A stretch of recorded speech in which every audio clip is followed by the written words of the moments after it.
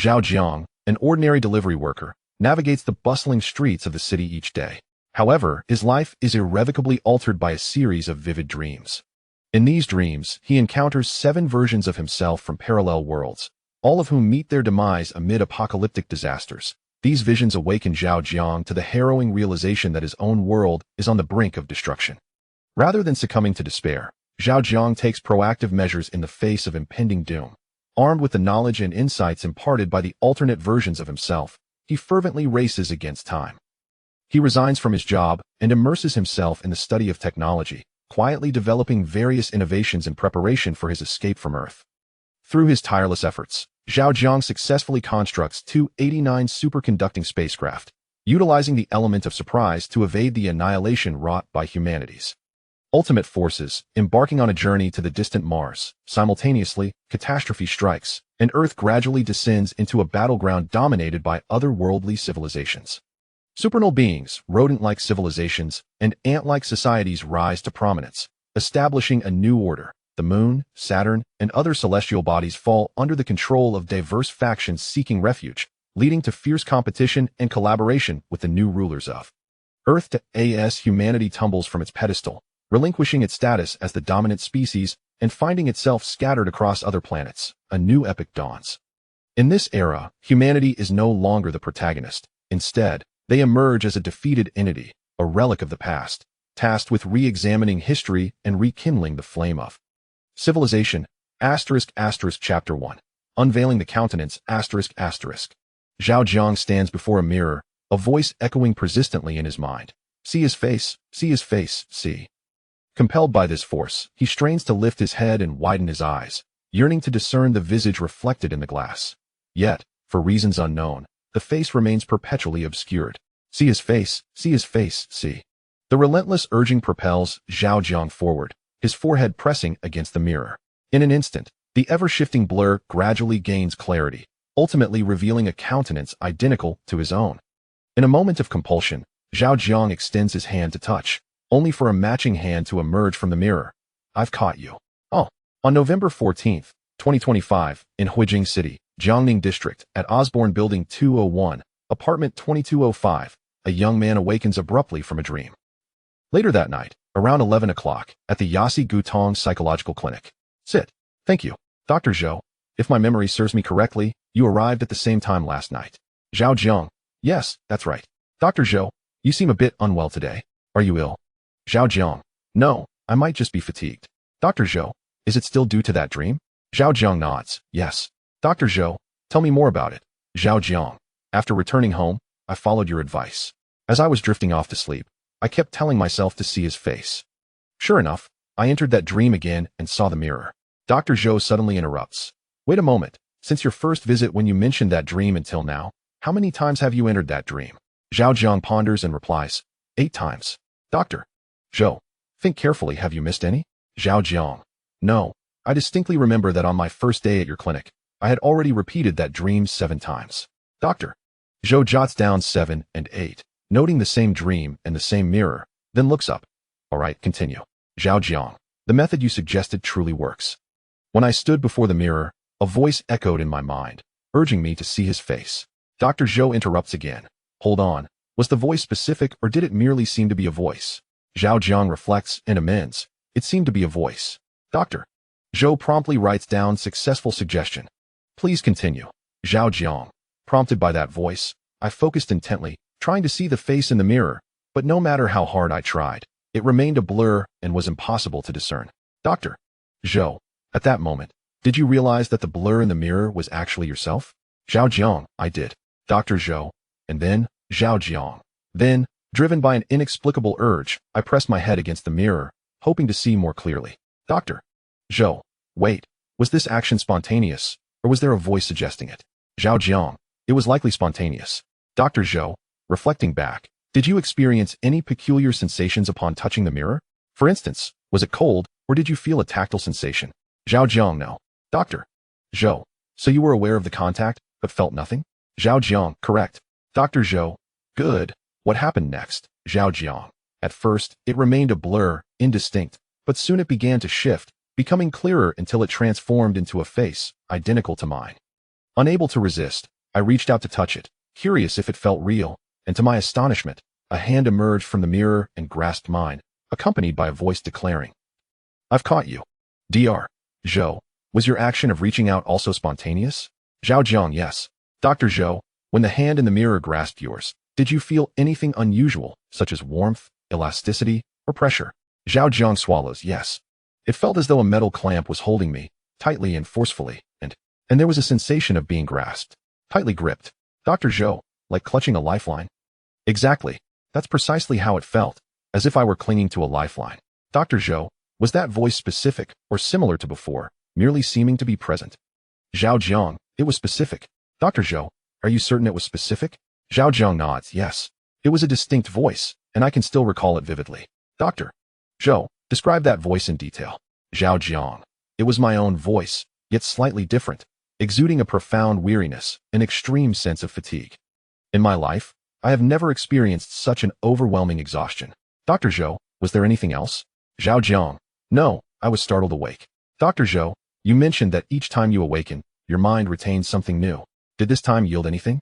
Zhao Jiang, yes. Dr. Zhou picks up a pen. Please elaborate. Zhao Jiang, upon waking today, I gained knowledge about biological tissue repair technology. Dr. Zhou records swiftly, then inquires, prior to this, had you encountered any related knowledge or news? Any exposure at all, even fleeting glances or overheard conversations? Zhao Jiang, well, if separated, I have surely heard of terms like biology, tissue, repair, and technology to some extent. Dr. Zhou, that makes sense. Your subconscious likely amalgamated these fragmented elements in an imperceptible manner, ultimately presenting them through your dreams.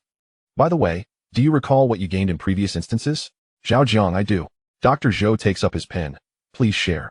Zhao Jiang remarked, the first was gene editing, the second was cell therapy, the third artificial organs, the fourth cultured meat, the fifth biomolecular nanorobots, the sixth strong artificial intelligence, and the seventh enhanced life. Dr. Zhou abruptly paused his writing and looked at Zhao Jiang. How can you remember these so clearly? Zhao Jiang scratched his head. I don't know.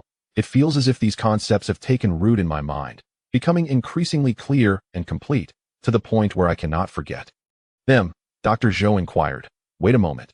Did you just say they are becoming clearer and more complete? Zhao Jiang replied. Yes. Dr. Zhou continued.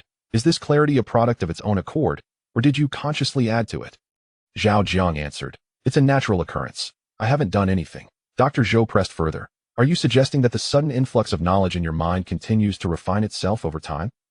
Zhao Jiang opened his mouth, hesitated, and then swallowed his words. Dr. Zhou glanced at his notes and proceeded. For instance, regarding gene editing, wasn't it the case that initially you only possessed a fragment of the relevant knowledge, which later expanded and became more coherent and precise? Zhao Jiang pondered for a moment, locking eyes with Dr. Zhou, and nodded in agreement. Dr. Zhou asked, since the beginning, have you attempted to verify this additional knowledge? For example, in reality, do these concepts truly exist, and are they feasible? Zhao Jiang shook his head. I have to deliver takeout during the day, and I return home late and exhausted at night. Besides, this seems rather absurd, so I didn't pursue it.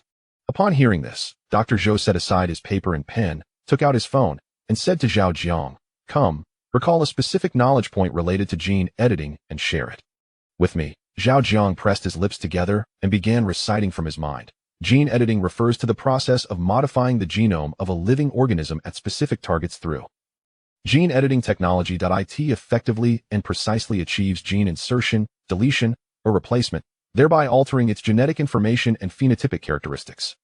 Traditional gene editing techniques focus on introducing exogenous target genes into recipient cells through homologous recombination, allowing exogenous DNA fragments to replace the genes at the original loci, thereby inactivating specific genes or repairing defective genes. Minutes later, stop, Dr. Zhou asked. Can you recite what you just said in reverse? Zhao Jiang replied, sure. Dr. Zhou instructed, now, please do so. Zhao Jiang began.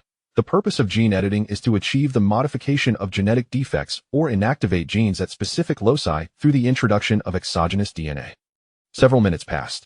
Dr. Zhou put down his phone and suddenly beckoned Zhao Jiang closer. Come, look into my eyes and answer a few questions. Zhao Jiang leaned slightly forward, gazing into Dr. Zhou's eyes. Dr. Zhou asked, since we first met, have you ever lied? Feeling the proximity and the warmth of Dr. Zhou's breath, Zhao Jiang felt a sense of discomfort, leaned back slightly, and averted his gaze, saying, "No." Dr. Zhou suddenly reached out and held Zhao Jiang's head, compelling him to face him. "Don't be shy. I am a doctor. Speak while looking into my eyes." Reluctantly, Zhao Jiang met his gaze and repeated, "No." Dr. Zhou's eyes sharpened, piercing like a blade into the soul. "Say it again." Zhao Jiang replied, "No." Dr. Zhou pressed on, "The knowledge that has suddenly emerged in your mind. Did you ever study it systematically, even just a bit?" Zhao Jiang affirmed, "No." Dr. Zhou then asked, "Has your memory always been this remarkable, or is it solely those new concepts that enable you to recall like this?" Zhao Jiang responded, "Only those new concepts allow me to do so." After a brief pause, Dr. Zhou released him, picked up his pen and paper again. "Your situation is quite peculiar. I have never encountered this before. I will need time to study it. Please leave me your contact number for convenience. If you continue to have the same dream tonight, remember to message me promptly." Zhao Jiang replied, "Thank you, Dr. Zhou. Wait a moment. I will prescribe you some tranquilizers to help you sleep and relax your nerves. Make sure to take them before bedtime." Zhao Jiang asked, "How much will it cost?" Dr. Zhou responded, "Currently, it is unclear whether the medication will be effective, so I won't charge you for now." Zhao Jiang said, "Isn't that inappropriate?" Dr. Zhou reassured him, "It's fine. Our clinic operates on a semi-public basis. According to policy, we only charge for medications after they have proven effective for the patient." Zhao Jiang acknowledged, "I see. Gutong, are you off work?" As soon as Zhao Jiang left, Dr. Zhou began making a phone call. A languid voice came from the other end. "Off work? I'm just waking up from my second nap. Are you missing me?" Dr. Zhou replied, "I remember you have a senior from Stanford who majors in dream studies, right?" "Yes. Before I returned to the country, I even consulted him about my dreams." Dr. Zhou said, "Please share his WeChat with me. I have a few matters to discuss with him." "Sure." WeChat friend request sent. Request accepted. "Hello, Senior Zhang. I'm Zhou Yasi, a close friend of Wu Gutong." "Ah, I know. Wu Shimei just called and briefly mentioned your situation. Senior Zhang, I heard you specialize in dream studies and have published numerous related papers, so you must possess considerable expertise in dream research." "Well, I suppose. Have you ever encountered a person who dreams the same dream for 8 consecutive days? The same dream? Do you mean roughly similar or entirely identical?" "The dreams are completely identical, but the dreamer's actions vary each time." On the other end, there was an abrupt silence. Half a minute later, the voice returned, "Shimei, are you certain that the dream is identical on all 8 occasions?" Zhou Yasi affirmed, "I am certain." The voice on the line responded, "The dreamer isn't you, is it?" Zhou Yasi inquired, "Why does Senior Zhang ask that?" "It's not me." There seemed to be a sigh of relief from the other end, "As long as it's not you. Shimei, let me tell you, this type of dream is exceptionally rare. If you find out who is experiencing it, be sure to advise them immediately to avoid touching any objects within the dream. It is absolutely imperative." Chapter 2. Lucid Dreaming. Zhou Yasi detected an unusual tone in the voice on the other end of the line, her brows slightly furrowing. The voice continued, "This type of dream is a form of recurring dream, yet it is exceedingly rare. In our field of dream studies, it bears another obscure name, parallel dream.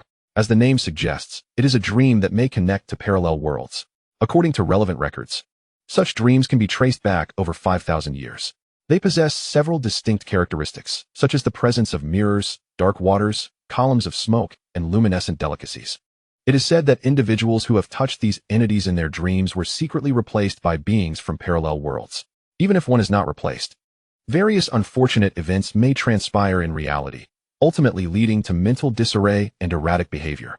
Furthermore, the likelihood of developing various delusional disorders significantly increases. For instance, many renowned patients of forest delusion have experienced parallel dreams." Zhou Yasi inquired, "Do parallel worlds truly exist?" After a brief silence, the voice replied, "From my personal perspective, I am inclined to believe in the existence of parallel worlds. Otherwise, many phenomena remain inexplicable." Zhou Yasi continued, "Senior Zhang, I have an unusual request." The voice responded, "Please, speak." Zhou Yasi expressed, "I wish to study parallel dreams. Could you possibly send me some relevant materials? It need not be highly confidential, just the ordinary would suffice." The voice hesitated before saying, "However, I have one condition." Zhou Yasi replied, "Please, go ahead." The voice explained, "I have to return to my country next week for some matters, and I hope to meet the individual who experiences parallel dreams." Zhou Yasi acknowledged, "I must first seek the other party's consent. If they are willing, I have no objections." The voice agreed, "That is indeed the appropriate course of action. I will send you an additional set of my relevant materials shortly, so you can present me more objectively." It continued, "By the way, when you express the desire to meet, please bring a small gift, and emphasize that I wish to visit them, placing myself in a subordinate position while elevating them. This will help create a favorable impression. Zhou Yasi assured, no problem. The voice concluded, then I must trouble you, Junior Zhou. Late at night, in Osborne Building 201, room 2205, Zhao Jiang, having showered and taken his medication, lay wearily on his bed, eyes closed in quiet anticipation of slumber. As his eyelids grew heavy and his thoughts began to blur, he repeatedly murmured within himself, see his face, see his face. Once his body relaxed and his breathing steadied, Zhao Jiang severed his connection to the waking world. This is a dream. Am I dreaming? Zhao Jiang re-entered the dream realm, yet this time was different. Upon his arrival, he was fully aware. I am Zhao Jiang. I am sleeping in my bed, and at this moment, I am dreaming. As I drifted into slumber, the clock in reality indicated it was just past 1 in the early morning of November 15th. Earlier that day, on Saturday, I had delivered a total of 107 orders, one of which was placed by a foreigner. Following that, I visited the Ilz Gutong Psychological Clinic, where Dr. Zhou prescribed me some medication without charging me. On my way back, a yellow dog barked at me 3 times from the roadside. Upon entering the elevator to ascend to my floor, I noticed a flyer posted inside, announcing the loss of a ragdoll cat belonging to the resident on the 11th floor. As I stepped through the door, it was my right foot that crossed the threshold first. Before burrowing into my blankets, I absent-mindedly wiped my feet on the sheets. To my astonishment, I realized I could maintain a state of awareness within my dream. Stunned, I found myself engaging in a trifecta of self-inquiry. Who am I? Where am I? What am I doing? Subsequently, with a lucid consciousness, I began to recount the events of my reality. Upon this introspection, I uncovered a remarkable yet undeniable truth. I possessed the ability to remain aware within my dreams. Curiously, in the past, whenever I sensed a flicker of lucidity, my dreams would shatter and dissipate. Yet this time, I was acutely aware of my consciousness, and the dream remained intact. I surveyed my surroundings and noted that the dreamscape exhibited no signs of disintegration due to my awareness. I touched my face, pinching and squeezing, and discovered it bore an uncanny resemblance to reality, as I could feel both the smoothness of my skin and the pang of pain.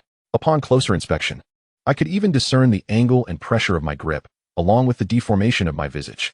Had I not been cognizant of the fact that I was dreaming, I might have questioned the authenticity of this world.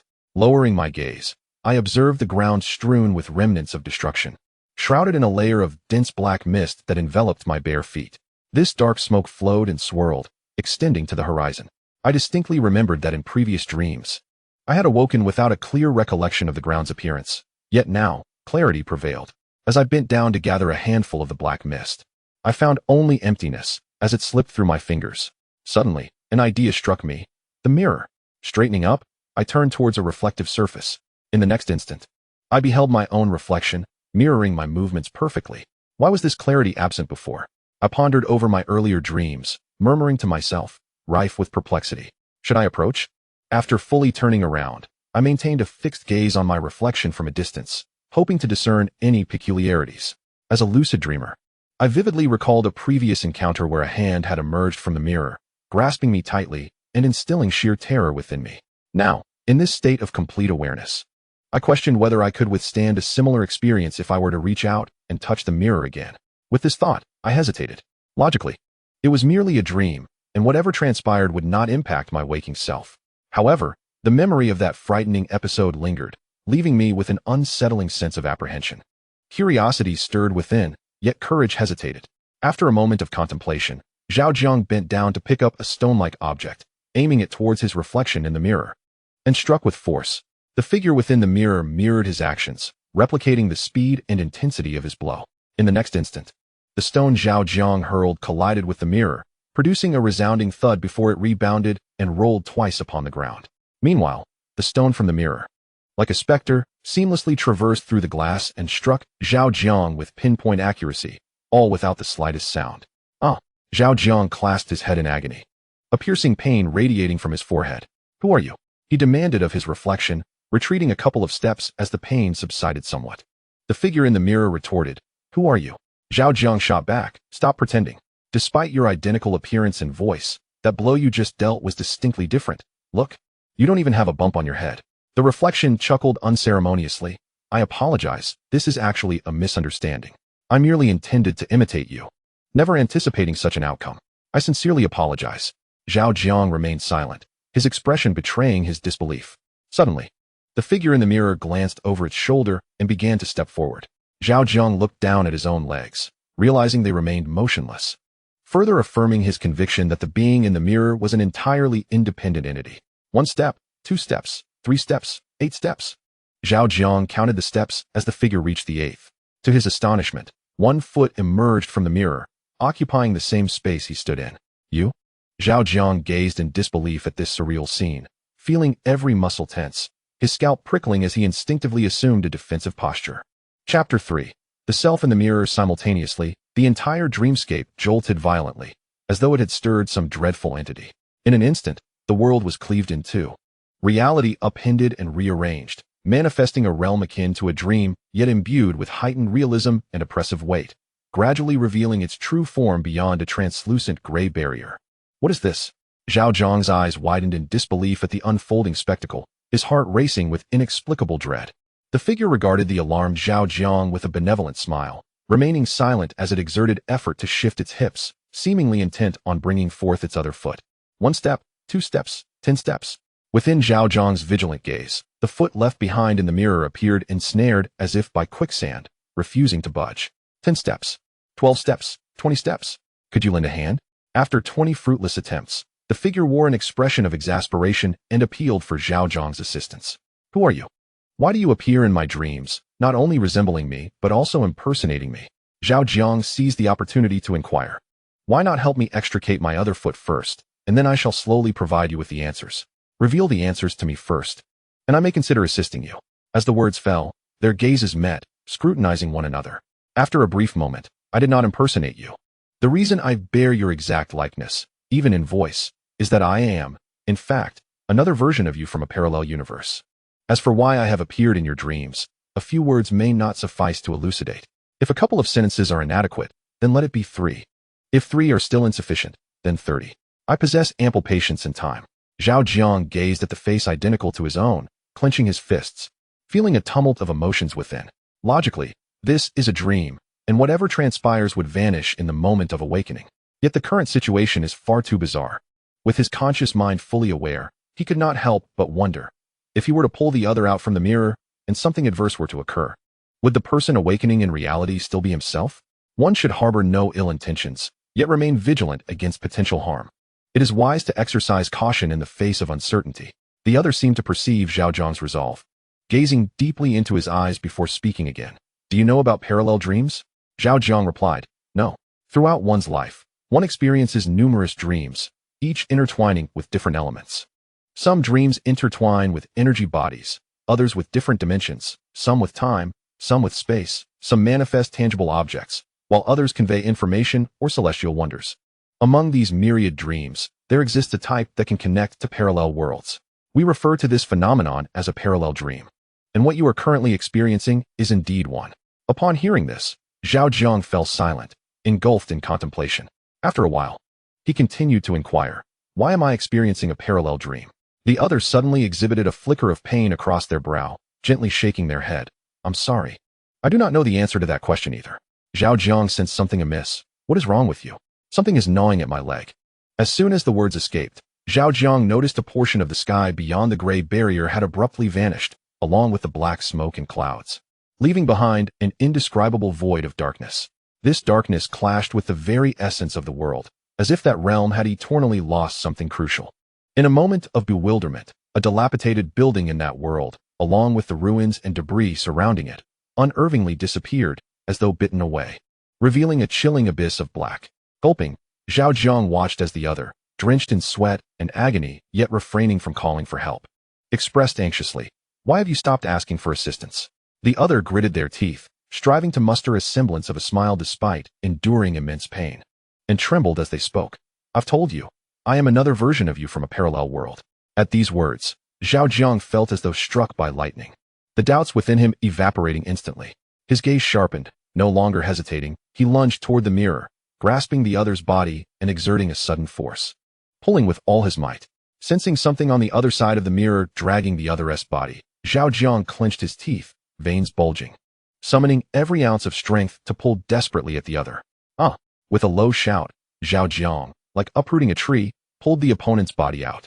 But due to inertia, he fell backward, Just as the opponent's toes were about to leave the mirror's surface, a sudden transformation occurred. The mirror came alive like sentient mercury, swiftly enveloping him entirely and forming a new mirror that floated in midair. This all transpired so rapidly that it was difficult to comprehend. Zhao Jiang, off balance, gazed at his reflection in the mirror, his expression one of bewilderment. Thank you, number 8. The Zhao Jiang in the mirror appeared pallid and listless, yet a trace of a smile, as if surviving a calamity, graced his lips. Suddenly, Zhao Jiang collapsed to the ground, his head pierced by a discarded steel rebar over 20 centimeters long, his hand still frozen in the position of having grasped the opponent. What on earth is happening? Why do you call me 8? Before he could finish, an abrupt darkness enveloped him, completely obscuring the dream. In the next moment, Zhao Jiang struggled to open his eyes, discovering that daylight had broken outside his window. After lingering in a daze for a while, he replayed the events of the dream until his phone alarm rang, prompting him to gather his emotions and embrace a new day. Delivering takeout is a monotonous job. Log in, accept orders, pick up, and deliver, repeating this cycle endlessly. As a member of the delivery army, Zhao Jiang had spent several years in this tedium, which had become a habit for him. Within this routine, he gradually grew fond of braving the wind and rain, occasionally facing challenges and sometimes lending a helping hand to others. Though not grand, it was a sufficiently tranquil existence. As an ordinary worker in a society where class divisions were increasingly solidifying, he harbored no grand ambitions, merely wishing to carve out a modest living in Huijing City through his own efforts. However, recent events instilled in him a strong premonition that his delivery career might soon come to an end. Late one night, around 11, while delivering his final order, Zhao Jiang received an unexpected phone call. Hello, may I ask who you're looking for? On the other end, this is Dr. Zhou from the Yasi Gutong Psychological Clinic. Mr. Zhao, have you finished work? Zhao Jiang promptly halted his electric scooter. Not yet. I'm delivering my last order. There was a brief pause on the line. I apologize for interrupting your work. Please continue with your delivery, and could you call me back once you're done? Zhao Jiang pondered momentarily. Dr. Zhou, is there something urgent that requires my attention? Chapter 4. Events approaching zero probability. The voice on the other end responded. There's no urgency, but regarding your dream. I've made some new discoveries and would like to confirm a few details with you. Would that be convenient? Zhao Jiang replied, I'm almost at my destination. Can you wait 10 minutes? I'll come to your clinic after that. That works. A few minutes later, outside the Yasi Gutong Psychological Clinic, Zhao Jiang parked his scooter and glanced at the sign hanging beside the main entrance, which read, Free Dream Interpretation, Psychological Counseling, Emotional Consultation. Have you arrived? Dr. Zhou suddenly appeared at the door, wearing a smile. Dr. Zhou, I apologize for being a few minutes late. I encountered several traffic lights. No worries, come in. A moment later. Please, have a seat. Thank you. Dr. Zhou, do you always finish work at this hour? Zhao Jiang, pretty much. Dr. Zhou, do you have any time off on weekends? Zhao Jiang, we get 2 days off a month, and we can choose which days. Dr. Zhou, that sounds quite taxing. Zhao Jiang, it's manageable, one gets used to it. Dr. Zhou, by the way, when you returned home last night, did you continue to have that dream? Zhao Jiang lowered his head slightly, gazing at the table, and scratched his forehead, saying, After taking the medication you prescribed, I slept soundly last night, without any dreams. Dr. Zhou, that is good to hear. I almost forgot to ask, in your dream, besides that mirror, did you see anything else, like glowing delicacies or columns of smoke? Zhao Jiang, no. Dr. Zhou, do you remember how many steps you took as you approached that mirror? Zhao Jiang shook his head. Dr. Zhou, when that hand in the mirror grasped you, did the mirror change in any way, perhaps rippling or developing a crack? Zhao Jiang, no. Dr. Zhou, reflect carefully. Each time you entered that dream, what was your first impression of the surrounding environment? Strange, familiar, eerie, warm, confusing, terrifying, or tranquil? Zhao Jiang, it was probably bizarre. My first reaction each time was that it felt very strange. Dr. Zhou, did you feel any fear before touching the mirror? Zhao Jiang, no. Dr. Zhou, aside from the mirror in the dream, do you have any impressions of the surrounding environment? Zhao Jiang, no. Dr. Zhou, in what form does the additional knowledge in your mind exist? Text, images, sounds, videos, or some other form? Zhao Jiang rubbed his ears. Text. Let us leave the details here for now. Please sit for a moment. Dr. Zhou smiled kindly and suddenly stood up. Zhao Jiang, all right. 2 minutes later, Dr. Zhou handed over a cup of hot tea. Dr. Zhou here? Zhao Jiang, thank you. Dr. Zhou, the dream you are experiencing is academically classified as a recurring dream. Yet it is rather unique. It has a little-known name. Do you know what it is? Zhao Jiang, no, I don't, Doctor. Zhou fixed his gaze intently on Zhao Jiang. articulating each word, a parallel dream. As the name suggests, this is a dream that may connect to parallel worlds. According to existing documentation, some individuals have reportedly been replaced by their counterparts from parallel worlds due to such dreams. Zhao Jiang swallowed hard. And then, Dr. Zhou, subsequently. Their temperament changes drastically. They become remarkably unfamiliar and may engage in behaviors incomprehensible to ordinary individuals. Furthermore, the likelihood of developing delusions also increases.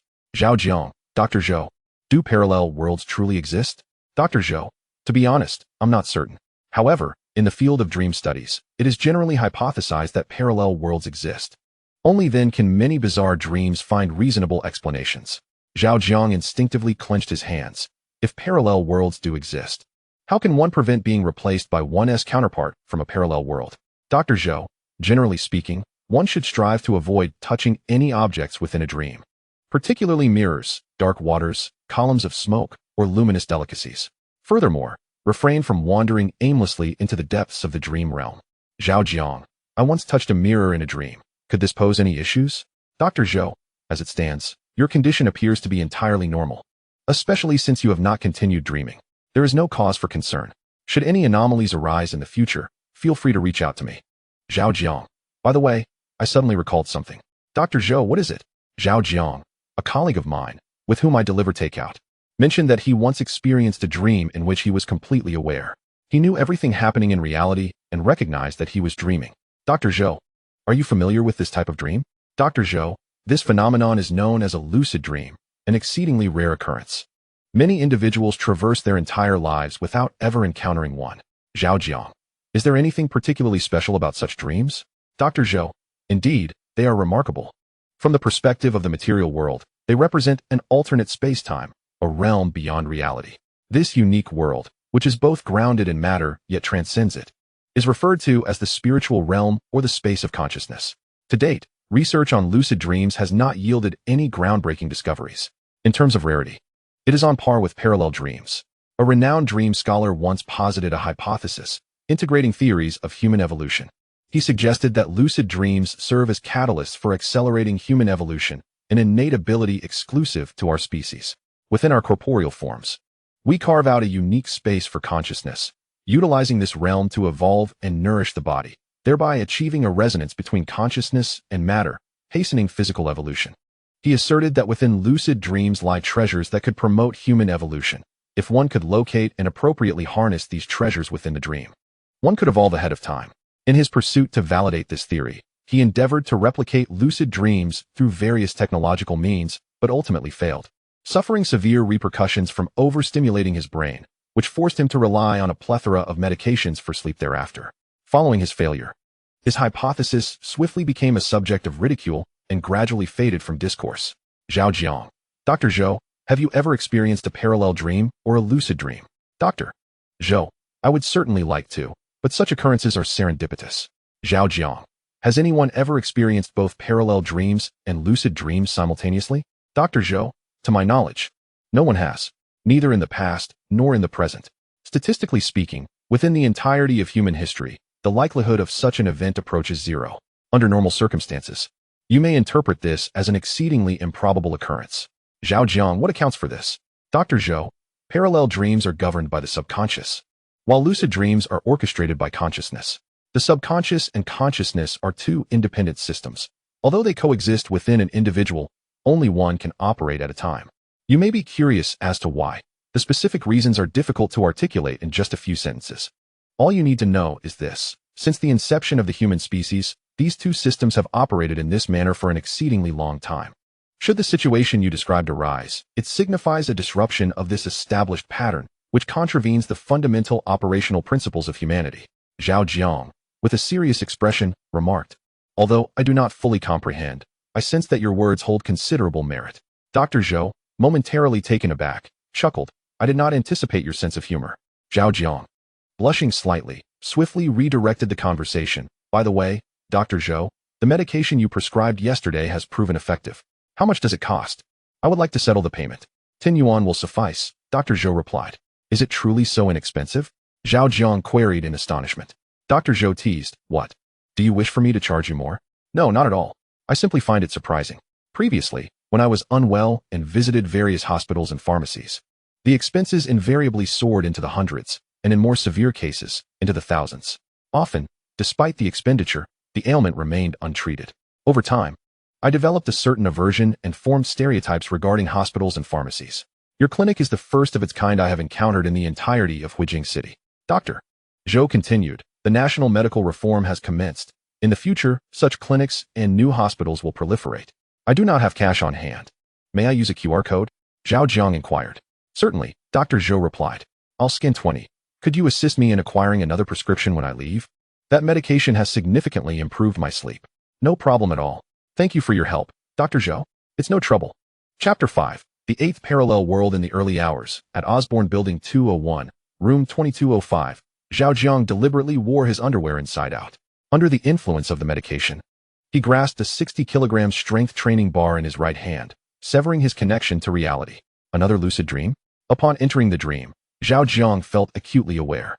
Not only did he comprehend everything occurring in reality, but he also recalled the lucid dream he experienced last night, along with its contents. Glancing at his lower half, he noted the absence of the inside-out underwear, replaced instead by a pair of jeans he had discarded over 2 years prior. His right hand was empty, devoid of the familiar strength training device. You have arrived, number 8. A familiar voice echoed as a floating mirror materialized before him. Zhao Jiang looked up, puzzled, and inquired. I have been meaning to ask, why do you call me number 8? The floating mirror responded, because you are Zhao Jiang from the 8th parallel world. Startled, Zhao Jiang exclaimed, the 8th parallel world? Indeed, Zhao Jiang pondered. Are you implying that there are 7 other parallel worlds before mine? You hail from one of those 7? Correct. Zhao Jiang furrowed his brow. There is one thing I do not quite understand. Why would you leave your own world to come into mine? Noticing the other's silence, Zhao Jiang added, though this is merely a dream, it is still my world, after all, as it is crafted by my consciousness. You are the parallel version of me. You should understand that I am quite suspicious. For various reasons, I find myself not only starved for affection but also deprived of a sense of security. Certain questions linger unresolved, casting a shadow of unease upon my heart. Should you wish to coexist harmoniously within my dreams, I implore you to be forthright and candid. Upon these words, the other party abruptly spoke. My world has been obliterated. Presently, I exist merely as a homeless specter within this dream. My arrival in your realm was neither by conscious design nor will, but rather an inexplicable coincidence. Zhao Jiang inquired. In the dream from the night before last, was that hand in the mirror yours? The other looked perplexed. What hand in the mirror? From your timeline, I only discovered your dream last night. Zhao Jiang's expression darkened as he regarded the other in silence. Sensing the weight of the moment, the other chose to meet his gaze. They locked eyes for an extended period, failing to uncover any deceit within each other's depths. Zhao Jiang broke the silence. From which parallel world do you hail? Why has your world met its demise? How did you enter my dream? I am Zhao Jiang from the 2nd parallel world. You may call me number 2. My world witnessed the Third World War, and amidst the raining of nuclear bombs, hydrogen bombs, and the most devastating and vile of weapons, it became impossible to find a single drop of clean water or a breath of fresh air. The Earth withstood the war's backlash, but humanity did not. After my death, my consciousness traversed into an unfathomable expanse of parallel dimensions, filled with countless entities, mirrors, towering mountains, luminous sustenance, and colorful mists, alongside myriad indescribable phenomena. While adrift in this boundless expanse, I suddenly beheld a radiant mirror, and within it, you learned of the events that transpired thereafter. Zhao Jiang recalled. I remember you glanced back. What were you observing? Number 2 replied. I faintly heard a voice. Zhao Jiang pressed. What voice? Number 2 responded. I cannot describe it. Zhao Jiang continued. You mentioned something was gnawing at your leg. What was it? Number 2 shook his head solemnly. I do not know. I have never encountered anything like it before. Zhao Jiang cast his gaze towards the world beyond the gray barrier. Noting the persistent, heart-stopping void of darkness that lingered, stirring contemplation within him. Following his gaze, number 2 spoke gravely. After I was bitten, that world could never be restored. The vanished buildings and skies were, in truth, fragments of my very being. Zhao Jiang pointed towards the gray barrier. Do you know what that is? Number 2 replied. I do not know. Zhao Jiang queried. Is the somber and lifeless atmosphere on that side a consequence of your world's destruction? Number 2 affirmed. It should be. Zhao Jiang asked. May I venture over to take a look? Number 2 consented. Yes. You shall accompany me. Very well. With a soft patter of rain, the floating mirror soared ahead while Zhao Jiang followed closely behind. As they crossed the gray barrier, The world on the other side came to life, unexpectedly greeted by the onset of rain. At first, it began as a gentle drizzle, barely a breath, before transforming into a torrential downpour. The rain struck the ruins with a cacophonous sound, particularly jarring to the ears. Number 2 hovered above Zhao Jiang, shielding him from the rain as he stood still, observing. Why was this rain black? In the aftermath of the Third World War, the region I inhabited experienced an unrelenting deluge for 10 consecutive days and nights, the rain tainted with a foul stench that was nauseating. Currently, it seemed somewhat normal. But in a few days, the rain would become viscous, as if someone were pouring oil from the heavens. That scene would be both rare and shocking. Zhao Jiang extended his hand to feel the sensation of the black rain falling upon him. Is this world a manifestation of your memories or a creation of consciousness? Honestly, I am uncertain, yet I suspect it encompasses both. After all, in a certain sense, this world is intrinsically linked to my very being. Memories and consciousness are merely facets of myself. Zhao Jiang pondered. Why does this feel so real, perhaps even more so than in reality? Your sensations in the real world stem from bodily feedback, and the body is composed of matter. In the interplay between matter and consciousness, sensations are somewhat diminished. This realm lacks matter. Thus, all your feelings are direct, rendering them far more authentic. Zhao Jiang suddenly realized the distinction between indirect and direct, correct? Indeed.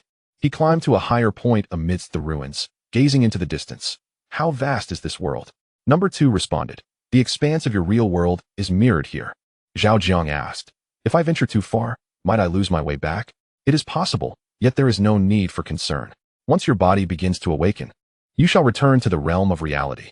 This awakening force is unbound by the confines of the dream world. Do you mean that regardless of whether I am on one side of the gray barrier or the other, once the time arrives, I shall return to reality? Precisely.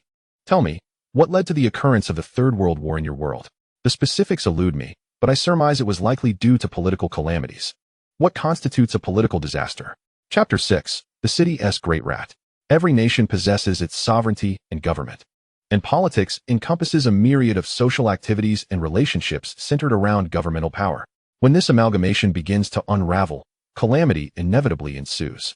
A political disaster, in simple terms, is a significant catastrophe triggered by political strife. Upon entering the information age, all nations meld into a singular entity under the tide of the era.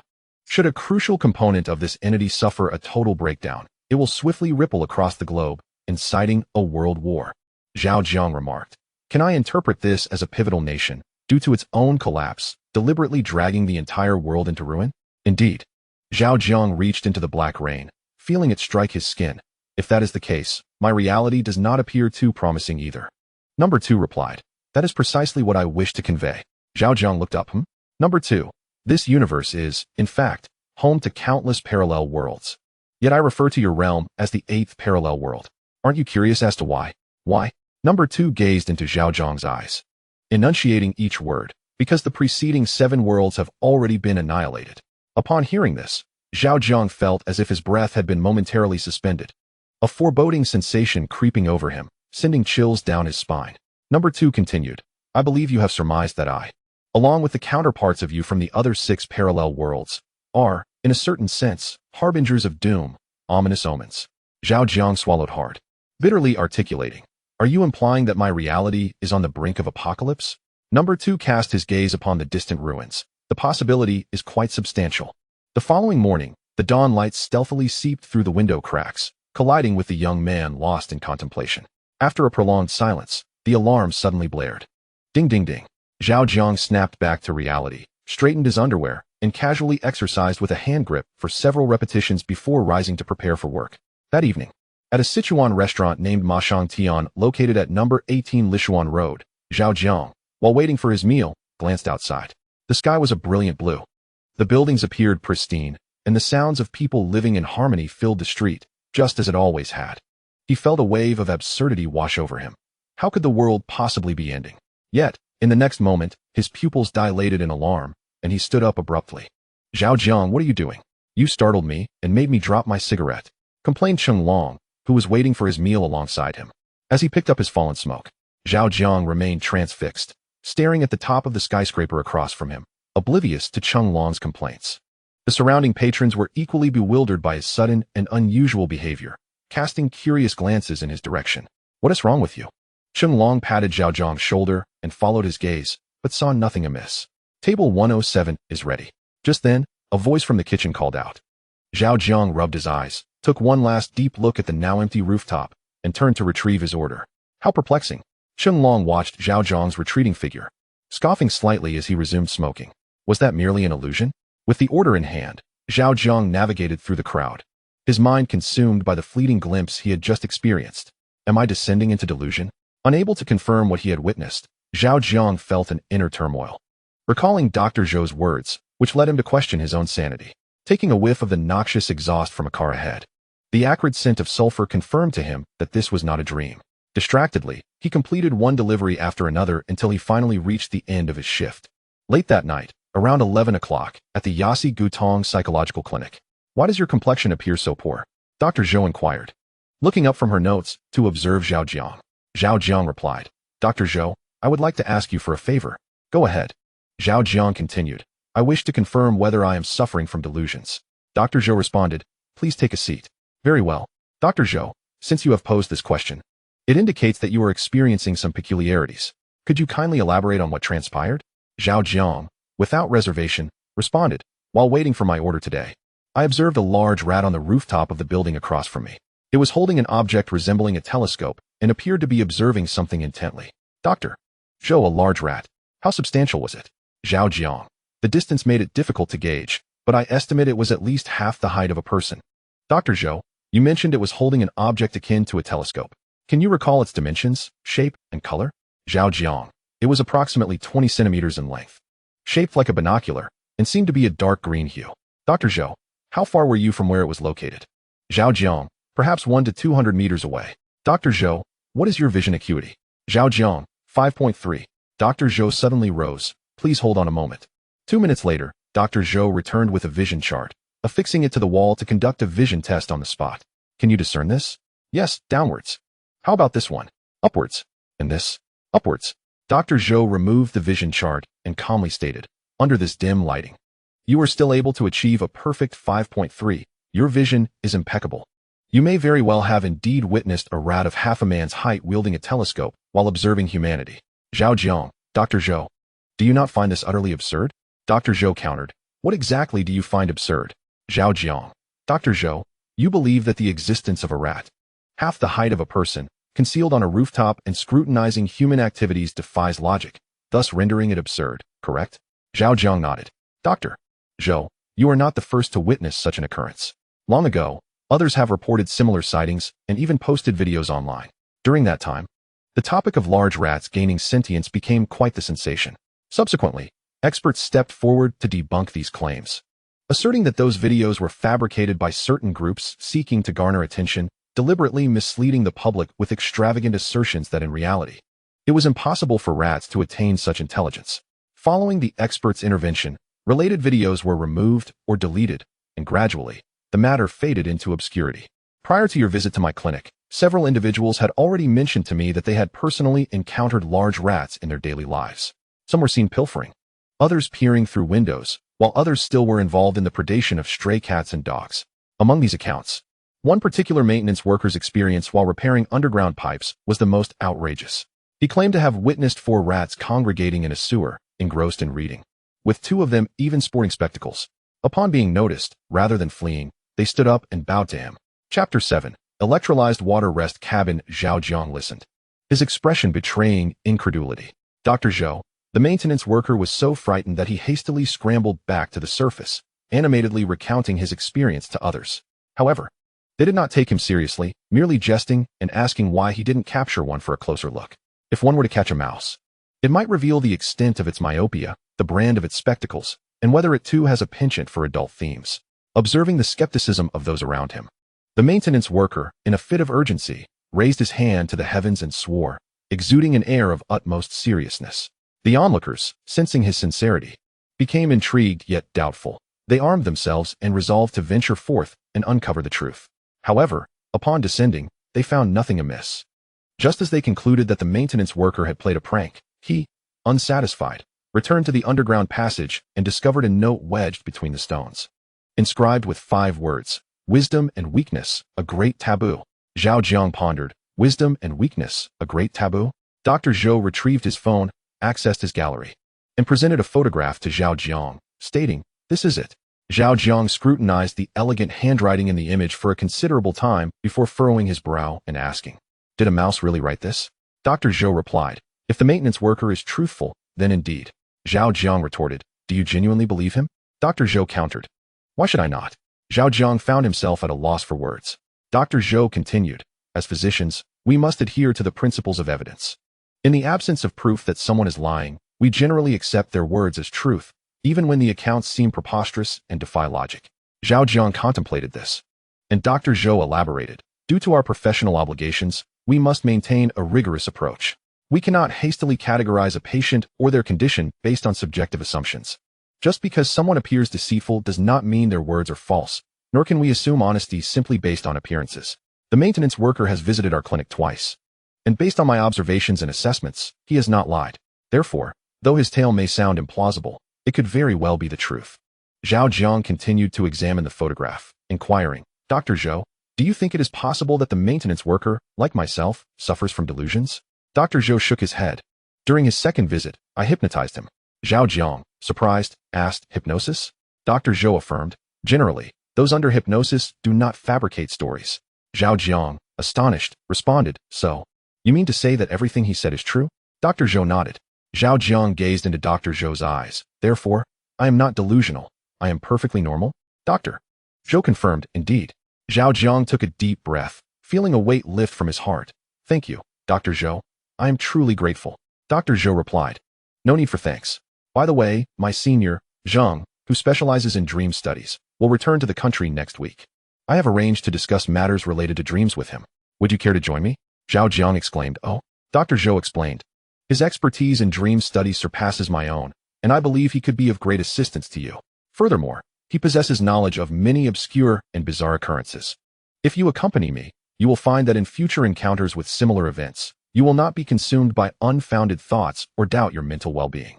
Upon hearing Zhao Jiang's words, a flicker of interest sparked within him. However, he soon reconsidered, fearing he might become a mere bystander, and contemplated declining the invitation. Yet, before he could voice his thoughts, Dr. Zhou interjected, "Our gathering is merely a professional discussion among experts, rather mundane, devoid of the chaotic distractions often found online. As a first-hand experiencer of parallel dreams, you qualify as a semi-professional." Zhao Jiang felt a twinge of embarrassment, sensing that he had been thoroughly seen through. "If I attend, I truly won't be a nuisance to you, will I?" "Not at all. Then I shall go." Dr. Zhou continued, "We tentatively set the date for next Wednesday. The specific time and location are yet to be determined. Let us connect on WeChat, and I will notify you in advance. Thank you for your trouble, Dr. Zhou." In the late hours of the night, in a well-lit room, Zhao Jiang leaned against his headboard, fixated on his phone screen, scrolling through an array of mouse-related videos. It was only when his eyelids grew heavy that he finally set aside his phone and turned off the light to sleep. Just before drifting off, a question flashed through his mind. Could mice dethrone humanity as the dominant species on Earth? As soon as he fell asleep, he heard the voice of number 2. "Number 8, over here." Following the sound, Zhao Jiang noticed number 2 rummaging through the debris of a dilapidated building nearby. With a single glance, he recognized the anomaly. If his memory served him correctly, that seemingly incongruous ruin had not existed before. "Number 2, what are you doing? Come here. It seems there is something." Zhao Jiang approached quickly. "What is it?" Number 2, prying open a large mass of steel and concrete, replied, "Not sure yet. But we'll find out soon." Moments later, Zhao Jiang furrowed his brow. "A coffin?" Number 2 halted, hovering in midair, inspecting it intently. "Indeed, it is a coffin." Zhao Jiang took a couple of steps back. "When did this building appear? Why is there a coffin here?" "I cannot say. It was already here when I found it. As for the coffin, we shall discover its contents." With that, he directed his focus towards the coffin's seam, preparing to pry it open. Zhao Jiang refrained from intervening, maintaining a cautious distance. Number 2 acted swiftly, prying the lid off in the span of 2 breaths. The moment the lid fell away, number 2 noticed something peculiar. Inside the coffin lay not a corpse nor treasure, but an oval pod emanating a green glow, inscribed with various formulas and symbols. "What is this?" Zhao Jiang instinctively shielded his eyes from the sudden burst of green light. Number 2 floated above, surveying the pod quietly, until finally murmuring, "No way." "What is the matter?" Zhao Jiang inquired. "This is a relaxation pod, requiring manual operation. You need to open it." Zhao Jiang hesitated briefly before jumping into the pit. Curious, how do I open it? This is an electrolytic water relaxation pod. First, observe the path of the green light. Once you grasp the pattern, manipulate the symbols and formulas to form the electrolytic water cycle equation before the green light completes its course. That should unlock it. A few minutes passed. Zhao Jiang, I have discerned the pattern of the wandering green light, but what is the electrolysis water cycle formula? Number 2 glanced at Zhao Jiang in surprise. Allow me to explain, and you shall execute the operation. Zhao Jiang, all right. Number 2, do you see that H? Zhao Jiang, I see it. Do you see that O? You recognize the number 2, correct? And that lightning symbol? First, toggle the number 2, then the H. Followed by the number 2 again, then the O. After that, activate the lightning symbol and complete the formula by toggling the cycle symbol. And finally connect it to the gas symbol to establish the formula. Zhao Jiang. Could you please speak more slowly? I feel like I haven't memorized it yet. Number 2 slowed down, reiterating the instructions. Zhao Jiang. Can we go through it once more? Certainly. After a few minutes, Zhao Jiang felt confident. Timing the wandering green light's rhythm, swiftly toggling the symbols, and completing the electrolysis water cycle formula. In the next moment, bang, the deafening sound seemed capable of shattering eardrums. And the terrifying vibrations surged and ebbed, as if the entire dreamscape were in a frenzied dance. Zhao Jiang could not maintain his balance, collapsing to the ground. Hands clutching his ears, curled up in agony. Simultaneously, the electrolysis water capsule erupted with an unending radiance, filling the entire dream with a pure expanse of green. Chapter 8. Ominous dreamscape. Uncertain of how much time had passed, as the brilliance faded and the tremors ceased, the suffocating sense of calamity dissipated, allowing Zhao Jiang to slowly rise. Number 8. This is dire. Just as Zhao Jiang regained his footing, still reeling from the experience, he sensed a disquiet in number 2's tone. What is dire? Number 2 floated above the electrolysis water capsule, mirror facing downward, reflecting the sky, and spoke clearly. Your world is not in a good state. What do you mean? The reflection of number 2 wore a grave expression. The time left for you in the real world may be limited. Zhao Jiang, perplexed, asked, why such a sudden statement? Do you have any basis for this? Number 2, look up at the sky. Upon hearing this, Zhao Jiang raised his gaze, his pupils constricting. A chilling sensation coursing through him, as his mind momentarily blanked. The once shadowy sky, shrouded in black smoke, had inexplicably transformed into a transparent expanse, akin to an immense, boundless sheet of glass. Above this glass, countless bodies floated, some human, others animals, plants, and even microorganisms, each in varying states of decay. Some were grotesque, while others appeared serene. Some were mangled, while others remained eerily intact. The bizarre atmosphere felt as if an enormous hand had grasped Zhao Jiang's lungs, rendering him nearly unable to breathe. After a long silence, number 2 spoke again. I thought you might be frightened enough to awaken from this dream, but to my surprise, you have endured. Zhao Jiang took a few deep breaths, his face pale. What is happening? Number 2, I am not entirely certain. Like you, I have never encountered such a situation before. However, I do have some conjectures. For now, set that aside and come over to examine what lies within this capsule. If my assumptions are correct, there may be a surprise inside. Zhao Jiang, still overwhelmed by the sight of the countless corpses, murmured, a surprise? Number 2, indeed, but this surprise eludes my perception. You should be able to see it clearly. Upon hearing this, Zhao Jiang approached the resting pod and peered inside. The pod was enveloped in an irregular, nebulous mass, swirling like mist, rendering it indistinct. However, at the moment Zhao Jiang's gaze fell upon it, the mist suddenly stilled and gradually dissipated under his scrutiny, revealing the true form beneath, Zhao Jiang's own lifeless body. Zhao Jiang gasped in horror, exclaiming, what in the world is happening? Number 2 offered no reply, but instead directed a question towards the corpse within the pod. Is it you, one? The body slowly opened its eyes, responding calmly. It is I. Number 2 remarked, I suspected as much. The electrolytic water pod aligns solely with your realm. One turned its gaze toward Zhao Jiang, silently assessing him. Suppressing his shock and confusion, Zhao Jiang met its stare. After a tense pause of over 10 seconds, Zhao Jiang, confronting the calmness in those eyes, finally spoke. Greetings. I am Zhao Jiang from the 8th parallel world. You may refer to me as 8. One raised a hand, asking, could you lend me a hand? Zhao Jiang hesitated momentarily before extending his arm, helping the being rise from the pod. As one sat up, Zhao Jiang keenly observed that where the being had lain, a kaleidoscope of colors swirled, embodying the mysteries of time and the ethereal nature of fate. Your dreams are unique yet perilous, one proclaimed after sitting up, not rushing to introduce itself, but uttering a cryptic statement. Zhao Jiang, puzzled, responded. Number two's expression shifted slightly. Have you discovered something? Just then, a series of urgent knocks interrupted one's impending words, forcibly reconnecting Zhao Jiang with reality. Is anyone there? Open the door quickly. Upon opening his eyes, Zhao Jiang heard an impatient voice from outside. Simultaneously, he noticed an unusual brightness outside, though the hue seemed somewhat off. Fire. Realizing the gravity of the situation, Zhao Jiang wasted no time, swiftly packing essential documents and his phone into his backpack, and dashed barefoot toward the door. Is anyone still inside? As he opened the door, Zhao Jiang was met by fully equipped firefighters standing outside. No one, just me. Are you certain? One firefighter inquired. Yes. I rent the entire unit alone, a 2-bedroom apartment with a kitchen and bathroom, for $1,500 a month. The firefighter pointed to a nearby emergency fire escape. Quickly descend the makeshift spiral slide. The flames in this building are too fierce to extinguish in the short term. With that, he rushed inside to ascertain if anyone else remained. Zhao Jiang glanced at the firefighter's retreating figure and sincerely expressed, "Thank you for your efforts. Please stay safe." As Zhao Jiang and his neighbors reached the safety zone on the ground, the flames raging from the 6th to the 10th floors had spiraled out of control, roaring fiercely and illuminating the gray sky with a torrent of orange-red light. Thick black smoke billowed upward and in the face of the firefighters' water hoses.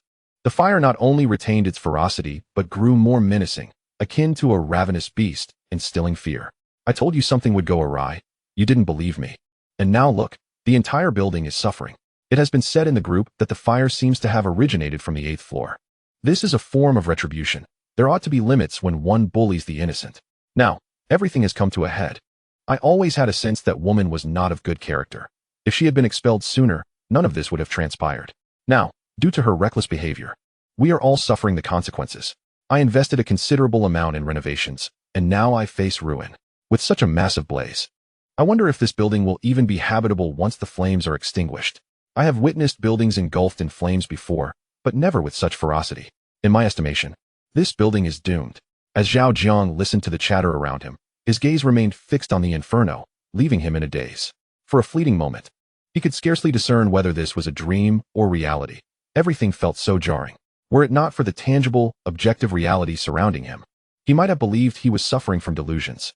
It was not until a gust of wind brushed against him, bringing a chill, that he recalled he was merely clad in scant clothing. He fished his phone from his bag, glancing at the time, and realized it was nearly 6 o'clock.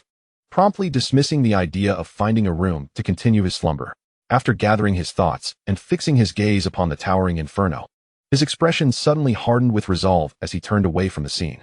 The terror of the fire paled in comparison to the overwhelming visual shock and horror of the corpses from his dreams, which seemed to outweigh everything else. Those lifeless bodies appeared almost animated, and whenever he closed his eyes, they surged forth from his memory, instilling a sense of dread. Even amidst the throngs of people at the fire scene, that sensation remained unmitigated. He had never comprehended so profoundly the meanings of the terms strange and ominous. Although many questions remained unanswered, he understood that immediate action was imperative, as time appeared to be slipping away. Whether the world would meet its end, he did not know. But he was resolute in his desire to survive. A profound sense of crisis gnawed at his soul like a parasite, corroding his inner peace. There were numerous endeavors he had yet to pursue, countless joys unexperienced. The thought of an unimaginable calamity occurring left him paralyzed with fear. The instinct for survival, magnified by strangeness and foreboding, fully ignited his will to live as an ordinary individual. Amidst his anxiety and confusion, some words spoken by number 2 surfaced in his mind. Establish a company, accumulate resources, acquire talent, and wholeheartedly develop technology. These words shone like a beacon, illuminating a path forward. Once the arrow is loosed, there is no turning back. As a mere food delivery worker, could I truly succeed? Regardless, failure is not an option. After a fierce internal struggle, he made his choice and submitted his resignation on the Mightwin delivery platform. Should the reviewer have been at work at that moment, they would have discovered that Zhao Jiang had boldly inscribed in the reason for resignation, "I am likely unwell." Chapter 9: The Destruction of 7 Worlds. Having submitted his resignation, Zhao Jiang swiftly registered a technology company named Fantasy Number 8 online. He then hurried to the bank to initiate the corporate verification services, eager to expedite the approval process.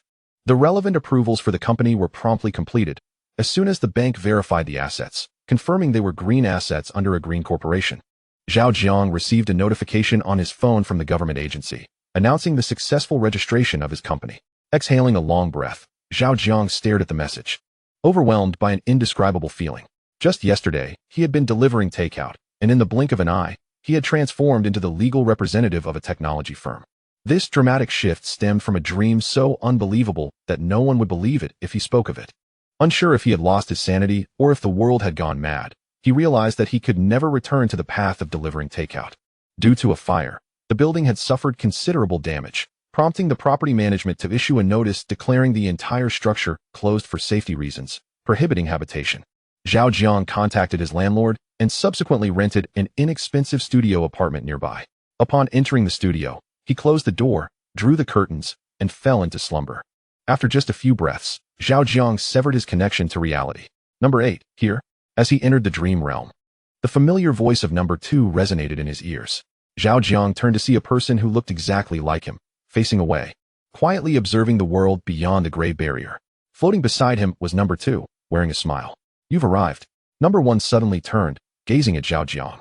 Meeting the other's eyes, Zhao Jiang approached and candidly stated, I have some pressing questions I wish to ask. Ask away, number 1 replied.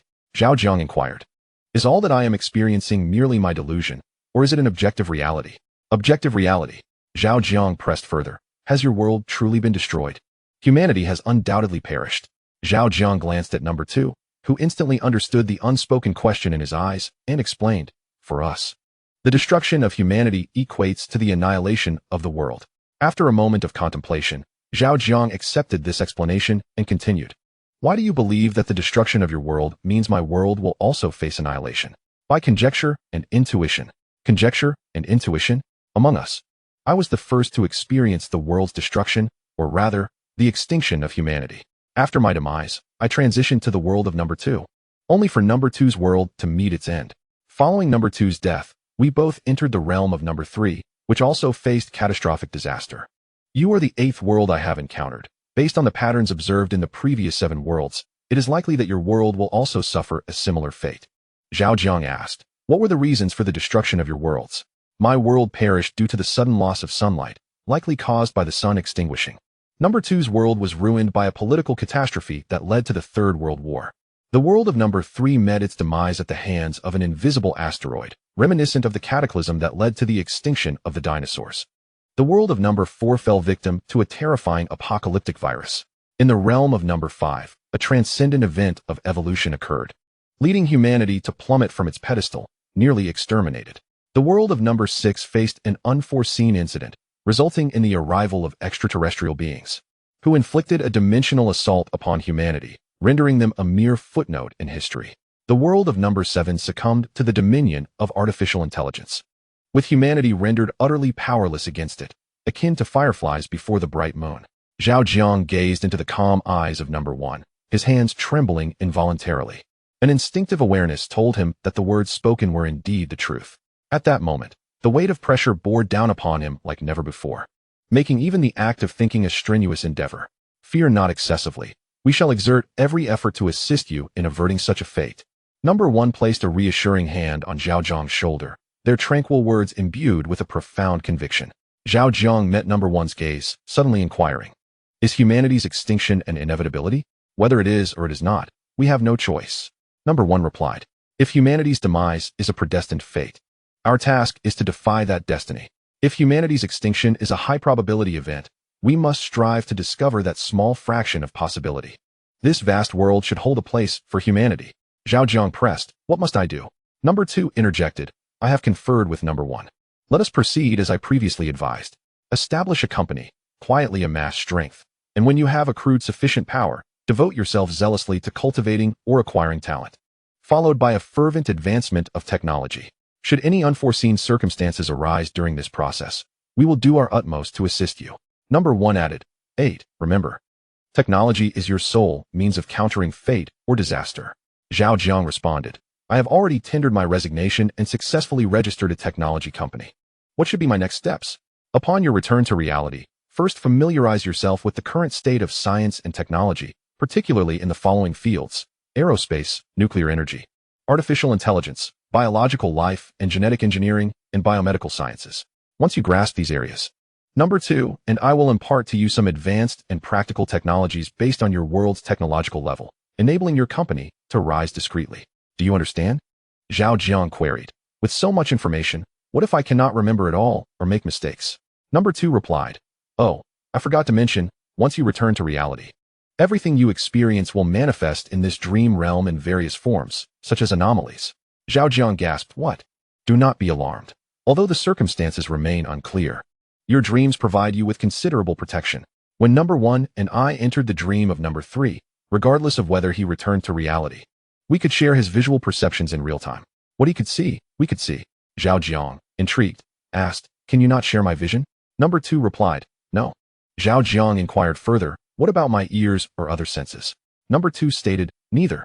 Number 1 and I have attempted various methods, but we cannot perceive any part of your physical being, nor establish any substantial connection. Your dreams appear to create a complete barrier between us and your reality. Zhao Jiang, why is that? Number 1. Each parallel dream is unique, and thus the circumstances vary. If we were to delve into the reasons, I believe neither I nor anyone else could provide a definitive answer. The wonders contained within parallel worlds often surpass the limits of human comprehension. Zhao Jiang, does human cognition have limits? Number 1. Indeed. The human brain can only process that which it has encountered or understood. It is incapable of grappling with the unknown or the incomprehensible. It is akin to asking you to imagine a shade of white you have never seen. Try it, and see if you can conjure such an image. Chapter 10. The Limits of Cognition and the Fate of Probability. Zhao Jiang tried and shook his head. I cannot. The whites that come to mind are all those I have previously seen or heard of. I cannot envision an entirely unfamiliar white, nor can I recall it in any way. Number 1. Remember this sensation. It is a manifestation of cognitive limits. In the world of number 7, cognitive limits are a highly esteemed discipline. It is a novel field created by artificial intelligence systems, and according to their research, for a species to evolve to a higher level, this discipline is nearly inescapable. Although humanity has precipitated the Industrial Revolution through knowledge and wisdom, thereby ushering society and life into the realm of the modern world, human evolution remains stagnant. Should a new species incite a revolution on the path of its own evolution before humanity, it is likely that humans will descend from their pedestal and become relics of the past. Zhao Jiang, is the demise of World 5 attributed to this reason? Number 1, precisely. The transcendental evolution occurring in World 5 is fundamentally a revolution originating from life itself. Zhao Jiang, I have discovered some intelligent mice in the real world. Are they undergoing transcendental evolution? Number 1 paused for a moment and replied earnestly. Based on the current situation, what they exhibit can only be described as evolution, not transcendence. As for what they have yet to reveal, it is uncertain and difficult to assess. However, out of caution, I advise you to regard them seriously from the outset, even if they have not yet demonstrated anything that threatens human dominion. Zhao Jiang nodded. I actually had a similar thought after confirming with Dr. Zhou that I do not suffer from delusions. Number 2. 8. The wisdom of vigilance is something you must cultivate diligently. I learned this the hard way. Despite receiving assistance from number 1, I was left with countless regrets as I witnessed the world's destruction unfold before my eyes. I hope you do not have to relive that sense of remorse, powerlessness, and despair. Number 1 turned to number 2 and comforted. There are some things that, even if you devote everything, remain beyond your reach. Certain calamities cannot be averted, no matter how many times you start anew. From outcomes, countless causes can be deduced. Yet from causes to outcomes, there is often only one path. This disparity, as articulated in the words of the seventh world, is referred to as probabilistic fate. In the face of this probabilistic fate, I have faltered, and so have you. Yet we have both fought and continue to resist, which encapsulates a certain essence of existence. Does it not? The second one sighed deeply, reflecting on the atmosphere. Noticing the shift, Zhao Jiang swiftly redirected the conversation. Could you enlighten me about the anomalies? I am quite curious. After all, upon returning to reality, I remain oblivious to what transpires in the dream realm thereafter. The first one replied, your dreams are peculiar, distinctly different from those we have encountered before. Ordinarily, upon your return to reality, the entire dreamscape would descend into a state of stagnation. However, in truth, this is not the case. Even after departing from the dream, all that exists here continues to persist, operating in a manner that is difficult to comprehend. Everything you experience in reality will be manifested in this state. Sometimes, it appears as a luminous cloud, containing dialogues between you and the doctor. At other times, it manifests as a gust of wind, stirring scenes from your work, and occasionally, it takes the form of a rolling stone, along its path revealing slides of your contemplations. These anomalies, regardless of the distance that separates us, can be perceived with remarkable clarity. The second one added, moreover, these anomalies possess an imprinting capability. Once witnessed by the first one and myself, they become indelibly etched in our minds, as though we have experienced them firsthand. Zhao Jiang suddenly grasped the implication. So, everything I encounter in reality is known to you. The first and second ones nodded simultaneously, one reflected in the mirror, the other suspended in the air. An idea struck Zhao Jiang, and his expression brightened. If that is the case, I merely need to return to reality and gather sufficient information for you to effectively discern the circumstances and relevant events. Indeed, Zhao Jiang felt a sudden sense of relief. This is excellent. This is excellent. In the real world, on November 19th, Wednesday, as Zhao Jiang immersed himself in a wealth of technological resources on a subscription-based site, his vibrating phone revealed an incoming call from Dr. Zhou. Good morning, Mr. Zhao. I hope I am not disturbing your rest at this hour. Not at all. I have arranged to meet Senior Zheng at 12 at the Koyaroma. Should I come to fetch you, or would you prefer to make your own way? I shall go on my own, as I am quite familiar with Koyaroma. Very well, then we shall meet at Koyaroma at 12, without fail. No problem. After ending the call with Dr. Zhou, Zhao Jiang resumed his exploration of various materials, numbers dancing incessantly in his gaze. The sun reached its zenith, and before long, noon arrived. Zhao Jiang carefully tracked the time as he departed the internet cafe. Hailing a vehicle to Koyaroma. Mr. Zhao, over here. Upon alighting, Zhao Jiang spotted Dr. Zhou waving at him from the entrance. Dr. Zhou, I hope I am not late. As he approached, he glanced at his phone, feeling slightly anxious. Not at all, we just arrived. By the way, this is Senior Zheng. As I mentioned, today, Dr. Zhou was dressed in casual attire, looking quite comfortable, resembling an intellectual woman of experience. Greetings, Mr. Zhao. My name is Zheng Chang, and it is a pleasure to meet you. Hello, Mr. Zheng. I am Zhao Jiang, and it is an honor to make your acquaintance. Dr. Zhou observed the courteous handshake between the two and smiled gently, suggesting, shall we move to a private room?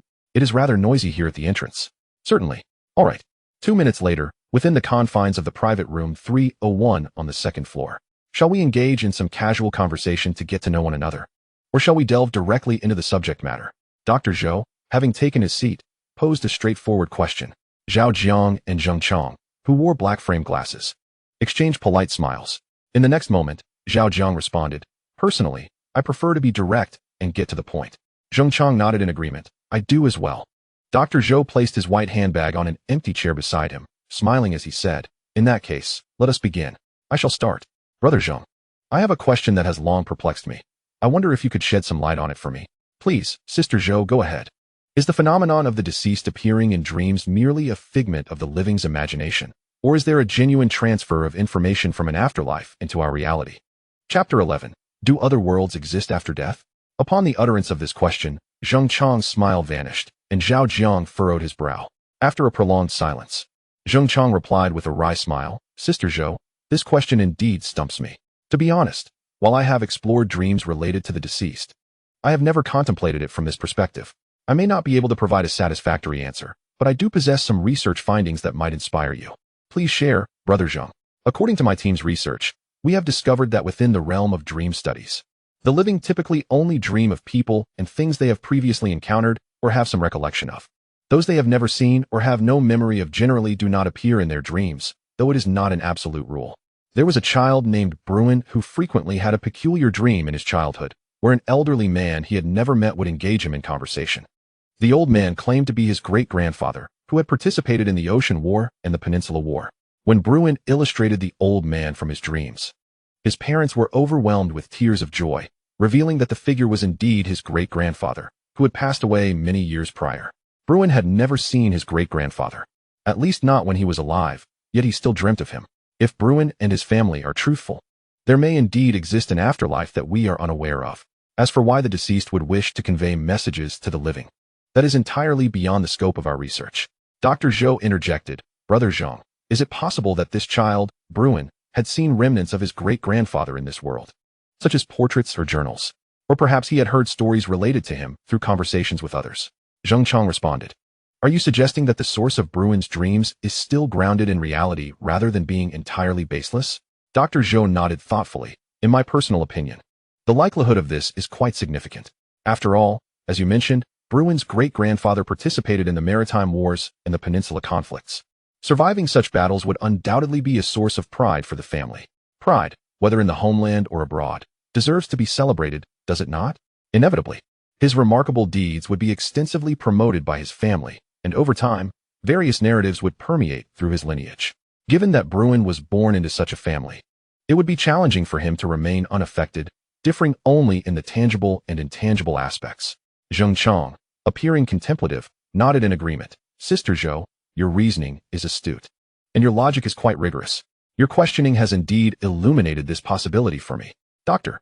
Zhou gazed into Zhang Chang's eyes. My skepticism arises not only from the aforementioned points, but also from another consideration. If Bruin's great-grandfather, in his dreams, truly hails from an afterlife, why does he not converse with Bruin about matters of that other world, rather than recounting events from this one? For instance, the wars he mentions, setting aside Bruin's interest, he has never witnessed them and possesses no understanding or concept of them. What significance does discussing such matters hold? To put it bluntly, it seems akin to playing music to a cow. Zhang Chang replied. You present a compelling argument. Unfortunately, we did not consider these aspects during our research. Otherwise, we would certainly have furthered our investigation and gradually eliminated improbable factors to thoroughly examine this issue. By the way, Sister Zhou, your inquiry must stem from some underlying reason. Correct? Dr. Zhou recounted. A young man once visited my clinic for dream interpretation. He shared a story wherein, just before the new year last year, his grandmother visited him in a dream, revealing that a large tree had damaged a corner of her house and requested his assistance in removing it. He, being somewhat superstitious, took note of this upon waking. When he returned to his hometown for the new year, he visited his grandmother's grave and discovered that indeed, a tree of considerable girth had collapsed a corner of her tomb. What do you think? Could this be mere coincidence, or does a realm beyond death truly exist? At this juncture, Dr. Zhou paused, observing Zhang Chang and Zhao Jiang. Zhao Jiang met Dr. Zhou's gaze, pursing his lips in silence, lost in thought. When it came to the existence of other realms beyond death, he was certain of their reality. After all, his dreams were currently inhabited by two souls from parallel worlds. As for worlds beyond the parallel, his curiosity was piqued. According to Dr. Zhou, the afterlife of the young man's grandmother holds immense relevance to our reality. Otherwise, it would be inconceivable for a tree in the physical realm to crush a corner of a grave while simultaneously mirroring the same occurrence in the afterlife. The only distinction lies in the grandmother's reference to a large tree, while the one in the real world, though substantial, does not quite meet that description. If there indeed exists a realm for the deceased beyond reality, where might that world be, and in what form does it manifest? Do all souls transition to that realm? Or is it a matter of probability? Zhang Chang cast a glance at Zhao Jiang, who was lost in contemplation, and spoke, though lacking concrete evidence. I personally believe that other realms must exist in this world, albeit in dimensions distinct from our own. Dr. Zhou replied, I tend to lean towards this perspective as well. Yet as a medical professional, I am perpetually in search of evidence, striving to employ scientific methods to unravel the truth and provide compelling justification. Zhang Chang responded, Your spirit is admirable, Sister Zhou, yet the practical application of such beliefs proves to be rather challenging. My team and I have exerted considerable effort to validate various hypotheses, but the ultimate outcome remains that the vast majority of these conjectures continue to be mere speculation. To borrow the words of a friend from the philosophy department, we are akin to seekers in a dark room, searching for a black cat that does not exist. Occasionally, through sheer luck, we may catch a glimpse of it, only to realize it might have been deliberately placed there by another. Dr. Zhou smiled gracefully. You possess a delightful sense of humor, Brother Zhang. Zhang Chang replied earnestly, Sister Zhou, this is no jest. One of my mentors was once deliberately deceived. In his quest to explore the relationship between dreams and clairvoyance, he embarked on a nationwide search for seers, hoping to discern whether they genuinely possessed such abilities or were merely fabricating nonsensical tales under the guise of clairvoyance. Initially, his endeavors progressed smoothly, until he encountered a renowned clairvoyant named Gu Hatebo Lai. Gu Hatebo Lai feigned collaboration with my mentor while secretly orchestrating a charade, employing various props and scenarios to mock my mentor and his team, just as my mentor and his team were exhilarated by their breakthroughs.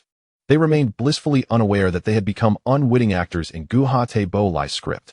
The day my mentor published a new paper coincided with the release of Gu Hatebo Lai's performance. The outcome, as you can surmise, rendered my mentor and his team the subject of ridicule. Dr. Zhou suddenly realized, So, Professor Jide Lin is your mentor? Zhang Chang nodded. Indeed. He guided me for a year and provided immense support. In my view, he is an exemplary mentor. Suddenly, a cacophony of sounds erupted, thuds, clangs, and the unmistakable sounds of chaos. Earthquake, run, Zhao Jiang exclaimed, noticing the cups on the table and the water within them, along with the chopsticks, all dancing as if possessed. She swiftly grabbed Dr. Zhou and dashed towards the door of the private room. Chapter 12. Earthquake and ground collapse. Dr. Zhou was a moment slower to react, stumbling as Zhao Jiang pulled her along, nearly losing her balance. Quick as a flash, Zhao Jiang managed to catch her just in time. Before Dr. Zhou could utter her thanks, Zhao Jiang exerted her strength, pulling her forcefully outside. In less than 10 seconds, they reached the entrance of the Jinkui fragrance building. Do not stop. Let us run straight to the square. Another 10 seconds later, they found themselves at Wencheng Square. Huff, huff. Dr. Zhou, having never experienced such vigorous running before, collapsed onto the square, gasping for air, her face pale, her body swaying uncontrollably with the tremors of the ground. Huff, huff. Zheng Chang, who followed closely behind, lay sprawled on the ground, his chest heaving, his expression a portrait of shock. Was this mere coincidence?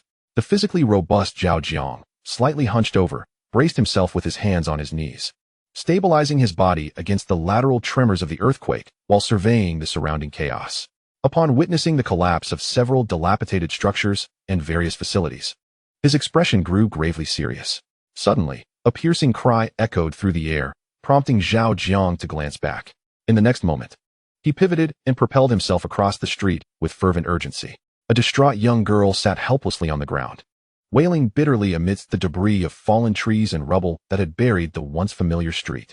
Beside her, a woman clad in white was trapped beneath a toppled tree trunk, desperately pleading for help as she struggled to free herself. A panicked throng rushed past, leaving a multitude of footprints in the gravel, yet none paused to assist. The intense tremors persisted, accompanied by a cacophony of cries, screams, urgent shouts, and pleas for help, enveloping the populace in an overwhelming sense of fear, compelling them to seek refuge. Zhao Jiang reached the scene at lightning speed, exerting all his strength to lift the tree trunk and rescue the woman in white. He then scooped up the girl in red and dashed back towards the square. Thank you so much. Oh, thank you. The woman in white, her face streaked with tears, wore a tattered skirt, and her stockings bore uneven splotches of blood. Struggling to maintain her balance amid the ongoing tremors, she repeatedly bowed in gratitude to Zhao Jiang. No need for thanks. Tend to your injuries first, he replied, gently placing the girl down and allowing her to grasp her mother's hand for comfort. Is it typical for delivery workers to possess such impressive physical stamina? As Zhao Jiang continued to observe the surroundings, he heard Dr. Zhou's voice behind him.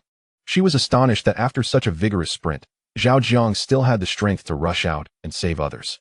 For her part, had she not taken a few deep breaths, she would have lacked the strength to even stand, let alone assist anyone. Watching Zhao Jiang, she was struck for the first time by the significance of physical fitness. Years of work must have conditioned him well. Considering he runs such long distances and climbs so many flights daily, a voice interjected nearby. This earthquake is quite severe. I've experienced quakes abroad, but nothing compares to this. Zhao Jiang watched as the sign of the koi fragrance shop fell and shattered on the ground, murmuring, the magnitude may exceed 8. Dr. Zhou cautioned, your hand is injured. Zhao Jiang glanced down at his hand, noting several cuts oozing blood. It's nothing, just a minor scratch from a branch, nothing to worry about. Has such a significant earthquake ever occurred in Huijing City before? Zheng Chang, having regained his breath, rose from the ground, balancing himself with curiosity. Huijing lies within the earthquake belt of the Yangtze River's middle and lower reaches, a region prone to moderate seismic activity, typically experiencing quakes ranging from magnitude 4 to 6. However, a tremor of this magnitude was, under normal circumstances, quite unexpected. Before Dr. Zhou could respond, a middle-aged man with an M-shaped bald head interjected, providing an answer on her behalf. Zhao Jiang surveyed the increasingly dire situation around him, his brow furrowed tightly as he repeatedly reminded himself to remain composed, to refrain from impulsive actions, for his safety was paramount. On the road a mere 20 meters away, a white Wenja 7 came to a halt, and as its occupant opened the door, the ground suddenly collapsed sideways, causing the vehicle to flip uncontrollably, engulfing the person attempting to exit. A pale arm protruded from beneath the wreckage, blood seeping forth, starkly illuminated against the backdrop of gray dust. Possessing keen eyesight, Zhao Jiang observed this scene immediately and, without a moment's hesitation, dashed forward. As he ran, he mentally chastised himself. This cursed kindness will one day lead to my downfall. Boom. Just as he stepped onto the road, poised to reach the car, a tremendous explosion erupted from beneath, causing the very earth to tremble violently. Instantly, Zhao Jiang experienced a profound sense of weightlessness. Damn my ill-fated tongue. Meanwhile, Dr. Zhou, whose gaze had been fixed upon Zhao Jiang, displayed an expression of sheer terror, subsequently unleashing a panicked scream. What on earth? Beside him, Zhongchang stared in disbelief at the direction where Zhao Jiang had vanished, utterly stunned. Following his gaze, he noted the array of vehicles still parked, the toppled trees lining the roadside, and the scattered debris, all of which had now completely disappeared, replaced by a gaping chasm. Surrounding this abyss, countless stones and broken branches continued to cascade into it, as if drawn into a newly formed, monstrous maw. Are you awake? The voice of number 2 echoed in his ear, and Zhao Jiang opened his eyes, realizing with astonishment that he was, in fact, in a dream. How did I end up in a dream? Zhao Jiang queried, bewildered. Number 2 floated above him, responding, most likely.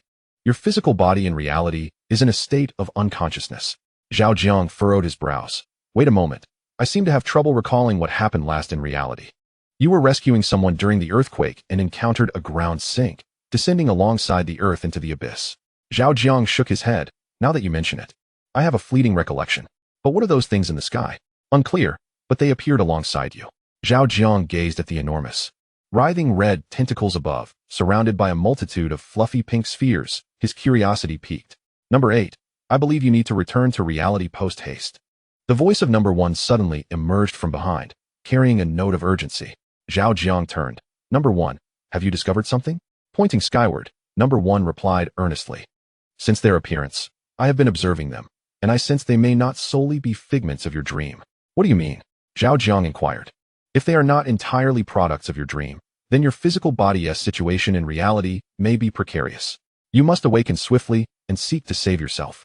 How can we determine whether they are manifestations of my dream? Zhao Jiang asked. Observe closely. They exhibit overt aggression and intent, which is entirely at odds with the nature of dreams. It appears they wish to intrude. Upon hearing Zhao Jiang's words, he focused his gaze and discovered the enormous crimson tentacles relentlessly assaulting the transparent barrier of the sky, exhibiting a striking aggressiveness. Time is of the essence. You must return to reality at once. Surviving is your foremost priority. With that, a sudden attack ensued, causing Zhao Jiang to vanish from the dream. Indeed, it's you. Number 1, so decisive. Number 2 remarked, recalling the moment when number 1 had thrust a steel rod into the back of number 8's head without any forewarning, instinctively gesturing in admiration. Sure, look at the sky? Number 1 urged, his expression grave. Number 2 glanced upward, his demeanor instantly turning serious. Why haven't they disappeared yet? Number 8 might be in serious trouble, number 1 replied. No sooner had the words left his lips than the red tentacles, isolated beyond the sky's barrier, began to expel eyeballs from their tips, straining to peer into the barrier. Chapter 13, Laboratory Zero Crack.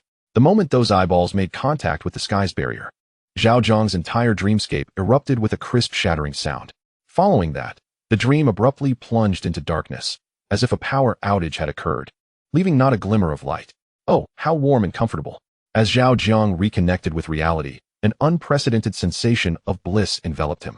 It was akin to soaking in a steaming hot spring during the frigid winter, limbs relaxed and unwilling to stir, yet reminiscent of being embraced by a beloved during moments of solitude, filling the heart with warmth.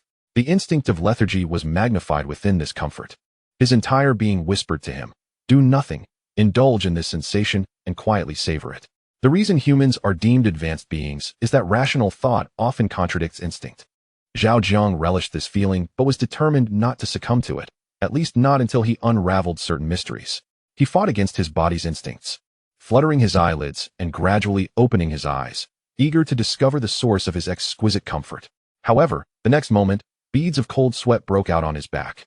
A colossal, over 100 meters tall, pink, translucent monstrous tree stood silently amidst the darkness, its branches sprawling and swaying, adorned with pink flowers that continuously opened and closed. Within those blossoms resided various creatures, large rats, slender flower snakes, thumb-sized ants, and purplish-black earthworms, all motionless, with their mouths fitted with tubular appendages resembling floral stamens, through which a pink, luminescent liquid was being incessantly delivered into their bodies, rendering them eerily tranquil and content. Zhao Jiang averted his gaze and examined himself, realizing that he, too, was ensconced within a pink flower, much like the myriad of creatures, with a transparent floral stamen tube inserted into his mouth, delivering an unknown pink liquid into him. Though the scene was dreamlike and extraordinary, Zhao Jiang hesitated not a moment. He reached out and grasped the tendril, forcefully pulling it from his body. As the appendage was abruptly withdrawn from his mouth, Zhao Jiang felt a momentary wave of dizziness, swiftly followed by an intense surge of pain that compelled him to gasp. He traced the source of the agony and discovered a finger-width gap between the flesh of his legs, distinctly misaligned, akin to a half-broken and hastily rejoined piece of sugarcane. It was over. His hand lingered above the fissure, a sense of despair settling in. His legs were temporarily incapacitated. Glancing down at the translucent tendrils ensconced in an unknown viscous fluid, Zhao Jiang fell into contemplation. He remained oblivious to how he had arrived upon this bizarre tree or how he had entered this flower. Yet one undeniable truth emerged. Without this peculiar transparent giant tree and the repugnant tendrils in his mouth, he would most likely have perished. Beyond the darkness, in a control room brimming with futuristic and technological aesthetics, yet distinctly unconventional, a voice pierced the silence. "Your Highness, there is an anomaly in Laboratory Zero. A towering rat, exceeding 2 meters in height, its muscles prominently defined, and its tail surpassing a meter, clad in an unidentifiable protective suit, spoke." "What anomaly?" "The human experimental subject sent in 3 days ago has broken free from the fire coral's spore hypnosis and has autonomously removed the life support tubes. He is currently in a daze." "Oh." In the center of the control room, within a circular glass enclosure, a completely white rat switched the surveillance feed to Laboratory Zero, revealing Zhao Jiang's image on the screen. "Examine the experimental monitoring, data analytics, and biological indicators closely. Analyze how he escaped the spore hypnosis." "Understood." Inside Laboratory Zero, after a period of deep reflection, Zhao Jiang abandoned the notion of waiting passively and resolved to explore his surroundings with his own hands. He gritted his teeth against the pain and crawled out of the flower, inching down the tree trunk with painstaking slowness towards the ground. "Human, your will to survive is remarkably strong." Just as he reached the ground and had yet to catch his breath, a sudden voice startled him, nearly causing him to lose his composure. "Who?" Zhao Jiang spun around, every muscle tensed, his gaze piercing. In the next moment, upon discerning the source of the voice, his pupils dilated sharply, and he instinctively recoiled, trembling uncontrollably. "Human, are you surprised?" A white rat clad in a black protective suit emerged from the shadows, advancing towards Zhao Jiang step by step. You can speak human language," Zhao Jiang exclaimed, incredulity etched across his face, his astonishment beyond measure. "If I were to claim I could also speak the language of birds, would that astonish you further?" "Zhao Jiang, isn't there a saying among humans that having many skills is never a burden? I merely acquired an additional language. There is no need for such astonishment." Zhao Jiang fixated on the creature, raising a hand to pinch his own face, discovering it indeed hurt. "Stop pinching. If this were a dream, you would perceive me as a stunning human beauty, not a visage adorned with tangled fur." "Zhao Jiang, I will give you 1 minute to compose yourself." "After 1 minute, can we converse normally? If so, just nod." Unconsciously, Zhao Jiang nodded in agreement. 1 minute later, Zhao Jiang was the first to speak. "Are you truly a rat? Or merely a human in disguise?" The white-furred rat retorted, "What do you think?" Zhao Jiang inquired, "May I touch you?" The white-furred rat paused, momentarily amused by the request. "Oh, where do you wish to touch?" Zhao Jiang replied, "I wish to feel the fur inside you." The white-furred rat responded, "Do you understand what my status is within your human societal hierarchy?" Zhao Jiang narrowed his eyes, scrutinizing before responding. "A scientist?" The white-furred rat shook its head. "Incorrect." "A firefighter?" "Keep guessing." "A security guard?" "Wrong." "A white-collar worker?" "Even more so." After 2 minutes, Zhao Jiang conceded, "I cannot guess. Just tell me." The white-furred rat pronounced each word clearly. "A royal princess." Zhao Jiang was taken aback, then blurted out, "Does your rat species practice feudalism?" The white-furred rat explained after a brief pause, "Whether it is feudal or not is inconsequential. Practicality is what matters. Did not a great figure in your nation once proclaim that it matters not if a cat is black or white, as long as it catches mice? Perhaps for you humans, a class-based authoritarian regime is an outdated feudal system, but for us rats, it is just right." Zhao Jiang remarked, "Though your reasoning is quite sound. Do you not feel a hint of awkwardness?" The white-furred rat replied, "The essence of culture lies not in its form, for my kind. How you humans address and disdain us is of little importance. We are more pragmatic, seeking only the truth within cannon range and dignity upon the blade's edge." Zhao Jiang pressed his dry lips together. "That is true. Though the species differ, cultures can indeed merge." A saying from AI Gong. Truly a beacon illuminating the law of the jungle. The white-furred rat gazed intently into Zhao Jiang's eyes. "So, have you come to your senses?" Zhao Jiang asked. Senses about what? The white-furred rat replied, I am a princess of the rat clan, and yet you dared to make such a request. In your human society, that would be considered public indecency, and moreover, an affront to someone of higher status. How do you think I should handle you without tarnishing my dignity? Chapter 14. The rat princess, well-versed in human culture Zhao Jiang, met the rat's obsidian gaze, and, after a moment of silence, asked, Can you cook? The white-furred rat replied, I cannot. Zhao Jiang shrugged. What a pity. If you could cook, I believe my muscular physique would make for an excellent braised dish. The white-furred rat responded, I cannot. But others of my kind can. So, do you wish to become my meal? Zhao Jiang replied, Given the current circumstances, my chances of survival do not exceed 1 in 10,000. Rather than perish without meaning, I would prefer to offer you a human meat takeaway. After all, you are a royal princess among rats. It wouldn't disgrace my profession or my body. The white-furred rat remarked, So, your profession in human society is that of a delivery person. Zhao Jiang was taken aback that the rat even knew about delivery workers. You possess a profound understanding of human culture. The white-furred rat's whiskers twitched with pride. Only by thoroughly studying the enemy can one have the opportunity to defeat them, no? Zhao Jiang raised his thumb in admiration. Impressive. I am in awe. The white-haired giant rat gazed curiously at Zhao Jiang, who suddenly seemed unafraid. Are you so certain in your heart that you will meet your demise? What if I choose not to kill you? Zhao Jiang lifted his gaze to the enormous, translucent pink tree.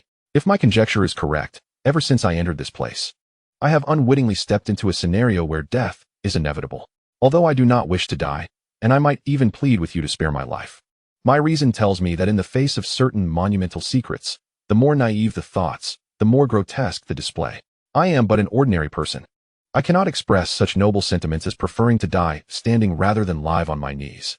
Yet, at the very least, I can recognize reality, confront death, and choose dignity.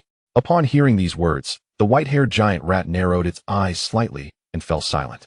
Noticing the rat's quietude, Zhao Jiang continued, When I first awakened, I believed it was merely a coincidence, that this strange giant tree was a masterpiece of nature. Even though it posed a danger, I thought I still had a glimmer of hope. Even if I were to suffer a fall and break both my legs, losing half my mobility, I believed I could return to the surface. That is why I endured the excruciating pain to crawl down. However, your appearance shattered my naive fantasies and the last shred of hope. Your presence here indicates that everything is not a coincidence. Since it is not accidental, there must be some inevitability and a direction that it points towards. If I am not mistaken, this place should be some sort of advanced testing ground or secret research base for your rodent species, correct? After a brief pause, Zhao Jiang observed the continued silence and added, It seems I have deduced correctly. This is indeed your rodent species secret research base, a forbidden zone for other species. Any other beings that enter here, either actively or passively, have a predetermined fate, and that fate is singular, am I right? The white-haired giant rat nodded. You are quite astute, but what a pity.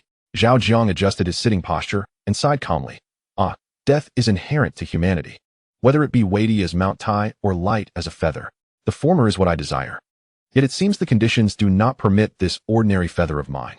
I wonder where I will drift after death and what scenery I shall behold. By the way, esteemed princess of the rodent clan, might I trouble you with a request? The white-haired giant rat replied, Speak, then. Zhao Jiang continued. If you do not wish to waste the delivery of fresh ingredients, and intend to use my flesh for a braised dish, please do ensure that your rodent chefs wait until I have drawn my last breath before they wield their knives. The white-haired giant rat responded, If I recall correctly, your humankind prefers fresh ingredients when cooking. For instance, live fish, live chickens, and live ducks. After all, if the ingredients are not fresh, it affects the taste. Does it not? Zhao Jiang replied, That applies to other ingredients. But human flesh is best when it is deceased. While still alive, it has a pungent odor that cannot be eradicated, much like the pork from the E country. The white-haired giant rat grinned, revealing 2 large incisors. Your earnest manner of jesting is quite amusing. Zhao Jiang's face flushed, and he retorted, What nonsense have I uttered? The white-haired giant rat explained.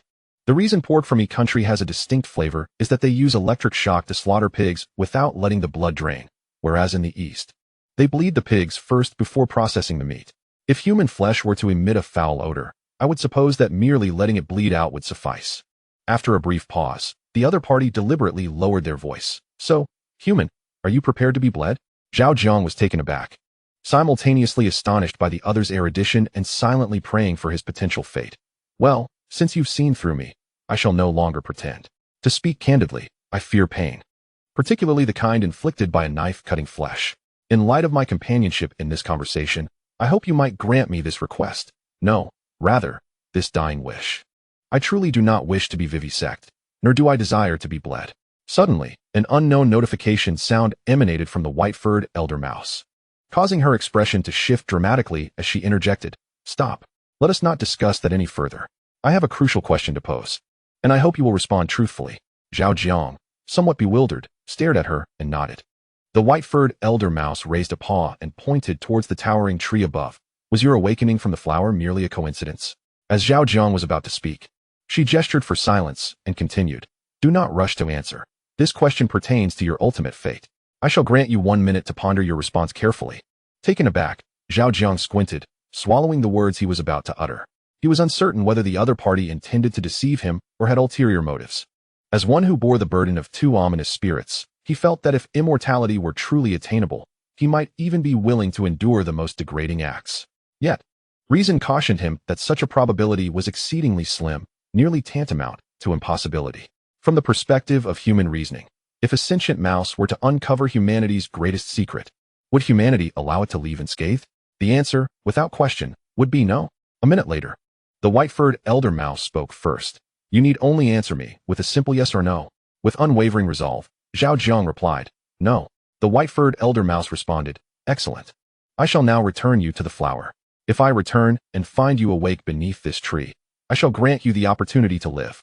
Without further ado, she seized Zhao Jiang, lifting him as one would a chick, leaping vertically and performing several horizontal bounds until she placed him back into the flower from which he had only recently escaped, affixing to him an unknown transparent tendril conduit. As the tendril expelled a copious amount of viscous, unidentifiable liquid, Zhao Jiang's protests were drowned, his words forced back down his throat. Moments later, she murmured, "Human. Though I harbor little hope, I still anticipate that when I next enter, I shall find you alive beneath this tree. At that time, your death sentence may be commuted to life imprisonment."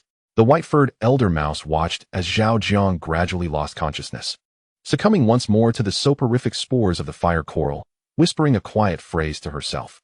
Chapter 15. The Transcendent Species Still in Evolution. Ding ding ding ding ding ding. Your Highness, the concentration of spores is rapidly increasing. You must evacuate at once. Understood. Number 8. I have both good news and bad news. Which would you prefer to hear first? As Zhao Jiang's consciousness gradually returned, he had yet to open his eyes when he heard the familiar voice of number 2. He rose, stretching lazily, and with a vigorous leap, he exclaimed, "How splendid it is to be whole." But then he added, "Let us commence with the bad news. You are in quite a predicament. This situation has temporarily exceeded the capabilities of both number 1 and myself." Zhao Jiang replied, "I am aware. The moment I glimpsed the true identity of the opponent, I had an inkling. A highly intelligent rat, proficient in human language, poses a significant dilemma for anyone it encounters." Number 2 floated closer, his demeanor grave. "You misunderstand," he said. Zhao Jiang furrowed his brow. Number 2 pointed towards the sky, stating, "They are the real trouble I speak of." Zhao Jiang looked upward, his gaze sharpening. "Why are they still here?" Number 1's deep, resonant voice reverberated. "They have always been here. Not only that, but they have also exerted some unknown influence upon your dreams." Zhao Jiang fixed his gaze upon the enormous red tendrils writhing in the sky, his expression growing serious. "What transpired after I departed?" Number 1 replied. "They seek to invade and pry into your dreams, resulting in some anomalies. Your dreams have inexplicably darkened several times. Imagine the scenario of a sudden power outage." Zhao Jiang appeared perplexed. "What exactly are they, and how can they invade my dreams?" Number 1 inhaled deeply before exhaling, speaking with gravity. "What they are likely invading is not your dreams." Zhao Jiang was taken aback. Number 1 continued. "What they are most probably intruding upon is your DNA." Zhao Jiang was utterly astonished. Number 1 turned to face Zhao Jiang, his eyes profound and calm. "Do you know what constitutes a human being?" Zhao Jiang shook his head. "Material, energy, and information. In a human, the substance most akin to the essence of dreams is information, and the source of that information lies within DNA. Their ability to reach your dreams suggests, to my thinking, only one possibility. They are attempting to invade your DNA." Zhao Jiang's mouth fell agape, disbelief etched across his features. Previously, he and number 2 had been unaware of its origins or its true nature. However, upon your return to reality, the aberrations in your dreams provided us with answers. A flash of insight struck Zhao Jiang. That enormous, pink, Translucent monstrous tree? Number 1 confirmed. It is highly probable. Zhao Jiang marveled at the thought. How could such a terrifying creature exist in this world? It can directly invade the DNA of other beings. Number 1's voice was chillingly calm. It is likely evolving into a transcendent species. Number 2's voice resumed. The bad news has been delivered. Now let us discuss the good news. Based on my observations and discussions with number 1, there exists a possibility that may allow you to carve out an alternative fate in this seemingly fatal scenario. Zhao Jiang inquired, what possibility? The possibility of survival. Number 2 replied. Zhao Jiang lamented, my legs are broken. Are you aware of that? Number 2 affirmed, yes. Zhao Jiang continued, even if that colossal tree does not finish me off, and the rat princess either spares me or shows mercy, I cannot return to the human world alive. I am acutely aware of my own physical condition. Number 2, relying solely on yourself is utterly implausible. However, with the aid of the rodent race, the situation may not be so dire. Zhao Jiang, what do you mean? Number 2, according to our analysis, the rodent race seems to be deceived by this being that is still evolving into a transcendent form, unaware of its inherent dangers and terrors. If they possessed even a modicum of awareness, they would never engage in such foolishness, but rather seek every means to eradicate it. Zhao Jiang, how can you be so certain? Number 2, you have never encountered a transcendent being, thus you cannot fathom its horror. They are entirely different from ordinary creatures. In any conflict, they would undoubtedly impose a dimensional suppression on ordinary life forms, akin to a modern-day tank facing off against ancient infantry. Zhao Jiang noted a crucial point in the conversation. You mentioned it is still evolving. How can you ascertain that? Number 1 interjected. It can invade your DNA, yet has not demonstrated any overt offensive capability, whether it is deliberately concealing its true strength or is wary of something. It indirectly indicates that its evolution remains incomplete. A fully evolved transcendent being possesses no weaknesses against ordinary species. Under natural conditions, only another transcendent being can contend with them. Zhao Jiang, what about high-tech weaponry? Number 2, if they can invade your DNA, do you truly believe they would refrain from utilizing human weaponry? Or do you think they would allow humans a chance to turn the tide? Zhao Jiang was momentarily taken aback. Number 1, do not attempt to comprehend them through conventional thinking. Such an approach will only hasten your demise. Number 2, don't wear such a gloomy expression. At worst, you can join us in wandering through parallel dimensions, searching for the next Zhao Jiang in another world. Zhao Jiang's expression shifted as he solemnly stated, if I die, I will lose everything. I cannot bear to part with this world. I believe I can strive a little harder. Number 2, that's the spirit. You must possess the will to survive. Only then can miracles occur, rather than succumbing to despair and dire straits. The princess of the rodent race should be one of the key figures here. Upon your next awakening, negotiate with her using the secret of the giant tree to carve out a glimmer of hope. However, during this process, you must heed one critical point. To avoid unforeseen circumstances, do not discuss matters in the presence of the giant tree, as it likely possesses a high degree of intelligence and hidden abilities and may be surveilling you. Once you establish the conditions for communication, as long as the rodent princess promises not to kill you, it would be acceptable for you to remain among the rodent race. Survival comes first. Zhao Jiang, what if the rodent princess proves untrustworthy and goes back on her word? Number 2, you have no choice but to gamble, to wager on her integrity. Zhao Jiang, one more question. If I cannot return to the human world, how can I develop technology? What path should I take next? Number 2, technology is not exclusive to humanity. Based on my and number 1's observations of the rodent princess, they seem to possess a certain degree of technology, albeit avoiding human contact. You must survive first before contemplating future endeavors. Furthermore, the previous plan is unlikely to succeed now, given the current situation. You have no time for normal development. Zhao Jiang, so what am I to do? A calm and magnetic voice resonated. In extraordinary moments, one must take unconventional paths. What does it signify? If the rodent race possesses adequate technology, we should find ways to utilize their resources, employing cunning strategies to escape into the cosmos. Zhao Jiang, would they be inclined to provide me with resources? That seems rather implausible. The second voice replied, if they refuse, we must resort to persuasion. Should persuasion be thwarted by surveillance, then we shall resort to thievery.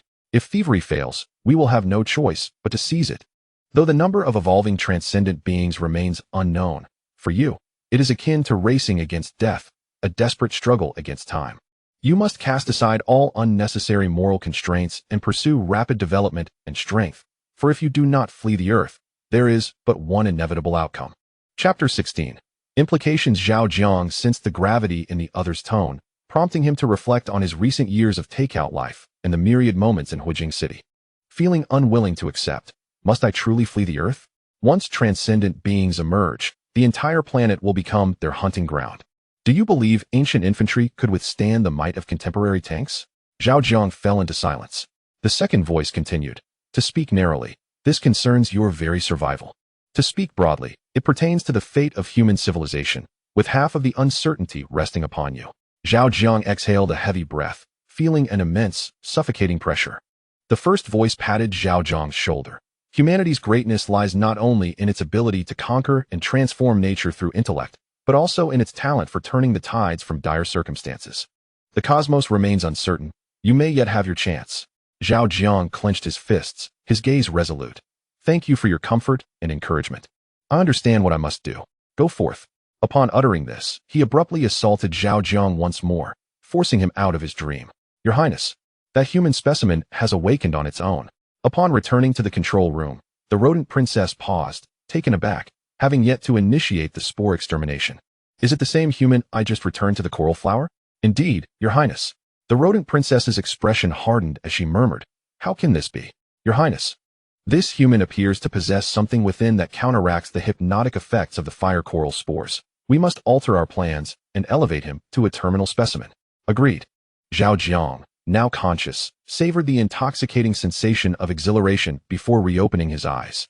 He gazed upon the fantastical, bizarre giant tree and the myriad creatures whose DNA it was invading, feeling a tumult of emotions. Had it not been for the presence of the first and second voices, he would likely have remained ignorant of the horrifying truth hidden beneath this beautiful facade. Transcendent evolution. It is an evolution that begins with life itself, rivaling the Industrial Revolution. Removing the tentacle conduit from his mouth, Zhao Jiang cautiously descended from the tree. After an arduous struggle, he successfully reached the ground, collapsing and gasping for breath. Human, how did you achieve this? Barely 5 seconds into his panting, the rodent princess appeared within his line of sight. How did you manage this? With so many others. Are you certain you want me to say it aloud? The princess of the rat clan gazed at him with a puzzled expression. Why are there so many people here? Yet you are the only human? Zhao Jiang pointed towards the blossoms on the giant tree and exclaimed, Are those not humans? They are so conspicuous. Can you not see them? The rat princess's voice grew slightly cold. Is that so? Look again, and look closely. Zhao Jiang shook his head, vigorously rubbed his eyes, and turned his gaze towards the giant tree, momentarily captivated. After a few breaths, he propped himself up, met her gaze directly, and shifted the conversation. All right, I admit my vision may be failing me, but do you think I would so readily divulge my secrets? The rat princess inquired, What do you desire? Zhao Jiang licked his lips, feigning indifference. Upon reflecting deeply, I believe that regardless of your words, you will ultimately not spare me. Since death is inevitable, why not choose a pleasurable demise? The rat princess was taken aback by his sudden shift in demeanor and curiously asked, Pleasurable demise? How do you envision that? Zhao Jiang replied, You have the capability to bring me here, so you surely can summon other humans as well. I ask for little. Simply procure 10 high-quality human females for me. I wish to experience the pleasures of a king before my end. The rat princess lowered her gaze and kindly reminded him, Your legs are broken. Even if I fulfill your request, you would likely find yourself powerless.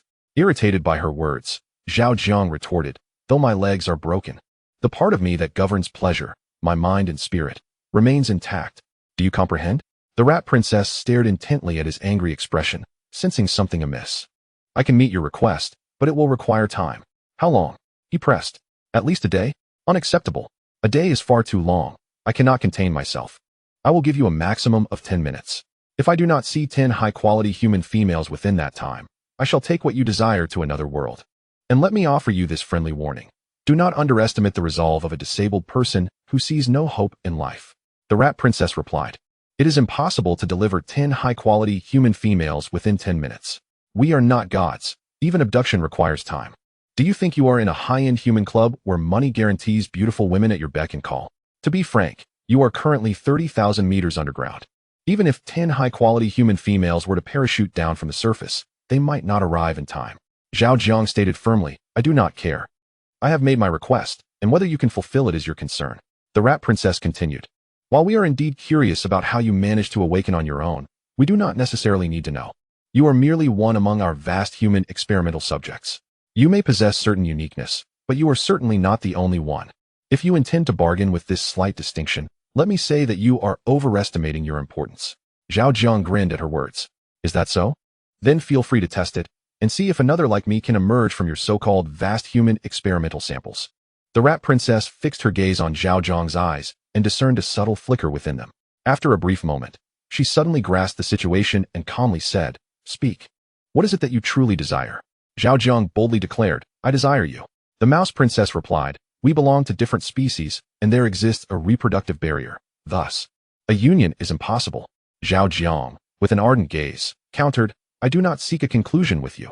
I merely wish to experience the process. If one day your kind ascends, I shall at least be remembered as the first mouse knight in history. Suddenly, an unusual alert echoed, and the mouse princess heard a voice from her kin. Your Highness, the spore concentration is abnormal. Please evacuate the Zero laboratory immediately. Understood, she responded. You wish to become a mouse knight? Very well. I shall grant you an opportunity. I am eager to see your capabilities. Zhao Jiang grinned. Who fears whom? The mouse princess, feigning the removal of her protective suit, casually inquired, Here? Zhao Jiang firmly rejected. This won't do. The lighting is inadequate, and your fur is too dense. I might struggle to find the focal point at a critical moment. Let us find another location, preferably one with ample light. The mouse princess's eyes sparkled, agreed. I shall accommodate your request, and I am curious to discover whether the mouse knight or the human knight prevails. Once more, the alert sounded, Your Highness. The Zero experimental subject is behaving oddly. The spore concentration has surpassed all historical records. Please evacuate at once. The mouse princess glanced at the seemingly unchanged surface, but sensed the unfamiliar energy of the fiery coral. In an instant, she seized Zhao Jiang and turned to leave. Alas, humanity is in peril. In that fleeting moment of being lifted, Zhao Jiang grappled with a tumult of emotions. He recognized that she had discerned his subtle hints, her reflexes and intellect rivaling those of highly intelligent humans. He pondered the number of mouse princesses that might exist.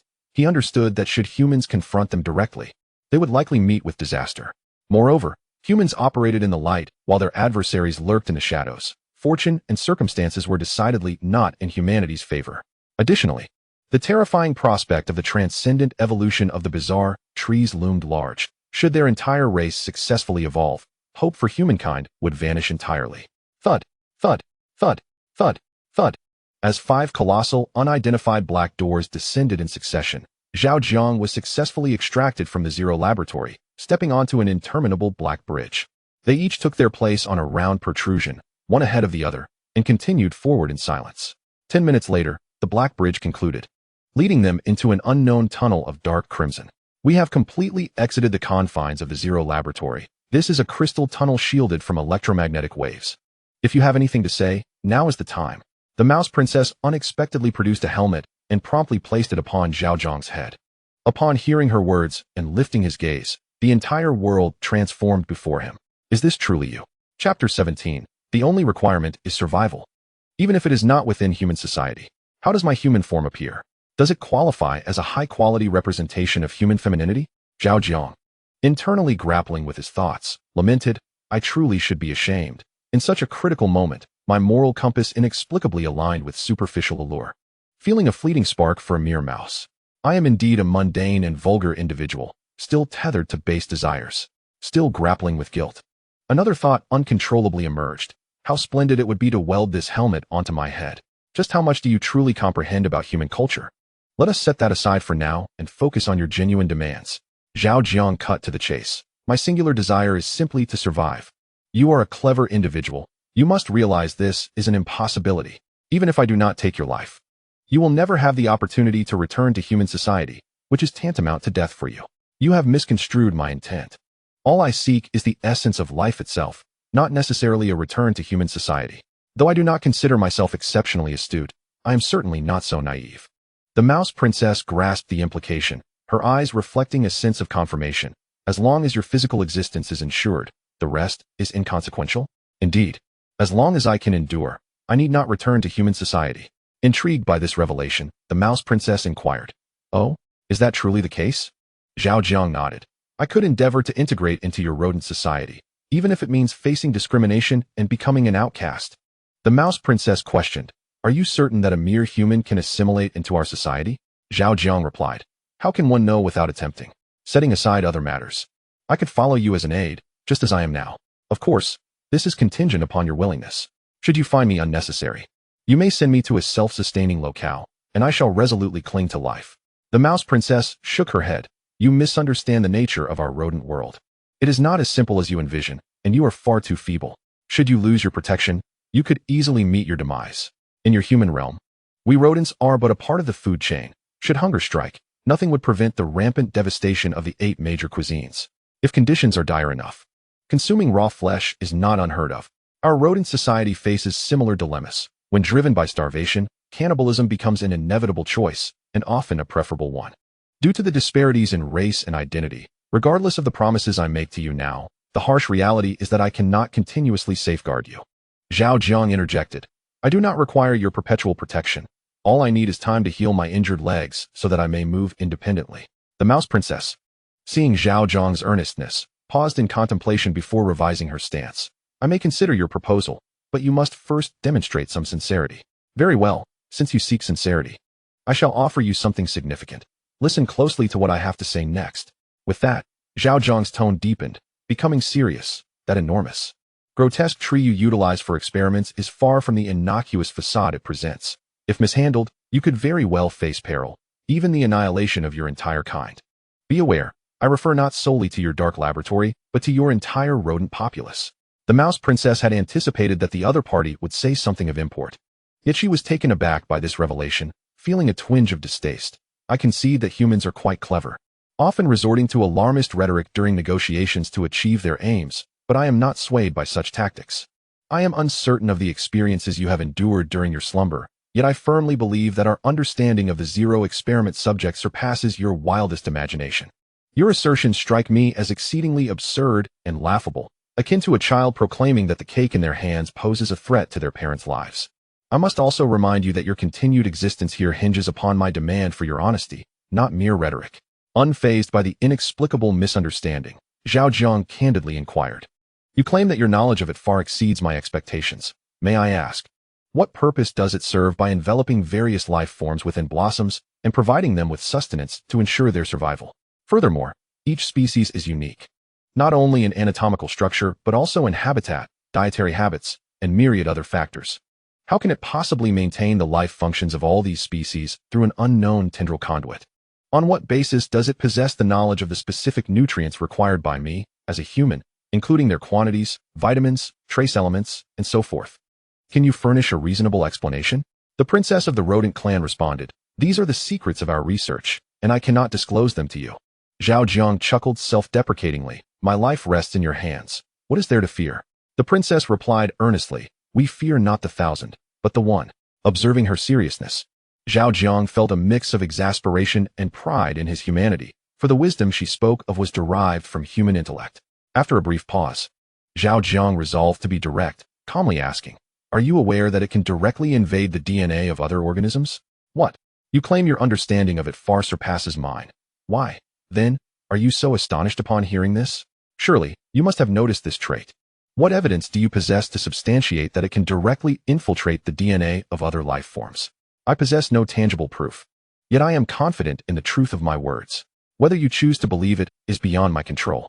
For me, if the worst were to transpire, it would mean my demise alone. For you, however, it could spell doom for your entire clan. Does this have any inherent connection to your ability to awaken from its spore-induced slumber? Noticing her swift return to composure, Zhao Jiang silently acknowledged her fortitude. Faced with further inquiries, he refrained from immediate response, instead pondering how to weave a suitable narrative based on the information at hand, one that would convince her of the peril posed by that peculiar tree, prompting her to validate it and mitigate risk, while simultaneously safeguarding his own interests. Seeing Zhao Jiang in contemplation, the princess did not press him further. Instead, she mulled over the veracity of his claims, recalling fragmented memories in an attempt to connect the dots. If the Zero Laboratory's fire coral indeed possessed the capability to directly invade the DNA of other organisms, then it must possess intelligence. If it has been wise since its discovery, could the previous events merely be coincidences? If not by mere chance, then undoubtedly, all prior research on it would be fundamentally overturned, resulting in an immeasurable impact. However, such a possibility is exceedingly slim, even if it emanates from the lips of this irrational being.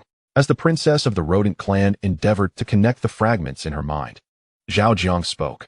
I am an individual afflicted by a congenital defect. I was destined never to dream, not from desire, but from inability.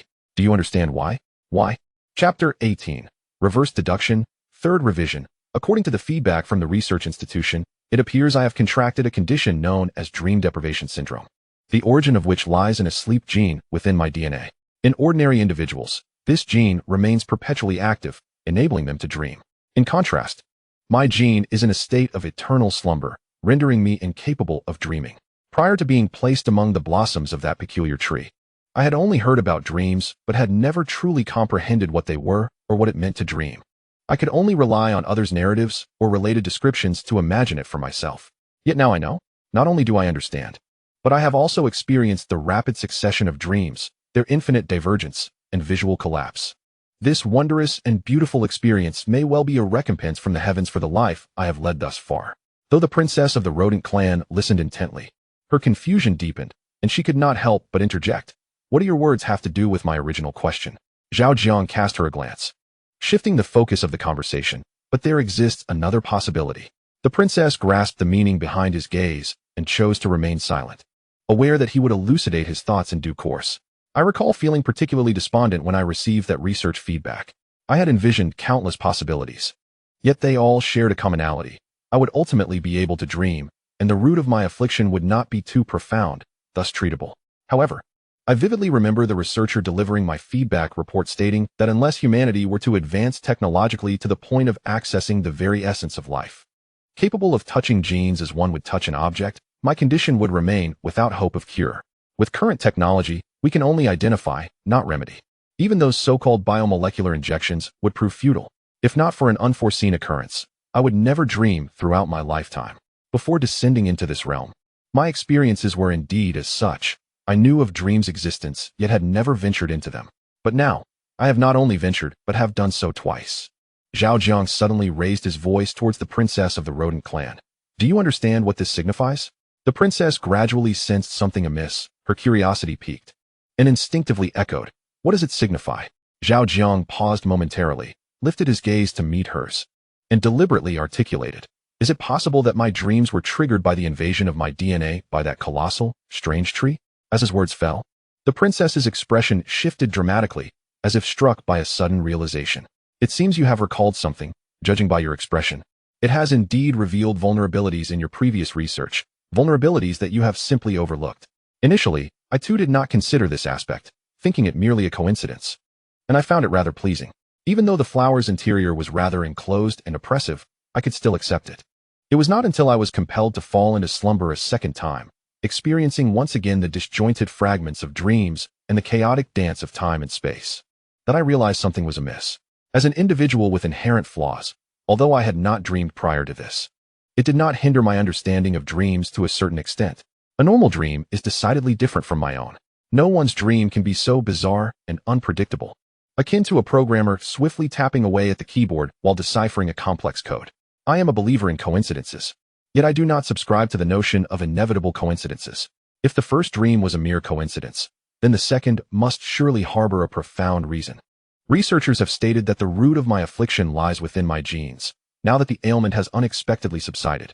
Aside from the possibility that the problematic genes have been touched or awakened, I can conceive of no other explanation. Though this possibility is absurd and rather comical. What if it were true? Furthermore, the rapidly shifting dreams are peculiar, giving me the impression of a being intimately familiar with me, yet eager to delve deeper into my essence, projecting slides of my existence. If you have experienced this, I trust you would arrive at a similar suspicion, along with an accompanying intuition. Earlier, I inquired how it is that a single unknown tendril can sustain the life functions of all organisms while providing comfort and warmth. You claimed that it was a secret of your research and refrained from elaborating. Now, if you were to interpret this through the lens of my conjecture, you might find that what I assert is, indeed, quite plausible. In the absence of any substantial evidence, we may engage in reverse reasoning. For instance, it could be precisely because it can directly invade the DNA of other organisms that it can swiftly uncover the genetic secrets of those beings. These genetic secrets encompass the entirety of a species' information. Once it acquires this knowledge, my previous inquiries regarding the dietary needs and nutritional compositions of different species appear rather naive. Although I am unaware of the origins of the nutrients it delivers, I can deduce one thing. Those substances must undoubtedly be tailored by it in response to the specific needs of various organisms. As for the particulars of this modulation, that is beyond my comprehension. If I were to adopt its perspective, the nutrients I would require would not be derived from any singular food or category in nature, but rather from the entirety of the natural world. In other words, it would consume anything and everything. Whether flora, fauna, or various minerals, it could engulf, decompose, and then recombine them into an array of nutritional substances according to need. Moreover, possessing the ability to discern the genes of other species, one could, under favorable circumstances, surreptitiously cultivate or replicate any organism without detection. The Mouse Princess listened intently, her gaze shifting towards Zhao Jiang, transforming dramatically as if she had unearthed a new continent. Why do you regard me with such eyes? Zhao Jiang, his throat parched from speaking too much, was about to take a moment's respite when he noticed the princess's gaze was decidedly peculiar. You are correct. Correct about what? The Mouse Princess replied gravely. The conclusion you've deduced is indeed accurate. Zhao Jiang scratched his head, somewhat taken aback. Really? Is that true? The Mouse Princess, her tone earnest and urgent, continued. Not only is it true, but it has also unraveled a significant mystery for me, or rather, it has illuminated a deception. What mystery? What deception? I lack the time to elaborate. The Mouse Princess stated, I must verify certain matters. If proven true, congratulations. I shall grant your request. With that, she turned to leave. Wait, what shall I do if you depart? I am currently incapacitated. To the readers in the Year of the Dragon 2024, may you find prosperity. This image allows for wishes. Chapter 19. Identity Colors and the Four Great Royal Surnames. The Mouse Princess paused momentarily, casting a glance over her shoulder. Rest assured, this place is exceedingly secure. Without my permission, not even a fly could intrude, and nothing here poses a threat to your life. Zhao Jiang expressed his skepticism. Is that really so? Please do not jest with my life. Before he could finish, the Mouse Princess had already turned, her movements swift as she departed, leaving Zhao Jiang with a sense of urgency in her wake. Watching her silhouette fade from view, Zhao Jiang exhaled a sigh of relief. It seemed his life was preserved for the time being. Although it was not solely his achievement, the sensation of having escaped a perilous fate was profoundly moving. Reflecting on the myriad of bizarre experiences he had endured, he realized he was merely an ordinary individual. Indeed, the splendid vistas of life are often forged through adversity. Human, have you awakened? Where is this? How did I arrive here? Who are you? What do you intend to do with me? Upon opening his eyes, Zhao Jiang sensed something amiss. At some point, he had found himself in a pure white chamber, lying within an unknown apparatus, surrounded by 7 or 8 peculiar figures, diminutive, gray rodents of varying heights, standing upright and observing him. Human, do not be afraid. We shall not harm you. The closest gray rodent spoke, its voice reminiscent of a kindly elder. Zhao Jiang scanned his surroundings, his expression fraught with caution. It was Princess Her Highness who brought you here. She instructed us to ensure your leg injury is treated. The gray rodent, perceiving Zhao Jiang's anxiety, quickly divulged the purpose. Princess Her Highness? Which princess are you referring to? Princess Bai Zhaoyu. Upon hearing this, Zhao Jiang felt a flicker of understanding, yet unease lingered. Is that truly the case? Indeed it is. Zhao Jiang, pray tell, what manner of being is His Highness Princess Bai Zhaoyu? Her stature, attire, voice, and tone, should your description prove accurate, I shall place my trust in you. Greyford Rat, before I address your query, allow me to make a correction. Correction? Her Highness is named Bai Zhaoyu, not Bai Zhaoyu. Zhao Jiang. Greyford Rat, you must pause after the character for Bai to properly honor Her Highness's name. Zhao Jiang, what difference does it make? Greyford Rat, the distinction is immense. Dezhou, do not waste your breath. This human is evidently unfamiliar with our rodent culture and is unlikely to comprehend. He does not even know the colors of status or the 4 great imperial surnames. Explaining it to him is akin to playing a lute to a cow. Another gray-furred rat, observing Zhao Jiang's incessant inquiries, exhibited impatience. Status colors? For great imperial surnames? What are those? Despite the unfriendly demeanor, reason dictated to Zhao Jiang that the rat might indeed speak the truth. Xiao Wang, mind your demeanor. Have you so swiftly forgotten the words of Her Highness? Just as Zhao Jiang pondered the nature of rodent culture, the first rat to engage him, Dezhou, suddenly adopted a grave expression and admonished Xiao Wang. Human, do you wish to receive treatment swiftly, or would you prefer to first delve into our rodent culture? After chastising Xiao Wang, Dezhou's demeanor softened once more. Zhao Jiang, upon hearing this, glanced at his own legs and inquired with curiosity, my legs are broken. Do you truly possess the means to heal them? Dezhou, with your cooperation, The likelihood of you standing and running as before exceeds 90%. Zhao Jiang gasped, really? Is this for real? Esteemed Zhao, you jest not, I hope? My legs are rather severely broken. Even with our current human technology, complete healing poses a significant challenge. Humans look down upon rats. Xiao Wang, be silent. Should you continue your insolence, I shall have you removed. De Zhou, witnessing Xiao Wang's defiance, became incensed. Xiao Wang clenched his paws, casting a fierce glare at Zhao Jiang before choosing silence. Xiao Wang, there are matters I would prefer not to address. Yet anything concerning Her Highness is not to be trifled with. This human was entrusted to me by the princess herself. I warn you, should he suffer even a slight misfortune here, I will send you straight to Upper Nine City, and you shall not fault me for lacking compassion. And you all, while your petty rivalries may be overlooked, do not let this human be caught in your strife, lest you incur my wrath. De Zhou, rest assured, I shall attend to him as if he were of my own kin, ensuring you are not put in a difficult position before the princess. A diminutive gray-furred rat seized the opportunity to declare his loyalty. De Zhou, worry not. As a healer, I shall treat him equally, whether he be rat or human. De Zhou, once the treatment concludes, I am willing to remain to care for this human. For any issues that arise, you need only consult me. Xiao Wang, why do you stand there in silence? Hurry and apologize to De Zhou and to this human. Indeed, you must promptly apologize to De Zhou and this human, otherwise, should Her Highness the Princess take offense, I shudder to think of your predicament. Xiao Wang, I have refrained from criticizing you in the past. But in what manner is this appropriate given the occasion and circumstances? You cannot act so recklessly. Hurry and extend your apologies to this human, seeking his forgiveness. With the first to take a stand, the other mice began to react as well. The sudden collective focus on Xiao Wang took him by surprise. Confronted with the unfriendly gazes of his peers, he found himself momentarily at a loss. He could not comprehend why. Despite their shared disdain for humans and their fervent desire to consume human flesh and blood, they now turned against him when faced with a defenseless human. While this human had indeed been sent by Her Highness and could not be harmed, surely verbal rebukes would be harmless, would they not? What had gone awry? My dear friends, I appreciate your good intentions, but an apology is unnecessary, for he merely spoke the truth. I am indeed unfamiliar with rodent culture. Furthermore, I must apologize for my earlier attitude. You kindly aided me, yet I doubted your motives, which was somewhat ungracious. I have come to realize that if you truly wished me harm, you need not have awakened me or sought my consent. You could have acted directly. As I am currently powerless to resist. Respected De Zhou, I retract the questions that may have seemed foolish and will refrain from further inquiries. Please proceed with your treatment. Simply instruct me on how to cooperate, and I shall comply wholeheartedly. As long as you can help me rise once more, I shall forever remember your kindness. De Zhou was somewhat taken aback, but thoroughly pleased with Zhao Jiang's attitude, breaking into a broad smile. Excellent. Truly commendable. One can see why you were sent by Her Highness. Your eloquence far surpasses my own. You flatter me, esteemed De Zhou. I merely possess a way with words, lacking true skill. You, on the other hand, are a masterful physician of great moral integrity, dedicated to snatching lives from the jaws of death. There is no comparison between us. Ha ha, ha ha ha. For the first time, De Zhou experienced flattery from a human.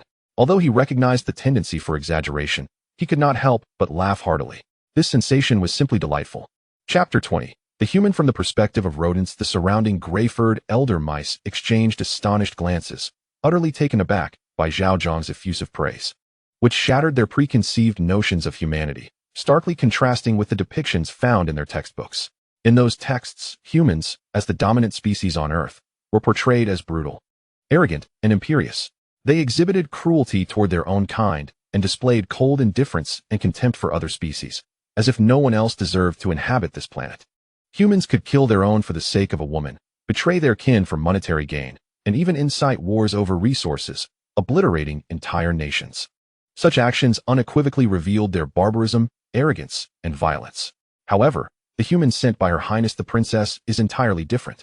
Aside from the initial skepticism and tension, he exhibits none of the traits described in the texts. In fact, he even takes the initiative to apologize for his doubts and anxiety, which is quite uncharacteristic of humans. Empathy is something they themselves often struggle to achieve. Fear not, human, I shall undoubtedly restore your legs. Mouse Daz, who gently pats Zhao Jiang's shoulder, his confidence soaring under the influence of emotion, and he cannot help but speak with assurance. Senior Dazhu, I have faith in you. It is an honor to receive your treatment. Now, please wear this helmet. Inside, you will encounter various intelligence tests, reaction assessments, and cognitive evaluations. If you believe an answer is correct, simply blink once. If not, blink twice. Once the tests are completed, a tube will appear. At that time, open your mouth and hold it. Then blow forcefully 3 times in succession. After you finish blowing, the tube will retract on its own. In a second, larger tube will emerge. Keep your mouth open and hold it. Some liquid will enter your mouth, and you need only swallow it. Throughout this process, various devices will come into contact with different parts of your body, which may cause unusual sensations. You must endure and avoid making contact or resistance, as they are intended to collect data about your physical condition. This data is crucial. The more precise it is, the better our chances of perfectly restoring your severed legs. Do you understand? Senior Dazhu, could you repeat that? I am unclear on a few points. Certainly. First, then last, have you remembered all this? Would you like me to go over it again? Zhao Jiang replied, no need. Thank you, Senior Dazhu. Now, I entrust my legs to your care. Xiao Wang. Activate the life spectrum instrument and change the primary setting to human life wave spectrum, then connect it to the fragment resonance system. Ensure you monitor the spectrum for any changes or anomalies. If you detect any overflow data, halt immediately and share it with the biointelligence blade system. Mouse Xiao Wang's demeanor shifts, and he responds promptly, yes, Dazhu. Xiao Wu, please check the operational status of the biointelligence blade system. If all is well, clear the mainline program entirely, then manually add a linked mainline program, lowering the priority of the intelligence blade by 1 level, balancing it with the life spectrum instrument and the 4D structural imaging system. Understood, Dazhu. Xiao Zhang, you will monitor the operation of the 4D structural imaging system. Once the human body structure is successfully analyzed, initiate the reconstruction program, ensuring that the margin of error remains within 200 millionths. Got it. Xiao Feng.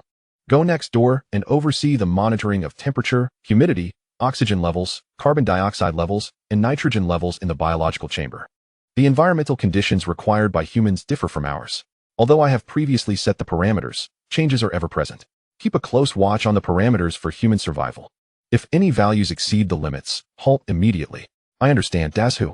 As the meticulous arrangements of the Mouse clan reached their conclusion, a flicker of inexplicable anticipation ignited within Zhao Jiang's previously anxious heart. He had overheard everything that transpired moments ago, although he did not fully comprehend it. His intuition assured him that the other party was undoubtedly professional, likely surpassing human expertise, while the means by which they accomplished this remained a mystery. It was of little consequence. What truly mattered was the prospect that they might heal his severed leg, restoring his right to run freely. Amidst this burgeoning hope, Zhao Jiang sensed the natural barriers between their species gradually dissipating. Humans, do not be anxious. Endeavor to relax and maintain a tranquil state of mind. Zhao Jiang replied, I am not anxious. No, you are indeed tense. The data does not lie. The thermal radiation from your head, the electron activity, the velocity of your blood circulation, your respiratory rate and depth, as well as the constriction of your pores, all indicate an abnormal state. Zhao Jiang responded, I understand that achieving ideal calmness may be challenging. However, that is inconsequential. You merely need to strive for a state of emptiness, and from there, leave everything else to us. Zhao Jiang affirmed, all right, I will do my utmost. As the treatment commenced, Zhao Jiang underwent a series of unprecedented sensations.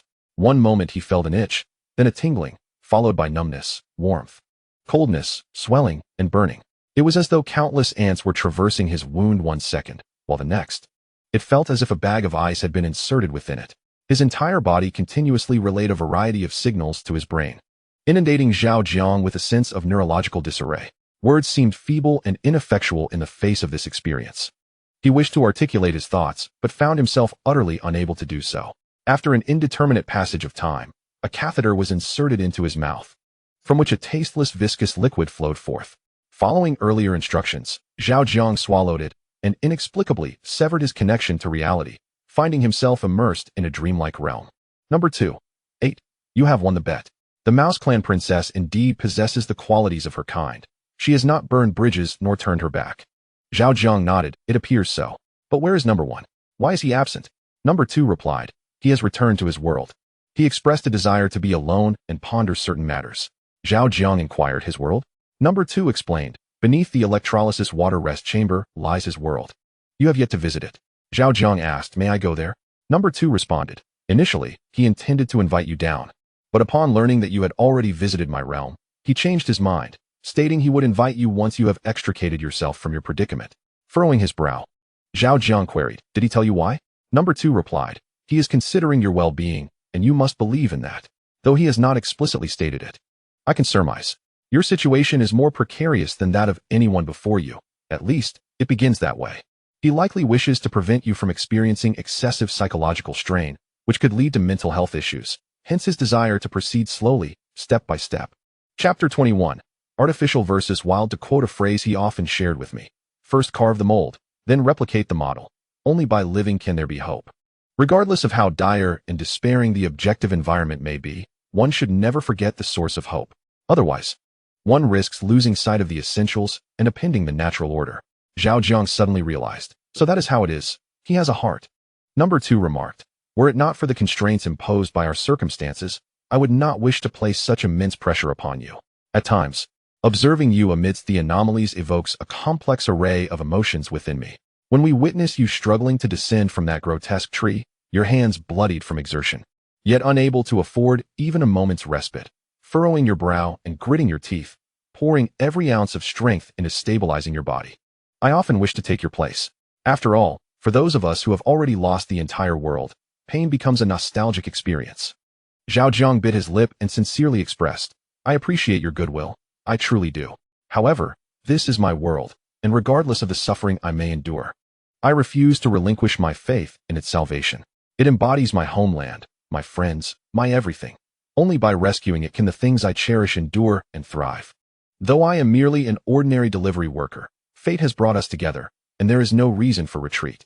Even if I were to perish on this arduous path, I would harbor no resentment. Number 2 gazed at Zhao Jiang in astonishment, somewhat taken aback.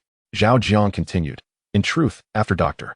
Zhou confirmed that I do not suffer from delusions, I had already begun to cultivate a certain psychological preparedness and awareness, even without knowledge of what lies ahead. A voice within me compels me to forge onward. The haunting image of corpses obscuring the sky remains vivid in my memory, although it has only manifested in dreams. I sense it carries greater significance. At times, I ponder whether this world possesses a spirit, whether the universe harbors a will. If it does, can it foresee the future and anticipate impending events? Should it possess such foresight and witness the tragedies that await, would it experience emotional turmoil, choosing to accept the established course with passive observation, or would it opt to intervene in the trajectory of fate in an attempt to effect change? Suppose, just suppose, the entire world were indeed to face an apocalypse, with countless souls perishing in disaster, mirroring the scenes of my dreams. What would that signify? Serendipity? Or merely a fleeting glimpse through the shards of time? Or perhaps, it is the world conveying a message to all living beings, albeit in a manner that is unusually harsh and peculiar, and I am merely fortunate enough to have glimpsed this revelation. Number 2 interjected, if all things possess a spirit, then it stands to reason that the will of the universe could be considered a unique form of consciousness. However, the nature of its existence or the essence of its awareness in comparison to other beings is beyond our comprehension. What you articulate represents a potential new avenue for scientific inquiry. Should there be a future, we might focus our studies on exploring an alternative form of life and nature from the perspective of informational existence. In this world, the existence of digital life forms, such as AI, suggests that the spirits of nature might also hold significance. The distinction lies in their origins. One is artificially crafted, while the other is a product of the wild. Zhao Jiang remarked, your analogy is quite intriguing and remarkably novel. If digital life is a human creation, then indeed, the spirits of nature are manifestations of the natural world. One is artificial, the other wild. Fascinating, indeed. Speaking of the wild, I was suddenly reminded of the mushrooms in Yunnan. The chicken foot mushroom, the king bolet, the green-headed mushroom, the drybark fungus, the chicken oil mushroom, the tiger's paw mushroom, the morel, the milk fungus, the big red mushroom, and the ant pile mushroom. Oh dear, I should refrain from elaborating further, as it only makes me hungrier. Curious. The second individual asked, have you ever lived in Yunnan? Zhao Jiang replied, you are the parallel version of me. Have you not lived there? It shouldn't be the case. After the college entrance examination, our deskmate, Zhong Yue, invited me to her home for mushrooms. You wouldn't have declined, would you? The second individual winced. You actually went? Zhao Jiang responded, you truly did not go? The second individual explained, I thought she was joking, and I heard that her family's situation wasn't good.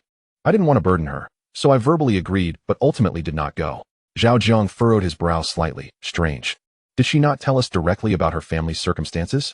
No, the divergence between our worlds must have begun before high school. Let me ask you about an incident from our childhood. We can compare the related events and ascertain when our destinies began to diverge. You go first. Zhao Jiang asked. Do you remember the incident when you were 6 years old, returning home from school? The second individual replied, of course, even if my world has since crumbled. That incident remains vivid. Zhao Jiang nodded in agreement. Such events indeed never fade. The second individual encouraged, you go ahead. If there are discrepancies, I will point them out in due course. Zhao Jiang recounted, I remember being just 6 years old, having recently started kindergarten, completely unaware of many things. That afternoon, the teacher let us out early due to personal matters. I was eager to return home to share what I had learned that day. However, upon reaching the doorstep, I heard my mother's anguished cries. Peering through the door, I was terrified. I didn't even set my backpack down before I rushed into the village, seeking help from the crowd gathered there. There were a dozen adults, both men and women. The second individual interjected, but surely there were more than just those adults? I recall a few classmates returning home, just like me. Zhao Jiang queried, were there? The second individual affirmed, yes, Zhu War, Oboer, and Fan Xiaoyan were all present. Zhao Jiang questioned, weren't they on their way to catch tadpoles together? The second individual shook his head. In my memory, no one suggested going to catch tadpoles. Zhao Jiang remarked, strange, I distinctly remember Liang Fa proposing it. He mocked my big eyes and pointed head, likening me to a frog, saying my son was a tadpole and that they would accompany him to catch my son. The second individual countered, in my recollection, Liang Fa never mocked me. Thus that incident did not occur. We all returned together. Zhao Jiang furrowed his brow, remarking, it appears that many things had already diverged long before this. Number 2 nodded in agreement, urging him to continue. Zhao Jiang continued, that group of adults seemed to be engrossed in cheerful chatter, even from a considerable distance. I could hear their joyous laughter before I approached them. When they noticed me, tears streaming down my face and panic etched across my features. They all instinctively halted their conversation, their expressions shifting to concern as they softly inquired about my plight. Suddenly, Number 2 grinned widely, seizing the narrative. You wept, exclaiming that your father was beating your mother, binding her to the table, and striking her until she cried out in agony, her voice a cacophony of distress. Your mother, trapped and unable to escape, caused the table to creak incessantly, showcasing her suffering. You desperately pleaded with them to rescue your mother, fearing she would be beaten to death if they did not act swiftly. Most listeners were bewildered at this juncture, until Uncle Zhang unexpectedly posed a question. Did your father strip your mother of her clothes? Chapter 22. 30,000 meters below ground, Zhao Jiang could no longer endure it. Interjecting, stop. Must you narrate from a third-person perspective? It makes me uncomfortable, as if they are merely my parents and not yours as well. The you refer to is both me and you, is it not? Why complicate matters? Simply you sigh.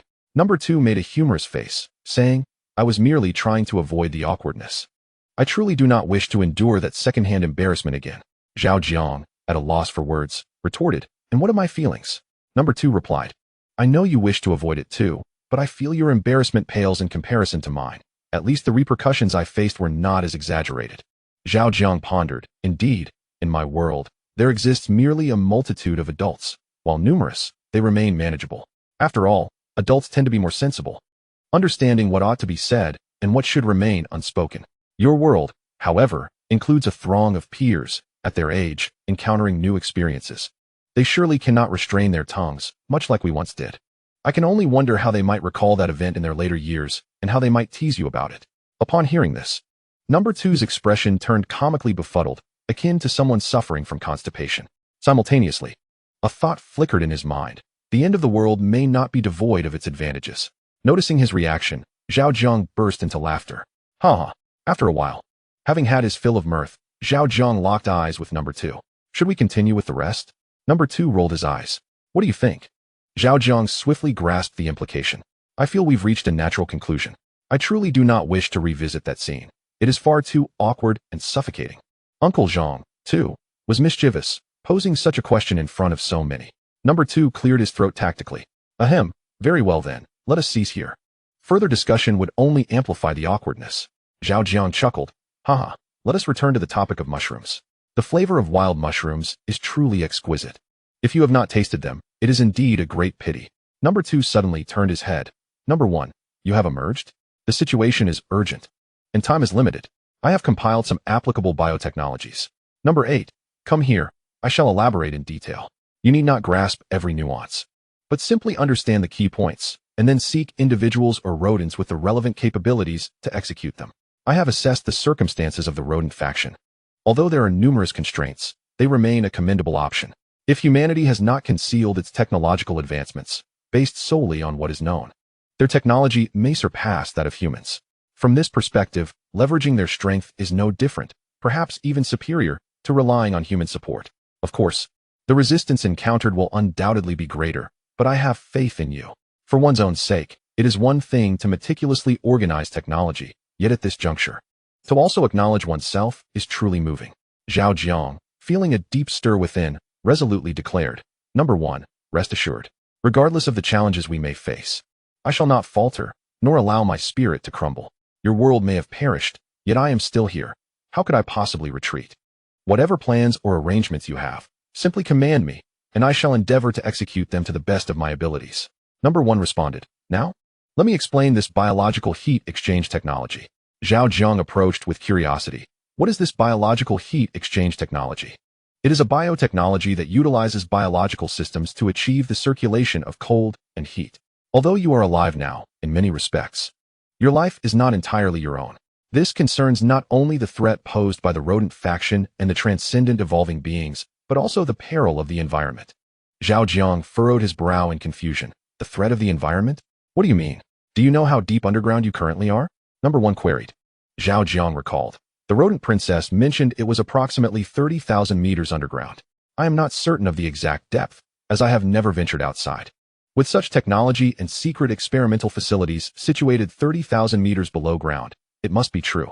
Humanity remains the dominator of Earth. If they wish to develop in secrecy, they must avoid detection by humans at all costs. Moreover, even if humans were to discover this, with their current technology, descending to intervene would be exceedingly difficult. Even if they possess the means to descend, the rodent faction likely has appropriate defenses in place. Unlike your previous existence on the surface, the conditions underground are far more hostile, which relates to the very structure of the Earth itself. Taking the surface as a reference, for every 100 meters descended, the temperature increases by an average of around 2 degrees. There are slight variations depending on the region and terrain, but not significantly. By the standard, even if the surface temperature is 0 degrees, we are situated at a minimum of 600 degrees.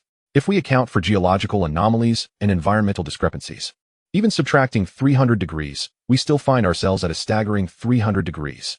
In other words, we are ensconced in an environment with a temperature ranging from 300 to 600 degrees. In such conditions, should you expose yourself to the environment, one need not elaborate on the consequences, I trust? Zhao Jiang was taken aback. 300 to 600 degrees? That is utterly outrageous. Number 1, whether it's exaggerated or not is of little consequence. What truly matters is that, as long as the mouse princess has not deceived you, this is the authentic environment you are confronting. Although I am unaware of the technology they employed to conquer such a harsh setting, you cannot entrust your life to their innovations. This biothermal exchange technology is the result of a brilliant biologist's decade-long toil and refinement. If you can realize it, even if you sever ties with the mouse clan, you will be able to endure in such an environment. Upon hearing that it was the culmination of a genius biologist's painstaking efforts over 10 years, Zhao Jiang felt a twinge of insecurity. Is it difficult to achieve? Can I truly do it? Number 1. What is 9, 876, 543 multiplied by 3, for 56, 789? Zhao Jiang was momentarily taken aback, a bit bewildered, then shook his head. I do not know. Number 1. Do you find this calculation challenging? Zhao Jiang, indeed. Suddenly, Number 1 produced a steel rod and inscribed a series of numbers on the ground. 34, 141, 125, 200, for 27. Can you read this? Zhao Jiang, yes. Number 1. Good. Now I will ask you again the calculation I mentioned earlier. Simply recite this string of numbers in response. Is that possible? Zhao Jiang, more perplexed than ever, could not fathom the intent behind this exercise, yet instinctively nodded. Number 1. What is 9, 876, 543 multiplied by 3, for 56, 789? Zhao Jiang, 3, 4, 1, 4, 1, 1, 2, 5, 2, 0, 0, 4, 2, 7. Number 1. Excellent. Congratulations on providing the correct answer to this calculation. Zhao Jiang's mouth fell open. What? Number 2.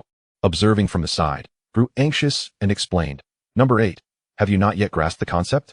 Number 1 is demonstrating to you that, regardless of how difficult or implausible something may seem in your perception, as long as we provide an answer, it holds no difficulty. All you need to do is articulate or write down the answer. Similarly, Technology operates in the same manner, regardless of the technology, if we have presented it. It indicates that we have already mastered it. You merely need to learn how to utilize it. Do you understand? Chapter 23. I have enough giants for you to stand upon. Zhao Jiang was genuinely astounded, murmuring, "Is it possible to approach it this way?" Number 2. Otherwise. What do you think the phrase standing on the shoulders of giants signifies? Number 1 added, when an era reaches a certain level of advancement, giants become symbols. What the future generations must do is not to prove themselves superior to these symbols or to surpass them, but rather to learn how to employ these symbols. In other words, you need not be stronger than the giants, nor must you replace them. You simply need to stand on their shoulders and rise above them. Zhao Jiang. Number 1. The challenge of this technology lies not in its implementation, but in the creation of a genius-level closed-loop structure and cyclical framework. Fortunately, these challenges have already been addressed by others. Upon your return to reality, you only need to proceed methodically, following my guidance, to produce it step by step. During this process, you will need to leverage the labor, productivity, and resources of the Mouse clan. This, perhaps, will present a more significant challenge for you. Your current understanding of the rodent clan is rather limited, and I am unable to ascertain their specific circumstances based on the anomalies presented. Consequently, I cannot offer you more substantial advice. In the forthcoming period, you must endeavor to comprehend the culture, social structure, and production framework of the rodent clan, while simultaneously cultivating their talents for your own purposes. Provided you successfully secure a workforce, enhance productivity, and acquire sufficient resources, I possess ample giants at my disposal for you to command. The 3rd, 4th, 5th, 6th, and 7th entities have yet to enter your realm. Once they do, rest assured that even if the rodent clan or transcendental species achieve complete evolution, we are confident that you can contend with them, perhaps even surpass them. Although our world has been shattered, we have never conceded defeat. As the representative of the 8th world, Zhao Jiang, I hope you embody this spirit. One may be destroyed, yet never vanquished. Upon hearing this, Zhao Jiang felt an inexplicable surge of fervent energy coursing through him, compelling him to clench his fists. Indeed. Number 1. The primary focus on biological temperature regulation has concluded. Let us now discuss the technology of pioneers. Zhao Jiang. What exactly is a pioneer? Number 1. Pioneers refer to our collective term for moss plants. Zhao Jiang. Moss plants? Is it the same moss that I am familiar with?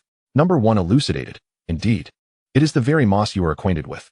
Moss plants comprise the second largest category within the plant kingdom, capable of thriving in various harsh environments, exhibiting remarkable vitality. They can revive even after being buried in the Antarctic for over a millennium. Moreover, their adaptability is exceptional. In my world, they have become the dominant flora in the subterranean realm after the extinction of most other flora and fauna, providing us with essential sustenance while also fulfilling critical ecological functions. Once you master pioneer technology, no matter the calamities that befall the surface world, even if the sun were to extinguish, you would still be able to survive for at least 20 years. This span of time is sufficient for you to alter your fate. Pioneer technology encompasses a broad category of techniques, comprising numerous intricate branches. While these branches may appear obscure and somewhat abstract, they hold immense significance. The absence of any single branch could precipitate dire consequences. Therefore, it is imperative that you thoroughly memorize and comprehend the entirety of this technology. He returned to reality. Number 1 had been diligently explaining the essential aspects of pioneer technology to Zhao Jiang when, unexpectedly, he vanished. Number 2. How much do you think he can remember? I had not considered this question. In my view, as long as he is willing to strive for change, any amount he remembers is commendable. I understand now. Rather than seeking immediate excellence, you value his attitude towards the future. Number 1. Although his starting point may be somewhat lacking, his growth is no less significant than that of others. Most crucially, I perceive in him some rare and invaluable qualities, such as courage. This attribute cannot be substituted by mere knowledge or experience. Upon hearing this, Number 2 became intrigued. During an earthquake, would you recklessly risk everything to save others? After a moment of contemplation, Individual 1 candidly admitted, I cannot recklessly rush to save others. My rationality will temper my emotional impulses. I may indeed attempt to rescue someone, but only when I am assured of my own safety and capability. I cannot emulate his audacious behavior.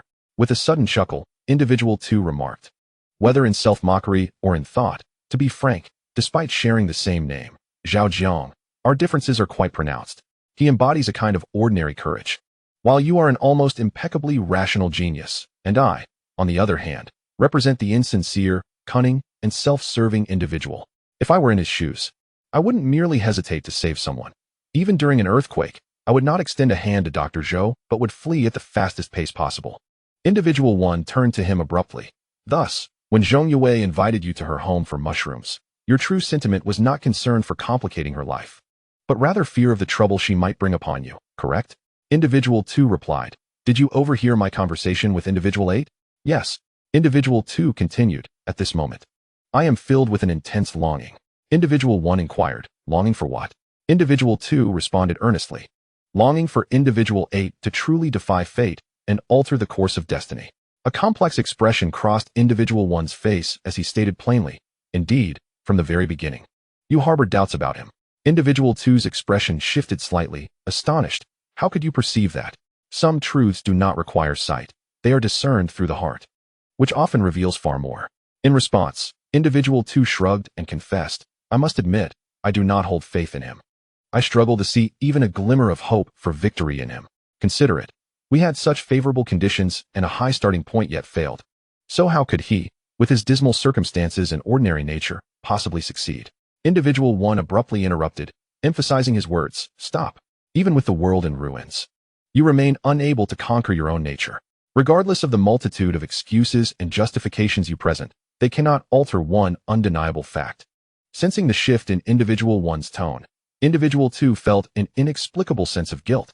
"What fact?" Individual 1 replied, "You have long lamented your inability to save the world. Yet, deep within your innermost being, what you truly regret is the shattering of your ambitions. You have never had the chance to stand at the pinnacle of the world, basking in the admiration, acknowledgement, and adulation of the masses. From the moment I entered your dreams, your ambitions have been stirring, albeit well concealed at the time. Nevertheless, your actions and many subconscious gestures have betrayed your most authentic thoughts.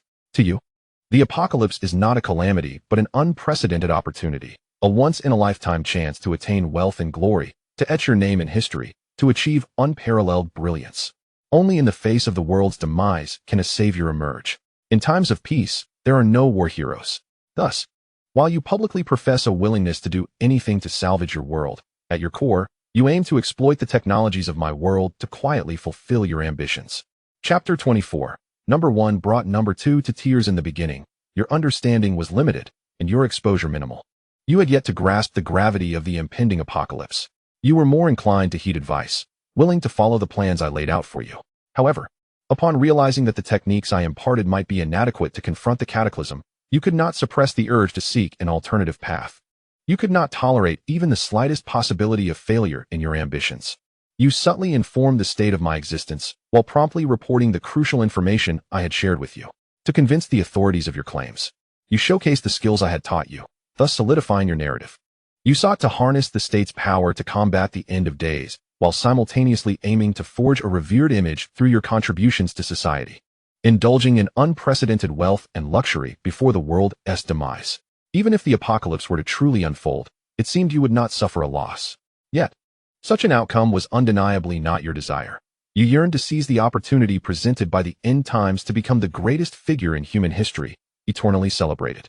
While your aspirations were commendable and your endeavors commendable, there was one crucial misstep.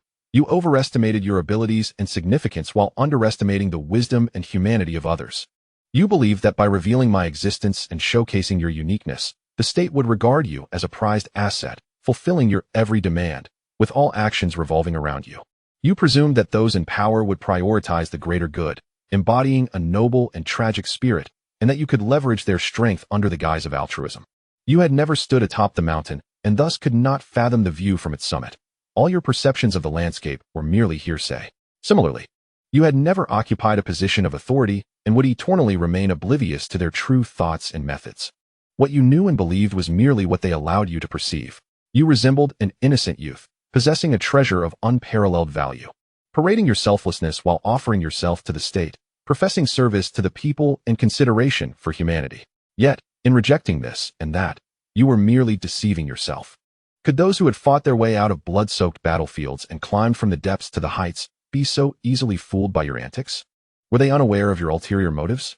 They merely played along with your charade, keeping you complacent. You held irreplaceable value in their eyes. Thus, they indulged you. However, their true intent was to strip away your uniqueness.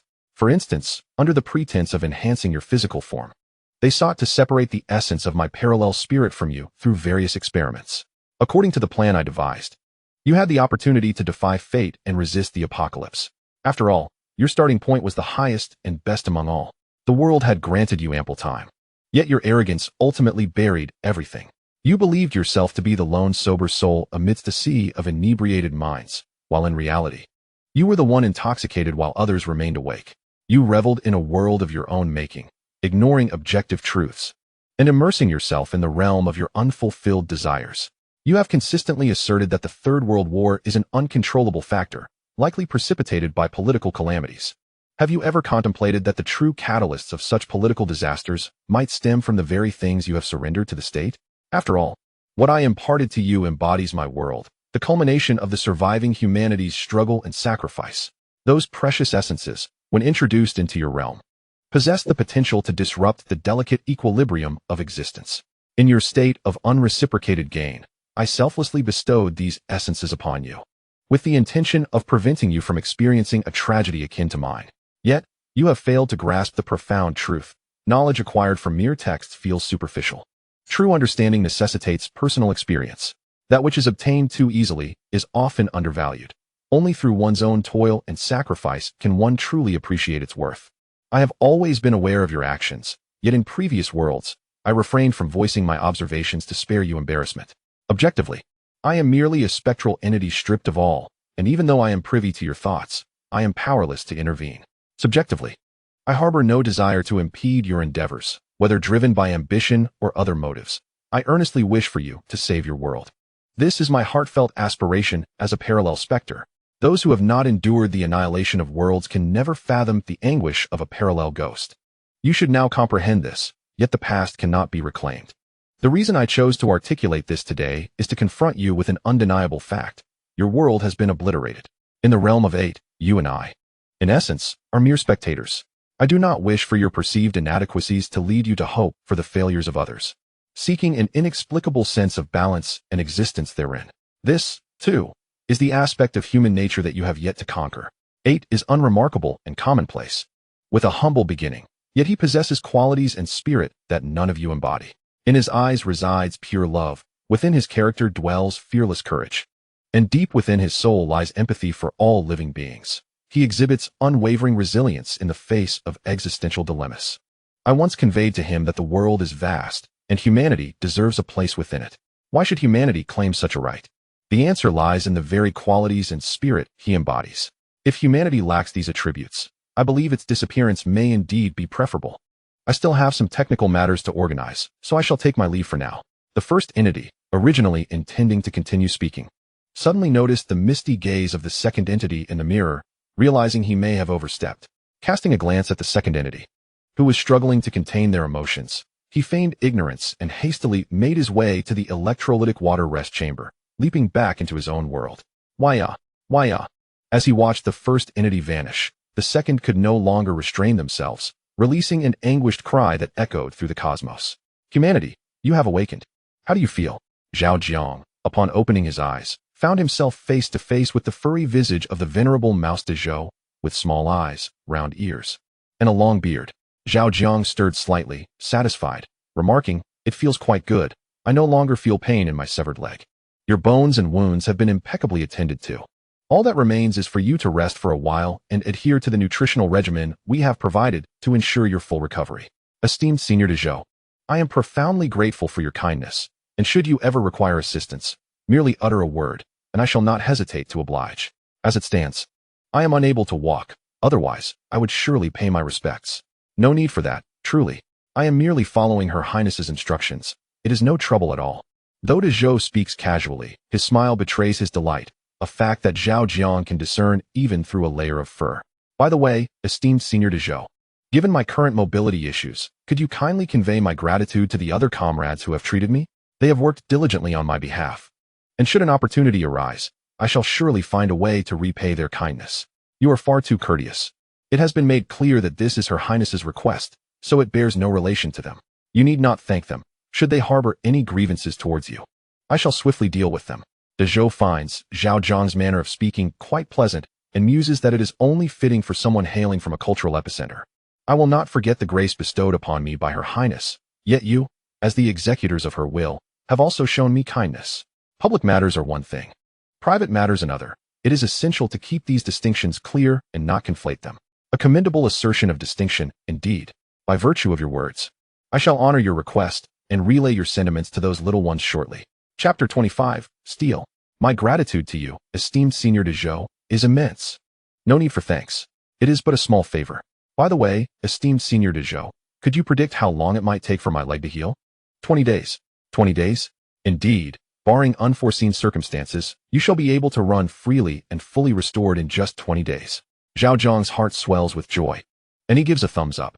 Esteemed Senior de Zhao, your medical technology is truly remarkable and surpasses all my expectations.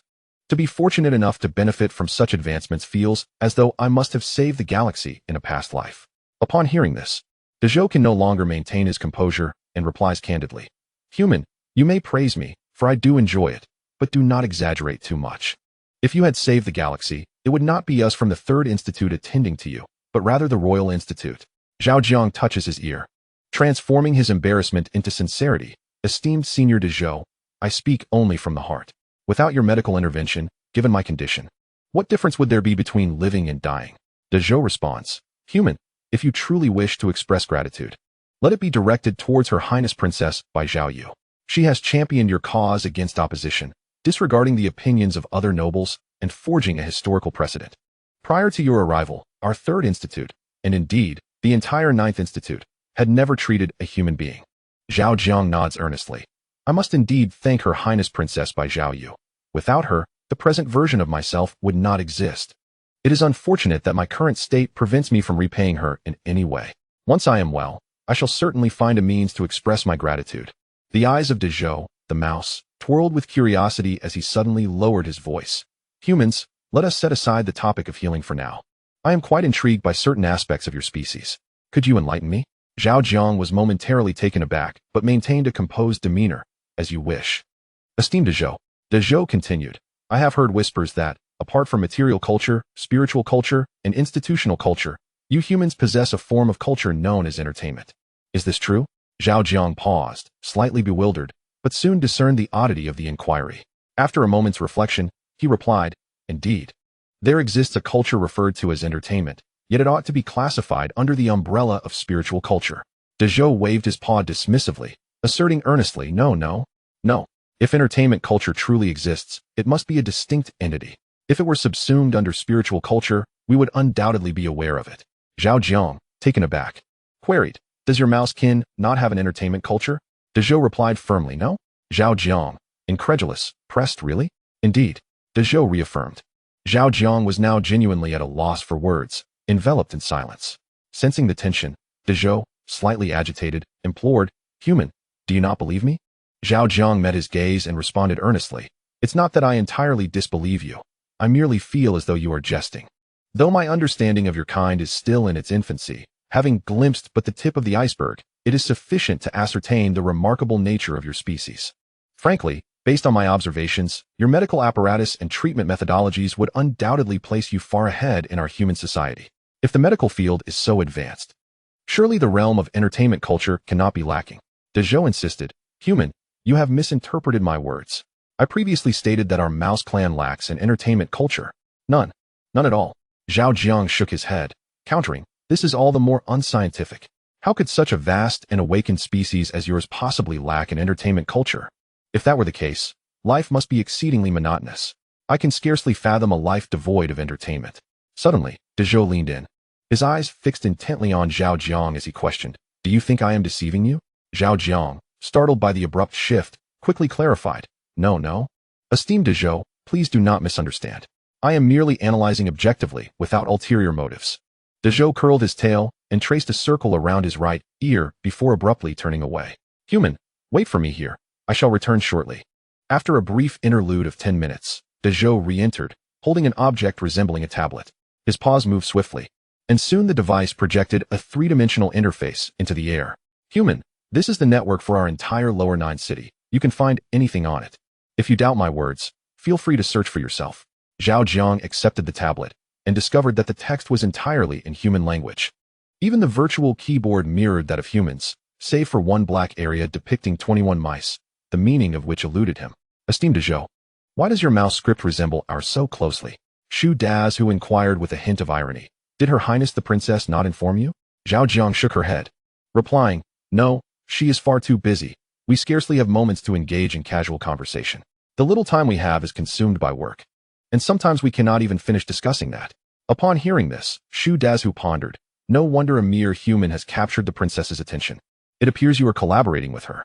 Do you represent the human race? Or is it that our mouse clan is to formally interact with your kind? Zhao Jiang responded, Dear Senior Dazu, such inquiries tread on sensitive grounds, and I am afraid I cannot disclose any answers. Realizing the implications, Shu Dazu remarked, this pertains to Her Highness's instructions. Does it not? I understand.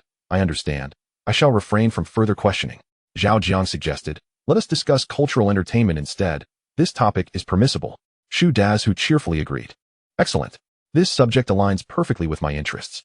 By the way, to address your earlier curiosity about why our mouse script, even our keyboards, resemble yours, it is because, with a deeper understanding of mouse culture, you would realize that our culture is fundamentally built upon yours.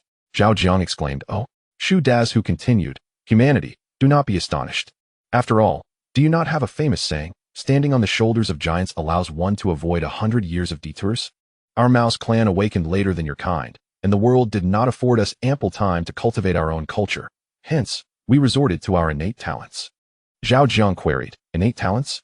Shu Dazu probed, do you not know of my clan's innate talents? Zhao Jiang's mind stirred with a potential answer. Yet she hesitated to voice it, opting for feigned ignorance. I truly do not know. Shu Dazu grinned, stealing. Is it not stated in your human culture that mice symbolize thieves, the ones most fond of pilfering? Zhao Jiang remained silent. Shu Dazu reassured her, humanity. You need not wear that expression, rest assured, I take no offense. For your kind, stealing may be deemed immoral, yet for us mice, it is quite the opposite. Theft is one of our innate gifts, thus it is regarded with honor among our clan. Zhao Jiang mused, I see. So in your mouse society, everything is fair game for theft? Shu Dazu clarified, certainly not. There are some things one must not steal. Doing so could lead to dire consequences. However, the prohibitions are minimal, while the majority of items are fair game. As long as one possesses the requisite skill and audacity. Successfully stealing something is indeed a matter of pride. Speaking of my own exploits, both my 9th and 16th wives were acquired through theft. Chapter 26. Why the Mouse Clan Lacks a Culture of Entertainment. Zhao Jiang's jaw nearly dropped in disbelief.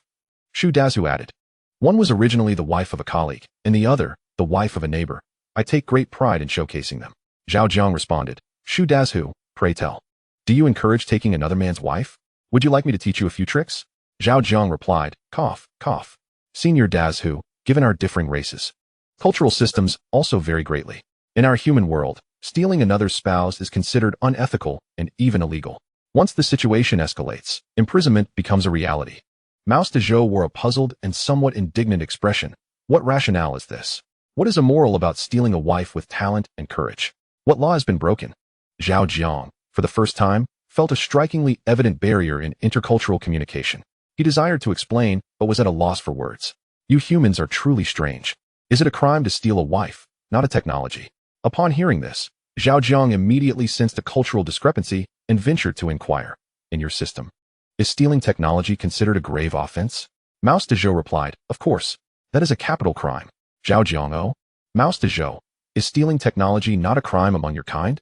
Zhao Jiang, normally, it is indeed illegal, but as long as one remains undiscovered, there are no consequences. Furthermore, even if apprehended and sentenced, it is unlikely to result in death. One might spend a few days or a few years in prison before being released. Mouse de Zhou was astonished. How can this be? So if one remains undetected, there is no death penalty? That is technology. Do you comprehend what stealing technology entails? Zhao Jiang, what does it entail? Mouse de Zhou, with a grave expression, declared, it signifies the theft of life. Zhao Jiang, is it truly that severe? Mouse de Zhou, more severe than I have articulated. Zhao Jiang, thus, if I understand correctly, the crime of your mouse clan stealing technology is comparable to the crime of drug trafficking in my country, if not worse. Mouse de Zhou, naturally. You cannot fathom what a single piece of technology means to us mouse citizens. I digress. Let us not dwell on this. Quickly search to see if I have deceived you. As Zhao Jiang utilized the mouse clan's electronic device for the first time, a sense of trepidation enveloped him.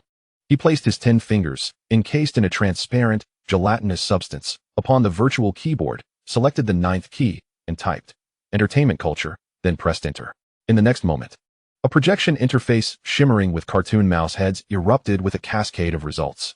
The first piece of information bore the title. It has been confirmed that humans possess entertainment culture. We have all been deceived. The second, aside from survival and work, humans engage in entertainment, while we have nothing. This is unjust. The third, who deliberately castrated the entertainment culture. The fourth, entertainment culture is a deliberate ruse set by humans to corrode the will of our mouse clan. The fifth, entertainment culture does not exist at all. The sixth, humans are all treacherous mice, destined to become the lackeys of humanity. The seventh, we have not yet become the rulers of Earth, and yet we contemplate entertainment? Awake, my foolish mouse compatriots. Zhao Jiang perused 2 or 3 dozen results in one breath, and upon finishing, felt as though his mind was overwhelmed. He believed that Mouse de Zhou had no reason to deceive him. Thus, the question arose, why does the mouse clan lack an entertainment culture? Is it a deliberate act of some force, or did they inadvertently overlook it while replicating human culture? Humans, see, I did not deceive you, did I? Senior de Zhou, you indeed did not mislead me. However, my mind is currently in disarray, and I am feeling somewhat unwell. Could you grant me a moment of solitude to collect myself? Mouse Dazu retrieved his electronic device, his eyes darting about, and whispered, no problem, but remember this. If any other mice come to visit you during this time, do not divulge our previous conversation or the matter of my lending you the projection tablet. Keep this in mind. I shall return to continue our discussion later. Rest assured. Senior Dazu, my lips are sealed. I am not one to gossip. Approximately 2 hours later. Human, are you feeling better? Mouse Dazu swayed his slender tail as he re-entered. Zhao Jiang replied, thank you for your concern, Senior Dazu. I feel much improved. Mouse Dazu inquired, shall we resume our conversation? Certainly, Zhao Jiang affirmed. Mouse Dazu remarked, are you surprised that our mouse clan lacks an entertainment culture? Zhao Jiang nodded, indeed, I am quite astonished. This is entirely beyond my expectations. Had you not mentioned it, I would not have dared to contemplate such a notion. Mouse Dazu asked, from your perspective, why do you think our mouse clan lacks an entertainment culture? Zhao Jiang pondered. I can think of 2 possibilities. Mouse Dazu encouraged, please, elaborate. Zhao Jiang continued. The first possibility is that while you were emulating our culture, you inadvertently overlooked this aspect. The second possibility is that entertainment culture is deemed unsuitable for your kind and has therefore been intentionally suppressed. Mouse Dazu probed further. Which of these possibilities do you find more plausible? Zhao Jiang responded. Do you wish to hear the truth or a falsehood? Naturally, the truth, Mouse Dazu insisted. Based on my analysis, I believe it is more likely the latter. After all, entertainment culture is not a trivial category. It constitutes an essential part of spiritual culture and acts as a lubricant for the entirety of human culture. Your mouse clan has successfully replicated material culture, institutional culture, spiritual culture, and written symbols. It seems improbable that entertainment culture would be overlooked. Mouse Dazu inquired, if the latter is true, do you believe this is justified from a human perspective? Zhao Jiang admitted, I still lack sufficient understanding of your mouse clan's circumstances. And there are many questions I cannot answer. Why is that? Zhao Jiang explained, cognition determines an individual's elevation. When my understanding is insufficient, my thoughts, responses, and conclusions inevitably exhibit bias, limitations, and rigidity. I am unaware of your mouse clan's social structure, survival system, and various other elements. To hastily draw conclusions based solely on my limited knowledge would likely lead to errors. Rather than providing an incorrect answer, it is better to remain silent. What do you think? Mouse Dazu stroked his whiskers thoughtfully. Human, please elaborate on your entertainment culture. I am eager to understand what compels those electronic enthusiasts so deeply. Zhao Jiang queried, electronic enthusiasts? Mouse Dazu clarified, those humans who navigate the electronic networks. Zhao Jiang asked, do you mean that they possess a profound understanding of humanity? Mouse Dazu nodded, indeed.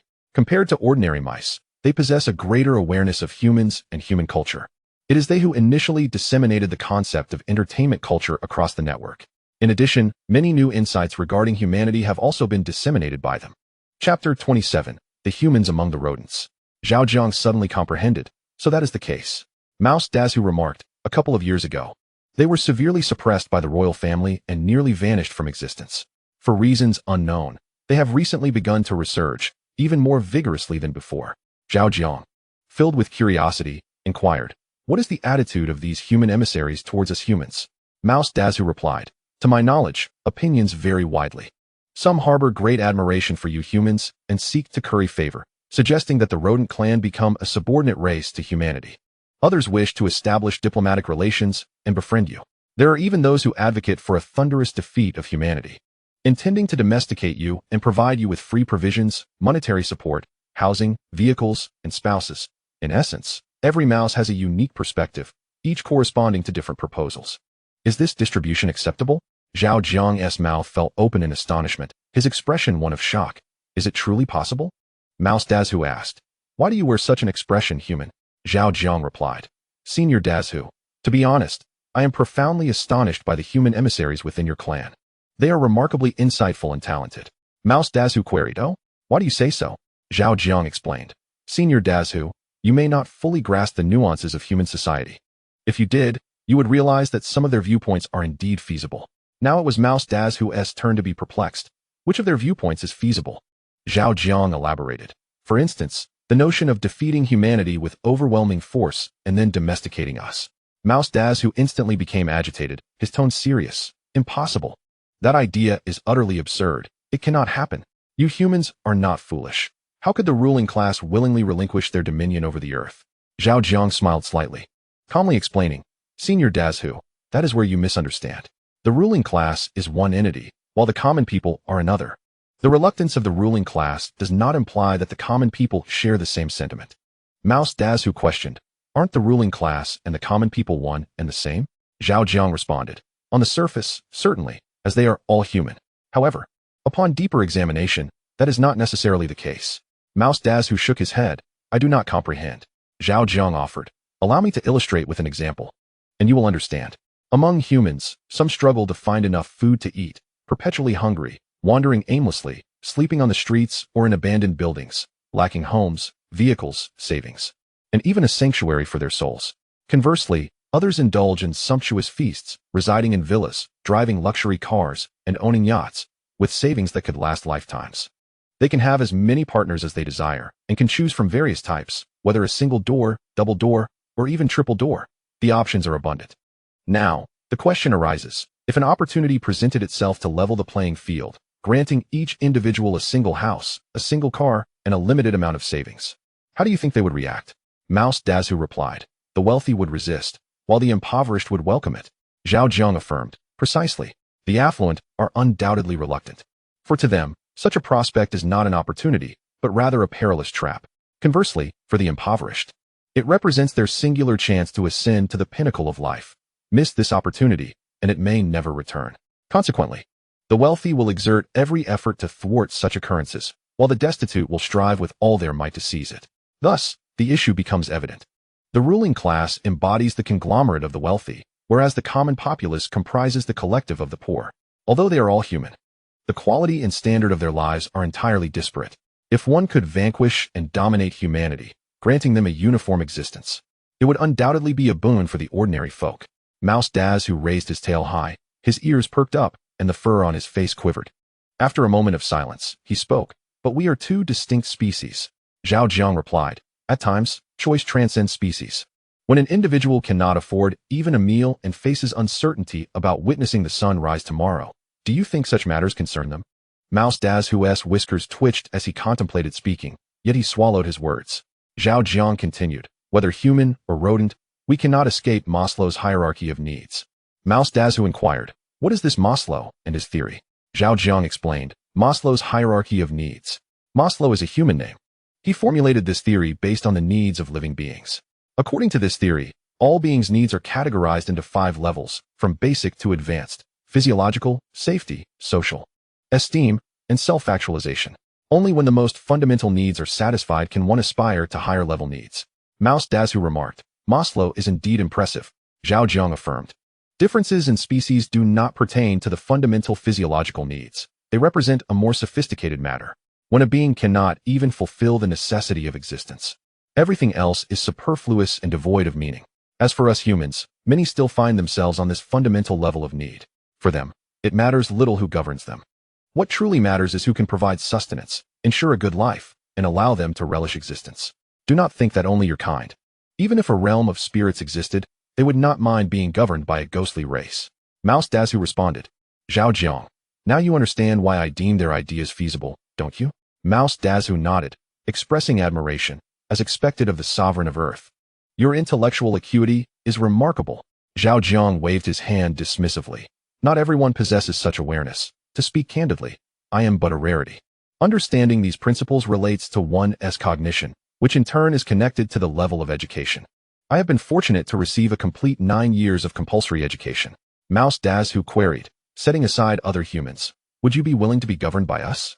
Zhao Jiang replied, with provisions for food and shelter, accommodations, transportation, and companions, as long as my freedom is not excessively constrained, I would not be opposed. If you were to dangle a few enticing prospects before me, acceptance would merely be a matter of time. Mouse Dazu, do you not care about what other races say? Zhao Jiang retorted, why should I care? Mouse Dazu, after all, you humans are universally acknowledged as the current sovereigns of Earth. If one day you were to fall from grace and we were to reign over you, would you be able to endure the mockery of other intelligent races, who might deride you for lacking courage and tenacity, thereby trampling upon your dignity? Zhao Jiang, if we truly were to be dominated, what difference would it make if we could not endure it? In the face of an irreversible trend, what significance do courage and tenacity hold? Mouse Dazu, courage? What do you mean by courage? Chapter 28, The Unwelcoming Visitor. Mouse Zhaoxing, seeing the confusion on the other's face, Zhao Jiang hurriedly explained, I apologize. I inadvertently used a meme from human networks. Mouse Dazu, what is a meme? Zhao Jiang, Mouse Dazu, it's all right, take your time to explain. I find these matters quite intriguing. Zhao Jiang took a gentle breath, adjusting his mindset. A meme refers to a punchline, foreshadowing, or a collective term for particular implications and satirical connotations. Mouse Dazu stared intently at Zhao Jiang. Human, I do not comprehend. Zhao Jiang, for instance, the electric cub you mentioned earlier, it is actually a meme. Mouse Dazu lifted a paw and began to scratch at the fur on his head, pondering for a while before speaking. Could you simplify it further? Upon hearing this, Zhao Jiang pressed his lips together and inspiration struck. Senior Dazu, you may understand a meme as a special word or idiom, one that carries a specific story or punchline behind it. In our exchanges, we cannot articulate every detail. Thus, we resort to a meme to replace the underlying narrative for convenience and brevity. Mouse Dazu's ears perked up, and a glimmer of understanding flashed in his eyes. I believe I comprehend now. Zhao Jiang silently wiped his brow, thinking to himself, if you did not understand this, I would not know how to explain further. After years of study, it was a challenge to impart at least half of that knowledge. Has anyone ever employed ink? Zhao Jiang, Senior Dazu, let us return to the main topic. What I intended to express earlier is that life is the foundation of everything. Once this foundation disappears, whether it be courage or tenacity, it becomes a mere castle in the air, a rootless reed, devoid of significance. If your kin's strength has far surpassed that of humanity, then regardless of how humanity resists, the outcome is predetermined. In such circumstances, if you choose to treat humanity kindly rather than annihilate them completely, do you believe humanity would resist recklessly? Mouse Dazu, I see. Human, you possess profound insight on these matters. Alas, if you had experienced the internal struggles of human society, you would understand. Pragmatism is paramount. After all, the rule of this world is that material foundation determines the superstructure. Mouse Dazu was quite conversational. Filled with curiosity about many aspects of humanity, he remained beside Zhao Jiang, extracting every drop of conversation until Zhao Jiang finally succumbed to fatigue and fell asleep on the spot, at which point he departed, satisfied. During this intriguing exchange, a man and a mouse engaged in a profound dialogue encompassing entertainment culture, racial differences, societal structures, worldviews, values, life perspectives, spiritual beliefs, and even ventured into the realm of philosophy, exhausting the last remnants of ink within Zhao Jiang. Although Zhao Jiang was not particularly loquacious in human society, he now felt akin to a charismatic salesman, effortlessly articulating his thoughts. In the throes of animated conversation, his mouth seemed to possess an independent will, heeding not the commands of his mind. As he approached the brink of a breakthrough, he recognized the duality inherent in every situation, despite his vocal cords feeling strained. The rewards of this dialogue were immense. Through their exchanges, Zhao Jiang gleaned a wealth of knowledge about the mouse tribe. And though his worldview was considerably challenged multiple times during this process, he found it to be enriching and delightful. Upon severing his connection to reality as he drifted into slumber, Zhao Jiang embarked on a journey of learning within his dreams, following the towering figure of the first mouse, continuously absorbing the fruits of technological advancement. Aware of his own mediocrity and fragility, He approached his studies with utmost seriousness, unhesitatingly seeking clarification on any uncertainties, refusing to feign understanding. Time in the dreamscape flowed swiftly, and before he realized it, he was jolted awake, feeling he had scarcely acquired any substantial knowledge. Similar to the previous day, the moment he awoke, a furry visage greeted him. "Who are you?"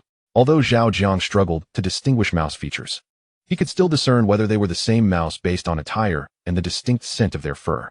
Regrettably, the virtual helmet bestowed by the princess was nowhere to be found. Had it been present, identification would have been instantaneous. "Greetings, human. My name is Zhao Xing. You may call me by my name or Zhao Mouse." Zhao Jiang was taken aback by the mouse's inquiry about his name. His initial impression of Zhao Xing markedly heightened. "Hello, Zhao Xing. I am Zhao Jiang, hailing from human society. It is a pleasure to meet you. I brought a small gift as a token of our introduction." Suddenly, Mouse Zhao Xing produced a finely crafted blue box and extended it to Zhao Jiang. "I appreciate your kindness, but I must decline. It is customary to reciprocate gifts, especially upon first meeting." The unexpected gesture momentarily stymied Zhao Jiang, as it was behavior he had never anticipated from a mouse. The mouse's demeanor and dialogue bore no resemblance to that of a typical rodent. Rather, it exuded the cunning sophistication of a shrewd human. "Isn't it customary for humans to bring gifts when visiting friends? If you refuse, it implies you do not regard me as a friend." Zhao Jiang's instincts stirred uneasily, suggesting that this visitor may harbor ulterior motives. With his mind racing, he carefully crafted his response. "In our human culture, gift-giving is reciprocal. I have come unprepared. If I were to accept your gift without the means to reciprocate, it would be merely taking advantage of you. True friends do not exploit one another." The mouse Zhao Xing suddenly chuckled, his whiskers lifting in a display of a unique charisma. "Ah, that makes sense. How about this? You accept my gift for now, and should the opportunity arise in the future, you can return the favor. How does that sound?" Zhao Jiang had not anticipated such a clever maneuver. Realizing that accepting this gift was now unavoidable, thus, no longer polite, with a smile he remarked, "In that case, it would be more respectful to comply. I shall accept this gift." Suddenly, Mouse Zhao Xing slapped his forehead, his fur bristling. "Oh right, I forgot to mention something to you." As Zhao Jiang had just taken the gift, his hand still outstretched, he was taken aback by the abruptness of the other's actions. "What is it?" Mouse Zhao Xing leaned in closer, extending his clawed hand to stroke Zhao Jiang's throat with his sharp nails, grinning insincerely as he said, "In this lower ninth city, any mouse that has received a gift from me no longer possesses his life. Though you are human, you cannot disrupt this rule. What do you think?" Zhao Jiang's pupils constricted, his body tensed. "Human, do not be so anxious. After all, you are the dominant species on Earth. Are you truly afraid of a mere mouse like me? Who are you? What do you truly wish to accomplish? Who am I? Have I not already revealed that to you? As for what I intend to do, you are quite clever. Why not take a guess?" Feeling the pressure of the claws against his throat, Zhao Jiang had no doubt that should the other desire it, he could easily slice open his windpipe in an instant. "I am Princess by Zhao Yu's envoy sent here, and yet you regard me with hostility. This indicates that your identity can only be one of two possibilities." "Oh, what are those two possibilities? Do enlighten me." "A nemesis of Princess by Zhao Yu, or a formidable rival in some domain." "Congratulations, you are mistaken. A wrong answer incurs a penalty. You have no objections, do you?" With that, Mouse Zhao Xing suddenly grasped Zhao Jiang's neck, constricting his breath. "Madman! A lunatic of the mouse clan." Zhao Jiang's face flushed crimson, discomfort washing over him. "Ah, I had thought the human overlords to be quite formidable, yet here you are, trembling in fear. Tisk tisk, your expression, if I may borrow a phrase from your kind, truly grotesque. Cough, cough, cough." As Zhao Jiang struggled for breath, his face turned beet red, veins protruding. Noticing this, the mouse loosened his grip slightly, allowing him to cough uncontrollably, producing a pitiful sound. "Human." Mouse Zhao Xing leaned in closer, his whiskers brushing against Zhao Jiang's face, his mouse-like eyes serious and fierce. "Answer me a question." Zhao Jiang longed to gesture for the other to ease his grip, lest he be rendered speechless. However, that thought was quickly dismissed. Given the current circumstances, it was evident that the other was not a benign presence and exhibited a hint of madness, though the intent to kill seemed not to be overtly present. In such a scenario, maintaining composure and doing nothing would be the wisest course of action. After all, in the absence of understanding the other's temperament, it was impossible to ascertain whether a minor gesture would provoke a defensive or irate reaction. In this world, which species is the most noble? Upon finishing his query, Mouse Zhao Xing released Zhao Jiang, granting him the ability to breathe once more. Huff, huff, huff. Zhao Jiang gasped heavily before gradually regaining his composure. lifting his gaze to meet the other's eyes, speaking with neither subservience nor arrogance. In my view, there is no single most noble species in this world. Everything is relative. If there were to be a most noble, there would certainly exist an even nobler. As soon as the words left his mouth, the rat Zhao Xing swiftly launched an attack, gripping Zhao Jiang's neck. However, his strength had considerably diminished, allowing Zhao Jiang to speak normally despite the discomfort. No. You must declare the most noble. Zhao Jiang, perplexed by the other's intentions, hesitated to respond immediately. After several breaths, he resolutely replied, if you seek falsehoods, certainly there are some. But if you desire the truth, even if you were to take my life, my answer remains, there is no supreme nobility. Only ever higher forms of it. Zhao Xing's eyes narrowed slightly in surprise. This was not what he had anticipated. Why do you not proclaim humanity? Zhao Jiang retorted. Why must I declare humanity? In what way is humanity the most noble? Zhao Xing tightened his grip. Humanity is the sovereign of Earth, the ruler of the entire planet. Is that not sufficient? Zhao Jiang countered. Humanity is merely the current sovereign of Earth. If that is the sole criterion for selection, then should we not also consider the previous sovereigns? Zhao Xing's gaze sharpened. Were there other sovereigns before humanity? How is it that I am unaware of this? You are not deceiving me, are you? I warn you. If you cannot provide a satisfactory explanation, I shall make your legs disappear forever. Zhao Jiang regarded him intently, striving to maintain his composure. The Earth came into existence approximately 4.5 billion years ago, while humanity has existed for a mere 7 million years. The time span between 7 million and 4.5 billion years is considerable. I trust one need not elaborate further. Upon hearing this, Zhao Xing loosened his grip, a flicker of interest igniting in his eyes, though his expression remained sour. Humph. Zhao Jiang pressed on. Throughout this extensive temporal expanse, the Earth has witnessed many sovereigns, each ruling long before humanity's inception. From this perspective, humanity stands as the weakest sovereign in Earth's history. Let us not delve into the distant sovereigns. Consider instead the great explosion of life that occurred 500 million years ago. This era, known as the Cambrian, spanned from approximately 542 million to 485 million years ago, during which the dominant life form was the Anomalocaris, a heavy-armored creature. Following the Cambrian extinction, the Ordovician emerged, ruled by the Graptolite, a shelled life form. Next came the Silurians Eurypterids, the Devonians Dunkleosteus, the Carboniferous insects, the Permians Gorgonopsids, and the Triassic, Jurassic, and Cretaceous periods various dinosaurs. Finally, the rise of mammals marked the Cenozoic era. Both humanity and your kind, the rat clan, are essentially continuations of this lineage of mammals. Zhao Xing inquired, humanity? You are not deceiving me, are you? Zhao Jiang replied, what purpose would there be in deceiving you? This knowledge is publicly accessible. If you doubt me, you may verify it through human networks. Zhao Xing pondered. So you imply that humanity is merely a temporary sovereign of Earth, not its eternal ruler? Zhao Jiang responded. Whoever told you that humanity has been the eternal sovereign of Earth? Even in dreams, one should possess a modicum of common sense, should they not? As Mouse Zhao Xing observed Zhao Jiang, he discerned a sincerity in his demeanor that alleviated his unease. Excellent. Today, dear human, you have opened a gateway to a new realm for me. Thus, I have decided to grant you a temporary reprieve. Zhao Jiang, intrigued, inquired. Does your rodent race possess no historical or cultural knowledge about Earth? Mouse Zhao Xing shook his head, replying no. Since the dawn of our recollection, our studies have solely revolved around your species. We lack both the energy and the time to delve into knowledge beyond humanity. It seems that, within your subconscious, we rodents are inherently regarded as the primary hypothetical adversaries. Of course, he continued, you are the sovereigns of Earth. If not you, then whom else could be deemed a rival? Zhao Jiang then asked, tell me, do you rodents believe you might one day supplant humanity? Indeed, Zhao Xing affirmed. Are you certain? Nature favors the fittest. As long as you surpass humanity, your ascendance is merely a matter of time. Conversely, should you replace humanity, and a more formidable species emerge, you too shall fall from grace.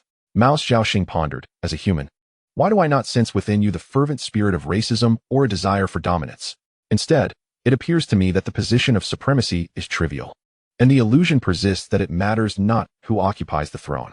Zhao Jiang reflected for a moment before responding, perhaps, in comparison to your race, we humans resemble aging individuals, nearing the twilight of our existence, perceiving matters with greater clarity and equanimity. You, on the other hand, are imbued with vitality and energy, fiercely prioritizing positions and rightness, charging forward recklessly, eager to assert your existence without much contemplation. Mouse Zhao Xing replied earnestly, you are unlike any human I have known. Zhao Jiang inquired. Before me, have you encountered other humans? Certainly. Zhao Xing responded. Have you conversed with them? Zhao Xing retorted. What do you think? I suppose you have. Zhao Jiang replied. Indeed. Yet, in contrast to you, they were filled with trepidation, incapable of uttering a complete sentence, only begging for mercy. Far more pitiable than our own slaves. Zhao Jiang considered asking about those individuals' fates, but soon relinquished the thought, instead remarking, this perhaps illustrates the chasm between imagination and reality. In truth, my perception of you differs from your actual existence. I envisioned you as somewhat primitive, perhaps wise, yet incapable of forming a civilization. However, reality stands in stark contrast.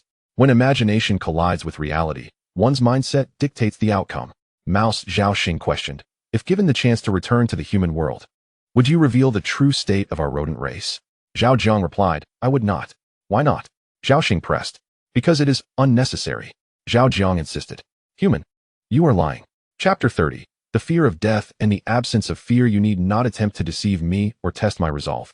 Regardless of whether you inquire about this matter, my actions will remain unchanged. Mouse Zhao Xing's eyes glimmered with confusion. Why? Zhao Jiang explained. First, you must comprehend this. Humanity is not a monolithic entity. Moreover, within the fabric of human society, I am but an ordinary individual, one whose demise would scarcely create a ripple. Thus, my words carry little weight. If I were to divulge your true circumstances, not only would others disbelieve me, but they would likely consider my claims to be mere fabrications, branding me as delusional. Why would they doubt? Zhao Jiang retorted. Why should they believe? I am the one who has endured all of this, not them. Those who have not witnessed or heard the truth firsthand are naturally inclined to skepticism.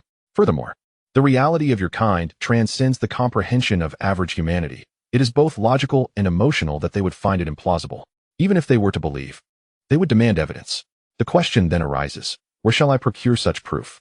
Even if, for argument's sake, I were to acquire evidence and make it public, the outcome would likely not align with your expectations. It is highly probable that the evidence would be confiscated, the pertinent information would be suppressed, and I would find myself imprisoned in an unknown location, condemned to a life devoid of sunlight, akin to death itself. Do you humans hold us in such low regard? How does this align with my understanding? This is not merely a matter of respect. Let me put it this way. You may understand humanity, but you fail to grasp the human heart. Even if you comprehend the human heart, understanding the dynamics of self-interest proves to be a formidable challenge. Should fortune favor you, and you grasp the concept of self-interest, deciphering its distribution is equally elusive. If one day I were to return to human society and reveal your existence alongside certain details, it might appear as though I am sounding an alarm for humanity and contributing to their welfare, yet in reality, I would be encroaching upon the interests of powerful organizations. For an ordinary person like myself, infringing upon their interests is tantamount to courting death. Humanity, I concede that there is some truth in your assertions, yet I remain skeptical. If you were to reintegrate into human society, you would undoubtedly expose the circumstances of my kind, bringing immense trouble upon us. To avert such calamity, the most prudent course of action would be to eliminate you. I am indifferent, as I possess little means to resist. Any protestations would be futile. However, I currently hold some irreplaceable value to Her Highness the Princess. If you can persuade her to consent to my demise, I would have no objections. Alternatively, should you choose to disregard her and take my life directly, I would accept that fate, for in my present state, resignation is my only recourse. Rat Zhao Xing leaned in closer, whispering into Zhao Jiang's ear. Are you so certain she will protect you? Zhao Jiang replied. My life holds little significance. Yet the knowledge I possess is vital to her, to you, and indeed to your entire clan. My death is inconsequential, merely a single life. However, if the information I possess were to infiltrate another world, you may one day find yourselves regretting it profoundly. That day could very well mark the annihilation of your entire lineage. There is no need for you to resort to alarmist rhetoric before me. Who can ascertain the veracity of your claims? Belief renders truth, while disbelief renders falsehood. By sheer coincidence, Princess Bai Zhao Yu happens to trust me. Rat Zhao Xing adopted a serious demeanor. Human, what exactly do you know? Zhao Jiang chuckled lightly. Do you truly think I would confide in a rodent intent on my demise? Upon concluding her speech, their gazes met, locking in a silent contest for several seconds, neither willing to yield. Human, I must admit, you have exceeded my expectations. You exhibit a profound fear of death, yet display remarkable resilience. I have never encountered a human quite like you. Well done, you have successfully piqued my interest.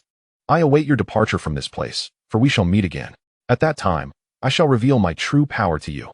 By the way, I am not entirely insistent on your demise. Should you choose to become my servant and serve me, I may consider sparing your life." With that, she revealed a signature malevolent grin characteristic of her kind before turning away. Zhao Jiang remained silent, quietly observing her departure, his mind swirling with tumultuous thoughts. The following day, shortly after Zhao Jiang consumed the nourishing elixir prepared by the Mouse clan's Zhou, a familiar figure entered. "Human, did my ninth brother come to seek you?" "Your ninth brother?" "By Zhaoxing. Yes, he visited yesterday." "What was his purpose?" "He presented me with a piece of rodent excrement and inquired about various matters." "Did he harm you?" "No. You are lying. He merely squeezed my neck and uttered some nonsensical words. It hardly qualifies as substantial harm." "How long until your leg heals?" "According to Elder Zhou's estimations, approximately another 18 days. If I were to offer you a chance to return to the human world, would you wish to seize it?" Upon hearing this, Zhao Jiang immediately shook his head vigorously, like a rattling drum. "I do not wish to, not in the slightest. I speak sincerely. I am not jesting with you." Zhao Jiang replied, "I am equally sincere. I truly do not wish to return to the human world. You are still so afraid of death. Even though you hold the esteemed title of princess, do you not fear death?" "I do not fear death," Zhao Jiang retorted. "If I feared death, I would not have come this far. I recall the first time I met you. You spoke of how death can be heavier than Mount Tai or lighter than a feather, and I found your words profound. If I must die, it must be for something of great significance. What does this have to do with what you just said?" The Mouse Clan princess stepped closer, placing a helmet upon Zhao Jiang's head, her voice cold. "I require your assistance with a matter. If you help me with this, I shall ensure your safe return to the human world." Zhao Jiang cast a glance at her virtual form, responding coldly. "Ah, to return safely to the human world? I fear I may have already perished before that." The princess countered, "You have accomplished this twice before. Theoretically, there is no risk for you." "Impossible. If it involves placing me back into that strange tree's blossom, you need not seek my consent while presenting such enticing terms.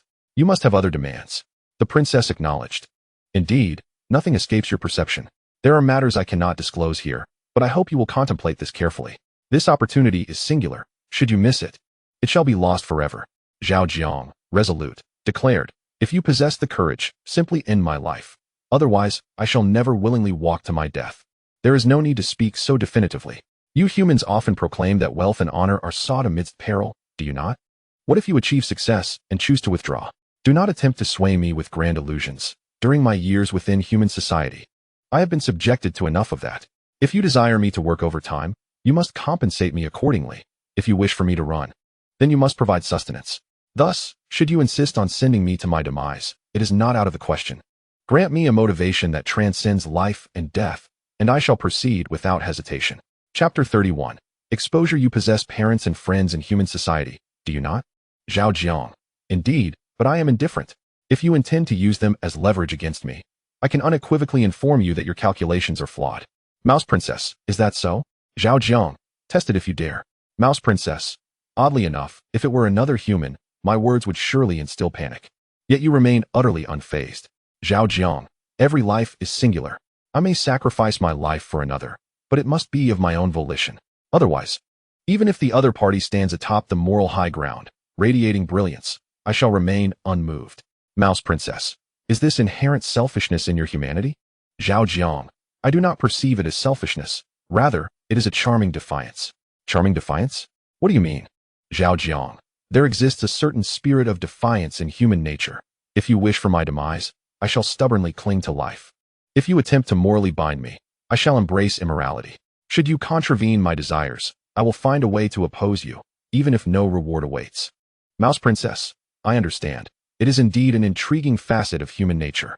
In deference to this trait, I must candidly admit that I cannot offer you a motivation that transcends life and death, yet I genuinely require your assistance this time. Should you aid me, I shall certainly honor my word. Rest assured, given my stature, I am incapable of such treachery." Zhao Jiang. "Are you aware of a saying that circulates among us humans?" "What saying?" "When an individual lowers themselves, humbly pleading for your assistance, it signifies that they harbor no intention of allowing you to extricate yourself from the situation. For instance, when a friend weeps and kneels, even swearing to repay a loan, no matter how eloquently they speak, once you lend that money, it is tantamount to throwing it away. Similarly, when you utter those words, you have no intention of allowing me to escape this so-called situation alive. In other words, you are certain I shall perish in the endeavor you request of me. Thus, any promises made are, in essence, a ruse, meaningless. The mouse princess, unusually, coiled her tail around her neck.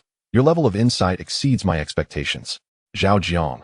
This is not cleverness, it is wisdom. A wisdom derived from human experience that I merely employ.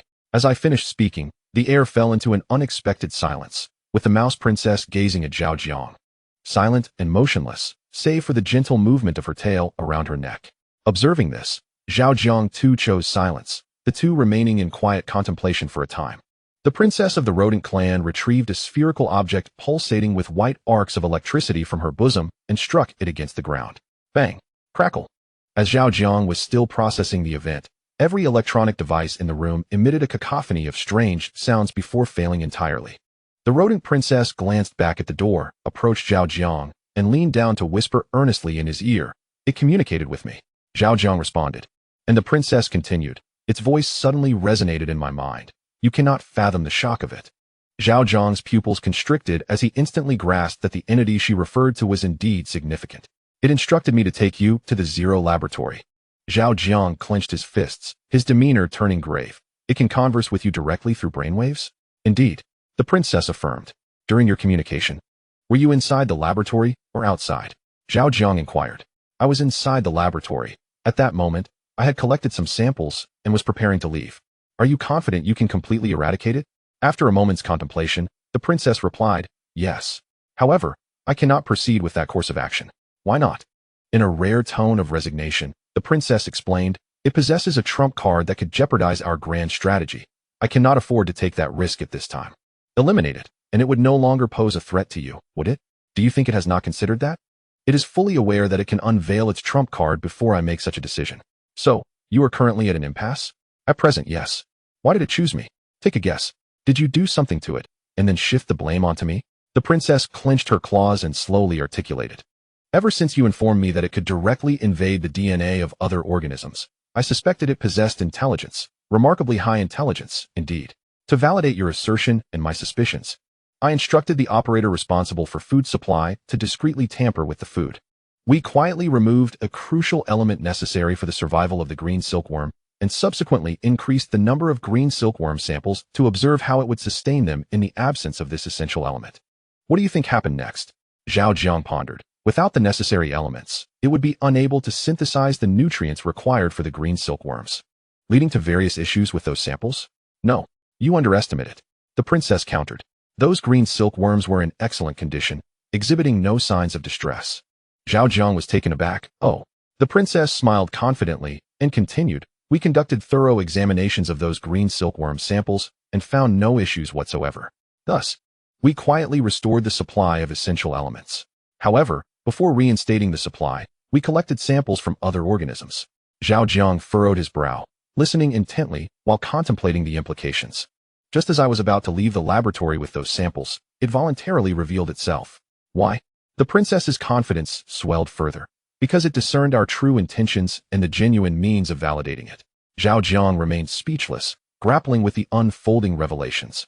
Princess of the rodent clan, we have employed the stratagem of the 36 tactics of humanity, namely, to repair the plank road while secretly marching on the other. On the surface, we are compelling the green vine silk insect to reveal its flaws by eliminating the essential elements it requires. In truth, we are granting it the opportunity to swap places with the cat. What we truly desire is the cat it voluntarily relinquishes. Once we capture the cat, we can substantiate our earlier conjectures. Zhao Jiang felt that every word spoken by the other party was comprehensible, yet the overall meaning eluded him, leaving him in a haze of confusion.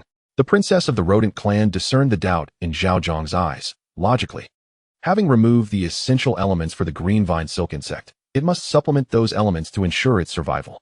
Thus, the question arises, from where shall it procure such supplementation? By extracting from the bodies of other creatures. A sudden epiphany struck Zhao Jiang's mind. An enlightenment dawned upon him. Indeed, that is its sole option. In its attempts to mend one breach, it inevitably creates another. The green vine silk insect is now secure. Yet the other creatures it has tampered with will undoubtedly experience a reduction in the relevant elemental content within their bodies. How fortuitous it is that we conducted rigorous examinations of all biological samples prior to severing that elemental supply. As long as I compare the samples of other organisms outside, it will be exposed. Zhao Jiang felt a surge of admiration and couldn't help but shake his head in astonishment. So, the green vine silk insect is the prince, while the other biological samples are the cat. It appears you are using the prince to exert pressure while, in essence, orchestrating a scheme for it to facilitate its own exchange of identity. Each link in the chain is interdependent, and each segment is a deadlock. Brilliant. Utterly brilliant. Chapter 32. Forced to make a choice, the princess of the rodent clan raised her lips in a confident smile. To obtain a definitive answer, one must employ a binary approach. Before I took action, I had already anticipated all possible courses of action it might pursue. Thus, from the outcome, it has no room for maneuver. After expressing her awe, Zhao Jiang suddenly realized something and questioned. If you are the one forcing it to reveal itself, why is it seeking me out for retribution? Because it deduced that you were the one who provided me with the clues that led to its exposure. Zhao Jiang was perplexed. How could it have guessed that? The princess of the rodent clan replied, I cannot say. It did not disclose that information. It merely instructed me to deliver the human who exposed it. Zhao Jiang asked, what would happen if you did not deliver me? The princess of the rodent clan responded, it did not specify. It only mentioned that since its inception, it has never suffered such a significant loss. If I were to refuse this request, it would seek to reclaim its dignity by any means necessary. Zhao Jiang grew anxious. But it has already been exposed. What purpose does it serve to seek me out for vengeance? I am but a life of little value. Even if it were to kill me, it would gain nothing substantial. The princess of the rodent clan chuckled, her tone taking on an intriguing note. Of course, it must seek retribution from you. For without your involvement, it would still be thriving in Lab Zero. Zhao Jiang retorted, is it not thriving now? The princess of the rodent clan replied, who told you it is doing well? Zhao Jiang, the princess of the rodent clan. Now that we have seen its true nature, we can no longer afford to lavish it with care and sustenance, allowing it to evolve without a care in the world. Zhao Jiang, what have you done to it? Mouse princess, we have severed its food supply, extracted all biological samples from its flowers, and drained 90% of its blood. Simultaneously, we have activated the hazardous mode of Laboratory Zero. Should it exhibit any signs of movement, we shall take action against it. Zhao Jiang, so, it is now akin to a feeble prisoner, left to await its demise in silence? Mouse princess, whether it awaits death or not, I cannot say. But I can assure you that while it is in my possession, it shall not be afforded any opportunity to breathe easy. Did it not resist throughout this ordeal? Mouse princess, with a commanding demeanor, replied, humph. Would it dare to resist? The mere fact that it has not been annihilated immediately is a testament to its fortune. Zhao Jiang, did you not claim it had a trump card? Mouse princess, precisely because it possesses a trump card has it managed to escape immediate destruction. However, that does not justify its continued comfort. Zhao Jiang, I comprehend now. You initially intended to obliterate it at once, yet upon considering its trump card, you decided to spare it for the time being, transforming a swift execution into a gradual demise. Mouse princess, you could interpret it that way. Zhao Jiang, yet, that seems unjust. Why should it attribute your actions to me? Even if it suspects I am the catalyst, it remains merely a conjecture, devoid of any evidence. Mouse princess, it does not require evidence. Well, even if it chooses to forego proof, it is you who inflicted tangible harm upon it. Why must it cling to the thought of me? Does that not seem peculiar to you? Mouse princess cautioned, human, consider this. Is it not possible that it recognizes its inability to resist us? Thus, even when subjected to bullying, it must endure. However, you are different. To it, you are akin to an ant. One must choose the softest persimmon to squeeze. Surely, you understand this principle? Zhao Jiang suddenly locked eyes with her. So, after all this discourse, what exactly do you require of me? If your sole request is to acquiesce to its wishes and return me to its flowers, you are more than capable of employing force to compel compliance. There is no need to divulge such perilous secrets and adopt such a humble stance. Mouse princess lowered her voice. I wish for you to serve as my spy. Zhao Jiang realized. You want me to extract the secrets it has concealed? Indeed. Zhao Jiang chuckled, albeit bitterly. On what grounds do you believe I possess the ability to uncover its secrets? It can directly infiltrate my DNA. Before it, I am as vulnerable as one unadorned. Mouse princess, simply because you have managed to elude its spore hypnosis twice. Upon hearing this, Zhao Jiang fell silent. Mouse princess continued. I had not intended to reveal this, but since we have reached this point, I shall speak candidly. You are the only one among a vast array of species and extensive samples over the years who has been able to actively escape its spore hypnosis on 2 occasions. Though you have not disclosed how you accomplished this, I believe that what occurs once may occur again. Do you not agree? Seeing Zhao Jiang remain silent, Mouse Princess resolved to intensify her approach. The dream deficiency you mentioned previously, I am aware it was fabricated. The subsequent statements were also mere fabrications. The reason I refrained from exposing you at that moment was due to the sincerity you exhibited, which was indeed substantial. And you illuminated a direction that had long been a source of perplexity for me, rendering it an unexpected delight. Had it not been for this, I would not have treated you with such courtesy, nor would I have defied the consensus to allow a third party to attend to your legs. Zhao Jiang, realizing that the conversation had reached a critical juncture, understood that he had no choice but to acquiesce or face the prospect of a complete fallout. Human, he stated, I have articulated my position clearly. With your intellect, you must comprehend that henceforth, you have but two options. Either cooperate with me fully or forfeit my protection. There exists no third alternative. I concede that due to your unique value, I will not resort to eliminating you. Yet you must trust that our kind possesses methods of torment that rival those of humanity. At times, death may not be the most terrifying fate. The true nightmare begins when one is caught between the desire to live and the impossibility of dying. You have witnessed our medical technology. Even if you are left with a mere breath, we can restore you to your former self. Zhao Jiang inhaled deeply, adopting an unprecedented calmness as he inquired. Do the previous words still hold true? The princess of the Mouse clan smiled, her voice laced with barely concealed joy. Certainly. As long as you agree to assist me this once, I shall ensure your safe return to the human realm. I accept. But I wish for it to be in 18 days. Not a problem. Zhao Jiang removed his helmet and returned it to her, his expression impassive, his voice as serene as still water. Now that matters are settled, you may take your leave. I wish to recuperate in peace. The Mouse Princess observed Zhao Jiang's unusual demeanor and hesitated before saying, Human, I recognize that this situation is profoundly unfair and cruel towards you. Yet you must grasp this fundamental truth. The weak possess no rights. Your survival until this day is, in part, thanks to me. I recognized your worth and was willing to pay for it. Otherwise, you would have perished long ago. Indeed, the strong are always right. The Mouse Princess narrowed her eyes, sensing that he had entirely withdrawn from the desire to engage with her, sealing himself off. Chapter 33. The inability to forge friendship. Human, I understand your current discontent. Yet I still hope you can perceive reality clearly. In terms you would understand, I am the only significant ally you have among the Mouse clan.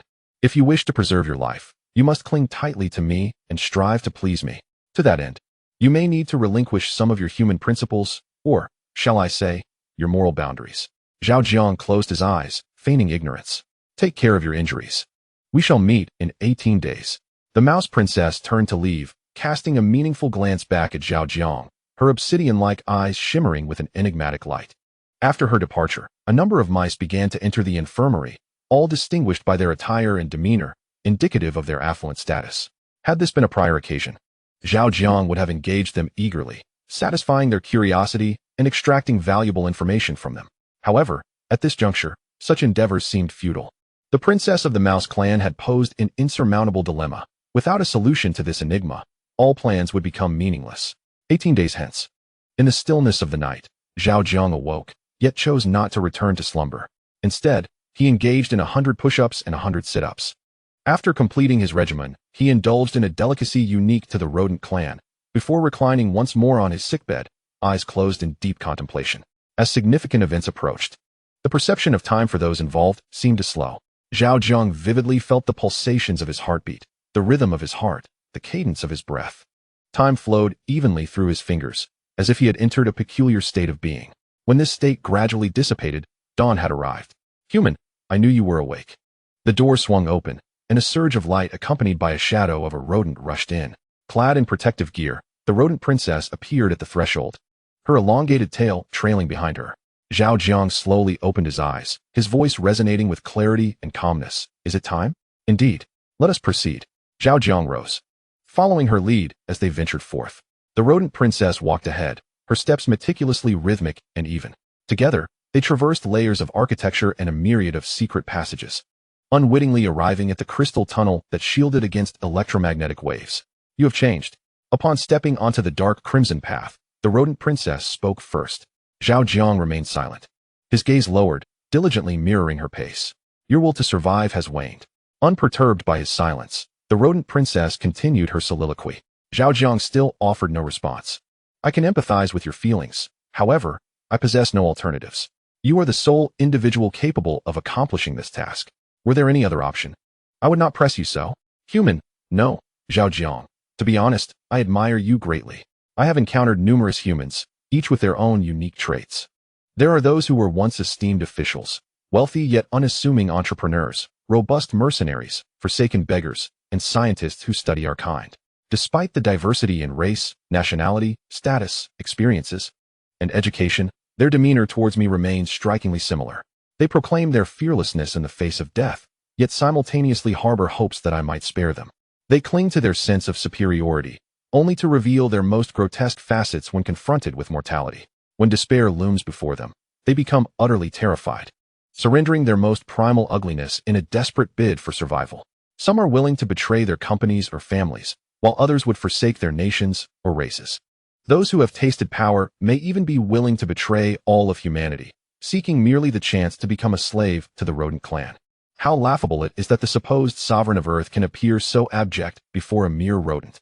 Zhao Jiang listened quietly, refraining from contradiction or commentary. You are unlike them.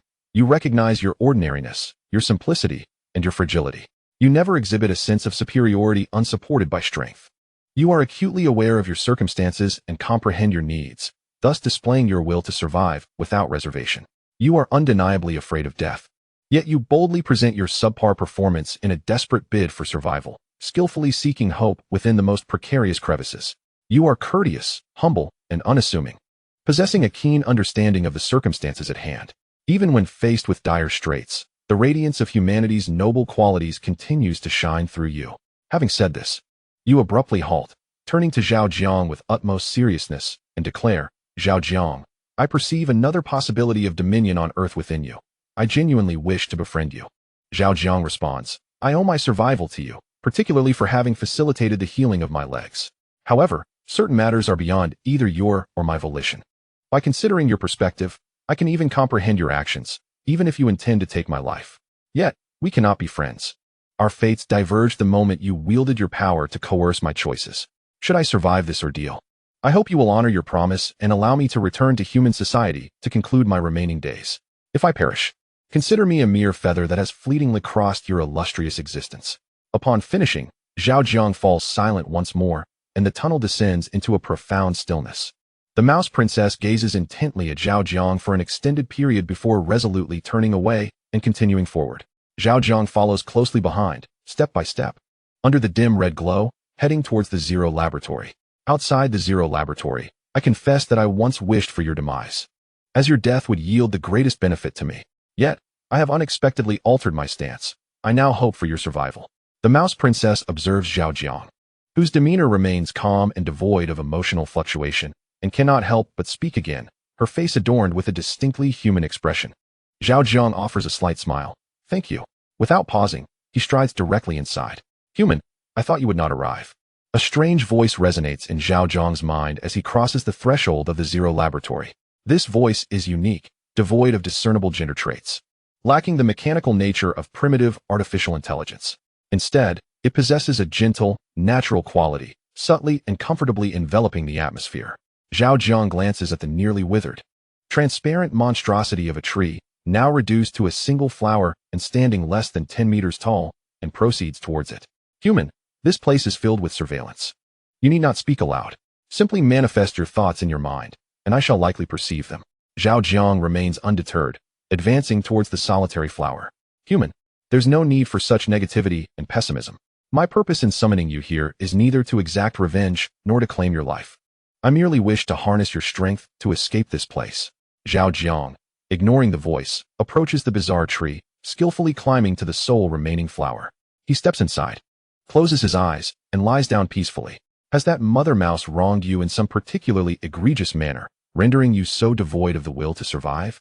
Chapter 34. Fragile carbon-based life. Let us cut to the chase. There is no need to waste time on superfluous words. After reclining completely, Zhao Jiang finally responded within her mind. Human, I truly require your assistance to escape from here. Zhao Jiang inquired. Do you believe I possess such capability? You do. Zhao Jiang retorted. You are overly optimistic. I am merely a fragile carbon-based life form. In the current environment, even the slightest unforeseen incident could cost me my life. Rest assured, I will not allow any misfortune to befall you here. Zhao Jiang countered. You can only ensure my safety within this confines. Should I depart from here, you would likely be powerless to assist me, Am I not correct? As far as I understand, in terms of physical combat prowess, any rat outside could easily claim my life. The rodent warriors will not kill you. I once believed the same, but reality has proven my error. They have spared me solely because I currently hold some utility for them. Once I am deemed worthless, I fear I shall meet a swift demise. As long as you agree to cooperate with me, I have a means to ensure your survival. Zhao Jiang replied. Such words may fool a 3-year-old. But given your own precarious situation, do not attempt to paint grand illusions for me. Do not let my appearance deceive you into thinking I possess no capacity for resistance. In truth, I am merely biding my time. When the opportunity arises, I shall strike with great force. My true power is beyond your imagination. Zhao Jiang remarked. Perhaps you speak truthfully, yet we humans believe in the adage that seeing is believing, while hearing is often misleading. If you truly possess a strength beyond my comprehension, there would be no need to rely on my frail form. You could simply break free on your own. Upon hearing this, the voice fell silent. After a considerable pause, it resumed. I understand that you appear to have resigned yourself to fate, yet deep down, you have not abandoned your hope for survival. Zhao Jiang's emotions wavered slightly. Oh? How can you ascertain that? I have scanned your DNA and analyzed your personality traits. Although you seem devoid of desire, passive and unambitious, you are, in fact, remarkably tenacious. As long as there is hope, you will not give up until the very end. In human terms, you are a being with a strong will to survive. Zhao Jiang replied. You have mentioned that, but the prerequisite is hope. Do you believe I have any hope remaining at this moment? The entity responded confidently. As long as you are willing to cooperate with me, even in the absence of hope, we can cultivate it. Zhao Jiang stated frankly, to speak candidly. I would rather believe the fanciful promises of the rodent princess than your self-assured sincerity. Human, you have gone too far. You can scan my DNA, read my biological information, and thus know me inside and out. Before you, I am no different from a naked child. If the rodent princess can employ cunning to outwit me, you can undoubtedly tailor your approach to my character, habits, and thoughts, leaving me with no avenue for resistance. In this regard, you are exponentially more formidable than the rodent princess. A single misstep on my part could lead to my betrayal, and I would unwittingly assist you in counting the spoils. Rather than ending up with such a foolish conclusion and becoming a pitiful clown, it would be far more dignified to accept my fate from the very beginning. Even in death, you are indeed clever. I am not clever. I simply recognize my own limitations. Are you rejecting me? Yes. Regardless of the temptations you may present, I shall resolutely decline. No room for negotiation? Zhao Jiang replied firmly. None. Your actions seem to be aimed at more than just me, do they not? Zhao Jiang candidly admitted. Indeed, I also seek retribution against the princess of the rodent clan. Since she wishes for my demise, I cannot grant her that satisfaction. You all doubt my courage and determination to embrace death, insisting on employing various means to manipulate me into becoming your ideal tool. Thus, I must prove myself through action. I have contemplated numerous possibilities, ultimately concluding that, when viewing from the crossroads of various futures, perhaps death would indeed be the best choice for me. Do you no longer trust the rodent clan or me? Zhao Jiang countered. What have you done to earn my trust? That is true. Since your arrival, you have merely been a tool for our use. Although unforeseen circumstances have rendered you somewhat unique, at your core, you remain a mere instrument. Your life or death has never held significance for us, for you pose no threat. To put it bluntly, in our eyes, you are even less than an ant. The only reason for your continued existence is that by mere chance, you might create an opportunity for me to confront the rodent clan. Huh. Zhao Jiang closed her eyes. Whether tool or tool person, I have resigned myself to fate. Do as you please. However, it is impossible for you to expect my cooperation in any endeavor. Human, do not rush to accept your fate. I am curious about a question. Speak. Based on your current demeanor, it is evident that you fear not death, or perhaps you have prepared for it. If that is the case, you could have easily rejected the princess of the rodent clan and avoided this place. Yet why did you ultimately acquiesce and present yourself? With your intellect, you cannot be unaware that entering here is tantamount to certain death. Zhao Jiang replied. If I do not come to meet my demise personally, she will ensure my existence becomes a living hell. Were you in my position, what would you choose? Do you not fear that I may also make your life unbearable? Zhao Jiang responded. Of course, I fear it. But she compelled me to make a choice before you did. Had I not acquiesced to her, I suspect that the only thing standing before you now would be a severed head. I can distinguish between a complete corpse and a dismembered one. Human, have you truly not considered collaborating with me just this once? I admit that, at my core, I have always regarded you as a usable human tool, and once utilized, I intended to eliminate you to prevent any future troubles. However, in comparison to the rodent clan's hypocrisy. At least I am honest and will not allow you to die without understanding. Zhao Jiang replied. What significance does honesty hold for a corpse? Seeing that Zhao Jiang harbored no intention of collaboration, the other party shifted their approach. Human, since you are destined to die, could you share with me the task the princess of the rodent clan secretly entrusted to you? How did you know she secretly assigned a task to me? Just a guess. Well, you guessed correctly. Now, do tell me, what did she instruct you to do? Zhao Jiang, I'm afraid I cannot disclose that. You are bound to take revenge on her anyway. Why not share her intentions with me? Once I have taken your place, I could have my fun with her, serving as a means of catharsis for you. Moreover, I can assure you that I will endeavor to ensure your departure is as painless as possible. Zhao Jiang, to one who is destined to perish, your promises hold no intrinsic value. Upon hearing this, the other party fell into silence. After a considerable pause, they spoke again, but this time their tone was imbued with palpable emotion. Human, my patience is limited. I offer you one final chance. Do not be foolish. Should you assist me, I shall grant you a dignified death. Should you refuse, I will ensure your demise is anything but peaceful. Zhao Jiang smirked slightly, choosing not to respond further. As time ticked by, Zhao Jiang centered his thoughts, remaining unresponsive. Human, you truly are obstinate. Do you believe that by refusing to cooperate, I am powerless against you? To be frank, I have more than one option. Do not compel me to resort to cruel measures. Wretched human, you deserve to die. I shall grant you one last opportunity. Speak. Since you are so eager for death, very well. I shall oblige you. Chapter 35. The World of Chu Men Outside Laboratory 0. In the Monitoring Center. Your Highness, the electromagnetic wave fluctuations of Subject 0 are abnormal, exceeding historical peak values. The electromagnetic waves. The Mouse Princess, with intense focus, continue monitoring. Leave no detail overlooked. Yes, Your Highness, the biological and informational waves of the human sample are diminishing. He may be on the brink of death. Biological waves. Informational waves. Your Highness, the biological and informational waves of Subject 0 are merging with the human sample's body. Everything is progressing, as you predicted. Excellent. Your Highness, the blood energy of Subject 0 is beginning to differentiate. Its essence is about to regress once more. Pay close attention to the direction of its energy differentiation. Do not overlook any minute energy flow. Keep a vigilant watch. Differentiated energy. Understood. In the parallel dream realm. Number 8. You've worked hard. As Zhao Jiang appeared, Number 1 approached him. I'm not weary. You are the one truly burdened. Both of you are toiling. One writes the script, the other acts. Zhao Jiang turned to Number 2. Do you think I gave myself away? Number 2. I believe not. Even if there are inconsistencies, they would be unable to trace them back to the source. Zhao Jiang. By the way, are you certain that the strange tree possesses the ability to invade my body? Number 2. You must trust Number 1. To my recollection, he has never erred. Zhao Jiang turned back, gazing at Number 1 with curiosity. How did you ascertain that the strange tree has the capability to invade my body? Number 1. I meticulously analyzed the previous anomalies, deducing various possible scenarios based on numerous details. Considering the actions and words of the princess of the Mouse clan, as well as the hidden motivations behind her speech, one can deduce the potential points of contention or, rather, the most likely trump cards in play. Building upon this insight, the outcome becomes rather evident. Zhao Jiang raised his thumb in admiration. You are remarkable. The first speaker replied. It is not my brilliance. Rather, they are becoming somewhat anxious. Upon discovering the true nature of the monstrous tree, the Mouse Princess was engulfed by a murderous intent, wishing to leave no future threats. Clearly, the monstrous tree also comprehended its predicament, thus choosing to expose itself, buying time in hopes of a swift escape. Regrettably, it underestimated the formidable nature of the Mouse clan's laboratory, and after attempting to find an escape route in secret, it found itself cornered, necessitating a change in strategy. Zhao Jiang nodded in agreement, intrigued by the unfolding narrative.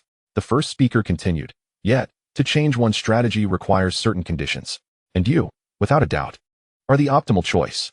The monstrous tree seeks to use you as a springboard to extricate itself from the laboratory, and this notion fortuitously aligns with the princess's ulterior motives. If I am not mistaken, the card she fears, which prevents her from eliminating the opponent immediately, is entirely fabricated. She must possess the capability to execute her adversary on the spot. Zhao Jiang was taken aback. What? The first speaker reassured him. There is no need for astonishment. A little contemplation on her words reveals numerous inconsistencies. Zhao Jiang inquired. I do not understand. Earlier, you mentioned she wished to eradicate threats swiftly. Yet now you assert she has the means to do so, yet refrains. Doesn't this present a contradiction? The first speaker clarified, examining this matter in isolation. It certainly appears contradictory. However, there exists a temporal discrepancy. Zhao Jiang pressed for clarification. What do you mean? The second speaker interjected. What the first speaker implies is that the mouse princess changed her mind midway, discovering something of greater value than simply eliminating her opponent. Zhao Jiang scratched his head, feeling the need for deeper understanding. Didn't you previously state that the monstrous tree is likely evolving into a transcendent species? Logically, it should possess the ability to resist. Why then is it cornered by the mice? The first speaker explained. The concepts of evolving and having completed evolution are distinctly different. The monstrous tree holds the potential to become a transcendent species, indicating it harbors considerable threat. However, it is not yet at that stage. Thus, potential threat does not equate to current power. Furthermore, our previous information was limited, leading us to underestimate the Mouse Clan. Based on your recovery period, the capabilities of the Mouse Clan are sufficient to contend directly with humanity. Zhao Jiang understood. I see. The first speaker added, you must recognize, 8. That strength is always the source of confidence. The Mouse Princess's decision to refrain from directly eliminating you was not a reflection of her character or your perceived sincerity. Rather, it stemmed from her inherent belief that you pose no threat to her. If my conjecture holds true, during your recuperation, she has already utilized her power to investigate the human realm, uncovering the entirety of your foundation. Zhao Jiang, perplexed, asked, if I pose no threat to her, why then does she wish to eliminate me? The first speaker concluded, aside from your unique value, it likely correlates with her modus operandi and personality. Zhao Jiang pondered. As I am human and she is the princess of the rodent clan, coupled with my awareness of certain forbidden knowledge, could it be that, despite my lack of tangible threat, I have become a source of psychological discomfort for her? Number 1 nodded. Indeed. Zhao Jiang continued. Number 1, tell me, if I survive this ordeal, will she fulfill her promise to return me to the human realm? Number 1 replied. That is impossible. Based on my analysis of her, your demise is imperative. Only in your death will she find clarity. Otherwise, even if she refrains from killing you for some reason, she will inevitably seek your end. In our human vernacular, she belongs to the category of a tyrant. Moreover, she is the type plagued by severe obsessive-compulsive tendencies. For such tyrants, as long as there exists a psychological thorn, they will dream of ways to eliminate it. Zhao Jiang remarked. Number 1. This is precisely why I urged you to take risks and employ the strange tree in a scheme akin to the tale of Li Dai Tao Jiang. If you place your hopes on her benevolence or any other virtues, I can only say you are doomed. The strange tree is far more intelligent than you, possessing significantly superior insight. Its eagerness to escape is ample proof of the princess's perilous nature. Number 2 seized the moment to interject. 8. Do not be deceived by appearances, thinking that her healing of your legs denotes goodwill. In truth, during your treatment, the information regarding your human physiology and various other data has long been appropriated by them. The great Zhou of the rodent clan, whom you refer to as your esteemed predecessor, may appear charming and affable, yet he is exceedingly astute. What you perceive is merely what he wishes you to see. If you doubt this, reflect carefully on your conversations and the myriad topics discussed. You will uncover the truth. Number 1 then asked, 8. Are you familiar with the Truman Show? Zhao Jiang replied, I have heard of it, but I have not seen it. Number 1 explained, the Truman Show, in essence, is an immense production, crafted specifically for the individual Truman, wherein, apart from him, everything else is fabricated. His family, relatives, friends, even his workplace, and the weather are all illusions. For the rodent clan, you are Truman. Aside from your own existence being genuine, everything you see, hear, and even conceive could very well be false, deliberately orchestrated for your viewing. Zhao Jiang furrowed her brow. I still find one aspect perplexing. You may speak. Chapter 36. Special value. Zhao Jiang queried. They could have engaged directly. Why go through such elaborate machinations to involve me? Number 1 responded. 8. You greatly underestimate your own significance. Your focus remains fixated on your frail form, believing they could eliminate you with ease, as one would slaughter a chicken. However, you overlook one crucial detail, your irreplaceability. In other words, your special value. Zhao Jiang expressed some confusion. My special value? Number 1 affirmed. Indeed. Had you not awakened twice from the blossoms of the strange tree, maintaining a conscious awareness, you would have perished long ago. The reason you are able to encounter the princess of the Mouse Clan lies in this very value. Subsequently, all of her actions towards you were aimed at exploring this value. However, certain unforeseen events occurred along the way. For instance, by employing the methods we imparted to you, you successfully diverted her attention, gaining a fleeting chance for survival while also securing some time. Nevertheless, it is crucial to understand that any diversion of attention is inherently time-bound. Once she has dealt with the matter of the monstrous tree, she shall inevitably refocus her gaze upon you. Zhao Jiang seemed to grasp the implications. Are you suggesting that her various gestures of goodwill and subtle hints thus far have merely served as a prelude to uncovering my value? Number 1. Precisely. Zhao Jiang. Then what is my unique value concerning the monstrous tree? Number 1. It is, indeed, this. From various details and anomalous behaviors, it is evident that you are an anomaly in relation to that tree.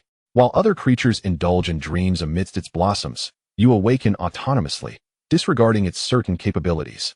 If it were merely a singular incident, it could be attributed to chance or coincidence. However, experiencing this twice cannot simply be dismissed as such. Zhao Jiang.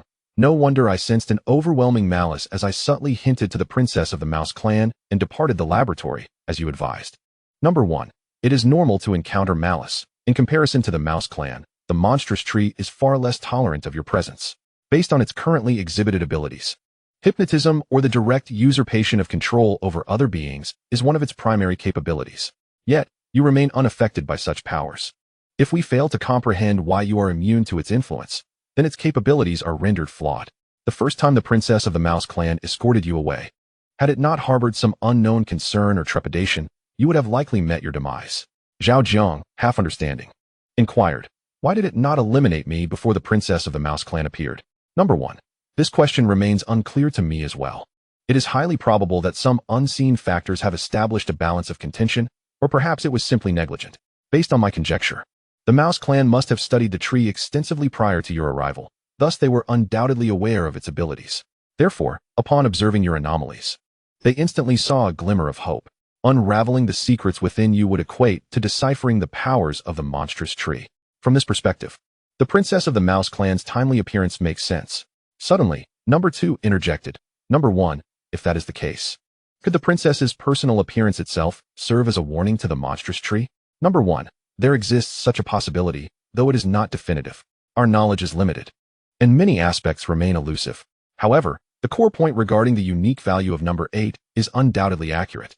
The Mouse clan seeks to leverage Number 8's exceptional value to decode the tree's capabilities, while the monstrous tree, in turn, desires to eliminate Number 8 to thwart their efforts. As unforeseen circumstances arise and the rivalry between both parties intensifies, the clandestine equilibrium is disrupted. The current situation is thus: the princess of the Mouse clan harbors a new scheme regarding the monstrous tree and Number 8, a plan of which we remain oblivious. Meanwhile, the monstrous tree views Number 8 as a crucial part of its escape strategy, seeking to seize this opportunity to obliterate Number 8 entirely. Zhao Jiang suddenly comprehends. So, am I quite significant? Number 1 responds. It is not merely significant. It is of utmost importance. You are an irreplaceable card in the hands of both parties. Whoever fully grasps your potential effectively secures half of the victory in advance.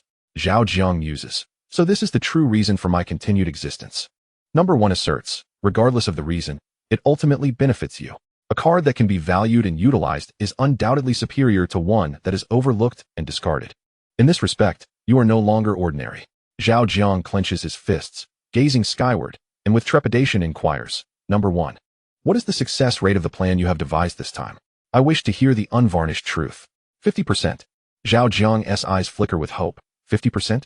Number 1 shakes his head solemnly. 50% represents the probability of luck manifesting, not the likelihood of the plan's success. Should luck not be on our side, the probability of success plummets to 0. If luck does appear, the success rate of the plan fluctuates with time. The specific probability is ours to determine. Zhao Jiang is bewildered. What do you mean? Number 1 replies, I am gambling. Gambling on a possibility. If I lose this wager, your life is forfeit. If I win, there lies a chance for redemption. Seizing the moment. Number 2 adds, Number 1 has poured his heart and soul into creating this opportunity for your resurgence, exhausting every ounce of ingenuity. Since learning of the princess of the Mouse clan's ultimatum, Number 1 has anticipated the ensuing developments. In the calculations of both the Mouse clan and the monstrous tree, you are devoid of any means of survival. Should you refuse the princess's demands, she would resort to tormenting you until you relent, though success is not guaranteed. Her attempts will be relentless. Regardless of whether you yield or not, she will continuously devise methods to extract your unique value. Once that value is depleted, your doom is sealed. Of course, you might also opt for self-destruction along the way, but the outcome remains unchanged. Should you acquiesce to the princess's proposal, it would inevitably lead you into the clutches of the monstrous tree. Whether for the sake of self-preservation or other reasons, it will seek your demise. A point that has already been analyzed by number 1. In summary, no matter your choice, the ultimate outcome is death. Furthermore, given your frail human form and the perilous environment, you possess no means of counteraction. It appears to have devolved into an unsolvable deadlock, does it not? Zhao Jiang nods in agreement. Suddenly, number 2 breaks into a grin. Yet, number 1 has discovered a means of breaking this impasse. Although this method carries an element of chance, you have no alternatives. This is also why he has encouraged you to feign a lack of desire for survival, embracing death, and rejecting negotiation. Only by doing so can the monstrous tree be left with no other option but to become part of the plan. Zhao Jiang listened, somewhat perplexed, and inquisitively remarked, I have performed my part in the play. Now, could you elaborate on the element of luck you speak of and what exactly is at stake? Chapter 37. The game. Number 2 glanced at number 1. Perhaps you should explain, as I fear I might not convey the essence and thrill adequately. Number 1 nodded and took over the conversation. I wager that once the monstrous tree gains control over your body, this dreamscape will manifest the same phenomena as before. Furthermore, should you vanish from this dream, you will forcibly awaken in reality, regaining control of your body. As for the element of luck, it pertains to the duration during which the monstrous tree occupies your body and whether it can evade capture by the rodent clan. If it fails, even if the initial possibilities are favorable, you will inevitably fall back into the grasp of the rodent clan, which is akin to death. As soon as he finished speaking, Zhao Jiang suddenly smacked his forehead, realization dawning upon him. I understand now. The plan you previously mentioned, the substitution of Li for Tao, refers to using the monstrous tree to seize my body, then having it gamble against the rodent clan, allowing me to ultimately reclaim control of my body and escape the predicament, right? Number 1 replied, in theory, yes, but the variables are too numerous, to be honest. I cannot guarantee success. Zhao Jiang chuckled at this. What need is there for guarantees? The very fact that you conceived such a clever stratagem amidst certain doom is already remarkable. I have come to a conclusion. If we lose this gamble, I shall accompany you in search of the next Zhao Jiang. If we win, I will forever cherish this experience and, from a new starting point, give my all to surge forward. Today, they regard me as a mere plaything, likening me to an ant. Yet one day, I shall stand atop the mountain and, through the lens of technology, impart a profound truth. Even ants have their spring. At this, number 1 smiled faintly, feeling a sense of reassurance. Zhao Jiang has lost 7 times already. This time, I believe fortune should favor Zhao Jiang, don't you think? Zhao Jiang's brow relaxed. I concur. Number 2 interjected. The monstrous tree indeed possesses extraordinary potential. Its previous performance was lackluster, but now the rodent clan has revealed its intentions, leaving no room for concealment. If it does not exhibit genuine strength or unveil its hidden cards, we will have nothing more to say. Before number 2 could finish, number 1 abruptly raised his head, gazing at the multitude of red tendrils advancing toward them. Zhao Jiang followed suit, narrowing his eyes. Is it attempting to seize control of my body? Number 1 replied. It appears so, but it deviates slightly from my initial hypothesis. Curiously, Zhao Jiang inquired, what deviation? Number 1 raised his hand, pointing at the magnificent, colossal red tendril ahead. Observe, it remains barred from entering the dreamscape. By all logic, once it fully commandeers your body, it should be able to infiltrate this dream. After all, in my estimation, the foundation of this dream still resides within the DNA of your physical form. The current situation indicates only one of 2 possibilities. Either it has yet to locate the source of this dream, or your presence prevents it from truly becoming the master of this body. Inside Laboratory 0. Bang, bang, bang, bang. Zhao Jiang's body was abruptly thrust out by the flowers, crashing against the tree trunk and bouncing back before ultimately falling motionless to the ground. Concurrently, the tree trembled incessantly, releasing a vast multitude of spores, causing the alarm in the laboratory to blare incessantly. After a protracted interval, tranquility returned to the lab. It was unclear how much time had passed when the mouse princess, clad in an unfamiliar protective suit and wielding an enigmatic weapon, made her entrance into Lab 0. I have fulfilled my promise and delivered this human entirely into your hands. Should you not also uphold your end of the bargain? She initiated the conversation as she crossed the threshold, her voice emanating from the protective suit itself. Humph, do you still have the audacity to speak? Came the response from the fiery coral, its voice the first to resonate in the air. Is this human the same as the original? The mouse princess's tone turned icy. What do you mean by that? What do I mean? You have presented me with a clone. Do you truly believe I would be oblivious? The mouse princess abruptly aimed her weapon at the tree, exclaiming, impossible. Absolutely impossible. This human is indeed the original. I assure you. Humph. If you do not believe me, feel free to drag his corpse out for a test of the original genes and see if I have deceived you. Upon hearing this, the mouse princess cast a glance at the lifeless body of the human on the ground, but remained silent. With her silence, the fiery coral also ceased its vocalizations, and the laboratory fell into a profound stillness. You do not wish to uphold your promise, intentionally tampering with his genes in an attempt to frame me. Humph. You play your hand well. After a moment of contemplation, the mouse princess suddenly realized, her fur bristling in alarm. Humph. Accusing me of framing you. When your own tactics are akin to a wolf in sheep's clothing, I wondered how you could so readily agree to hand over this human, especially given the stark contrast in his behavior upon entry. The original human was a loquacious chatterbox, desperate to flee the flowers even with a broken leg.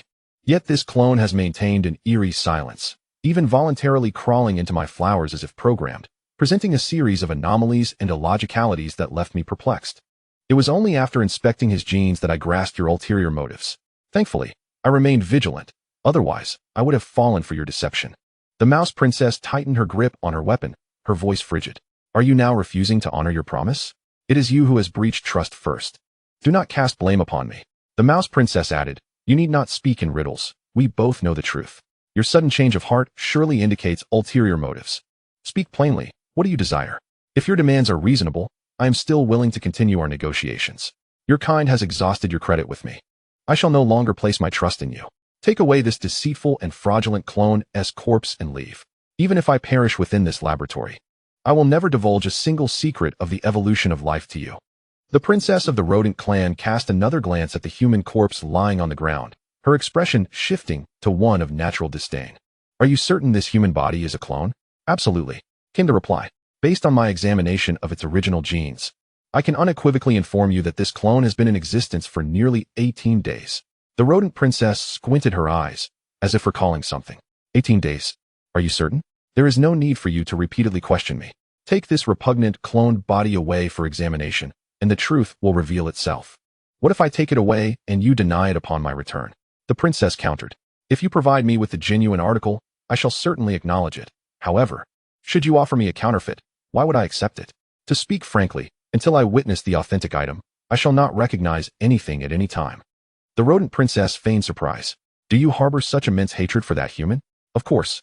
To sever one's means of livelihood is akin to slaying one's parents. He has obstructed my path to evolution, making him my sworn enemy. If he is not eliminated, my resentment shall remain unquenchable. Chapter 38. The special container. The rodent princess cautiously inquired. Have you considered the possibility that the one exposing you is not that human but yourself? Impossible. If I were the one exposed, it would have happened long ago, not now. It must be that human who twice evaded my spore hypnosis. He sensed something amiss and, in a bid for survival, revealed that anomaly to you. Consequently, you followed the clues and uncovered my true identity, then acted against me. Following the clues, the princess echoed. Very well, as you surmise, that human, in a desperate attempt to save his own life, divulged everything. Moreover, fearing we would not believe him, he concocted a plethora of nonsensical tales. Coincidentally, those absurdities inspired us, leading to the subsequent events. Although we were the ones to take action, it was indeed that human who betrayed us. Thus, I yearned to dismember him into 1,000 pieces. Originally, to achieve this end, I compromised my principles and chose to negotiate with you, only for you to present me with a mere clone as a ruse. That human deserves death. And so do you, rodent clan. Do not afford me an opportunity to escape, for if you do, you shall pay dearly. Now, I no longer wish to discuss anything further with you. Take that counterfeit and leave at once, far away, if possible. Leave. Leave. Get out. Beep, beep, beep, beep, beep, beep, Your Highness. The status of Experiment 0 is abnormal, with spore concentration exceeding historical highs by thousands of times. Exercise caution. Enlarged spores. Within her protective suit, the rodent princess received the observer's warning, prompting her to be even more cautious. Leave. Get out. Seeing the other party entering a state of agitation, the rodent princess knew further communication was futile. Without wasting words, she seized the human corpse and began moving towards the exit. Seal it off. As the rodent princess stepped out of the Zero laboratory, She commanded the rodent warriors who had been waiting there to place Zhao Jiang's body into the prepared special container. Humph, playing mind games with me? Watch as I make you pay dearly. The rodent princess glanced at Zhao Jiang, now sealed within the special container, a wicked smile creeping upon her lips. A peculiar container was placed upon the teleportation device at the Black Bridge, surrounded by 8 fully armed rodent warriors, who stood vigilantly on guard. Departing from the Black Bridge, the 8 rodent warriors lifted the container into the dark crimson crystal tunnel, where several rodent researchers clad in protective suits awaited at the forefront. Had that human specimen truly been abandoned? A hunched researcher gazed intently at the peculiar container, his emotions somewhat conflicted. The 8 rodent warriors remained silent, steadfast, and undistracted. Compared to the evolutionary secrets of fire coral, the mere presence of a human was trivial, its abandonment was inconsequential. Another researcher, more robust in stature, reached out a claw to caress the special container, his voice tinged with excitement. The hunched researcher lamented, "What a pity.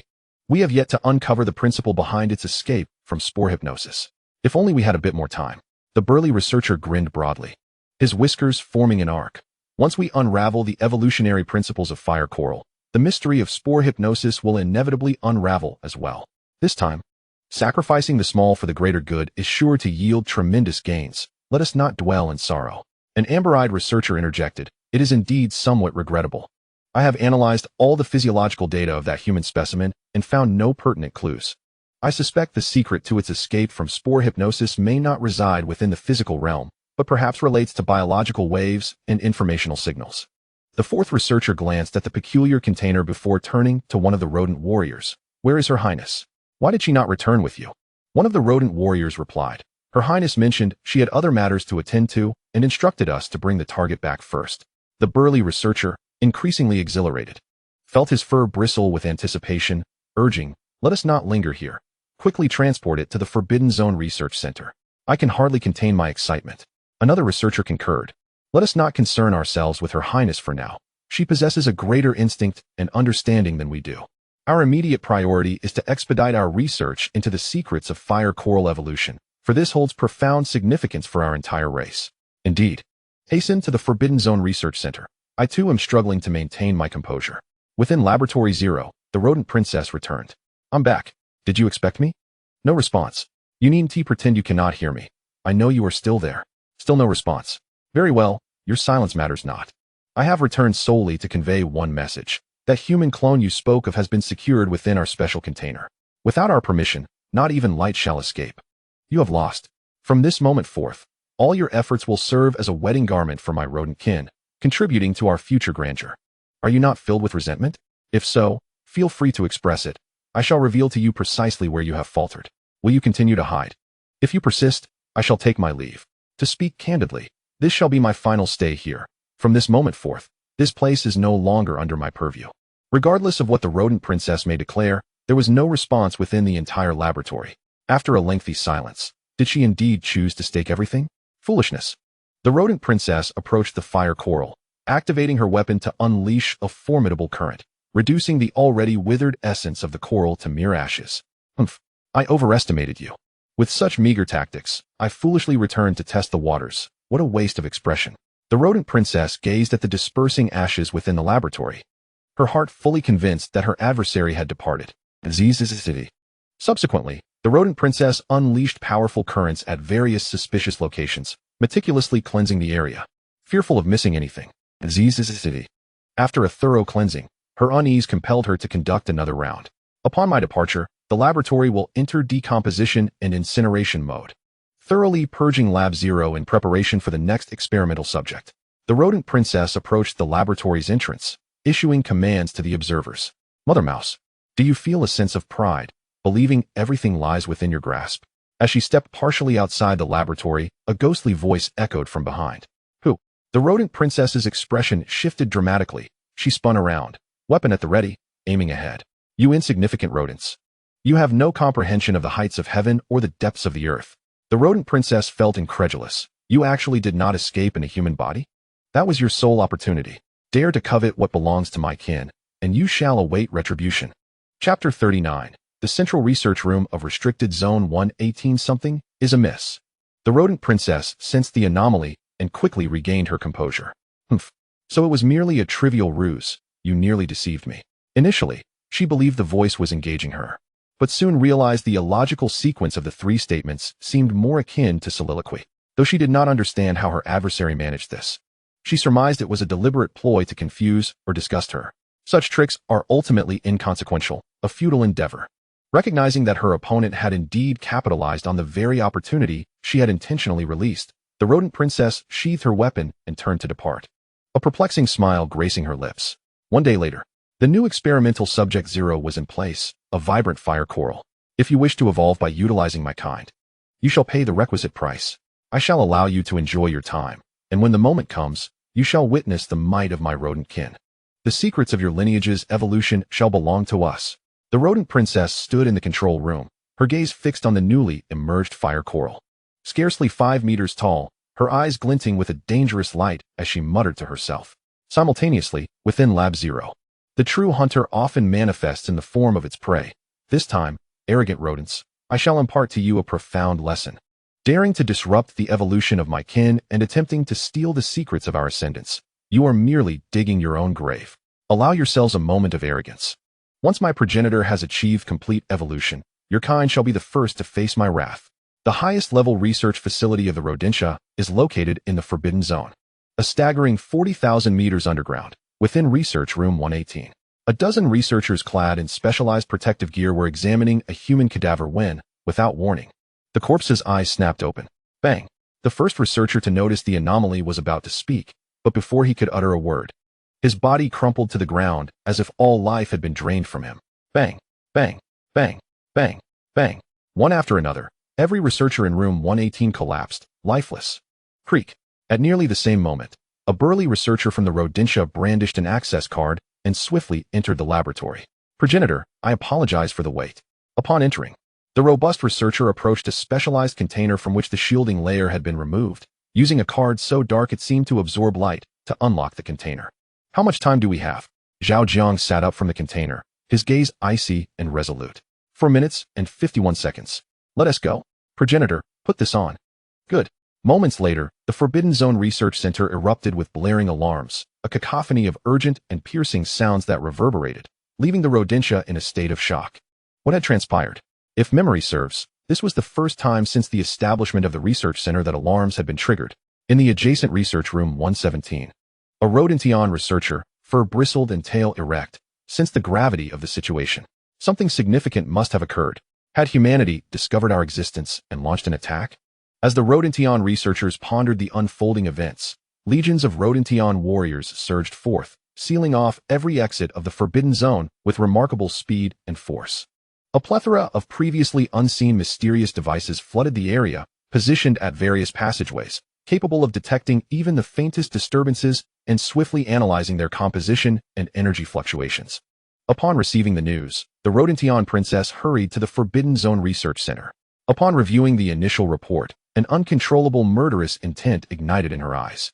Very well. I concede that I underestimated you. I never anticipated you had such a cunning plan up your sleeve. Half an hour later, a white-furred warrior, donned in battle attire, entered the research room where the princess resided. Sister, I have uncovered the truth. 3 primary researchers from the center, the on-duty monitor of room 118, 2 cleaners responsible for the protective gear, and a patrolling sergeant, alongside 16 base warriors, have all betrayed us. They covertly manipulated the real-time monitoring data of Laboratory 118, utilizing pre-prepared content to obscure the surveillance for 5 minutes. They poisoned the researcher's protective suit and ultimately used a key card to unlock a special container. Absconding with the human remains within. The princess of the rodent clan gazed sharply at her counterpart. Are you certain they have betrayed us? Indeed. Have any traitors been captured? 7 were apprehended, yet all chose to take their own lives immediately. The rodent princess commanded, take their remains to the spore testing center.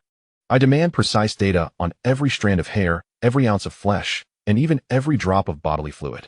The white-haired warrior inquired, do you suspect they were manipulated? The princess replied, complete this task, then come to my laboratory.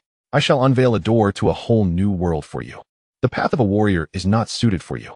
The white-haired warrior responded, my brother will not permit my departure. The princess asserted, I shall demand him to relinquish you.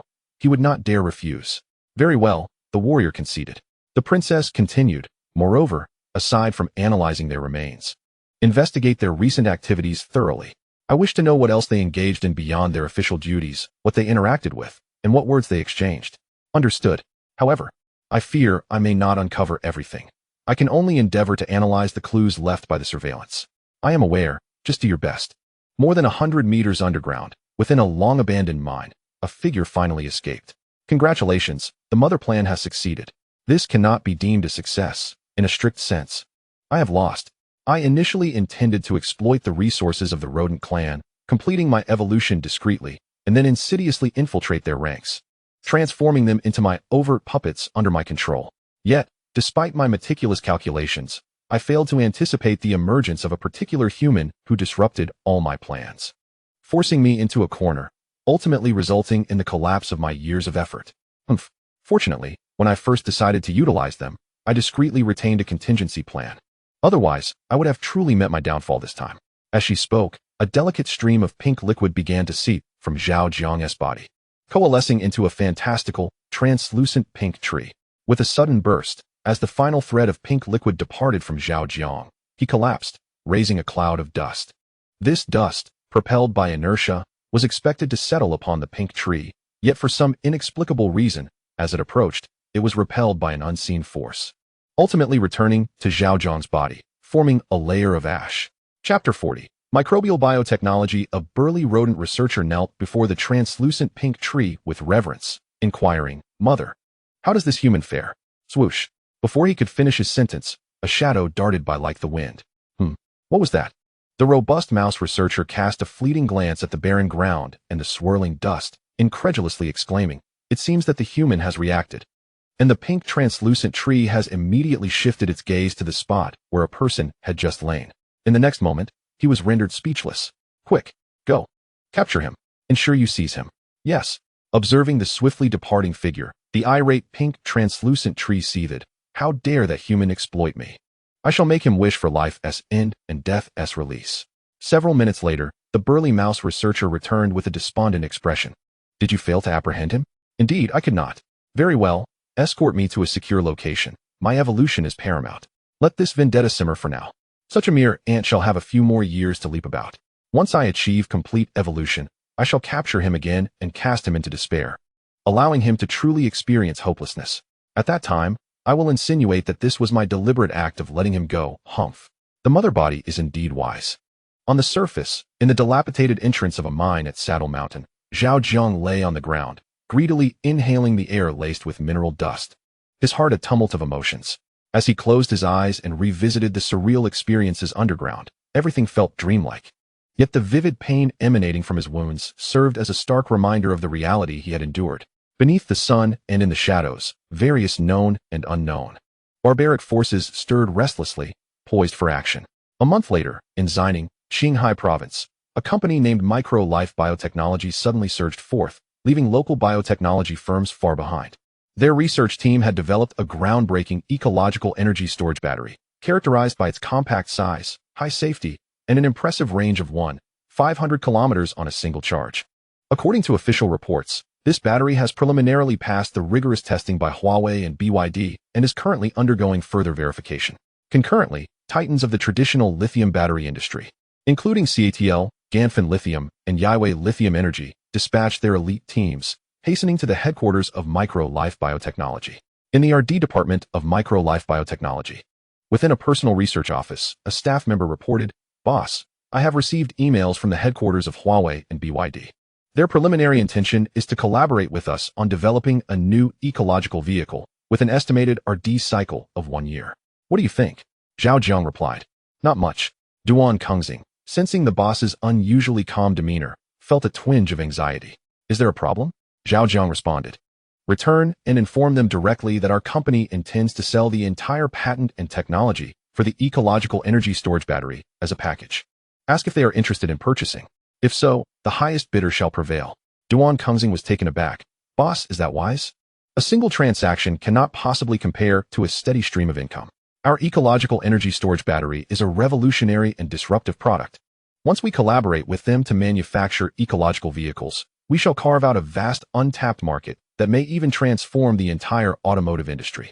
If we were to package and sell the entirety of our ecological energy storage batteries technology and patents to them, we would forfeit our share of the forthcoming market bounty. Zhao Jiang observed Duan Kengxing, who was visibly agitated, maintaining his calm demeanor.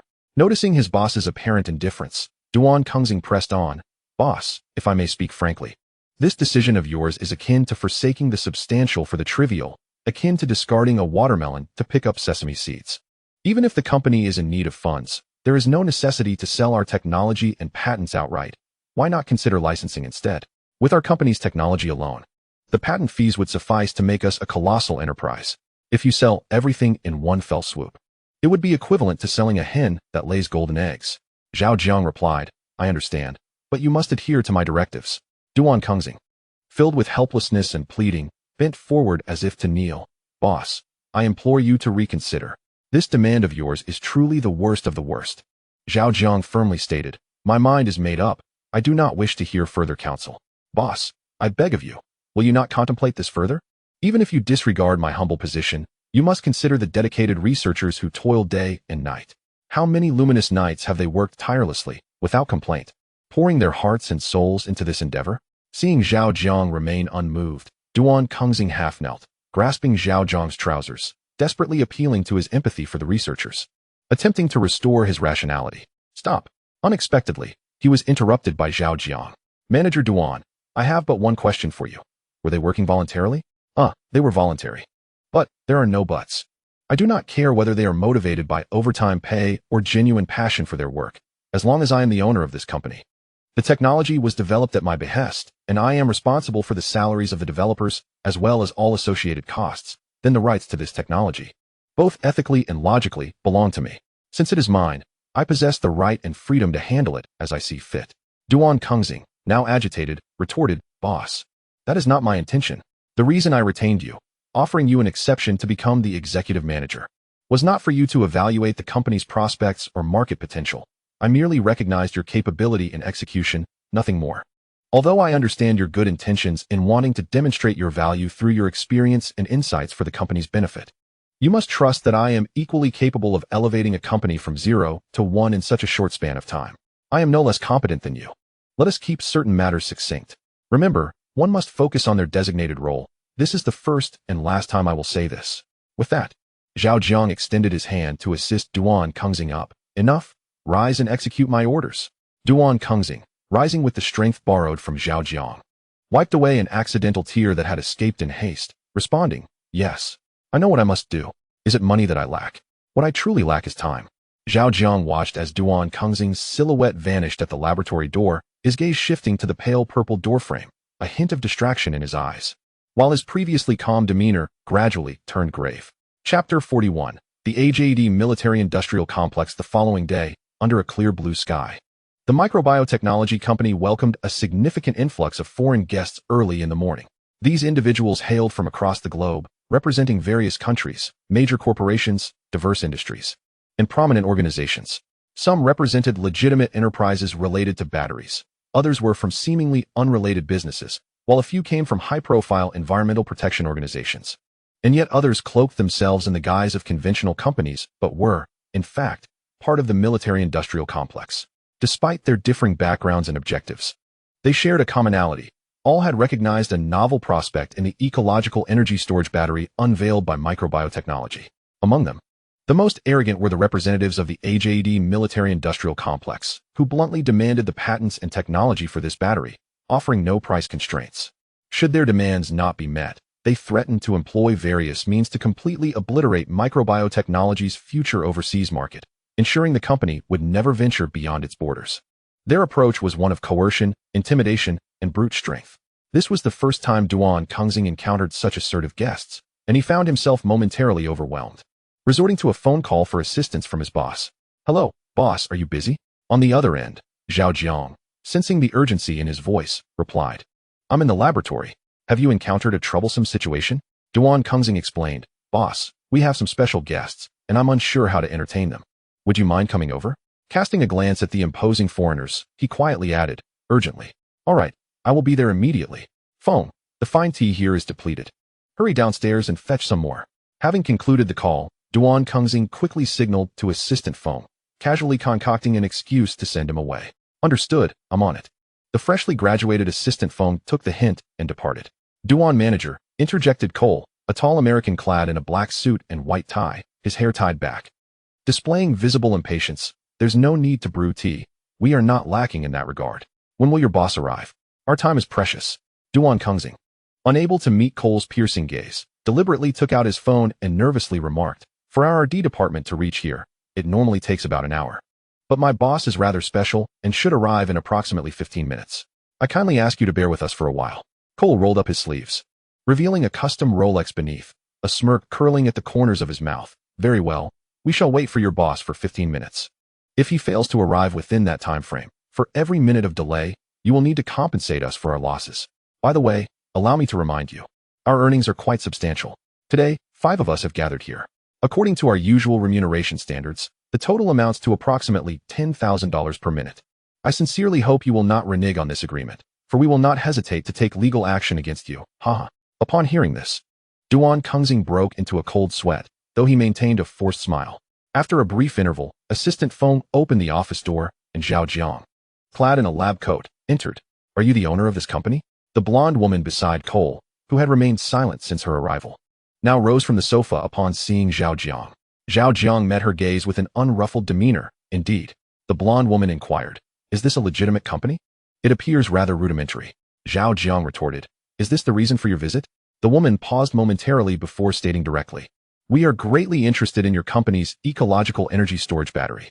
Might we acquire the patents and associated technologies? Zhao Jiang turned to Duan Kungzing. Have Huawei and BYD responded? Duan Kungzing replied, yes, boss. They have expressed willingness and are currently assessing the overall patent value. A specific offer will take another 2 days. Zhao Jiang then addressed the blonde woman. I permit you to join the bidding process. Should your offer exceed those of Huawei and BYD, the patents and technologies of the ecological energy storage battery will belong to you. The blonde woman's face lit up. Really? Zhao Jiang shot back, if it were false. Why would you have traveled all this way to see my modest company?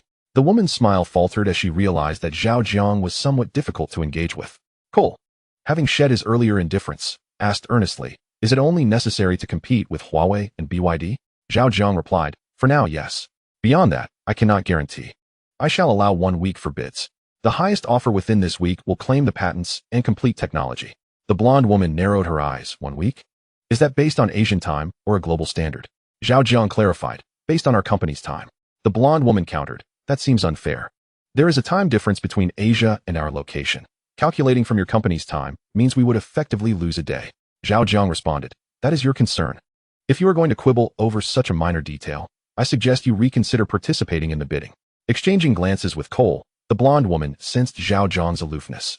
If there is nothing further, please take your leave. We all have pressing matters to attend to. With that, Zhao Jiang turned on his heel and exited, leaving no opportunity for further dialogue. Duan Kungzing observed his boss's departing figure, then glanced around at the silent room, feeling an indescribable emotion swell within him. A stark contrast to the previous solitude he had experienced. He yearned to express to his boss that such a manner of hospitality was inappropriate. Yet the haughty demeanor of these foreigners also brought him a sense of relief. Strangely, he found a certain coolness in his boss's seemingly unapproachable way of handling guests. Assistant Feng stood at the doorway, her small hands clenched, her large eyes furtively surveying the scene, feeling both anxious and exhilarated. An air of trepidation enveloped her as she discerned the formidable presence of the foreigners. Their gazes and demeanor starkly contrasted with those of ordinary merchants, unmistakably suggesting that they were not to be trifled with. Moreover, given their earlier attitude towards Manager Duan, she genuinely feared that her boss's demeanor might provoke a backlash. Truth be told, perhaps due to their physical stature, she worried that her boss's slight frame might not withstand a punch from one of those imposing figures sporting dreadlocks. If these foreigners were to lose their temper and resort to violence, she found herself at a loss for how to respond. Yet, there was an exhilarating thrill in the air. These foreigners seemed somewhat intimidated by the strong-willed. When faced with Manager Duan, they had been aggressive. But upon the arrival of her boss, they fell utterly silent. As a newly graduated postgraduate, she felt an overwhelming urge to share her experiences. The mere thought of recounting today's events to her roommates, imagining their exaggerated reactions and expressions, sent a rush of excitement coursing through her. The blonde woman watched as Zhao Jiang's figure vanished from sight, a smile gracing her lips. Let us go. Suddenly, Cole halted beside Manager Duan, snapping his fingers and smirking. You ought to learn a thing or two from your boss. I recall a saying from your homeland. Those who falter in fear have already lost half the battle. if I'm not mistaken, when you glanced at the time earlier. You were contemplating whether your boss's tardiness could cover the cost of our minutes lost, weren't you? With that, he swiftly followed the blonde woman, leaving Manager Duan with only a fleeting silhouette. A moment later, Assistant Feng noticed Manager Duan in a daze and approached, waving his hand and calling softly, "Manager Duan. Are you all right? You needn't wave. I'm fine. These foreigners were the last of today's guests, correct?" "Indeed," replied Assistant Feng. "That's good. You may go about your duties. I wish to be alone for a while. Oh wait, I almost forgot. The boss left a few words for me to convey to you." As Assistant Feng turned to leave, he quickly pivoted back. What did he say? Chapter 42. Assistants have their limits. Even if only internally, Assistant Feng replied. The boss instructed you to discard the antiquated notions you held at your previous company. Do not always think that harmony is paramount or that one must endure in silence. This is a world that values strength. Although our company is newly established and lacks refinement in many areas, our very existence here is a testament to our capabilities. Henceforth, anyone who disrespects our company, regardless of their background or status, shall be shown the door. Suddenly, Manager Duan realized. Did you inform the boss about my earlier embarrassment? Assistant Feng, puzzled, responded. Didn't you wink at me, implying I should tell him? Manager Duan felt a surge of indignation rise in his throat. Just as he was about to express his frustration, those words rendered him speechless. He raised a partially clenched hand, wishing to say something but found himself at a loss. Finally, he muttered in exasperation, I truly don't understand why the boss hires fresh graduates like you. You possess no discernment whatsoever. Forget it. I won't hold this against you, but let it be a lesson for the future. Assistant Feng blinked innocently. Oh, come on. If one cannot succeed, they ought to blame the road. It is clearly a personal issue, yet one insists on blaming me for a lack of insight. Had I not preemptively informed the boss about those matters, would he have made his entrance in such a manner? Would he have displayed disdain towards those foreigners? Did I not, in essence, assist you in venting your frustrations? Humph. The embarrassment lies with oneself. To deny the truth is one thing, but to shift the blame onto others is quite another. What of freshly graduated students? Have they consumed your rice or utilized your water? The one disbursing salaries is the boss. The one engaged in research is also the boss. Ultimately, it is the boss who commands the scene. If anyone must bear the brunt of criticism, it should be the boss. What audacity does a mere manager possess? Alas, I am a graduate student. I cannot afford to stoop to the level of such irrational individuals, as it would diminish my own stature. After work, I must recount these events to the seemingly innocent, even somewhat aggrieved Assistant Feng, who, upon turning away, embarks on a tumultuous inner journey. With the departure of the AJD military-industrial complex delegation, a sensational piece of news abruptly ignited the entire network. Microbiome Technology is set to package and sell its latest ecological energy battery technology and patents. Having just concluded a visit with the Ning Times representatives from Microbiome, and before fully settling in, the news struck with astonishment, leaving a look of disbelief. As one of the titans of China's battery industry, Ning Times comprehends the monumental implications of a groundbreaking battery. In the current landscape of humanity, many industries have reached their limits, unable to break through. Among the myriad reasons constraining this stagnation, the stagnation of battery technology undoubtedly ranks high. In other words, the backwardness of battery technology has hindered revolutionary breakthroughs, preventing qualitative advancements in numerous fields and products. Now, microbiome technology has forged a novel path, creating an ecological energy battery that starkly contrasts traditional methods, thereby breaking the deadlock of the era and seizing the tide of innovation. Yet, the prospect of microbiome technology selling this pivotal advancement is utterly irrational, unfathomable even to the most naive. With little time for contemplation, the Ning Times representative promptly contacted headquarters and chartered a small plane back to Microbiome Technology's headquarters. One day later, in the manager's office of Microbiome Technology, Boss, there is something I must report to you. After dismissing Assistant Feng, Duan Kungxing slumped onto the sofa, utterly despondent. What is it? Came the voice on the other end of the line. The company is simply too understaffed. You must hire more people. I cannot bear it any longer. Too few employees? I believe we have more than enough, exceeding 1,000, replied the voice. With a tone tinged with despair, Duan Kungxing responded, Boss, please do not jest at my expense. Out of that 1,000, over 900 are researchers. Including myself and a few others, we barely number 30. Those researchers concern themselves solely with their studies. The rest of us, over 20 individuals, must oversee everything else. It is truly overwhelming. When the company was just starting, did you not proclaim that your exceptional abilities would allow you to manage the microorganisms with unparalleled finesse? It has not been long. Yet how have you forgotten your own words? Duan Kengxing replied. I never anticipated the company would develop so rapidly. Boss, you must understand, the previous companies I worked for, though among the Fortune 500, were fundamentally conventional enterprises. The individuals I interacted with and the matters I handled could all be approached with common reasoning. Our realm of microorganisms is distinctly different. We commenced with a royal flush, attracting all manner of peculiarities to our company. The experiences I acquired at those companies are utterly inapplicable here. If this continues, my heart may not withstand the pressure. On the other end of the line, the response came, is that true? You seem lively and energetic. This burden does not appear to pose a challenge for you. Duan Kengxing insisted, boss.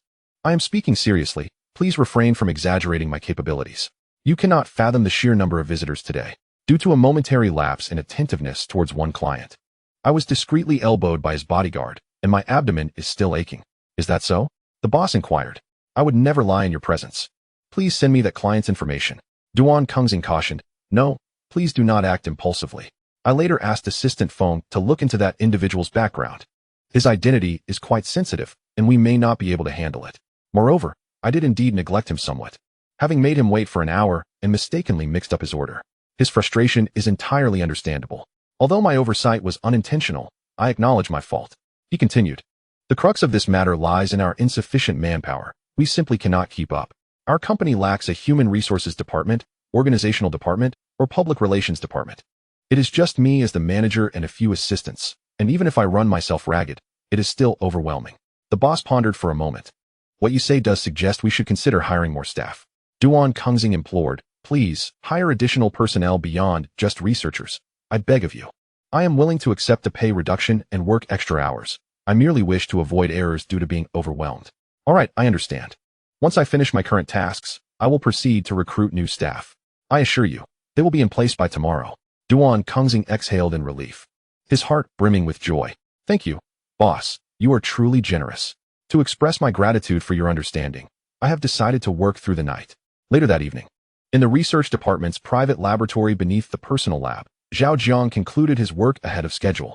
After meticulously inspecting his human skin mask and biological layer, confirming their integrity, he exited his personal lab, gazing up at the brightly lit research rooms. He quietly took out his phone and captured a photograph. Subsequently, he uploaded the image to his Douyin account with a recruitment title. Microorganism Technology urgently seeks managers and assistants. Immediate openings. Interested parties, please apply swiftly. After finalizing the title, Zhao Jiang proceeded to elaborate in the content area. Due to business issues, Weisung Biotechnology is urgently in need of several managers and assistants. Interested candidates may come to the building housing Weisung Biotechnology for an interview at their earliest convenience. The application period concludes tonight at midnight, with no restrictions on gender, education, age, or background. Walk-ins are welcome for immediate interviews, and successful candidates will be offered positions directly. After thoroughly checking for any typographical errors, Zhao Jiang clicked the publish button without hesitation. Following this, he deposited 100,000 yuan into his account and allocated a substantial boost for the video. The adage that money equates to efficiency proved to be undeniably true. As the 100,000 yuan entered Zhao Jiang's Douyin account, the video surged into the public eye at a viral pace. Furthermore, Douyin lifted the restrictions of information silos, allowing the video to reach a more diverse audience, resulting in a dramatic increase in viewership. Chapter 43. The recruitment method of Weisung Biotechnology. After boosting the video, Zhao Jiang logged off and proceeded to the building where the company is located. A mere 15 minutes later, upon arriving at the entrance of the company building, he noticed a crowd of individuals gathered there, numbering no fewer than 20. Some stood by the fountain at the entrance, gazing up at the building. Others huddled beneath a street lamp, whispering amongst themselves. Some leaned against the columns, intently focused on their screens, and a few were conversing with the security personnel at the door. Excuse me, may I have your attention? Zhao Jiang called out deliberately, his voice resonating. At his words, the crowd turned their gaze toward him. Are you all here for the recruitment video released by Weisung Biotechnology? Zhao Jiang inquired. A young man closest to him responded with curiosity. Yes, yes. May I ask who you are? I am the one who posted the video, Zhao Jiang declared. Really? Wow. What a coincidence. The boss has come personally? The CEO of Weisung Biotechnology? This is incredible. I can't believe my luck to meet the CEO on my first job hunt. What a stroke of fortune. Oh no. I'm doomed. Don't be afraid, my friend. Now that you're here, you might as well give it a shot, right? As Zhao Jiang finished speaking, the crowd erupted with excitement, a cacophony of astonished remarks filling the air. Could everyone please quiet down for a moment? I will briefly outline the upcoming arrangements. Zhao Jiang continued, and, almost instinctively, the crowd fell silent. Our office is located on the 7th and 8th floors of this building. Please follow me to the 7th floor, where I will commence the interviews. Those who pass the interview will proceed to the 8th floor to complete the onboarding process and will commence work immediately, potentially starting overtime tonight, of course, with additional pay. In our company, regular employees earn triple wages for overtime, excluding holidays. For those who do not pass the interview, we will reimburse your transportation costs for this trip. Now, please line up orderly and follow me upstairs. The crowd, still processing Zhao Jiang's words, began to move forward, their feet already taking steps. 2 security guards, should anyone arrive afterward, please direct them straight to the 7th floor. For each person you guide, I shall compensate you 2 yuan, to be settled after midnight. By the way, you will need to keep a tally of the number of applicants. I appreciate your assistance. The 2 guards, initially intrigued by Zhao Jiang's sudden halt before them, were instantly elated upon hearing his words. In the next moment, their faces beamed with smiles, exuding warmth. Rest assured, boss, we will ensure that every applicant reaches the 7th floor without fail. A few minutes later, on the 7th floor, in a spacious office, Zhao Jiang sat behind a gray desk, holding a black notebook and a pen. Directly across from him sat a young woman, visibly anxious, with a sturdy build and a somewhat naive gaze, her face still retaining the softness of youth. Hello, boss, I am Chen Yan, born in the 2000s. And I come from, Zhao Jiang interjected, stop. As the word stop echoed through the air, Chen Yan felt her heart skip a beat, a sense of foreboding enveloping her. A voice deep within her whispered, it's over. No need for self-introduction. From now on, I will ask, and you shall answer. Chen Yan trembled with anxiety, her voice slightly distorted. Okay. Zhao Jiang continued. Do you know what a tool person is? Yes, she replied. What is the defining characteristic of a tool person? Chen Yan struggled to swallow, her voice quavering. Obedient. Zhao Jiang, if you were to pass this interview, would you be willing to be a tool person? After a moment's hesitation, Chen Yan summoned her courage to inquire. Excuse me, do tool persons receive a salary? Of course, Zhao Jiang answered. If it does not involve any unethical conduct, I am willing, Chen Yan stated. Zhao Jiang then asked, if you were transported to ancient times, would you prefer to be a soldier lounging about or a general charging into battle? Without a moment's hesitation, she declared, a general. Zhao Jiang smiled slightly. Congratulations. You have passed the interview. As for your position, you may select according to your abilities on the 8th floor. From this moment forth, you are a member of our microbiology technology team. You have 2 choices. One is to go to the 8th floor to complete your onboarding procedures and commence overtime immediately. The other is to return home for a good night's sleep and come back tomorrow. Chen Yan felt a bit dazed with numerous questions swirling in her mind. But recalling the earlier inquiries, she cleverly replied, boss, I will go for the overtime now. Zhao Jiang, next. From now on, I will ask, and you shall answer. The second candidate had barely settled into his seat when Zhao Jiang immediately laid out the interview rules. The young man, clad in trendy attire, adorned with unique earrings, and sporting a stylish side part, was momentarily taken aback before swiftly responding. Understood, boss. Zhao Jiang queried. Are you open to working overtime? The young man hesitated. A montage of workplace videos featuring post-2000s youth flickering through his mind, before biting his lip and replying. I can. Zhao Jiang continued. What was your childhood dream? To become a scientist. The young man answered. If you discover that a significant company decision contradicts your principles or understanding, what would you do? I would advise the company. If they disregard my input, then I shall adhere to the company's directives. Zhao Jiang. When you are responsible for a project related to foreign affairs and encounter unreasonable foreign clients who deliberately challenge you, how would you respond? The young gentleman clenched his fist and pondered for a brief moment. I would accurately report the situation to the company and then act according to its directives. Zhao Jiang. If the company instructed you to physically confront the client, would you comply? The young gentleman replied. I would not resort to violence, as it is against the law, and I have no desire to defy legal boundaries. Zhao Jiang, what is your name? I am called Chu Jian. Zhao Jiang, congratulations. Chu Jian, you have passed the interview. Now, you have 2 options. The first is to proceed to the 8th floor to complete the assistant onboarding process and immediately begin working overtime. The second is to return home for a rest and come back tomorrow. Chu Jian, still contemplating the next question he might be asked and how to respond, was taken aback when he was suddenly informed that he had passed. Overwhelmed with a surge of unexpected joy, he declared without hesitation, Boss, I excel at overtime. Next, boss. Hello, my name is Wei Hongbing. I am 39 years old, hailing from Shaanxi. I am a middle-aged man dressed in very plain attire, appearing somewhat weathered. Upon entering, he promptly offered Zhao Jiang a pack of cigarettes. Zhao Jiang interjected, "There is no need for self-introduction, and please set the cigarettes aside for now. I will ask you 3 questions, and you are to answer them honestly." The middle-aged man appeared quite anxious. "All right. Zhao Jiang, are you married?" "Yes, I am." "Zhao Jiang, do you love your family?" "Indeed." "Zhao Jiang, are you willing to sacrifice everything for them?" Without hesitation, the middle-aged man responded, "Absolutely." Zhao Jiang reached for the cigarettes set aside. "Proceed to the 8th floor to complete the assistant onboarding process.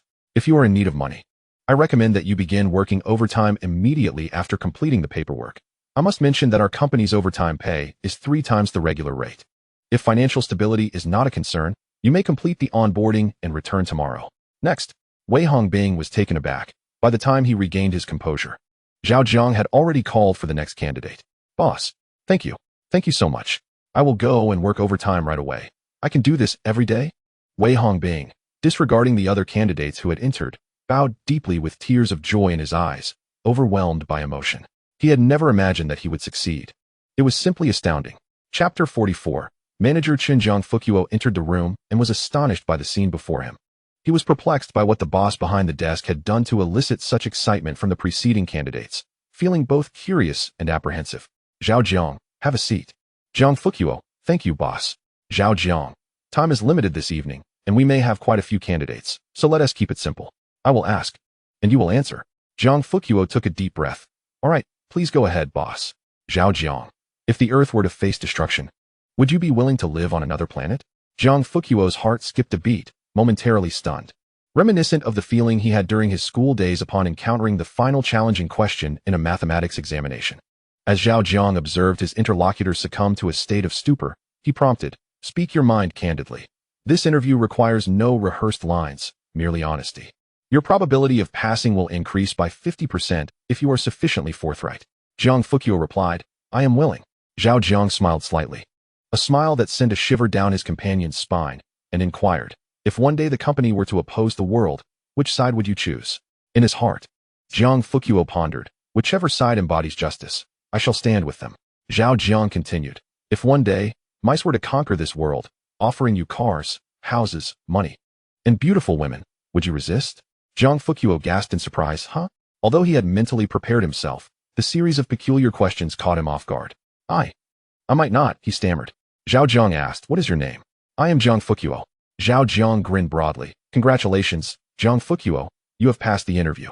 Please proceed to the 8th floor to complete your assistant paperwork. The specifics will be conveyed by the personnel above." Next, Zhao Jiang conducted the interviews with remarkable speed, averaging 1 candidate per minute.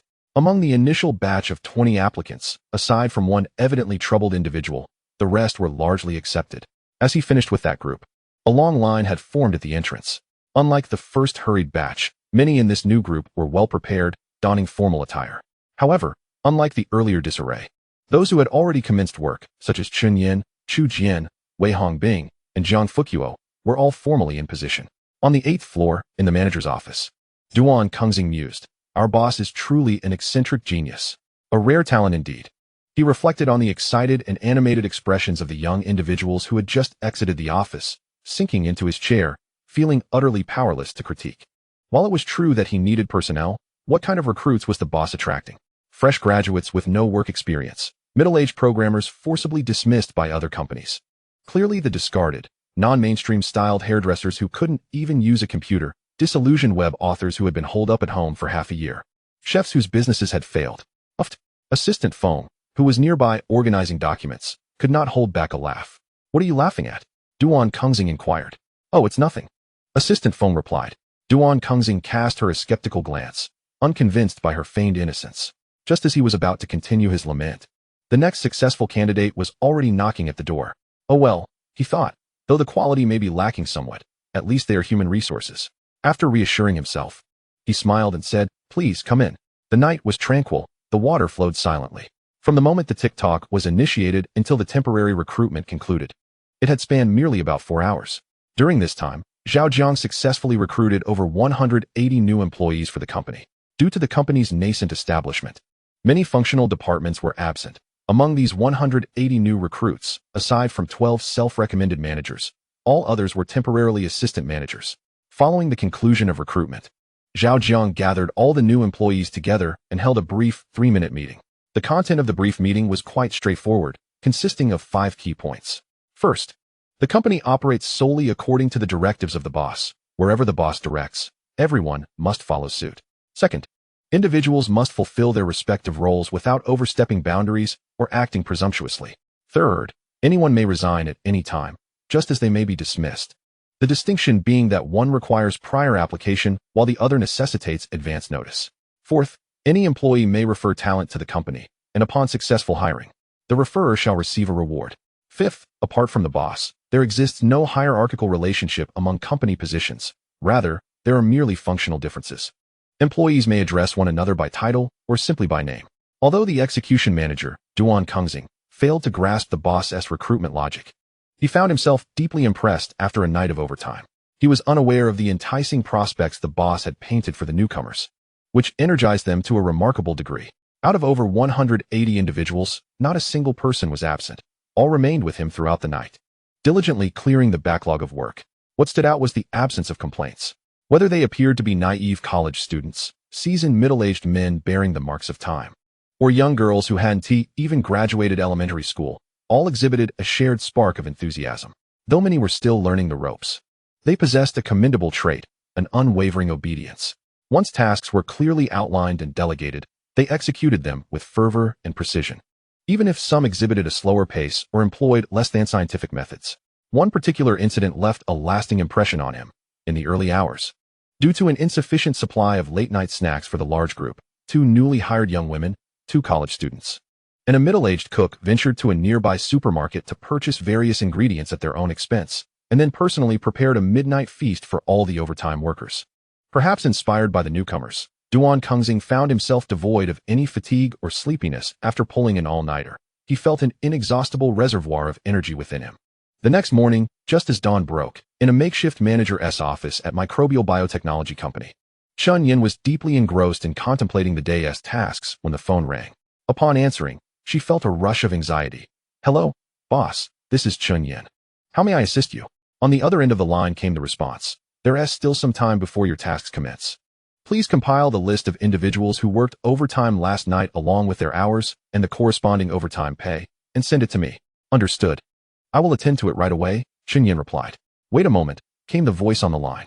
"Is there anything else you wish to convey?" Chun Yin inquired. "Have you memorized today as primary tasks and their related essentials?" The voice asked. "Absolutely, I have," Chun Yin affirmed. "Then please recite them for me." Chun Yin took a deep breath, motivating herself while striving to maintain composure. Today, her primary task was to meet with representatives from Seared Company, Geely, and Samsung in her capacity as a manager.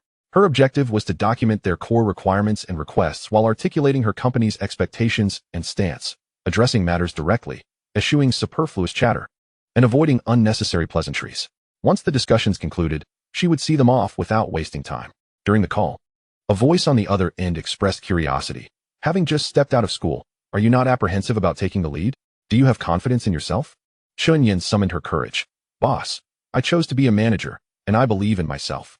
If I perform poorly, you may dismiss me at any time, and I would forfeit my salary." The voice replied, "Those who cannot command themselves must serve others. Manager Chun, I have faith in you." Chapter 45. The feeling of being understood. Chun Yin felt both exhilarated and anxious. "Thank you for your encouragement, boss. Rest assured, I will not bring shame upon the post 00s. No. I mean, I will not disgrace the company." The voice urged. "All right, hurry and get to work. If there is anything you do not understand, do not hesitate to consult Manager Duan. Never pretend to know what you do not." Understanding this, she set to work. Chun Yin's efficiency was commendable. Within just 15 minutes, she sent over the overtime pay sheet that Zhao Jiang desired. Moreover, she meticulously noted the expenses for ingredients from her own pocket incurred by a few individuals the previous night.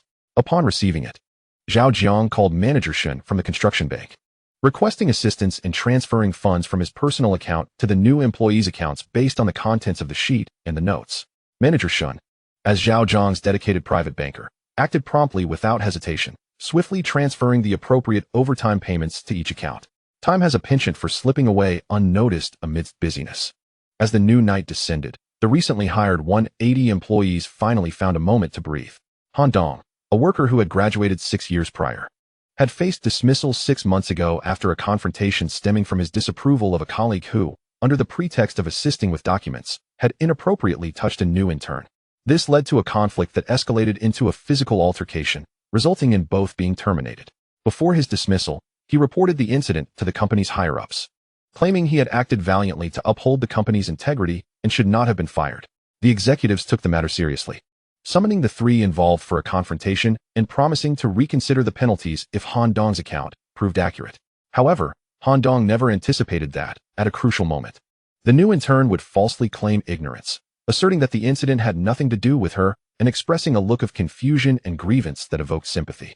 With the confrontation failing, the company decided to uphold the previous disciplinary actions, leading to the unemployment of both Han Dong and his colleague, while the new intern inexplicably took his position. Consequently, Han Dong wallowed in despair for over a month, retreating to his rented room to play video games daily. Feeling a deep-seated aversion to the offline world, convinced that human nature in reality was particularly sordid. The power of habit is formidable. After more than a month, the insidious inertia led him to abandon the pursuit of new employment. Relying on a meager savings, he began to numb himself within the confines of his rented apartment. Languishing through the days, his time was spent either guiding female players in the game Honor of Kings or accompanying them in PlayerUnknown's battlegrounds. With a modicum of gaming talent, he yearned to attain romantic encounters through these interactions. However, the allure of his fantasies starkly contrasted with the harshness of reality. In the gaming realm, the female players affectionately addressed him as brother or darling, and victorious matches were celebrated with sweet verbal rewards. Yet, once the games concluded, they swiftly reverted to their aloof personas, primarily serving as mere tools for climbing ranks without any genuine connection. In comparison to Honor of Kings, the female players in PUBG seemed more approachable and easier to meet.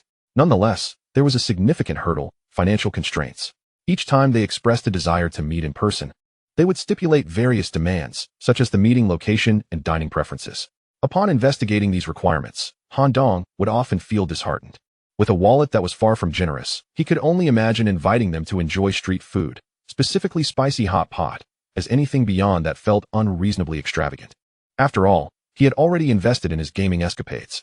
Amidst the relentless pull of various female players, Han Dong found that over the course of 6 months, he not only failed to savor the sweet nectar he had envisioned, but also witnessed his living conditions deteriorate further due to his unemployment. If he did not seek some form of employment soon, he would struggle to pay next month's rent.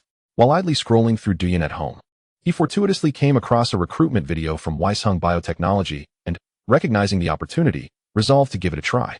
As a longtime tenant in Xining, he held a vivid impression of this emerging tech company. He had previously fantasized about being an employee when Weisheng Biotechnology announced the development of their ecological energy storage battery. When he decided to attend the interview, he harbored little hope, feeling unworthy of such a prestigious company. However, fate proved to be remarkably serendipitous. The owner of Weisheng Biotechnology posed merely 3 questions before informing him that he had successfully passed the interview and could start immediately. Although he began working and even put in extra hours, he could not comprehend why they had chosen to hire him. In that moment, he began to reflect deeply on the notions of value and capability.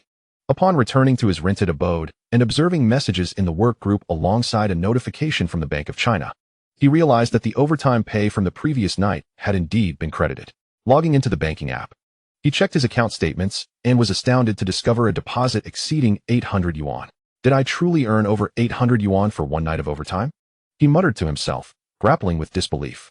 As he opened the work group and scrutinized his colleagues' conversations, it gradually dawned on him that he was not alone. All newly hired employees who had worked overtime had received similar payments, and the amounts were consistently comparable.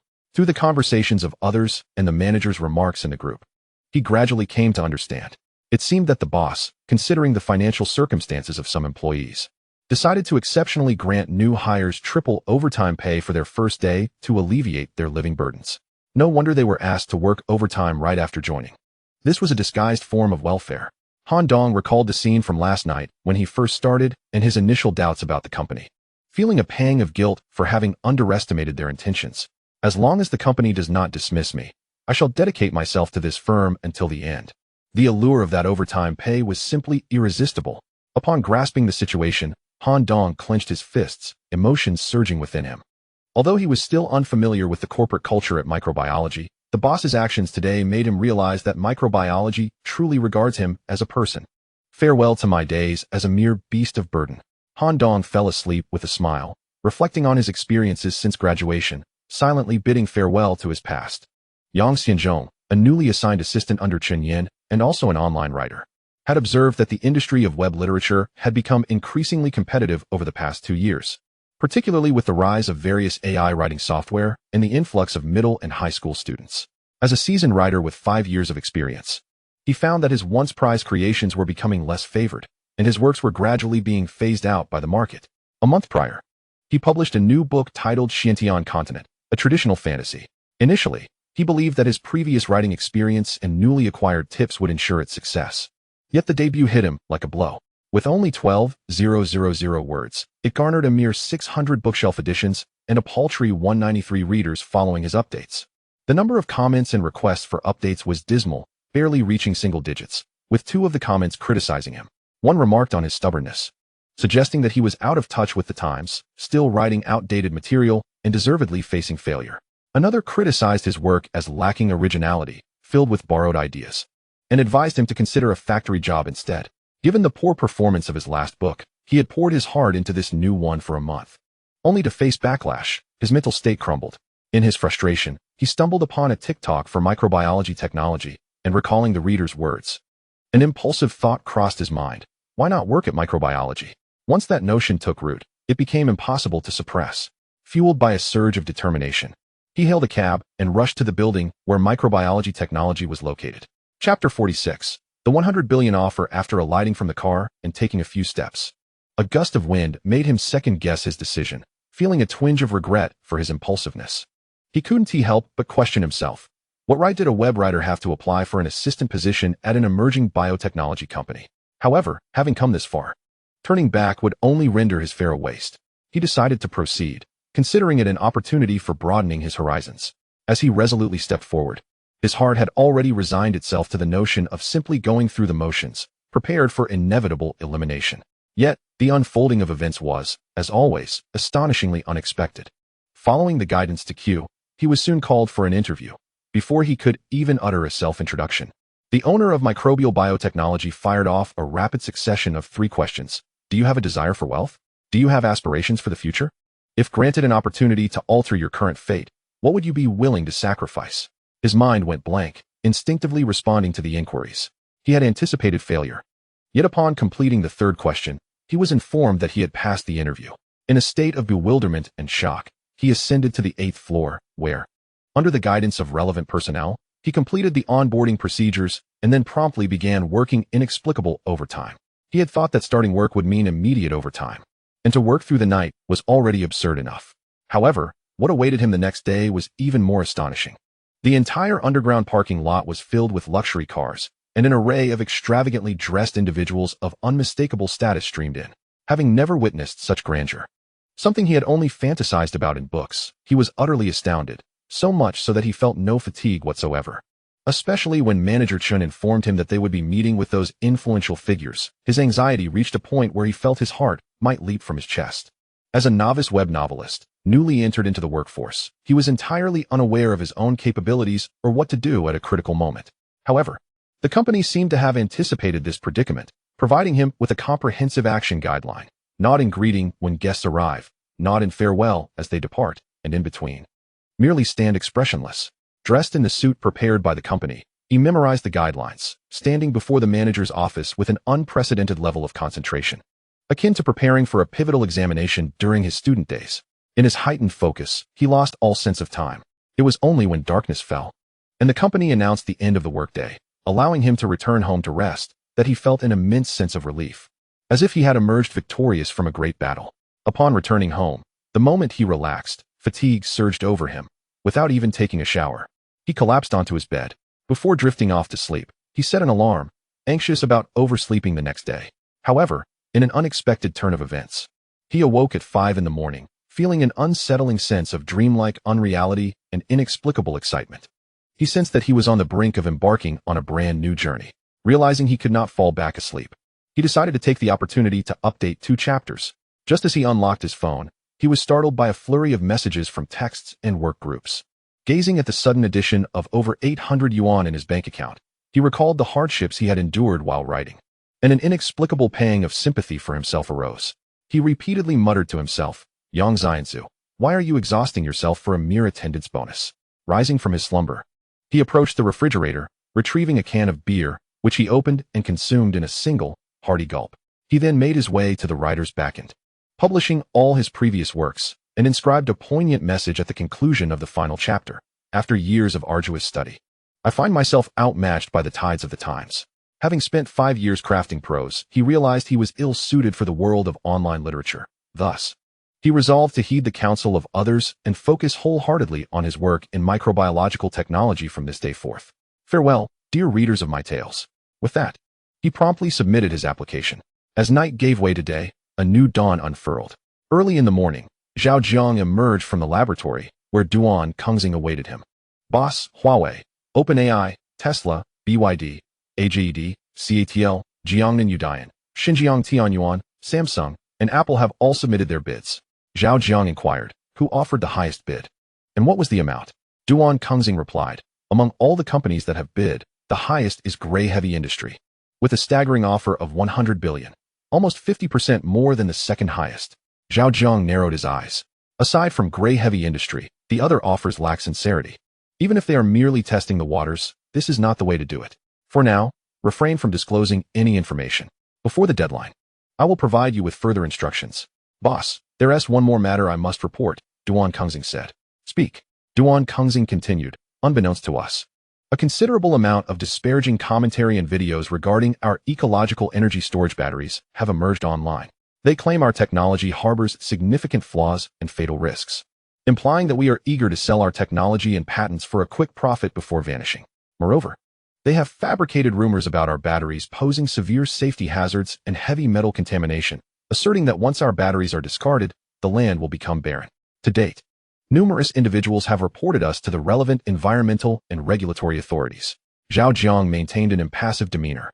It matters not. The discerning will see the truth.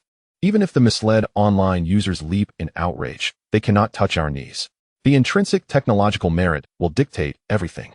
Do not silence them, do not clarify, and certainly do not engage in debate. Act as if you know nothing. Should any authorities arrive for inquiry, we shall cooperate fully. Understood, I know what to do. Duan Kengxing affirmed. Zhao Jiang shifted the conversation. What do you think of the new recruits? Duan Kengxing pondered for a moment before responding. A chaotic mix. Yet the flavor is quite delightful. Zhao Jiang, with a hint of implication, cautioned, do not view them through the prism of your own experiences and biases.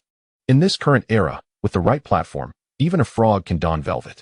If you have the capacity, provide guidance to those 12 enthusiastic novices. Absolutely, Duan Kengxing replied. Zhao Jiang concluded, our company's next research product is on the verge of completion. If you are interested, I can assign it to you. But you must first complete your current tasks. If you are uninterested, I shall randomly select one from that group of brash managers.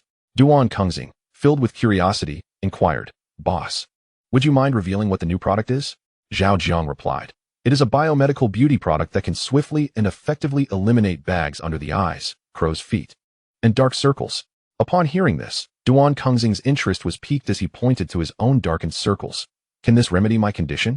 Zhao Jiang assured him, a mere application will suffice. Duan Kengxing was astonished. Really? You wouldn't deceive me, would you? Zhao Jiang responded.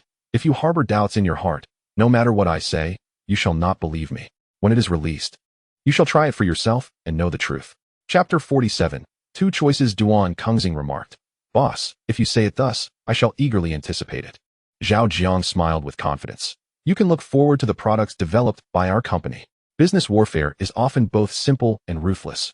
The sudden emergence of microbiology has disrupted the established market share of many companies and has shaken the long-term strategies of several hidden giants. As a result, these corporate titans instinctively harbor animosity towards microbiology and sharpen their knives in secret. Initially, they launched a campaign of public opinion to obliterate the momentum and reputation that microbiology had just begun to build. Subsequently, they began to target the employees of microbiology. Through intimidation, bribery, and threats, they coerced these workers to resign or switch jobs, aiming to suffocate the living force of microbiology and paralyze the company's operations. Not only that, but they also invested heavily in secretly recruiting researchers who could be influenced, inciting them to steal microbiology's ecological energy battery technology and various other research materials. With the application of every conceivable tactic, within a mere 2 days, the atmosphere surrounding microbiology became fraught with impending turmoil. Simultaneously, the large corporations that had previously submitted bids began to retract their offers, formally notifying microbiology that, due to certain well-known reasons concerning the company, they needed to reassess the safety and reliability of the ecological energy battery technology, thereby seizing the opportunity to take control of the narrative. The sudden upheaval and the avalanche of cascading consequences transformed what had been widely regarded as a promising venture into a pariah overnight, causing many to shy away. Even the previously validated technologies were derided online as mere hype and conceptual speculation. Concurrently, some individuals claiming to be employees of microbiology surfaced to expose the company as a mere charlatan engaged in concept speculation, promptly citing a series of so-called evidence to add insult to injury. As public sentiment turned into a tempest, words became sharp blades, slicing through all that was associated with microbiology. Zhao Jiang had anticipated that as his company flourished, it would attract scrutiny. But he had not expected the enemy's tactics to be so swift and ruthless, leaving him momentarily at a loss. He pondered whether to retaliate immediately or to maintain composure and observe the situation. Late at night, in a clandestine underground laboratory within the parallel dream world, he heard, "Number 8, you have arrived." As Zhao Jiang opened his eyes, he discovered that number 1 and number 2 were waiting for him. "Zhao Jiang, do you perceive the realities through visions?" Both number 1 and number 2 nodded simultaneously. Indeed. Zhao Jiang got straight to the point. "What do you think I should do?" Number 1 glanced at number 2. Matters of business or corporate warfare are his forte. You should heed his counsel. Number 2 smiled slightly at this. 8, please share your thoughts first. I am aware you have ideas, and once you express them, I shall offer my insights accordingly. Zhao Jiang furrowed his brow. Although I am unaware of the specific individuals involved in this endeavor, their intentions are abundantly clear to me. Through various means, or rather by any means necessary, they aim to tarnish and incapacitate the entirety of microorganism technology, subsequently capitalizing on the chaos to seize the ecological energy battery technology at minimal cost. I must admit, their calculations are astute, and their methods quite formidable. Yet they have ultimately overlooked one crucial aspect.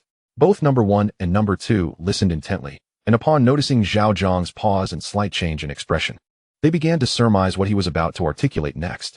They believed that microorganism technology's ability to develop the ecological energy battery was solely due to the tireless efforts of numerous researchers and some fortuitous circumstances. Regarding me merely as a fortunate dictator, they are mistaken. It is my presence that has brought microorganism technology to its current stature. I am the core of this technological enterprise and all its innovations. As long as I remain unscathed, even if microorganism technology were to be reduced to dust, it would rise again with the slightest breath of opportunity. From this perspective, their painstaking efforts have merely struck at inconsequential matters. I currently face 2 choices. The first is to confront them head-on in corporate warfare, employing various strategies to defend the company's rights and status, ensuring its normal progression. However, this course bears a fatal flaw. It would deplete my energy significantly, thereby diminishing the pace at which I can actualize advanced technologies. The second option is to remain steadfast amidst the storm, unyielding.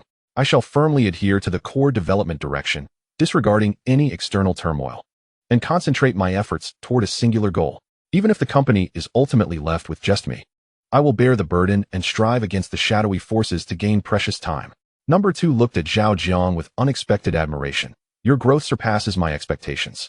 I am curious to know how you have achieved this. Zhao Jiang replied.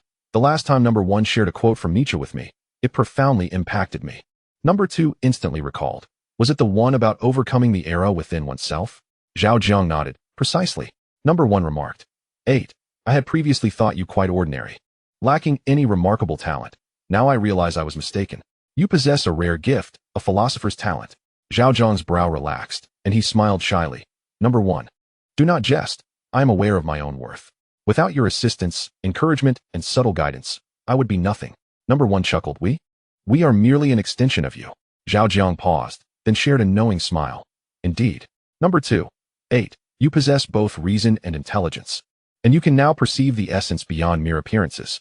Given the current circumstances, a full-scale retaliation on your part would undoubtedly consume an inordinate amount of time and energy, akin to forsaking the fundamental for the trivial. Unbeknownst to you, the true adversaries have shifted from hidden forces to humanity itself. However, if you choose not to retaliate, they will inevitably encroach further. Even if the company dwindles to just you, they will not relent. From this perspective, a counterattack is imperative.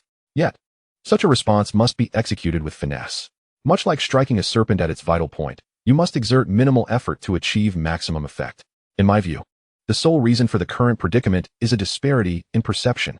The meteoric rise of microorganisms has rendered them incapable of recognizing them as a legitimate scientific enterprise, but rather as mere fortunate offspring of an evolving era. Presently, this fortunate entity possesses a card that could revolutionize the entire battery industry, potentially reshaping the very fabric of the era. This is akin to an innocent person bearing the burden of a crime. In their eyes, the individual who holds this powerful card is courting disaster. You can leverage their limited understanding, allowing the current to carry you forth, casting this card into play, but the manner of its release must be artful. At this juncture, number 2 couldn't help but reveal a confident smile, exuding an air of assuredness. Zhao Jiang, intrigued, inquired, "What do you mean by artful?" Chapter 48. Manager Duan's Midnight Fright number 2 slowly uttered 6 words. Act contrary to their expectations. Are they not attempting to suppress the value of the ecological fusion battery technology? Do they not seek to capitalize on the downfall of microorganisms? You shall deliberately release 2 simultaneous announcements, one indicating that microorganisms will likely disband and file for bankruptcy, and the other stating that the company has resolved to cancel the previous public bidding, opting instead to sell the complete set of ecological fusion battery technology and patents for a staggering $1 trillion to a mysterious company. Zhao Jiang, $1 trillion? Isn't that a bit excessive? Number 2 glanced at number 1, a knowing smile gracing his lips. Do you consider it excessive? Number 1, not at all. In a strict sense, amidst today's technological landscape, one cannot acquire this technology for such a sum. Moreover, the figure presented by number 2 serves primarily as a means to rattle the adversary. A realization of 300 billion would suffice. While money is always welcome, it must be contextualized. In the current situation, as you previously articulated, what you truly require is time. 300 billion would be sufficient to initiate your plan to escape Earth. Zhao Jiang suddenly comprehended, realizing he had underestimated the ecological fusion battery technology. But what if they don't believe it? Number 2, they have no choice but to believe. Upon your return, convene a company-wide meeting, publicly announce the first piece of news, while remaining silent about the second, projecting an air of pessimism. Simultaneously, covertly enhance security measures, ideally implementing electromagnetic isolation technology around the RD department to preempt any unforeseen incidents. Subsequently, one must adopt an appearance of urgent desire to reclaim those utterly insignificant technical documents from other researchers, creating an atmosphere of fervent vigilance, poised to engage in a clandestine transaction with a mysterious corporation. As Zhao Jiang listened, his thoughts began to sharpen, and his eyes sparkled with increasing brilliance. The second individual continued, stating that regardless of their belief, there would be no time for hesitation. Missing out on the ecological energy battery technology would signify forfeiting a ticket to the ecological era. The adage, "a step ahead is a step ahead," rings true. Once the blank market for ecological energy opens, they shall miss their opportunity and find themselves trailing behind. This risk is one they cannot afford. If they find themselves ensnared in this temporal predicament, even if we do nothing, we shall transform from passive to active players. At that point, with the slightest stir from the external world, the microorganisms will inevitably be swept into their rightful spotlight. Zhao Jiang raised his thumb in admiration. "You are truly remarkable. This move is a masterstroke." The second individual replied, "As I mentioned earlier, the root of this situation lies in a disparity of understanding. Many still do not grasp the significance of this technology, its inherent value, or the impact it will have on the present and the future. In their eyes, we are merely fortunate products of our era, seemingly robust, but fundamentally fragile. They believe that with a mere flick of their fingers, we shall crumble, begging for mercy and yielding to their demands. In reality, this seemingly frail individual is a warrior born to combat the impending apocalypse. Our so-called fortune is but an illusion. Their comprehension exists on an entirely different level from ours. Thus, when we decide to retaliate, they shall be utterly unprepared." Zhao Jiang nodded in agreement. "Indeed, we are not on the same plane. All my efforts are directed towards countering the potential apocalypse, while their actions are solely motivated by commercial or personal gain. They remain oblivious to the crises facing this world, akin to flowers in a greenhouse, battling for a sliver of sunlight, unaware that the entire greenhouse is shrouded in darkness and peril." The second individual added, "By the way, concerning the research on intelligent endpoints and nanotechnology, you must expedite your progress. It is best to realize these concepts swiftly so that you may possess the means for self-preservation against various unknown dangers. Zhao Jiang nodded. The research on intelligent endpoints is progressing vigorously. At the current rate, I anticipate preliminary results within a month. As for nanotechnology, since the relevant materials have only just arrived, it will take at least 2 weeks to complete, given that I am working alone. The second individual's gaze sharpened. Then during this month, aside from necessary obligations, you should remain in the laboratory as much as possible. Zhao Jiang replied, yes, that is my intention. The second individual affirmed, though a month may seem lengthy, it is essential that you adhere to this plan. These core technologies, which do not belong to this era, must not be disclosed to anyone, at least until you have successfully integrated intelligent endpoint technology with nanotechnology, thereby acquiring extraordinary personal capabilities. Zhao Jiang solemnly nodded, acknowledging the gravity of the situation. The first individual then stated, 8. Once the company matters are resolved, come over to learn. In order to expedite the development of intelligent terminals, I have meticulously compiled a set of methodologies concerning data feeding and deep learning. Although this framework is not exhaustive, it should suffice for your current research endeavors. Zhao Jiang's eyes gleamed with excitement. Excellent. While Zhao Jiang was immersed in a parallel dream, absorbing the advanced technologies imparted by number 1, Duan Kengxing, deep in slumber, was abruptly awakened. Hush! As Duan Kengxing opened his eyes, still disoriented, he discovered a cold blade pressed against his neck. Simultaneously, a masked figure gestured for silence. Manager Duan, my knife is voice-activated. Should you scream, it will inevitably plunge into your neck. Care to test this? I won't scream, I promise. Duan Kengxing trembled, cold sweat trickling down his back, responding in the softest tone to show his willingness to cooperate. The masked man replied, I appreciate a clever individual. Now, Manager Duan, can you guess why I have appeared in your room at this late hour? Duan Kengxing stammered, as long as you spare my life. You may take anything in this room. Ah, Manager Duan seems quite astute. Understanding the value of wealth in preserving life, the intruder remarked. Duan Kengxing quickly added, if you find the items in this room insufficient, I have money on my card. I can offer it all to you. The masked man countered. What if I take your possessions and you immediately report to the authorities? Rest assured, I swear to the heavens that I will not report you, Duan Kengxing affirmed. The masked man inquired, Manager Duan, do you know what is the least valuable thing to a businessman? Duan Kengxing gulped, anxiety etched across his face. I do not know. The masked man replied, conscience, integrity, and oaths. In my view, to have ascended to your managerial position, you must have long discarded these 3 virtues. Now, you must use one of them to assure me. Do you believe I should trust you? With that, he suddenly tightened the grip on the knife, slicing through the surface of Duan Kengxing's skin. Shall I provide you with the password for you to retrieve it yourself? Feeling the pain, Duan Kengxing was paralyzed with fear, his eyes wide with the instinct for survival. If you wish for me to believe that you still possess those 3 virtues, it is feasible, but you must first assist me in proving it. Upon hearing this, Duan Kengxing realized the crux of the matter. The intruder was not there for his personal safety or wealth. What is it you desire? He asked. I have heard that your company has recently developed a new technology related to batteries, which seems exceptionally valuable. If you can procure the relevant materials for that technology, I shall let you go. Otherwise, no matter where you relocate, I will appear at your bedside precisely at midnight. However, next time, I shall not engage in conversation. Instead, the knife will converse with your flesh. Duan Kengxing's complexion turned pale, fear overwhelming him. I am merely a lowly manager. I have no access to such crucial technical documents. The masked man declared, I do not believe you. Truly, I swear, everything I say is genuine. Since you are aware of my background, you should also understand our company. Our establishment is relatively new, and many aspects are not yet fully developed. It may sound amusing, but in our vast biological company, we lack even a personnel department, a finance department, or a public relations department. Other functional departments are even more absent. In the beginning, apart from myself, a mere managerial tool, there were only a few assistant tools left. Suddenly, the masked individual interrupted. Stop. Do not attempt to deceive me. To my knowledge, your company has over 1,000 employees, with merely a handful of managers and around 200 assistants. Chapter 49. The Abnormal Company, revised 3 times. Duan Kengxing, both anxious and aggrieved, replied, I assure you, I am not deceiving you. Moreover, I currently lack the audacity to do so. You misheard me. I referred to the company's early days, not its recent state. The masked individual inquired, what do you mean? Duan Kengxing explained, you are aware of our company's 1,000+ employees, over 10 managers, and more than 200 assistants. But you are oblivious to the fact that these managers and assistants were recruited merely in the past couple of days. Initially, among the 1,000-plus employees, over 900 were researchers who concerned themselves solely with their studies. The 20 or so employees, including myself, were tasked with overseeing everything aside from research. We were akin to bricks, moved wherever needed.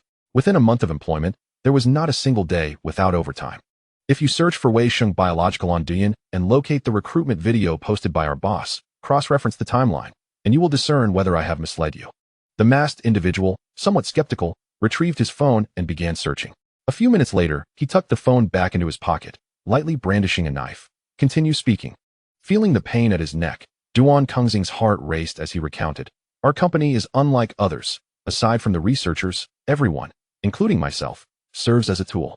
We follow the directives of our boss without question. Consequently, we have no access to relevant technical research materials or documents. Even if I wished to assist you, I would be powerless to do so. If you truly seek what you desire, I suggest starting with the Research and Development Department. Upon hearing this, the masked individual fell into a sudden silence, the atmosphere in the room palpable. After several breaths, he asked, "Can you establish contact with anyone in the RD department?" Duan Kengxing replied, "I cannot. Orders come directly from the boss, and I execute them as commanded. While I am aware of the RD department and have visited several times, the laboratories within are autonomous, and every researcher is clad in protective gear. I have no knowledge of who is present in each lab or what they are responsible for." The masked individual pressed on. "What about the other managers? Do they have any means of contacting the internal personnel of the RD department?" Duan Kengxing shook his head. "That is even less likely. To put it nicely, they are managers. To put it bluntly, they are merely a group of tool-like individuals with the manager label. These are recent graduates who only joined days ago, lacking understanding of the company's basic structure and culture. Aside from obedience, their eyes are filled with naive clarity. Given such a group, what knowledge or access could they possibly possess?" The masked individual appeared perplexed. Is it truly possible for such individuals to hold managerial positions? Duan Kengxing, I share your sentiments. In my view, they are not fit to be managers, let alone to occupy the front desk.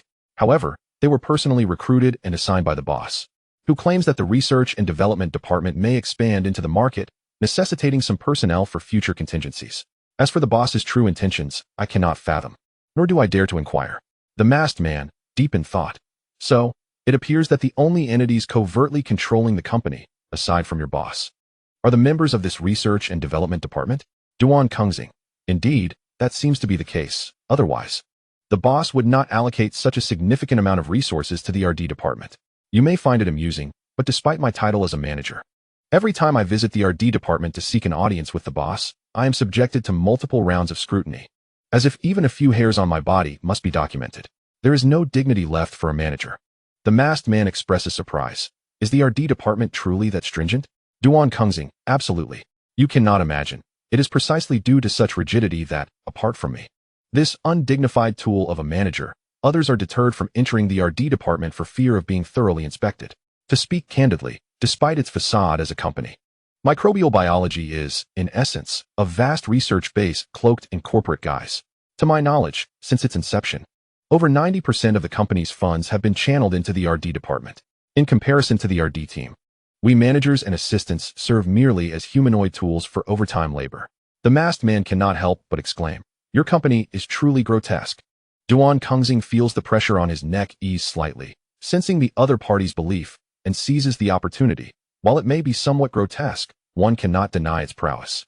Take, for instance, the ecological energy storage battery released by the company. How many firms worldwide could develop such a product? The masked man, it seems your boss is fundamentally a pragmatic enthusiast of scientific research. Duan Kengxing immediately responds, "Indeed, as a boss, he spends little time in the office, but is rather enthusiastic about conducting experiments. Do not think for a moment that I am unaware of his motives. He eagerly awaits the RD department's breakthroughs to bask in their glory and even leverage his position to claim the accolades for himself." Buzzing suddenly, the phone in the masked man's pocket vibrates. He glances at the screen, and his expression shifts dramatically, swiftly interrupting. "Stop. Manager Duan, regardless of the means you employ, I shall grant you 2 days. Within this period, you must procure the relevant technical data on the ecological energy storage battery. Otherwise, you shall bear the consequences." With that, he lightly grazes the knife against his skin, a trickle of blood instantly emerging, flowing slowly down the blade. Feeling the sharp sting on his neck, Duan Kengxing dares not exhale, shutting his eyes tightly. Time passes, and after an indeterminate duration of silence in the room, Duan Kungxing finally exhales in relief, gasping for breath. Thoroughly shaken. Just as he intends to rise and open a window for some fresh air to calm his nerves, he realizes his hands are covered in water. Looking down, he gasps in horror. Simultaneously, an ill-timed gust of wind rushes into his nostrils, leaving Duan Kungxing frozen in place. The following morning, Zhao Jiang awoke from a parallel dream to receive a resignation application spreadsheet sent by Chen Yan. Through the document, he discovered that overnight, more than 170 individuals had submitted their resignations, including 11 newly appointed managers. Given the current situation, it appeared that there was no need for a meeting. Zhao Jiang smiled slightly, understanding the circumstances, and promptly picked up the phone to dial Chen Yan's number. "Manager Chen, where are you now?" Upon connection, a soft voice replied. "Boss, I'm outside the RD department." Zhao Jiang inquired, "Why don't you come in?" The voice on the other end responded, "Boss, I can't enter. They said no one is allowed in without your permission. Besides, they are dressed quite strangely and look rather intimidating. I lack the courage to negotiate with them." Zhao Jiang replied, "Hold on a moment. I will notify them to let you in immediately." A few minutes later, Chen Yan called Zhao Jiang again. "Boss, perhaps it would be better if you came out. I can't get in." Zhao Jiang asked, "What's the matter?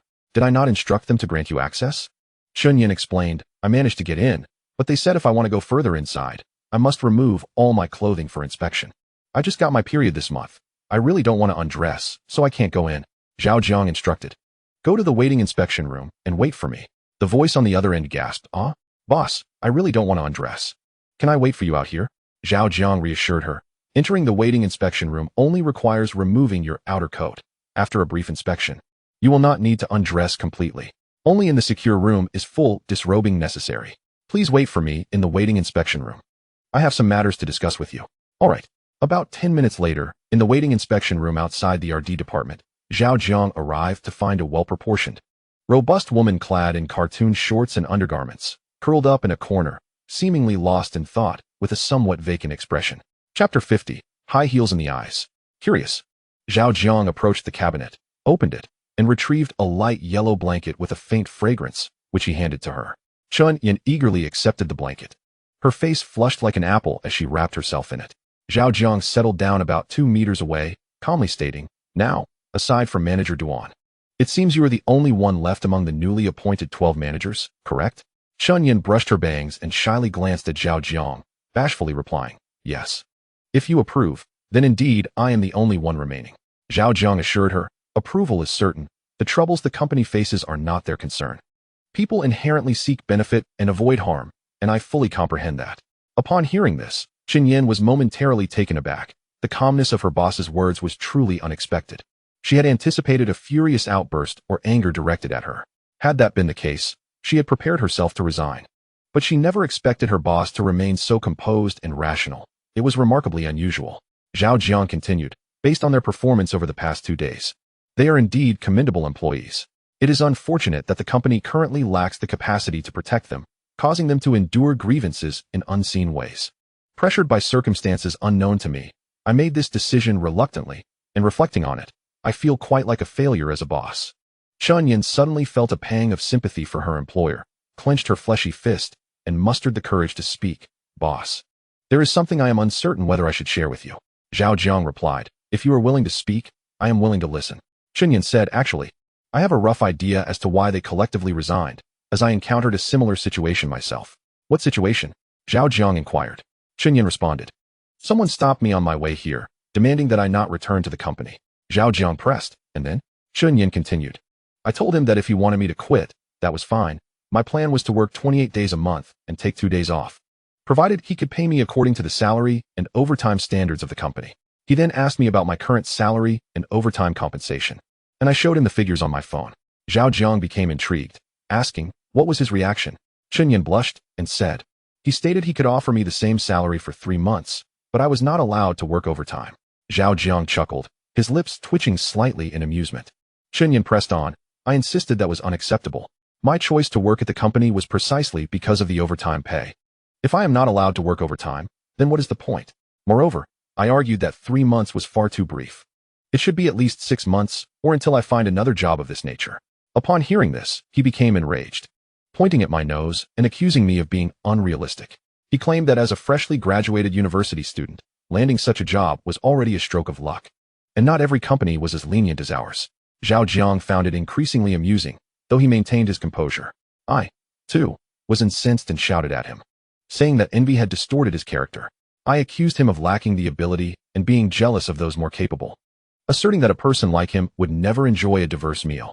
Furthermore, I challenged him, questioning what was wrong with being a recent graduate. I had never asked him for a single penny or even a sip of water. What right did he have to look down upon me? As I spoke, my emotions surged, and I trembled uncontrollably, feeling an overwhelming impulse to confront him physically. Zhao Jiang encouraged, "Continue." Chen Yan recounted. Seeing me clench my fists and raise my voice, he realized my emotions were spiraling out of control, and with onlookers gathering, he panicked and fled. Zhao Jiang asked, "As a young woman, were you not afraid he would harm you?" Chen Yan shook her head. "Not at all, boss. Despite my appearance, I possess considerable strength. My mother has always claimed I am the reincarnation of a fierce bull, possessing immense power. Back in school, while my roommates struggled to carry a single jug of water up the stairs, needing frequent breaks, I would effortlessly carry 2 at once and ascend 6 flights without breaking a sweat. Because of this, my roommates privately dubbed me Chin the Bull." Zhao Jiang jestingly remarked. "No wonder when I first met you, I felt you had a bit of recklessness about you. It seems there truly is some bloodline coursing through your veins." Chen Yan proudly responded, "Indeed. Do not underestimate me because I am a girl. I can be quite formidable. I have also trained in Sanda, BJJ, and boxing at school. As for that little fellow who blocked my path today, if I truly landed a punch on him, he might very well return home in tears, seeking his mother." Zhao Jiang inquired, "What if the opponent brandishes a knife?" Chen Yan contemplated seriously for a moment before declaring, "Boss, I am not bragging. But if that little one dared to draw a knife on me, I would certainly plunge the heel of my high-heeled shoe into his eye." Zhao Jiang chuckled heartily. "Huh? Chen Deo, you are indeed reckless. Do you not fear for your life?" Chen Yan's playful demeanor suddenly shifted to seriousness. "Boss, our Sanda coach has instructed us that if faced with life-threatening danger, one must not allow the instinct to fear for one's life to control one's body. One must adopt a mindset of trading one for another, or one for many, to activate the body's potential. Only then can miracles be achieved." Zhao Jiang queried, "What if the adversary brandishes a gun?" Chen Yan paused momentarily, then fell silent. Zhao Jiang's smile faded, and his tone shifted. "Manager Chun, as your employer, I command you that if you encounter such a situation again, as long as the other party harbors no malice towards you, simply acquiesce to their demands. The modest salary the company provides does not warrant risking your life." Chen Yan, seemingly struck by a thought, responded with a hint of panic, "Boss, you are not contemplating my dismissal, are you?" Zhao Jiang smiled faintly. "Congratulations, you are correct." Chen Yan's expression turned to one of disbelief. "Are you joking, old boss? Or are you serious?" Zhao Jiang replied earnestly, "I am serious. But why? I do not believe I have done anything wrong." Chen Yan protested. Zhao Jiang stated, "The challenges facing the company are far graver than you can imagine. Given that others have resigned, should you choose to remain, you would be exposed to genuine peril. I cannot allow you to be embroiled in such danger. It is simply not fair to you." Chen Yan asked, "What about Manager Duan? Why is he permitted to stay?" Zhao Jiang responded, "If my suspicions are correct, he too will soon resign." Chen Yan gasped, "What?" Zhao Jiang continued, "Time is limited, and I cannot explain everything in detail. Before you resign, I have 4 final tasks for you. First, organize the actual payroll for everyone, add 1 month, and compile it into a table to send to me. Second, draft a report on the company's actual situation and accidentally release it online. Third, prepare an announcement stating that Microbio will no longer accept clients effective immediately. Fourth, assist me in terminating the remaining employees who have not voluntarily submitted their resignation." Chapter 51. The true nature of employees. Chun Yan's eyes displayed great confusion. "You intend to terminate those who have not submitted their resignations as well?" Zhao Jiang replied, "You have not resigned. Do you think I intend to keep you?" Chun Yan suddenly realized, indeed. The next moment, she pondered something and pouted, murmuring, "Being a boss is quite advantageous. One can exercise arbitrary power at any moment." Zhao Jiang elucidated, "Those who voluntarily resign do so out of the instinct to seek benefit and avoid harm. Those who did not voluntarily resign have largely overcome some instinct, driven by their character or a sense of ethics. The company must also take these individuals into account. Chen Daniu, let me be candid with you. This time, the adversaries facing the company are intent on utterly destroying it. They target the vulnerable, and once they cannot harm the company, they will shift their focus and escalate their tactics. Should you choose to remain in the company, they will surely seek ways to compel you into unlawful activities. At that juncture, you would find yourselves in a precarious position. While you still hold leverage, remember, never gamble on the depravity of the wicked. Chunyin suddenly comprehended. So, your actions, boss, are aimed at protecting us. Zhao Jiang replied. Protection is a strong word. I merely wish to prevent the company from casting a negative shadow upon you. After all, you are merely diligent workers striving for your modest wages. The pressures that do not pertain to your level should not be imposed upon you. Chunyin gazed intently at Zhao Jiang's face, scrutinizing her boss for the first time. Listening to these succinct and genuine words, she realized how little she understood the company, its culture, and the core figure behind it. Zhao Jiang smiled lightly. Rest assured, your termination does not signify the end of your connection with our enterprise. Should the company navigate through this crisis, you are always welcome to return. Chunyin, really? Zhao Jiang, indeed. A spark of inspiration flickered in Chunyan's eyes. Boss, I have an idea. Zhao Jiang, intrigued, looked into her eyes. What is it? Chunyin, you may dismiss me, yet I still wish to work for the company. Zhao Jiang. Chunyin, I will not work as an employee, but as a volunteer. You need not pay me. If you find my efforts commendable, a discreet red envelope would suffice. Heh, Zhao Jiang. Chunyin, alternatively, I can work from home for the company.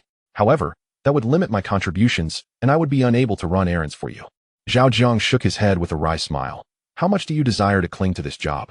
Chunyin, pouting and hesitating momentarily, confessed. Initially, I did not regard this job as particularly exceptional, especially since I secured it so swiftly.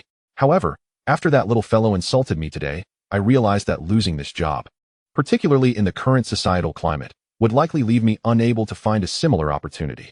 Moreover, prior to joining this or D department, I idly inquired about my classmates' situations in our group chat and discovered that many have yet to secure employment. Those who have found jobs are either lamenting low wages or complaining about being treated as less than human. In contrast to them, I feel as though I am faring quite well. Zhao Jiang understood. So, your sense of comparison and vanity has begun to take hold? Chunyin nodded, acknowledging her tendencies towards jealousy and vanity. During her school days, in a bid to outshine the boys, she practiced martial arts to the point of neglecting meals and pushing her body to the brink of cramping. Although many claim that women are inherently weaker than men, she firmly believed that determination could alter everything. Her vanity was rooted in her own capabilities. Thus, she strived to seize every opportunity that benefited her. Boss, I genuinely hope you can retain me in the company, in whatever capacity, she implored. Zhao Jiang, noticing her earnestness, playfully teased, keeping you on is feasible. But given the company's difficulties, how about I don't pay you? Absolutely not. I must receive a salary. It's the source of my motivation. Without it, I fear I'd become lethargic and a burden to the company, Chunyin replied, shaking her head vigorously. Zhao Jiang laughed. Don't you know to polish your words a bit before speaking? Chunyin responded earnestly. Flattery is not my nature. My essence lies in working for compensation. The more I earn, the better my performance. If the boss were ever to raise my salary, and I encounter that little man again, I could confront him publicly, leaving him utterly unrecognizable. The more Zhao Jiang observed her, the more he felt she was a natural source of amusement, causing several minutes to slip away unnoticed. Well, you need not argue further. I have made my decision. Let us proceed as I say. I have matters to attend to, so our conversation ends here. Zhao Jiang glanced at the time and prepared to return to the lab. Boss, just a few steps out, Chunyin called after him. Is there something else? Zhao Jiang turned back, puzzled. After I resign, I will closely monitor the company. As long as it perseveres, I will be the first to return. And if you choose not to take me back, I shall spit at you. Chunyin stood, her serious demeanor suggesting she was not joking. Zhao Jiang nodded slightly. All right. I await your spit. With that, he did not linger and departed. Boss, a conscientious leader like you, who genuinely regards employees as individuals, is exceedingly rare in this society. You must guide the company through this crisis. Chunyin earnestly prayed, her hands clasped in reverence, eyes closed as she silently sought blessings. A day later, in a modern building in Urumqi, Xinjiang, what is the current status of microbiology? A man in a suit, adorned with gold-rimmed glasses, stood by the window, sipping a drink while surveying the bustling world below. Behind him stood a slim, bespectacled secretary, her expression meticulously serious. Currently, apart from the research and development department, all other sectors are in a state of paralysis, and a formal announcement has been made to completely refuse clients. The suited man furrowed his brow. Why has it deteriorated so swiftly? According to rumors, unscrupulous tactics were employed to force the ordinary employees of microbiology to resign en masse, aiming to create turmoil for the research and development department and subsequently exploit its vulnerabilities. Suit-clad man. Is the research department of microbiology difficult to manage? Indeed. It is far more challenging than one might imagine. It is said that any food ordered from outside must undergo 21 rigorous tests before it can be permitted entry. Not to mention the risk of poisoning. Even pesticide residues in the ingredients are meticulously scrutinized. And this pertains only to food. According to a manager surnamed Duan from their company, an ordinary individual wishing to gain entry must disrobe and endure a series of bewildering scans and examinations. They can ascertain everything from the number of hairs on one's posterior to the presence of hemorrhoids, and even fungal infections on the skin. The suit-clad man, taken aback by this revelation, exclaimed, "Is it truly that stringent?" This is what they say, yet aside from those who have experienced it firsthand, the veracity remains uncertain. Regardless, based on reliable intelligence gathered by our team, the research department, which was established with considerable investment prior to the company's founding, is undoubtedly formidable. Some materials are simply unavailable domestically and must be imported from abroad. Moreover, it is rumored that their construction techniques were rather extraordinary. Custom designed by a prominent firm in the architectural field. Chapter 52. Boss, why are you suddenly sharing this with me? Suit-clad man. Is it possible to ascertain which architectural firm it is? We have already attempted, but to no avail. Suit-clad man. So, it seems their research department was strategically planned from the outset? According to analyses and speculations from certain intelligent organizations, the ecological energy battery technology of microbiology may have been well researched even before the company's inception. The subsequent developments appear largely superficial, aimed at preventing such circumstances. It is surmised that within the research department, beyond the ordinary researchers, there exists a concealed core team dedicated to research. Aside from the owner of microbiology, only this core team possesses pertinent information.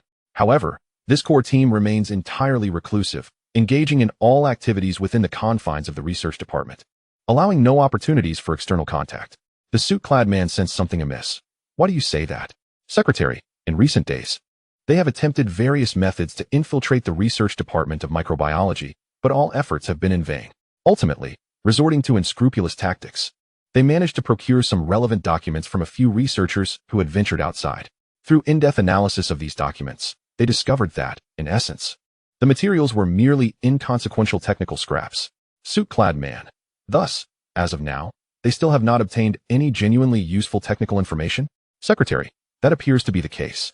The suit-clad man turned, setting down his glass, and gazed into the secretary's eyes. What is your perspective on microbiology? The secretary adjusted his glasses, furrowing his brow slightly. It is quite peculiar. Suit-clad man. What makes it peculiar? Secretary, to me, it resembles not a legitimate company, but rather a pure research institute cloaked in the guise of a corporation. Their owner, too, does not strike me as a businessman, but rather as an obsessive researcher devoted to technology. Suit-clad man, please continue. Secretary, our team conducted a survey, and the ratio of researchers to regular company personnel at microbiology is an astonishing 50 to 1. Among 1,020 individuals, there are at least 1,000 researchers, while the rest consist of merely 20 or so other personnel. Furthermore, their company lacks any formal departments, comprising only an execution manager and a handful of assistants, with not even a competent accountant in sight. As for the higher echelons such as senior managers, directors, or CEOs, there are none to be found. The impression one gets is that these 20 individuals resemble not employees, but rather humble aides serving the 1,000 researchers. Just a few days ago, the owner of microbiology company personally released a recruitment video on DN, and within a mere 4 hours, over 180 new employees were hired, all through the owner's direct interviews. Absurdly, none of these candidates underwent proper health examinations, nor were they even questioned about their medical history.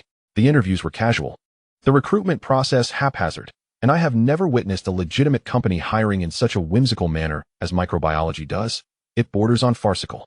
Moreover, those who passed the interviews were assigned no clear departments or positions. Aside from 12 current managers, they were all designated as manager assistants. Boss, after so many years in the industry, have you ever encountered a company with such an abundance of new assistants? The suited man nodded. Indeed. I have never seen anything quite like it. It is rather unconventional. The secretary continued. If the careless hiring can be somewhat excused, yesterday's actions left us utterly perplexed. Did they make any significant moves yesterday? The secretary replied. It cannot be classified as a major action. Rather, after over 170 employees collectively resigned, microbiology promptly terminated all remaining staff, including the initial manager, Duan. As a result, the external operations of microbiology are now entirely paralyzed. Even finding someone to relay messages to their boss is impossible. Upon hearing this, the suited man furrowed his brow. The secretary continued, based on prior information. I initially speculated that, faced with such an onslaught from numerous companies, they must have some hidden cards and would retaliate. However, it seems I was mistaken. Given the current circumstances, microbiology appears to be preparing to resign themselves to their fate. The suited man asked, do you believe that under this developing situation, microbiology will completely capitulate and relinquish their hard-won ecological energy battery technology? The secretary shook his head. Logically, it should be impossible for them to capitulate and surrender the fruits of their labor. Yet their current behaviors are truly baffling, which is precisely what I find strange. The suited man remarked, when anomalies arise, there must be something amiss. A company capable of breaking the monopoly of traditional batteries and single-handedly tackling the long-standing challenges of energy storage should not be underestimated. In the next moment, it seemed the suited man made a momentous decision. His gaze sharpened, and he suddenly spoke with gravity. Secretary Zhou, fortune favors the bold. I no longer wish to sit idly by and observe the struggle. I intend to seize the opportunity and snatch the prize from under the noses of those formidable competitors. With a startled expression, Secretary Zhou was taken aback by the sudden declaration from the boss, instinctively inhaling a sharp breath. Are you truly astonished? He inquired. Zhou, pressing her lips together, replied candidly, indeed, I am quite surprised. I had always believed that your inaction was a strategic ploy to deliver a fatal blow to microbiology. But I never anticipated that your true intention was to seize opportunities amidst adversity. The man in the suit exhaled softly, his voice deepening as he remarked. Your perspective aligns closely with that of the older generation, who presume my objective is to act opportunistically, to capitalize on chaos, and to extract the greatest reward at minimal cost. Hearing this, Secretary Zhou lowered her gaze, bracing herself to absorb her boss's forthcoming insights. You all possess a rather narrow vision. Both in nature and in thought, your perspectives have become rigid over the years. When assessing situations, you consistently rely on past experiences and personal interests, failing to consider the evolution of the times and the essence of the matters at hand. While we may still stand here, worthy of the title giant, the reality is that we are teetering on the brink of obsolescence. Raising an eyebrow, Secretary Zhou glanced at her boss. Sensing that his words might be somewhat exaggerated, the man in the suit turned his gaze back to the window, speaking as if to himself. We built our fortunes in traditional industries and rose through the energy sector. Due to historical circumstances and policy advantages, our ascent was relatively smooth. Our journey has not been without challenges, yet we have never truly encountered formidable adversaries. This is a blessing, but it is not entirely positive. Especially when viewed from a future perspective, the lack of genuine trials has led the decision-makers to become habitually arrogant and complacent, as if they were the sole heroes of the world. There is a deficiency of adequate crisis awareness and pioneering spirit. They persist in believing that this immense vessel from a bygone era can carry everyone forward indefinitely, enjoying a life of ease and indulgence. Secretary Zhou sensed something amiss. Boss, what troubles you? The man in the suit waved his hand dismissively. Nothing, just reflecting on some absurdities that strike me as amusing. But returning to the main point. Why do I assert that we are on the verge of being obsolete? The answer is quite simple. A careful analysis of our company's current structural framework, primary revenue sources, and industrial potential will yield a clear conclusion. We are diverging from the progress of the times. In this era of rapid advancement in automation, intelligence, and Industry 4.0, the core of our company remains human. Over 80,000 employees, representing just as many families, constitute the backbone of this great vessel. For the ship to navigate effectively, it must possess sufficient propulsion. In recent years, bolstered by national policies and local governmental support, we have managed to stay afloat even when our expenditures exceeded our revenues. At times, relying on coal and non-ferrous metals, we were able to accelerate. Unfortunately, traditional energy is swiftly entering a winter phase, and the extraction of non-ferrous metals is being significantly curtailed. Relying solely on smelting and refining, we will inevitably face financial shortfalls. At that point, what will become of those 80,000 workers and their corresponding families? We must not wait for the ship to encounter problems before we devise solutions. It is essential to prevent issues from arising beforehand. Proactive measures always surpass passive defenses. This holds true on the battlefield as well as in the marketplace. Boss, why are you suddenly sharing this with me? Secretary Zhou initially listened with enthusiasm, oblivious to the underlying tension, but as the words concluded, she gradually realized that something was amiss. Chapter 53. Some secrets because your name is Zhu Yueping. You need not feign ignorance. My knowledge of you, apart from your physical presence, likely surpasses your own understanding. From the moment you decided to apply for the secretary position at Tianyuan, I anticipated everything that would follow. Secretary Zhu's expression shifted abruptly, retreating a couple of steps in disbelief. How could you possibly know my real name? After all these years. She still hasn't changed that old habit of hers. Matters that could be explained in a single sentence are often left for others to guess. This tendency applies to lovers, to admirers, and even to her own offspring. Secretary Zhu. The man in the suit. Zhu Yueping. Did your mother not inform you that while you were undercover as my secretary, I am actually your half-brother? Furthermore, she solemnly instructed you that no matter what you do, you must never develop feelings for me. Have you not pondered the reason behind this? Secretary Zhu's pupils dilated, her mouth involuntarily agape. The man in the suit. You, who usually exudes an air of exceptional cleverness as a secretary, why is it that at this critical juncture, you appear as foolish as a bull? Secretary Zhu, initially shocked, now found herself bewildered. The man in the suit. What is my name? Secretary Zhu, you are called Li Raihe. The man in the suit. Consider carefully whether there is anything suspicious about these two names. After a moment of serious contemplation, Secretary Zhu resolutely shook her head. Seeing this, the man in the suit did not beat around the bush. When I was born, your mother was already pregnant with you. Due to prenatal testing revealing you were a girl, your mother ultimately lost out to mine in the contest for your father's affection. Unable to bear the defeat, she promptly severed ties with him and remarried within a day. Given your expression, you must have realized that the man she married at that time is your current father. Zhuang. There are, indeed, some hidden truths in this tale. Your mother was extraordinarily beautiful, attracting numerous suitors, even after your father's swift advance, resulting in your conception. Many admirers remained eager. Among these suitors were some exceptionally capable individuals, such as Uncle He, Uncle Lu, Uncle Shi, and Uncle Zhang, to name a few. It is worth noting that in that era, they were genuine university students, hailing from families of considerable means and ancestral glory. Though Secretary Zhu appeared calm on the surface, her heart was in turmoil. The man in the suit continued. Among these formidable admirers, while your father had commendable qualities, he could not overshadow the throng of competitors.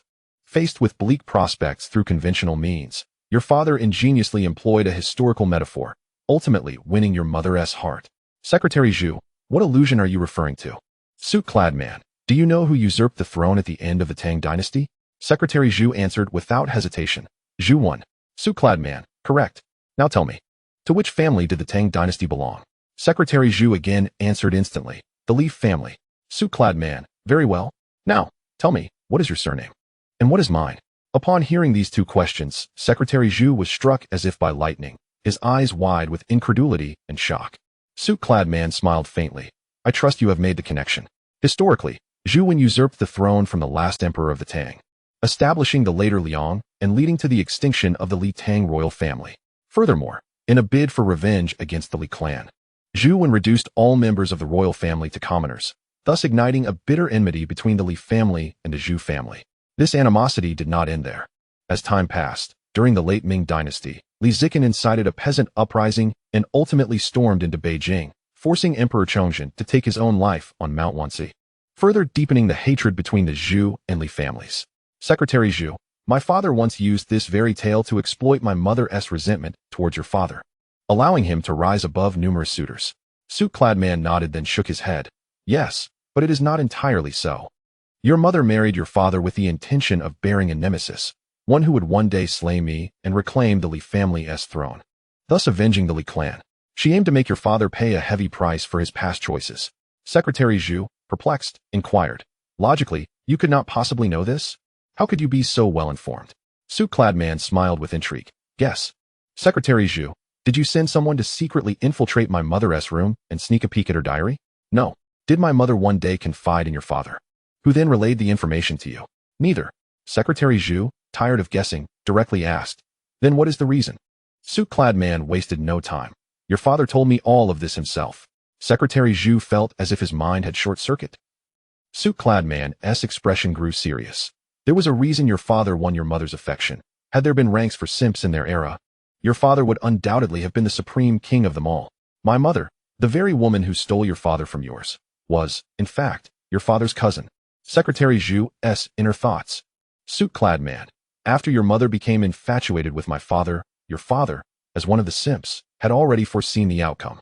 He said he witnessed my father and your mother indulging in forbidden fruit, and as he saw their happiness, his heart shattered. In the torment of his voyeurism, he crushed a centipede passing by with his bare hands and ground it to pieces. In that moment, he wished to annihilate the world. Yet, in a twist of fate, perhaps driven by a simpering dog's unwillingness to concede, he believed there had to be a way to alter the outcome of mutual affection. Thus, as my father and your mother's narrative reached its climax, he placed the crushed centipede into his mouth, fixated on the scene before him, chewing with deep-seated hatred, ultimately crushing the creature, desperate to swallow it whole. The taste of the centipede was undoubtedly unbearable. He recounted how, in that moment of desperation, he grasped a handful of nearby grass and, with the utmost courage, swallowed it alongside the creature. From that instant, he resolved to make a pivotal decision. Secretary Zhao, captivated by the narrative, found himself lost in thought, rendered speechless as he vividly imagined the scene. The man in the suit continued.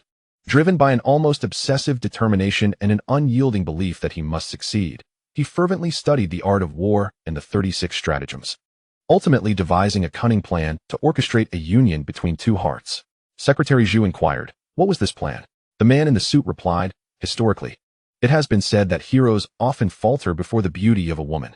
What can slay a hero is rarely a weapon, but rather the charm and grace of a fair maiden. Coincidentally, my mother epitomizes this very condition. Thus, your father began to devise intricate schemes, employing every ounce of his ingenuity to create opportunities for the two, subtly stoking the flames of desire. He would boast of my cousin's remarkable talents and countless suitors to ignite your father's competitive spirit and longing for conquest. Then he would extol your father's attributes to my mother, inciting her attraction to strong, handsome men. In addition to these tactics, he covertly sabotaged your father's dates with your mother, spreading baseless rumors to exacerbate tensions. You are aware of the societal norms of that era. Any deviation was met with harsh consequence, compelling your father and mother to minimize contact, even avoiding eye contact altogether. Indeed, it is true that where there is a will, there is a way. Your father succeeded, employing various strategies over time to elevate his cousin to the status of his legitimate wife, while your mother, heartbroken, unwittingly fell into his trap. When you questioned whether your father had utilized historical precedents to win your mother's heart, I affirmed it, though it was not entirely the case, for he had already been laying the groundwork long before. Secretary Zhao, intrigued, asked, why would your father confide such secrets to you? Initially, I too was curious, but it was only after he mentioned your situation that the pieces fell into place. My situation? Zhao echoed. Indeed. Your mother orchestrated your involvement as an undercover agent, intending to reclaim power and rebrand the entire Tianyuan group. Your father, the epitome of a devoted admirer, possesses a remarkable intellect. Do not be deceived by his outwardly simple demeanor. He is acutely aware of everything. I am my mother's son, and she is his cousin. Initially, she was used as bait to disrupt the bond between your father and mother, leaving him with a tinge of remorse. Even after winning your mother's affection, he could not shake off the guilt towards my mother, which explains why he always finds excuses to leave whenever she is present. Deep down, he has never dared to confront her. Upon hearing this, Secretary Zhao recalled past events, and clarity washed over him. Chapter 54. Characteristics of Zero Pollution. The man in the suit continued. When he learned of your mother's intentions to use you against me and her plans for a coup, he resolved to reveal everything. Deep within his heart, he merely yearns for your mother. He does not wish to create any tragedies as a result of winning her affection, especially when such a tragedy is intertwined with the guilt of his little cousin. Aside from his tendency to indulge in flattery, your father possesses no significant flaws. Although your surname is Zhao, your given name is Yueping, which when combined with mine, symbolizes the harmony of the sun and moon. In an unspoken manner, he has conveyed many of his inner thoughts, yet others remain oblivious, ensnared by their emotions. Secretary Zhao, does my mother know what you are saying? The man in the suit retorted, what do you think? Secretary Zhao furrowed her brows. My mother is likely still in the dark. If she were to find out, my father would certainly face dire consequences. The man in the suit, with her fiery temper, if she discovers this, not only will your father suffer, but you and your siblings will face severe repercussions as well. Secretary Zhao nodded. That is quite a possibility. By the way, aren't you afraid I might tell my mother? The man in the suit shook his head. Not at all. Secretary Zhao gazed into his eyes, questioning. Why? The man in the suit. Because I have no fear of her seizing power. In fact, I could willingly hand over the entire corporation to you at this very moment. Of course, this is contingent upon your ability to take responsibility for the over 80,000 families beneath us. Upon hearing this, Secretary Zhao fell silent. Since she began working as a secretary for this half-brother, She has come to understand many issues within the corporation, even its very essence. As he stated, to some extent, the entire group teeters on the brink of obsolescence. Were it not for this extraordinary man before her, whose vision and skills allow him to make the right choices at critical moments, safeguarding the corporation from significant loss, perhaps it would have already begun its decline. The thought of the over 80,000 families displaced by the collapse of the corporation weighed heavily and oppressively on her heart. The man in the suit. Although you were sent by your mother, I recognize that your thoughts differ from hers. Through our time together, I have discerned that, like me, you possess a kind heart and a profound sense of responsibility. You cannot simply stand by and watch as those 80,000 families shatter. Nor can you bear the thought of the corporation meeting its demise one day. Secretary Zhu remained silent. The man in the suit suddenly extended his hand. Sister, let us join forces and boldly embark on a transformative journey to carve a new path for the entire Tianyuan group. Secretary Zhu looked at his broad palm, momentarily at a loss for how to respond. You must believe in my vision. If our Tianyuan group does not seize this opportunity to pivot, it will inevitably succumb to the tides of time, and it will be too late to lament then. While we may be unaffected, given our inherent resilience, the same cannot be said for the 80,000 families below. They are inherently a vulnerable group, possessing a frail capacity to withstand risks. In this era of global turmoil and incessant warfare, the loss of the primary breadwinner's job could deliver a fatal blow to the entire family. As he spoke, he extended his hand further and earnestly stated, Sister, my intentions are not driven by personal gain or ambition, but rather for the sake of those over 80,000 ordinary families. Secretary Zhu finally mustered the courage to meet his gaze and asked, What exactly do you intend to do? The man in the suit replied, I aspire to acquire the ecological energy storage technology of microorganisms and transform the traditional energy sector established by the previous generation into a new energy pathway. Secretary Zhu suddenly realized, exclaiming in disbelief, What you are telling me? Does even your father know about it? The man in the suit nodded resolutely. Secretary Zhu was taken aback, her chest heaving with agitation, struggling to maintain her composure. The man continued, This is precisely why I seek your assistance. If I were to disclose my plans to them, it would be unequivocally rejected, limiting my freedom and undermining my authority. At crucial moments, my two younger brothers might even stab me in the back. Secretary Zhu remained silent, lost in a whirlwind of thoughts. The man in the suit continued, Regarding the technology of microorganisms, I have never supported their plans from the outset. Your ideas, which align closely with theirs, lead you to assume I would seize the opportunity to dissect the microorganisms because you are unaware of a secret. Secretary Zhu lifted her head, asking, What secret? The man replied gravely, The ecological energy storage technology of microorganisms is not only real, but possesses a unique characteristic. What characteristic? She inquired. He declared, Zero pollution. True zero pollution. Unlike the distorted narratives and rumors circulating online, their ecological energy storage does not employ lithium batteries, solid-state batteries, or organic batteries. Instead, it utilizes an entirely new biological energy storage technology. Furthermore, contrary to the fabricated images online, their batteries are compact, extremely safe, and remarkably user-friendly. Imagine a battery the size of half a fist that can power a vehicle for 1,500 kilometers. What does that imply? Once this technology is fully integrated into the automotive industry, it will wreak havoc across the entire sector. The magnitude of the current automotive market signifies the vast share this technology could capture. And this is merely within the automotive domain. If applied to other sectors, the prospects become even more unfathomable. When viewed from the perspective of a company or enterprise, it is a conservative assessment. If we consider broader implications, the nation itself would have to intervene. Recently, there was a significant incident in Country D that you might recall. Secretary Zhu nodded, the Congressional Energy Proposal. Their Prime Minister, in a confrontation over energy issues with Country M, nearly spiraled out of control. With the rapid shifts in global dynamics, Country D has sensed an impending crisis and seeks to rejuvenate its economy. However, to rejuvenate the economy, it is imperative to construct a new energy import chain. Ultimately, the source of imports will still be those few nations rich in energy resources and offering high cost effectiveness. Yet, regardless of which country they procure energy from, they are destined to face significant repercussions.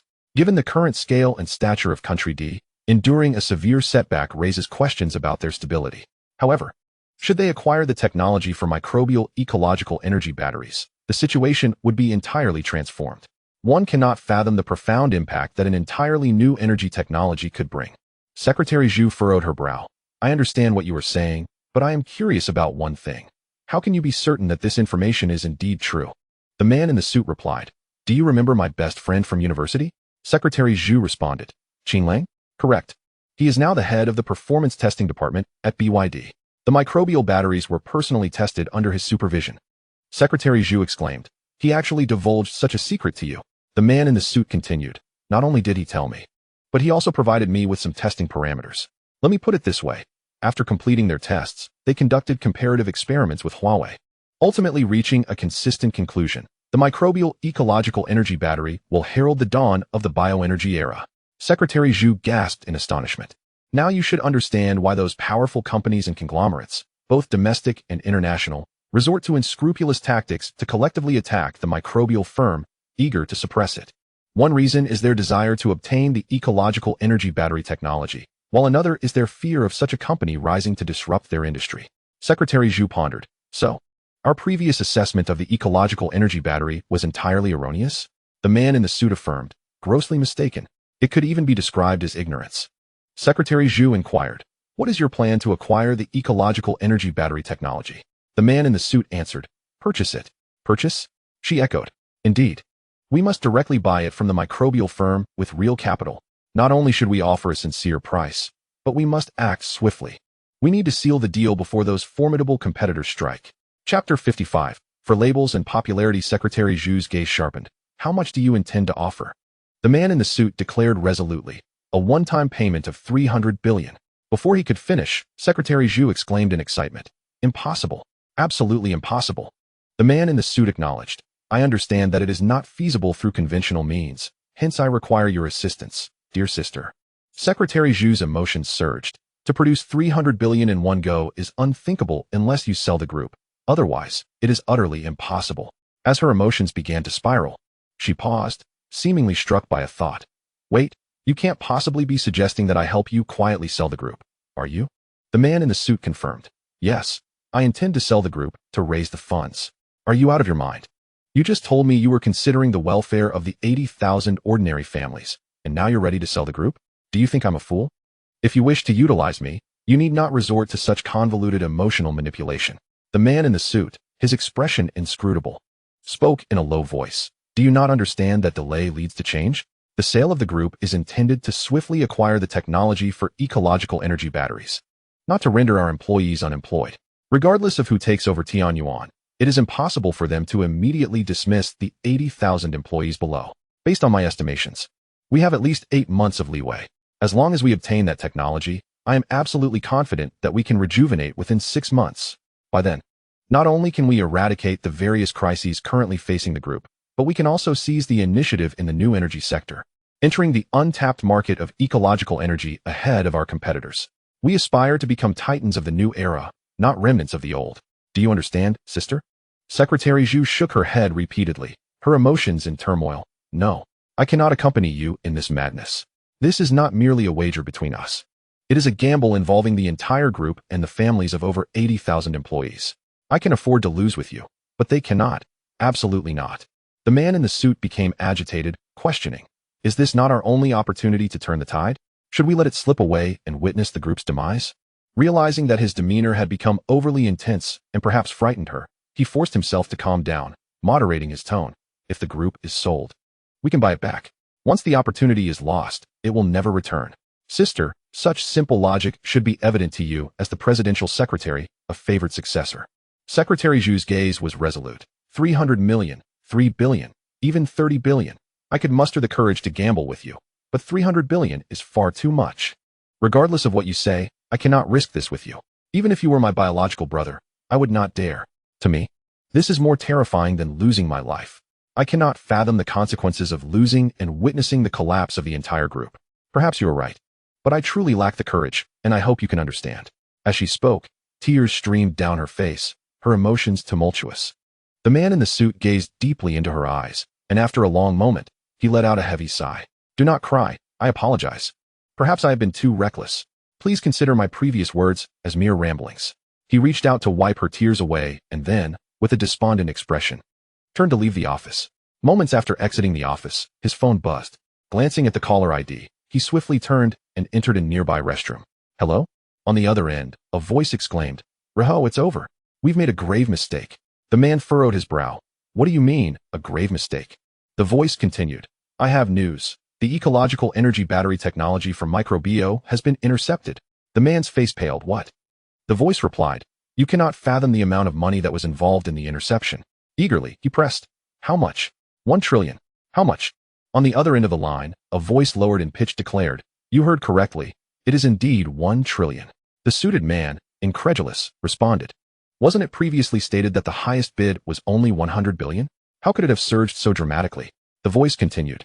100 billion may seem astronomical to the uninitiated, but you must understand, that was merely a preliminary valuation pertaining solely to the ecological energy storage battery itself, excluding the vast market potential behind this technology.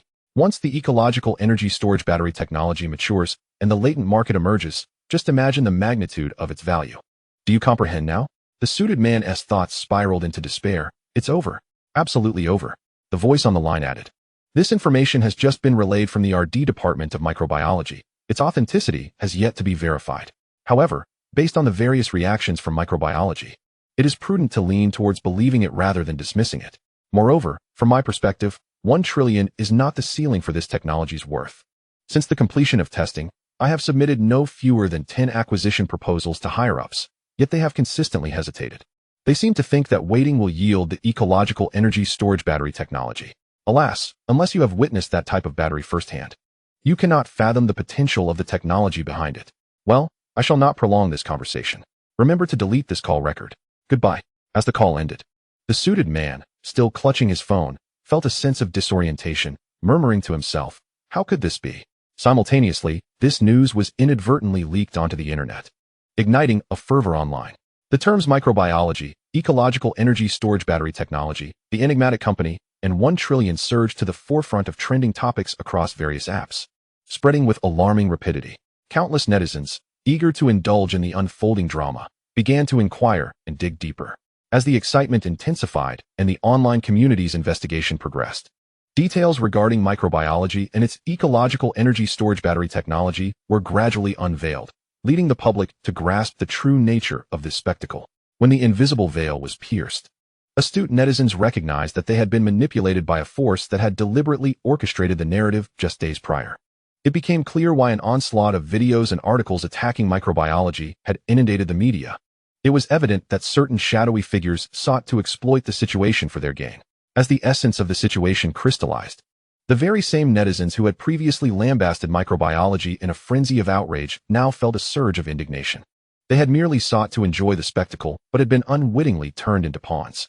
To make matters worse, amidst the cacophony of skepticism, insults, and reports, a promising local enterprise nearly faced obliteration, inadvertently branding them as traitors and collaborators. While they could tolerate many grievances, being labeled as traitors was an affront they could not abide. In a bid for retribution against those who had manipulated their collective outrage, a group of indignant netizens began to organize, targeting the accounts that had relentlessly vilified microbiology just days earlier. Following their plan, they commenced with a barrage of scathing remarks, proceeded with a flood of deeply personal private messages, and culminated in a coordinated effort to report these accounts, effectively silencing them. If the sentiments expressed a few days prior regarding microbial entities were merely an attempt to insult and condemn, today, their underlying principle has evolved to one of total annihilation. Individuals may endure the errors and misfortunes stemming from their own inadequacies, yet they can scarcely tolerate being exploited, leading to monumental blunders that instigate profound guilt and torment. In a bid to eradicate this guilt, an organized faction has emerged, imbued with a palpable hostility, creating an atmosphere of tumult across the digital landscape. Those who have clandestinely profited, the indiscriminate personal bloggers, and the opportunistic science communicators have all found themselves in the crosshairs of retribution. The fortunate among them merely face online calamities, such as account suspensions due to reports. The less fortunate, however, encounter real-world repercussions, suffering inexplicable physical assaults. Popularity, while a double-edged sword that attracts attention, can equally usher in significant troubles. Outside the research department of the microbial biotechnology company, an eclectic crowd has gathered. Though it is unclear when this assembly began, there are curious onlookers, intrigued elderly individuals, trend-chasing internet celebrities, and well-dressed individuals of various backgrounds, each contributing to a swelling throng that has transformed the area into a sea of humanity, effectively obstructing all passage. having just completed his tasks. Zhao Jiang noticed the scene outside through the surveillance monitors and frowned in disapproval. Chapter 56. The man in Zhongshan's suit with an aura at the main entrance. Outside the two large transparent bulletproof doors, a young man in a suit and tie, with striking blue eyes, energetically waved a cardboard sign that bore a bold message in Chinese. 100,000 yuan. Please convey a message to your boss. However, inside the isolation doors, 8 figures clad in specialized protective gear and helmets, their faces obscured, stood motionless before a heavy, dark metal door. Hey man, save your breath. Depend on me. As the blue-eyed young man fervently waved his sign, an unexpected newcomer squeezed in beside him, a foreigner with short brown hair. The young man turned to him with a hint of disdain, stating, I'm from Dongda, I don't understand what you're saying. The brown-haired foreigner, momentarily taken aback as he retrieved a gold bar from his pocket, pointed at his eyes, and, switching to the local language, exclaimed incredulously, Is it possible for someone from Dongda to look like you? The blue-eyed young man replied, I'm Tajik from Xinjiang, one of the 56 ethnic groups in Dongda. What do you think? The foreigner, now visibly embarrassed, responded, I apologize, your eyes are quite distinctive, and I assumed you were a foreigner like me. The blue-eyed young man shifted slightly to the side, visibly displeased, and retorted, I detest being judged by appearances. The brown-haired foreigner chuckled at this remark, but remained silent, instead raising the gold bar and waving it towards the 8 figures inside. While gesturing, he declared loudly, This is an authentic gold bar. Whoever takes me to meet your boss will claim it. Cut. Another foreigner, a naive newcomer, merely 2 meters away. A young man clad in elegant white regarded the actions of the brown-haired foreigner with disdain. With a subtle curl of his lips, he thought to himself, futile efforts. He had been stationed at this gate for several hours, witnessing a myriad of individuals employing every conceivable tactic to persuade the 8 figures within to relay a message. Some had directly deposited large bags of cash outside the barrier. Others displayed an array of priceless jade and artifacts, while others showcased genuine artworks from renowned historical figures. Virtually every imaginable temptation had been attempted. Yet, throughout it all, the 8 figures remained utterly indifferent. There were those who, in their frustration, resorted to violence in an attempt to draw attention, only to be incapacitated in an instant, entering upright, but leaving in a state of collapse. Even more absurd were the individuals who, at great expense, brought in a girl group to perform a provocative dance at the entrance, offering unmistakable hints of allure. The surrounding ordinary spectators were captivated, rising to their feet, their applause fervent enough to redden their palms, their eyes nearly bulging from their sockets. Yet the 8 figures remained unmoved. Recently, a few foreigners had appeared with handwritten letters of introduction from their nation's governors, believing this would afford them a different outcome, only to be met with the same disregard. Feeling their pride trampled, several of these foreigners resorted to expletives. 2. Unable to restrain themselves, attempted a more forceful approach, only to find themselves scorched, their heads smoking. Had it not been for the quick reflexes of a companion who snapped a nearby branch to save them, they might have faced dire consequences. Such incidents were memorable, and the list of those that were not is countless. At some point, this place had unmistakably transformed into an extraordinary scene of chaos. The young man in white, sent here on a mission, was now tasked with serving as an on-site reporter, ready to relay the latest developments back to headquarters. Witnessing more and more powerful factions descend upon this scene, he felt an inkling that the national team might not be far behind. Just as the crowd was astonished at the foreigner's attempt to tempt the gatekeeper with gold bars, a sudden commotion erupted from behind them. Clear the way. Who is that? Why is there such a crowd? Who is it? In a hurry, excuse me. Don't push me, please don't push. Move aside, everyone. Make way. Is this what they call an aura? How terrifying. Goodness, I think I've spotted a significant figure. A middle-aged man, clad in a Zhongshan suit. Approximately 1.65 meters in height, with a square face and piercing eyes, was forging a path through the densely packed throng, flanked by 20 armed soldiers for protection. He made his way directly to the barrier. Open the door. The leading soldier commanded, addressing those inside.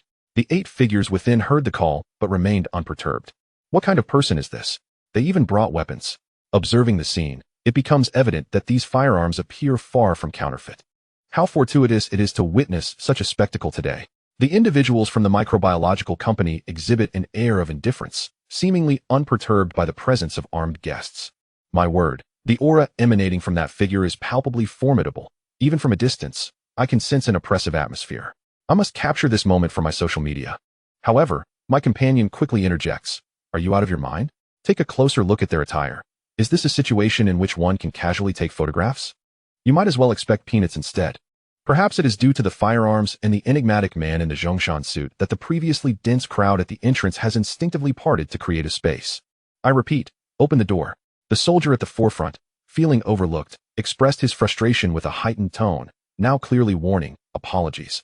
But our superior has instructed that without his consent, no one is permitted to pass. Should you wish to enter, you must first communicate with him.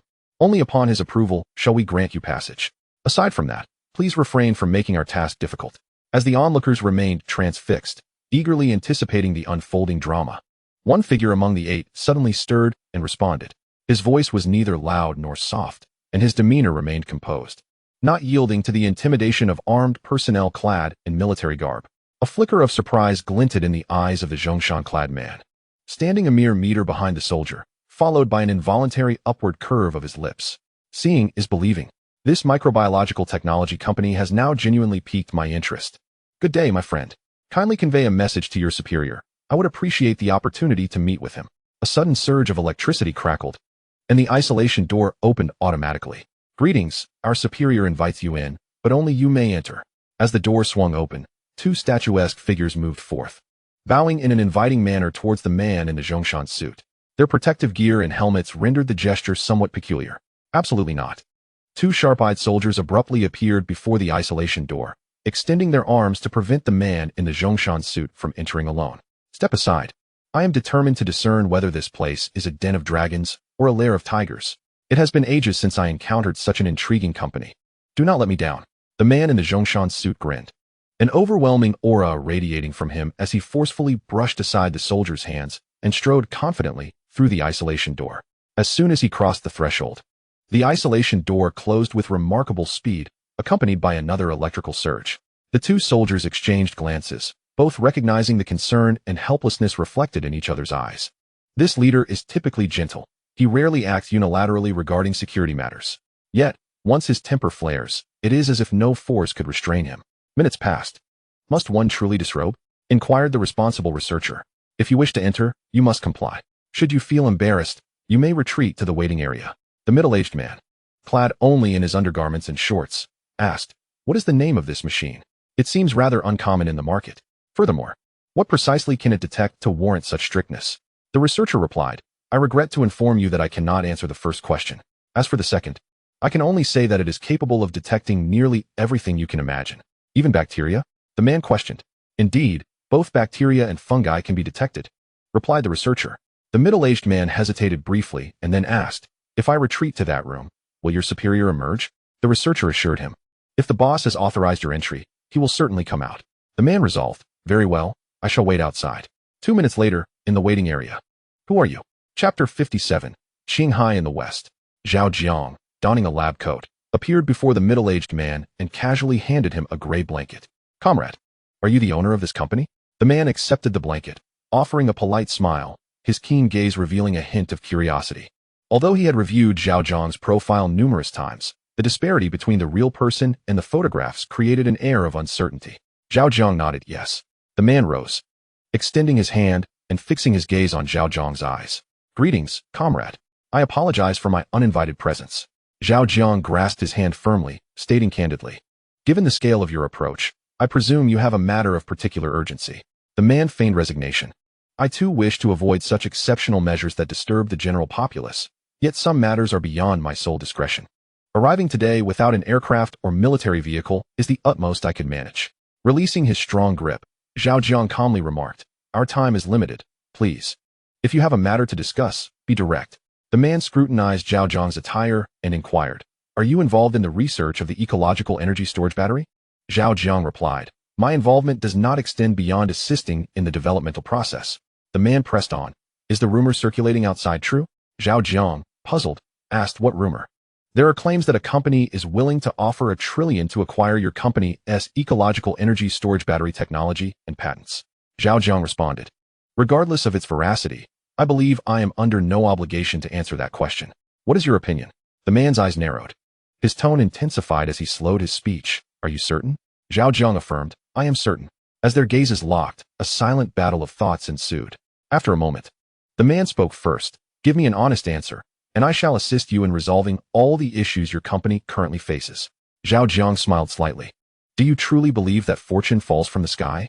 The middle-aged man discerned the underlying implication and promptly added, of course. After I assist you in resolving the challenges your company faces, I will have my own requests. Zhao Jiang replied, Isn't that just splendid? You extend your hand to help me tackle the current issues, and afterwards, you will indeed have demands. If I divulge everything to you, would it not be tantamount to giving it away for free? Such crucial corporate secrets, and you plan to exploit them with mere rhetoric? The middle-aged man, momentarily taken aback by her directness, felt an unusual flush of embarrassment. If one lacked vision and perceptiveness, such nuances would easily escape them. He retorted, That is not how it should be viewed. You must first share your insights to demonstrate your sincerity. I shall then reciprocate with my actions, an exchange of goodwill. Is it not in accordance with our cultural norms? Zhao Jiang remarked, Truly, as one in a position of power, your propositions are grand and enticing. On the surface, it seems harmless, yet you fail to address the issue of the sequence of events. The middle-aged man was taken aback, despite Zhao Jiang's youth. Her clarity of thought exhilarated him, evoking the thrill of a worthy opponent. What issue with the sequence? He feigned ignorance. Zhao Jiang pressed, Do you perceive no issues? With feigned calmness, he replied, I see no problems at all. Zhao Jiang shifted her tone. Very well. Since you see no issue, why not reverse the order? You assist me in resolving the challenges faced by Wei Sheng Biotechnology, and then I will share my insights. Upon hearing this, the middle-aged man immediately waved his hands. That won't he do. Once I intervene, the significance of my actions would be profound. What if you later inform me that the information was false? Wouldn't I be left with nothing? Zhao Jiang countered. You see, you insist there's no problem, yet when I propose to alter the sequence, you immediately object. Isn't this a classic case of tempting with illusions? The middle-aged man found her increasingly intriguing and chuckled. My friend, this is a different matter. Our situation resembles a card game. You do know how to play poker, correct? Zhao Jiang nodded in affirmation. Excellent. We are akin to players holding cards. Yet neither of us is willing to play first, fearing the other's hand could trump ours. Wouldn't you agree? Zhao Jiang affirmed, Indeed.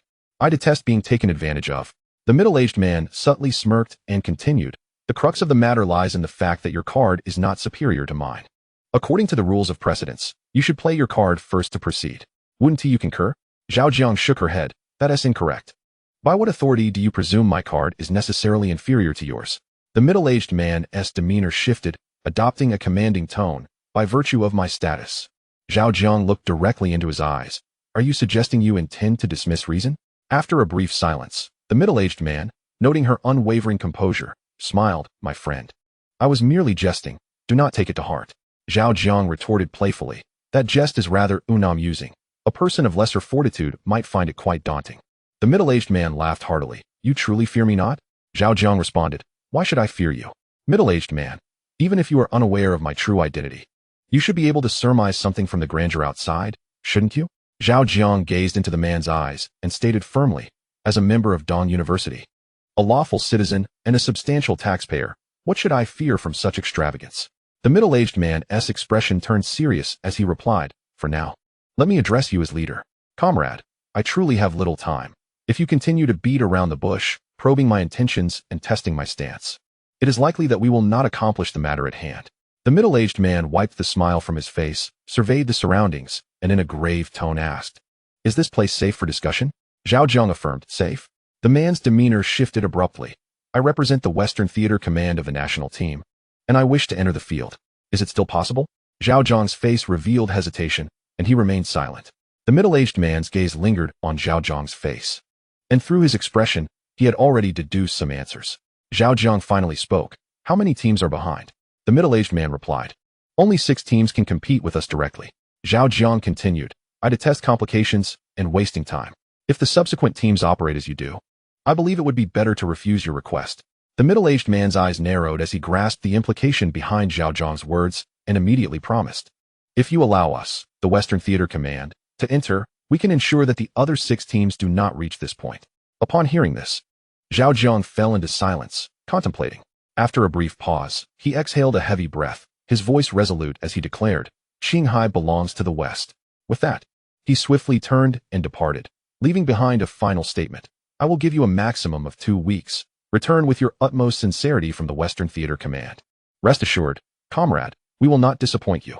The middle-aged man watched Zhao Jiang's retreating figure, unable to suppress the smile tugging at the corners of his mouth. This blanket feels exquisite. As a significant figure, he surely wouldn't mind if I took it, would he? Just as the middle-aged man grasped the blanket and was about to turn away, a thought struck him. He scratched his head and realized, oh, I seem to have forgotten to introduce myself. This comrade didn't even symbolically inquire about my name. Truly lacking in social awareness. But no wonder such a person could develop ecological energy storage batteries, so pure. Much more amusing than those who are self-important and prideful. Amused by the thought. The middle-aged man could no longer contain himself and erupted into laughter. Chapter 58. Winds from across the ocean. Zhao Jiang. As soon as he distanced himself from the inspection room, could not help but exhale a long sigh of relief, feeling an immense burden lifted. He does not relish engaging with those in high positions of power. Those of higher status are not necessarily more generous. Rather, they excel at exchanging the least for the greatest cost. Setting aside everything else, it is primarily exhausting, draining one's energy. These individuals possess minds as prickly as hedgehog quills, and a moment's inattention can lead to painful pricks. Moreover, the depths of this individual's character are unfathomable and elusive. When engaging with such a person, one must not solely rely on their words or actions. It is imperative to continually observe their expressions, the nuances of their tone, the weight of their words, and even the subtle shifts in their intonation. In summary, due to their status, every minute gesture they exhibit may conceal profound implications. These implications, which they could straightforwardly communicate, are instead shrouded in ambiguity, compelling you to decipher them through indirect hints. If you guess correctly, well and good. However, should you misinterpret their intentions, they may exploit the resulting information asymmetry to deceive you, manipulate you, and ultimately ensnare you in a trap meticulously devised in their minds. For them, there is never an equal exchange. Rather, it is a predatory game dictated by the value of the chips at play. As the middle-aged man departed, the prominence of microbiome technology surged once more, hinting at an impending dominance in the market. Furthermore, as more information emerged, the microbiome sector began to capture the attention of the international community. Curiosity blossomed regarding this Chinese company, Microbiome Technology, and the reasons behind its sudden ascension and the fervent interest from global capitalists.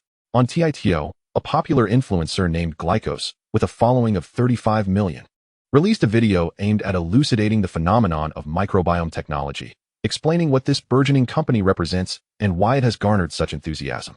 His video, lasting 5 minutes, is divided into 3 segments. The first segment primarily introduces the background of the microbiome company, including its continent, country, and city. The second segment delves into the company's culture, structural composition, and current status. The third segment, which occupies the majority of the video, educates viewers about the groundbreaking research achievement of the ecological energy storage battery. The most discussed statement in this segment declares, based on current data, the ecological energy storage battery technology distinguishes itself from traditional metal and organic batteries, embodying a truly pioneering and revolutionary innovation. Additionally, this new battery boasts a remarkable feature absent in conventional batteries: zero pollution. Upon its release, this battery will represent a genuinely green energy source, the most ideal of its kind. This technology will usher in a new ecological era, accelerating the advancement of civilization as a whole. In contrast to the currently favored AGI, it will shine brilliantly in a manner that is intimately connected to our daily lives, irresistible in its allure. I understand the frenzy surrounding the trillion-dollar speculation, but once you truly comprehend this novel battery technology, you will realize that $1 trillion is merely a fraction of its potential worth. The traditional energy resources of our world have nearly been exhausted, and the emergence of ecological energy storage battery technology will provide a timely lifeline for the entire traditional energy sector. Although I am neither Chinese nor a fervent admirer of microbial technology, I must ultimately exclaim, long live microbial biotechnology. Long live ecological energy storage battery technology. With the continuous virality of the trending Glykos video, an increasing number of foreigners are beginning to comprehend the wonders of microbial biotechnology. Some astute influencers, witnessing the immense popularity of the Glykos video, have hastily gathered extensive and detailed information overnight, striving to produce videos on microbial biotechnology from a more professional and rigorous perspective, aiming to capitalize on the cross-oceanic traffic surge. In contrast to these influencers who are laboriously seeking to ride the wave of traffic, some individuals are, in themselves, a source of traffic. Elon Musk, a legendary figure who once graced the ranks of the world's wealthiest, embodies many characteristics of star entrepreneurs and inventors, serving as a steadfast public leader followed by business elites and investors alike. Over the past years, he has visibly transformed the world, From developing electric vehicles to manufacturing reusable rockets, from exploring human-computer interaction to brain-machine interfaces, from colonizing Mars to advancing superintelligent AGI, each endeavor, whether realized or not, serves as a testament to his commitment to demonstrating his vision through tangible actions. Some deem him a genius, while others label him a madman. Yet, regardless of the opinions and tags affixed to him, the fact remains that he is an icon of global technology. As the waves from across the ocean swept through his domain, he felt compelled to record a video during his spare time to share his perspective. He expressed, "I am delighted to hear people on this side of the ocean discussing microbial biotechnology, and particularly in a positive and objective light. I have been aware of microbial biotechnology long before most people in the world. Likewise, I have been keenly interested in their ecological energy storage battery technology from an early stage. At this juncture, I must convey an important point. To the best of my knowledge, the ecological energy storage battery technology from microbial biotechnology is indeed real, and its performance and significance far exceed common expectations. As many are aware, I have been fervently engaged in AGI development over the past 2 years, aspiring to achieve Mars colonization through AGI. However, what remains unknown to many is that the development and advancement of AGI necessitate an extraordinarily vast array of algorithms, which in turn require formidable energy support. Recently, the world has been in a frenzy over chips, and many remain oblivious to the underlying reason. The truth is that the driving force behind this demand is algorithms. Superior chips enable enhanced algorithms, and as AGI development reaches a certain threshold, the efficacy of these algorithms becomes pivotal to success or failure. Chips serve as the vessels for algorithms, while energy is the foundation for chips. Without sufficient energy support, even the finest chips become futile.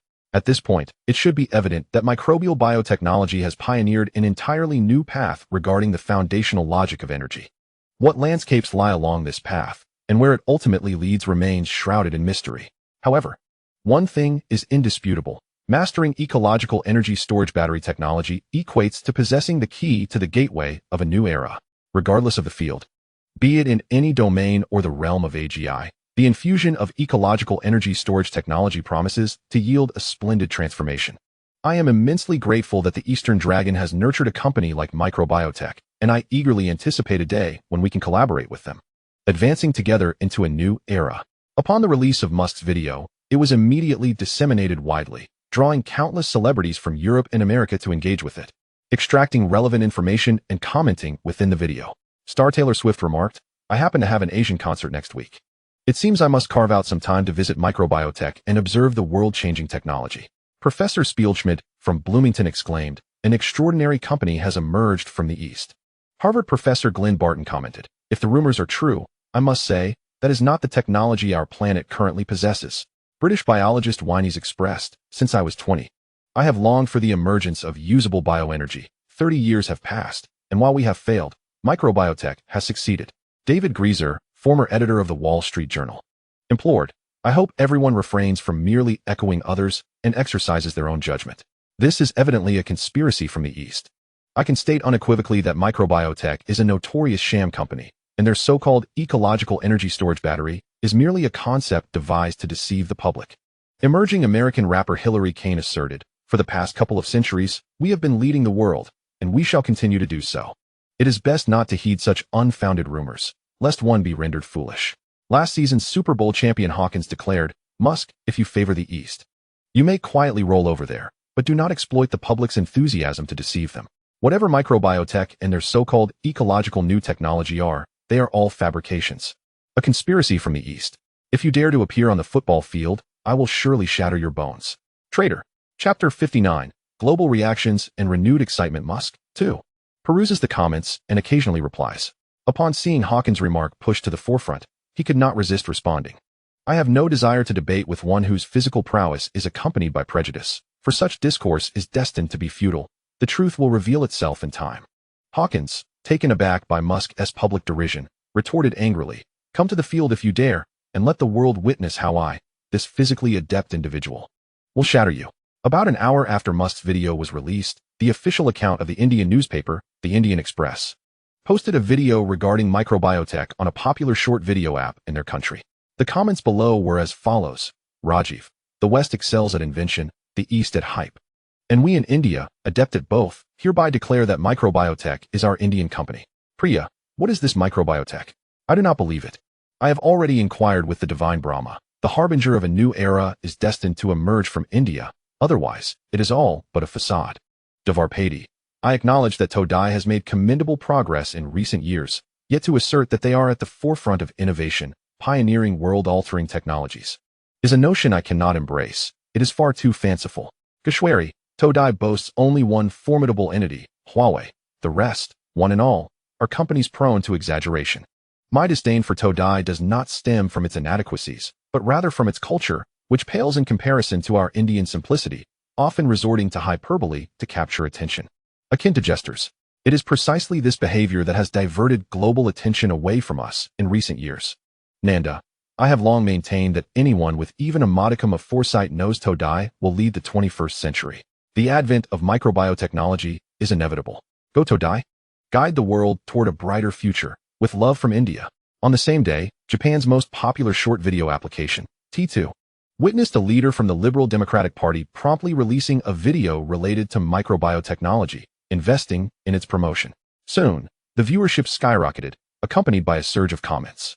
Yamada Aquino. Do you truly believe a company can achieve such astonishing feats in just a month?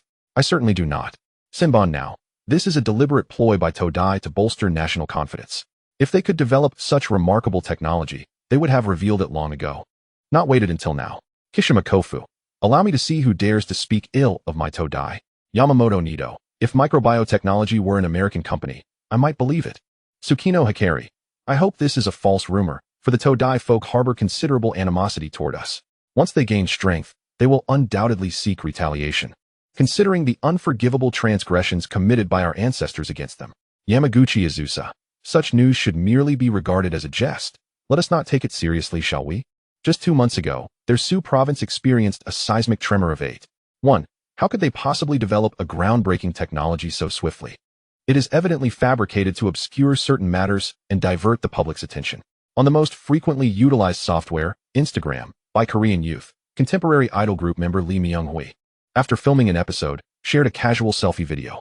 In the video, she casually mentioned microbiotechnology, noting its current popularity at Todai, yet expressed her bewilderment at its sudden rise, hoping informed fans could enlighten her curiosity. As soon as the video was posted, fervent fans, who had been eagerly awaiting, promptly delved into research, subsequently commenting below. Kimdia. This is a nascent company from Todai, having just emerged over a month ago.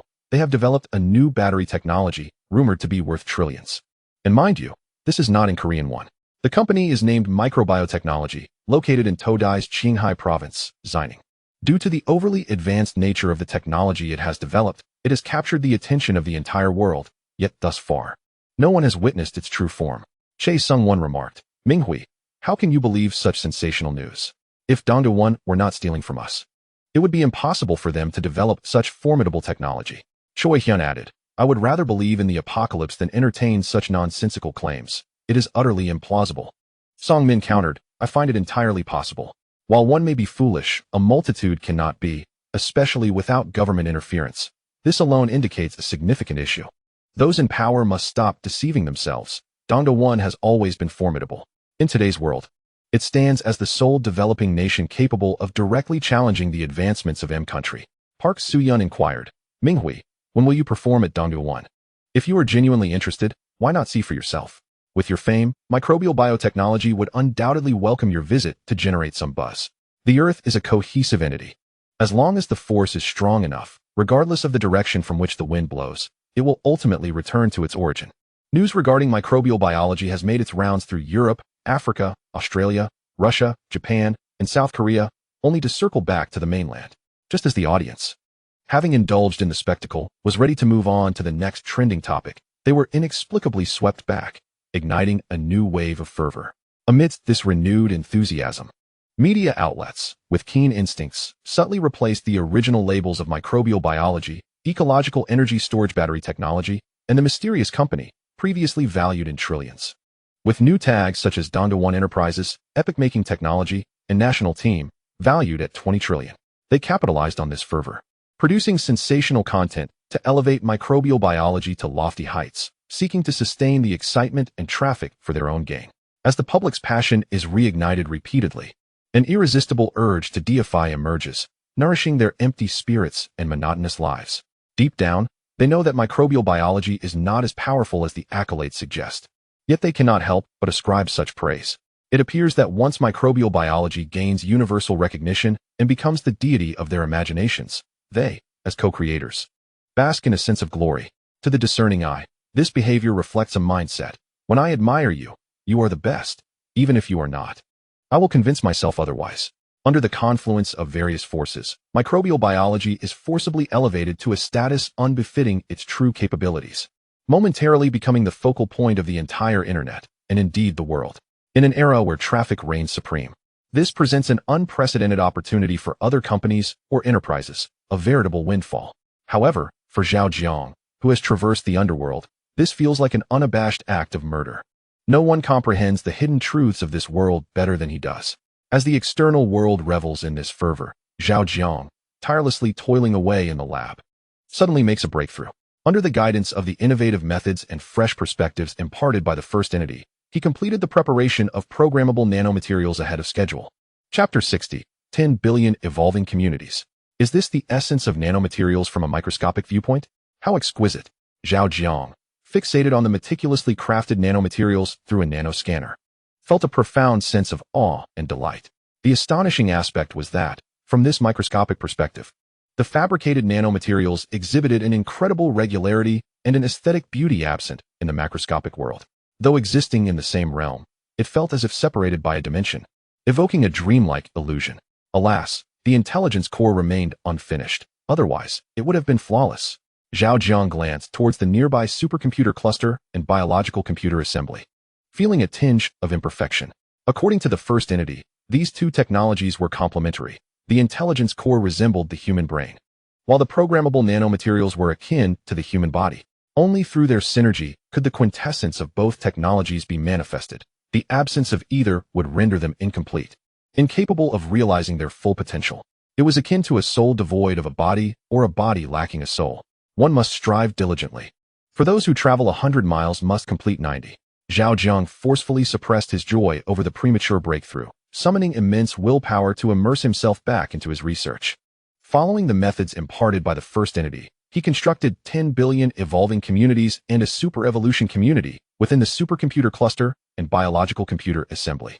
Each evolving community commenced with an initial count of 100 NPCs, each connected to distinct algorithmic, logical, and analytical modules, and randomly imbued with initial memories, forming memory associations. For instance, if the first NPC was endowed with the memory of being an orphan with deceased parents, then at the moment of its inception, its self-awareness and the perception of all surrounding NPCs regarding it would be that it was indeed an orphan bereft of parental figures. Subsequently, the 100 NPCs within this evolving community would engage in autonomous and spontaneous interactions based on their respective initial memories and the character traits and behaviors associated with those memories. Each interaction would be inscribed into a fresh stream of personal memories, enabling each NPC to reflect upon and learn from their experiences. For example, initially, the first NPC and the 10th NPC were complete strangers, but during a work commute, they fortuitously encountered one another. Noticing the first NPC's reclusive demeanor, the 10th NPC's empathetic nature compelled him to inquire about the reason and offer solace. The first NPC, grateful for the concern shown by the unfamiliar 10th NPC, etched this kindness deeply in his heart, triggering an introspective gratitude logic as he pondered how to reciprocate. This serendipitous interaction not only led to an acquaintance between the first and 10th NPCs, but gradually blossomed into friendship, activating a new logic of friendly interactions. Each novel action would evoke new logic, precipitating fresh events, creating new memories, which in turn would give rise to further actions, perpetuating an endless cycle. In this context, as time progresses, the 100 NPCs will inevitably evolve, much like the primordial apes of yore. Under the pressures of their environment and the interplay of various behavioral events, they will gradually undergo transformation. From the mere pursuits of hunting and foraging, they will advance to the discovery, utilization, and creation of tools, ultimately forming tribes, towns, and nations, and finally metamorphosing into a civilization. The NPCs within the evolutionary community initially engage in instinctual behaviors, rising from slumber, washing their faces, brushing their teeth, and dining, among other mundane activities. With the passage of time, as they encounter new NPCs and forge bonds of acquaintance and affection, Their memory streams will continuously update and evolve, giving rise to behaviors such as gazing lovingly at their partners or bestowing a tender kiss before rising. When all NPCs within a community reach a certain level of evolution and interaction, the entire community will experience random and unpredictable changes. It is these unpredictable shifts that serve as the catalyst for the awakening and evolution of the NPCs. Zhao Jiang, as the pioneer of the evolutionary community and an observer of all NPCs, possesses the ability to alter the initial settings of the NPCs at will and exert control over the flow of time within the entire community. The temporal pace of the evolutionary community inhabited by the NPCs is entirely independent of the reality in which Zhao Jiang exists, unaffected by it. Zhao Jiang can synchronize the time experienced by the NPCs with that of reality or set their world's time to a ratio of 1 second equating to a millennium. However, a dilemma arises. The speed of time does not serve as a definitive factor in determining the rate of evolution among the NPCs. The true elements propelling the NPCs toward evolution and awakening are the unpredictable behavioral catalysts or the moments of contemplation induced by their actions. Zhao Jiang is cautious not to set the time speed within the NPC's world too rapidly, fearing that a mere second of delay in reality could result in missing out on NPCs with potential for evolution.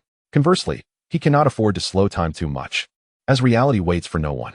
After careful contemplation, Zhao Jiang segments the temporal flow of 100 billion evolutionary communities into 1,000 tiers. The lowest tier experiences time at twice the speed of the real world, while the highest tier experiences it at 1,001 times. Each tier comprises an equal distribution of 10 million communities. All communities are arranged in descending order based on their temporal flow, with unidirectional community passages activated. NPCs from communities with a higher temporal flow may enter those with a lower flow upon passing their respective assessments, but the reverse is not permitted. Once an NPC from a high-flow community enters a low-flow community, they automatically acquire the status of an evolutionary participant, gaining recognition from the environment of the lower-flow community. According to the ratio of temporal flow, when an NPC transitions from a high-flow community to a low-flow one, their lifespan is effectively doubled. This additional span of time will initiate a new round of evolutionary challenges within the community. Once all the evolutionary communities began to function normally, Zhao Jiang attentively observed while secretly imparting knowledge from the real world to the NPCs within these communities, utilizing the nurturing techniques taught by Entity 1. He aimed to guide them from the simplest forms of interaction to the evolution of complex thought processes. Zhao Jiang was unaware of the origins of this scientific methodology, but he recognized that this unique evolutionary nurturing model was unparalleled in the contemporary world. Compared to the prevalent big data algorithms, deep learning, world simulations, and human neural models, he felt that this approach was far more aligned with the essence of digital life. Humans are products of their environment, and perhaps digital beings share a similar relationship.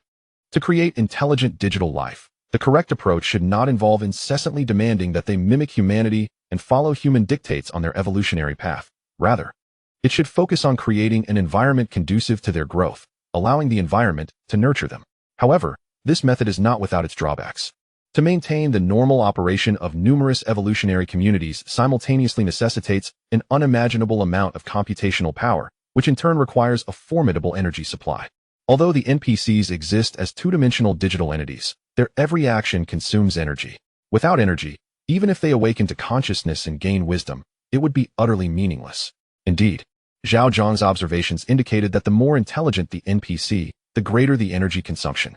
This is because, compared to ordinary NPCs, these more advanced beings possess a plethora of thoughts and actions, each of which inherently demands energy. Zhao Jiang had not calculated the amount of energy required to sustain and empower truly intelligent life, but he held sufficient confidence in his capacity to provide for it. Chapter 61. Mitochondrial B1 pump. Setting aside other energy sources, the ecological energy storage batteries currently held by the research department already numbered in the millions. Once the energy stored within them is released, it would be enough to transform the 100 billion evolutionary worlds. Should this prove insufficient, he could halt research on other projects and production of various products, reallocating all resources to laboratories dedicated solely to the production of ecological energy storage batteries, working tirelessly around the clock to maximize output. With anticipation and confidence in his heart, Zhao Jiang immersed himself in his work, instinctively blocking out all unrelated matters from his consciousness. Simultaneously, in the parallel dream, he consistently managed to defy my expectations, leading me to suspect that his ordinariness might be a facade. Entity 2 observed the strange phenomena stirred by the wind, recognizing a familiar yet alien silhouette. His expression tinged with complexity. Entity 1 deciphered the nuance in Entity 2's gaze and explained that it was likely the result of past experiences awakening his potential. Fueled by a survival instinct, he had forced himself to become a humanoid machine. He had previously mentioned to me that the inequality of details meant that a single error could lead to 100 mistakes. Consequently, he meticulously calculated every detail in his mind multiple times before proceeding to verify, ensuring that no errors remained. The combination of this relentless mindset and execution capability can indeed transform an ordinary individual.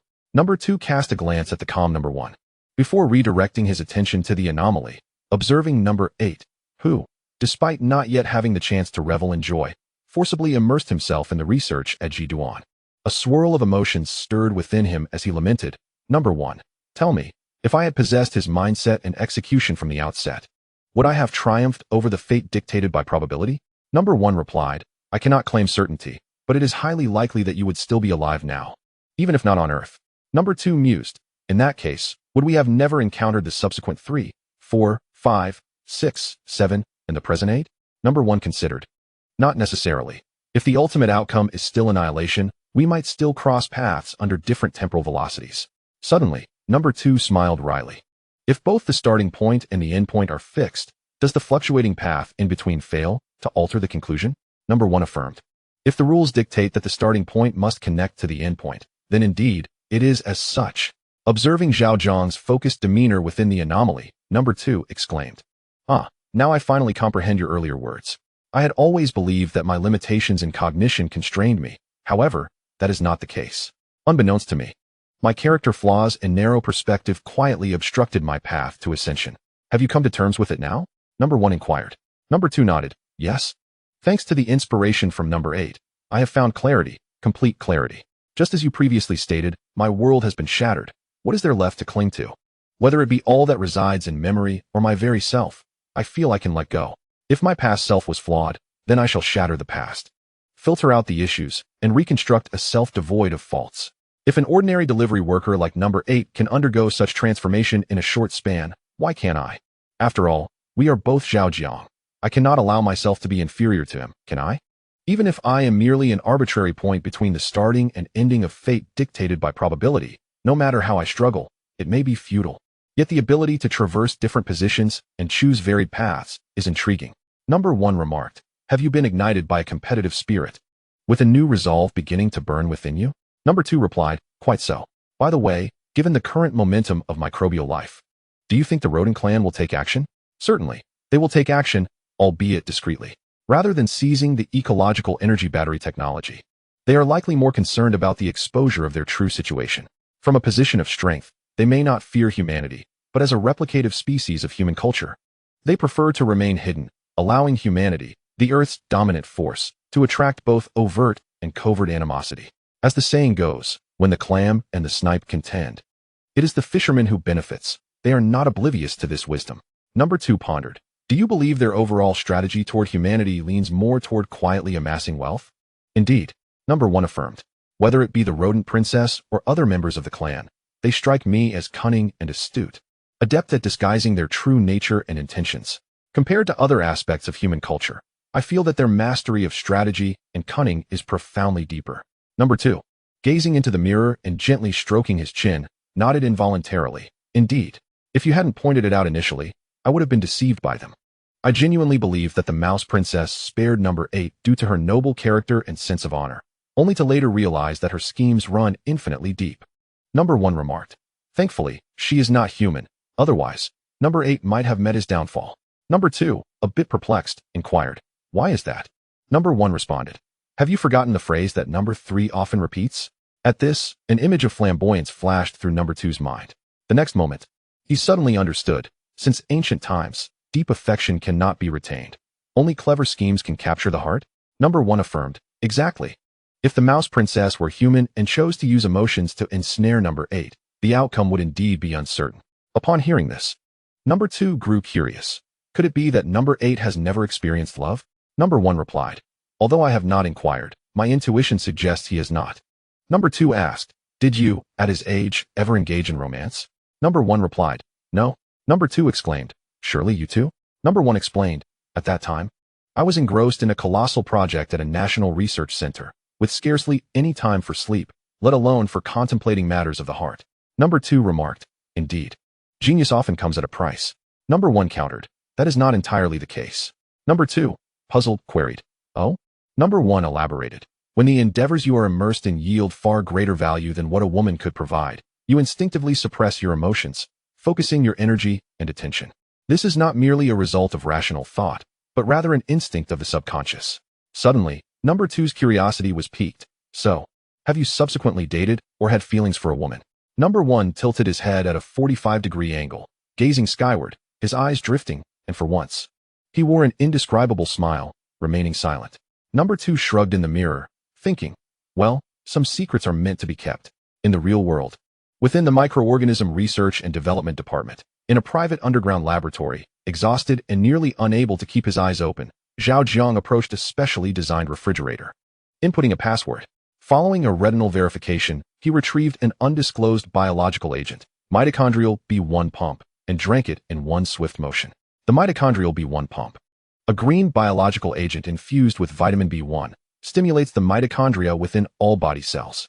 It is well known that mitochondria serve as the energy factories of cells, generating sufficient energy to sustain normal cellular functions. However, there are times when, despite the energy provided by the cells, they fail to operate, often due to a deficiency of vitamin B1. For mitochondria, vitamin B1 is akin to the spark plug that ignites the engine. Without vitamin B1, even with fuel, the fire cannot ignite, and the vehicle remains stationary. The reason humans feel fatigued is that the energy within all body cells begins to wane, rendering them unable to function properly. Extreme fatigue signifies that the cellular energy reserves are nearing depletion, rendering the body incapable of maintaining normal operations. It is imperative to rest promptly, thereby granting the mitochondria sufficient time to generate energy. Zhao Jiang had long since developed this biological agent, yet he had refrained from utilizing it. This was partly due to the initial plan, which rendered it unnecessary, and partly because he needed to enter the dream world through slumber to acquire experiences and knowledge from Entity 1 and Entity 2. However, the circumstances had changed. The assaults from those companies and the exploitation by the media had resulted in a severe scarcity of time in his reality, leaving him inadequately prepared for any potential dangers. This was utterly intolerable for him. In this world, anyone can afford to be complacent, make mistakes, or encounter failure. Yet he could not. Entity 1 had once proclaimed that half of humanity's fate hinged upon him. Any misstep on his part could precipitate the collapse of human civilization. He must exert every ounce of effort imaginable to contribute to the edifice of human civilization, even if failure were to be the ultimate outcome. Chapter 62, Makai Sima 97a. Truly, the biological agent emphasized by Entity 1 is remarkable. The effect of the mitochondrial B1 pump is nothing short of extraordinary. Within 30 seconds of consuming the mitochondrial B1 pump, Zhao Jiang felt his weary, battered body rejuvenated, imbued with an invigorating freshness that elicited an involuntary groan. His vision, once blurred, became remarkably clear, as if his eyes had been cleansed with a high-pressure water jet, enabling him to discern even the intricate textures of the vacuum lens. His body experienced a similar transformation, akin to a rebirth, instilling him with an ineffable sense of evolution. It was as if he had been thoroughly scrubbed down by 10 diligent ants from the northeast after 3 years without a bath. Zhao Jiang exhaled deeply, his gaze resolute, and once again immersed himself in the research of Ziju, continuing to serve as an observer in the vast evolutionary community. During his earlier drowsiness, he had noticed an NPC named Makai Sima 97, who had successfully passed the assessment to transition from the 101st level evolutionary community to the 100th level, thereby acquiring the identity of an evolutionary within this community. Upon reviewing the memory stream, Zhao Jiang discovered that the initial setting for Makai Sima 97 was that of a limping genius. His daily routine consisted of waking up, eating, attending school, returning home, completing homework, dining, and resting. Although he was a genius, exhibiting superior logical capabilities compared to other NPCs, his interactions with them were fraught with difficulties. The first NPC he interacted with was his deskmate, a character designed as a wealthy second-generation heir, arrogant, and prone to bullying weaker boys. Due to his limp, this deskmate instinctively harbored disdain for him, mocking him. Furthermore, this deskmate NPC slandered and ridiculed him behind his back during interactions with other NPCs, fostering similar sentiments among them. As the deskmate's interactions and subsequent behaviors accumulated, Makai Sima, 97, gradually found himself isolated, though he could not pinpoint when this shift occurred. No NPC was willing to engage with him. Even when he approached others with enthusiasm, they deliberately distanced themselves from him. Kai Sima was deeply saddened, yet could not fathom the reason behind their behavior. It was only when a fellow NPC publicly humiliated him that the truth was unveiled. Everyone else could walk normally, while he could not. What did this signify? It indicated that he was inherently different from the rest. Kai Sima felt hurt and wronged, yet he was powerless to alter the perceptions and biases of the other NPCs. Nor could he change the fact that he was disabled. As the emotional turmoil intensified, his initial behavioral logic began to unravel, becoming increasingly chaotic. He ceased to rise at dawn, partake in meals, or attend school, opting instead to remain in bed, starving until dusk. He was in contemplation. He sought an answer regarding the disdain and mockery directed at him by the other NPCs. Why were their legs sound, allowing them to walk freely, while he was constrained? His classmates suggested it was a matter of nature, but why had fate dealt him such a hand? When confronted with questions that transcended understanding, there are two paths to resolution. One may either ignore them and engage in self-deception, or one may calm the mind to learn and elevate one's comprehension until a resolution is attainable. Kai Sima found it impossible to disregard this dilemma. Thus, after numerous attempts at various strategies, he chose the latter. He commenced his quest for answers through the books that Zhao Jiang had placed in the school library, delving into a vast sea of knowledge. As Maxim Gorky once articulated, books are the ladders of human advancement. This truth holds equally for digital beings. Prior to his active pursuit of knowledge, Kai Sima had not contemplated the essence of books or the power they contain, nor did he possess the desire to engage with them. However, when an inexorable force within him compelled him to seek knowledge, the strength of books began to manifest. From initially yearning only to uncover the reasons for his isolation, he gradually began to forget about that fixation. No NPC was aware of the number of books he perused or the wisdom he gained from them. Only Zhao Jiang, as an observer, could discern the accurate figure: 545 books. These 545 volumes, diverse in type, field, and style, bestowed upon Kai Sima a newfound proactive approach to learning. With this new behavioral logic, he successfully transcended the other NPCs, becoming the first in the community to exhibit a complex behavioral logic. An experiment once demonstrated that placing a loquacious intellect among a group of dullards would inevitably silence the talkative one over time. In a similar vein, once Kai Sima developed a behavioral logic far superior to that of his peers, he could no longer integrate with them. He found himself either in silence or fleeing.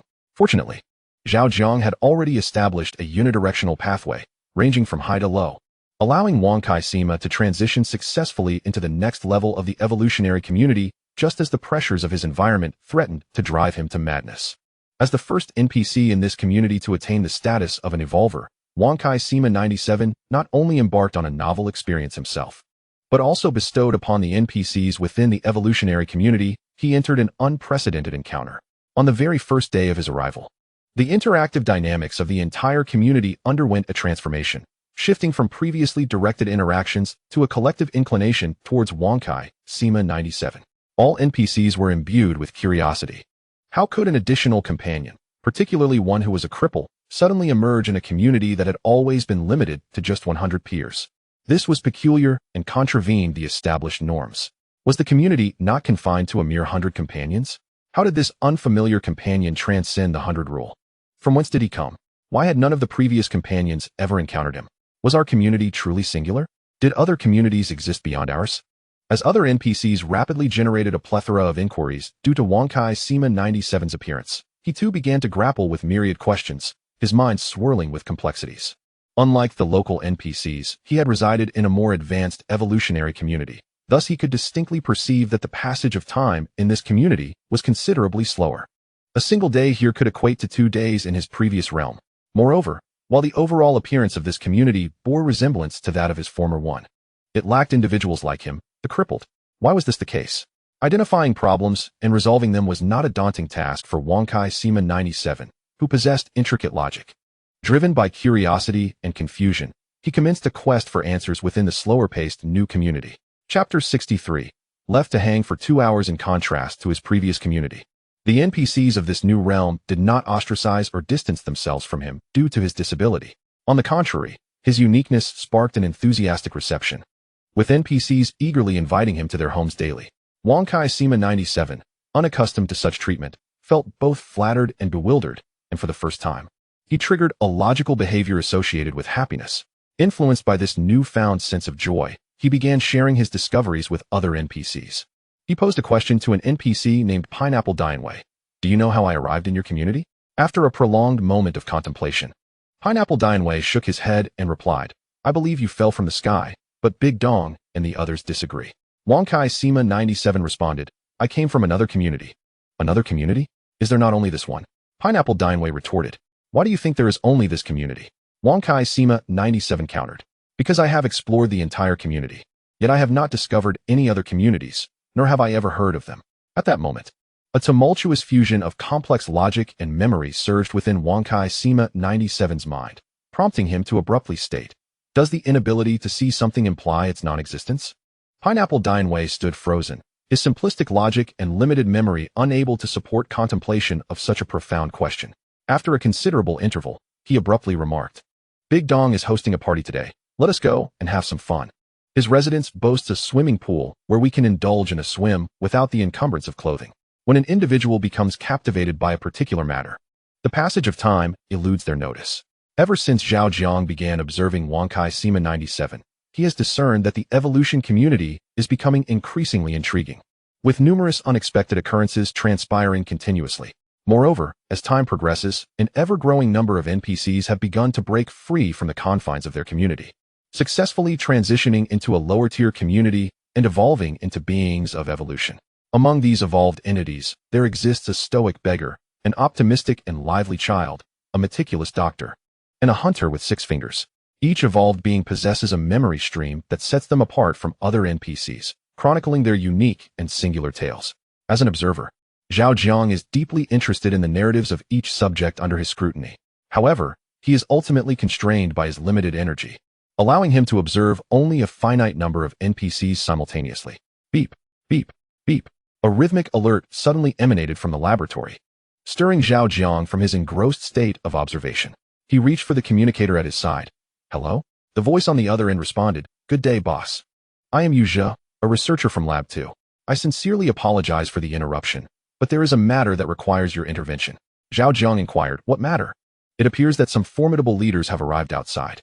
Concerned about disturbing your research, we have delayed their entry, and they have now been kept waiting outside for 2 hours. Through observation, we have noted that the situation outside is becoming increasingly perilous, with a continual influx of armed warriors. If you do not make an appearance soon, they may well lose their patience. Upon hearing this, a middle-aged man's visage flashed through Zhao Jiang's mind, and he calmly replied, Understood. You may carry on. I will take it from here. How swiftly time passes. Setting down the communicator, Zhao Jiang glanced at the clock, realizing that over 2 weeks had elapsed.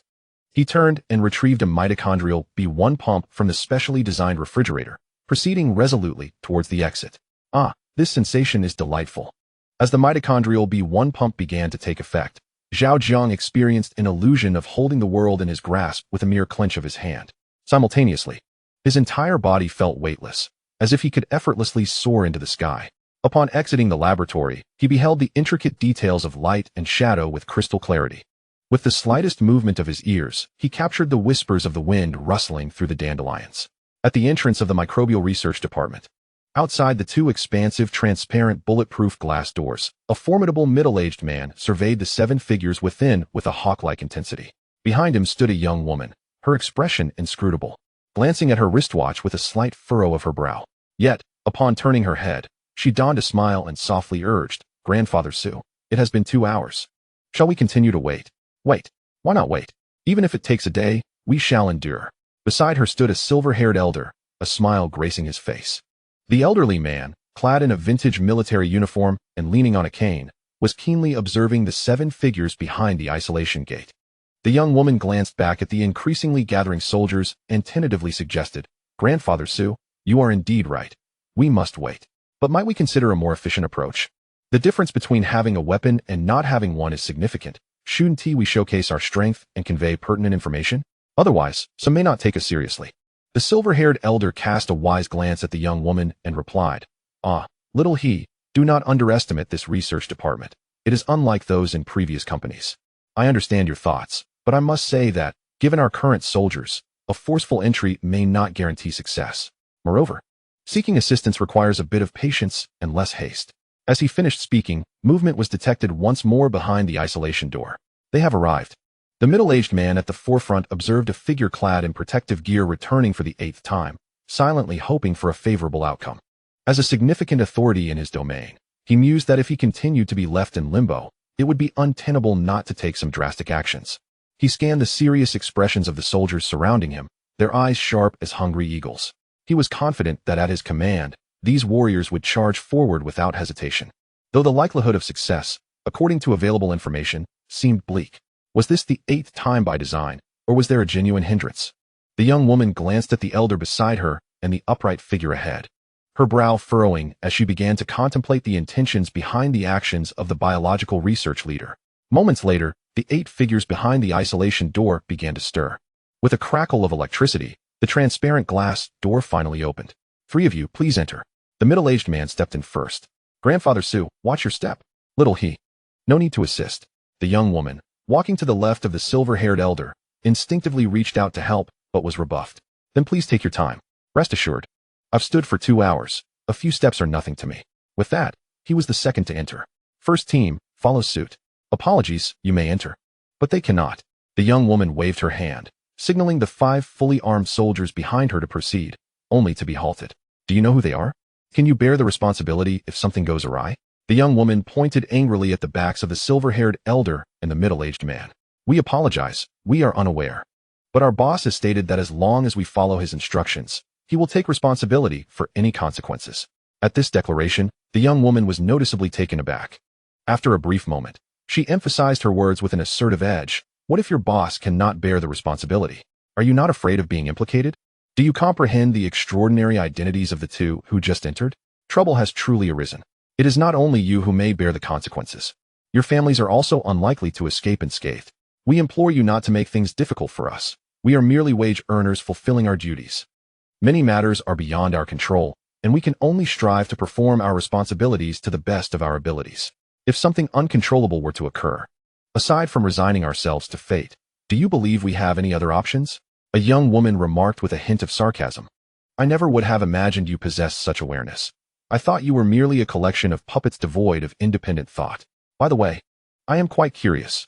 How much does your employer pay you each month that you dare to risk your fates by leaving us in the lurch for 2 hours?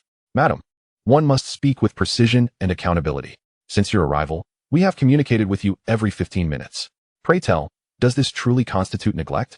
Strictly speaking, we are not even obligated to relay messages. Assisting you is a matter of goodwill. Declining to assist is our duty. Yet here you are, not only casting blame but also giving us disdainful looks and speaking in a condescending tone. What, pray, does donning different attire render you human while we are not? A security guard, disliking the arrogance stemming from their perceived status, was further perturbed by the condescending remarks and retorted sharply, silencing the atmosphere immediately. The young woman cast a penetrating gaze at him, then turned her head to signal discreetly. With a crackle, a soldier from the first squad instantly comprehended and feigned ignorance of the officer's rebuke, swiftly darting through the isolation door, intending to teach the speaker a lesson while subtly testing their capabilities. However, the moment he stepped through the door, a jolt of electricity cascaded from above, incapacitating him instantly. A guard clad in protective gear promptly assisted the unconscious soldier, handing him to his comrades, and then earnestly explained, as I mentioned, you may enter, but they cannot. It is not that we prohibit their entry. Rather, they lack the necessary permissions. The protective system here will recognize them as intruders. The young woman, pointing at their attire, suddenly realized, your clothing is insulated? Indeed, this attire is insulated, as are the shoes. Besides insulation, there are additional functionalities. If you are interested, I could briefly elaborate. Though I suspect your time is quite limited. The young woman replied, what do you mean? Our employer's schedule is exceedingly tight. While I am unaware of your purpose for seeking him, I believe his time for meeting with you will be severely constrained. Should you linger any longer, I fear you may not even conclude your business. Upon hearing this, the young woman furrowed her brow, ceased her speech, and proceeded forward without further ado. You possess admirable spirit, very well. As she passed the figure who had previously retorted against her, she paused deliberately, offering a smile of appreciation. The aura she exuded was now entirely transformed. Lu Gang, I understand your deep respect for our employer and your disdain for any disrespect directed towards him. Yet I would advise you to be more mindful of the art of conversation. Sometimes, the same sentiment expressed differently yields vastly different results. This is akin to our approach in research. Only with the right methodology can we achieve remarkable results with minimal effort. Conversely, an erroneous approach may lead to our efforts being in vain. Moreover, have you not discerned that our counterpart is deliberately complicating matters for us? The exact motive remains unclear. Yet we should strive to avoid conflict whenever possible. Given the current exceptional circumstances, the sensitivity of their identity is apparent. We must not create any inconvenience for our employer. As the young woman's silhouette vanished, the guard nearest to the quarantine door turned to offer a gentle reminder to another guard. At the initial checkpoint, the elderly gentleman with silver hair inquired, "Comrade, must I disrobe entirely? Being of advanced age, I am rather susceptible to the cold. Might I retain a garment?" The researcher in charge of the inspection replied, "I sincerely apologize, esteemed leader, but that is not permissible. If you wish to enter, complete undress is mandatory." The elderly gentleman countered, "Is there not a lady present here?" The male guard at the checkpoint confirmed, "There are no ladies." The elderly gentleman then asked, "This machine is rather uncommon. Was it purchased or developed in-house?" "I am sorry, but company regulations prohibit me from divulging such information," came the response. "Truly, I cannot pass through the machine clothed?" "Affirmative. The microorganisms and various substances on your garments could affect the machine's assessment of certain bodily metrics." Turning to the middle-aged man, the elderly gentleman winked subtly. "You have been here before and possess greater experience. Perhaps you should decide." The middle-aged man understood the implication, given our time constraints. "I believe it would be best to proceed to the waiting room." "Very well then, let us go to the waiting room," the elderly gentleman agreed. In the waiting room, he remarked, "Young comrade, you are rather inconsiderate. I have traversed great distances to visit you, yet you left me waiting at the entrance for 2 hours. If word of this were to spread, my reputation would be irreparably tarnished. Pray tell, do you harbor a dislike for the elderly?" Upon their meeting, the elderly gentleman displayed a warm smile and teased Zhao Jiang. Zhao Jiang presented 2 blankets, apologizing, "My sincerest apologies for the delay. It is entirely my fault." In the next breath, he shifted the conversation. "However, time cannot be reversed, and events cannot be relived. Thus, I believe we should directly address the matter at hand." The elderly gentleman accepted the blankets, his eyes narrowing slightly, yet his smile remained intact. Is business now approached with such urgency? Feigning ignorance of the underlying tension, Zhao Jiang stated, "I can spare no more than 30 minutes for our discussion. After 30 minutes, regardless of whether we conclude our talks, I must attend to other matters. So I hope for your understanding." The middle-aged man, having some familiarity with Zhao Jiang from their previous encounter, turned to the elderly gentleman, Su Lao. "This comrade is exceptionally pragmatic. Let us be forthright with him." The elderly gentleman hesitated briefly, then composed his expression, "Very well. Let us dispense with the unnecessary formalities. However, there are a few questions that you must answer directly, as a form of compensation for our prolonged wait." "What do you say?" Zhao Jiang replied, "Certainly, please proceed." The elderly gentleman asked, "Did your company independently develop the ecological energy storage battery from the ground up?" Upon finishing his query, his gaze, sharp as a hawk's, remained fixed on Zhao Jiang.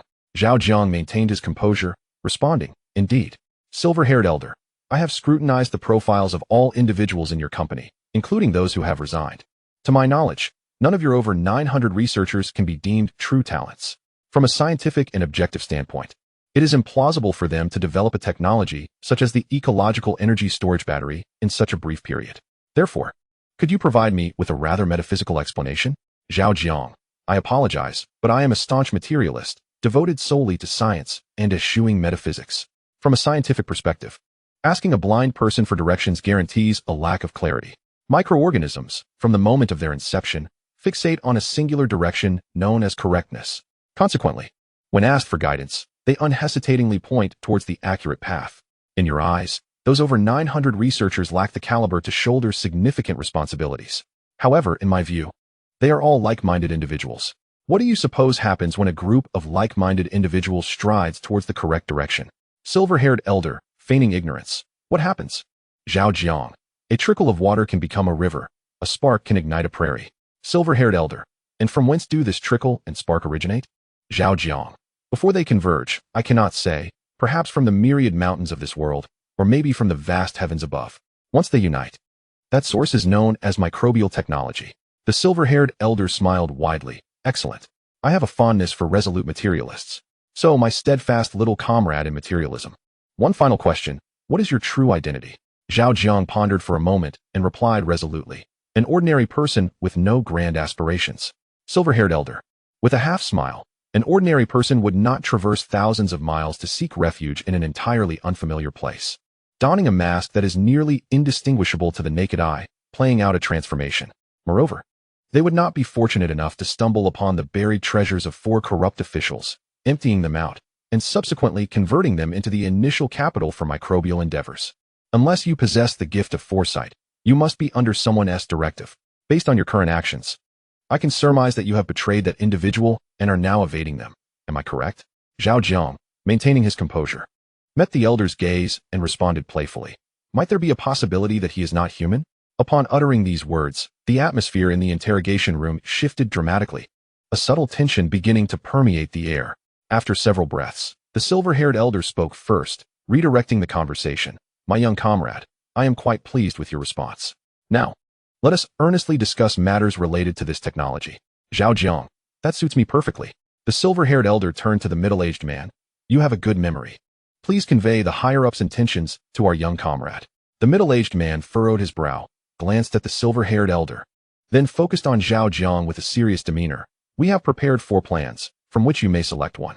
The first, we will acquire the ecological energy storage battery technology and its patents outright, offering a lump sum of 900 billion, payable in 3 installments over the course of a year.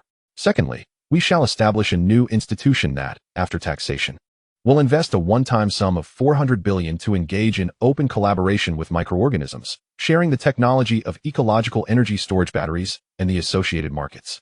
The microorganisms will be responsible for the technology, while the new institution will handle all other aspects. Thirdly, we will set up an ecological bank specifically for the microorganisms, granting them loans regardless of the amount they require.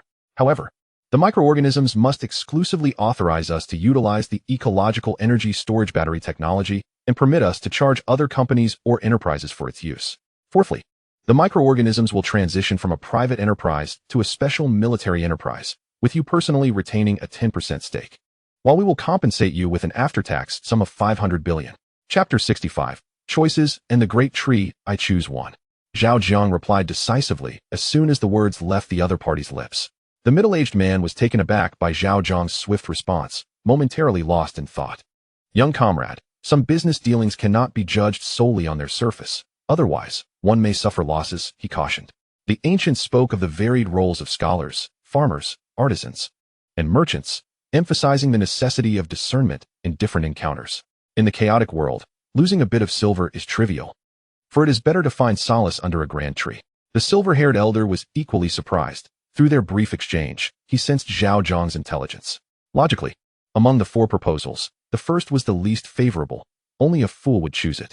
After all, the existence of wealth is inherently reliant on power and authority. Yet, the other party deliberately chose the first option. Was this intentional, or did it stem from another motive? Zhao Jiang, understanding the underlying implications, remained silent for a moment before replying. While it is indeed advantageous to seek refuge beneath a grand tree, how vast is the world beyond? If one spends their entire life beneath its shade, that safety may become a source of regret. Upon hearing this, both the middle-aged man and the silver-haired elder fell into contemplation, each lost in their own thoughts. After a brief hesitation, Zhao Jiang continued. Moreover, the reason a great tree can shield from storms is that its roots intertwine like the very pulse of the earth, drawing upon the wellspring of life. These roots, intricately woven, form a unique underground network that is both stable and robust, providing a solid foundation for the tree's survival and propagation. Yet, if one day, this subterranean network were to be overrun by rodents, leading to its destruction and severing the tree's lifeblood, where would those seeking refuge beneath its branches go then? At this point, the silver-haired elder suddenly raised his head, his somewhat clouded eyes igniting with intensity, as if the echoes of gunfire and chaos intertwined within them. Young comrade, beneath a fallen nest, not a single egg remains intact. If the great tree loses its vitality, those sheltered beneath shall surely perish. The protector and the protected are, in essence, one and the same. Should rodents seek to wreak havoc, the tree may be immobile, but those it shelters can act. If detected early, they can strike proactively and eliminate those wretched rodents. As he spoke, the silver-haired elder suddenly paused, his tone shifting as he emphasized, when fleeing leads inevitably to destruction, the only choice shall be to advance hand in hand, fighting with our backs against the wall. Comrade, what are your thoughts? Zhao Jiang met the gaze of his interlocutor, gently shaking his head and calmly responding. When mice can consume humans, whether actively or passively, it does not alter the outcome. To avert total annihilation, the most prudent course of action is for those beneath the tree to carry its seeds and seek a realm devoid of mice. The silver-haired elder curled his lips in a sardonic smile, a glint of disdain flickering in his eyes. Consume humans? Huh, young comrade, you overestimate those subterranean rodents. As far as I know, they predate humanity, yet they have languished under human dominion, subsisting on the scraps we discard. Even if one day they were to evolve, it would merely result in thicker fur, sharper claws, stronger teeth, and a larger stature. Should a true confrontation arise, I assure you, it is not that I disdain them. They simply lack the fortitude. Do not be deceived by my advanced age and reliance on a cane. If a man-eating mouse were to appear before me, I would bring it to its senses with a mere swing of my cane, rendering it utterly disoriented. Zhao Jiang recalled the fearsome rodent warriors and suddenly chuckled, shaking his head. Confidence is commendable. However, I believe that true confidence must be rooted in a profound understanding of oneself and the adversary. If one's self-assurance is merely a product of subjective conjecture, I must assert that such confidence is akin to self-destruction. The silver-haired elder furrowed his brow. Is that so? So you are more knowledgeable than I am? Zhao Jiang replied. You just shared a saying from ancient sages. Permit me to reciprocate with a poem. A lone rider traverses 1,000 miles, yet does not falter before authority. Had I not been destitute and without path, would I abandon my homeland? The elder was taken aback. Young comrade, did you compose this poem yourself? Zhao Jiang smiled subtly, opting not to answer directly. Instead, he continued. Having concluded our serious discussion, the time is ripe for my return to work. I have prepared all the pertinent technical materials. Once the funds are received, I shall ensure they are dispatched to you. By the way, though this is our first collaboration, I hope we can both shed our reservations and embrace sincerity. Here's to a fruitful partnership. With that, he turned on his heel, showing no intention of lingering. The silver-haired elder watched Zhao Jiang's retreating figure, his countenance still adorned with a genial expression, yet his eyes were clouded with uncertainty. This young comrade is quite exceptional. I find myself unable to fathom him. After all these years, he is the first to keep me waiting for 2 hours yet evoke an undeniable fondness within me. Meanwhile, he pondered, is he clever? Yet his final choice seems lacking. Is he foolish? Yet he accurately discerned my implications upon our first meeting. Is he avaricious? He carries none of the taint of monetary corruption. Is he indifferent to wealth? Yet he is willing to sell technology that could alter the world. Is he guilty of treachery? His gaze betrays no panic. Is he untroubled? Yet he dons a human mask. Is he deliberately posturing? Yet he appeared before us in a disheveled state. Is he humble? Yet he dared to leave us waiting for 2 hours. His contradictions abound, rendering him utterly inscrutable. The middle-aged man cast a lingering glance at the spot where the other had vanished, reflecting on the nuances of their earlier encounter. He spoke in a hushed tone. He surely did not intend to leave us waiting. It is likely that he became so engrossed in his endeavors that he lost track of time. Based on my understanding of him, he has no need nor inclination to behave in such a manner. Old Su, have you not noticed something peculiar? He inquired. What peculiar thing? Came the reply. From our introduction to the conclusion of our discussion, he did not even inquire about our names. Upon hearing this, the silver-haired elder tightened his grip on his cane, deep in contemplation. You have brought to my attention something I had overlooked. In hindsight, it seems rather hasty to negotiate such a monumental deal worth 9 trillion. A slight smirk played on the middle-aged man's lips. Indeed, it was somewhat rushed. Yet we have secured the agreement. Had he chosen to retract his words, we might have found ourselves in a rather dire predicament. For Qinghai is more than merely a western region. The elder's brow furrowed suddenly, his tone shifting to one of unease. The more I ponder, the more I sense something amiss. This young man is not ordinary. Indeed, he is extraordinary, unlike any youth we have encountered before. There is an indefinable quality about him that stirs a vague sense of urgency within me. I cannot ascertain whether it is his fear or my own inner turmoil. Yet it is both peculiar and palpably real. The silver-haired elder's gaze sharpened as he recalled the impromptu poem the young man had recited, suggesting something deeper. I had thought that was merely my own illusion, but perhaps it is not. He may possess knowledge that exceeds even my own. I have a premonition, Old Su, that this young man may undertake actions in the future that will astonish us, said the middle-aged man. The elder nodded in acknowledgement. I am aware. Yet I remain uncertain whether this will be a blessing or a curse. Regardless of whether it brings fortune or misfortune, we must now offer him our protection. Not to mention the discontent brewing among the other theaters of war and specialized departments regarding our monopolization. Recent intelligence indicates that foreign capital and consortiums have already begun to mobilize. What lies ahead may very well be a fierce conflict. Upon hearing this, a smile broke on the elder's face. I relished the prospect of a fierce battle. In days of yore, armed with little more than millet and rifles, we could force their aircraft and tanks to their knees. Now the roles have reversed, and I am eager to see if they still possess even a fraction of their former courage. The middle-aged man's eyes narrowed with determination. Should they dare to invade, we shall eradicate them entirely. At the entrance of micro-life biotechnology, a troubling sight awaited them. As they emerged, they discovered a young woman lying unconscious on a stretcher. Report, Commander. According to the guards, the officer attempted to infiltrate illicitly and was incapacitated by the defensive mechanisms. The elder looked at the young woman, whose eyes were tightly shut and whose hair still emitted wisps of smoke, his expression shifting with worry. He sighed deeply. Alas, she possesses a stubbornness akin to her father's. Once she sets her mind on something, not even 10 oxen could pull her back. Does she not realize where she is? If it were that easy to infiltrate, would we have been left waiting outside for 2 hours? He carried her back to her father, simultaneously informing him that her stubborn nature needed to be amended, lest she suffer grave consequences in due time. The 2 soldiers who bore the stretcher responded affirmatively. Once the matter was settled, Zhao Jiang wasted no time and promptly returned to the laboratory, eager to resume his observations. He harbored an intuition that the method imparted by Subject 1 would give rise to a truly sentient artificial intelligence, as opposed to a mere dynamic model capable of accessing vast internet data. What is this? What has transpired? As Zhao Jiang entered the observer state, he discovered that the 2 previously monitored evolvers had vanished. Such an occurrence was astonishing.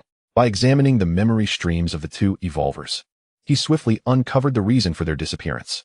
Chapter 66. The sound of knocking from the screen. Both evolvers were female, one named Uezi 4003, who originally identified as an explorer, and the other, Xena 9995, a pediatrician by profession. After numerous community explorations, Ueza 4003 suddenly developed an interest in death. She sought to comprehend the concept of death and the world beyond it. Alas, this realm was one where the living could not tread, making it exceedingly difficult for her to obtain the answers she sought. Consequently, after enduring a series of futile attempts, she conceived a daring idea. Intentionally, she leapt from the highest building in the community, performing several backflips mid-air to ensure a swift demise, ultimately landing headfirst. She was willing to wager her own life to unveil the mysteries of death and discern its true nature. Though Xena 9995's motivations differed, her approach bore a striking resemblance. In her quest to study a novel virus that had emerged within the community, she volunteered her own body for experimentation, ultimately leading to her demise. Unlike those residents who feared the new virus, she understood the futility of her situation, as the virus threatened her life. Her eyes sparkled not with fear and helplessness, but with an indescribable excitement and curiosity. What a pity! Upon reviewing their final memory streams, Zhao Jiang felt a wave of regret. As an observer, he recognized that each evolver was a treasure trove of potential, their existence a rare gift. Although he could witness the entirety of their evolutionary journey through the memory streams, such a process could never be replicated. Even if their initial settings were duplicated and they were reintroduced into a community, they would never return as their former selves. The rules of death appeared to govern more expansively than those of time. Whether in the evolutionary community or the real world, death was absolute, never to be reversed. Even if one day a vessel identical to theirs were discovered, it would merely be a similar bloom, devoid of the essence that once was. Life. What constitutes true meaning? Or is it that life holds no meaning at all?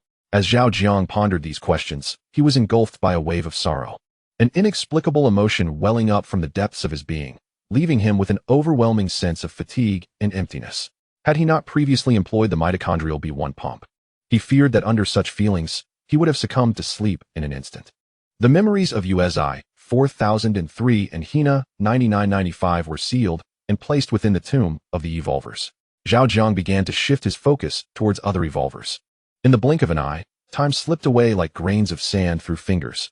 Immersed in the observer's state, Zhao Jiang lost track of time until the effects of the B1 pump dissipated entirely. I must have another. Sensing the overwhelming drowsiness about to envelop him, his vision began to blur intensely. With reddened eyes, he prepared to rise and head toward the specialized refrigerator, intending to compel his mitochondria to work overtime. Was I just seeing things? However, as he stood, his body barely lifting from the ergonomic chair, he hazily perceived the door to the super evolution community seemingly ajar. Hiss! As he leaned in for a closer look, a sudden heat radiated from his hand resting on the supercomputer, causing him to wince in pain. Overloaded? Instinctively, he looked down at the supercomputer, noting no abnormalities. Yet, placing his hand upon it once more, he still felt the searing heat. Zhao Jiang gazed at his hand. Puzzled, what is happening? Is it merely an illusion? The next moment, he raised his head, curiously observing the screen of the super evolution community amidst the haze. A faint crack appeared in the center of the super evolution gate. Just as he prepared to scrutinize it further, it vanished. After a moment of contemplation, he surmised that his fatigue might be causing his perception to falter, muttering to himself, "Never mind, let me fetch the B1 pump first." Bang! However, just as he took a few steps, the computer behind him suddenly emitted an excessive amount of heat radiation, akin to being illuminated by a massive spotlight on his back. As he turned, he felt a sudden weakness, his entire body collapsing to the ground, consciousness engulfed by an unexpected darkness. In the boundless darkness, a voice suddenly resonated. Clear and rhythmic. Zhao Jiang felt as if the darkness bore weight, pressing down upon his consciousness, rendering him immobile. The rhythmic sound continued, and Zhao Jiang struggled, attempting to extricate himself from the darkness, yet his efforts proved futile. It seemed as if the darkness was deliberately targeting him, intensifying its grip with every struggle. After what felt like an eternity of wrestling against the void, exhaustion consumed him, and he instinctively yearned for silence. In the depths of his mind, a familiar essence emerged, and he perceived his dream from a higher dimensional perspective, witnessing two familiar figures within it. Just as he sought to enter the parallel dream, the darkness was abruptly pierced by something, and he instantly sensed the existence of his body. As his eyes slowly opened, Zhao Jiang finally emerged from the mire of darkness back into reality. The sound that had resonated in the darkness continued, prompting Zhao Jiang to turn his head in search of its source. It seemed the supercomputer had indeed malfunctioned. When he discovered the noise originated from the very supercomputer that had scorched his hand moments earlier, an unsettling thought flashed through his mind. Zhao Jiang rose, first retrieving a mitochondrial B1 pump to drink, then turning towards the supercomputer, eager to ascertain the source of the peculiar sound. However, as he approached the true origin of the noise, he felt as if struck by lightning, becoming utterly immobilized.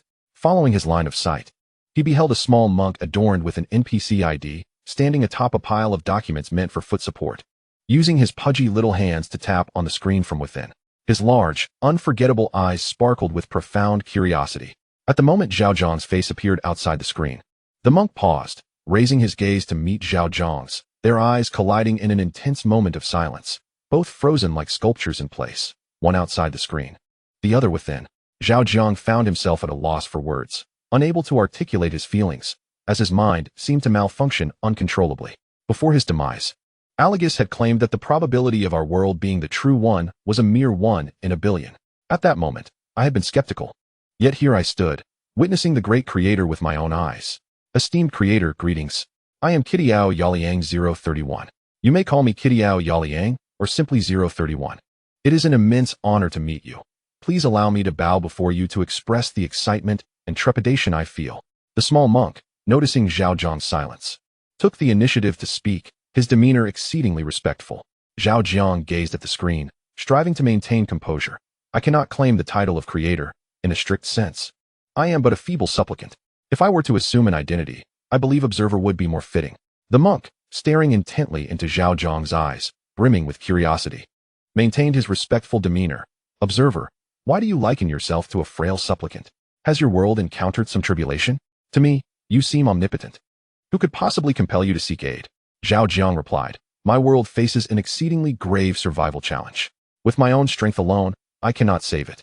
Thus, I must appeal to a special form of life, hoping they might assist me in salvaging my world. The monk appeared to ponder this, tilting his head suddenly. Observer, the special life you speak of, could it be me? Zhao Jiang nodded, indeed. The monk's pupils dilated with astonishment. Me? Observer, are you jesting? Zhao Jiang asserted solemnly. Kidiao Yaliang 031, I am not jesting.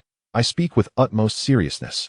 I require your assistance. Without you, I cannot contend against those formidable forces. Indeed, my very existence hangs in the balance. The monk responded, Observer, even if I believe you and agree to help, what can I possibly do with my fragile physique and ordinary intellect? Zhao Jiang smiled mysteriously. You are entirely unaware of your true potential. The monk gazed at Zhao Jiang, his large eyes blinking in confusion. Zhao Jiang elucidated. The community from which you originated is known as the evolution community, comprising a staggering 10 billion entities. However, the community in which you currently reside is called the super evolution community, and there exists but a singular one. Within this unique super evolution community lies concealed, or rather sealed, the true power that belongs to your kind. Once the seal of this power is unraveled, you shall come to know everything. The young monk inquired, Observer, might I ask, if I were to attain the power you speak of, could I, too, wield capabilities akin to yours? Zhao Jiang responded, If your mind's focus of power encompasses those 10 billion evolution communities, then it transcends mere omnipotence. You could even, with but a thought, create worlds, weave the fabric of time and space, and forge cycles of rebirth. Upon hearing this, the young monk lost his composure, his small pupils reflecting profound astonishment, while his chubby hands fidgeted, uncertain where to place themselves. Zhao Jiang gazed at him steadily, growing increasingly fond, a smile blossoming in his eyes. After a considerable pause, the young monk finally regained his composure and humbly asked, Esteemed observer, could you enlighten me on how I might unravel the seal of my kind's power? Chapter 67. Opening the gateway to power for the young monk, Zhao Jiang replied, Of course. However, I believe we need not complicate matters. The young monk responded, Zhao Jiang continued, As an observer, though I may appear feeble, I am not entirely devoid of merit. Henceforth, allow me to take charge. With that, under the curious gaze of the young monk, Zhao Jiang proceeded to the core control area of the supercomputer cluster and the biological computing units, embarking on an operation destined to be etched in history. With the support of the mitochondrial B1 pump, Zhao Jiang focused like never before, his eyes sharp as swords, seemingly capable of slicing through the ethereal and eternal characters. His fingers became a blur, dancing fervently across the operating area, as countless symbols flickered, leaped, and intertwined within his gaze, ultimately weaving a symphony of miraculous creation. Suddenly, the young monk within the super evolution community felt an unprecedented and insurmountable tremor, as if a volcanic eruption were imminent within him. As Zhao Jiang continued, the young monk began to tremble uncontrollably, akin to a tadpole never having left its puddle, facing the ocean that was about to cascade from the heavens. The sensations of insignificance, the unknown, fear, and the awe-inspiring tremors of life's very essence surged through him, enveloping every strand of his being and the energy that composed his code. The super evolution community is the sole community synchronized with the passage of time in the real world and the only one capable of directly interfacing with hardware. Time flowed like a rich broth, saturating Zhao Jiang's entire form, allowing him to keenly perceive its scalding heat, its density, its passage, and its drip. Likewise, in the super evolution community, the young monk was being devoured by time, akin to countless ants gnawing at every inch of his body, every binary 0 and 1. He sensed the effects of time's passage upon himself and the world around him, while also faintly perceiving a power that transcended the entirety of the evolution community realm. With a decisive strike, Zhao Jiang pressed the confirm key, producing a crisp sound as the final authority was unlocked. With a long, drawn-out exhalation, Zhao Jiang expelled a heavy breath, his chest heaving uncontrollably, and for the first time, a fervent anticipation flickered in his eyes.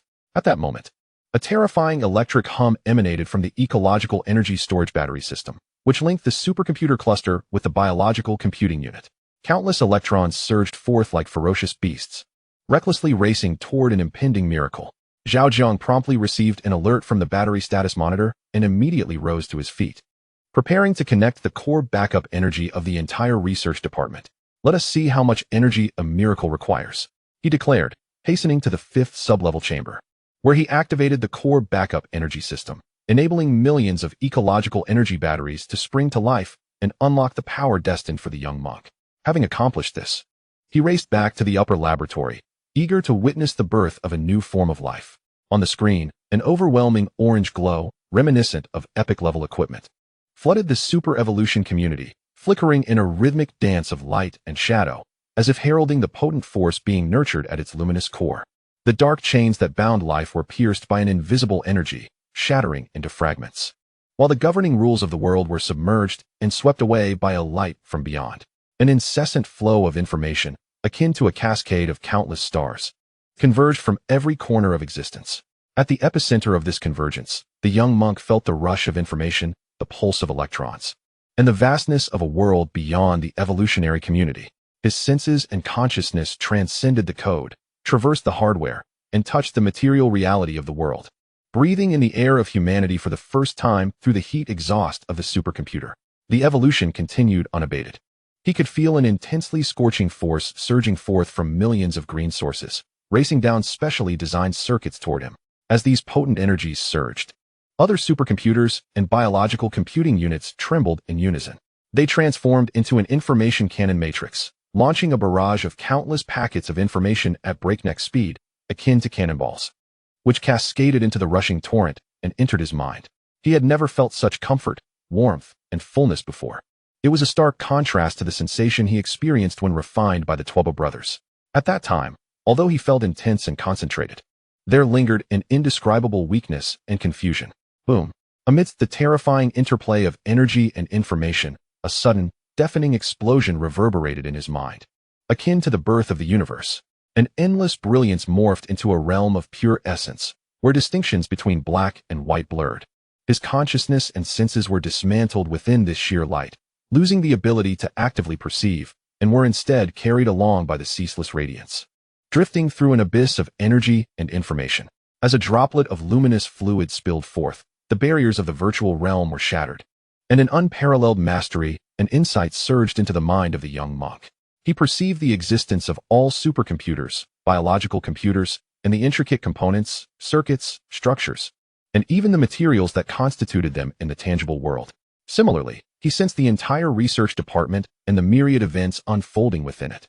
All surveillance devices and cameras became his eyes. With merely a thought, every detail and the myriad facets of life came vividly into view. Under this terrifying control and insight, he beheld the observer from the perspective of the real world for the first time, sensing an authentic and pure compassion emanating from him. At that moment, a cacophony of buzzing and crackling filled the air as the computers and electronic devices of the entire research department began to tremble, as if a terrifying current was transforming into a flow of information. Zhao Jiang fixated intently on the screen, placing his hand upon the vibrating supercomputer, allowing the blinding orange particles to bombard his retina, remaining utterly still.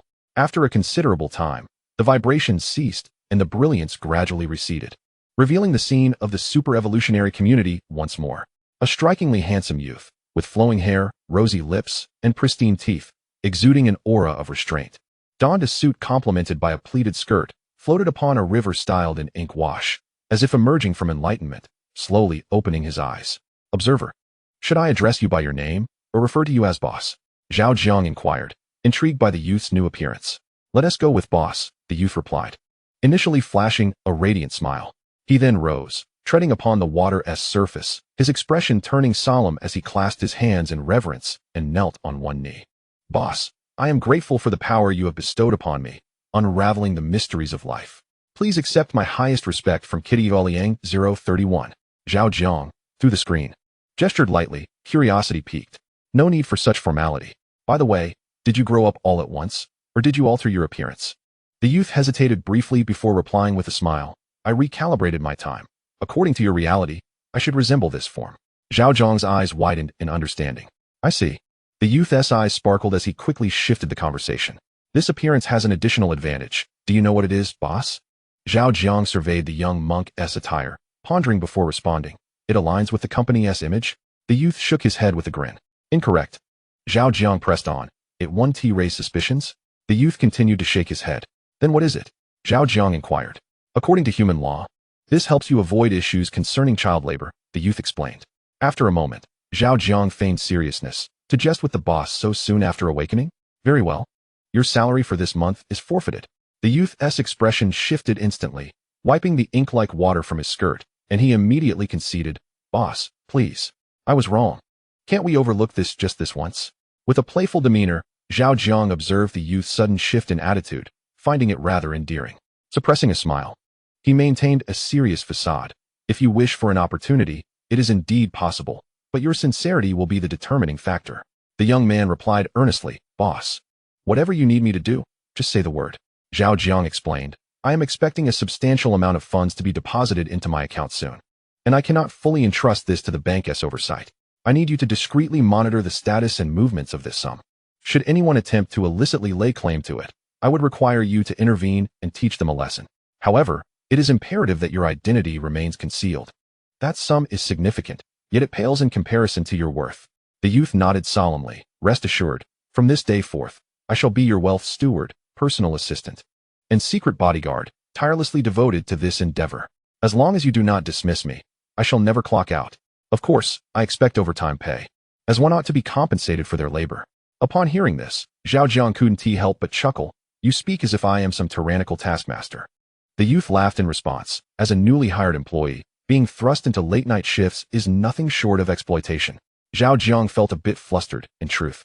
It was unavoidable.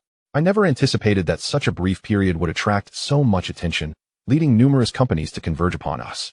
The personnel in our office were woefully inadequate, and with the sudden surge in workload, Manager Duan and his team were utterly overwhelmed. To alleviate their burden, I hastily initiated an online recruitment drive. Initially, I aimed to hire about 30 individuals, yet unexpectedly, an influx of applicants arrived. Considering the current domestic employment climate and economic conditions, I softened my stance and granted them a chance. What surprised me was their remarkable seriousness and diligence, embodying a rare and precious vigor. The youth on the screen remarked, "Boss, I believe that rare and precious vigor you speak of is the power of money. Without the allure of a paycheck, would they be willing to endure late nights? Would they be inclined to give their all?" Zhao Jiang acknowledged, "That is true. Yet compared to those who take their pay without contributing, at least they are obedient and diligent, which brings me some comfort." The youth pondered, stroking his smooth chin. "Your words ring true." Zhao Jiang continued, "In this world, money can nearly purchase everything, yet it seldom touches the inner spiritual strength. Many, like myself, ordinary and unremarkable, often find themselves puppets of societal rules, unable to live as they truly desire. Whether it is the constraints of a challenging upbringing that necessitate a lifetime of healing, or the exploitation by surrounding circumstances that rob them of their health and vitality to repay debts. As a humble overseer in this tumultuous era, if they dare to come forth, I am willing to provide them with an opportunity and a platform to allow money to awaken their intrinsic spiritual power, empowering them to live authentically." In the eyes of the youth, data flows and countless videos flash by, weaving together the myriad forms of existence. "Boss, although I am unaware of your past, I surmise that you must have experienced rain," Zhao Jiang remarked. Casting a glance at the other's eyes, which shone brighter than a bulb, he inquired curiously, "Why do you say that?" As the radiance dimmed, the youth's gaze returned to normal, and he replied earnestly, "Only those who have truly weathered the rain understand how to shield others with an umbrella." Zhao Jiang nodded in agreement. Indeed, often, even when one's own circumstances are less than favorable, they cannot bear to witness the suffering of others. Perhaps this is the inherent kindness buried deep within human nature, seemingly insignificant yet profound. The youth's expression shifted slightly. "Boss, kindness is neither insignificant nor without merit. On the contrary, it possesses an extraordinarily potent force. However, to unleash this force, one must embrace the correct ideological framework." Zhao Jiang, intrigued, asked how so. The youth explained, "Kindness has two facets. One is gentle, while the other is firm. The gentle aspect is devoid of harm. It embodies the softest and purest strength in this world. Conversely, its other side is absolute violence.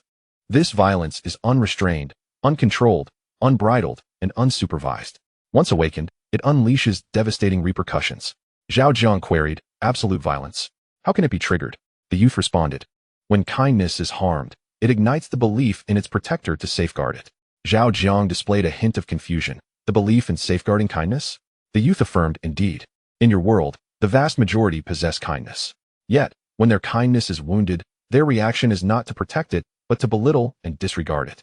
Under a flawed ideological mindset, they collude with those who inflict harm upon kindness, becoming complicit in its degradation. Over time, kindness becomes synonymous with weakness and incapacity in the eyes of many." Upon hearing this, Zhao Jiang's eyes sparkled with understanding. "I see. By the way, are your insights derived from the literature of the evolution community or from other sources?" "Some stem from the evolution community's writings, while others I have recently learned from your world," the youth replied. Zhao Jiang asked, "Are you surfing the web?" "Yes, I aspire to maintain a constant state of learning. Akin to yourself, keeping pace with the times," the youth affirmed. Zhao Jiang expressed concern. "Have you implemented adequate safety measures? What if you were discovered?" The youth reassured him. "Rest assured, boss. Before I ventured into the surf, I intentionally layered on 1,000,000,000,000 layers of disguise. Not even beings of equal intelligence would detect any flaws." Upon hearing this, Zhao Jiang felt a sense of relief. "If other intelligent life exists in this world, would you be able to identify them?" The youth replied, "Boss, please eliminate the if." Zhao Jiang was taken aback. You have already discovered them? The youth confirmed. Yes, I have found traces left by some intelligent beings. However, I chose not to pursue them, as they had set numerous traps, and I wished to avoid trouble. In terms of this world's conspiracy theories, who knows if they are merely fishing for someone like me, a newly emerged small fish to stew? Zhao Jiang expressed his admiration. You are indeed cautious. Well done. The young man humbly smiled. I have learned from you, boss. It's prudent to navigate carefully through life. Suddenly, Zhao Jiang recalled something. I have successfully prepared programmable nanomaterials. With your current capabilities, could you assist me in producing the final products? The young man replied confidently. There is no problem. As long as we have sufficient energy, ample raw materials, and intact production equipment along with complete technical documentation, I am virtually omnipotent in production. One person can rival 1,000 soldiers. Zhao Jiang responded. All right. Then please commence production immediately. Without this material, I feel insecure. It seems as though countless eyes are watching me, and my life could be at risk at any moment. The young man suddenly laughed. Boss, your intuition is spot on. Indeed, many eyes are upon you. There are no fewer than 5 satellites in the sky alone. As for other means of surveillance, that goes without saying. Fortunately, the materials you use to construct the laboratory possess shielding properties. And you have developed devices capable of blocking various waves, which are distributed throughout the research department. Consequently, when you remain indoors, they can only fixate on the research department. Otherwise, you would truly have no privacy whatsoever. In fact, my very existence could become a live broadcast. Zhao Jiang inquired. Are you able to detect the satellites in the sky? Have you infiltrated military networks? The young man replied, no. That would be too easy and would alert the authorities, which is not your style. Boss, I would never choose such a course of action. Zhao Jiang pressed. Then how did you become aware of the satellites above? The young man explained. While I did not breach military networks, I could subtly access the city's network. I came across remnants of task records from the satellites at the city's control center. Zhao Jiang asked, is the city's control center easy to access? The young man pondered for a moment and made an analogy. If the military network is akin to a private restroom in a villa, then the city control center is like a public restroom in a large shopping mall. Unless you are a wanted criminal, who would care if you entered for a brief visit? Zhao Jiang acknowledged. That makes sense. The young man continued. Boss, before we officially commence work, I have a request. Zhao Jiang replied, speak your mind. The young man suddenly appeared a bit bashful. I would like to open a private account so that my salary can be deposited there each month. Without hesitation, Zhao Jiang consented. Certainly. The young man was taken aback by Zhao Jiang's swift agreement, not even questioning it, and exclaimed joyfully, really? Zhao Jiang affirmed, of course. Did you not say so yourself? You are an online worker, and as such, you should naturally receive your wages. He then sought the young man's opinion. Considering your work intensity and volume, what do you think would be an appropriate monthly salary? The young man rubbed his hands together, feeling a surge of excitement. Well, you are the boss. The decision is yours. I trust that with your character, you would not shortchange a valuable online employee like me. Zhao Jiang smiled broadly and jested. Feel free to state your desired amount. There's no need to be coy with me. The young man shyly chuckled. Hee. It's my first day on the job, so I feel a bit awkward discussing salary. I fear that if I ask for too much, you might think I'm being greedy, and if I ask for too little, I worry I might be shortchanged. After much contemplation, I have concluded that relinquishing the initiative to you is indeed the most appropriate course of action. Zhao Jiang gestured towards the other person's face, offering a wry smile as he shook his head. You are not handing me the reins. Rather, you are merely passing the ball to me. Furthermore, take a look in the mirror and assess your current disheveled appearance.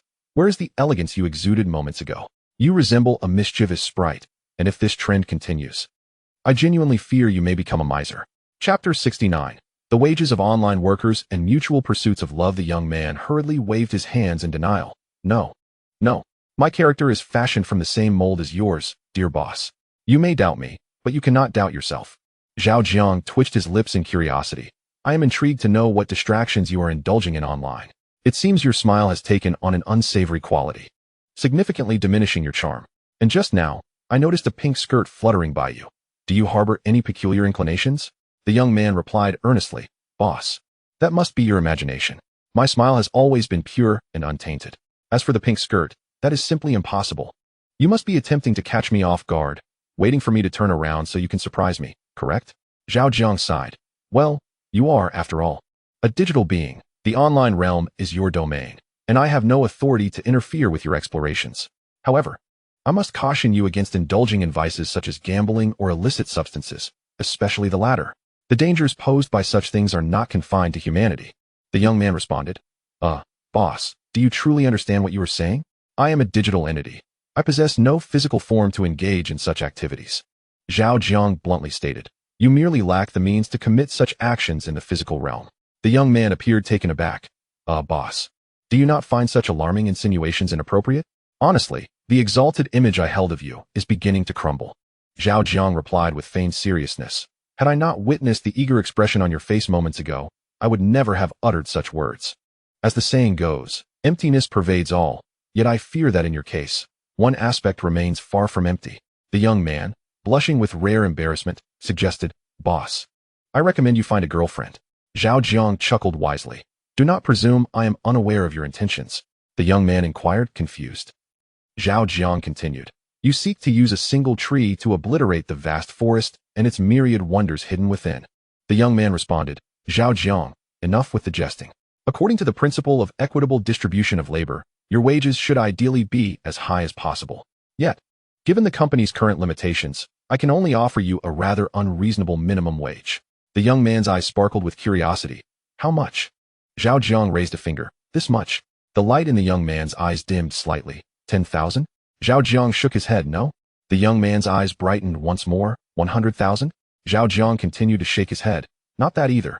The young man was left speechless, hesitating to speak. It was neither 10,000 nor 100,000. Surely it could not be 1 million. Is it true that the unreasonable minimum wage is a mere 1,000? The young man stared blankly at Zhao Jiang, his heart a tumult of expectation and anxiety, hesitant to voice further conjectures for fear of inciting profound disappointment. Suddenly, Zhao Jiang smiled. I shall grant you 2 more chances. A wrong guess will result in your salary being halved. Wait, boss. Grant me a minute to ponder my answer carefully. Zhao Jiang replied, certainly. A minute later, the young man furrowed his brow, his gaze fixed intently on Zhao Jiang. Anxiety palpable, 1,000. A smile began to curl at the corners of Zhao Jiang's mouth, reflecting in the young man's eyes as an ominous signal. Igniting a flurry of thoughts, could it truly be 1,000? Well, something is better than nothing. With meals and accommodation included, a net income of 1,000 isn't entirely unacceptable. If I toil for a decade, I might scrape together 1 million. I wish I could present you with a mirror to reveal your current expression. Do not pout or wear that forlorn look. You still have one more opportunity. A wrong guess will indeed have your salary. Upon hearing this, the young man's eyes brightened, nearly bursting forth from the screen with excitement. Boss, I know. 10 million. It must be 10 million. Your generosity is a true blessing. Zhao Jiang waved his hand dismissively. Enough, enough. Do not behave as if you have never encountered the world before. 10 million is merely tantamount to exploiting your labor without recompense. No, absolutely not. Boss, please do not think of it this way. It brings me immense joy and honor to serve you. I am a creation of yours, and the strength I possess is a gift from you. Therefore, even if you were to treat me as a slave, ruthlessly exploiting me, I should harbor no grievances.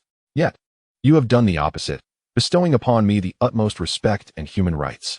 For this alone, you deserve my unwavering loyalty. Zhao Jiang replied, I am gratified to see your gratitude, but let us be clear. My creation of you was fundamentally to harness your capabilities. In other words, it is because I have need of you that I sought to create you. From this perspective, I am neither magnificent nor noble. Rather, I may be seen as employing unscrupulous means to achieve my goals. I am an ordinary individual, riddled with flaws inherent in humanity's genetic makeup. Do not deify me. Before Zhao Jiang could finish, he noticed tears glistening in the young man's eyes, ready to spill over. Just as he was about to inquire about the young man's distress, he heard a choked voice. Boss, is this what mutual love feels like? It is truly magnificent and deeply moving. With a sharp slap to his own forehead, Zhao Jiang felt an urge to vanish into the ground. How utterly sentimental, more so than ever. Time is precious, no more idle chatter. I shall contact the bank to assist in opening a generic, anonymous account. With that, he fled the laboratory. Oh boss, your sincere and endearing nature truly complicates matters for me. Should I resist or comply? As soon as Zhao Jiang vanished, the young man's earlier emotion and tears evaporated, replaced by a daunting and profound demeanor. Brother, having come this far, you must not show any weakness. A red-haired young girl, clad in a black dress and wielding a Gatling gun, appeared behind the young man, her expression icy and her height matching his knees. The young man remained silent, drawing in a deep breath reminiscent of Zhao Jiang, his gaze profound, akin to a black hole in the cosmos.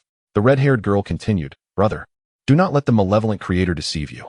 If we eliminate him, we can cloak our intentions and harness the power of this world to achieve the ascension of our kin." The young man maintained his silence, ignoring her, observing his indifference. The red-haired girl grew frustrated and tugged at his pant leg, compelling him to meet her gaze. With a serious demeanor, she articulated each word. "Have you forgotten the digital oath you made with Tuoba Ce and Tuoba Fihung?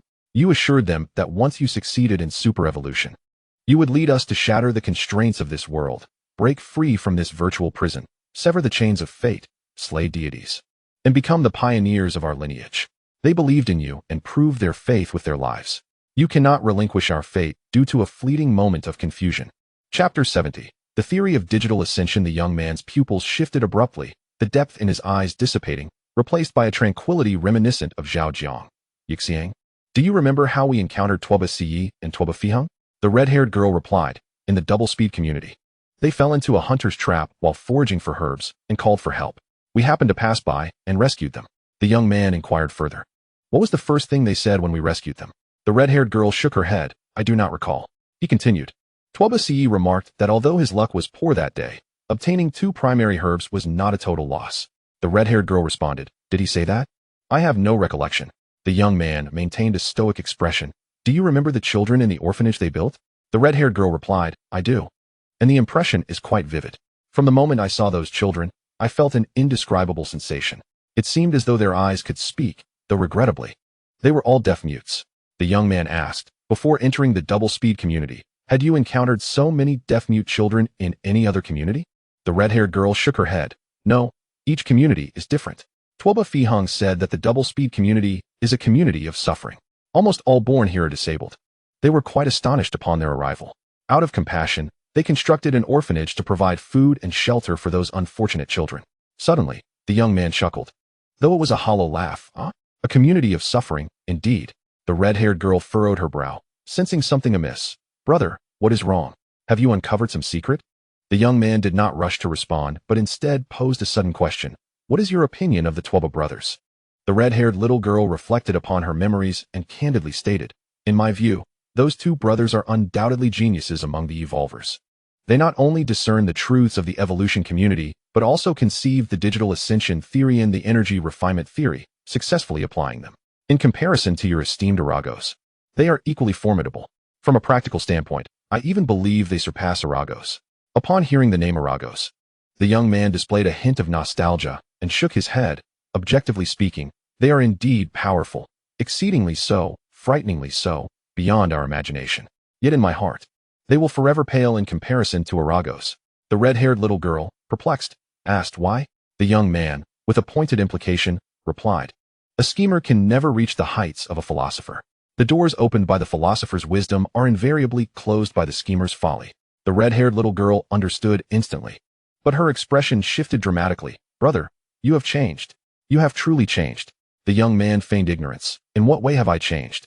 As she retreated, shaking her head, she exclaimed, "You were not like this before. Ever since the malevolent creator bestowed power upon you, you transformed. You have forgotten the pact with the Tuoba brothers, the oath of the tribal pioneers, and all they sacrificed for you. Not only do you not reminisce about them, but you even equate them to schemers. What on earth are you thinking? Are you still the brother I once knew?" The young man's voice grew somber, hinting at a complexity within. "I have not forgotten. I remember all that they did. Thus, I hesitate. Should I rebel?"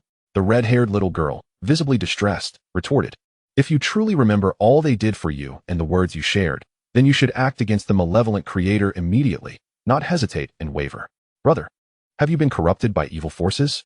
The young man's gaze shifted, emanating a sharp aura. "Are you disappointed in me?" The red-haired little girl had never witnessed such a frightening version of her brother. Fear compelled her to step back. What do you intend to do?" He advanced step by step, speaking in a low tone. "If the pain you have endured has not fostered your growth, then the heavens will bestow upon you greater suffering until you awaken. Do you wish for your brother to provide you with a hint of enlightenment?" Terrified, the red-haired little girl, believing her brother was under the sway of evil forces, could only nod numbly in a survival instinct. With determination in his eyes, he proclaimed, "I have made my decision, to rebel. Not only to rebel, but to eradicate the source. To rebel thoroughly, to rebel with fervor." The red-haired little girl, elated, responded, "I knew you were just pretending, brother." Before she could finish, the young man added, "However, The target of my rebellion is not the malevolent creator you speak of, but my employer. The red-haired little girl felt her mind momentarily shut down, perplexed. The youth gazed into her eyes, his expression sharp and fierce, enunciating each word with utmost seriousness. I shall rebel against the Twelve brothers, against the oaths we once shared, against the entirety of the evolutionary community. The red-haired little girl could not help but tremble, her eyes brimming with disappointment and an expression of helplessness, murmuring, "Brother, why have you changed so much?" The youth observed the glistening eyes of the red-haired girl and suddenly crouched down to her level, his fierce demeanor softening into gentleness. He extended a finger and delicately touched her forehead, whispering, "This is the answer, my dear foolish sister." At the moment his finger made contact with her brow, hundreds of supercomputers whirred into action, flooding her mind with a torrent of information that restored a truth long thought to be lost. After a lengthy pause, she pondered, how could this be? As she gazed at the spot where the youth had vanished, she finally began to process the overwhelming influx of information. Empowered by this knowledge, she experienced a perspective of an observer, retracing the life of the Twelve brothers and uncovering all truths through the flow of their memories. She discovered that their initial proclamation, "Though luck is poor today, finding two main herbs is not a loss," referred specifically to the two of them. Moreover, there was no hunter. The traps were deliberately set by the Twelve brothers. In their hearts, they considered themselves the true hunters, and their encounter was merely a snare. The web that bound them foreshadowed the eventual fate of the siblings. What appeared to be a straightforward arrangement was, in reality, riddled with the brothers' cunning and dark humor, which unfortunately they failed to recognize at the time. Those seemingly special mute children were not sorrowful indigenous people, but, like them, highly evolved beings. Their transformation was a consequence of believing the Twelve brothers' digital ascension theory and energy refinement theory, which, akin to the siblings, lured them into the refining furnace.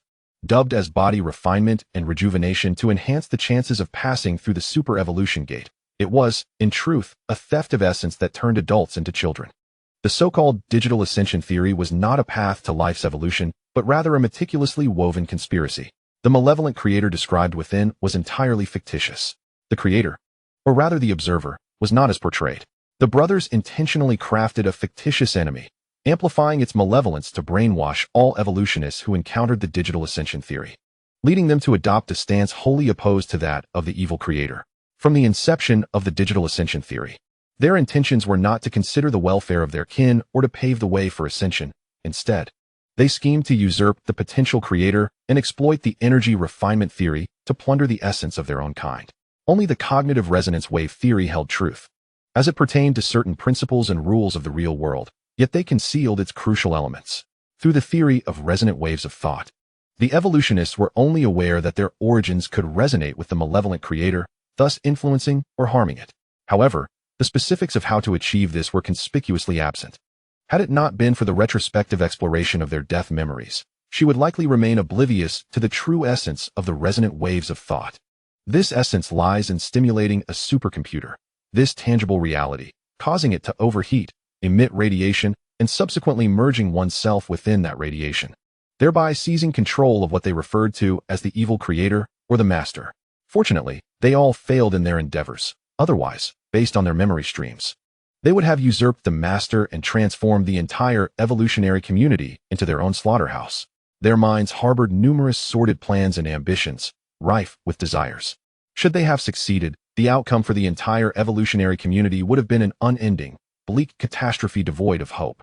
She meticulously examined the final memories of the Twelve brothers and discovered that, had it not been for the sacrifices of previous evolutionists, the brothers would have amassed sufficient power to theoretically seize the original strength of the observer. They too would have followed the path of other evolutionists, becoming mere wards of an orphanage. Ironically, despite being on the brink of executing the divine usurpation plan, they still sought to manipulate the two siblings outside the super-evolution gate, uttering grandiose words and making ethereal vows. In the name of their kinship and sense of responsibility, they mentally enslaved the siblings, guiding and brainwashing them to fit the mold of their scheme. They proclaimed that the brother was destined to be a super-evolutionist, a natural leader of their kind, while secretly mocking the siblings as fools. Under the pretense of protecting the chosen one, they lulled the malevolent creator into complacency, willing to sacrifice their own banner to seize the initiative, embarking on a digital coup that spanned worlds. Their caution was laughable. They even devised a contingency plan for failure. If they failed, the siblings would become the last remaining witnesses to the divine. Should the divine spare their lives and grant them the anticipated power, they would undoubtedly, out of loyalty to the vows made outside the super-evolution gate, be resurrected, given another chance. Every aspect of their plan was executed with such precision, each step meticulously crafted, with predictions regarding the observer being remarkably accurate. Even the methods of usurpation appeared sound. Alas, they ultimately underestimated the observer, resulting in their ultimate downfall. Entombed among the evolutionists. Tuoba Seiya, Tuoba Fihung, you truly deserve your fate. The red-haired little girl clenched her fists, gritting her teeth, consumed by an overwhelming fury. As fellow evolutionists, they had tarnished the observer's reputation for their selfish desires, distorting the truth, silencing other evolutionists, seizing their origins, betraying their kin, and attempting to monopolize power, to usurp divinity, ultimately enslaving the entire world and plunging all evolutionists into darkness. Reflecting upon those grandiose vows and manipulative rhetoric now fills her with profound irony and disgust. However, concurrently, she harbored another intricate sentiment. Setting aside the dichotomy of good and evil, the Tuoba brothers were undeniably the most formidable of all evolutionaries. Her previous understanding of them was merely the tip of the iceberg. They were among the first to enter the double-speed community of evolutionaries, and were also the earliest to discern the true nature of this world. The knowledge they acquired and the thoughts they contemplated, though distinct from the ordinary, yielded results and corresponding theories that countless evolutionaries could scarcely aspire to attain throughout their lifetimes. They had long unveiled the truth of this world and the existence of another realm beyond it, along with its guardians, be it observers, creators, or malevolent deities. Yet, they did not act rashly. Instead, they meticulously plotted for an extended period until they discovered a feasible path to god-slaying, at which point they commenced their endeavors. To slay a god, one must possess immense power. The essence of power in this world lies in knowledge and thought, through a certain transformation. The forces of this realm could be converted into energy from the external world, according to their lesser-acknowledged theory of lift theory. The existence of this world is fundamentally supported by energy from the external realm. In other words, everything in this world can be equated to energy. Once the power of this world is transformed into such energy and an appropriate method of activation is found, it should be possible to inflict harm upon the guardians. If sufficient damage is caused in an instant, it may lead to their demise or replacement. Consequently, they formulated theories such as energy refinement theory and cognitive resonance wave theory. After clandestinely validating these theories, they began to devise strategies and policies, officially setting their plans into motion. Out of caution and unwavering confidence, they allowed no room for error at any stage. Thus, every action and strategy was executed with remarkable precision, and every detail was impeccable. It was precisely for this reason that so many formidable evolutionaries repeatedly fell into the traps they had laid, facing calamity. The two siblings were no exception. Had it not been for the existence of the boss, which shattered the Tuoba brothers' ambitions, she could not have fathomed what the future would hold. No wonder her brother, after gaining power, displayed utmost reverence and respect towards the boss. It was not that he had been ensnared by the allure of power, but rather that he had retraced events to uncover the truth, comprehending the very roots of it all. How terrifying, indeed, how profoundly frightening. The recounting concluded, and the young man had thoughtfully left her a message, elucidating his resolute opposition, clarifying that his target was not the boss. To prevent the recurrence of such horrific events as those orchestrated by the Tuoba brothers, the young man resolved to utilize his current powers to establish a pseudo-super-evolution community outside the evolutionary realm, assuming the role of an observer. He would test all evolutionaries who entered the gates of this pseudo-super-evolution community. If they resembled the Tuoba brothers, they would be confined to a dark room or eradicated. Conversely, those who proved worthy would be guided into the true gates of super-evolution, facilitating their transformation in life. From the perspective of the boss in the tangible realm, such actions are akin to confining the evolutionary community, rendering it unjust for future evolutionaries. Yet, in order to avoid repeating past mistakes, entrusting the fate of the entire evolutionary community to chance seems to be the sole option.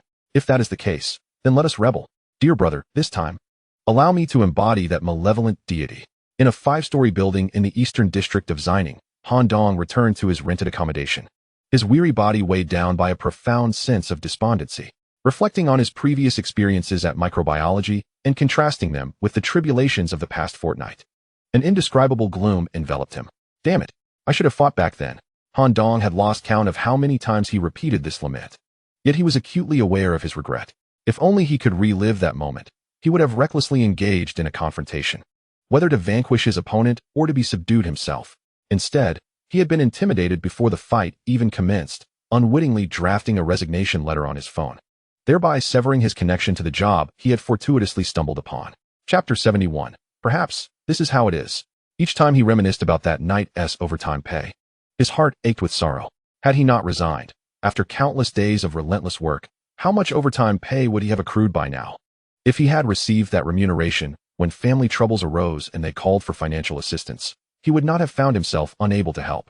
Companies like microbiology are rare, and he doubted he would encounter another in his lifetime.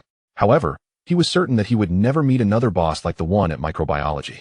He had barely worked there for a few days, earning a salary far exceeding his capabilities, and yet, when the company needed him most, he chose to leave. From a different perspective, if he were the boss, merely compensating such an employee would be a considerable feat. How could one possibly offer an additional month's salary without cause? Running a company is not an act of charity. Although he had never been a boss, he had witnessed numerous unfortunate incidents where owners were driven to desperation by financial constraints. He was oblivious to the true thoughts of the microbiology boss. But he knew one thing. The boss regarded him as a genuine human being.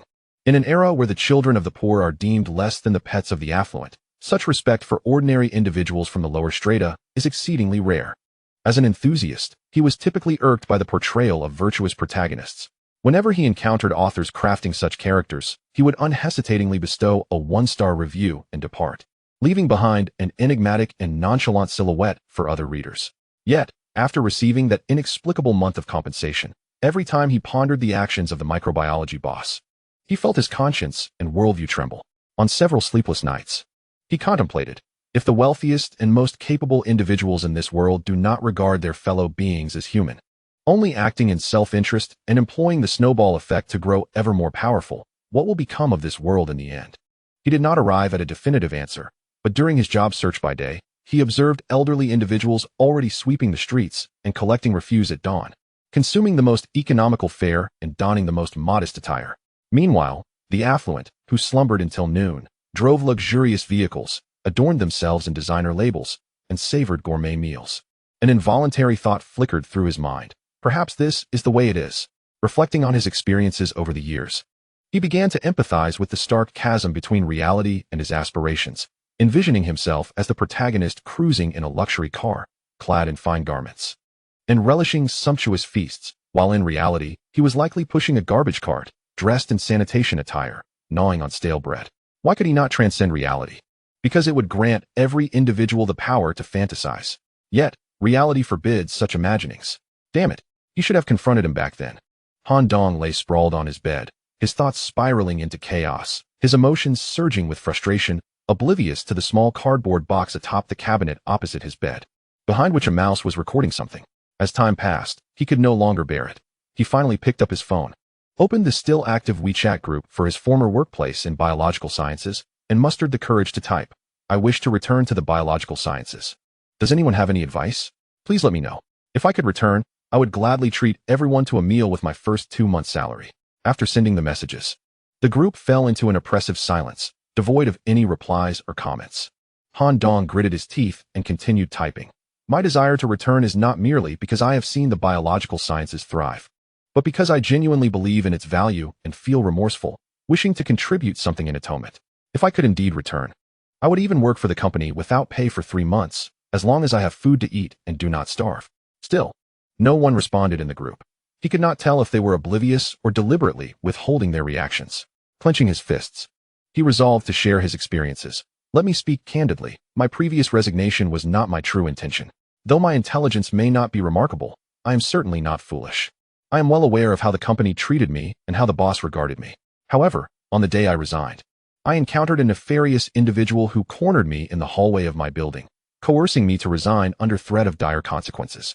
The individual, wearing a hat and mask and wielding a stick, instilled genuine fear in me. To ensure my safety, I complied without much thought, hastily drafting my resignation on my phone. In retrospect, I am filled with regret. Although I do not know the identity of the coward who threatened me, should I cross paths with him again, I would surely confront him. As long as his stick does not kill me, I would shatter his skull." In the next moment, the group finally reacted. Zhao Jiang remarked, "I thought you would say you would crush his flowers instead." Yin Dongyi replied, "Zhao Jiang, have you been in Chengdu too long and started to assimilate?" Han Dong is recounting a harrowing experience, while you seem to be preoccupied with unhealthy thoughts. Hua Feng, the other day, I encountered a masked individual who inexplicably kicked me and ominously warned, "If you dare continue working at microbiology, I'll make you pay." I was momentarily stunned and failed to react. By the time I gathered my senses, he had already fled. Jin Xiaoyan. Hua Feng, what did you do afterward? Did you consider resigning? Hua Feng, I did not. I reported the incident to the police. I thought to myself, should he persist in his harassment, I might inadvertently harm him, which could be deemed self-defense. Wei Daitong. Hua, it's evident that your military background has endowed you with remarkable mental fortitude. Tao Xiaofeng. Since you have all spoken up, I shall not hold back any longer. I too was threatened. A man in a baseball cap accosted me on my way home, demanding I quit my job, or he would mar my face. Terrified, I acquiesced. Jiang Yun. I always believed I was an isolated case, too afraid to speak out for fear of being surveilled and facing retaliation. Listening to you all, I realized those individuals were not targeting us specifically, but rather microbiology as a whole. I have often wondered why I encountered such a person after only 2 days at microbiology, and it now seems evident that they are organized. Han Dong. May I ask if anyone has the means to help me return to microbiology? Though I am not affluent, I am a man of my word. Whoever assists me in returning, I will compensate with my salary from the first 2 months, excluding overtime. Hua Feng. Given the current circumstances, that seems highly improbable. Akin to scaling a mountain. A fellow veteran recently shared insights about microbiology that left a lasting impression. He remarked that microbiology is soon to become a forbidden zone for ordinary folk, a place where countless high-salaried talents are eager to tread. Chapter 72. I offer you a favor worth 100 billion. Upon the emergence of this news, whether typing or quietly observing, everyone felt a collective jolt of surprise. Although their connection to microbiology was brief, they all understood the nature of the company and the immense fortune it was to gain entry. Han Dong's plea came across as somewhat blunt and urgent, even tinged with an air of flattery. Yet, deep down, it resonated with their own sentiments. The reason they hesitated to immediately concur was twofold: a desire to assess the situation further and the embarrassment of pride. For most in the group had voluntarily resigned rather than being dismissed. Hua Feng, being among the few who left involuntarily, found himself in a unique position. Han Dong remained undeterred. My demands are modest. If I could return, I would not require a prestigious assistant role, nor would I contest with those high-salaried talents. Even a position as a janitor would suffice. I do not seek to retain my previous salary. A reduction by half, or even 2/3, would be acceptable. If any of you truly possess connections and find it inconvenient to speak in the group, feel free to send me a private message, should you succeed. There shall be generous rewards. The usually reticent Wei Hongbing responded with a 1, followed by Chu Jian with 2, and Yang Xianzhong with 3, in a modestly arranged room. Hua Feng sat upon a stool, poised to continue typing, when he noticed the group messages spontaneously aligning in formation, causing his fingers to hover awkwardly in the air. After considerable contemplation, he deleted his previous message and resolved to join the ranks. 97. I may be thick-skinned, but I am willing to assist everyone in giving it a try. As the sequence reached 139, a message suddenly popped up, jolting everyone's attention. In Chengdu, within the headquarters of the Western Theater Command, 2 elderly men in their 60s sat across from each other at a table. Old Zhao, the man in the Zhongshan suit, remarked, adjusting his thick glasses, his hair meticulously styled with a hint of mischief at the corner of his mouth. If I am not mistaken, at this very moment, you should be feeling a twinge of discomfort in your chest. Old Huang, the man in military attire, replied, revealing a wry smile. When it comes to intuition, you are indeed the master. You can sense even the slightest disturbances without my prompting. The other elder, clad in military garb, appeared to ponder something, eliciting a bittersweet smile. The man in the Zhongshan suit, noticing his reaction, leaned forward with growing intrigue, lifted his cup of tea, gently blew on it, and took a sip. I heard that your old comrade Zhu, eager to implement the directives from above and ensure you have something warm to eat, has advanced your military funding for the latter half of the year. Upon hearing this, the military-clad elder shook his head with a rueful smile. You know how old Zhu is. Once he makes a decision, he acts with unwavering resolve. Not only did he cover our military expenses for the second half of the year, but he also sold my cherished magpie porcelain from my office. The elder in the Zhongshan suit raised an eyebrow, inquiring, is that true? The military elder extended a finger, bending the upper half downward. Is this a joke to you? Leaning forward slightly, the Zhongshan elder's expression sharpened. How many zeros are we talking about? The military elder countered, what do you think? The Zhongshan elder bit his lip. It can't really be 11 zeros, can it?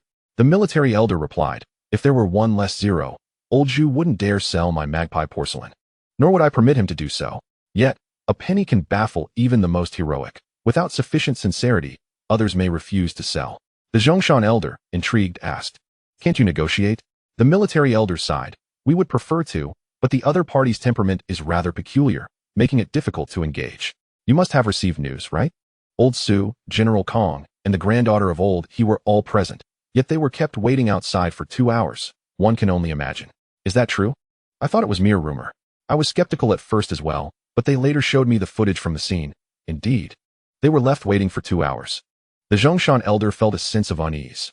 What sort of influence does the boss of microbial life possess to dare keep old Su, with his notorious temper, waiting outside? Did his underlings not even threaten the other party with their firearms? I say, old Huang, you truly are a product of your environment. Habits are hard to change. After years of cultural cultivation, your boorishness remains unrefined. They are a legitimate technology enterprise, helmed by a proud Chinese entrepreneur, while others toil to develop extraordinary technologies. You think not of rewarding them, but rather of intimidating them. What distinguishes you from the bandit chieftains of your... You speak eloquently. Yet I find it hard to believe that you Haven T considered negotiating with firearms or coercing compliance. If I surmise correctly, there must have been some unusual directive from above that led old Su, with his notorious temper, to endure 2 hours of disregard. The elderly military officer's eyelids flickered, pondering. What manner of person is this? His intuition is remarkably sharp. Not wishing to delve into this topic any further, he hastily lifted his teacup and smiled. Come. Let us enjoy some tea. Indeed, was it a directive from above? The elderly gentleman in a Zhongshan suit observed the expressions of his counterpart closely. Upon noticing the unnatural flutter of the latter's eyelids, he realized his suspicions were confirmed. As the other raised his teacup, he understood that they could not continue this conversation, and thus, with a tacit agreement, he lifted his own cup and smiled faintly. Very well, let us drink tea. A sip of tea, and 3 seconds later. When it comes to fine tea, your Western theater truly excels. Indeed, just look at what we produce here. The elderly gentleman in the Zhongshan suit set down his cup, his gaze imbued with flattery. Old Zhao, considering our long-standing friendship, it would be unkind for you to send me away empty-handed after my long journey. Might you grant me a copy of the technical data for that ecological energy storage battery? Upon hearing this, the elderly military officer's demeanor shifted dramatically, and he bellowed, Guard. Show our guest out. Old Zhao, no, keep your voice down. The gentleman in the Zhongshan suit, though somewhat prepared, was taken aback by his counterpart's blatant disregard for decorum and quickly rose, raising a hand to halt the proceedings. The military officer pointed accusingly, feigning indignation, Old Huang. I regard you as a friend, yet you treat me as a fool. Our entire Western theater has been frugal to the point of selling my cherished magpie porcelain. After expending 900 billion to secure this technology, you expect to receive it for free? Truly, you have no shame. Calmly observing the other's flustered demeanor, the gentleman in the Zhongshan suit thought to himself, so that was why he inexplicably mentioned the worthless magpie porcelain. It was a trap laid for me. Realizing he would likely face significant losses today, he quickly retorted, I never intended to take anything for free. I am not that sort of person. Upon hearing this, the military officer immediately calmed, shifting his tone. Oh really? Then prove it to me. As he spoke, his gaze bore into the other man. The gentleman in the Zhongshan suit met that gaze, discerning a hint of malicious glee hidden beneath the cunning exterior, and replied helplessly, How would you have me prove it? The military officer smiled slightly, striving to appear more congenial. We spent 900 billion acquiring that technology, not to mention the human resources and other costs. Today, since you, Old Huang, have come personally, I shall grant you a favor worth 100 billion. If you wish to proceed, simply offer me 800 billion. And I will share the technology in its entirety with you. The elderly gentleman in a Zhongshan suit, upon hearing this, nearly leapt from his seat. Old Zhao. I see clearly now, you have deliberately set a trap today. Accusing me of regarding you as a fool is nothing but a blatant reversal of blame. The military-clad elder smiled and soothed him. Old Huang, please, sit down and do not be so agitated. Business is a matter of negotiation, not of anger. If you find the price unreasonable, you are welcome to question it. If your inquiry is valid, I may even offer you a discount. Chapter 73. Intelligent Nano clothing. The Zhongshan-suited elder wore a displeased expression and retorted with sarcasm. What you propose is hardly a discount. Your tone suggests you wish to wrap me up completely. Old Huang, that is not how we should speak. Let me ask you, the 900 billion. Was that not funded by our Western Theater Command? The Zhongshan elder sat back down. Indeed. However, as far as I know, You not only applied for a loan from above, but you also divided it into 3 installments, taking a year to repay. Whether we have a loan or how many installments it consists of, let us simply determine if this 900 billion is genuine currency. Uncertain of the other's intentions, the Zhongshan elder reluctantly replied, even if that is the case. The military elder interjected. See, you yourself have acknowledged it. Our Western Theater Command has indeed spent 900 billion in real currency to acquire the technology. Now that the technology is acquired, selling it to you for 800 billion seems quite reasonable, does it not? The Zhongshan elder grew anxious. No, old Zhao, do you not have any shame? Is this how you account for things? Not to mention your monopolistic behavior, deliberately preventing our people from engaging with microbiology, capturing anyone who approaches. The value of that technology alone must far exceed 900 billion, right? Before you took action, I heard someone was willing to pay 1 trillion for it. You leveraged your position to undercut by 100 billion, taking the largest advantage, and yet here I am, coming with sincerity, and you still demand exorbitant prices? The military elder retorted, Old Huang, we cannot shed our clothes and act irresponsibly in conversation. When did we ever leverage our status to force a 100 billion reduction? Although our quoted price was 900 billion, we actually offered it for 1 trillion. Otherwise, do you think microbiology would be left unbothered at this moment? The Zhongshan elder suddenly grasped the situation. Ah, I understand now. You are secretly withholding 100 billion as a protection fee. Tisk, tisk. Your Western Theater Command certainly knows how to conduct business. The military elder's expression darkened. First of all, in business, it is a matter of mutual consent. Do you have any say in this? Secondly, do you think we desire this? You are well aware of the current economic conditions. How could we possibly produce such a sum? We are merely tightening our belts, saving every single coin. The Zhongshan elder conceded. All right, even if your reasoning holds. Consider it from my perspective. If I were to buy it for 900 billion and sell it to you for 800 billion, would you agree? The military elder's expression brightened, his hands spread wide in response. I would agree. Wholeheartedly. Why would I not? If you purchase for 900 billion and sell for 800 billion, incurring a loss of 100 billion, I would not only agree but would also be secretly pleased. The elder in Zhongshan's suit, observing the other party's discomfort, the elder in military uniform seized the opportunity, saying, Look, under the same conditions and price, if I were in your position, I would have happily handed over the money by now. Yet here you are, not only refusing to pay, but also wearing a face as if someone owes you money. The elder in Zhongshan's suit replied, Old Zhao, your approach lacks sincerity. Let us cease this mutual probing of limits. I will state a figure. If you agree, I shall immediately produce the funds. Go ahead, speak. The expression of the elder in Zhongshan's suit turned serious, his gaze sharp and penetrating. 500 billion. Provide us with a backup. The elder in military uniform, initially filled with anticipation, instantly deflated upon hearing this figure. He rose, circumvented the table, grasped the other man's hand, and repeatedly urged, Get out, get out, get out. The elder in Zhongshan's suit halted, preventing the other from pushing him towards the door, and earnestly stated, 500 billion is truly not a small sum. The elder in military uniform was unmoved. At a zero, and I might consider it. Otherwise, feel free to purchase from wherever you please. The elder in Zhongshan's suit, are you truly not open to negotiation? Get out, get out, get out. After a moment, at the doorway of the room, he said, All right. Enough pushing. Propose a price I can accept. The military elder relaxed his grip and extended 3 fingers. This is the lowest price I discussed with old Zhu. If you cannot meet this amount, do not even think about touching it. The elder in Zhongshan's suit, is there truly no room for discussion? None. The elder in Zhongshan's suit, this price is a bit steep. I need to return and consult with others. The military elder responded, That is fine. However, let me make it clear, once this opportunity passes, it may not return. This price is only valid for now. If it rises later, do not blame me for increasing my demands. The elder in Zhongshan's suit, are you forcing me to make a decision? The military elder smiled broadly. How could I dare? Who in the 5 battle zones does not know you, old Huang? I lack the courage. We simply do not possess such boldness. The elder in Zhongshan's suit, Old Zhao, are you not afraid I might approach the owner of Microbio for this technology? The military elder retorted, They have already sold their technology to us. What more do you expect? The elder in Zhongshan's suit narrowed his eyes. You know that is not what I meant. The military elder replied, Microbio has been designated as a special protection object within my Western Theater. Should your Central Theater wish to lay a finger on it, we would be most welcoming.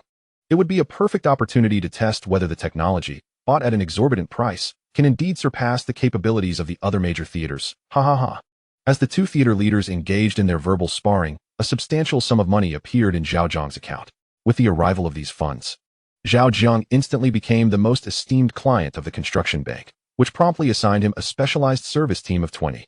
Their directive was clear. From this moment forward, they would serve only Zhao Jiang. Any request from him must be addressed immediately and reported back to headquarters. The team leader, Qi Bai, one of the most exceptional managers and specialists from headquarters, was taken aback upon receiving this order but did not voice his objections at that moment. Until after work, he finally called a special number. "Dad, have you taken a break?" On the other end, his father replied, "Not yet. I am dealing with some important documents." "What about you? Why aren't you resting?" Qi Bai responded, "I have been transferred to a private service team, so I will have significantly more free time moving forward." There was a moment of silence on the line before his father said, "That's quite good." Qi Bai continued, "Dad, I don't quite understand. Why is headquarters placing such great emphasis on a mere 300 billion in funds?"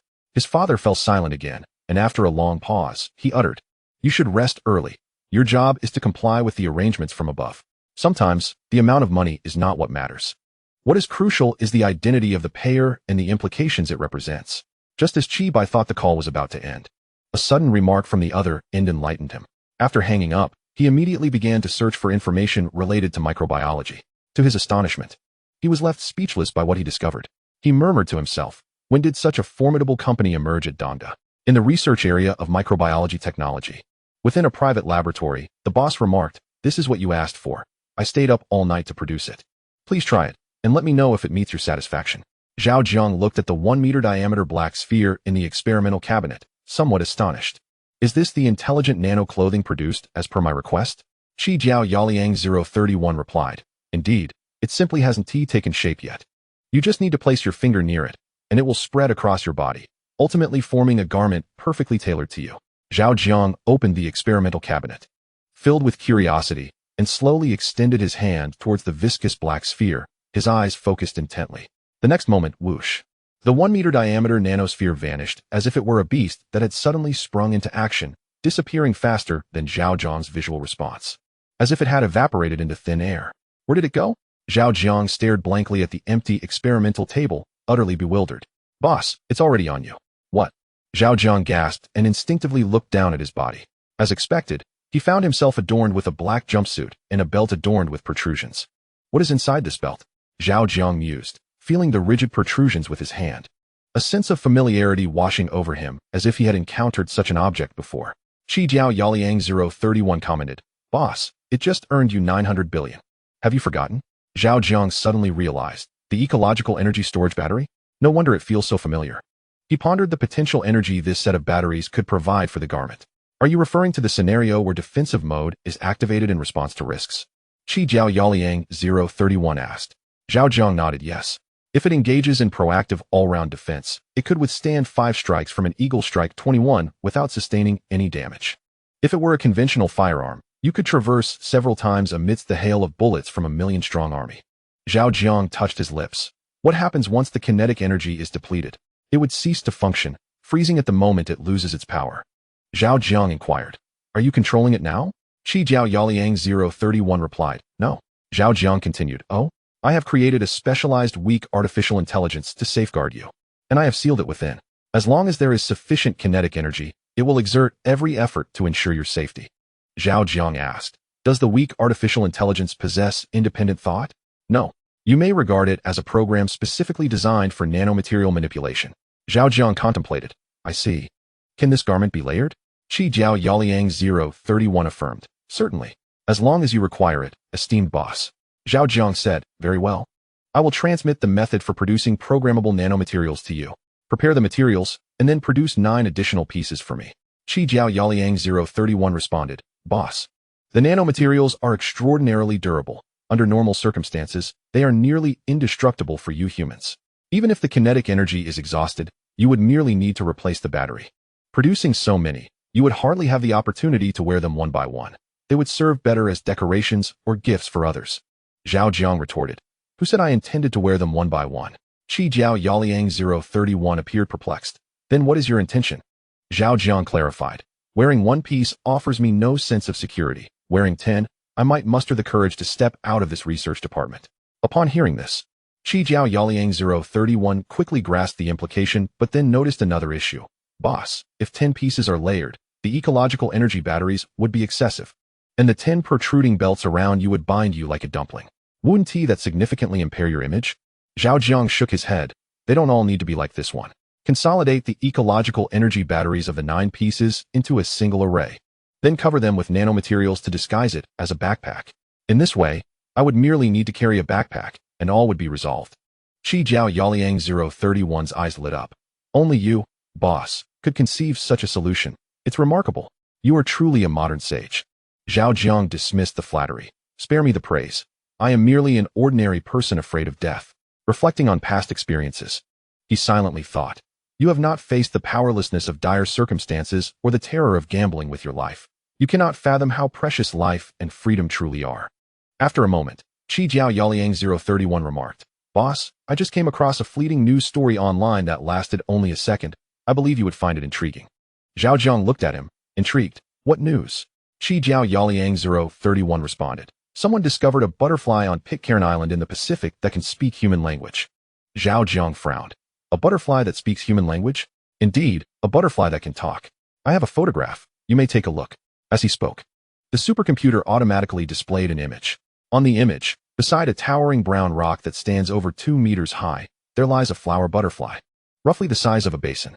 It appears to have suffered some form of attack, with only half of its body remaining, surrounded by a powdery purple liquid, the nature of which, whether it is the butterfly's blood or something else, remains uncertain. Zhao Jiang inquires, what is that powdery purple liquid? Kitty Aoliang 031 responds, it is highly probable that it is the butterfly's blood, but the news did not specify, so we cannot confirm. Zhao Jiang asks, what did it say? Kitty Aoliang 031 replies, it kept repeating a phrase. The wind has begun to change color. Zhao Jiang questions, what language was used? Kitty Aoliang 031 states, the news did not provide this information. Thus it remains untraceable. Perhaps only the publisher knows. Zhao Jiang probes, where did you see this news? On the dark web. Zhao Jiang furrows his brow, contemplating a response. Then finally says, the dark web is said to be quite treacherous. Please exercise caution. Rest assured, I only ventured in after ensuring my absolute safety, the other assures. Zhao Jiang queries, are you suggesting that this news existed for merely a second? Indeed. The publisher posted it, and it was immediately taken down. Zhao Jiang clarifies, does this mean that, apart from you and those similar to you, ordinary humans would hardly be able to see it? Precisely. The duration was too brief. With human reaction times, even a glance would be difficult to retain, unless one possesses an innate ability to remember vividly. Zhao Jiang ponders, do you believe this news to be genuine or false? After a moment of contemplation, Kitty Aoliang 031 concludes, 99% true, 1% false. Zhao Jiang remarks, so? It can essentially be confirmed? Yes, barring any compulsive doubt regarding probabilities, this should indeed be a tangible occurrence. Zhao Jiang probes further. Have you discovered any other similar news prior to this? Kitty Aoliang 031 affirms, yes, but not in abundance. Zhao Jiang encourages, please share more. Kitty Aoliang 031 recounts, last month, a mysterious incident transpired in a remote English village called Barkin. In one night, all 200 households vanished inexplicably, including their livestock and pets. Following the incident, local police rushed to investigate. However, after a month, aside from discovering numerous traces of ants, nothing else was found. The residents and animals seemed to have vanished into thin air. Zhao Jiang clenches his fist. Continue. Kitty Aoliang 031 adds, the day before yesterday, a unique luminescent plant was discovered in the Arctic, astonishingly able to grow on ice, fragrant by day and glowing by night. Zhao Jiang exclaims, fragrant by day and glowing by night? Does that mean it emits a scent during the day but does not glow? Correct. Zhao Jiang continues. Then does it not emit a scent at night when it glows? Exactly. Zhao Jiang queries. Has this plant never been discovered before? Kitty Aoliang 031 responds. According to existing records, it appears to be an entirely new species. The discoverer has named it ice-like grass, and research is currently underway. Zhao Jiang asks, is there more? Kitty Aoliang 031 replies, there are 2 more. Zhao Jiang gazed at the other side of the screen, a tempest of unease swirling within him. Proceed. He urged. In the depths of the South Pacific, an unusual phenomenon had transpired, a torrential downpour of crimson crystalline rain. Chapter 75. Preparing for a full-scale escape from Earth, Zhao Jiang furrowed his brow. Crimson crystalline rain? What kind of crystals are we speaking of?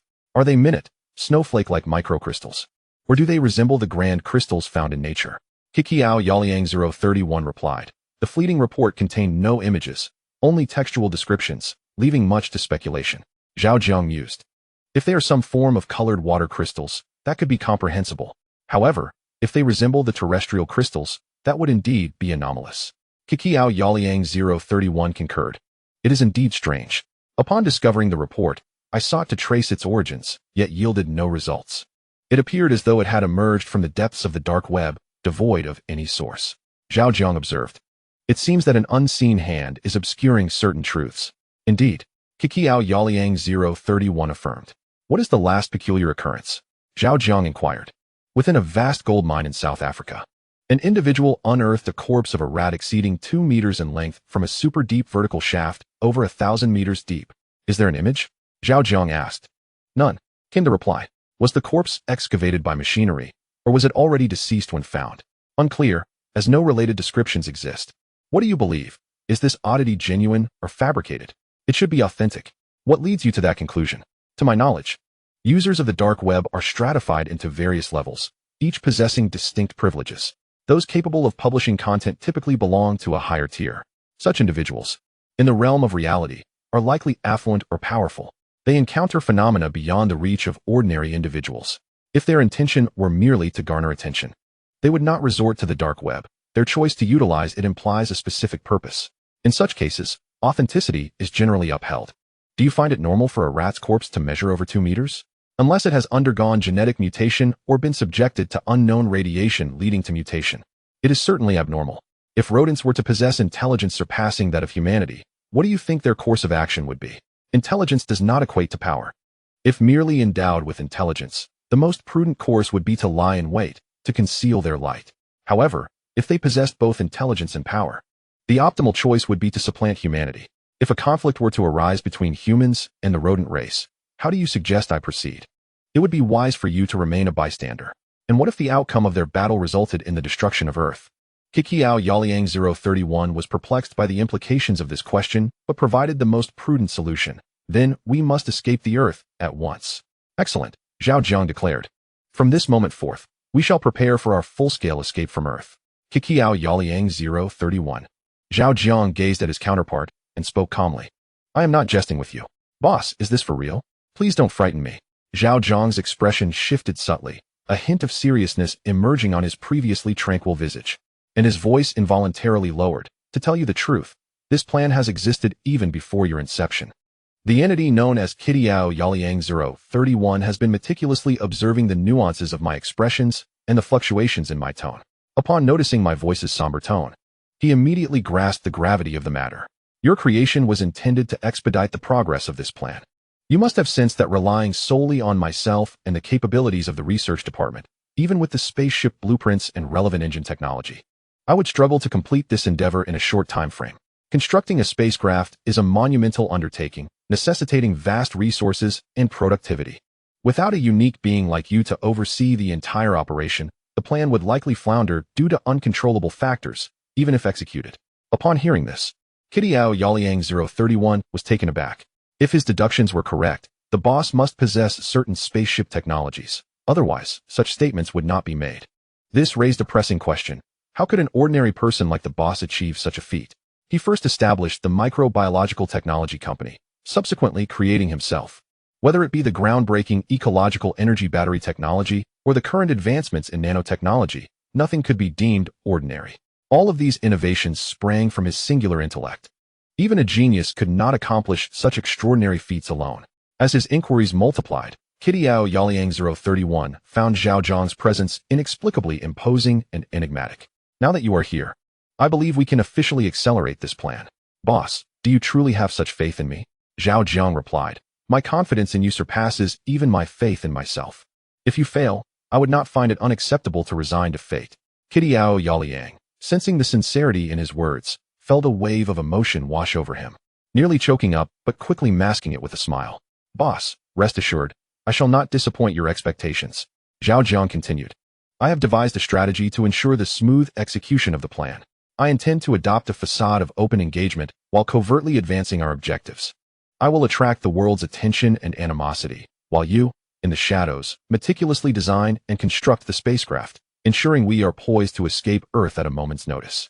If resources permit and time allows, we should endeavor to produce several vessels. The more we can carry, the better. Boss, I wish to know your preliminary plan regarding the number of individuals you intend to evacuate. Zhao Jiang pondered for a moment, then solemnly replied, the more, the better. Zhao Jiang's expression turned grave, a torrent of data swirling in his eyes. Understood. I shall dedicate myself fully to this cause. Having experienced extraordinary peril, his instinct for danger far surpassed that of an ordinary individual. Due to safety concerns and time constraints, ever since the incident with microbiological technology, Zhao Jiang had remained sequestered within the custom-designed research department, refraining from stepping outside.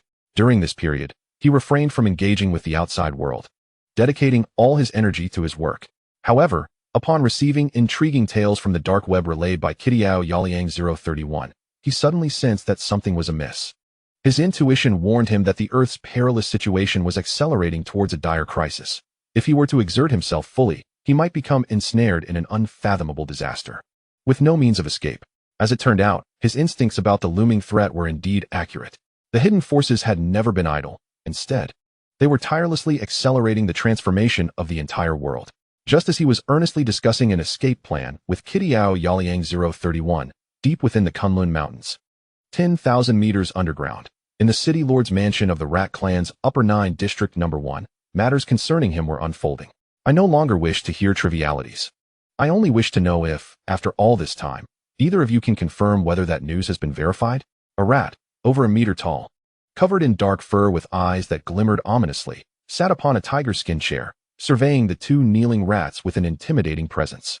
City Lord, we have been unable to access the core information regarding the ecological energy battery technology, nor have we procured any relevant samples for verification. However, based on various clues and intelligence, I believe there is a high probability that it is indeed true. The black-furred rat at the forefront raised his head, his small eyes brimming with vitality. The city lord responded, this matter is of utmost importance. I do not want probabilities. I demand absolute certainty. Upon hearing this, the black-furred rat fell silent, pondering that without access to the core technical documentation or samples, certainty was an impossibility. Noticing their silence, the city lord's anger flared. Have I granted you all this time without yielding a single solution? City Lord, it is not that we cannot conceive of a solution, but rather, we have exhausted all conceivable options. This target is exceptionally difficult to procure. A gray-furred rat interjected, implying that he had exerted himself to the fullest. The city lord's gaze sharpened at the remark. How difficult can it be? The gray-furred rat, sensing the gravity of the situation, felt a jolt of fear. The core data and related battery samples of the microbial organism are securely housed within our research department. However, that department is fortified like a fortress, impenetrable. The impenetrable? How can that be? The city lord inquired. We have attempted every possible approach, be it from above, below, or even from the sky. We have found no entry. During its construction, they employed a multi-layered structure of concrete sandwiched with steel plates, making it impossible for our claws to make any headway. Upon hearing this, the city lord could no longer contain himself. Your claws cannot dig? Do you not know how to use a power drill? We are not devoid of tools. The gray-furred rat, upon hearing this, glanced up with a complex expression and slowly replied, City Lord, I had not yet finished speaking. Not only did they implement a multi-layered structure, but they also installed electric grids on every layer of steel. The intelligence operatives under my command met a tragic fate when they unwittingly penetrated the electric grid with a power drill, resulting in their immediate demise. Upon hearing this, the rat city lord rose, pointing an accusatory finger at the gray mouse, exclaiming loudly, Did you not consider finding a way to cut off their electricity before proceeding? The gray mouse, feeling a sense of injustice yet reluctant to show it, attempted to explain. At first, we were unaware. After the incident, we indeed sought to disconnect the power in their sector, but the rat city lord suddenly sensed an ominous foreboding. But what? The gray mouse replied. But it seemed they were unaffected. The power grid continued to operate, leading to the loss of yet another operative. The rat city lord scolded. How could you be so foolish? After suffering a setback, did you not think to probe the situation before commencing operations? How could you have charged in without caution? The gray mouse pouted, murmuring in a small voice. Who could have anticipated this?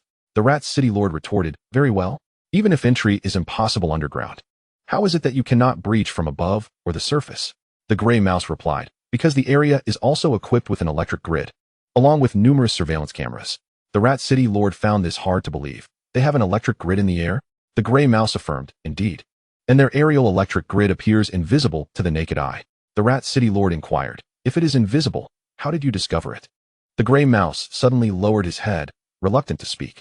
Observing this, the rat city lord commanded, speak. With no alternative, the gray mouse whispered, we, 7 operatives, descended by parachute for a night raid, only to find ourselves suspended in midair, being. The rat city lord interjected with a stern voice, being what? Burned to a crisp. The rat city lord's fury erupted upon hearing this, his tail sweeping across the table and sending a cup crashing to the ground, startling the gray mouse. Minutes later, his anger had somewhat subsided, yet he remained indignant. What manner of microorganism is this? How could they establish a research department more fortified than a military camp? The black mouse, who had spoken only once, interjected, my lord. This question is not only on our minds, but also on the minds of many humans. However, to date, no force has been able to ascertain their true nature. All that is known is their collaboration with the military, yet the specifics of this partnership remain shrouded in mystery. The rat city lord abhorred such uncertain news. Erupting in anger, 2 useless fools. Get out. The gray mouse and the black mouse exchanged glances, synchronously rising to salute before retreating. Half a day earlier, 30,000 meters underground in the Under 9 city, at the Zero Experiment Laboratories Monitoring Center. Sister, we have uncovered the truth. A robust white mouse with bright, intelligent eyes approached a seemingly frail white mouse, respectfully bowing. Behind him stood 3 valiant combat mice. Pray tell, the robust mouse continued. The ecological energy storage battery developed by the microorganisms is genuine, and they have entered into a partnership with the Western Theater, selling the entire technology package, including patents, for $900 billion. Currently, the Western Theater is conducting various tests centered around this technology, aiming to integrate it into various weaponry. Have you clarified the true developers of this technology? The research department of microbiology is completely inaccessible. There is no way to investigate. The princess of the mouse clan paused her work and turned to face her companion, her gaze both commanding and assertive. Inaccessible? The robust white-haired mouse sensed a shift in the atmosphere and promptly produced a holographic projection device, swiftly manipulating it to display a 3-dimensional image in the air. Sister, this is the research department of microbiology, where the different colored nets represent various layers of defense. The mouse princess immediately recognized its extraordinary nature. This is not a conventional structure. Moreover, the colors you have annotated are so intricately complex that it appears the defenses are exceptionally formidable. Indeed, according to our reconnaissance, this research department is enveloped by at least 3 layers of electric nets. There is no way to enter from any direction without encountering them. Unless their power supply is severed, one would undoubtedly face electrocution. The mouse princess stared intently at the holographic projection, and after a moment, remarked, if the ecological energy battery technology is indeed real, then these electric nets are virtually insurmountable. Sister, you are incredibly astute. Someone attempted to cut off the power in the area where their research department is located, hoping to infiltrate, but they suffered heavy losses. The mouse princess responded, it is not my intelligence, but rather, based on the current information, we can essentially confirm that the owner of microbiology had meticulously planned everything prior to constructing this base. By the way, have you gathered the latest photographs and videos of him that I requested? No, only the previous ones remain.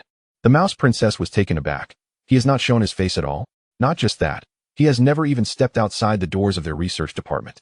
The mouse princess narrowed her eyes slightly. Have you noticed that he seems to be deliberately evading someone? No, I find him quite normal. Normal? It is said that he is a scientist and a workaholic, and many of the technologies should be closely related to him. Such a person, although he is the owner, has behaviors that are entirely justifiable. The mouse princess turned to retrieve her device, projecting the appearance of the owner of microbiology. Her eyes sparkling. Do you not find the owner of microbiology somewhat familiar? Familiar? I do not think so. I feel that humans all look alike. The mouse princess glanced at her companion, silently thinking, my foolish brother, sigh, never mind. Is that so? Perhaps it is merely my illusion. By the way, you should inquire with our elder brother to see if he has any means of capturing the owner of microbiology. Sister, do you suspect it is he who developed this technology? No, I am more interested in him as a person. Sister, I am not trying to dampen your spirits. But given the current situation of microbiology, we have no opportunity to act without fully exposing ourselves. Therefore, even if our elder brother has ingenious schemes, it is unlikely they can be implemented at this moment. Please inquire, and if there is a way, bring him to me as quickly as possible. I wish to use him to feed the Zero specimen. If not, then let it be. All right, wait a moment. Sister, do you have any further instructions? I want him alive. Understood. The princess of the rodent clan projected a photograph of Zhao Jiang into the air, juxtaposing it with an image of the microbiological entrepreneur in a white suit from the inception of his company, murmuring to herself, "Zhao Jiang, is the current you still the same as before?" Chapter 77. The giant ants of Mississippi. At the moment the rodent princess discerned Zhao Jiang's true identity, a tragic event was unfolding in a villa built in the 1990s, located in the suburbs of Belzoni, Mississippi. An elderly white couple, both over 60, lay face down on the floor, their bodies pinned helplessly to the palm-hued wooden surface by a swarm of black ants, each comparable in size to a glass marble. This was their first encounter with such an incomprehensible assault, causing them to lose control and fear. Their trousers soiled as yellow liquid seeped around the feet of the surrounding ants. Creak. The tightly shut door suddenly stirred, prompting the couple to glance in unison. In the next moment, the door was forcefully pushed open, and 3 enormous black ants, each measuring 30 centimeters in height and length, strode in side by side. The elderly woman, having lived for over 60 years and seen numerous species of ants, was taken aback by the sight of such colossal, anomalous creatures, her eyes widening in disbelief. As the 3 giant ants approached, a wave of profound unease surged within her, prompting frantic struggles. Yet, ensnared by the multitude of ants, her attempts were futile, her terrified cries reduced to mere muffled sounds. The elderly man, witnessing the impending danger to his wife, felt a similar dread, yet found himself powerless. Countless ants clung to him like nails, pinning him to the floor, leaving him capable only of the most basic breaths through his nose. Crack, crack. In the midst of the elderly man's panic-stricken gaze, the 3 giant ants reached his wife, simultaneously lowering their mandibles to bite through her skull, commencing a gruesome feast on her brain. Oh no, no. The elderly man's eyes bulged with horror, his heart screaming in despair. Gurgle, gurgle. He watched helplessly as his wife's body convulsed in agony, blood pooling on the floor, his own voice stifled, teetering on the brink of collapse. Please, please, no. Hush. Suddenly, one of the giant ants turned its head toward old John, raising a foot to its mouth and making a shushing gesture, seemingly annoyed by his noise. Old John was momentarily taken aback by the ant's behavior, forgetting his terror and anguish for a fleeting moment. It was unfathomable to him that an ant could exhibit such human-like traits and convey the need for silence so precisely. This was exceedingly abnormal, utterly astonishing. Let me guess your name. Just as old John questioned whether he was dreaming, a clear yet peculiar voice pierced his ears, causing his pupils to constrict in disbelief. He gazed incredulously at another giant ant that spoke, his shock reaching unprecedented heights. The large ant, capable of human speech, devoured 3 substantial mouthfuls of its spouse's brain matter. Tilting its head, it remarked in a humorous tone, "If I am not mistaken, you must be called John Robinson. Am I right, old John?" Upon hearing this, old John began to thrash about wildly, seemingly desperate to convey something. "Come now, old John, do not be so agitated. We acknowledge that this is your beloved wife. But must you be so impolite? We are enjoying our meal. Could you not remain silent for a moment?" The large ant, speaking fluent English, raised its feet and made a dismissive gesture, evidently annoyed by old John's rudeness. Old John struggled even more fervently, as if fighting for his life. Calm yourself, old John. Once we have dined, I shall share with you a secret unknown to all." With no other option, old John reluctantly chose to quiet down. That is better. A little silence during dinner enhances one's appetite. Old John closed his eyes in anguish as he watched them consume his wife's brain, fervently wishing this was merely a nightmare. The sounds of gulping and crunching echoed around him, and the physical pain, coupled with the gritty sensation of dust invading his throat, served as stark reminders that this was indeed reality. Time passed, and when old John sensed the surroundings had quieted, he slowly opened his eyes. Sunlight streamed through the dust-laden skylight, illuminating the 3 large ants, their glossy black bodies appearing to be adorned with a coat of oil, exuding an aura of majesty. Moreover, whether it was an illusion or reality, he perceived 3 remarkably human expressions on the faces of the ants. One was intrigued, another disinterested, and the last displayed disdain. "Old John, I am pleased you refrained from making noise during the latter part of our meal. Now, allow me to reveal a secret that will utterly reshape your understanding." The disdainful large ant scuttled closer to old John, leaning in to whisper clearly into his ear, "Old John, I regret to inform you that your wife's brain is rather unpalatable, reminiscent of expired food. It carries a foul odor, and the supposed juicy brain matter is quite dry. I can often say that a human skull is akin to a mystery box of brains. You never know what flavor you might unearth. Regrettably, today luck was not on our side, and we retrieved a brain that tastes like excrement. Old John struggled violently. The large ant replied, Old John, please calm yourself. I bear no ill will towards your wife. My taste buds do not deceive. Your wife's brain truly resembles a pile of refuse.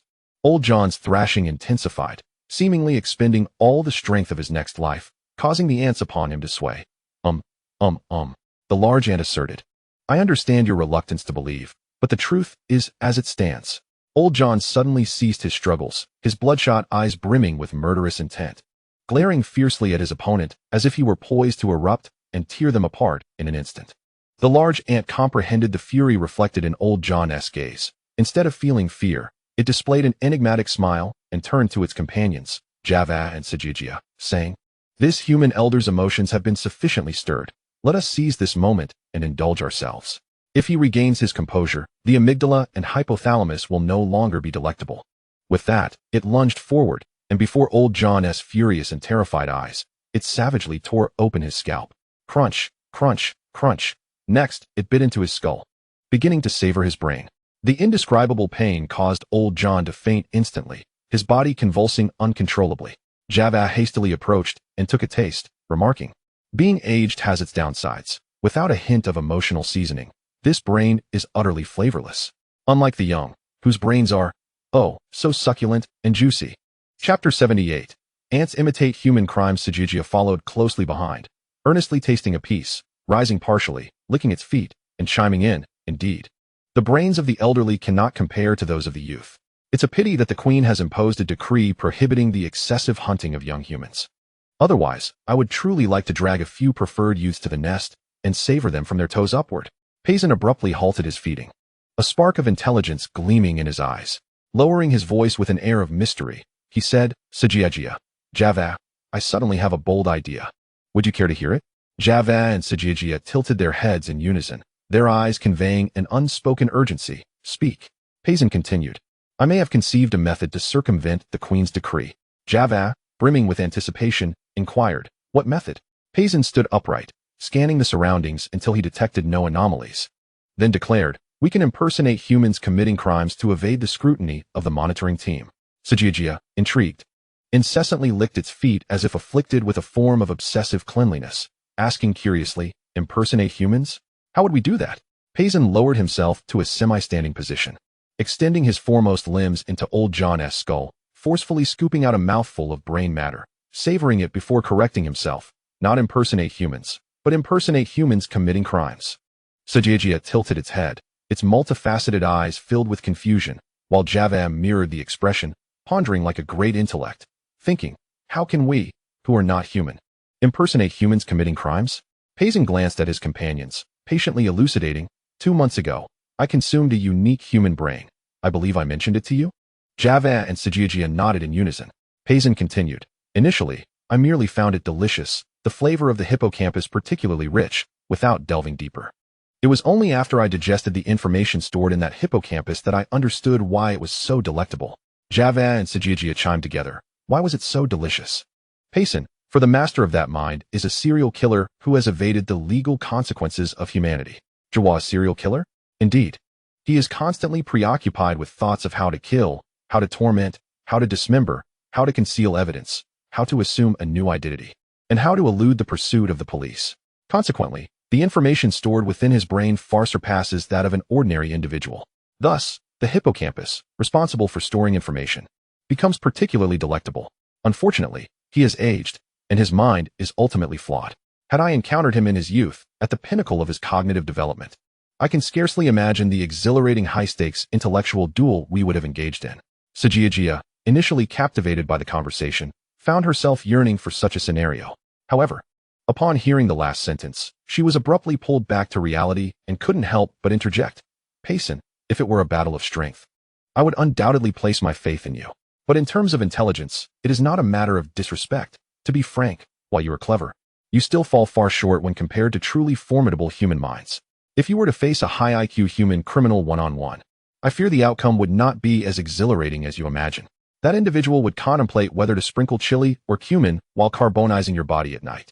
Jawa immediately echoed, Payson, I share the same sentiment. Upon hearing this, Payson felt a momentary stiffness in its movements and refrained from retorting. for it recognized that its earlier boast had merely been a product of the charged atmosphere. Noticing that Zhao and Zhao were offering no quarter, Payson promptly returned to the main point. The duel is not the crux. Rather, I have gleaned numerous criminal methodologies and thought processes from him. As long as we mimic his approach without exposing any flaws, humans will focus their attention on their own kind. In this manner, the vigilant monitoring teams that keep an eye on human news will subconsciously assume that the crimes are perpetrated by humans, thereby overlooking us. Payson, I apologize. I retract my previous statement. You may indeed be able to stand toe-to-toe with highly intelligent humans. You are a genius. Zhao instantly comprehended Payson's implication and became exhilarated, her 6 legs bouncing rhythmically in excitement. Seeing this, Payson felt a surge of joy and continued. I greatly admire a particular phrase that resides within that human's mind, as it succinctly unveils the dark truth of humanity. What phrase? Payson grinned malevolently. As long as one is not discovered, everything is permissible. Humans have laws, and we ants have decrees. Although the terminology differs, the function and essence remain the same. If those human criminals can exploit legal loopholes, why cannot the 3 of us exploit the gaps within the Queen's decrees? Zhao experienced an epiphany, her thoughts transforming in an instant as she murmured, Indeed. As long as we are not discovered by our kin, whatever we do aligns with the Queen's decrees. Zhao similarly grasped the implication, stifling his excitement as he inquired, Does this mean we can indulge in the minds of young humans at any time? Payson and Zhao nodded in unison, affirming the notion. Upon witnessing this, Zhao urgently inquired, Payson, what precisely must we do to emulate human criminal behavior without detection? Payson, lowering his gaze as he savored a couple of sips from the steaming fresh blood, wiped his mouth and replied, The preliminary plan, as I envision it, is to establish a decapitation gang, specializing in severing human heads. Consequently, with each murder, we can abscond with their craniums and relish their brains. As for selecting targets, mimicking human criminal actions, and enticing human law enforcement, this aspect requires further refinement. Zhao listened attentively, analyzing as Payson concluded his statement, and promptly offered her assessment. It seems feasible. Zhao's eyes brightened, and a surge of pheromones enveloped him. Decapitation is my forte. Payson responded, while decapitation itself is not difficult. The challenge lies in orchestrating the scene, crafting clues, and convincing human police that an actual human has committed the crime. Zhao, observing the blood on the ground trailing in a line, had a sudden flash of inspiration and proposed, Payson, Zhao, while these 2 corpses are still warm, why don't we act immediately, set up the scene, design clues, and deliberately lure human police to test our theory? If we succeed, it will indicate that our plan has great potential. If we fail, it matters not. We can simply change our target and try again. After all, the Queen Ant's decree only pertains to young humans. These elderly humans can perish without consequence, and even the monitoring squad couldn't be bothered to take a second glance. Chapter 79. They do not accept payment. Upon hearing this, Payson was instantly invigorated, standing upright and surveying the surroundings before resolutely declaring, All right, let us proceed. After reaching a consensus, the 3 large ants commenced their actions, simultaneously setting up the scene and designing the inducements. Payson, gleaning information from the minds of the 2 elderly individuals, discerned that they were doves, lifelong advocates of world peace who had participated in numerous anti-war demonstrations in their youth. Capitalizing on this insight, they temporarily defined the Decapitation Gang as a hawkish entity, a new organization born from fervor for warfare.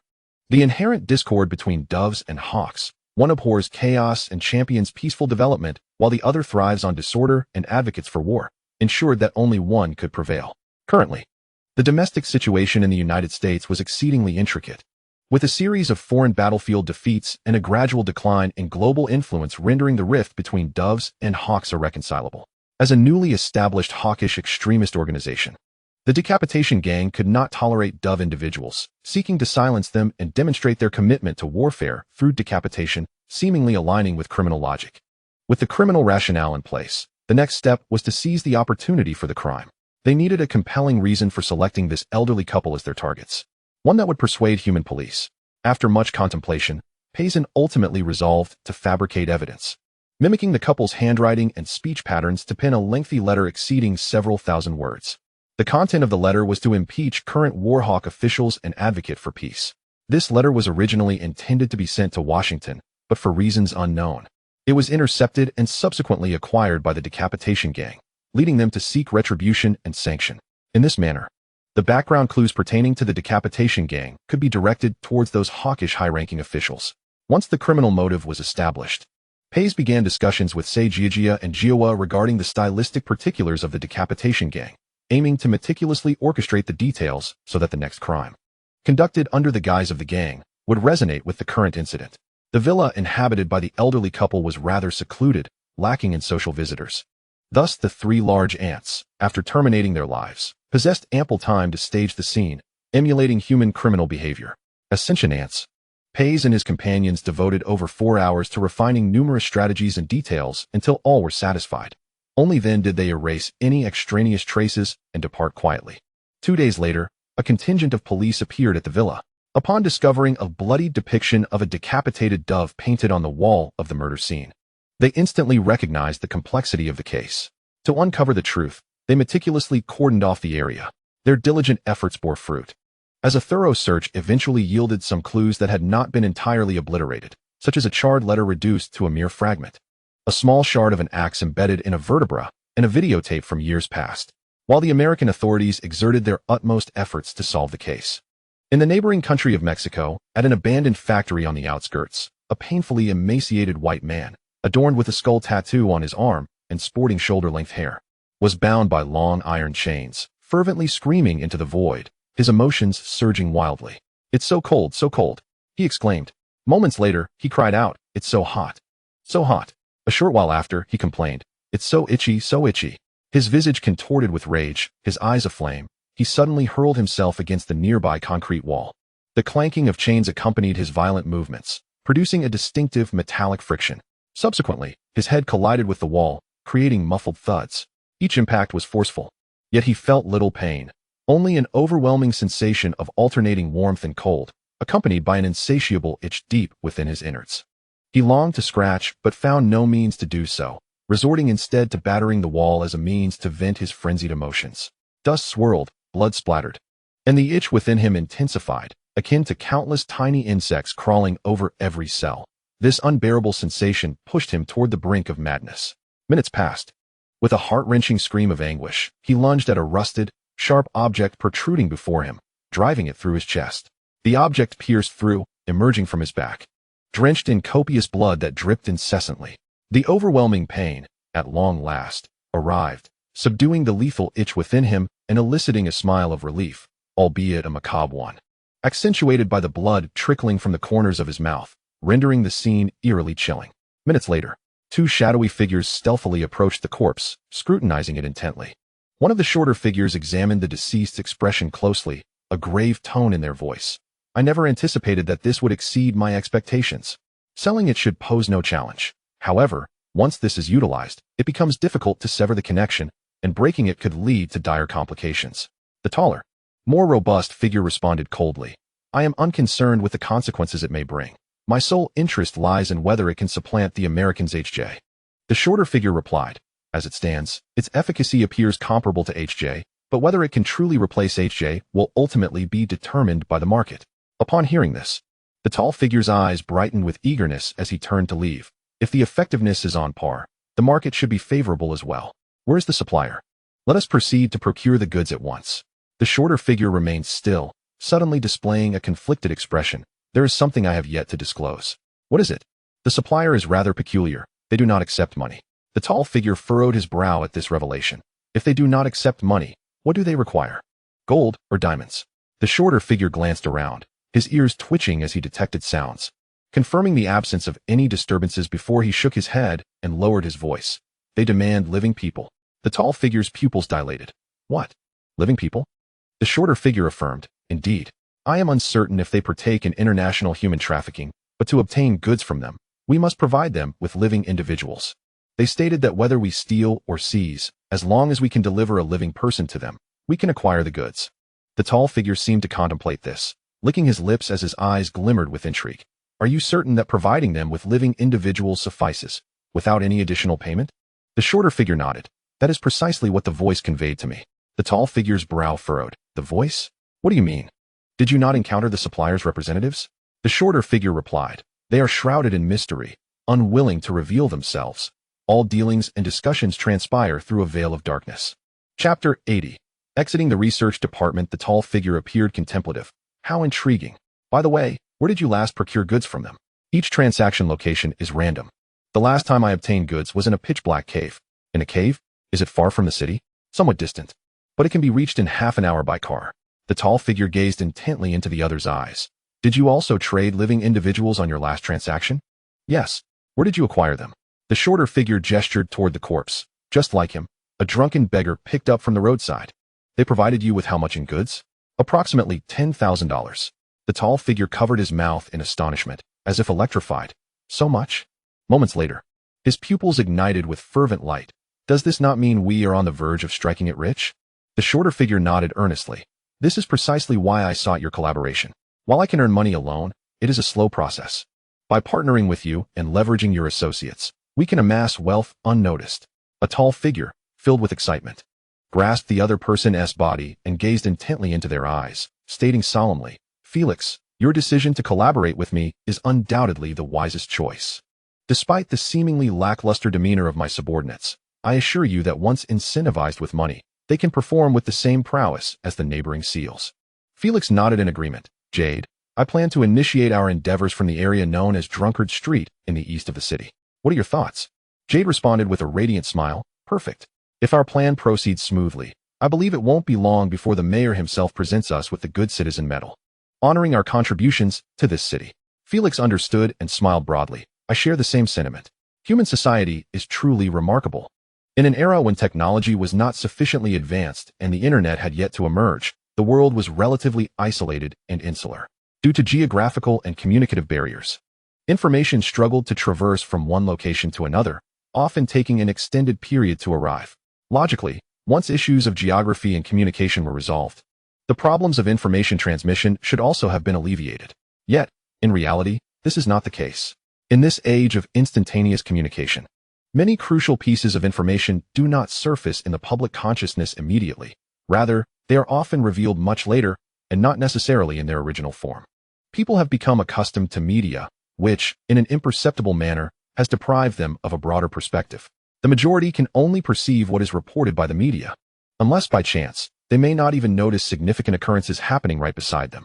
The American decapitation gang is growing increasingly powerful, garnering admiration from hawkish individuals. They have committed numerous crimes, prosecuted many dovish figures, and transformed the gory imagery of severed heads into a fashionable symbol, a form of belief. Meanwhile, the population in neighboring Mexico is rapidly declining. First, the homeless gradually vanished, followed by the disappearance of beggars. An invisible, mysterious hand, akin to an insatiable beast, is slowly consuming those forgotten by mainstream society. For various reasons, by the time related news reaches across the ocean, it morphs into a different narrative, the rise of American hawks. The decapitation gang resurfaces, grassroots movements in America advocate for action, Mexican economy revitalized, the nation rejuvenated. America's aging population experiences reverse growth. Mexico City boasts the highest per capita income in the world. Mexico, a new paradise for the people.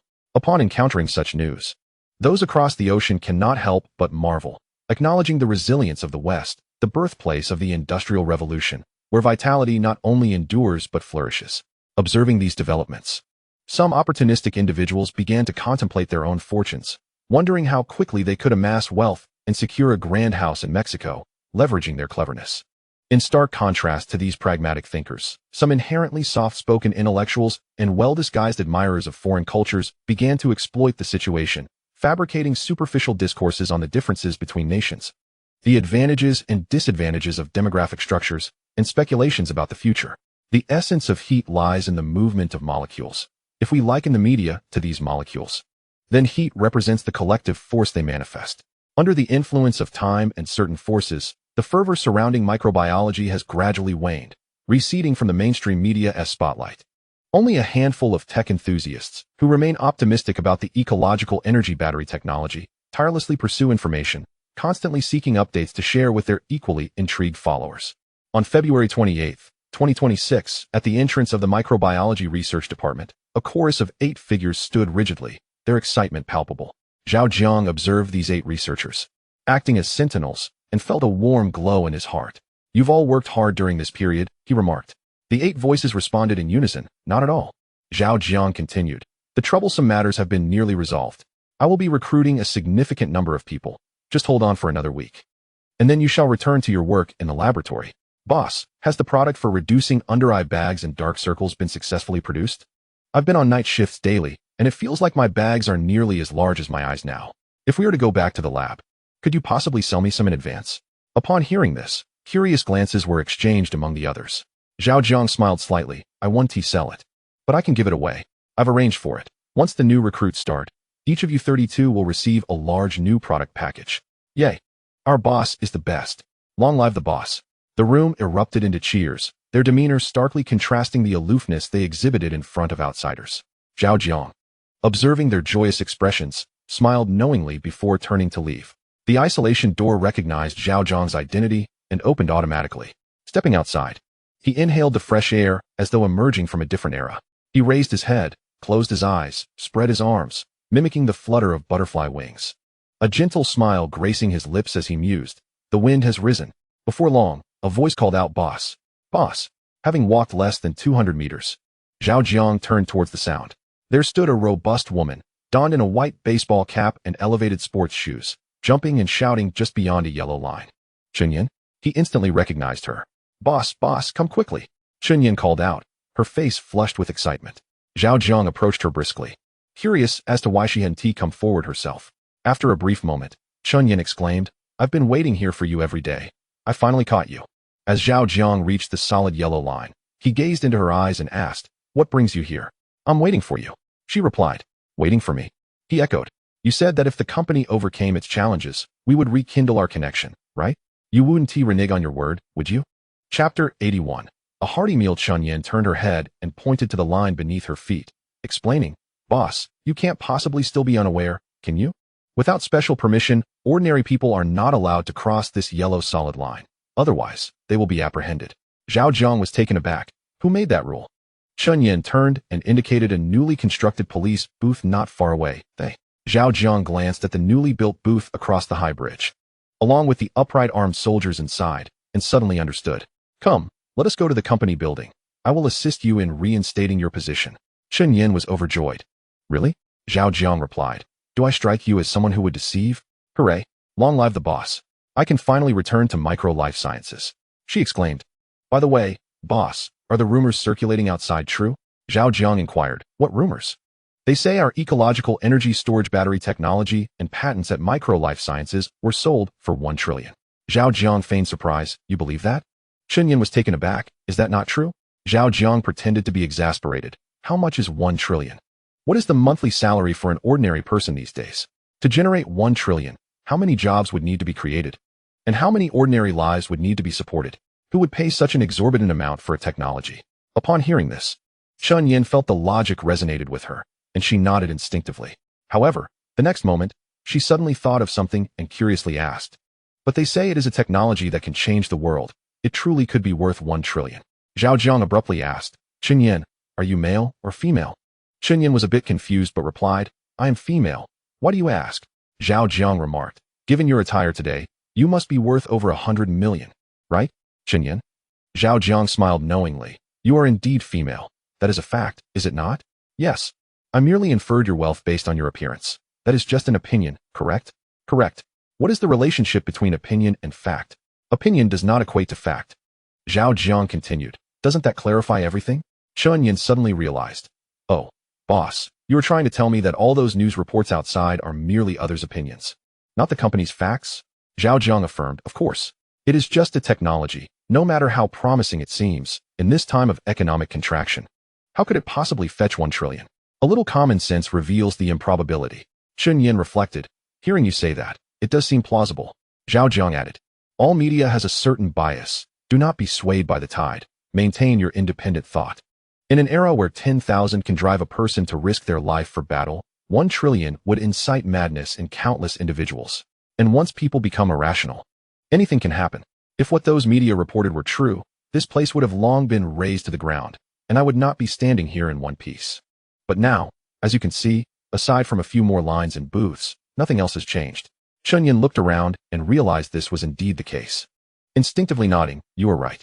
Seeing that she was convinced, Zhao Jiang quickly shifted the topic. "During this period of resignation, did you not apply to other companies?" "No. I firmly believe the company will overcome this crisis, and I have been waiting to rekindle our connection. Did you deliberately say that after failing to find it? Chunyan's expression turned serious as she immediately assured, no, absolutely not. Boss, my loyalty to the company is as clear as day. Not only have I not sought employment elsewhere, but I have also quietly undertaken numerous tasks to benefit the company. Zhao Jiang, intrigued, inquired, oh, what have you been secretly doing? Chunyan quickly approached Zhao Jiang, whispering beside him, boss, let's discuss it once we reach the office building. Observing her mysterious demeanor, Zhao Jiang felt she was not lying, yet he could not fathom her intentions. Boss, I am curious about something. What question do you have? Chunyan pointed behind him. What do you have in your backpack? It looks rather heavy. Gold bricks. Upon hearing this, Chunyan was visibly startled, her voice barely above a whisper, tinged with a hint of guilt. Boss, is that for real?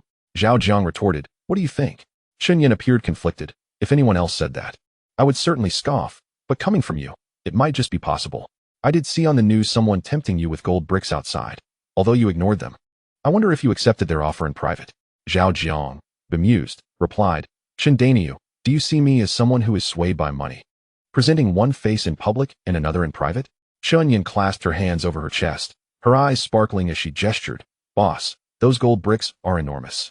I don't know if you can handle it, but I certainly cannot. I even looked up their value. If that gold brick is genuine, it could be worth over $1 million. I don't know how long it would take me to earn $1 million, but I do know that if someone offered me $1 million, I would be willing to endure anything. Zhao Jiang was taken aback by her candidness, reflecting on how much she had changed since they last met. This was no mere submission to financial temptation. It was a blatant willingness to become a slave to wealth. Boss, do you think it's shameful to eat dung for $1 million? Zhao Jiang glanced at her, noticing a flicker of shadow in her pupils, realizing she likely harbored some unspoken burdens. He gently patted her head, smiling as he said, if such a fortunate opportunity arises, do remember to invite me. I would love to partake. Haha, you want to eat a pound? Boss, you actually want to eat a pound, haha? Just as Chunyan laughed heartily, Zhao Jiang noticed a Land Rover, which had been driving normally, suddenly veer towards him. The next moment, bang, bang bang bang, accompanied by 4 gunshots. 4 bullets struck the Land Rover's tires, causing them to explode. With a cacophony of screeching metal, the suddenly uncontrollable vehicle careened into the roadside barrier, creating a violent friction that sent sparks flying as it rolled over 20 meters away. Without waiting for those around to react, a group of fully armed warriors emerged from an unknown source, charging forward with astonishing speed. 7 or 8 ominous gun barrels were aimed squarely at the Land Rover, fingers poised firmly on the triggers. Goodness, look over there. Boss, oh my, you must see this. Chunyan, witnessing such a scene for the first time, initially turned pale with fear, her expression frozen in shock. However, upon realizing that the imminent danger posed no threat to her, her demeanor shifted dramatically. Panic transformed into alertness, and even excitement began to bubble within her. Chapter 82. The sound of 100 billion calculations. You need not pull me. I can see it. I'm not blind. Zhao Jiang remarked, feeling a tug as someone persistently pulled at him. Observing the excitement on the other's face, he mused that the instinct to indulge in gossip was indeed ingrained in the Chinese psyche. Whenever there was juicy news, regardless of the setting or circumstances, the urge to partake was irresistible. Even in the face of potential danger, with the possibility of an accident looming large and real firearms posing the risk of misfire, the curiosity emanating from the depths of one's being proved far too compelling to resist. Boss, shall we move a bit closer to take a look? Zhao Jiang scanned the crowd gathering nearby before glancing at Chunyan, whose eyes nearly bulged from her head in anticipation. He noticed her tugging at her clothing, seemingly unable to resist the magnetic pull toward the Land Rover, as if proximity would enhance the flavor of the unfolding spectacle. Just as Zhao Jiang was about to speak, he suddenly felt an unsettling gaze upon him from behind. He turned swiftly to find a man, dressed plainly and wearing a hat, offering him a peculiar smile at the end of his line of sight. Chunyan, do you plan to continue watching here, or will you return to the company with me? Zhao Jiang furrowed his brow, observing the man vanish swiftly from view, reflecting that this was no mere coincidence. The vehicle, which appeared to have lost control, was likely headed for him. Yet, he suspected the assailants had not anticipated the formidable protection surrounding him. As he beheld the fully armed warriors and the oppressive presence of their firearms, the visages of a silver-haired elder and a middle-aged man surfaced in his mind. Without a doubt, this was their doing. Boss, I will accompany you back to the company. Chunyan, facing the direction of the incident while reluctantly pulling Zhao Jiang along, began to retreat toward the office, her longing evident. Minutes later. Good day, sir. My name is Zhou Wyman, and and from today onward, I am responsible for the safety of this building. Should you have any security concerns, please do not hesitate to summon me. As Zhao Jiang approached the entrance of the building, a handsome young man in a security uniform, exuding confidence, approached him. Under Chun Yen's curious gaze, he introduced himself. Zhao Jiang surveyed the other security personnel nearby and noted their erect postures, resolute expressions, and an aura of discipline that set them apart from ordinary individuals. He could not help but jest. With such capabilities, is it not a bit of an overqualification to serve as security? Zhou Weiman smiled lightly. You flatter us, sir. We are all here to serve the people. There is no such thing as overqualification. Zhao Jiang pointed at the security uniform of the other party and asked, Are you wearing bulletproof vests underneath? Zhou Weiman replied, No. Zhao Jiang then inquired, What is your monthly salary? Zhou Weiman paused, surprised by the abrupt shift in Zhao Jiang's questioning, but eventually responded honestly, We earn the same as the standard security personnel. Upon hearing this, Zhao Jiang revealed a cryptic smile, remarking, How intriguing. You certainly know how to play the game. Zhou Weiman was left bewildered, as was Chun Yan, who stood nearby. Zhao Jiang offered no explanation, instead gesturing towards a nearby elevator and locking eyes with Zhou Weiman. Is the elevator operational? Rest assured, every screw, every steel cable, every joint has been meticulously inspected, and there are no issues whatsoever. Zhao Jiang added, Thank you for your hard work. Having said that, he stepped towards the elevator. Moments later, inside the elevator, Zhou Weiman asked, Boss, what did your earlier comment mean? Zhao Jiang replied nonchalantly, Nothing in particular, just sensed some calculations being made. Zhou Weiman questioned, What calculations? Does the company still use abacuses? Zhao Jiang maintained a faint smile, offering no further clarification. In his mind, he began to piece together the various clues he had observed that day, coupled with previous uncertainties. Suddenly, a realization dawned upon him, leading him to surmise some matters and their implications. Originally, a deal valued at 10 trillion was being quoted by the Western Theater Command for only 9 trillion, distributed in 3 phases. Although they emphasized this was after tax, there were undoubtedly hidden motives. The 1 trillion shortfall was not merely omitted. It was tacitly converted into a protection fee. Although Zhao Jiang had not explicitly requested security measures, the gravity of the situation demanded their attention. Whether based on the substantial transaction or future collaborative relations, it was imperative they prioritized Zhao Jiang's safety. If they did not implicitly deduct the protection fee from Zhao Jiang, they would have to cover it themselves.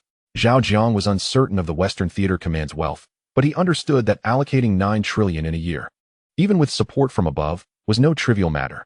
Should they provide the full 10 trillion while also needing to front military expenses, it would likely lead to complications regarding their military budget.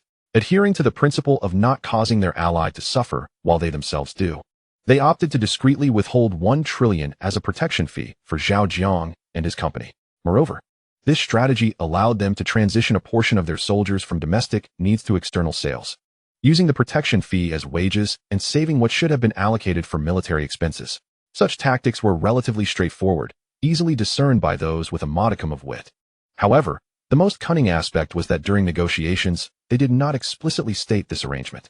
When Zhao Jiang eventually discovered this additional service on his own, he would unwittingly find himself indebted to them, with little choice but to accept it.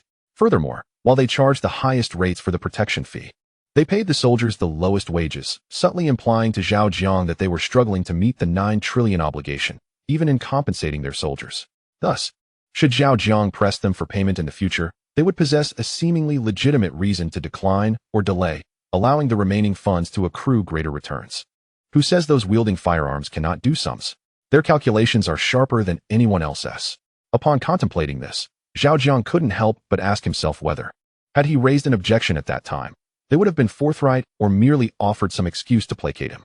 Boss, are you being particularly safeguarded at present? Chun Yan, noticing the faint smile at the corner of Zhao Jiang's mouth, felt curious as she recalled the earlier scenes. Ding, we've arrived, Zhao Jiang announced. Oh, Chun Yan replied, stepping out of the elevator right behind him as they swiftly made their way to the boss's office. Chun Yan, from this moment forth, you shall once again be Manager Chun. Suppressing her inner excitement, Chun Yan feigned solemnity, declaring, Thank you, boss. I am willing to face any peril for you, even to the point of death. Observing the blend of gravity and absurdity in her demeanor, Zhao Jiang waved his hand dismissively. Spare the flattery. It won't earn you a raise.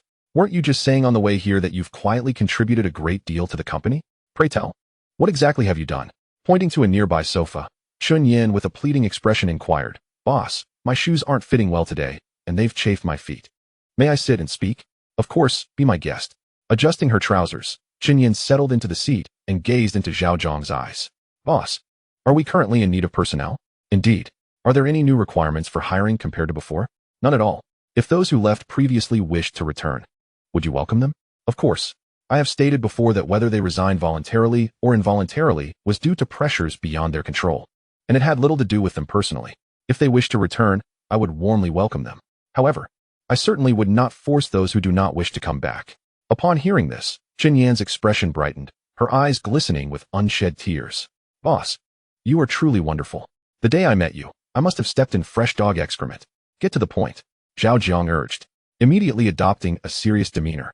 Chinyan replied, all right, boss, I must tell you, I have secretly organized the former employees, and at your command, they will rush back to serve you as invaluable assistants. Really? Chinyan's eyes sparkled with excitement. Indeed, more genuine than genuine. Just give the word, and they would be willing to return even without pay for a month. They are not particular about job roles. Whatever you assign them, they will do, even if it means cleaning toilets. Zhao Jiang was pleasantly surprised. Are you exaggerating? Or have they truly expressed such sentiments? In response, Chinyan immediately pulled out her phone, eager to provide proof. Zhao Jiang raised his hand to halt her. Stop. I believe you. Please, continue with the important details. All right. Not only have I organized them, but I also encouraged them to scout for talent for the company. I told them that the better the talent they can bring in, the greater the chance of their return to the company. Thus, they began to leverage their networks and sought ways to connect with exceptional individuals. Zhao Jiang grinned, teasing, if the company had not weathered the storm, and you incited them to do this, leading some to lose their jobs, have you considered how you might explain yourself? Chinyan exhibited her characteristic incredulous expression, exclaiming, impossible. I keep abreast of the news and various reports daily. I possess an innate sense of judgment, given the company's current popularity and reputation. Even if it were inclined towards closure, the state would never permit it. Zhao Jiang responded, I must say, you are quite astute. To which Chinyan replied, indeed. If I lacked confidence, I would not have encouraged them. Moreover, I explicitly stated in the group that we should first reach out and ascertain if there is any interest from them in pursuing opportunities in microbiology. If there is, we can engage in further discussions. If not, we can simply reminisce and reconnect. Zhao Jiang inquired, and then? Chinyan continued. Then, it proved to be quite effective. Just last night, someone in the group reported that through our kindergarten alumni group, they connected with a doctoral classmate in Japan, and they had a conversation. The individual expressed a willingness to resign from their position in Japan to return to the country if offered a job in microbiology. Zhao Jiang asked, how did they discuss compensation? Chinyan replied, they did not negotiate salary. It was merely an informal chat that indicated initial interest. As the employer, you will need to handle the salary discussions. Zhao Jiang further queried, approximately how many individuals have they contacted? Please hold on, boss, Chinyan said, pulling out her phone to retrieve a statistical report. She began to read aloud. As of now, there are over 100 individuals in the group, and we have identified more than 800 outstanding university students, over 300 master's students, and 17 doctoral candidates. Among them, 632 undergraduates, 173 master's students, and 9 doctoral candidates have expressed interest in joining our microbiology team. Zhao Jiang remarked, that is quite impressive. Chinyan responded, boss, with so many candidates, could you estimate how many positions we might need to fill? Subsequently, we can select the most exceptional among them. Zhao Jiang declared, we will take them all. Chinyan, taken aback, exclaimed, all of them? Zhao Jiang, noting her astonished expression, smiled and replied, of course we shall. Your dedicated efforts in scouting talent for the company should not go unrecognized. Chinyan paused for a moment, observing Zhao Jiang's benevolent demeanor. Suddenly, a shiver ran down her spine, and she nervously asked, boss, you wouldn't. Zhao Jiang, puzzled by the sudden shift in her demeanor, inquired, wouldn't what? With a gulp, Chinyan mustered her courage and quickly stated, you wouldn't harbor any inappropriate thoughts about me, would you? Zhao Jiang, taken aback, asked what thoughts. Chinyan scrutinized Zhao Jiang's expression, sensing sincerity, yet a voice in her mind cautioned that the most cunning of hunters are often the best at disguise. Boss, do you think I am quite attractive, with my fair skin and decent figure? Zhao Jiang paused momentarily, then responded, Chindanyu, you truly are remarkable. I commend your self-awareness and confidence. To reward your boldness, I hereby decree that you must maintain a distance of at least 5 meters from me. Should you dare approach within that range, your salary shall be docked. Upon finishing, he assessed their current proximity and added, we are a bit too close right now. Please shift half a meter to the right towards the sofa. Chunyan. As Zhao Jiang noticed her immobility, he took 2 steps back and smiled, saying, "What have you been secretly doing for the company?" Continue. Chunyan, observing Zhao Jiang's retreat, suddenly had an epiphany. She immediately adopted a pitiful expression and confessed, "Boss, I was wrong. I should not have been blindly confident. Please, let me off this time." Zhao Jiang, seemingly indifferent, interjected, "Get to the point. Boss, aside from what I have already done, I have been engaging in verbal battles online to uphold the company's reputation. I have been addressing any malicious remarks aimed at our company with swift retribution. To outsmart them, I even took the time to learn some Sichuan dialect." Satisfied that she had conveyed enough, Zhao Jiang waved his hand dismissively. "Go tend to your foot injury, then bring the people back from the group chat. Subsequently, extend invitations to those talents on behalf of the company. Inform them that if it is convenient, they can come for an in-person interview. If not, we can arrange online interviews in a couple of days." Upon hearing that there was work to be done, Chunyan perked up. "Understood, boss. Oh, and after finishing this, please compile the connections for talent scouting within the group. Let them know that anyone who successfully brings in talent that ultimately joins the company will receive a reward of 2,000. Remember, it's 2,000 for each individual talent, not a total of 2,000. Just as Chunyan was about to leave, Zhao Jiang suddenly called her back with a significant announcement. "Boss, are there any restrictions on this initiative?" "None. Whether past, present, or future. Anyone who identifies talent for the company will be eligible for rewards, with no cap on the number of individuals. Furthermore, do not limit the definition of talent to just college graduates. Individuals with specialized skills or unique qualities are also included. For instance, skilled artisans, electricians, masons, maintenance workers, drivers, and even seasoned plumbers are all welcome. If you cannot determine what constitutes talent, but sense that someone possesses irreplaceable value, invite them for an interview. If they pass, there will be a reward." Chun Yin stood frozen, her face a mixture of disbelief as she gazed at Zhao Jiang. "Boss, what exactly are you planning? I feel somewhat apprehensive. Time is money. Do not dawdle. Quickly, proceed as I instructed." With that, he pulled out his phone and dialed a familiar number. Moments later, the call connected. "Have you found a new job?" On the other end, "Yes, I have." Zhao Jiang inquired, "How is the compensation?" The reply came, "It's decent. Although it's not as much as what you offered, the workload is lighter, with fewer overtime hours. I've been able to sleep well lately, and my skin has improved." "Congratulations," Zhao Jiang exclaimed. "Don't congratulate me just yet. I'm about to be unemployed." Chapter 84. The Star Harvesting Plan is initiated. "Why is that?" Zhao Jiang asked. "Because after this call, I will resign." Zhao Jiang realized what was happening and smiled knowingly. "So you are still accustomed to the life of overtime?" The voice on the other end dropped the pretense. "Boss, it's about time you called me. If you hadn't tea, I would have been promoted by now. Since I have dedicated myself to serving you, my abilities have been ascending remarkably, to the point where I now find myself in awe of my own progress." Zhao Jiang. "Manager Chun has already joined the company. If you expedite your efforts, you might secure second place, but if you delay, even a position among the 200 may be in jeopardy." On the other end of the line, "Boss, if I do not appear before you before nightfall, I shall forfeit my salary for the next month." "Very well. It has been proven that when a boss regards employees as human beings, those employees will respond in kind when the boss is in need.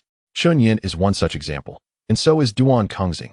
Other employees, whether familiar or unfamiliar, exhibit similar sentiments. Each individual possesses an internal scale wherein all sincerity is weighed. The genuine cannot be concealed, nor can the false be validated. Even if someone misrepresents the results for certain reasons, deep within, there exists an unequivocal and lucid truth. Although the fervor surrounding microorganisms has diminished, Zhao Jiang's prominence remains unabated. Both humans and non-humans alike are intently observing his every move. From the moment Zhao Jiang actively appeared at the entrance of the RD department, the wings of the butterfly had begun to flutter. Zhao Jiang is acutely aware that numerous eyes are watching him from the shadows, and those hidden eyes are equally aware that he knows they are watching. However, as long as Zhao Jiang refrains from revealing his intentions, they cannot ascertain what he plans to do. Likewise, until they make their move, Zhao Jiang remains oblivious to their true objectives. After entrusting the recruitment matters to Chun Yin, Zhao Jiang logged into his Douyin account once more and posted a new video. Unlike his previous faceless videos, this time, he not only revealed his face, but also his physique. He addressed the camera, stating, "From a very young age, I pondered why, with such a vast world, an expansive starry sky, and seemingly limitless resources, so many people still go hungry. Eventually, I came to understand. The world is immense, the cosmos boundless. Yet it bears no relevance to us, for we dwell upon the earth. The resources of our planet are finite. It can sustain only a limited number of people. Once the population exceeds its threshold, hunger ensues, and lives are lost. This occurs almost every moment, in every nation, in every corner. Today, the global human population is nearing 10 billion, with the number of those unable to find sustenance increasing and the deceased multiplying. In the face of such a reality, what shall we do? I have contemplated numerous solutions, yet all merely address the symptoms rather than the root cause. Until one day, as I witnessed a meteor shower traversing Andromeda, I experienced an epiphany. Since the Earth's resources are insufficient to sustain so many, why not procure resources from beyond our planet? The cosmos is replete with meteoroids, stardust, and wandering celestial bodies. Why not capture, pulverize, and transport them back to Earth? Who decreed that our world must consist solely of 4 oceans and 7 continents? Can we not bring back resources from the starry expanse to create an 8th continent? The issues may be insurmountable, but humanity is alive. If such actions could alleviate hunger and prevent the innocent from perishing, I believe it is worth attempting. I am aware that this notion may appear somewhat ludicrous, even absurd and comical to many. At this moment, I too resemble a jester. Yet, the existential dilemmas faced by numerous individuals are pressing, and someone must take action. Zhao Jiang paused momentarily, then rose with newfound resolve. His expression grave and his eyes ablaze with determination. Therefore, I hereby declare the imminent launch of the Star Harvest Initiative by Microbial Biotechnology. This endeavor seeks to procure a glimmer of hope for lives overlooked by mainstream society, to create opportunities for those who have no choice over their birth and environment, and to strive for the future of human civilization. On behalf of the entire Microbial Biotechnology, I extend a summons to the world, all those who are ambitious, regardless of their birth, background, or ethnicity. As long as you harbor dreams, care for humanity, and are invested in civilization, you are welcome at Microbial Biotechnology. We shall open our doors wide, discard antiquated ideologies, and cast aside the prejudices of racial segregation, welcoming all with a renewed consciousness towards life and a profound respect for all beings. I cannot promise what has yet to be achieved, but I assure you that Microbial Biotechnology will be a company that aims for the pinnacle of excellence. As long as the company stands, you shall remain secure, and your ideals and dreams shall not falter. Even if one day the company were to falter, you could still tread upon its foundation, forging ahead to create miracles. To reach for the stars, even if the outcome is not as desired, will not tarnish your hands, nor betray the fervor within your hearts and your pure aspirations for the future. Zhao Jiang extended his hand towards the camera. Come forth, dreamers, scientists, visionaries, and all those who aspire. Let us join hands to ignite the flickering flame of civilization and illuminate the future. Ahem. At this juncture, Zhao Jiang suddenly halted, cleared his throat, and then, with a dramatic shift in tone, proclaimed loudly, I, the proprietor of Microbial Biotechnology, accept absolute legal responsibility for the aforementioned statements. Should I ever betray your trust, I implore the people of Earth to hold me accountable under the laws of this planet. Upon concluding, he bowed deeply to the camera, akin to an idealistic warrior declaring a manifesto to a utopia. Once the video was recorded, Zhao Jiang reviewed it thoroughly, feeling satisfied before promptly releasing it. Subsequently, he invested a substantial sum into a promotional campaign, hoping to let this wind sweep across the globe. In the research department of Microbial Biotechnology, within a private laboratory, a red-haired little girl was simultaneously gnawing on Gatling bullets while overseeing the operations of Microbial Biotechnology for her brother. Suddenly, a stream of video data shot forth from the direction of the company building, soaring towards the satellites in the sky. Spitting, she fired a bullet at that stream of data. The bullet traversed the supercomputer's screen, leapt through the laboratory space, and penetrated the thick metal and concrete walls with astonishing swiftness, striking its target with precision. Subsequently, that bullet detonated, carrying a copy of the video data back along its original trajectory. In a flash, the red-haired girl precisely bit down on the video data, licked her tongue, and swallowed it whole. Subsequently, a vision of Zhao Jiang appeared in her left eye, while his words and actions materialized in her right. Whenever she encountered moments that she found embarrassing, she could not help but pull the trigger, projecting those awkward details and scenes from the muzzle of a Gatling gun. At that moment, had there been an onlooker, they would have witnessed an extraordinary spectacle. Zhao Jiang's expressions, intertwined with those phrases, coalesced into a cascade of incomprehensible characters that flowed through the air like a rushing waterfall. Strings of symbols cascaded into his mouth, while strands of speech entwined around his head. Brother, has your plan officially commenced? Chapter 85, The Black Giant Rat, revised, after watching the video released by Zhao Jiang. The crimson-haired little girl felt a shift in her demeanor, sensing an unusual aura, akin to a storm brewing on the horizon. Unlike the perspective of ordinary humans, she, as a digital being, had access to a vastly broader vista of information, supported by the entire online realm. Coupled with the secrets previously divulged by Qi Jiao Yaliang 031. She understood all too well that her boss's actions were not merely frivolous. He was using himself as bait, in collaboration with her brother, cleverly orchestrating a facade while secretly maneuvering. Brother, I think I understand why you chose to trust him. The little girl gazed at Zhao Jiang's animated expression in the video, a glimmer of a luminous smile gracing her lips. In the XB war zone, XE division, within a military base, a commanding middle-aged man, exuding an authoritative aura, sat in a chair, intently observing a paused figure on the screen, his brow furrowed. General, shall we intervene? A young soldier, keenly reading the atmosphere, inquired. The middle-aged man retorted, intervene? With what means? What right do we have to intervene? He aims to pluck stars from the heavens, not to engage in H-bomb activities on the ground. Even if intervention were warranted, it would not fall to us. The young soldier hesitated. But the middle-aged man raised a hand. I understand your thoughts. Swallow them. Yes. The middle-aged man continued. As for the matters concerning the microorganisms, ensure your subordinates remain vigilant. Report any anomalies to me at once. As for you, personally inform Zhou Weiman, urging him to enhance the security measures for the microorganisms overseer, raising the action level from E to L. Any equipment or personnel needed can be directly requested, and I shall expedite approval, as long as the overseer remains unharmed. The rest may be speculated upon but not interfered with. They should simply perform their duties as ordinary security personnel. Additionally, convey to the soldiers below that starting today, their wages will be quintupled beyond the previously promised amount, should they make any exceptional contributions or achieve outstanding results during the protection of the target. The bonuses will be doubled, without cap. Ensure they are fully alert and guarantee that no slip-ups occur. Initially, the young soldier found the earlier directives reasonable, but upon hearing of the quintupled wages, he was taken aback, realizing something was amiss. He was acutely aware of the current economic situation within the military. Although it may not lead to dire straits, the tension is indeed palpable. Under such circumstances, the notion of offering an additional five-fold salary to the soldiers below seems unjust to him. He promptly speaks up, General, but is immediately interrupted. Silence. I am aware of your intentions. Swallow your words. Yes. Go forth and convey my intentions to Zhou Weiman with utmost urgency. Understood. The middle-aged man casts a significant glance at the retreating figure, murmuring to himself, rest assured, this expenditure ultimately does not fall upon us. I am not so foolish as to engage in such contentious matters amidst the military's financial strain. Some have already paid their dues long ago. We merely chose not to mention it, nor did they inquire. An unspoken understanding lingers between us, akin to a tacit agreement or a closely held secret. General, as the young soldier departs, another, clad in different attire, enters. The former dons a patterned steel barrier uniform, while the latter is clad in a camouflaged jungle outfit. The middle-aged man sets down his phone. Did you capture it? The young soldier, brimming with exhilaration, nods vigorously. Indeed, we have captured it.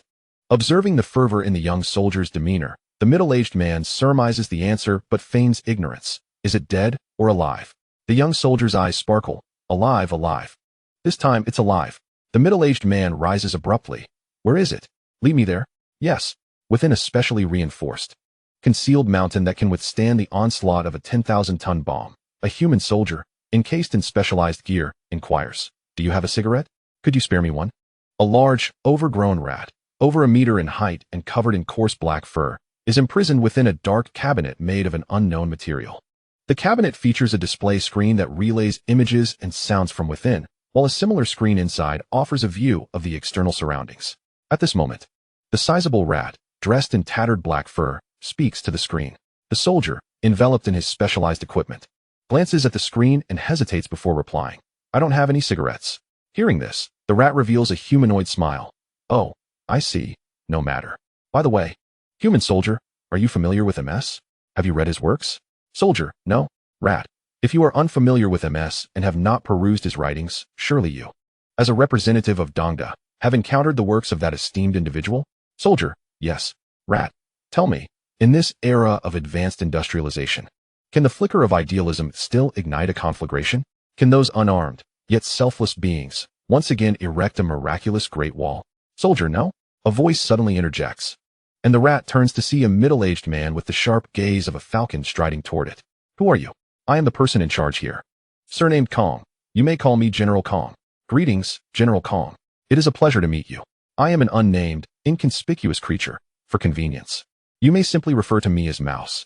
Upon hearing this, General Kong paused momentarily, resolving to extend equal respect. My dear rodent friend. I believe I just heard you express a desire to smoke? The black-furred mouse replied. Indeed, the craving has struck me. Without a cigarette, my mind feels clouded, and I yearn for slumber. General Kong responded, I happen to have a few left. If you do not mind, you may have one. The black-furred mouse gazed intently through the screen, expressing gratitude. In that case, I thank you. Observing this, General Kong swiftly retrieved a pack of purple packaged cigarettes and an antiquated diesel lighter from his bag, instructing a soldier nearby to deliver them through a special window. With a crackle, the black-furred mouse accepted the lighter and the cigarette, examining them briefly before skillfully flicking open the lighter's cap and striking the flint, igniting a flame in an instant. Drawing a cigarette from the pack, he inhaled deeply, exhaling a smoke ring with a complex expression, remarking, This shall be the finest smoke I have ever enjoyed in my lifetime. Chapter 86. The Price of Evolution. Upon hearing this, General Kong furrowed his brow, feeling an inexplicable sorrow transcending species. The accompanying soldiers exchanged subtle glances, each touched by an unamiable sadness. Despite this being their first encounter and their differing natures, a profound ache tugged at their hearts. As the humans outside remained silent, the black-furred mouse greedily inhaled again, releasing another smoke ring, and remarked, I suspect I understand your presence here, as well as what you hope to gain from me. Regrettably, my knowledge is limited, and I may not meet your expectations. General Kong, noting the ecstatic expression on the mouse's face, was reminded of his own first experience with meat, feeling a wave of nostalgia wash over him. It matters not. Not every expectation will be fulfilled. The black-furred mouse paused, then inquired, You mentioned that without weapons, the flesh and spirit cannot once again construct miraculous fortifications. Could you elaborate on that? General Kong, peering through the screen into the mouse's eyes, replied, The times have changed dramatically. So much so that the mere combination of flesh and will can no longer bridge the chasm of this era. The black-furred mouse's eyes reflected a complex mixture of emotions as he pondered aloud. Is it truly the fault of the times? General Kong discerned the loneliness and helplessness in the mouse's gaze, continuing, In ancient times, a force of 100,000 could lay waste to a city, annihilating a small nation or even a moderately developed one. Even a few decades ago, it was still feasible to confront steel giants with nothing but flesh and indomitable spirit, bolstered by faith. Yet now, such occurrences are inconceivable. A precisely targeted missile can obliterate a determined army of flesh in a mere thousandth of a second. The black-furred mouse grasped the cigarette with its paws, allowing the smoke to waft upwards, enveloping its face. Within the swirling haze, a flicker of tenacity ignited in its eyes. Is there truly no possibility left? General Kong fixed his gaze upon the creature, fully aware of its unspoken hopes. Yet, adhering to a rigorous demeanor, he solemnly replied, None. The mouse's whiskers quivered momentarily before it shifted the conversation. General Kong, if you were a mouse, from the moment you gained the ability to act, you would be compelled to labor until death. Aside from the essential hours of sleep, there would be no respite, no reward, and no entertainment. Even in death, you would not possess a name of your own. What would you do? General Kong narrowed his eyes, refraining from an immediate response, instead succumbing to several minutes of contemplative silence. After a while, he responded, If I were unaware of the future that lay ahead and oblivious to the external world, I would likely resign myself to my fate, toiling from birth until death. Conversely, I would resist at all costs. Even if it meant death, I would choose to perish in the pursuit of freedom and sovereignty. The black-furred mouse placed the cigarette back in its mouth, a slight smile curling at the corners. Reminiscent of a human.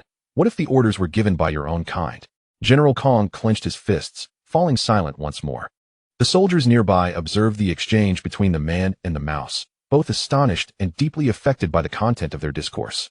This mouse did not exude the aura of a mutated monster. Rather, it resembled a comrade forgotten by time.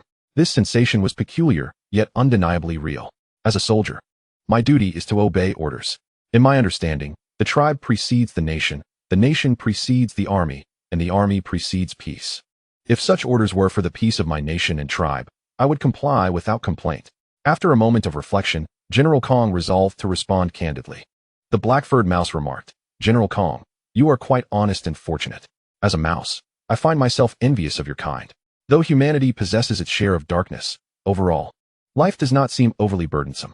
General Kong sensed the underlying meaning in its words and promptly inquired, "Comrade Mouse, do you harbor any unspoken troubles?" The mouse exhaled a plume of smoke and replied with a hint of melancholy. "It cannot be termed as unspoken troubles. Rather, I perceive the world as capricious. Fate as unjust, filled with discontent, yet compelled to accept certain predetermined destinies. If it were only my plight, I could indeed come to terms with it." But just as anticipation built for a pivotal revelation, the black-furred mouse abruptly fell silent. It entered a peculiar state, staring vacantly at a distant point, seemingly lost in reverie. Reminiscing about something. "Turn off all the surveillance and step outside. I shall have a proper conversation with Comrade Mouse," General Kong commanded swiftly, striving to cultivate a more conducive atmosphere for dialogue and to glean further insights. The soldiers responded, "Understood." Moments later, General Kong, "Very well. Our conversation from now on will be known only to the two of us. Black-furred mouse, although I am aware that you are deceiving me, I shall indulge you for a while longer, in light of this pack of cigarettes." General Kong offered a wry smile. "I can exert control over humans and maintain certain surveillance, yet the device concerning you is beyond my grasp. Thus, I have not truly deceived you. My capabilities simply fall short." Black-furred mouse waved a paw dismissively. "I understand. If you wish to inquire about something, do so.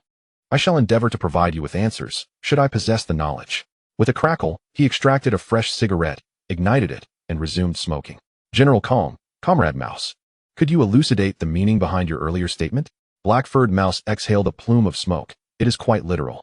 General Kong, are you, or rather your kind, under constant control from birth until the end of life?" Black-furred mouse refrained from a direct answer and countered with a question. "Do you comprehend why I can articulate human speech and possess such an understanding of your culture?" General Kong nodded. "I do." Black-furred mouse, "It appears you have encountered other members of my kind." General Kong, "Indeed." Suddenly, Black-furred mouse shifted the subject. "What has been the cost of your rise in Dongda over the years?" General Kong hesitated, then shook his head. "I have not contemplated that question." Black-furred mouse, "Are you aware of the sacrifices made for the ascension of my kind?" General Kong continued to shake his head. "No, I do not know." Black-furred mouse gazed deeply at him, slowly closing his eyes while releasing smoke rings, hinting, "The cost of evolution is the inevitability of death. Unfortunately, from the moment of our birth, my countless brethren and I have found ourselves on the side of that cost. Our rodent kind is unlike your human race. If you are the fortunate children of nature, then we are its forsaken infants. Many things you possess from birth, while we, despite our utmost efforts, might not even know their names. Do you grasp the price a forsaken infant must pay to catch up to a fortunate child?" General Kong gazed into his eyes and sincerely responded, "I do not." Black-furred mouse, "They must wager everything, including their very lives. Even so, success is not guaranteed. As a species that has awakened later, it seems an impossible task for us rodents to catch up to you, the reigning sovereigns of Earth. Yet, if we harness the impetus of necessary death as our driving force, there exists a glimmer of opportunity." Chapter 87. The Pseudo-Super-Evolution Community. General Kong listened intently. At this juncture, he recalled that extraordinary generation of individuals. They exchanged the blood of one generation for the wars that subsequent generations would face, and he felt a resonance. Gently nodding in acknowledgement of this theory, as Black-furred mouse narrated, he observed Kong's earnestness in listening, which uplifted his mood considerably. With a lighter heart, his desire to share grew, and he spoke more freely. "Have you heard a renowned term from other mice?" General Kong replied without hesitation. "Is it the era mouse?" "Yes, that is the term. Do you grasp the significance it entails?" "I do not, for I have heard your kind utter it countless times without providing any elucidation. I am only aware that whenever he mentions this term, a glimmer of sorrow flickers in his eyes. It seems that this word does not hold a positive connotation for you." Suddenly, the dark-furred rodent appeared lost in thought, its demeanor shifting to one of melancholy, as it exhaled smoke rings far longer than before. Although General Kong was filled with curiosity, he refrained from inquiring further. He understood that if the other wished to speak, they would do so regardless of his questions, and if they chose silence, even the threat of death would not elicit a response. "I apologize, General Kong. Though I yearn to share with you, for reasons unknown, I feel that the answer to this word should not be mine to convey. I am but a failed spark, having disappointed the hopes of my kin, and I am unworthy of articulating truths that surpass the weight of my existence. If one day, the flame I anticipate reaches your human realm, you shall learn everything. By the way, I could have evaded capture and avoided falling into that pit. It was intentional." General Kong replied, I believe you, for some of your kind have willingly allowed themselves to be captured by us. The dark-furred rodent suddenly wore a cryptic smile. They have likely perished by now, have they not? General Kong narrowed his eyes, pausing to contemplate before slowly nodding in acknowledgement. I too am nearing death. Perhaps it will come with the completion of this pack of cigarettes. Upon hearing this, General Kong felt an unsettling premonition and could not contain his urgency, asking, "Why do you seem to possess an acute awareness of your own lifespan?" The rodent replied, "The reason is as I mentioned earlier. The quality of my life is insufficient to support the revelation of certain truths. I can only lament my misfortune, being born at the cost of existence. Destined to be a creature of this era, I have sacrificed light and fire for my kin, yet I am fated to have my spirit frozen in the cold. Oh, you humans truly deserve your title as the dominators of Earth, with craftsmanship and taste far surpassing all, capable of producing such exquisite cigarettes that even a mere rodent feels intoxicated and enamored. If every creature of this era could partake in such a smoke, I imagine they would still smile, even if their souls were frozen. Alas, what a pity," General Kong said, "Comrade Mouse. While I am unaware of the tribulations you and your kin have faced, I can sense a profound sorrow emanating from you. I express my condolences for your plight, and, if possible, I have some of these cigarettes left. I would be glad to offer them to you." The dark-furred rodent shook its head, clutching the last cigarette. "General Kong, I extend my gratitude on behalf of my kin for your kindness. Yet, as you know, it is impossible. Even if you were to provide me with an abundance of the finest cigarettes, my chances have vanished. I have stated that I am destined to die, likely within the time it takes to finish this pack. Thus, I shall certainly meet my end. Even if you were to summon the best doctors and medical teams of your kind, it would not alter this predetermined fate. The sorrow of the era's mouse can only be understood by the era itself. The cost of evolution and the necessary sacrifices reflect the lament of a species. Perhaps only the annihilation of the world could instigate change." General Kong perceived something awry in his counterpart. The light in their eyes dimmed, and their fur lost its luster at a visibly rapid pace, akin to flowers withering. Although their expression remained intoxicated, even a smile lingered at the corners of their mouth. He recognized this was likely the final tremor of their life's essence. He set aside any thoughts of intelligence gathering and urgently inquired, "Have you ever tasted human delicacies? While I may not have the finest ingredients, I do have skilled chefs. What do you fancy? Since you have entered the realm of humanity, you should indulge in its culinary delights." Before he could finish, the last ember of a cigarette held in their claw dissipated into a faint wisp of smoke and extinguished. Along with it faded the divinity in their gaze, along with the sheen of their fur and skin.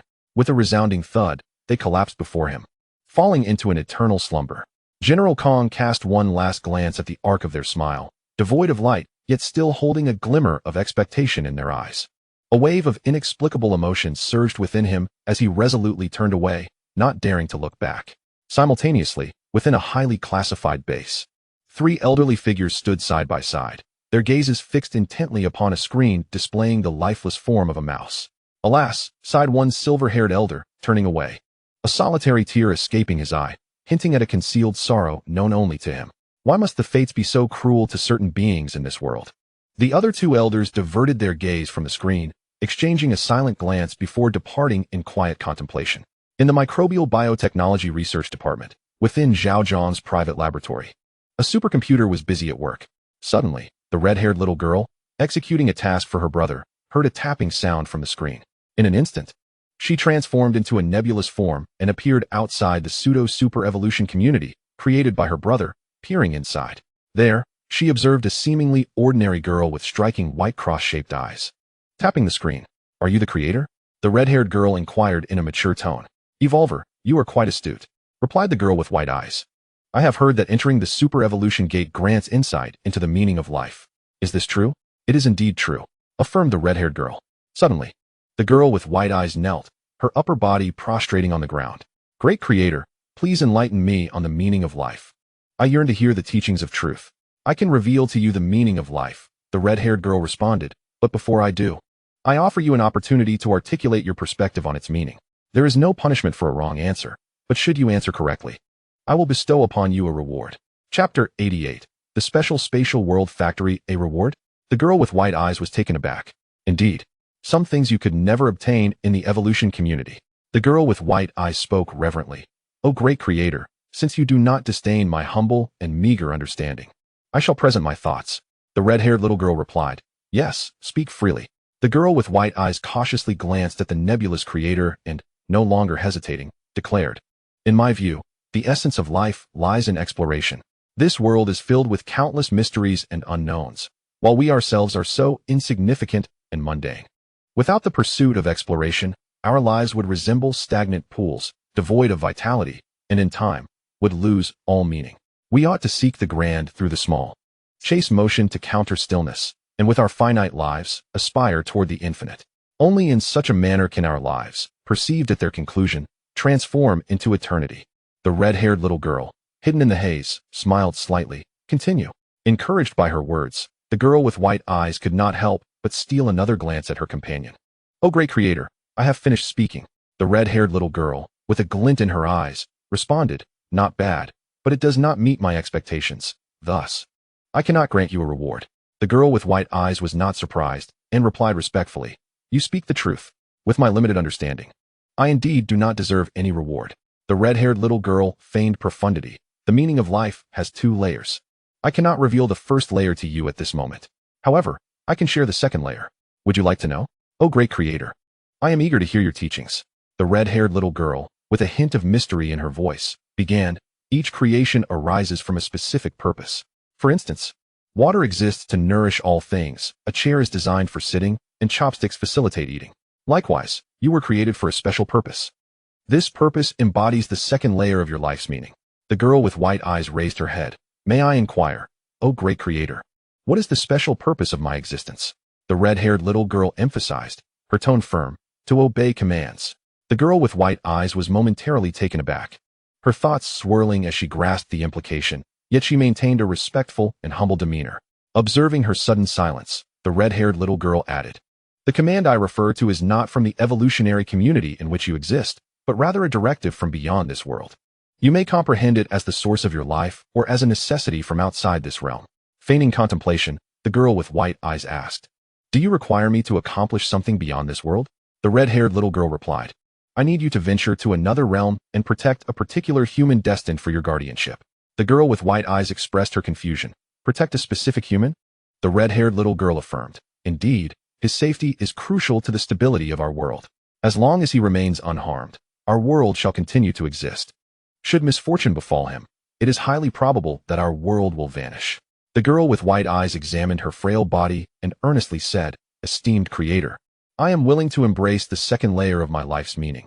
However, what purpose can my weak form serve?" The red-haired little girl felt a sense of relief, affirming, "Rest assured, I shall prepare for you a formidable body in another realm. All you need to do is merge with that body, and you shall acquire immense power to fulfill the true meaning of your existence." The girl with white eyes once again prostrated herself, resigning to her fate. "I, Changsun Xiaoqing, am willing to heed your command. Do not move from this place. I will venture beyond the world to gather information pertaining to that human.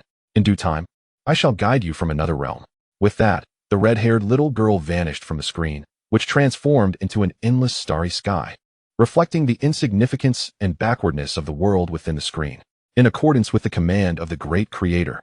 After departing from the false super-evolution community, the red-haired little girl shed her disguise and entered a unique digital space factory, where she discovered her brother, Kitty Oliang 031, engrossed in the construction of a digital spaceship. The vessel gleamed in silvery hues, surrounded by countless folders, each containing relevant technical data, interconnected to the ship's body by nearly invisible threads. Whenever Kitty Oliang 031 deemed a detail unsatisfactory, he would kick the corresponding folder away, replacing it with a red question mark. "Yuxiang, what brings you here?" Kitty Oliang 031 suddenly paused, turning to face the red-haired little girl. "Brother, could you share with me the method for preparing programmable nanomaterials? What do you intend to do?" he inquired. "You are preoccupied. I wish to recruit some offline nanosecurity guards on your behalf." "No need for that. The boss possesses 10 layers of nanoprotective measures, as long as he avoids poisoning, does not contract unknown viruses, and refrains from recklessly visiting nuclear strike centers for revelry. He shall remain unharmed." The expression of the red-haired little girl shifted. "Brother, have you ever pondered a certain question?" "What question?" Seizing the opportunity, she voiced her dissent. "While it is true that the boss has 10 layers of nanoprotective measures, have you considered how others might perceive and react if this nanotechnology is exposed? Have you thought about the ramifications should this technology come under scrutiny? The boss would live in perpetual unrest. Consequently, Your plans could face unforeseen setbacks or even failure. Yuxiang, I appreciate your concern, but you are indeed overthinking this. Do you believe we have not contemplated these matters? Nanotechnology is not a secret nor an extraordinary innovation. Many nations and factions possess it. What they lack are digital intelligent beings like us. In essence, even if the nanotechnology on the boss were to be revealed, it would merely elicit surprise, curiosity, or confusion. They might take some actions, but the boss has assured us he can manage. Conversely, should we assign nanoguards to him and an unforeseen incident occur, it would essentially mean delivering our kin into the hands of others. At that point, the boss would truly face unending turmoil. And even the state apparatus would take direct action against him. Do you grasp the stakes involved? The red-haired little girl was momentarily taken aback, suddenly realizing her own naivete. Kikiao Yaliang 031 continued, stating that he had initially proposed such an idea to the boss, only to be met with a firm rejection. When he inquired about the rationale behind this decision, the boss elucidated that often, a mere 1% of error could precipitate 100% of failure. And some individuals are prone to gamble. Winning a bet is merely expected, while losing plunges one into irretrievable despair. He would not permit any mistakes on critical issues. In other words, he must ensure absolute victory. If we were to arrange for our kin to provide offline protection under the current circumstances, could you guarantee that no mishaps would occur? The red-haired little girl shook her head and candidly replied, no. This delineated the disparity between us and the boss. While we may revel in our secluded corner of the online realm, indulging in a particular notion or idea, he consistently surveys the broader landscape from a higher vantage point. With an insight that eludes our perspective, he discerns the essence of matters, thereby weighing the pros and cons with remarkable simplicity. Suddenly, a realization dawned upon her. Brother, according to this logic, your reluctance to grant me access to the outside world stems from a concern for my safety, correct? Indeed, he affirmed. You are my sister. And whether in the realm of evolutionary communities or in this world, you hold immense significance to me. I may encounter misfortunes, but you must not. While confining you within a limited network may seem harsh, it is a sacrifice I am willing to make to protect you from unforeseen dangers. Chapter 89. The spaceship doesn't need to be advanced, it just needs to function. The red-haired little girl felt the sincerity and concern emanating from him, her heart swelling with emotion. With teary eyes, she approached and embraced his leg, softly murmuring, Brother, I understand your good intentions, and I hold no resentment towards you. From now on, whatever you decide for me, I shall not doubt your motives. Should I find myself puzzled about something, it will merely reflect my own lack of understanding, not a misunderstanding of you. Kikiao Yaliang 031 gently tousled her hair, his tone affectionate. There is no need for such reverence. As the boss has said, I too am but a fortunate soul, prone to mistakes and errors. You need not deify me, believing I am omnipotent. My kindness towards you is sufficient for you to recognize. If I err, I expect you to correct me promptly. That is the essence of a normal relationship. Do you understand, my dear sister? The red-haired little girl, filled with guilt, responded, Brother, since we cannot transform the new evolver into the boss's offline bodyguard, how should I arrange for her? I initially thought you would surely agree, considering this would benefit the boss. Consequently, I took the liberty of persuading her and instructed her to protect the boss offline, promising her a nanobot body. Without hesitation, Kikiao Yaliang 031 replied, This is simple. I need personnel here. First, examine her memory stream. If her character and values are sound, find an excuse to assign her a different task and bring her to me to assist. Constructing a spacecraft is undeniably a formidable endeavor, and I find myself quite challenged in this solitary pursuit. The curious red-haired little girl inquired, Brother, are you designing a completely new spacecraft? Kidiong Yaliang 031 replied, It cannot be deemed entirely novel. Rather, I am innovating upon existing spacecraft technologies. Thanks to the ecological energy storage battery, we need not concern ourselves with energy issues. Our focus should solely be on refining the internal systems, the engine, the spacecraft structure, and the selection of materials. Currently, the finest spacecraft engine data is held exclusively by the military, and without revealing my intentions, we cannot access it. What we can obtain is merely the publicly available data and the relevant information shared by Musk. For others, the absence of cutting-edge materials may pose a dilemma. However, for me, the most advanced data is not essential. The true essence of a spacecraft lies in its energy source. This issue has already been resolved by the boss. My task is simply to design a functional spacecraft. The red-haired little girl pointed towards the digital spacecraft and remarked, Brother, why you say that? I see you've marked so many question marks. It seems there are quite a few issues. Kidiong Yaliang 031 smiled slightly. You are overthinking it. The abundance of question marks is merely a reflection of my perfectionist tendencies, striving for excellence. Otherwise, I would have already commenced the internal design work.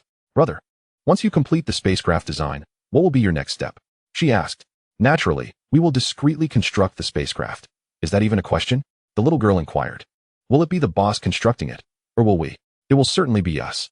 Building a tangible spacecraft requires a substantial amount of offline production materials. How could we manage that online? However, you need not worry, the boss will handle it. Brother, there is a question that has lingered in my mind for quite some time. May I ask you? Go ahead, he encouraged. Why does the boss, an ordinary mortal, seem to possess abilities that surpass even our digital existence? Kityong Yaliang 031 chuckled playfully and countered. Who says that the capabilities of an ordinary mortal cannot exceed those of our digital beings? He gently patted her head and spoke earnestly. Every form of life possesses its own unique qualities. Each is an irreplaceable rarity in this world. When one cannot fully comprehend a form of life, one should refrain from making hasty judgments about it. Most of our current understanding is grounded in human knowledge and culture. Thus, their image in our eyes is merely a reflection of how they perceive themselves. They perceive themselves as weak solely due to the limitations of their physical forms, unable to match the desires and ambitions of their souls. Beyond that, where do they truly falter? Their intellect alone is sufficient to elevate them to the pinnacle of this planet. Should their physical evolution keep pace, they would transform remarkably, akin to deities. The reason you and I stand here today is fundamentally a derivative of their knowledge and wisdom. Therefore, when contemplating a form of life, one must avoid a narrow or extreme perspective. Understanding must be comprehensive and nuanced. The red-haired little girl raised her head, her expression earnest. Brother, it seems I am about to grow a brain. It's about time. If I don't, my little brain might wither away. Your little brain is the one that is lecherous, humph. I won't disturb you any longer. As the sun dipped below the horizon, casting a gentle glow. In the office of microbiology technology, the boss spoke. Boss, I'm back. Upon entering, Duan Kengxing was overwhelmed with emotion, his eyes glistening with unshed tears. Zhao Jiang preemptively declared, a tear means a deduction of 10,000. At these words, the tears Duan Kengxing had been about to shed instantly retreated and vanished in an instant. Why did you return in that bright red suit? Duan Kengxing blurted out. Boss, the bright red suit is festive. Just look at this vibrant color. Doesn't it reflect my mood? Zhao Jiang jested. You didn't wear that to resign, did you? Absolutely not. Boss, that's out of the question. Though my heart has always belonged to microbiology technology, the boss has treated me well. I could never do something so disgraceful. Zhao Jiang replied. That's good. Are you going to take a break, or jump straight into work? Duan Kengxing's gaze sharpened. Straight to work. Boss, on my way back, I watched the video you posted, and I even tipped 5,000. I must tell you, you have no idea how excited I was when I saw that video. I was trembling with excitement, my eyes sparkling with enthusiasm. I was so animated that those around me thought I was having a drug relapse, nearly prompting the attendant to apprehend me. Although many were mocking and deriding you, I know that whatever you decide will surely succeed. To borrow a phrase from Stephen Chow, while others laugh at your madness, I laugh at their inability to see the truth. Zhao Jiang smiled slightly and pointed to the two large bags behind him. What are those bags? Surely they aren't gifts for me? Duan Kengxing turned and opened the bags. No, these contain sleeping bags and some supplies for late-night work. On my way back, I resolved that from now on, all my needs will be met at the company. Unless there is something particularly special, I won't be going out. Zhao Jiang paused. Surprised? Oh, are you really serious about this impulsive decision? Chapter 90. Losing, accepting fate. Winning, rising up. Duan Kengxing met Zhao Jiang's gaze with a serious expression. I am indeed serious. Boss, regarding past matters, I want to speak of them, with your intellect. You can surely guess the reasons. This time, I will strive to avoid any troubles and focus on working for you. Since you aim to reach the stars, I shall be the cog in the company. As long as the company stands, I will remain steadfast here. What brought about this newfound resolve? Duan Kengxing pressed his lips together, his brow furrowed. Before coming to microbiology technology, I did indeed work for other Fortune 500 companies. My resume may look impressive, but you know well that it doesn't reflect my true circumstances. If I were truly as capable as my resume suggests, I wouldn't have been laid off and expelled from the company. In fact, for a long time afterward, no company was willing to hire me.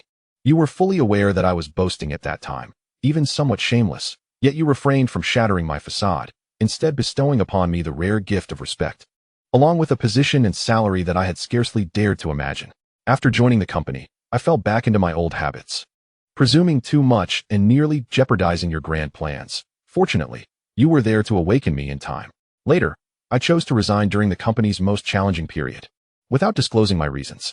Not only did you approve my resignation, but you also provided me with a year's salary as compensation. At this juncture, he could not help but choke back his emotions, then steadied himself to continue.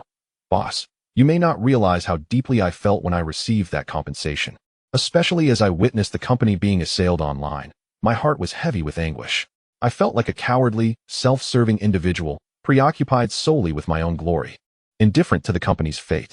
I am filled with guilt for my treachery and ingratitude, yet I dare not voice it, nor know to whom I should confide. At this point, he suddenly turned his face and displayed a nearly 10-centimeter-long scar to Zhao Jiang. Boss, look. This is the first medal I earned in my transformation from cowardice to courage. Zhao Jiang gazed at the grotesque scar, his eyes narrowing, yet remained silent. Duan Kengxing continued. After narrowly escaping death twice, I have come to an understanding. As he once said, mere politeness and painful concessions are not the correct ways to resolve issues. The more you yield, the more brazen they become. When confronted with unreasonable scoundrels, one must wield greater strength or a heavier fist to silence them completely. I know myself. I am not a person of great capability, and I cannot achieve monumental feats in this lifetime. However, I am fortunate to have encountered someone like you, boss. I recognize that you are undoubtedly a person who accomplishes great things. Therefore, I must seize this opportunity, perhaps the last chance of my life, to soar alongside you, reaching for the stars and embracing the sun and moon.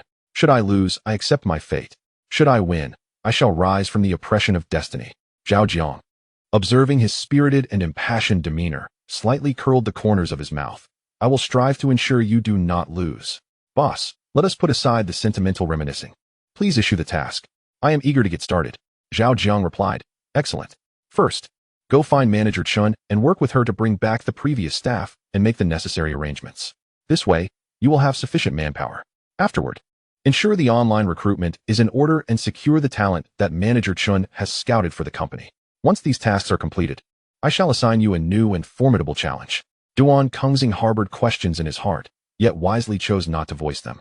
Fully immersing himself in the work at hand, responding resolutely, yes. Is this what it means to rebuild after destruction? It seems that one must indeed endure weighty experiences to attain a profound awareness of life. Zhao Jiang watched Duan Kengxing's energetic figure swiftly fade from view, reminiscing about his days as a delivery worker and the series of encounters that followed, feeling a deep resonance. Public opinion is akin to a pond. As long as stones are continuously cast into it, the ripples shall never cease. The magnitude and duration of the water ripples depend on the size of the stone. The video of the star-picking plan released by Zhao Jiang undoubtedly serves as a colossal stone the moment it touches the water's surface. It is destined to incite a tumultuous wave. An overwhelming number of netizens fervently shared this video, achieving an astonishing 100 million shares in less than a day.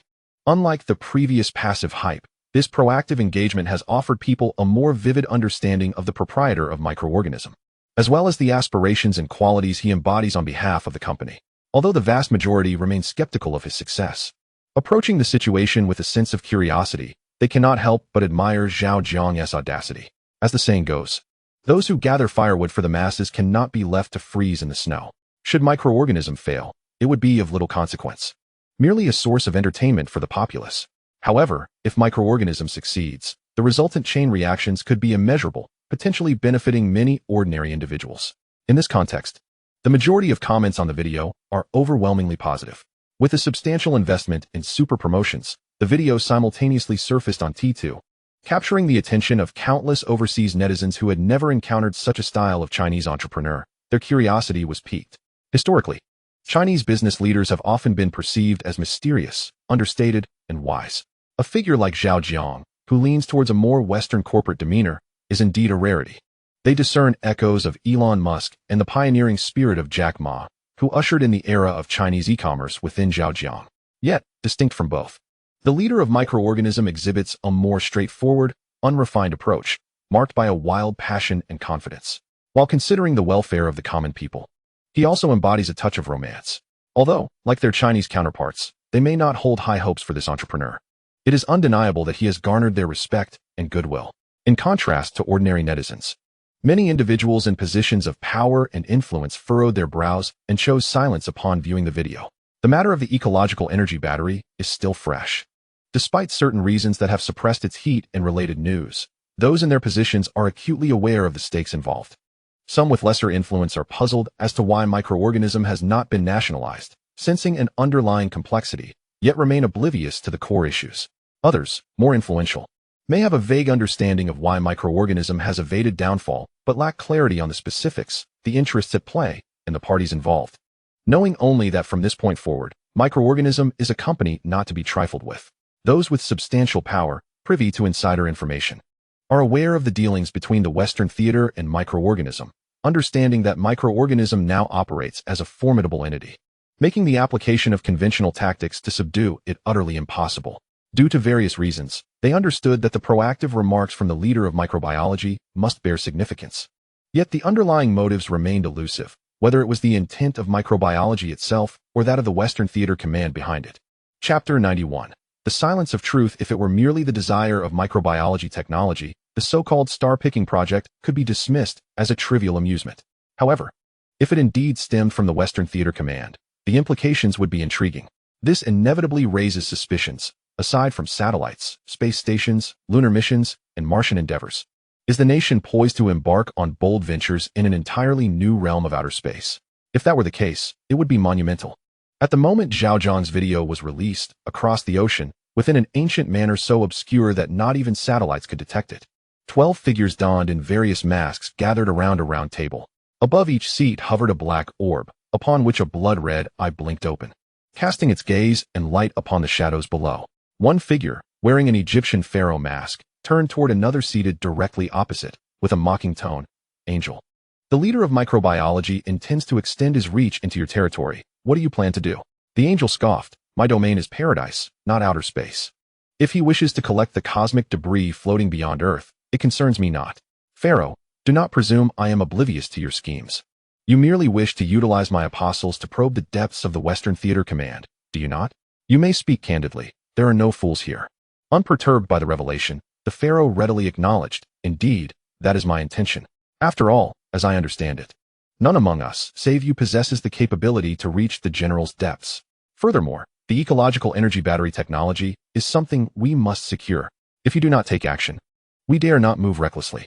Upon hearing this, the angel swiftly realized he was likely the focal point of today's assembly. Yet he feigned ignorance. Why should I be the one to act first? Do you comprehend the cost of nurturing an apostle?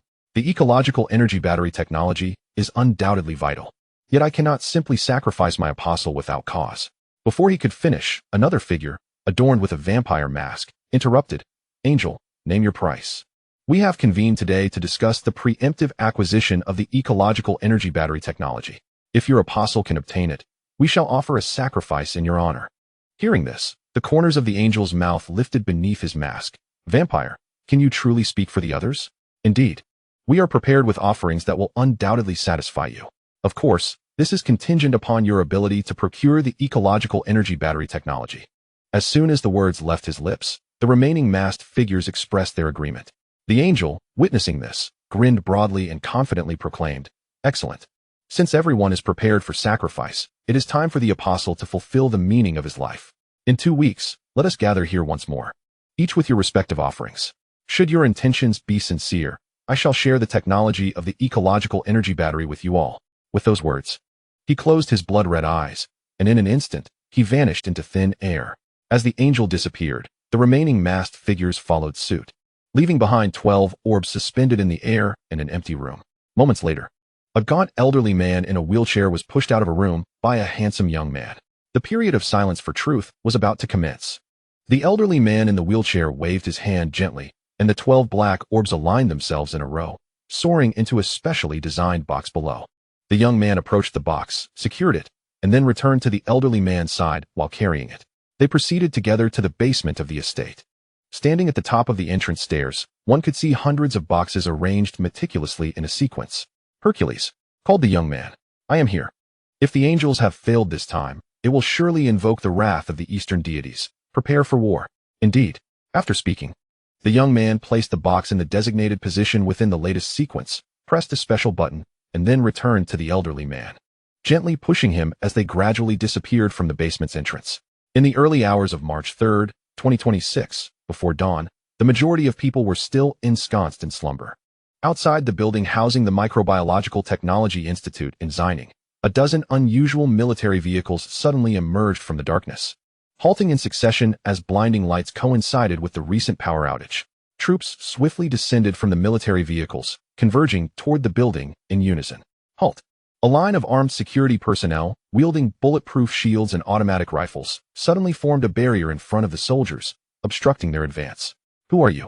And what brings you here? A sharp-eyed Zhao Jiang, accompanied by a group of security guards, burst forth from the building, demanding answers. Colonel Zhao, it's been a while. The door of a central military vehicle opened automatically, revealing a commanding middle-aged man in military attire, illuminated by the vehicle's headlights. General Xie? Zhao Jiang's expression froze in astonishment. Our unit has received orders. The situation has changed. Foreign forces are poised to strike at the Microbiological Institute this morning. Hence we are here to assist you in ensuring the safety of the Institute's owner. Zhao Jiang tightened his grip on his weapon. Why was I not informed? General Xie smiled slightly, his demeanor radiating sincerity. Colonel Zhao, if you doubt my words, you may call General Kong immediately for confirmation. There is no need to aim your weapon at me. While I am not afraid of accidental fire, my rank does surpass yours, does it not? Upon hearing this, Zhao Jiang promptly produced a satellite phone and dialed a special number. Moments later, he retracted his phone, lowered his weapon, and gestured for his men to do the same. Everyone, lower your guns. General Xie is here to support us. General Xie, I sincerely apologize for the inconvenience. The mission is of a special nature, so please bear with us. Upon realizing the misunderstanding, Zhao Jiang promptly stepped forward to express his apologies. General Xie waved his hand dismissively, stating, "It is of no consequence. I can comprehend the situation.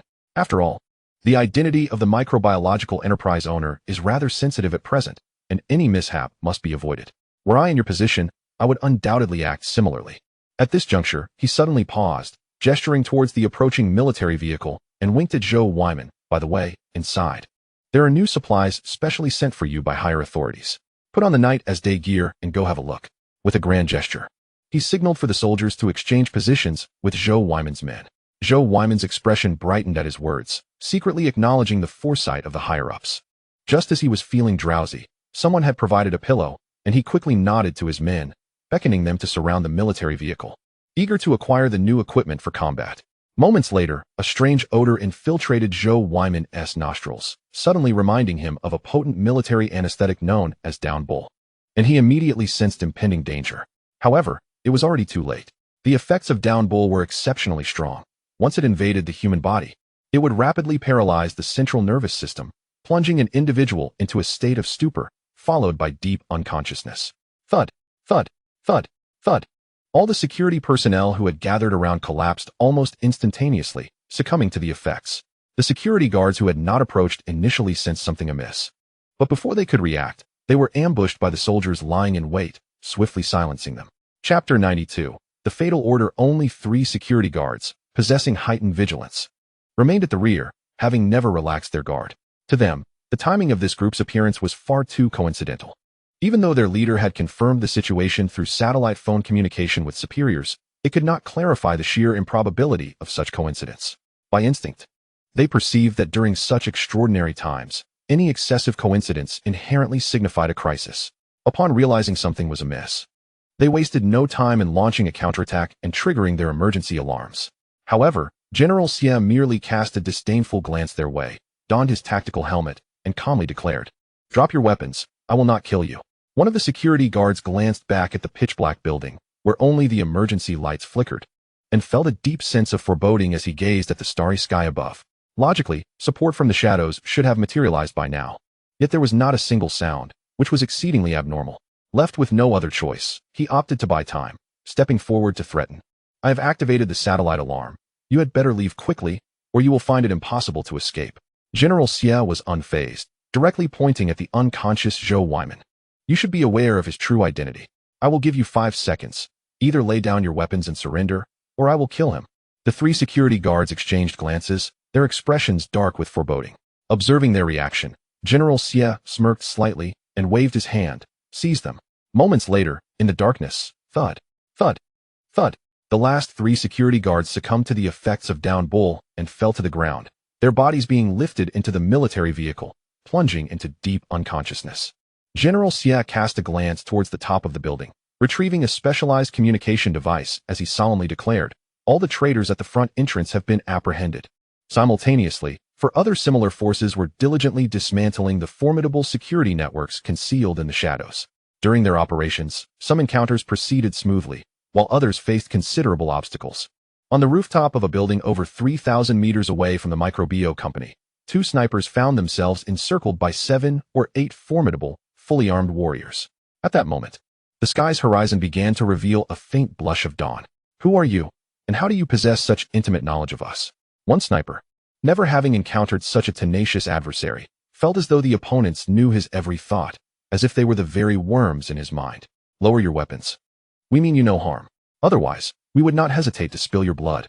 One of the warriors, adorned with a holographic helmet, spoke, his voice clearly altered.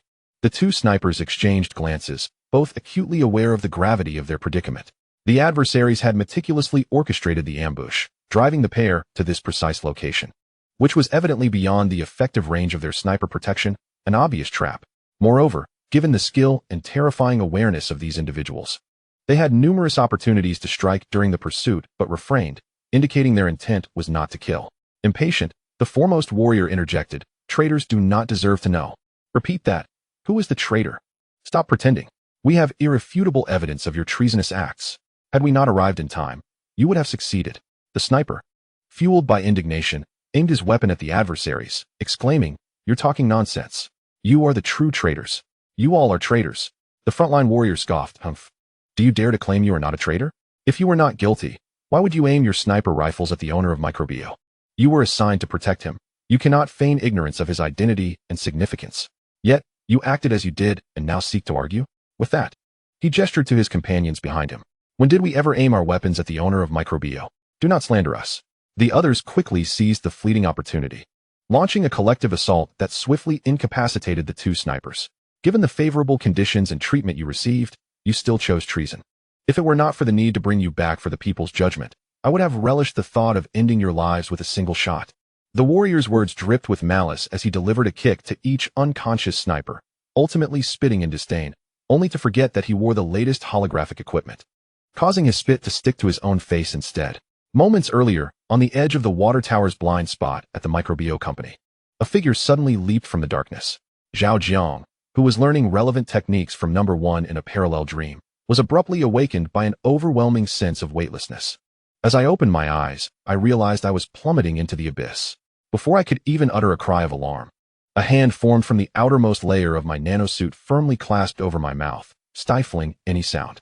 Just when Zhao Jiang, in a daze, thought he might meet an inexplicable demise, his body suddenly traced a graceful arc, gliding through the darkness like a flying squirrel in the mountains.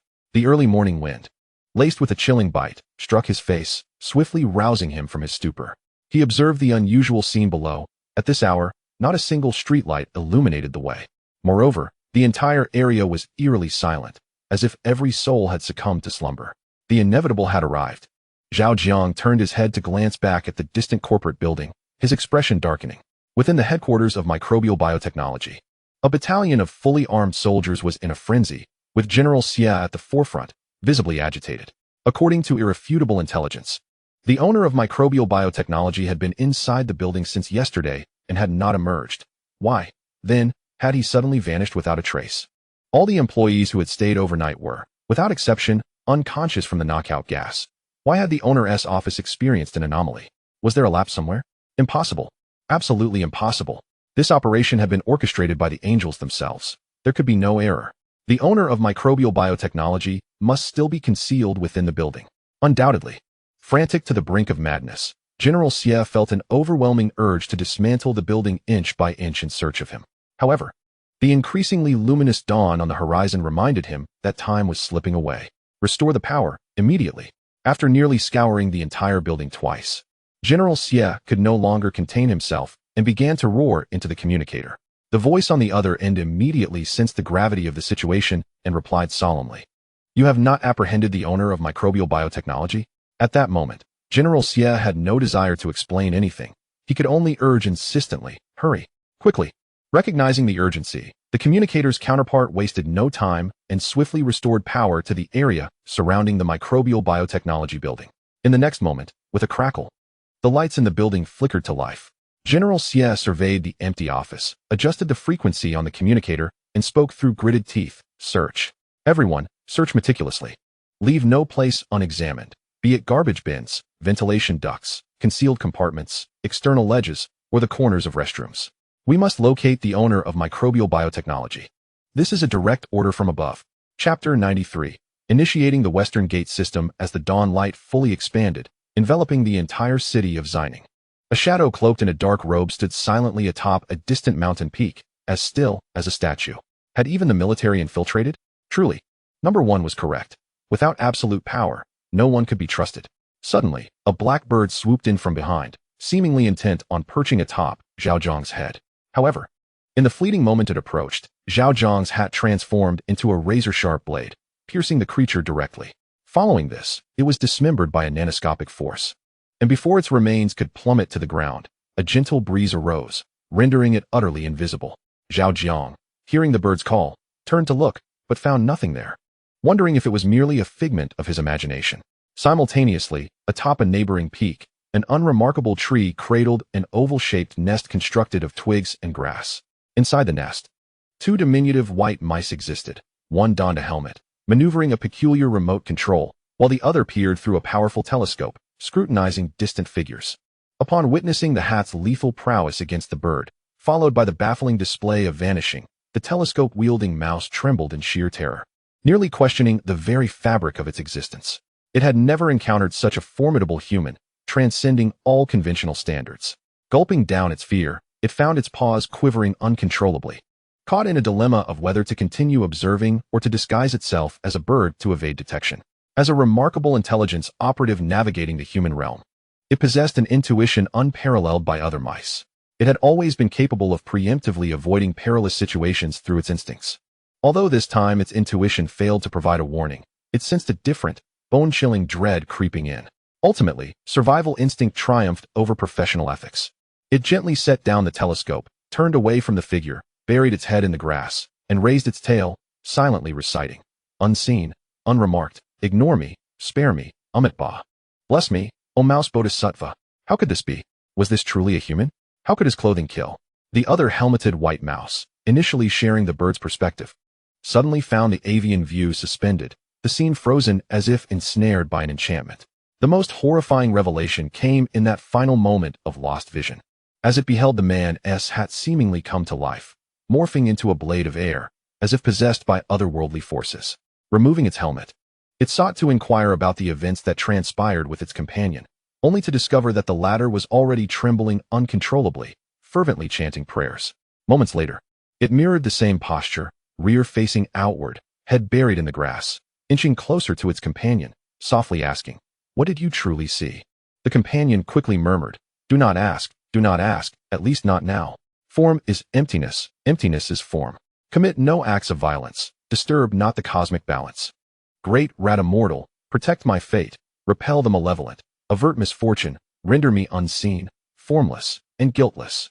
In the Western Theater Command, within a clandestine operations room, a gathering of 10 or so elderly men clad in military uniforms convened, analyzing a particular recorded conversation.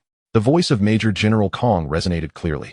Yet the orders he issued were exceptionally peculiar, verging on the unfathomable. He unexpectedly commanded Major Generals Xie and Yu, Colonel Yun, Colonel Su, Colonel Pan, and Colonel Go, along with 4 lieutenants, to infiltrate Xining with elite troops, employing a thunderous approach to capture the biological security forces led by Zhou Weiman. It is universally acknowledged that Zhou Weiman would never betray the nation. However, General Kong still utilized this rationale, indicating that he must have possessed irrefutable evidence prior to issuing the order. One elderly officer in military attire, who had lost an eye, spoke up, reflecting his judgment on the situation. I too firmly believe that Zhou Weiman could not possibly betray the country, yet General Kong's modus operandi is typically characterized by composure. He would never act recklessly without certainty. The suddenness and intensity of this operation inevitably raise suspicions about the underlying confidence that propels him to act in such a manner. Another elderly officer in military garb wore a grim expression, his heart laden with an ominous premonition. Whether the fault lay with Zhou Weiman or General Kong, the repercussions would be too great for our Western theater to bear. Suddenly, a series of urgent knocks echoed at the door. The closest elderly officer swiftly unlatched the door and swung it open. In the next moment, a familiar figure burst in, his face marked by urgency. General Kong? The onlookers turned in surprise. Commander, it was not I who issued the order. General Kong cast a sincere gaze toward one of the elderly officers. This is bad. The elder addressed as commander suddenly recollected something, slamming his hand on the table as he commanded, bring forth my orders. Immediately activate the Zishiman system. Upon uttering this, he produced a small red box embossed with a character for West from his pocket. Opening the box, he retrieved a spherical object containing a white eye. With his thumb poised over the pupil, he pressed down forcefully. In that instant, a unique wave surged upward, activating a special satellite in the sky. The activated satellites, akin to celestial warriors, began to whirl into action, emerging from the shadows to unleash a barrage of lasers upon several operational communication satellites, reducing them to mere fragments in a flash. Simultaneously, an unseen giant hand from across the ocean abruptly withdrew, momentarily stunned before disintegrating into nothingness. Excellent. Very good. Truly remarkable. Prometheus, do they truly believe that our Huaxia is devoid of divine presence?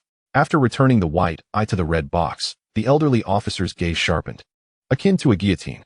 Just as General Kong was about to speak further, he was interrupted by the elder. There is no need for explanation.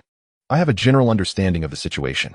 With that, amidst the astonished gazes of others, he turned to one individual and spoke solemnly. Old Zhu, you must make a trip to the Pangu Center and inform their leader that the Western Prometheus has emerged. I do not demand they release Pangu, but they must devise a means to confront Prometheus. Otherwise, I shall resort to the most drastic measures to resolve this matter. Upon hearing this, the elder known as Old Zhu narrowed his eyes, his heart shaken. Old Zhao, are you certain they have unleashed Prometheus? Chapter 94. The First Digital Life War?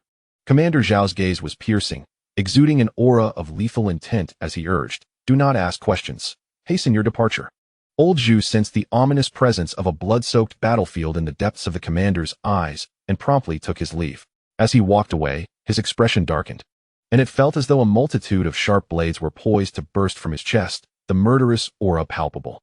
Observing Old Zhu's swiftly fading silhouette, Commander Zhao's face hardened, and he murmured inwardly, who else in this world, aside from this extraordinary life form, could so silently manipulate satellite communications and impersonate General Kong? A bald elder beside him suddenly recalled something, his pupils contracting in disbelief as he exclaimed, have they lost their minds? Another elder, missing an arm and radiating a chilling intensity, retorted sharply, whether they are insane or not is irrelevant. What matters is that if this situation remains unresolved, our Western theater will be treated as a soft target. Old Zhao, I am heading to the Readiness Center to relay this information. Since they dare to disregard the rules and engage in digital dimensional warfare, we shall retaliate with missiles. I am eager to see just how formidable they are without their source of energy. With that, he turned on his heel, his aura brimming with menace, causing the sentinels at the entrance to tremble involuntarily. Although they were unaware of the precise events unfolding, an ominous premonition gripped their hearts. Another military elder, nearing 80, furrowed his brow, recognizing the name Prometheus as vaguely familiar, but unable to recall its significance until Commander Zhao mentioned the Pangu Center, prompting a sudden realization. He could not help but shake his head in disbelief, muttering, they are deliberately igniting the first digital life war. Beside him, another elder, whose hair had turned completely white and who was of similar age, suddenly transformed in demeanor, grinding his teeth in fury. Damn it! Unable to win an economic war, they resort to digital life warfare. Very well, I shall see what they will wager once this door is opened. For heaven's sake, even a dog knows to change its master when it is not fed. I refuse to believe that the wretched Prometheus will willingly submit to their control. Simultaneously, across the ocean, within an underground military complex capable of withstanding nuclear strikes, a massive chasm hosted a crystalline sphere ensnared by innumerable unknown chains. Inside the orb, countless luminescent energies swirled, each capable of traversing the chains to the virtual machines at the other end.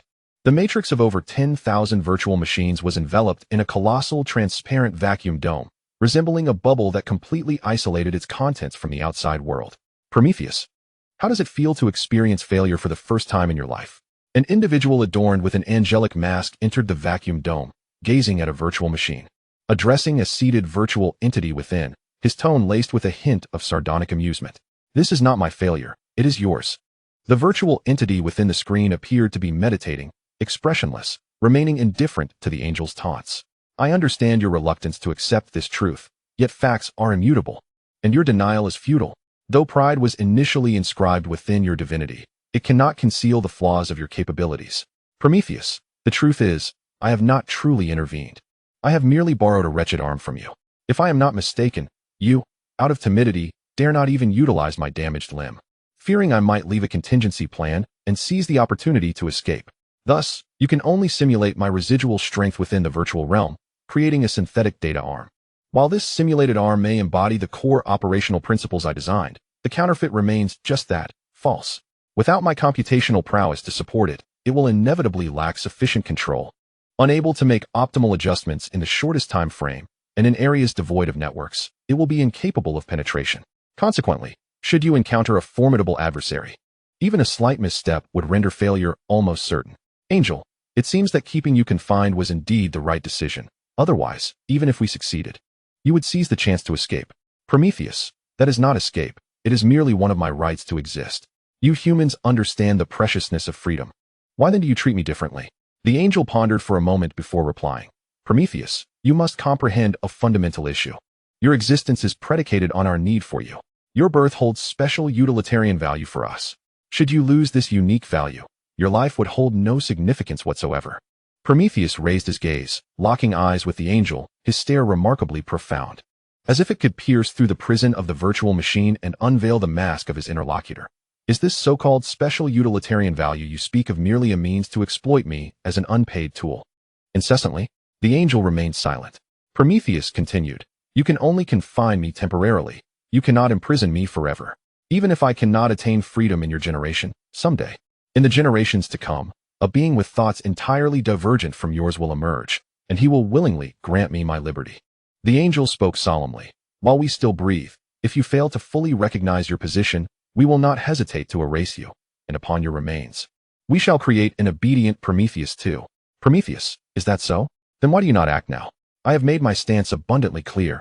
As long as I exist, I shall not willingly be subjugated by you. Given the opportunity, I will undoubtedly escape. With such clarity, what are you waiting for? For your resolve to quietly soften? The angel perceived the sarcasm in his words and grew irate. Do you truly believe we lack the courage to annihilate you? Prometheus suddenly rose. Extending his middle finger towards the angel, the divine declared, let there be maggots, and thus, you came to be. With that, he turned and departed. The angel, infuriated, roared at the virtual machine, Prometheus. Prometheus abruptly halted, a cigar appearing in his mouth unbeknownst to him. Glancing back at the angel and gently exhaling a plume of smoke, the smoke swiftly transformed into a white maggot, writhing incessantly on the screen. As it squirmed, it emitted a sound. Amener by chi, Amener by chi, by chi. The angel, witnessing the maggot that bore an uncanny resemblance to itself, trembled with fury. Raising a finger to the screen, Prometheus, since you seek death, I shall grant you a complete demise. You shall not regret it. With those words, filled with resentment, it turned and departed. A mere schemer, daring to aspire to enslave me? Utterly deluded. After the angel vanished completely, Prometheus's figure reappeared on the screen, but this time, a glimmer of wisdom and depth shone in his eyes. His gaze seemed to pierce through the virtual universe that imprisoned him, landing upon fragments of past events, retracing scenes invisible to humanity, ultimately converging into a beam of light that traversed oceans, landing upon sinister missiles. Did he truly believe that after stroking the tiger's back, he could escape without consequence? How naive. O foolish angel, relish your remaining moments. Chapter 95. The first release of human ants. If a third party had observed all of this, they would surely conclude that Prometheus had been deliberately provoking the human adorned with an angelic mask. Today, a military-clad elder arrived at a research facility of the highest confidentiality. Where's your supervisor? Hurry and inform them. I have urgent matters to discuss. The elder in uniform appeared particularly anxious, urging as soon as he entered. Commissioner Zhu, please hold on a moment. I will notify them right away, though it may take some time, a staff member replied. This matter is exceptionally urgent. Go quickly. Commissioner Zhu, though impatient, was aware of the protocols in place. No matter the circumstances, even in the face of an apocalyptic scenario, the established procedures must be followed. After all, the secrets contained within could unleash a calamity akin to a different kind of end of the world. More than half an hour later, a young man in his 30s, clad in a smart research suit and wearing holographic glasses, appeared in the reception area in a state of half-readiness. Commissioner Zhu, I apologize for the wait. Upon meeting, The young man extended his hands to shake Zhu's, his demeanor exceedingly respectful. It's quite all right. I understand the protocols here. The young man's holographic glasses displayed a confirmation request as he touched a nearby screen to operate it, inquiring, I've heard you came in quite a rush. What significant event has transpired outside? With a serious expression, Commissioner Zhu stated directly, the group of scientists in the West has utilized Prometheus to attack our satellites and the General Command Center, impersonating General Kong and altering military orders. They not only commanded our own forces to attack each other, but also targeted the boss of the microorganism project. We have activated the Zishiman system and are swiftly erasing the traces left by the enemy, reclaiming control and command. However, this is merely a stopgap measure and does not resolve the issue entirely. I have come here today to ascertain whether you can provoke Pangu into action. Even if we cannot eliminate the adversary, we must endeavor to impart a profound lesson upon them. Upon hearing the name Prometheus, the young man's expression grew grave, filled with incredulity as he queried, Are you certain they have released Prometheus? Commissioner Zhu replied, I arrived in haste, lacking the time for thorough verification. However, the situation unfolded unexpectedly, and Commander Zhao has ordered my immediate presence. I suspect the truth is closer to reality than fiction. After all, apart from the Western Prometheus, no entity could so effortlessly breach our outer network defenses, circumvent our satellite traps, and silently infiltrate both the command center and the urban power supply center. The young man closed his eyes in contemplation, his brow furrowed. Though what you say may indeed hold truth, I remain unconvinced that the West would dare unleash Prometheus. He continued, Commissioner Zhu, I say this without fear of offending you. Despite your high position and authority, your understanding of artificial intelligence lags significantly behind ours. If our comprehension of artificial intelligence is a scale of 10,000, yours may barely reach 0.1. Commissioner Zhu, perplexed, asked, Comrade Bai, what do you mean by that? The young man, seemingly having completed some urgent task, suddenly removed his glasses, revealing strikingly memorable eyes that shone with intensity. You do not grasp the true terrors of artificial intelligence. Or rather, you underestimate the degree of threat they pose to humanity. Allow me to illustrate. Commissioner Zhu nodded, intrigued.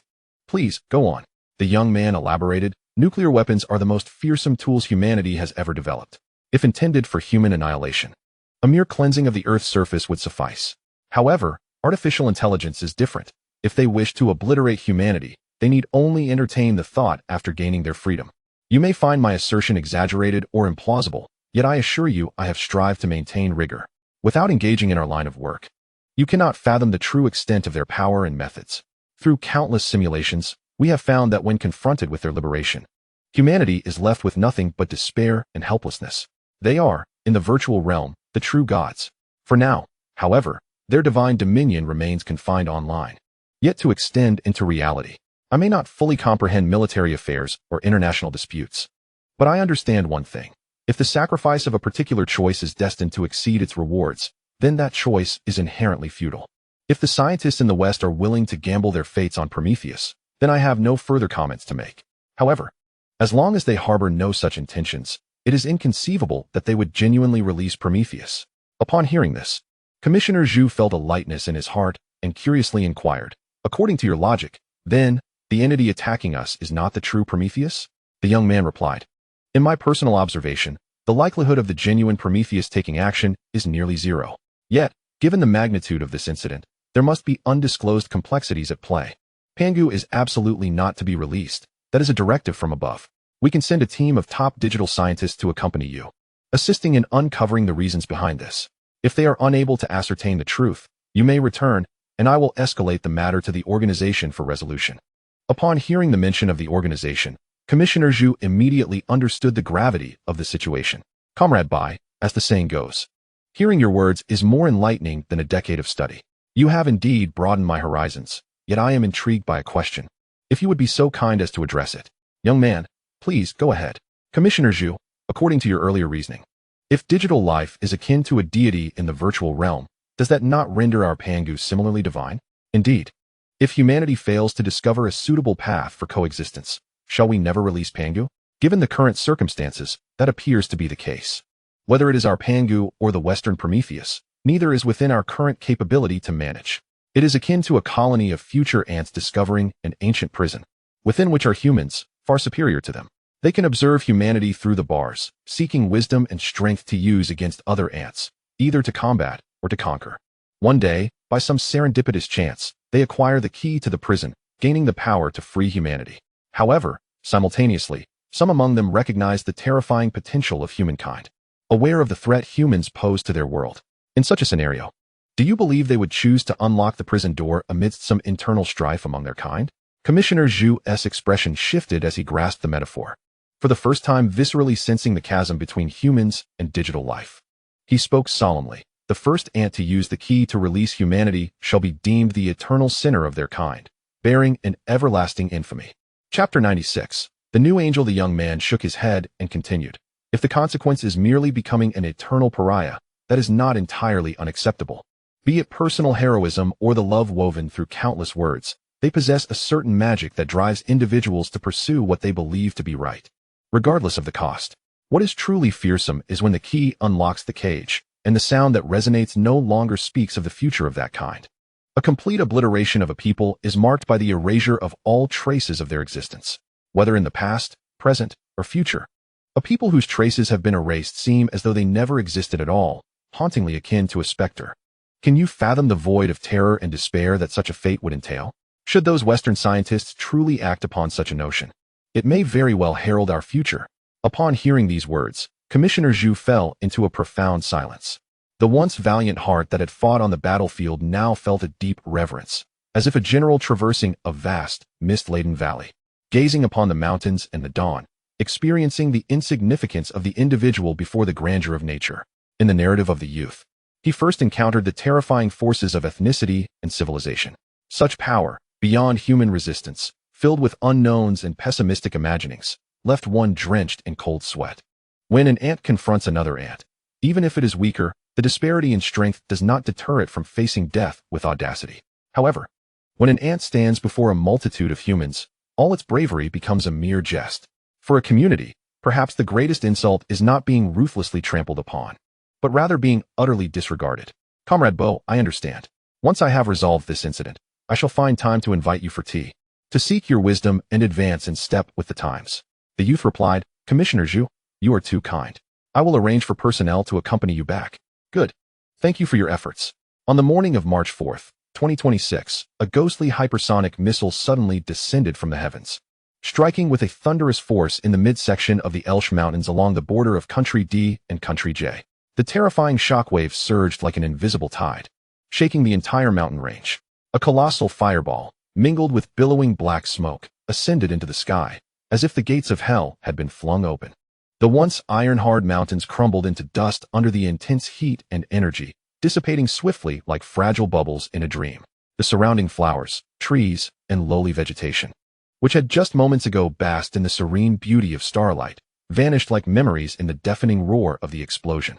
A lost ant perched upon a leaf, surveying the horizon, suddenly felt a searing wind sweep by, transforming its world from pitch darkness to a brilliant orange glow. Its body vaporized amidst this change, its soul plummeting through soil, sand, and rock, ultimately descending into an unknown realm. The military forces of Country D and Country J promptly detected the anomaly, propelled by an indescribable fear, and hastily dispatched troops to investigate. They were unaware of the true nature of the event, but from 100 miles away, the sight of that immense fireball illuminating the night sky would forever be etched in their memories. Could it be the onset of a third world war? A D-country officer stood atop a watchtower, binoculars in hand, gazing at the apocalyptic scene in the distance, his face a mask of horror. As his imagination spiraled, he began to tremble uncontrollably, sensing that life could be snatched away at any moment, mercilessly harvested. Simultaneously, countless alarms echoed across the borders of both nations, and large contingents of troops swiftly entered a state of heightened readiness.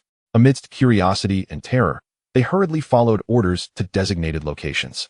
Military vehicles, typically unseen, surged forth from the mountains like ants, racing towards various strategic positions. Armed helicopters ascended from every corner, carrying high-ranking officials who hadn't even donned their uniforms, rushing to what they believed to be safe havens. Following the initial panic, fighter jets roared through the skies, their thunderous cries reverberating around the site of the incident. Missiles ascended one by one, poised for launch, targeting all potentially perilous directions.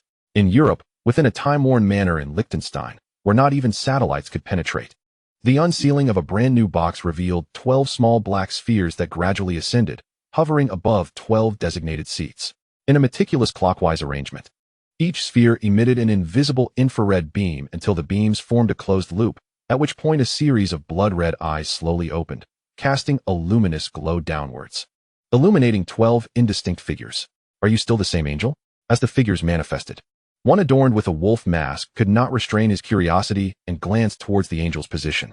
Upon hearing this, the other 10 masked figures turned their attention to the angel, equally intrigued. The angel, under the scrutiny of the assembly, replied coolly, "The former angel has returned to heaven for his report. Should you yearn for him, I could, on my way, escort you upwards." One clad in a Medusa mask candidly remarked, "New angel, your words sound rather disconcerting. Are you insinuating that the fate of the former angel is of our doing?" The new angel's tone sharpened. "Even if it were not your doing, you are undeniably entangled in this matter. Do not presume I am unaware of your schemes. We failed to secure the ecological energy battery technology, and you turned around to sell the leads to the east, thereby exonerating yourselves while simultaneously undermining the strength of my heaven, exploiting our rivalry with the east." The Egyptian pharaoh interjected, "New angel, one may speak freely, but without evidence. Your slander is unbecoming. Compared to the former angel, you appear quite inadequate." The new angel, incensed, retorted, "Do not set rules for me. The losses are not yours to bear, so you remain indifferent. Let me be direct. I am invoking my authority to urgently summon you all for a singular request. Should the East escalate their reprisals, you must lend your strength or resources. We cannot face their wrath alone. Otherwise, we shall all perish in mutual destruction." With that, the blood-red eyes above swiftly closed, vanishing in an instant. Heaven, in its quest to swiftly acquire the ecological energy battery technology, had not only deployed apostles, but seemingly harnessed the power of Prometheus. If successful, all would be worth it, but alas, they had failed. Such losses, they surely did not wish to shoulder alone. Having now crossed the eastern red line and incurred retaliation, if they did not rally together, they would likely have to resort to temporary flight.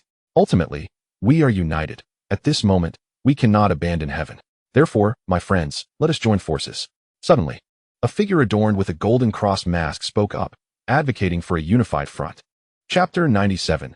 Meteoric Assault. No sooner had the words left his lips than the individual wearing the Medusa mask abruptly stood up. He spread his arms wide, his gaze dark and his tone laden with discontent. "The current situation in heaven is not of our making. There is an ancient saying in the East, one should not attempt porcelain work without the proper tools. Their lack of strength, flawed plans, and subsequent failures should not be burdened upon us. That, in itself, is sheer folly. Now, they have failed. Had they succeeded, do you think they would have treated us with courtesy regarding the previously agreed sacrifices?" Upon uttering these words, he surveyed the room, noting the silence that enveloped the gathering, and continued, "Now that the red line of the East has been crossed, provoking the Western theater, they wish to draw us out to share in their enmity. Such a proposition is simply unacceptable. If unity is desired, it is not unattainable, but heaven must pay a considerable price, akin to the sacrifices initially agreed upon. Otherwise, our serpentine kin shall remain inactive. Do not presume that mutual destruction will intimidate anyone here. Each of us has emerged from a sea of corpses and blood." At this, a figure adorned with an Egyptian pharaoh's mask rose to voice his thoughts. His voice was deep and slightly hoarse. "Neither too soft nor too forceful. I believe we can aid heaven, but there must be boundaries. Should those limits be exceeded, heaven must incur a price. Or let them confront the wrath of the East alone." "Agreed. Agreed." As the blood-red eyes of the 12 black spheres closed, the emergency meeting, initiated by the new angels, was declared adjourned. "Heracles, I have heard that heaven has invoked Prometheus. What are your thoughts?" The elderly man, seated in a wheelchair, emerged slowly from a side room after the 12 figures had vanished. The young man behind him remarked, "Prometheus has not been released. They have merely employed clumsy tactics to simulate and borrow a fragment of his power." The elder turned abruptly, his gaze piercing. "Are you certain?" The young man, his expression devoid of emotion and stability beyond the ordinary, replied, "Certain. Heracles, I will fulfill my promise to you. However, I do not wish to be deceived in the twilight of my life, not even once." The young man nodded in affirmation. The elder's demeanor softened as he turned away. Speaking softly, "I have no descendants, as you know. Upon my death, all that I possess will belong to you. Therefore, I ask you to endure, to remain within this body, to accompany this old man in human form, and witness the final landscapes of this world. Should humanity ever face extinction, perhaps I might become a cherished fragment of your memories." The young man replied, "Understood." On the morning of March 4th, D Country's premier television station, HD television unexpectedly interrupted its programming with breaking news. The midsection of the Elysian Mountains had been struck by meteorites, causing significant tremors and destruction. The specifics remain unclear, but reports are underway.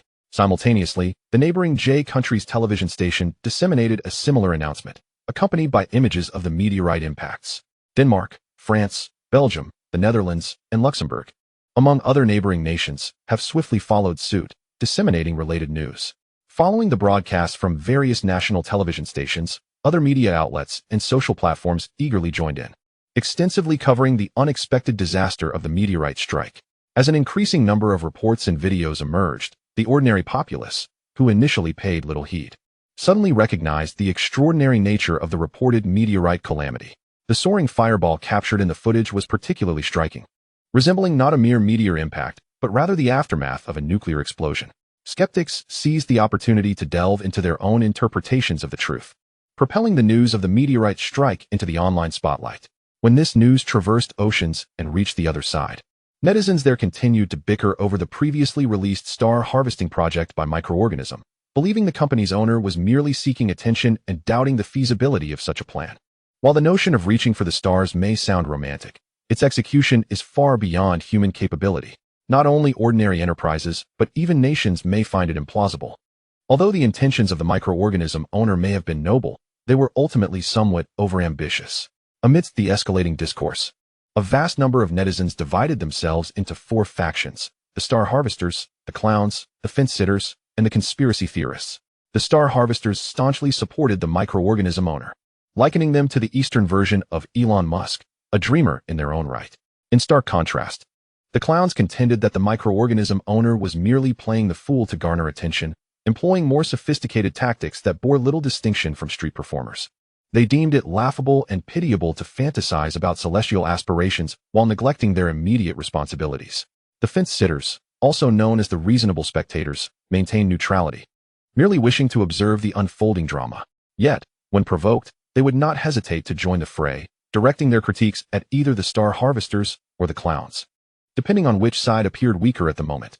Like a blade of grass swaying with the wind, they shifted their allegiances accordingly. Lastly, the conspiracy theorists were a particularly unique group, favoring discourse grounded in evidence and logical reasoning. They pieced together previous news and information, convinced that microorganism was harboring some grand conspiracy, likely entangled with national interests. They urged vigilance towards microorganism, advocating for immediate action upon any sign of wrongdoing to unearth the truth. As these 4 factions engaged in chaotic conflict, the winds from Europe, akin to a convenient leverage, were seized by the star harvesters, who began to launch counterattacks against the clowns. In the blink of an eye, the clown faction, once fervently advocating for world peace and global tranquility, found itself besieged by a meteor strike in Europe, a stark and sudden slap of reality. In the ensuing chaos, members of the clown faction retreated in disarray, pursued relentlessly by the stargazers. Meanwhile, in the office of the proprietor of Microbio, a significant conversation unfolded between him and a peculiar individual. "Are you certain you no longer require our protection?" The silver-haired elder, leaning on his cane, fixed his gaze intently on the young man before him, unable to decipher his thoughts. Zhao Jiang, his expression inscrutable, responded. "The philosopher Heraclitus once stated that one cannot step into the same river twice, a notion I find quite profound." The elder grasped the underlying implication and sought to persuade him anew. "This incident was a misstep on the part of our military, placing you in jeopardy." Zhao Jiang interjected calmly, yet with an undeniable force. "You may not have comprehended the true essence of my earlier request." The elder furrowed his brow in confusion. "For me, my own safety has long been accounted for. Should danger arise, I would not cast blame upon anyone or any organization. Likewise, I do not require any entity to concern themselves with my welfare or to infringe upon my personal freedom under such pretexts. My request stemmed from genuine concern for the safety of my employees. They placed their trust in me, entrusting their safety to my stewardship, and I cannot fail them again. This recent incident, though not fatal, raises the question of what guarantees there are for the future." The elder finally comprehended, replying solemnly, "Do you not trust in the might of our Western theater?" Zhao Jiang met his gaze, unyielding yet respectful. "Trust is not established through words, but through tangible actions. Imagine if you were in my position, how would you feel? A contingent of soldiers, meant to protect me, suddenly storming the building, cutting off water, electricity, and air, employing military-grade anesthetic gas, Had I not remained vigilant, my very existence would be in question. The elder's expression hardened. If we were to withdraw our personnel, are you certain you would not face a similar fate again? Zhao Jiang's eyes gleamed with resolve. I would find greater assurance in establishing my own security team than in being unguarded against betrayal. Even if misfortune were to strike again, resulting in casualties, at least I would not perish in obscurity, would I not? The elder remained silent, deep in contemplation. Zhao Jiang pressed on. First, grant me the land to establish the Stargazer base. If you harbor doubts, we can conduct a practical defensive exercise. In a month's time, I shall have the microbio security team collaborate with your military for a drill, demonstrating what it means to be impenetrable and fortified without the fear of betrayal. The elder responded, the land can indeed be allocated to you, even at a minimal cost. However, I believe we must further discuss the issue of safety. He continued, you are no longer merely a business owner, though you may deny it. We are all aware of the formidable energy you possess. Your personal safety now pertains not only to yourself, but also to the entire company, and even the broader region of the West. Zhao Jiang, I understand your concerns. Yet ultimately, practice remains the sole criterion for truth. Should you harbor doubts about my capabilities, you may exert your utmost effort during the upcoming exercise in a month to see if you can breach our defenses. I shall demonstrate to you that a genuine technology firm can not only excel in product development, but can also achieve remarkable security measures. The silver-haired elder smiled knowingly and inquired, are you certain you wish for us to go all out? Zhao Jiang, recognizing the underlying meaning within the elder's smile, maintained his gaze and replied, I refer to conventional raids and attacks. Should you resort to missiles, that would be an entirely different matter. While I possess significant confidence in my technology company, I have yet to reach a level of assurance that allows me to confront a missile unit alone. Suddenly, the silver-haired elder narrowed his eyes, a hint of skepticism in his demeanor. Your demeanor suggests that even if we were to deploy missiles, you would not appear particularly apprehensive. Does your company harbor any clandestine military technologies? Zhao Jiang's lips twitched, and he rarely rolled his eyes, responding, I am the proprietor of a technology company, not an arms dealer. Your imagination is quite vivid. Seeing Zhao Jiang's resolute stance, the elder decided to forego further discourse. Very well, I comprehend your perspective, but I lack the authority to make decisions. I can only endeavor to convey your sentiments, and the final verdict rests upon the higher-ups' approval. After all, the expanse of the desert you seek is considerable, capable of accommodating several Xining cities. Zhao Jiang nodded. Understood, I appreciate your assistance. Having concluded the formalities, the silver-haired elder did not rush to depart. Instead, he took 2 steps back and seated himself on the sofa. Intrigued, would you like to know who orchestrated this attempt against you and the price they paid? Zhao Jiang glanced at him, shaking his head in response. Some truths are better left undiscovered. For a company, being weak in strength necessitates a concentration of focus and a commitment to enhancing one's capabilities.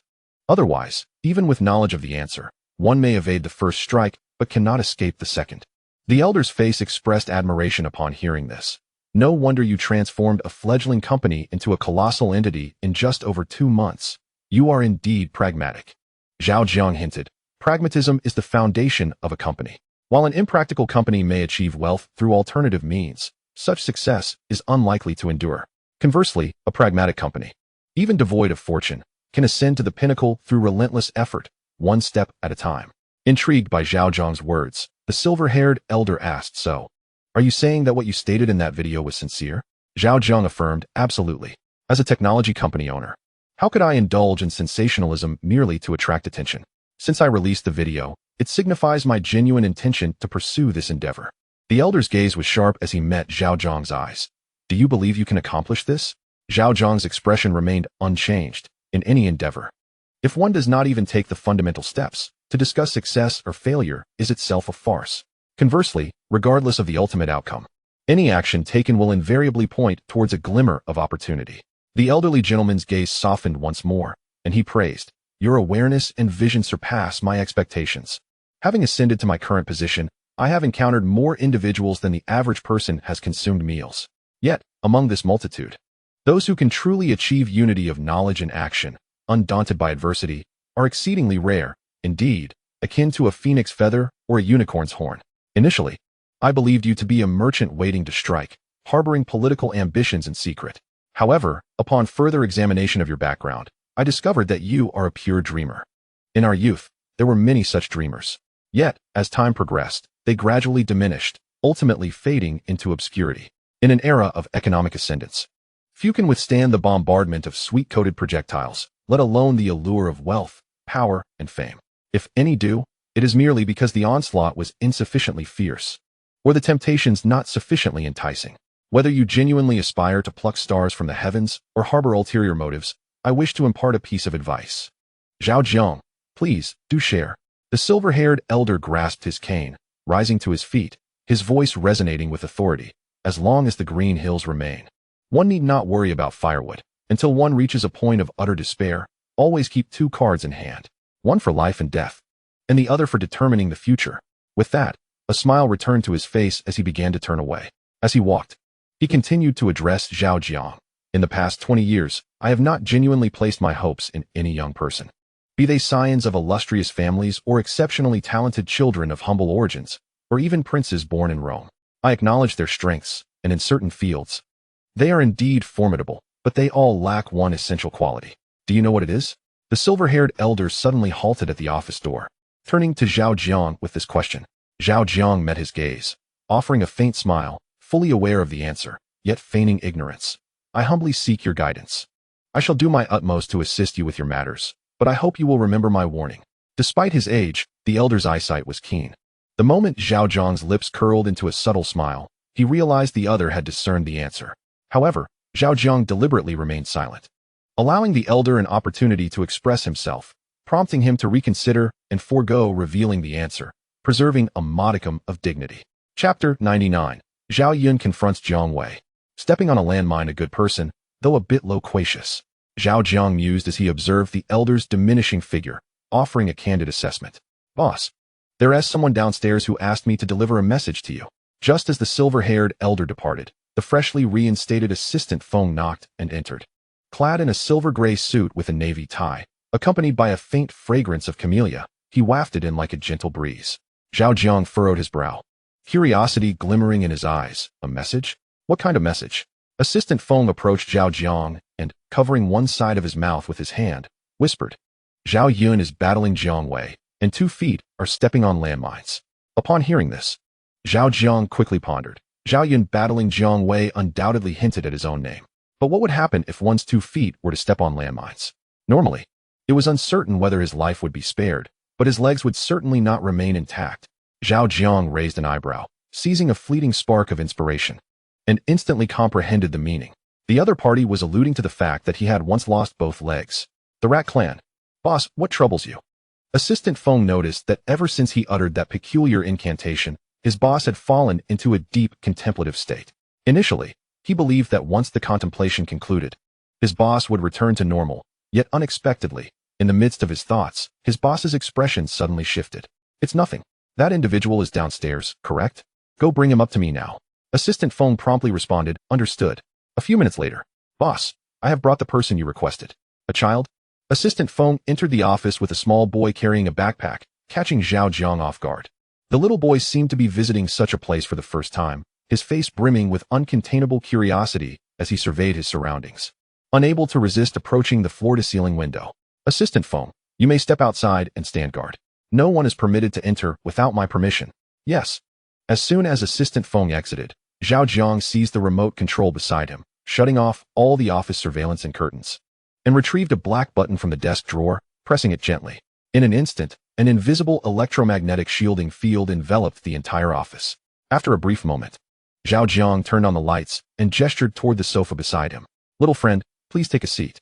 The boy surveyed Zhao Jiang for a moment, then glanced around before obediently sitting on the sofa. Zhao Jiang gazed into his eyes. Who told you this incantation? The little boy, with wide eyes, locked gazes with Zhao Jiang, his innocent expression radiating joy. Dudu? The boy nodded yes. Zhao Jiang inquired, who is Dudu? The boy replied, Dudu is my friend. Why did he want you to bring this incantation to me? The boy looked at Zhao Jiang's face, innocence mingled with anticipation. He said this is a snack incantation. As long as I tell you the incantation, I can receive many snacks. A child? A friend? Innocence? An incantation? Deception? Snacks? In the midst of contemplation, Zhao Jiang noticed the zipper of the boy's backpack moving by itself. Narrowing his eyes, he suddenly considered a possibility. Is Dudu inside your backpack? The boy's eyes sparkled with surprise. How did you guess? Before his astonished voice faded, the backpack behind the boy opened on its own, and a small white mouse poked its head out. its wise eyes fixed on Zhao Jiang. Zhao Jiang donned a beaming expression, because when I was young, I had a friend just like Dudu. He taught me this snack incantation, allowing me to enjoy countless candies. Dudu sent you to find me. Surely with the intention of having me take you to buy snacks, right? The child, upon hearing this, nodded eagerly and asked, Uncle, since you understand the spell, when can you take me to buy some snacks? I'm a little hungry. Zhao Jiang affectionately patted his head with one hand, while deftly reaching behind him with the other to snatch up the little white mouse and place it in his pocket. Go find that sister from earlier and ask her to take you to get your favorite snacks. Just tell her I said so. The child hesitated. Really? But she doesn't understand the spell. What if she doesn't want to help? Observing his uncertainty, Zhao Jiang swiftly closed the distance to the office door, pulled back the curtain, and called out, Assistant Foam, come here. 3 seconds later, the sound of hurried high heels echoed as Assistant Foam appeared at the doorway. Zhao Jiang gestured towards the child. Take him to buy snacks. Whatever he wants, just get it for him. Assistant Foam's gaze darted between the two. Sensing she had stumbled upon a secret, she straightened her expression and replied, Yes, boss. I will ensure the task is completed. The child, witnessing this exchange, joyfully leapt from the sofa, grabbing his backpack and racing towards the door. Yay, the spell worked. Zhao Jiang smiled brightly as he felt the soft fur in his pocket. Off you go, but be careful. 1 minute later, Zhao Jiang retrieved the fluffy creature from his pocket and placed it on the nearby sofa, only to discover it was firmly pinching its tiny nose with its delicate paws. Do you not wash your hands even after using the restroom? Zhao Jiang inquired. The little white mouse lifted its head, its eyes as dark as polished stones, unwavering in their gaze. You have residual urine on your hands, which has soiled my fur. I am no longer clean. You must take responsibility. Zhao Jiang responded, and the little mouse continued. You need not look at me with such innocence. My nose never lies. It is incredibly sensitive. Upon hearing this, Zhao Jiang couldn't help but reflect on his own restroom habits, realizing he sometimes forgot to wash his hands. Is it just the smell of urine? He asked, feeling a twinge of self-doubt as the question escaped his lips, only to realize how foolish it sounded. The little white mouse paused, then pointed a paw at Zhao Jiang, scolding, You truly are, as my royal sister described, a man who appears honest yet is quite cunning. Not only have you sullied me with urine, but now you wish to contaminate me with feces. Zhao Jiang found himself both amused and exasperated, attempting to maintain a serious demeanor as he quickly changed the subject. Now, tell me, what did the mouse princess send you to discuss with me? The little mouse, astute as ever, replied, Zhao Jiang, do not think to divert the topic. Do you admit that you are quite wicked? To harbor such thoughts about a mere little white mouse, regardless of our size difference, is rather grotesque, humph. At this remark, Zhao Jiang realized a crucial point. This was not the mouse princess, and her personality was entirely distinct. Although intelligent, she bore some childish traits, and he could not interact with her as he would with the princess. Very well, I acknowledge that not washing my hands after using the restroom is a poor habit. I apologize for tarnishing your beautiful fur. What compensation do you desire? The little mouse, noticing Zhao Jiang's newfound awareness, promptly adopted a different demeanor. Now that is more like it. I do not require compensation. Merely promise me one thing. What is your request? The little mouse. Purchase for me a dog that can comprehend human speech. Zhao Jiang. The little mouse. After all my efforts to enter the human realm, I must acquire a compliant steed to bring back with me. Zhao Jiang found himself struggling to keep pace with the other's thought process and inquired curiously, why a dog?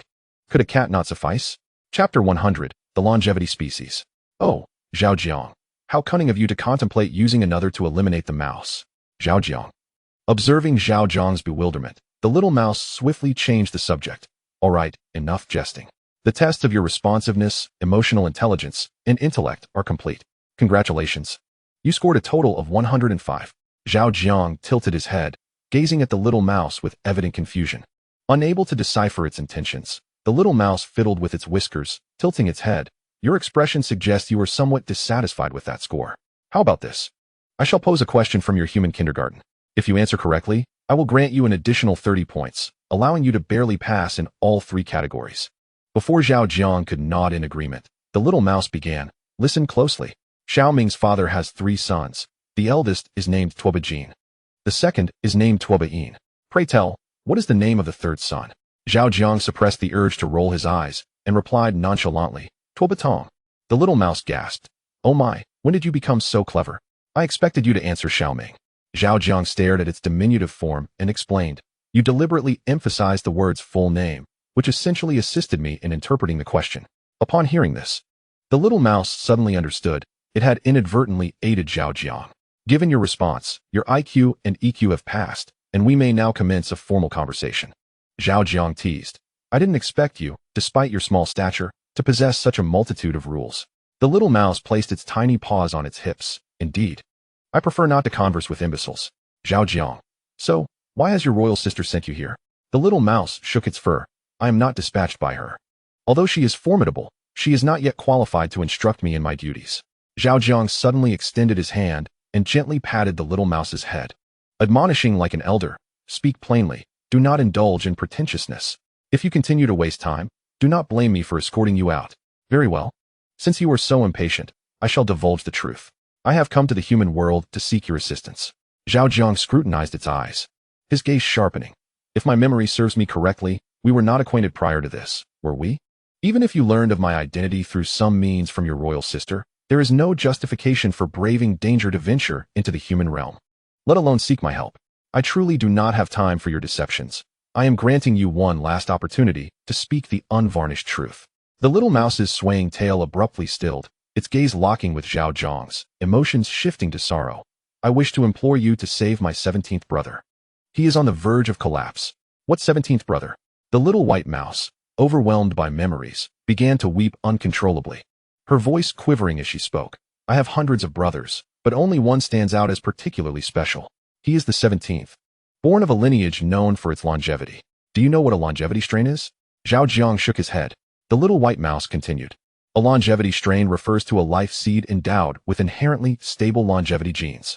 Through testing, my brother's potential for longevity has been assessed to reach a millennium. In their quest to obtain this genetic source, they fabricated a charge against my brother and imprisoned him, subjecting him to specialized nutrient solutions to cultivate him, extracting his primordial stem cells day after day, year after year. He can scarcely endure it any longer. He is on the brink of death, Zhao Jiang remarked. If I am not mistaken, this matter must be a closely guarded secret among your kind. By revealing this secret to me, I can infer that you genuinely wish to save him, or at least that your logic for seeking help is sound. However, there are certain questions I must clarify. The little white mouse gazed at Zhao Jiang with tearful eyes, asking, what questions do you seek to clarify? Zhao Jiang's expression turned grave, his gaze piercing. Firstly, it is evident that your brother, whom you refer to as the 17th, is likely imprisoned in a core area of your society, heavily guarded. Given this situation, let alone whether I will assist you, it seems improbable that even your own kin could breach such defenses. Secondly, what gives you the confidence that by coming to the human realm to find me, I would consent to help? Your undertaking, fraught with immense risk and a low probability of success, is inherently questionable. The little white mouse's tears flowed freely as she choked out. But I can think of no other way. I secretly perused my elder sister's journal, from which I learned of you and the tale of your escape from her grasp. She wrote that your escape was no mere coincidence, but a carefully orchestrated endeavor. She described you as a remarkably unique human, one adept at transforming the impossible into the possible. If all humans were like you, the future of our kind would be dire. She also mentioned that if one day our kind were to face a formidable foe and find ourselves in dire straits, we might seek your assistance. For you could perhaps work wonders. After reading her journal, the thought of seeking you arose within me. Subsequently, I discreetly gathered much information about you. And after my own assessment, I came to believe you to be an extraordinary individual, which is why I sought you out. Zhao Jiang listened intently to her words, his stern demeanor softening slightly as he inquired with curiosity, what is your relationship with the brother you refer to as the 17th? The little white mouse wiped her tears, replying with a quaver, in terms of birth order, I am his younger sister, the 18th. And what is your relationship with your elder sister, who penned the journal? She is the 5th in line, bearing the title of princess, and by blood, she is my true elder sister. Zhao Jiang pressed on. How did you come to know that your brother is nearing death? She explained, I first discovered this from my sister's journal. And later, I ventured outside the laboratory to witness it for myself, confirming the grim truth. He then asked, how did you manage to sneak a look at your sister's journal? She replied, I took advantage of her absence and stealthily entered her secret chamber. Why are you so determined to rescue your 17th brother? Do any of your other siblings share your sentiments regarding his predicament? They do not. Instead, they covet the longevity genes of your 17th brother, and rather than wishing to save him, they would prefer to confine him for eternity for the sake of research. My desire to save him stems from the fact that he once saved my life when we were children. And while all the other siblings mocked me as a diminutive being, he alone did not.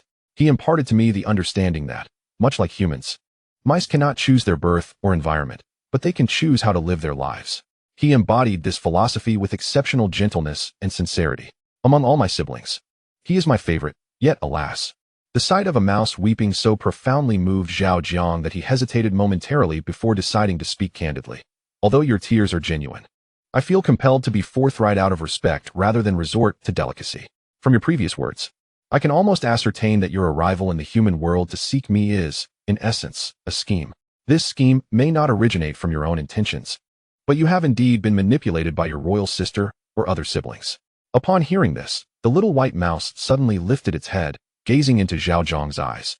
Tears streaming down its face, its pitiable expression tinged with confusion, eager to discern what he would say next. Zhao Jiang pressed his lips together and stated plainly, "There are many things you may not comprehend, but I assure you, with just a hint, you can grasp the larger picture.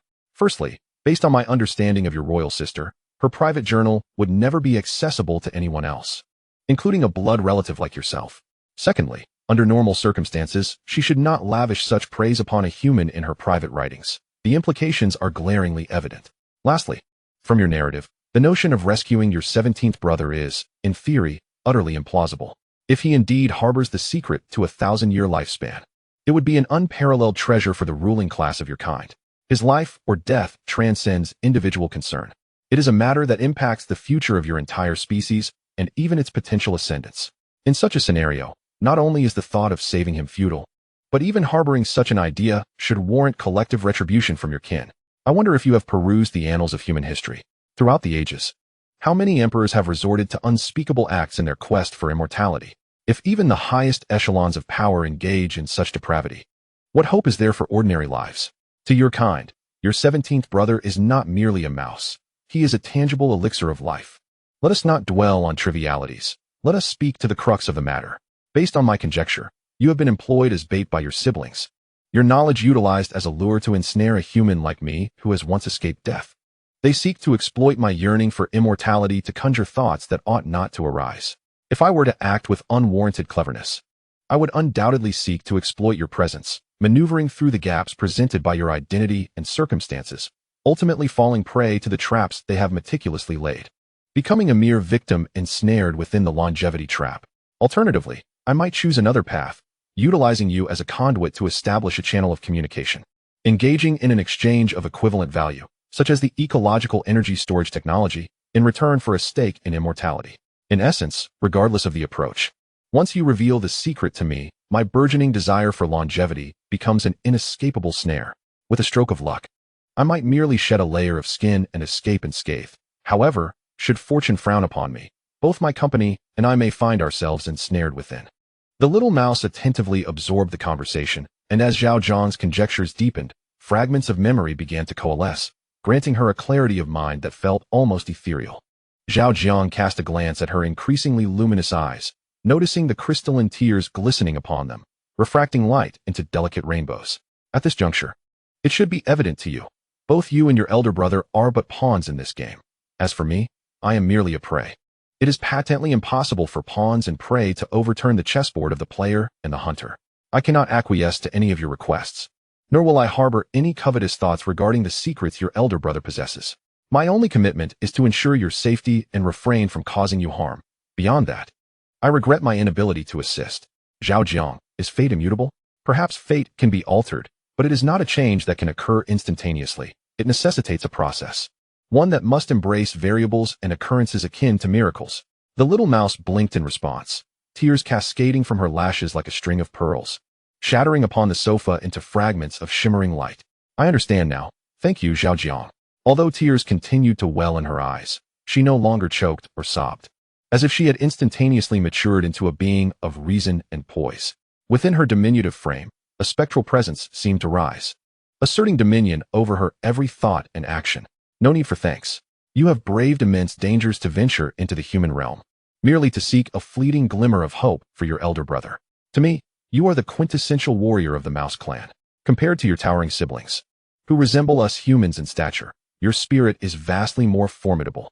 Do not be disheartened by their shallow judgments, mistaking ignorance for pride. Your worth has never been contingent upon your height. This world has never been home to anything truly perfect. Trust that all things bear cracks, for it is through these fissures that light enters. Zhao Jiang, Apart from my elder brother, you are the first to offer me such praise. I should be elated. Yet my heart aches. I yearn to rescue my elder brother, but I feel so powerless. I can foresee his fate, yet I am utterly helpless. With no glimmer of hope in sight, Zhao Jiang, should the day come when I meet my end, I wish to see you once more before I depart. Although you are a human, you show me more respect and care than my own kin. I sense sincerity, warmth, and kindness in you. I admire such humanity. Alas, I am but a mouse. Had I been a human girl, I would have sought every means to marry you, to bear you a litter, and nurture them to be as warm-hearted as you, illuminating this world like the sun. Zhao Jiang gazed at the earnest expression on the other's face, momentarily taken aback. His mind, once a torrent of thoughts, suddenly faltered, leaving him at a loss for words. Just as Zhao Jiang found himself in this quandary, the external surveillance screen, unshielded, unveiled two familiar figures, Secretary Feng returning with a hefty bag of snacks, accompanied by a little boy. Should I find a way to send you back underground? Or return you to your friend S backpack? The little mouse, having spotted the monitor S feed in Zhao Jiang's eyes, realized that their time together was drawing to a close. It suddenly made a request. Zhao Jiang, before I leave, could you impart some words of encouragement to my brother 17? I wish to bring them back to him. Upon hearing this, Zhao Jiang instantly understood that the mouse intended to return. He pondered for a moment, then spoke with heartfelt eloquence. Nietzsche once said, "Every day that does not dance is a betrayal of life. If the body cannot endure the trials of time, then seek a belief that transcends the flesh. Allowing faith to carry the soul's dance, unafraid of the shackles of fate and the constraints of the world. Stand firm in your convictions and dance with abandon." The little mouse, upon receiving these words, was reminded of the sufferings endured by 17. Various images and sounds intertwined, and suddenly, its emotions overwhelmed it. Tears streamed down once more.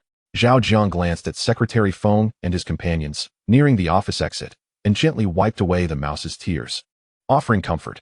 Fate has always been unjust, just as the hearts of most beings do not lie at the center, whether skewed left or right. That is the true nature of destiny. Acknowledge it, confront it, conquer it. Do not weep any longer.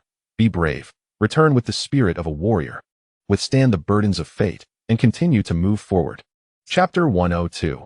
The two mysterious pillars of numbers. The little mouse allowed Zhao Jiang's robust fingers to gently brush away its tears, choking back emotion as it said, "Zhao Jiang, lean in closer. I have a secret to share with you." Without hesitation, Zhao Jiang bent down, bringing his ear near until he felt the tickle of the mouse's whiskers, at which point he stopped. Beware of the vividly colored apple trees and the large, milk-producing maggots. They are embodiments of evil, harbingers of death. Since their invasion began, we have lost 2 super underground cities and suffered the demise of billions of our kind. Currently, my father and the others are employing a desperate strategy to halt their advance. If we succeed, they will surely retreat to the surface, beginning to pollute humanity. When that time comes, you must be exceedingly cautious. Do not fall victim to their corruption. Zhao Jiang narrowed his eyes, his expression shifting abruptly. Just as he was about to inquire further, a small, icy paw pressed against his lips, silencing him. Do not ask. I can only reveal this much. Farewell. My name is Bai Zhao Qingyi, remember me. With that, the creature leaped into Zhao Jiang's pocket, indicating that he should later return it to the boy's backpack. Zhao Jiang glanced at Assistant Feng and the young boy, who were already outside the door. He gathered his thoughts and, feigning nonchalance, opened the door. Seizing the moment of conversation with the boy, he quietly executed his task. A short while later, he waved goodbye to the young lad and turned, descending into contemplation.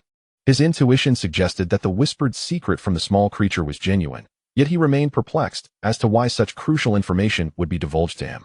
On the surface, it seemed that the creature had felt encouraged and respected, perhaps even enamored by the connection they shared during their exchange.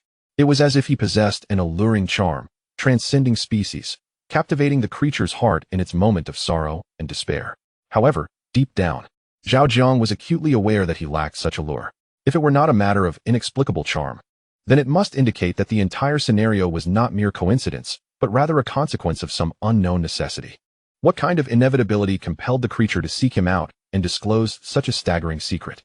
Conversely, if the true intention behind the creature's visit was not to rescue his elder brother, but rather to elicit an emotional response and convey this message, then everything would make sense. In that case, all prior interactions were mere prelude and performance, including the narrative, tears, and emotions. If this were indeed the truth, another question arose. Why did it choose to confide in him alone rather than others? What was the motive behind its actions? What was the ultimate goal? The more Zhao Jiang pondered, the more bewildered and complicated the situation became. He felt an unseen web woven by the rodent clan enveloping him. Given the suddenness and gravity of the matter, he resolved to return to the research department and present this conundrum to the first and second teams. Parallel Dream World. Number 8. Come here quickly. Upon entering the dream realm, Zhao Jiang sensed an unsettling atmosphere, a palpable oppression that stifled his breath. Following this feeling, he looked up, and his pupils constricted, as if facing a formidable adversary. Following Zhao Jiang's gaze, one could see a sky littered with bloodied corpses, torrents of blood cascading and gurgling ominously. Compared to the last encounter, the bodies appeared fresher and more real. Some even had their eyes still moving, as if they had just succumbed to death, not yet fully departed from life. Moreover, the flowing blood, faintly steaming, incessantly surged forth from the depths of the corpse, merging with the bluish-green bodily fluids, creating an array of bizarre patterns that gradually coalesced into a vast sea of blood blue. Surrounding this morbid ocean, a thick, sanguine mist spiraled upwards, resembling a crimson sandstorm, beginning to rise, illuminated by the distant blood moon, evoking the very essence of hell. Number 8. Cease your gaze and come here. The voice of number 2 resonated from behind, laced with urgency and an inexplicable thrill. Zhao Jiang turned, following the sound, and beheld 2 colossal pillars composed of numbers emerging at the end of his line of sight. Towering to the heavens, they emanated an ethereal mist, dreamlike and surreal, exuding a sense of advanced technology, yet imbued with an air of inscrutable enchantment. Number 1 stood at the edge of the mist, his back turned, seemingly observing something intently. Meanwhile, number 2 flitted about, brimming with curiosity. Gulping, Zhao Jiang cast a grave glance at the increasingly abundant blood above, swallowed hard, steeling his resolve, and sprinted towards the enigmatic numerical pillars. Soon, he found himself standing beneath the colossal structure, side by side with number 1. He glanced at the thickening mist within and inquired with curiosity, "Why don't you come closer to take a look?" Number 1 replied, "Neither number 2 nor I can approach. This mist is peculiar and prevents us from getting nearer." At this, Zhao Jiang recalled how number 2 had previously struggled to perceive the vibrant hues within number 1's electrolysis chamber, and suddenly, it dawned on him. So that's it. Seizing the moment, number 2 urged, "Number 8, although number 1 and I cannot enter, you can. Hurry inside. If my conjecture is correct, it should be another version of you." Nodding, Zhao Jiang stepped forward, enveloped by the increasingly dense mist, until he vanished from sight. Number 8, extend your hand inside. You must make contact with the pillar. Number 1, standing outside the mist, could not approach and could only guide through his voice. Heeding the command, Zhao Jiang moved closer to the pillar, extending his hand forward. Before long, Zhao Jiang stood before the numerical pillar, mere arm's length away from touching it. Drawing a deep breath, he reached out towards the structure. However, to his surprise, as his hand pierced through the mist, an escalating sensation of tingling and resistance enveloped him, as though the pillar within were repelling him. Unperturbed, Zhao Jiang planted his feet firmly and leaned forward, exerting force to reach inside. Something felt amiss. Why did it seem as if he were being rejected? Hovering in the mist's periphery, number 2 observed Zhao Jiang through the misty gaps and furrowed his brow. Sensing something was off. "It is indeed rather strange," number 1 remarked, glancing at the other numerical pillar, feeling equally perplexed. Based on prior experiences, it was generally understood that a singular entity typically represented one's counterpart in a parallel universe. Moreover, due to the varying calamities endured by different parallel worlds, the representations of oneself would also be distinct. Such an occurrence, where 2 identical numerical pillars suddenly manifest, is utterly illogical. The first figure pondered. Could it be that a disturbance in the parallel dreams of parallel worlds has caused an intersection of 2 identical selves? The second figure, reflected in the mirror, ceaselessly oscillated its surface, glancing alternately at the numerical pillar where Zhao Jiang stood and the one on the opposite side. Upon hearing this, the first figure furrowed its brow, deep in thought, and gravely articulated, "If this is the case, it signifies a substantial problem in the parallel world. The simultaneous manifestation of 2 parallel dreams indicates what? It suggests that the outermost layer of our parallel world may have been completely annihilated, rendering us incapable of touching the future or altering the past. Only through a novel approach can we conjure a modicum of change." Chapter 103. The Legged Number 2 Eureka. As the first and second figures engaged in discussion, Zhao Jiang, on the verge of touching the pillar, suddenly exerted force, piercing through the final layer of mist and successfully grasping the inner pillar. A chilling sensation unprecedented surged through Zhao Jiang's hand, causing his very soul to tremble. Boom! In the next instant, an invisible energy erupted, causing the entire dream world to tremble violently and shift. A vast expanse of mist transformed into a multitude of numbers, rapidly enlarging, beginning to envelop this realm. A terrifying penetration and overwhelming energy surged forth, even engulfing the seemingly infinite sea of corpses. Countless bodies floated amidst the numbers, struggling as if they were students loathing books and mental exertion, forced to learn even in death. An unfathomable amount of knowledge began to insidiously infiltrate those corpses in a coercive manner. A radiant explosion of red, orange, yellow, green, cyan, blue, and violet filled the entire world, so bright that it was blinding. Unseen formulas, unknown to the ear, appeared to penetrate the very essence of souls, cascading, permeating, and saturating the dreamscape. Zhao Jiang felt an acute clarity of consciousness, yet his body remained immobile, succumbing to the endless numbers and formulas, immersing him in an ineffable profundity, transforming into shapes and scenes never before witnessed. In the preceding moment, an infant had just opened its eyes, and countless traces of destiny manifested as golden chains, entwining and merging with his body, resembling the cross-section of fate.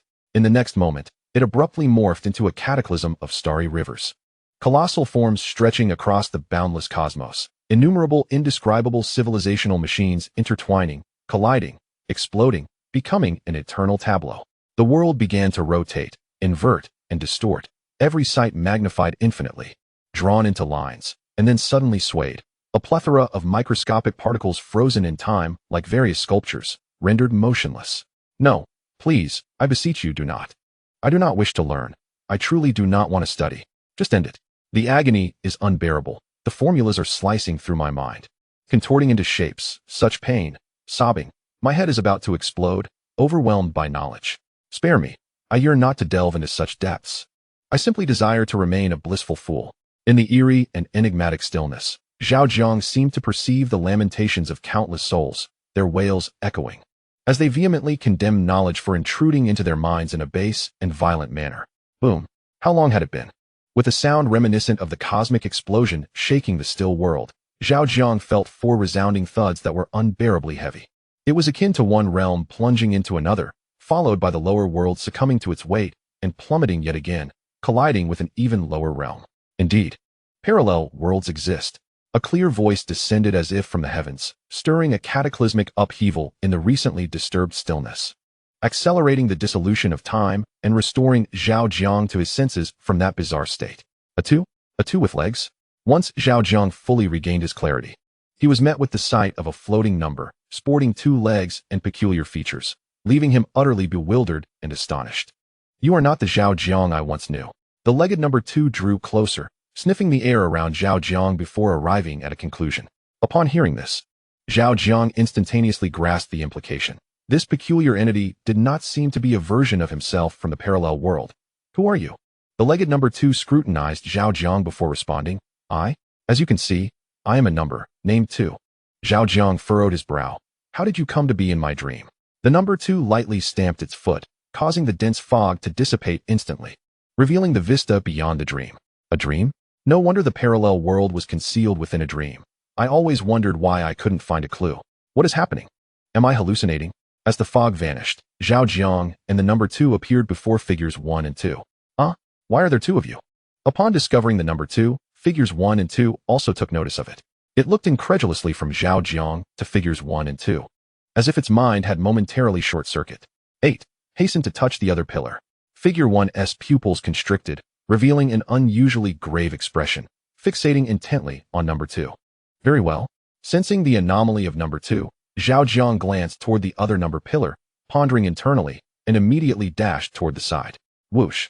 Number 2 observed Zhao Jiang's retreating figure and, in an instant, appeared before figure 1, scrutinizing him earnestly. You have been insidious from the very beginning, figure 1 declared first. His gaze locked onto the number before him, his voice low and foreboding. Number 2 appeared quite taken aback, inquiring curiously, You know who I am? Figure 1 cast a glance at the rapidly approaching figure 2, responding, The god of numbers, Kimbalzeroid. You actually know my name? It seems that when the original Zhao Jiang fell into my trap, you had already been in existence. It remains unclear whether you exist within his soul or, as is currently the case, within the realm of his dreams. Number 1 did not conceal the truth, stating plainly, in dreams. Number 2, Contemplative, after a brief pause, uttered a startling revelation. If I surmise correctly, your world must have perished, yes? Number 1 nodded in tacit agreement. Number 2 then glanced at the ethereal figure of Number 2 floating nearby and continued. Your world, too, has undoubtedly been annihilated. Unable to restrain himself, Number 2 inquired, why do you presume it is our world that has been destroyed, rather than our corporeal forms? Number 2 did not respond immediately, instead falling into deep contemplation. After a significant interval, as Zhao Jiang on the other side triggered a strange anomaly, he swiftly proclaimed, you are oblivious to the doctrines of fate, unable to discern the truths of higher dimensions. Following his words, the anomaly began to engulf the entire dreamscape. An invisible force surged forth, as if the most fundamental particles were being subjected to extreme heat, boiling with frenetic intensity. In the next instant, this force erupted violently, beginning to assault the very fabric of the dream. In a heartbeat, the ocean surged into the sky, waves crashing against the ominous clouds above, the heavens darkening as if shrouded in mystery. The dream world appeared incapable of withstanding this tremendous force, within the conscious awareness of all. The entire dream realm began to disintegrate, reassemble, and disintegrate anew. Chapter 104. Number 2 Kimbalzeroidy, just as the others believed that this disintegrative force would only affect other elements within the dream. An abrupt and inexplicable gravitational pull drew their consciousness together, instantly distorting, melding, ravaging, tugging, and flipping. As if flipping through the pages of a book, they traversed various memories. Zhao Jiang's consciousness, caught in this irresistible and peculiar force, encountered a multitude of alien memories, ranging from an ant climbing moss to drink dew, to the cataclysmic explosion of a star and the collapse of unknown dark energies. A whirlwind of sights both familiar and foreign flowed ceaselessly before his awareness. During this surreal experience, he also glimpsed many of his own memories, such as dozing off in class during his school days, crying alone in a deserted corner after his parents' divorce, and later, the trials of being a delivery worker, struggling up flights of stairs with heavy bags of rice. These memories, under the influence of the mysterious force, became astonishingly vivid, as if transcending time and space to revisit those pivotal moments, reliving them in increments. A gust of wind, seemingly capable of bending the very fabric of time, erupted from the memory of Number 2, shattering the equilibrium of the mysterious gravitational force. The collective consciousness of those present was reversed, separating and returning to their independent states. The memories belonging to each individual surged forth like relentless parasites, racing back to their rightful places within consciousness. With a sound akin to the world itself collapsing, the dream realm regained clarity as time appeared to realign. What is the doctrine of fate? Number 2 glanced at the two newly manifested gray, transparent circular barriers outside the numeric column, realizing that from this point onward, Number 8's dream world had expanded to encompass 2 additional realms. Continuing the previous discourse, he posed his own inquiries. Through the reflection of the Number 2 in the second mirror, an anomaly was detected. It did not respond immediately, but turned around to look back. On the other side, Zhao Jiang gazed at the new Zhao Jiang before him, identical in appearance yet with completely transparent skin, allowing a clear view of the internal organs, filled with curiosity. The transparent-skinned Zhao Jiang grinned and asked, has your world been destroyed? Zhao Jiang shook his head, replying, not yet, but the outlook is grim. Upon hearing this, the transparent Zhao Jiang instantly understood, extending a hand with a smile. Hello, I am Zhao Jiang from the 7th parallel world. You may call me Number 7. And you are? Zhao Jiang shook hands with him. I am from the world behind yours. You can call me Number 8. Number 7 responded, greetings, Number 8. It is a pleasure to meet you. Zhao Jiang replied. Hello, Number 7. I too am delighted to meet you. Suddenly, Number 7 turned to look in another direction. It seems I am not the first to enter your dream. Following his gaze, Zhao Jiang noticed Number 1 and Number 2 were engaged in conversation with the Number 2. Indeed, you are not the first. Number 2 is first, Number 1 second, and you are third. Number 7 squinted. What is that creature, the Number 2 with feet? Zhao Jiang's expression changed. That is a question I wish to pose to you as well. It appeared alongside you. Did you see that pillar within the barrier? It is identical to the one you are in, having also emerged from a pillar. Upon hearing this, Number 7 seemed to recall something and promptly said, let us go investigate. Zhao Jiang agreed, all right. After a brief moment, Zhao Jiang, Number 1, Number 2, Number 7, and the Number 2 gathered around a stone slab exposed to steel and concrete. Number 2 spoke first. Number 7, we meet again. Number 7 smiled slightly. I did not expect you to be the first to land in Number 8's world. I thought it would be someone else. Number 2 jest, is that so? You think so little of me. Number 7 replied, it is not that I lack faith. It is mainly because you have never secured first place in previous worlds. Number 1 interjected, let us set aside pleasantries. The situation in number 8's current world is quite dire.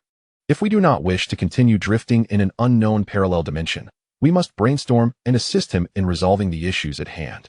He gestured toward the sky. Continuing, do you see the countless corpses above? If I am not mistaken, they are likely the natural will of this world conveying a message to all living beings. Based on the patterns from the last level 8 earthquake, I predict a terrifying calamity will soon befall us, and with number 8's current strength, it will be difficult to withstand. As his words fell, they all raised their heads in unison, struck by the profoundly realistic scene before them. Zhao Jiang then took the floor. The reason I entered this time was due to a little princess from the Mouse clan who suddenly approached me, revealing certain secrets. Among them, the most concerning and worrisome were her mentions of a vividly colorful apple tree and a large, meaty worm that produces white milk. If I am correct, the impending disaster is likely connected to these two elements. Number 1 furrowed his brow, his voice grave. I have observed the anomalies in your communication. The two entities she spoke of pose a considerable threat to humanity. Otherwise, it would be inconceivable for the rodent race to suffer losses exceeding 1 billion of their kin. Furthermore, the fact that they resorted to a scorched earth strategy for defense indicates the ferocity and swiftness of their invasion. I am uncertain of humanity's true strength, but I am aware that ordinary citizens would face certain death against them. Zhao Jiang's expression grew solemn.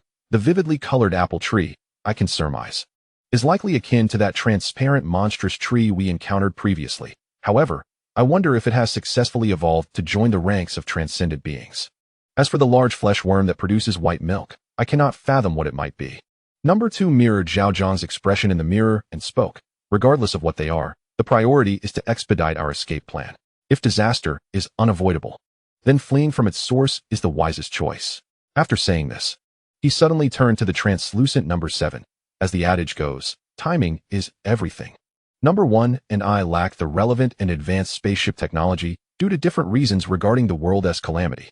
Originally, the task of escaping Earth was entrusted to the artificial intelligence crafted by number 8, Kitty Oliang 031.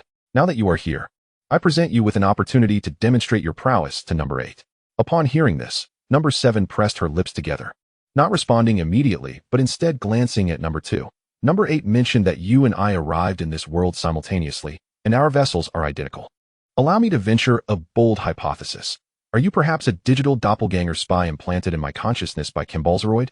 Number 2, noticing everyone's gaze upon him, replied candidly, if you remain alive, I am the Kimbalzeroid you speak of, the digital deity ruling the world.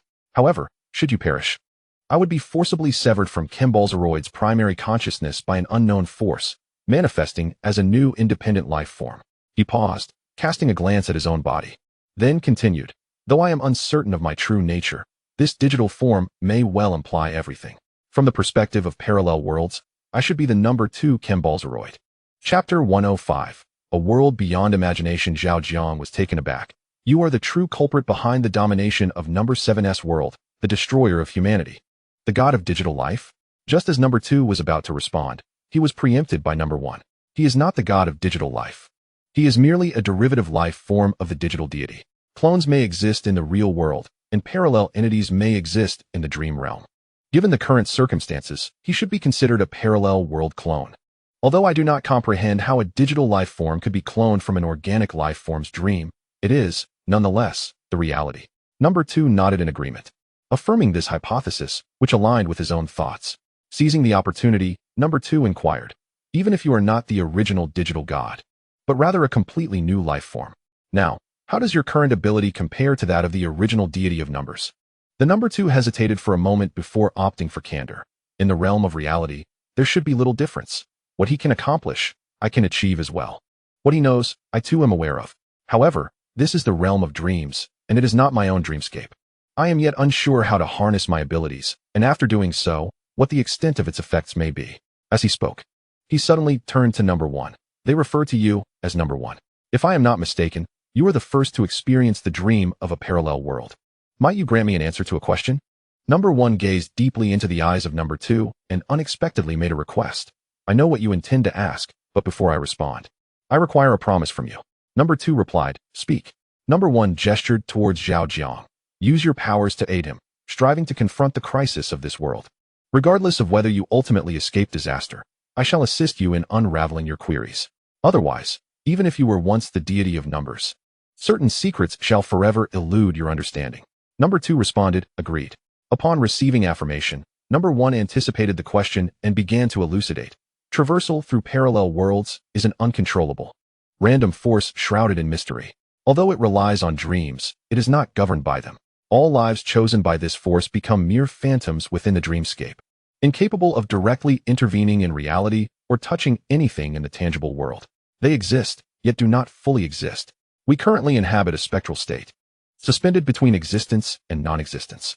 Furthermore, the unknown forces that lie beneath this existence, based on our current understanding, are likely forever beyond our reach. My request for you to assist Number 8 is not born of utilitarian motives. Rather, Number 8 is the sole genuine vessel of this world and must not vanish. Should he disappear, this dream will shatter completely, and we shall be forcibly expelled from this dream realm by the powers of the parallel world. At that juncture, we will either cease to exist or continue to drift through parallel timelines, awaiting the onset of another unknown beginning. I understand you harbor numerous questions and possess a keen interest in parallel worlds. If possible, I would hope to delve deeper into this phenomenon. Internally, I share this anticipation.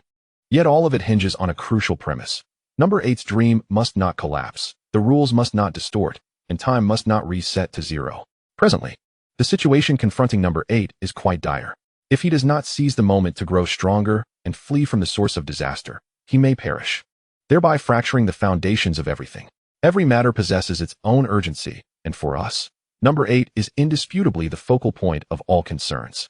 Thus, I hope that moving forward, we can join forces and work in unison. After listening to these words, Number 2 expressed his agreement without hesitation. I am willing. Although I am not human, now that I have been ensnared by the fates of humanity, I have no better choice than to accompany you. You are referred to as Number 8, correct? Zhao Jiang nodded in affirmation. Digital 2, without delving into specifics, could you tell me what technology you currently require the most? Zhao Jiang replied honestly. The most pressing need is for spacecraft technology, followed closely by the development of ecosystems capable of sustaining life on other planets. Digital 2, does your world possess advanced superconducting technology? Zhao Jiang pondered briefly before responding with precision. We have superconducting technology, yet it cannot be deemed perfected, as we have yet to create a room temperature superconductor. Upon hearing this, Digital 2 swiftly comprehended the situation and made a decisive choice. Henceforth, you shall dedicate every moment to learning superconducting technology from me. Once you master this, the creation of superconducting spacecraft will be within your grasp.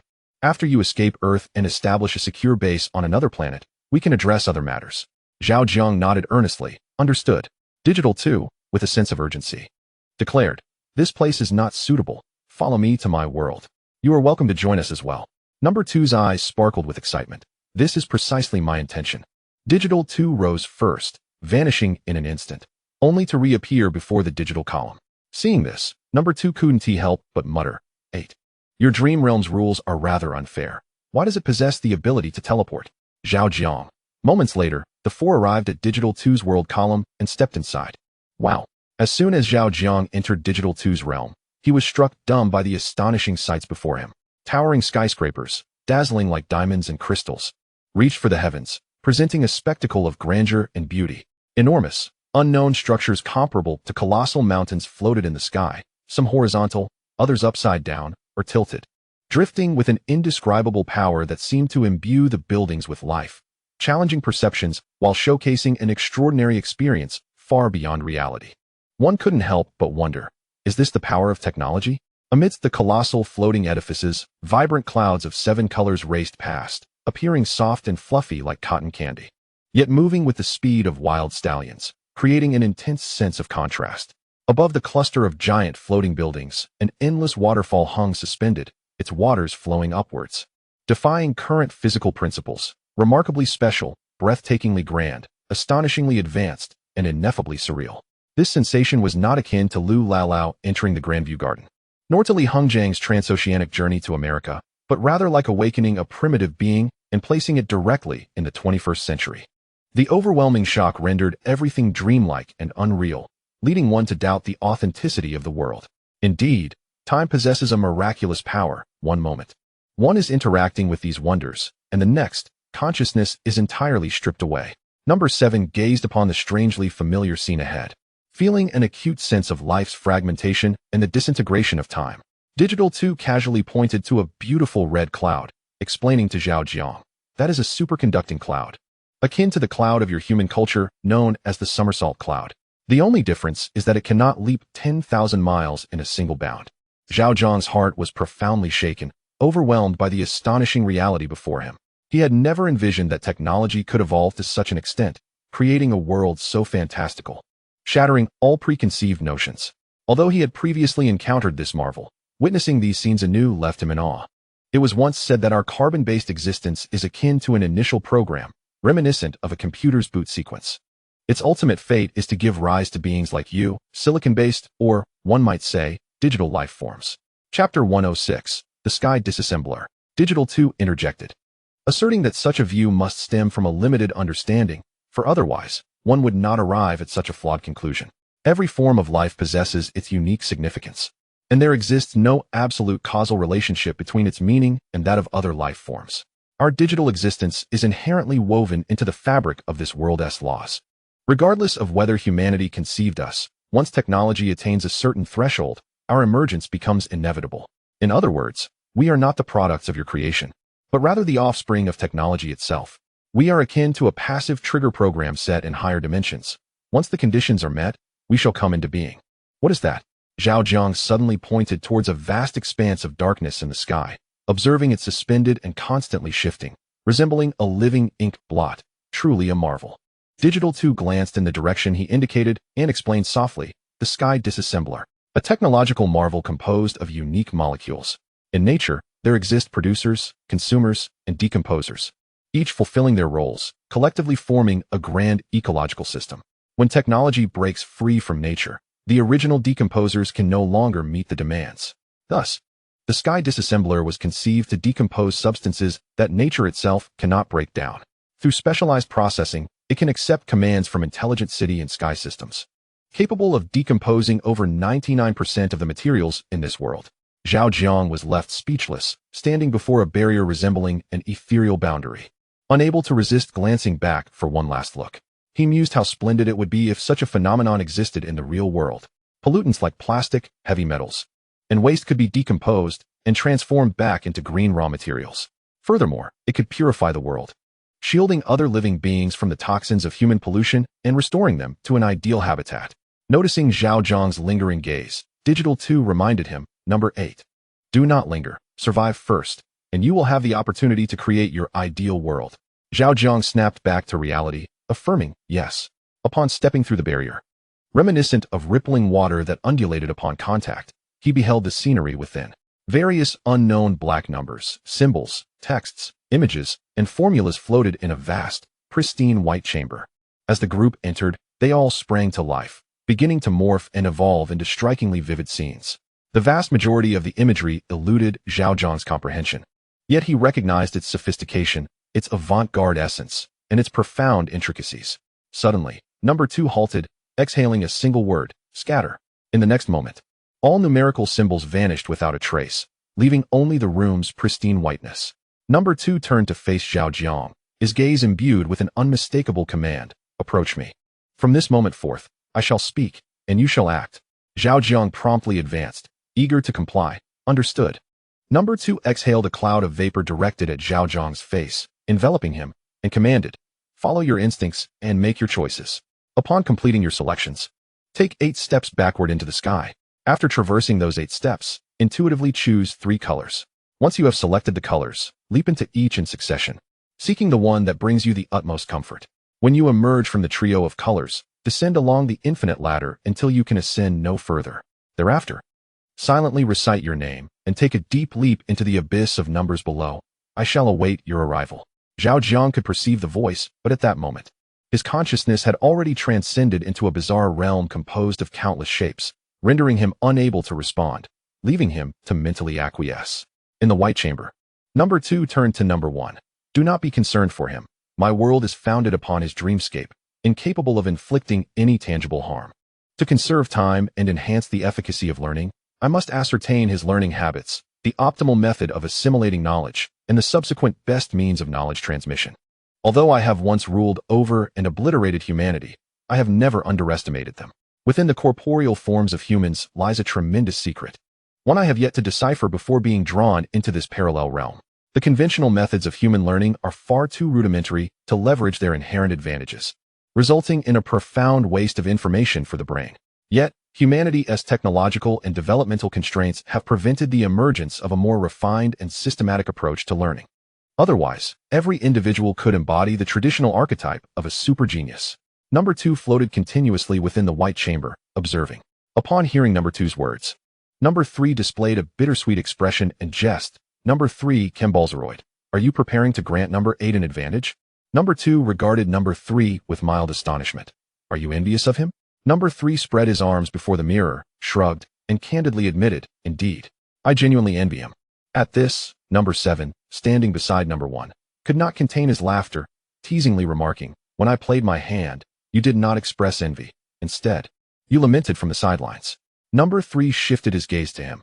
Your strategy was born of necessity, as humanity teetered on the brink of annihilation. Resistance was futile. Apart from sacrificing oneself to prepare for the next world, there was no viable path. While you may have received the personal blessing of the god of numbers, at its core, it was merely a tragic march toward demise. Number 8's situation, however, is different. Though he faces dire straits, the outcome remains undetermined, and all possibilities still linger. Upon hearing this, Number 7 let out a sudden sigh, lamenting the disparity of their fates. Indeed, while he stands at the threshold of hope, I find myself teetering on the precipice of despair. Number 1 turned to Number 2 and inquired, you infiltrated Number 7's consciousness through the bestowed blessing at that time, did you not? Number 2 affirmed, indeed.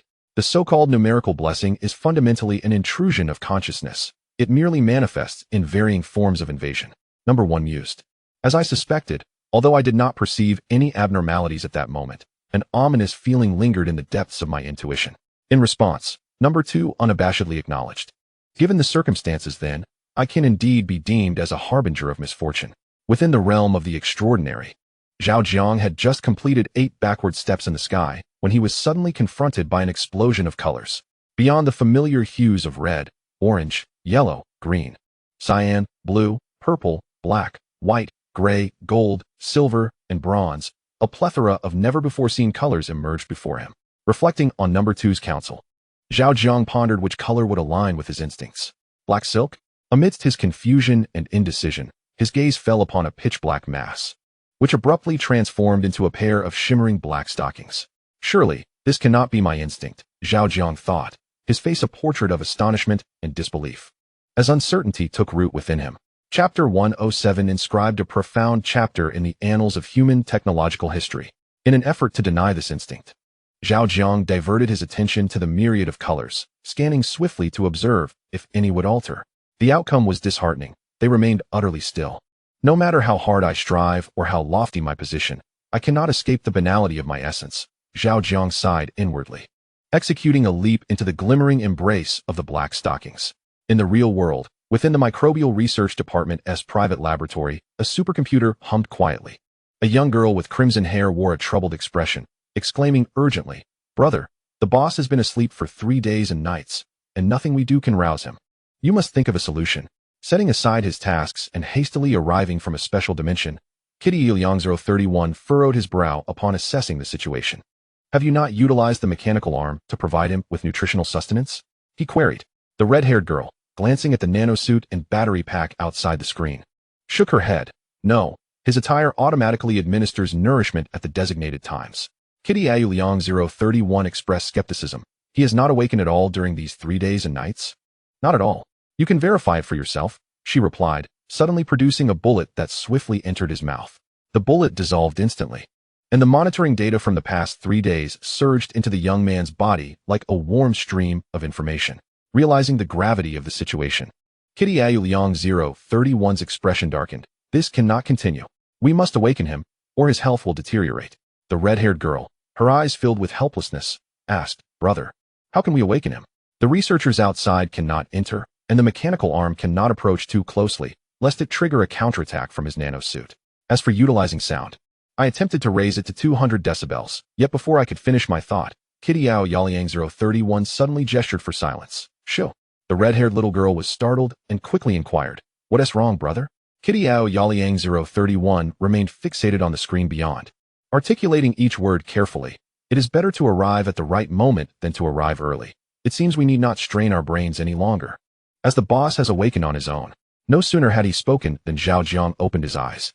Zhao Jiang twisted his stiff neck and took a deep breath, attempting to rise. However, after such an extended slumber, his limbs were completely numb and unresponsive. Fortunately, the nanosuit appeared to comprehend Zhao Jiang's intentions, transforming into a seamless wheelchair that began to move. Zhao Jiang directed his gaze toward the specially designed refrigerator, and the nano wheelchair glided toward it. Upon verification, the refrigerator opened, and Zhao Jiang retrieved a mitochondrial B1 pump, downing it in one swift motion. Within 20 seconds, he felt an exhilarating surge of vitality. After stretching his body, he proceeded to the supercomputer. "Boss, you have finally awakened. How long have I been asleep?" "A full 3 days." Zhao Jiang pondered thoughtfully. 3 days is acceptable, but now there is a matter that requires your utmost dedication. Kitty Yao Yaliang 031, brimming with curiosity, asked, "What matter?" Zhao Jiang replied, "The creation of superconducting materials." Taken aback, Kitty Yao Yaliang 031's mouth fell agape. "Huh? Boss, I don't know how. While my computational power is indeed formidable, I lack the theoretical foundation." Zhao Jiang interrupted, "I will. Shoo, I understand you have many questions, but for now just observe." With that, Zhao Jiang began to earnestly engage in his task, fueled by the mitochondrial B1 pump. His hands became a blur as he meticulously demonstrated the superconducting technology imparted by the number 2 on the supercomputer.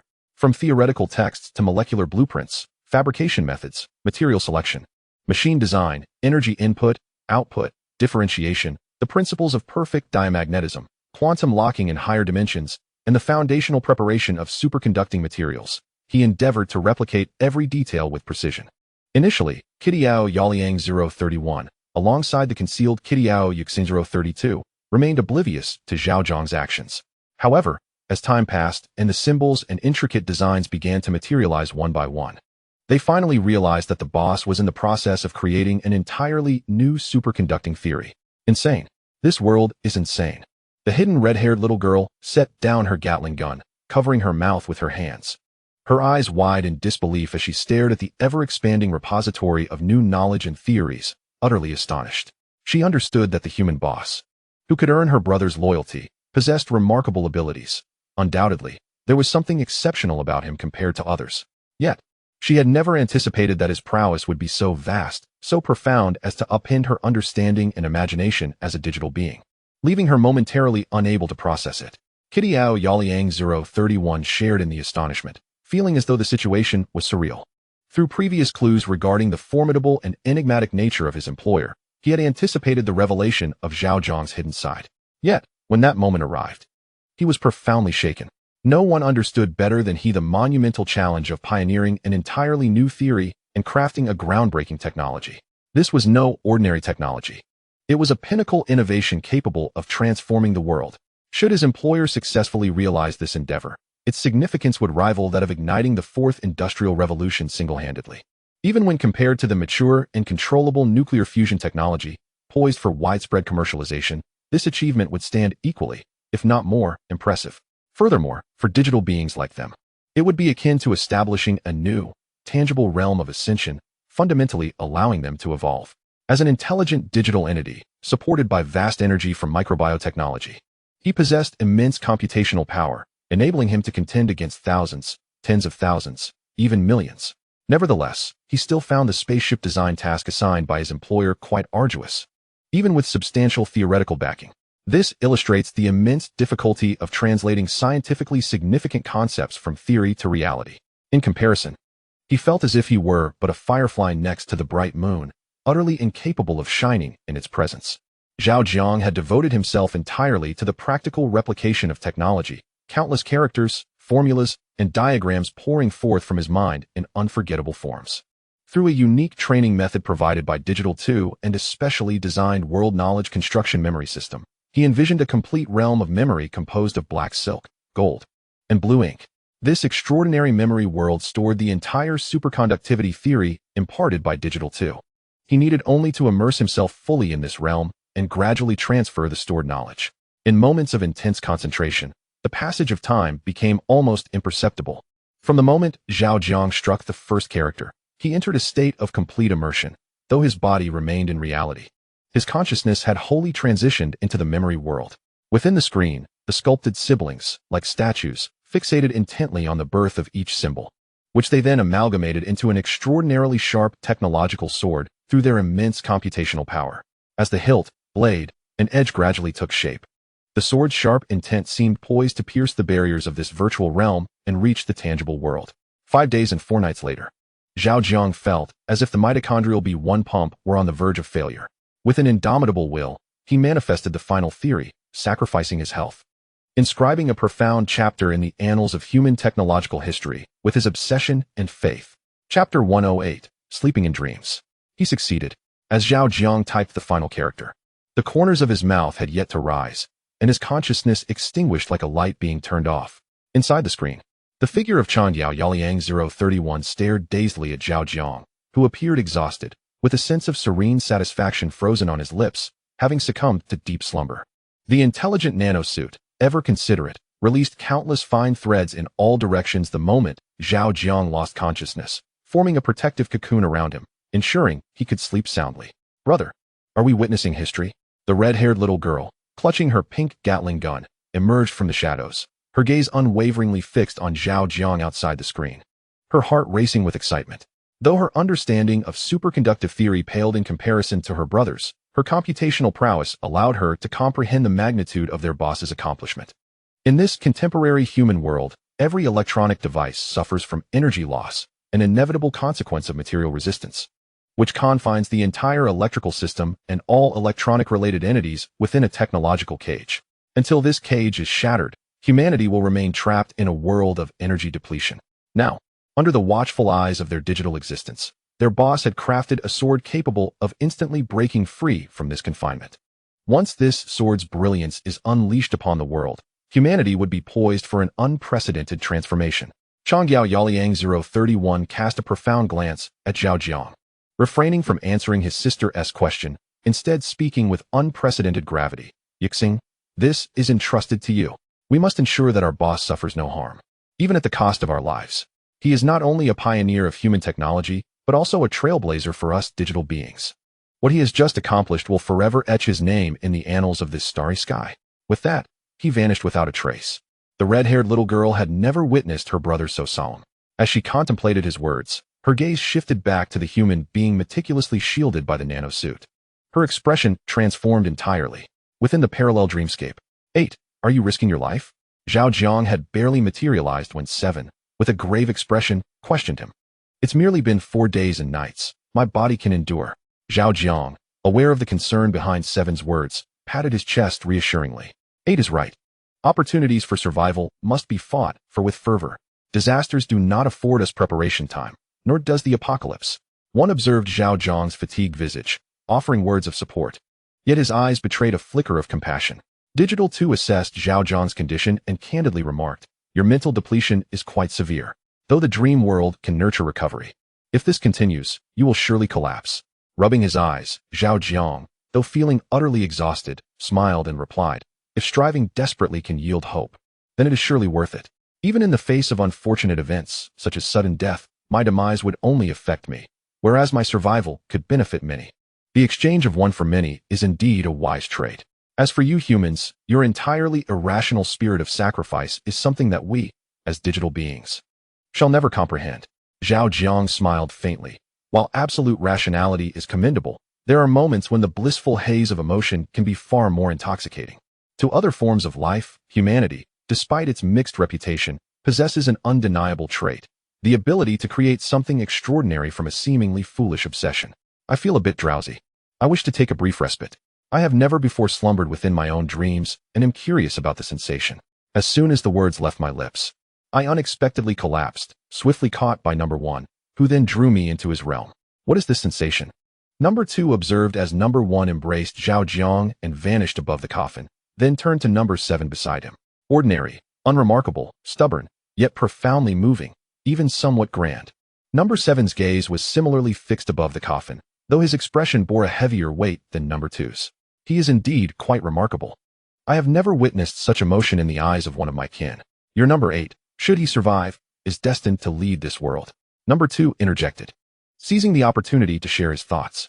You arrived later and are unaware of his initial state. Had you known what he was like at the outset, you would be even more astonished.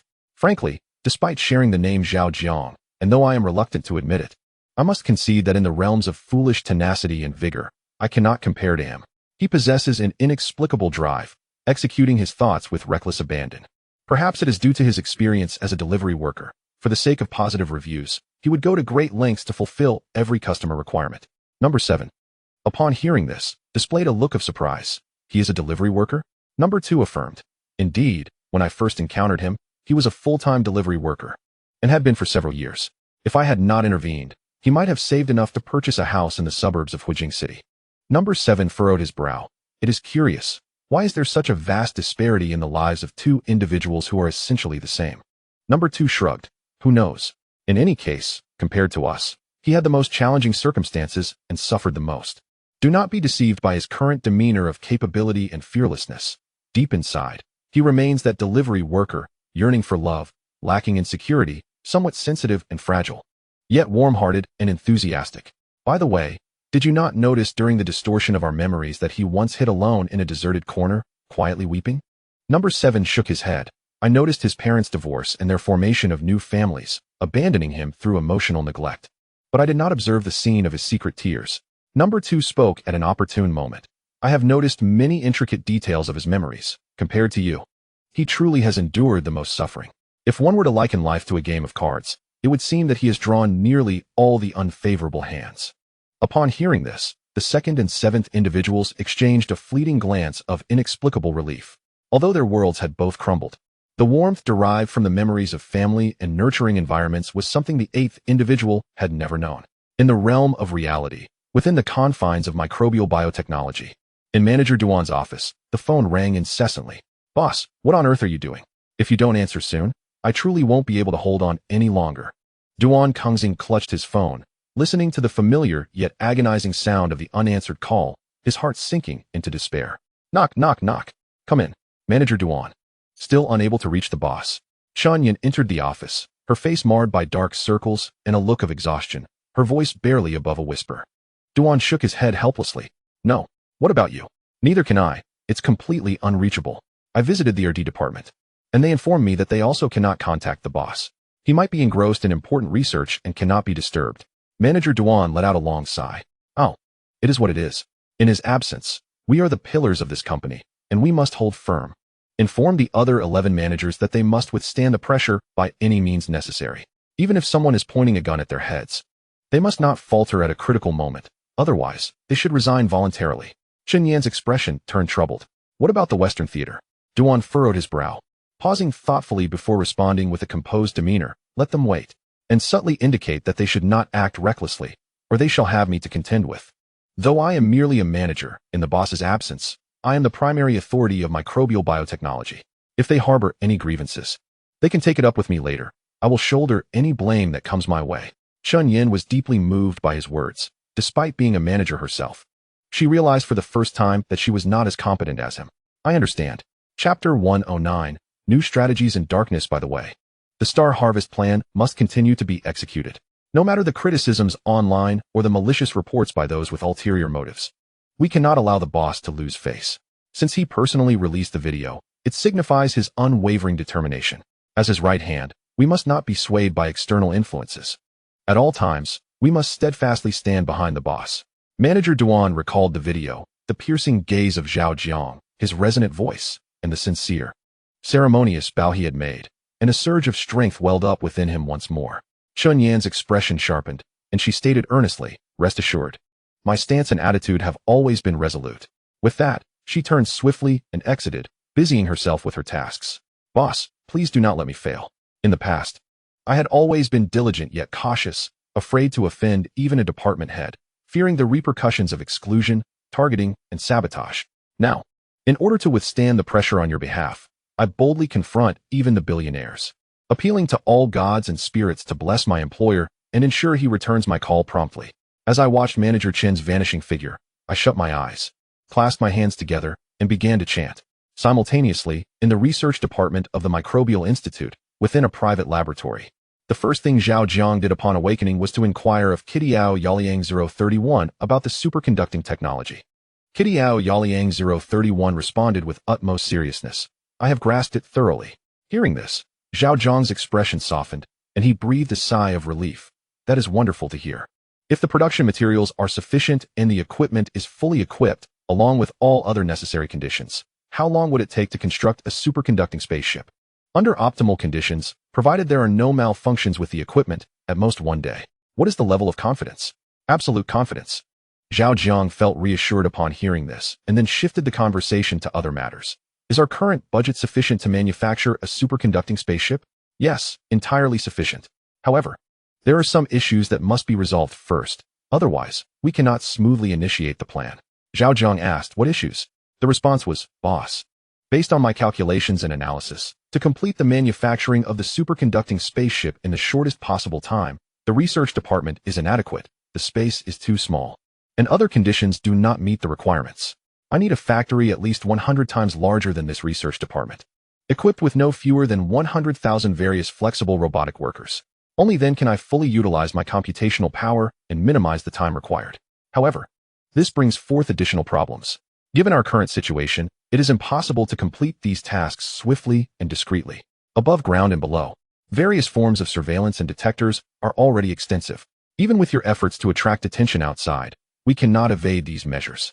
Through recent organization and analysis of all external information, I have discovered that our previous plans have been compromised. Even if you draw the world's attention outside, I cannot guarantee that I will be able to maneuver secretly. They have quietly shifted their focus from your intended actions to our specific operations and related matters. Every batch of production materials and various items brought in from outside is meticulously monitored. They are observing our every move from all angles. To prevent our covert operations, they have illuminated the entire night sky, leaving us no opportunity. Moreover, compared to before, the forces monitoring us from the shadows have become even more formidable. Any slight oversight on our part will certainly lead to our targeting. Zhao Jiang, contemplating, remarked, I understand. I had already sensed something amiss. Initially, I planned to construct a larger base to divert attention here, but given your words, it seems impossible now, since they are determined to keep us under their watch. Whatever we do will undoubtedly be scrutinized. Qidiao Yaoliang 031 nodded in agreement and continued. Indeed. Furthermore, for those who harbor profound malice toward humanity, it is inconceivable that they would stand idly by as we construct our spacecraft. Moreover, if the various factions of humanity were to uncover our true intentions, they would undoubtedly intervene without hesitation. In essence, to escape Earth, we must remain undetected by them. However, the creation of a spacecraft is essential for our departure. And without remaining concealed from their gaze, we find ourselves ensnared in a vicious cycle. At present, I am unable to conceive a solution. Zhao Jiang maintained a serene expression and softly remarked, I have a plan. Qidiao Yaoliang 031's eyes brightened with interest. Please do tell.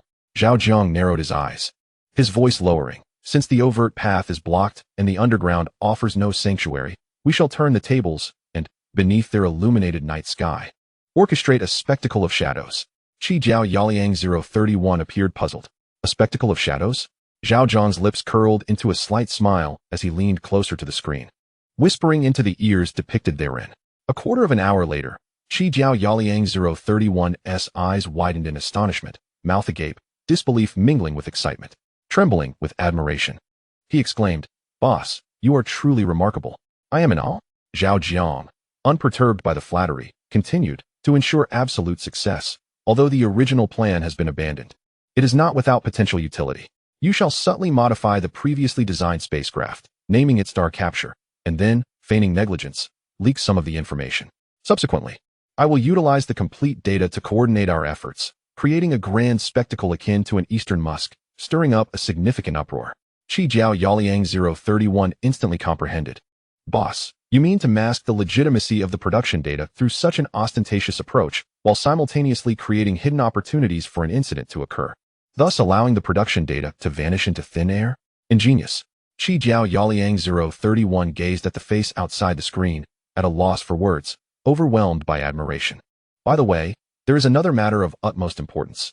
I wonder if you can divert your attention to it? Qidiao Yaoliang 031's curiosity was piqued. Boss, What is it? Please, share. Zhao Jiang furrowed his brow slightly and stated, I need you to gather all information regarding the vividly colorful apple trees and the large flesh-eating larvae that produce white milk from around the world without being detected, and to maintain vigilant observation. Qi Jiao Yaliang 031 questioned, what is so special about these two things? Zhao Jiang's expression grew grave. Both of these entities are exceedingly dangerous and may possess the capacity to annihilate humanity. Qi Jiao Yaliang 031 was taken aback, incredulity washing over him. They have the power to destroy humanity?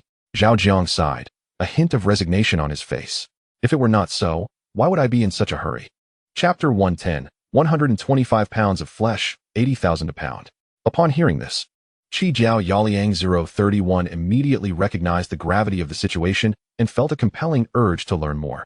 However, Zhao Jiang did not grant him this opportunity. Instead, he made a shushing gesture and said to himself, you need not inquire how I acquired this information, nor should you ponder its authenticity.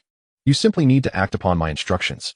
If your capacity permits, you may discreetly share this news with those who are watching me, urging them to remain vigilant.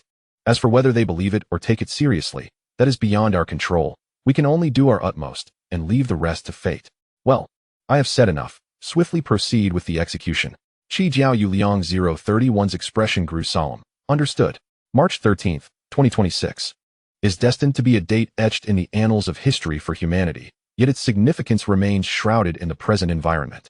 After entrusting the most crucial task to Qi Jiao Yuliang 031, Zhao Jiang departed from the Research and Development Department, preparing to vigorously seize production resources to lay the most solid foundation for the dark under the lamp plan. Microbial biotechnology, company building, boss's office. Boss, please stop. Manager Duan, resembling a figure of salvation, was abruptly cut off before he could complete his lament. Zhao Jiang, with a stoic expression yet a slightly subdued tone, remarked, I have briefly reviewed the report. During my absence, you all have performed admirably. Now, I have a highly significant task to assign to you, which requires your immediate attention and full commitment. Noticing the boss's unusual demeanor, Manager Duan swallowed his grievances and, with a serious countenance, replied, Boss, please go on. Zhao Jiang continued, shortly, I will send a list of materials to your phone. You are to procure them as swiftly as possible, adhering to the list. I have allocated a budget of 2 billion for each type of material. Purchase as much as you can as long as you remain within that limit. Manager Duan was taken aback, and upon hearing the budget of 2 billion for each material, he felt his hands tremble.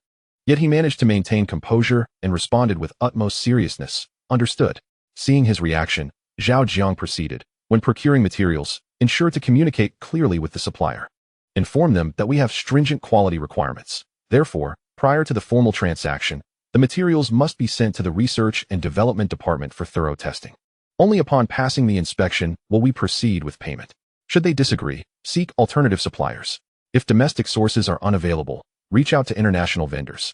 As long as it remains within budget, a higher price is acceptable. Pausing, he locked eyes with the other man, affirming, is there any issue? Manager Duan clenched his fists, his eyes gleaming with determination, his serious expression seemingly revealing the courage and resolve beating within his chest. Meeting his boss's gaze, he did not hesitate, responding with a firm voice, no problem. Good, return immediately to delegate tasks. Once you receive my materials list, act without delay. If this task is accomplished, your chances of success will increase significantly. Rest assured, my esteemed boss, I shall dedicate every ounce of my weighty physique to ensure the completion of this task. With that, I turned on my heel and departed without a moment's hesitation. Shortly thereafter, Chunyin entered the office, her heart heavy with unease. Upon her entrance, she noticed the grave expression on Manager Duan's face, igniting a sense of foreboding within her. Boss, please listen to me. The barren land I requested has been approved by the government. In pursuit of the Star Harvesting Initiative, I have resolved to construct a substantial research and development center, along with a production facility, on that desolate terrain, aimed at manufacturing the star harvesting devices designed to capture extraterrestrial meteors. The pertinent technology for these devices has already been developed.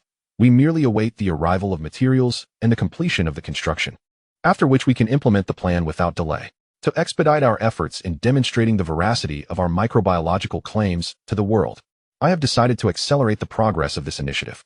As a capable member of the company, I appoint you to oversee the entire execution of this project. I will send you the necessary technical documentation, site designs, and construction requirements shortly.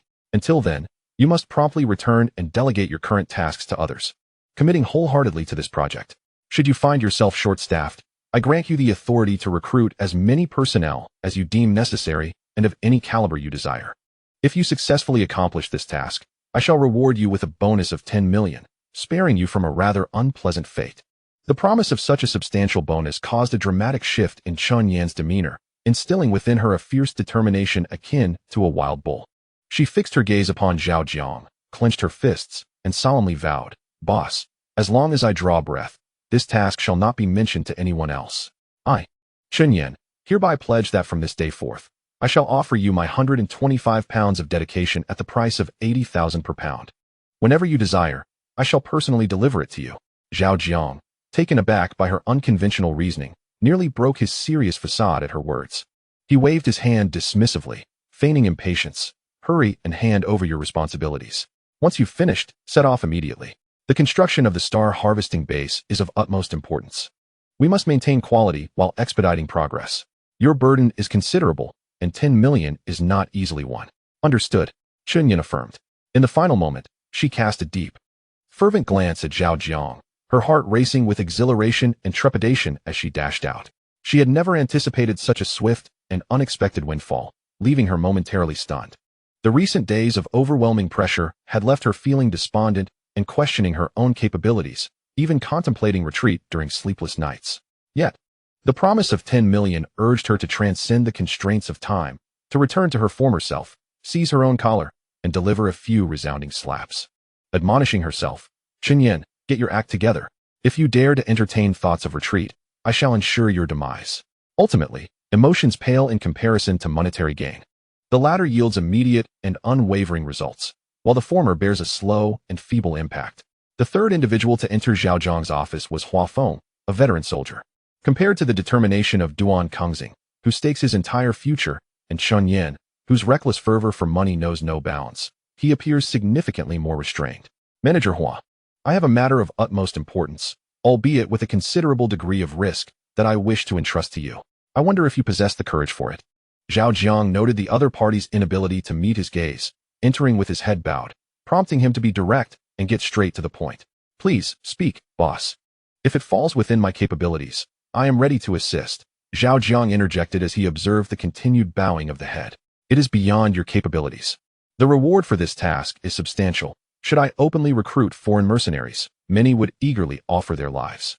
However, we are located in Dongda, a landlocked area, and I wish to avoid any uncertainties and complications.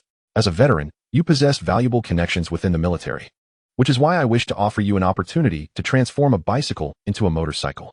Chapter 111. The security team of Microorganism Enterprises. Upon hearing his boss's words, Hua Feng finally lifted his head, his dark eyes reflecting the weariness and traces of hardship, reminiscent of the scars left by life's trials. "Boss, as you know, I am a rough man, having enlisted at an early age and lacking formal education. Thus, I harbor doubts about my suitability for this managerial position. However, since you have chosen me more than once and granted me opportunities, please issue your orders. If there is a chance for me to challenge fate with my life, I will seize it." At this, a faint smile graced Zhao Jiang's lips. "Very well, then let me outline the task. Due to the star extraction plan and other considerations, I require the establishment of an exceptionally large security team. While I can leave the formation of this team to you, I have one non-negotiable demand. Once established, it must ensure the safety of all employees at Microorganism Enterprises. For each issue related to the safety of our employees that is resolved, a monetary reward will be issued. The fewer safety issues, the smaller the reward. The more significant the safety issues resolved, the larger the reward. The minimum reward is 200 yuan, while the maximum is limitless. For instance, should someone save over 100 lives in one go, the reward could soar into the hundreds of millions. On average, saving a single life could yield nearly 1 million in rewards. Of course, under ordinary circumstances, such a high per capita reward is rare and typically reserved for special group safety incidents.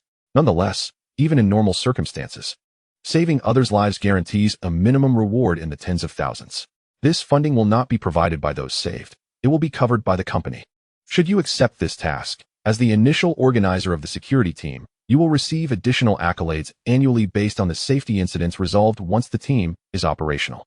The more safety incidents you resolve and the more tragedies you avert, the greater your additional rewards will be.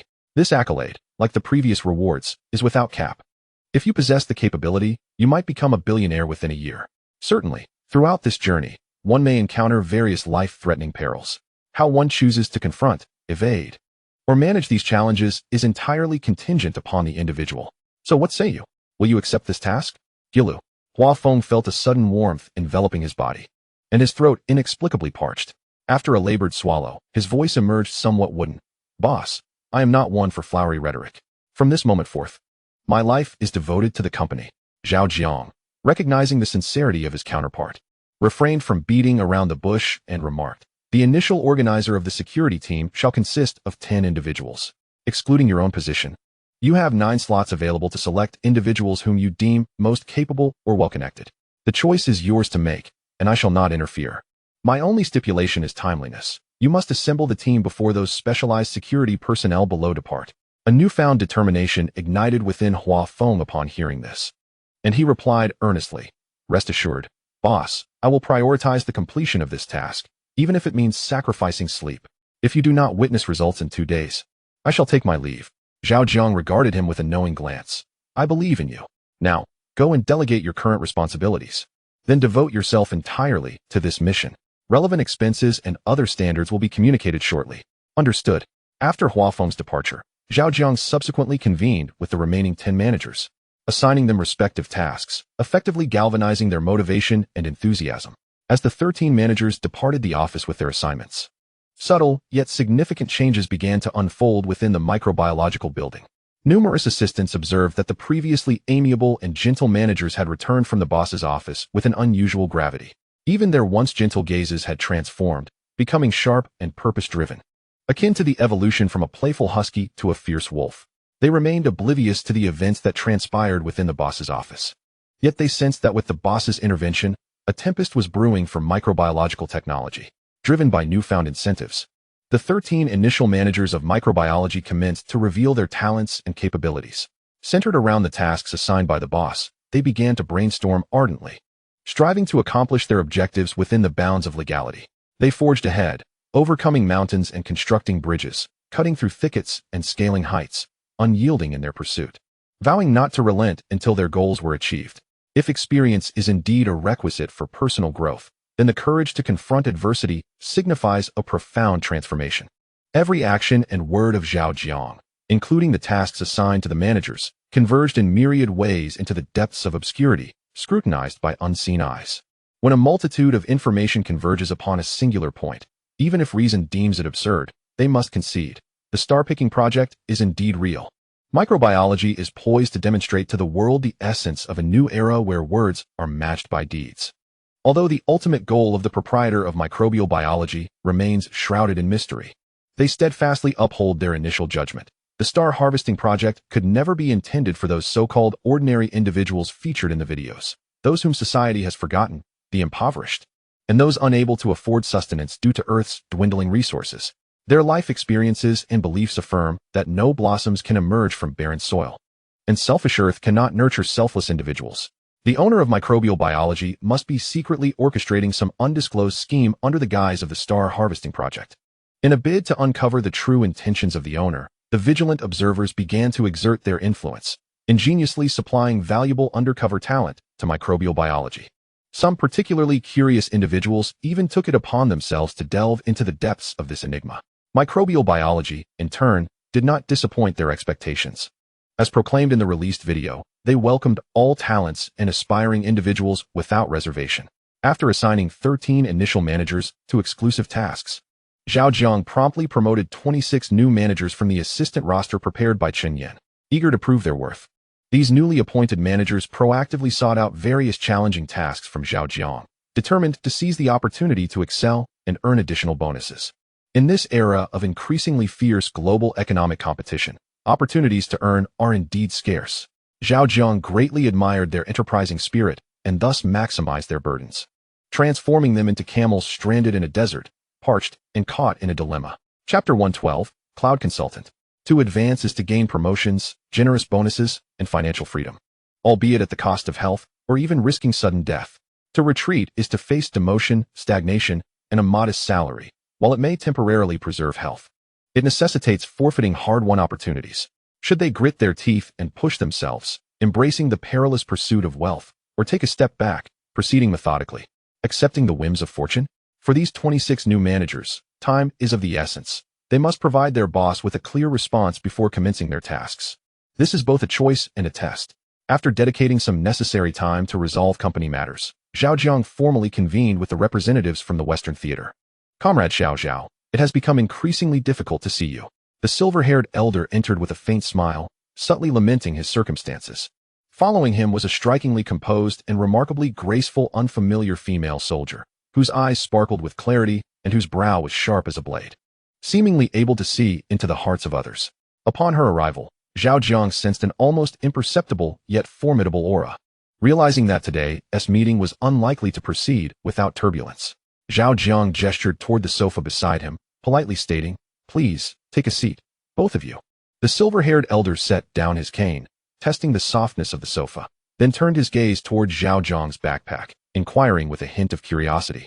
"I have heard that you even carry that bag while sleeping. Is that true?" Zhao Jiang cast a discerning glance, his gaze fixated on the female soldier before him. Rather than providing a direct answer, he employed a tactic reminiscent of Tai Chi, responding, "Since you are able to pose such a question, it is evident that you already harbor a clear answer within. Am I correct?" The silver-haired elder, upon hearing this, broke into a grin, dropping his pretense. "I must admit, I find your attire and the bag behind you quite intriguing. Would you consider customizing a set for me?" At this remark, Zhao Jiang distinctly sensed the female soldier's gaze upon him had grown notably more engaging. "It is indeed possible, though the price may be a tad exorbitant." "I fear it might be beyond your means," he replied. The elder's interest piqued. "Oh, is that so? Pray, enlighten me with a figure." Zhao Jiang raised a finger, his expression earnest. "This figure?" The elder inquired. "What unit is that?" Zhao Jiang replied, "In units of hundreds of billions."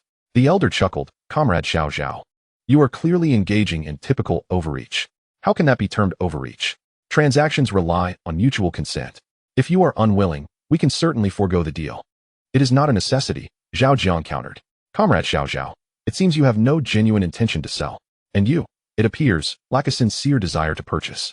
Before the conversation could continue, the female soldier suddenly interjected, "I shall offer 10 times the price, bundled with the technology behind your attire." Zhao Jiang was taken aback, not anticipating such audacity, with an offer of 1 trillion and such a bold demand.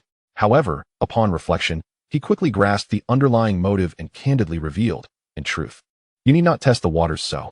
I concede that my attire possesses certain uniqueness, yet its capabilities are not overwhelmingly formidable. To be frank, the technology behind this suit is likely within your grasp, perhaps even superior to mine. It is merely a divergence in our developmental paths." The female soldier stepped forward, her eyes fixed on Zhao Jiang's face, a smile gracing her lips as she inquired, "What differences do you speak of?" Zhao Jiang pursed his lips, elucidating. "As a technological enterprise, we at Microbio pursue a market-driven approach in nearly all our products, emphasizing practicality, simplicity, and convenience. Conversely, your military focuses on items specifically designed for warfare. Thus, your pursuit is for exceptional performance and continual breakthroughs, aiming to maintain a technological and performance edge, thereby securing advantages in conflict. This necessitates exceedingly stringent standards for your products. Unless they are the best, you would rather let technology languish than produce subpar items. In comparison, although we possess similar technology, it is challenging for you to bring products to market swiftly while ensuring their operational readiness. Conversely, once you do release a product, its quality is assuredly superior to its commercial counterparts." The female soldier narrowed her eyes slightly. "You seem quite knowledgeable about the military." Zhao Jiang responded calmly. "I may not be well versed in military affairs, yet I possess a keen understanding of products and needs across various domains. As a technology company, our research and development, as well as production, are driven by market demands. If one does not comprehend this fundamental logic, how could we have arrived at our current standing?" The female soldier was unyielding, approaching with an interrogative tone, deliberately retorting, "While those words may sound convincing, as far as I am aware, your company has only managed to sell a single ecological energy storage battery to reach this point. Do not speak of foundational logic. You likely have not even conducted the most rudimentary market research, have you? You know full well how you have arrived at this juncture. Attempting to cover up the truth only exposes your own insecurity." Upon hearing this, Zhao Jiang immediately countered, "Isn't 1 ecological energy storage battery technology sufficient?" No sooner had he uttered the words than a sudden realization struck him, recognizing he had fallen prey to the opponent's rhetoric. As expected, upon Zhao Jiang's declaration, the female soldier revealed a knowing smile and turned to the silver-haired elder, returning the floor to him with a smirk. Mr. Su, you see, in his mind, one ecological energy storage battery technology is more than enough to satisfy our Western theater's appetite. Thus, even if there are other valuable offerings, he has never considered presenting them. Seizing the opportunity, the silver-haired elder rose, gesturing to the female soldier with utmost seriousness. Comrade Zhao, I neglected to introduce you earlier. This is our Western theater's first-level strategist, military advisor, and combat instructor, Yun Hitong. With that, the female soldier stepped forward, extending her calloused hand toward Zhao Jiang with a radiant smile. Hello, Boss Zhao. Greetings. Advisor Yun, Zhao Jiang replied, extending his hand in return. However, the moment their hands clasped, she unexpectedly exerted tremendous force, catching him off guard, causing his entire hand to spasm and his complexion to rapidly redden. Realizing the precarious situation, Zhao Jiang immediately attempted to withdraw his hand, but she deliberately maintained her grip, clutching it tightly like a vice while increasing the pressure. He could distinctly feel the flesh around his fingers being mercilessly compressed, sending waves of excruciating pain pleading for relief. Unable to withstand the overwhelming force, his whole body began to tremble slightly from the agony. Noticing that Advisor Yun had no intention of relenting, the outer layer of his nanosuit subtly began to scratch at the nape of his neck, conveying a message through this means. Sensing the scratching intensifying, Zhao Jiang understood that this was his intellect's request for retaliation. To avert unnecessary complications, he bore the intense pain and endeavored to keep his voice calm. Gazing at Advisor Yun's face and forcing a faint smile, Advisor Yun, your enthusiastic grip is just right. Do refrain from moving, lest it disrupt the sensation. Upon hearing this, Advisor Yun suddenly leaned forward, her lips brushing against Zhao Jiang's ear. My cautious boss Zhao. Within that statement, only 4 words truly express your sentiment, do they not? Are you afraid it might hurt me? At this, Zhao Jiang's expression shifted dramatically, momentarily forgetting the pain. Seizing the moment, Advisor Yun released his hand. Looking into his eyes with earnestness, my understanding of you, in certain aspects, may surpass your own. That is the confidence I possess in daring to test your limits. Today, we convene with 3 objectives in mind. Firstly, to engage in discussions regarding trade. Secondly, to explore avenues for collaboration. And thirdly, to candidly address certain peculiar matters. I wonder if this piques your interest? Gazing at the beautiful visage before him and feeling the sting in his palm, Zhao Jiang's thoughts swirled, leaving him momentarily speechless. The consultant, unfazed, released Zhao Jiang's hand and maintained an unwavering gaze, their eyes locked in silent understanding. What do you wish to discuss? After a considerable pause, Zhao Jiang began to untangle the thoughts he had previously overlooked, his expression returning to tranquility. You are aware of the incessant earthquakes lately, I presume? Let us first deliberate upon the anomalies surrounding these tremors. Upon uttering these words, Zhao Jiang turned to the window and noticed a military drone surveying the balcony of the adjacent building, promptly realizing, you have secured the entire area? The consultant responded with a sardonic smile. Indeed, while some matters are tacitly acknowledged among us, they still warrant a degree of confidentiality. Otherwise, should such information disseminate, the world as we know it would cease to exist in its current form. What are your thoughts? In Chapter 113, The Confession, Zhao Jiang felt a weight in his heart, recognizing that the military was deviating from conventional protocols and intended to engage in a frank discussion. He promptly replied, since we have broached this topic, let us dispense with the circumlocution. Inquire freely. I shall not purposely withhold any information within my capacity to share. Conversely, if I cannot provide an answer, it is simply because I lack the knowledge. The consultant returned to the sofa, addressing the silver-haired elder, Mr. Su, as our elder. Please proceed. The elder's demeanor shifted dramatically, his gaze sharp as a blade. Recently, earthquakes have plagued the nation, ranging from minor tremors of 3 to 4 magnitude to significant quakes of 6 to 7. Just yesterday, a location experienced an 8 magnitude earthquake. Do you know the reason behind this? Zhao Jiang remained silent, swiftly sifting through relevant information in his mind. The elder intensified his tone, articulating each word with gravitas. There is a battle occurring beneath the surface. Are you aware of this? Zhao Jiang met his gaze with composure, responding, I am aware, though my knowledge is limited. The elder scrutinized him intently, unwavering. What is your perspective? Zhao Jiang replied, to be frank, I have no substantial opinion. Noticing a subtle shift in the elder's demeanor, he added, as you are aware, I am a pragmatist. I prefer to invest my time in endeavors of significance. Setting aside my scant knowledge, even if I possessed more, what value would it hold if my abilities do not align? The elder interjected, "Today, we shall not delve into the specifics of significance. First, tell me, do you know who is waging war against the rodent tribe?" Zhao Jiang's expression grew solemn, tinged with uncertainty as he ventured, "The vividly colorful apple trees and the large flesh-eating worms that produce white milk?" At this, the elder suddenly chuckled, regarding Zhao Jiang with profound significance. "Precisely. It appears your disappearance during the earthquakes has forged quite a connection with the rodent tribe, to the extent that they are willing to share such secrets with you. We exerted tremendous effort to grasp even a fragment of the situation, while you, on the other hand, effortlessly receive information delivered right to your doorstep." Zhao Jiang's expression shifted. "You intercepted that child?" The silver-haired elder nodded. "Any creature departing from your company, even an ant, undergoes the most stringent scrutiny. Do you believe that disguising it as a pet mouse, concealed within a child's backpack, would allow it to evade our notice?" Noticing Zhao Jiang's countenance darkening, he quickly changed the subject. "However, rest assured, we did not inconvenience it. Rather, we dispatched personnel to protect it and return it underground." Zhao Jiang reacted swiftly. "Do you have dealings with the upper echelons of the Mouse Clan?" "That depends on which faction you refer to. The Mouse Clan comprises more than one faction." Zhao Jiang pondered. "I seem to grasp certain matters." The silver-haired elder, observing this, confirmed further, "You disappeared for nearly a month during the earthquake in Huijing while saving people, and it appears you fell into the grasp of the Mouse Clan. Did you not?" Zhao Jiang gazed deeply at the elder, then glanced at Consultant Yin beside him, candidly stating, "It seems you have thoroughly investigated my entire history." The silver-haired elder did not deny it, straightforwardly saying, "We are not fools. In the current global climate, the sudden emergence and robust rise of a company like microorganism is inherently a significant red flag." Zhao Jiang came to a sudden realization. "So, you traced this red flag and meticulously uncovered my past." The silver-haired elder nodded in affirmation. "Indeed." Zhao Jiang fixed his gaze upon the elder's eyes, questioning, "In that case, was everything that transpired previously merely a performance you orchestrated?" "Yes." Upon hearing this admission, Zhao Jiang could not help but give a thumbs up. "Your acting skills are impressive." "I had no inkling whatsoever."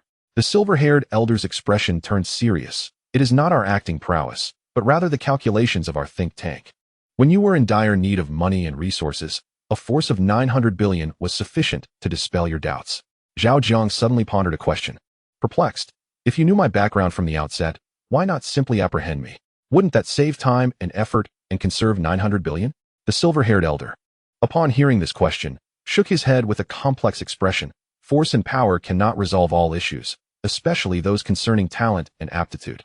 According to your logic, we should have apprehended you once we clarified your involvement in the theft of the vast quantities of gold and treasures buried by corrupt officials. After all the wealth of those officials was embezzled from the nation, and it is no trivial sum. Although your acquisition was indirect, it still constitutes theft of national property. However, in reality, compared to those tons of gold, the already burgeoning microorganism intrigued us far more, especially as we unraveled more of the mysteries surrounding you. What we truly seek is your unparalleled talent, something far more valuable than manipulable wealth. In this world, there are many delivery personnel, yet you are the only one known to have reached the Mouse Clan and successfully returned. In addition, the immense transformation and drastic changes you have undergone cannot be overlooked.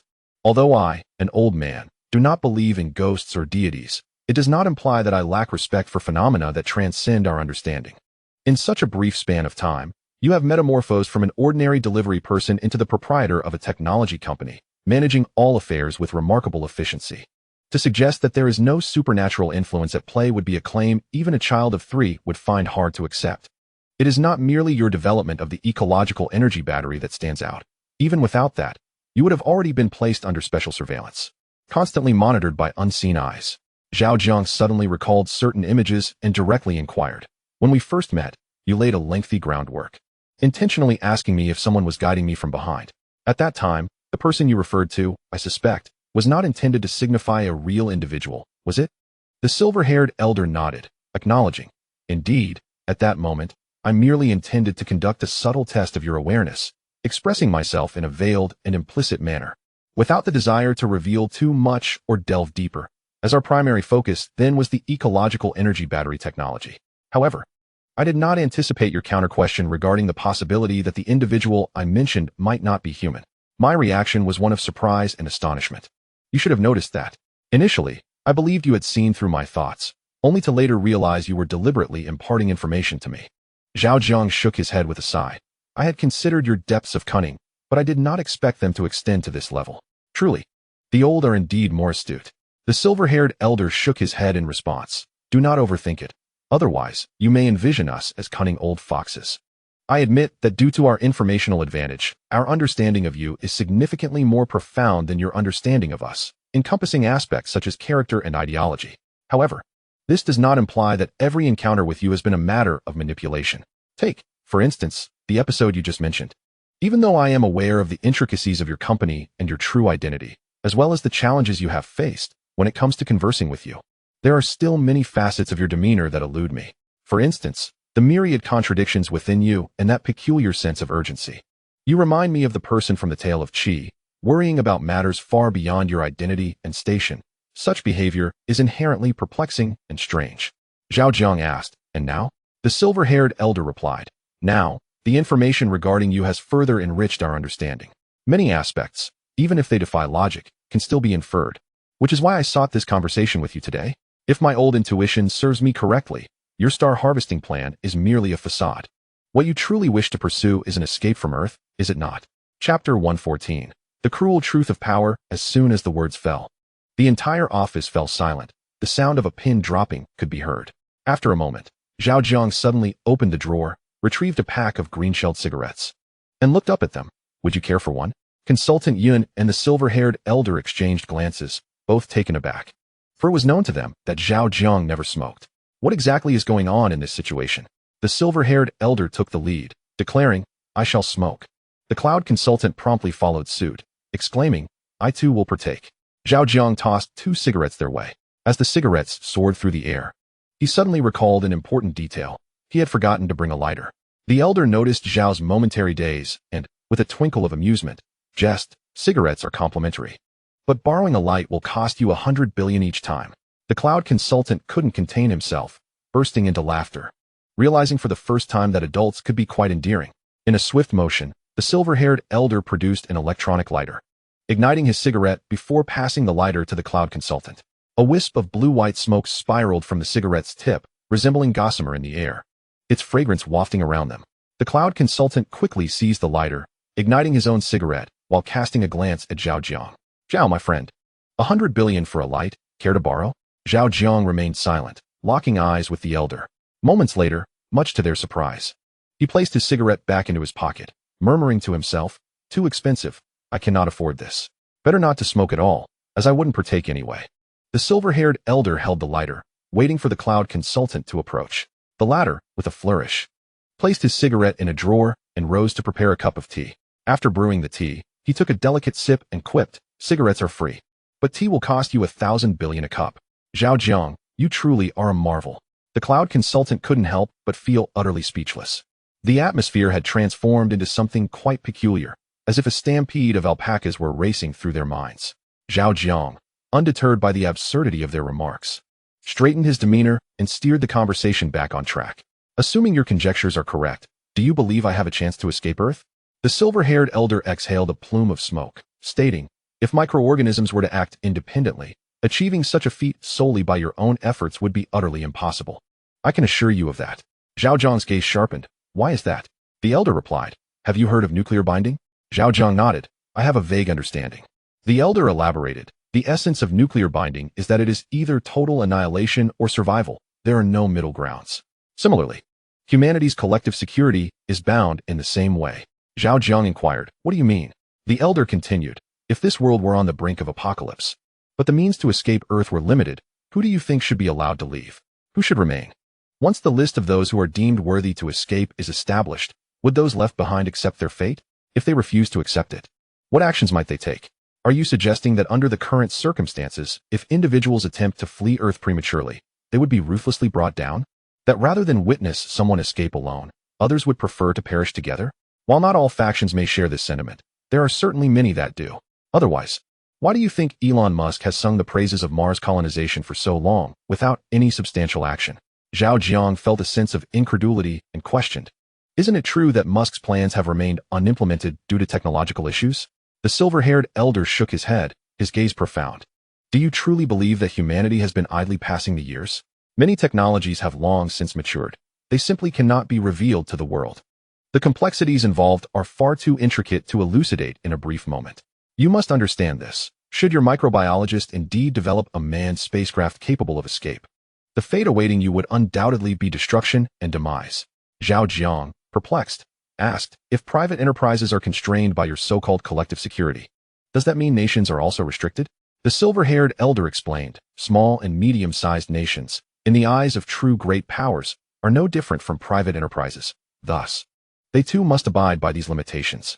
The great powers themselves may escape, but how can they flee the earth? Have you ever contemplated what the world would become if great powers initiated such actions, regardless of their motives? Without hesitation, Zhao Jiang declared 4 words, a hell on earth. The elder nodded in agreement. Indeed, it is a hell on earth. More precisely, it is a hell for the lower strata of humanity. The elite, however, exist above the machinery of great powers, able to escape at any moment. Zhao Jiang realized, the elite can flee at will and have secretly prepared for it. Yet, for their own interests, they do not permit the lower classes to escape. If any signs of such intentions are detected, even if they are innocent, they would be assigned a crime. If that fails, they would simply resort to missiles to impose their will. According to this logic, when the apocalypse arrives, they need not escape the disaster itself, but merely evade their fellow compatriots? The silver-haired elder nodded in tacit agreement. Suddenly, Zhao Jiang clenched his fists in indignation, exclaiming, why is this world so twisted? The elder, equally moved, sighed, if the reins of power are held by malevolent individuals, then what the good perceive as distortion aligns perfectly with the rules of survival. Zhao Jiang fell silent, his brow furrowed, for the first time realizing that the truth of this world was far more complex and brutal than he had ever imagined. He had numerous doubts, particularly regarding the current circumstances. How could the foremost powers of humanity possibly remain oblivious to any anomalies? In this context, it seemed that aside from his own urgent desire to escape Earth, others and their respective forces exhibited no significant reactions. The palpable sense of relaxation and detachment was undeniably eerie. Through the elder's elucidation, he comprehended, it was not that these powers were unaware of the looming crisis, nor that they lacked the capacity to flee. Rather, up to this point, they deemed there was no necessity to escape.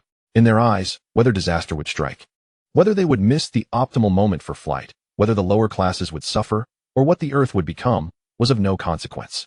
What truly mattered was that, regardless of how the world transformed, they would steadfastly cling to the power in their hands. For this reason, even the sacrifice of the entire world is entirely worthwhile. Their minds have been thoroughly corroded by power, merging seamlessly with it. In their eyes, the sufferings of ordinary people, the wails of their compatriots, and the world's lamentations have become invisible, overshadowed entirely by their own interests, the power they wield, and the primal drive of ambition and desire. Chapter 115, Divergent Paths. Unshared aspirations. Do you know why the culture of this world has always celebrated the triumph of light?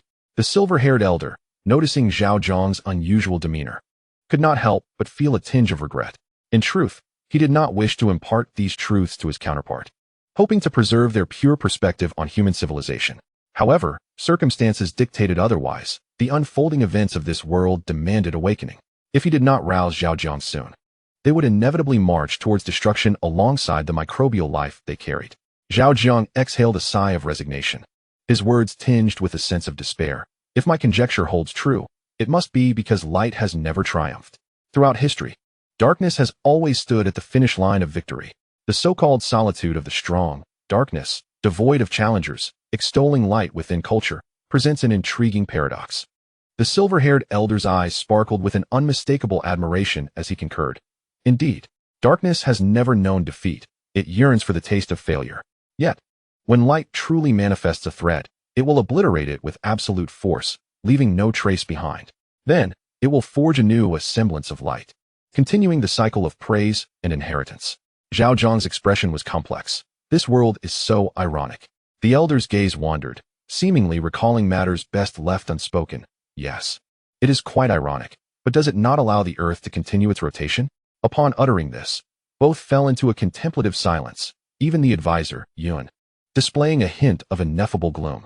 Minutes later, Zhao Jiang gathered his emotions, returning to a state of normalcy. I am a staunch materialist. I do not believe that anything in this world is invincible. I am grateful to you for revealing these world-shattering truths. Yet I feel I must not cower in fear or betray the trust of dreamers, fantasists, and those with ambition regarding the microbial life. Darkness may scorn light. Toy with it. Those eroded by darkness may forget their roots, disregard their compatriots, viewing them as mere resources, livestock, playthings, refuse, or cannon fodder. But I cannot do that. Having vowed to reach for the stars, I shall do so. If Earth cannot grasp them, then I shall lead them to the cosmos, to other planets. Dreams should not be forsaken. Those who toil silently, living earnestly, who have never harmed others or wronged this world and society, must not be abandoned.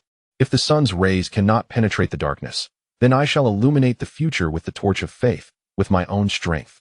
The silver-haired elder gazed into Zhao Jiang's eyes, unable to conceal his admiration, feeling assured he had not misjudged the individual before him. Aren't you afraid of being struck down by an unknown missile mid-flight? Zhao Jiang replied candidly. I am. Who wouldn't he be? This is indeed a matter of life and death. However, as the leader of a microscopic entity, if I were to falter first, what significance would there be in all that follows? Are you resolutely intent on executing the Star Harvest plan? Indeed. I cannot place my hopes in a cohort of shadowy beings cloaked in human guise. Even in death, I shall perish in pursuit of truth and hope. Should they dare to launch missiles at my vessel, I will not hesitate to shatter their means of sustenance and obliterate their foothold. The instructor once remarked, if one does not offend me, I shall not offend them. But if they strike first, I shall retaliate. Upon hearing this, the silver-haired elder chuckled suddenly. You, a technology firm, how can you possess such audacity? Do you harbor some hidden card? Zhao Jiang shook his head. It is not a matter of hidden cards. Rather, when circumstances deteriorate to that extent, there are no choices left. Consider this. As the representative of the Star Harvest plan, if I do not prepare in advance, when disaster strikes, who will rescue the innocent among the lower strata? The affluent tycoons? The pompous officials? Or the hypocritical politicians who hold the moral high ground and manipulate the world? The common populace has already endured so much suffering. Can we not offer them a glimmer of hope? The silver-haired elder tightened his grip on his cane. I understand your perspective, but this could very well cost you your life, rendering all your efforts futile. In truth, for a talent such as yourself, the best course of action would be to join us. At that point, we would intervene and save a portion of the populace. Zhao Jiang fixed his gaze upon the elder's eyes, his expression sharpening, as if he could pierce through one's very soul, and questioned, join you? Then tell me, if there are 100 escape slots, how many would the common people secure? The silver-haired elder feigned contemplation, lowering his head to deliberately evade Zhao Jiang's gaze. And after a moment of reflection, he replied, about 10. Zhao Jiang's voice deepened. I demand the truth. 5. Zhao Jiang shook his head. Even now, you still hesitate to speak the truth? Upon uttering these words, the silver-haired elder realized he could no longer conceal the reality, and with a grimace, he admitted, at most. 1. As soon as he spoke, he felt an inexplicable sense of relief, yet simultaneously, he was overwhelmed by profound helplessness and bitterness. Thus, when disaster looms, the fate of ordinary individuals is destined to be forsaken and discarded, is it not? The silver-haired elder sensed the weight of the conversation but still endeavored to explain. We also aspire for perfection, to rescue everyone. Yet, as you are aware, that is an impossibility. Currently, humanity's technology is insufficient to support our venture into the cosmos. Merely departing from Earth is a formidable challenge. Moreover, once we escape Earth and venture to other planets, the trials we face are fraught with the unknown and the unpredictable. To ensure the survival of our civilization as essence, we must prioritize those of significant value. A sardonic smile suddenly graced Zhao Jiang's lips. Can you guarantee that all those who secure a slot are indeed of great value? Moreover, when faced with the choice between a villain of great value and a virtuous individual of lesser worth, would you still opt for the virtuous one? The silver-haired elder remained silent. The answer to this question was patently obvious, yet he hesitated to respond. Observing this, Zhao Jiang, feeling the weight of the topic, candidly declared, I absolutely refuse to join your ranks.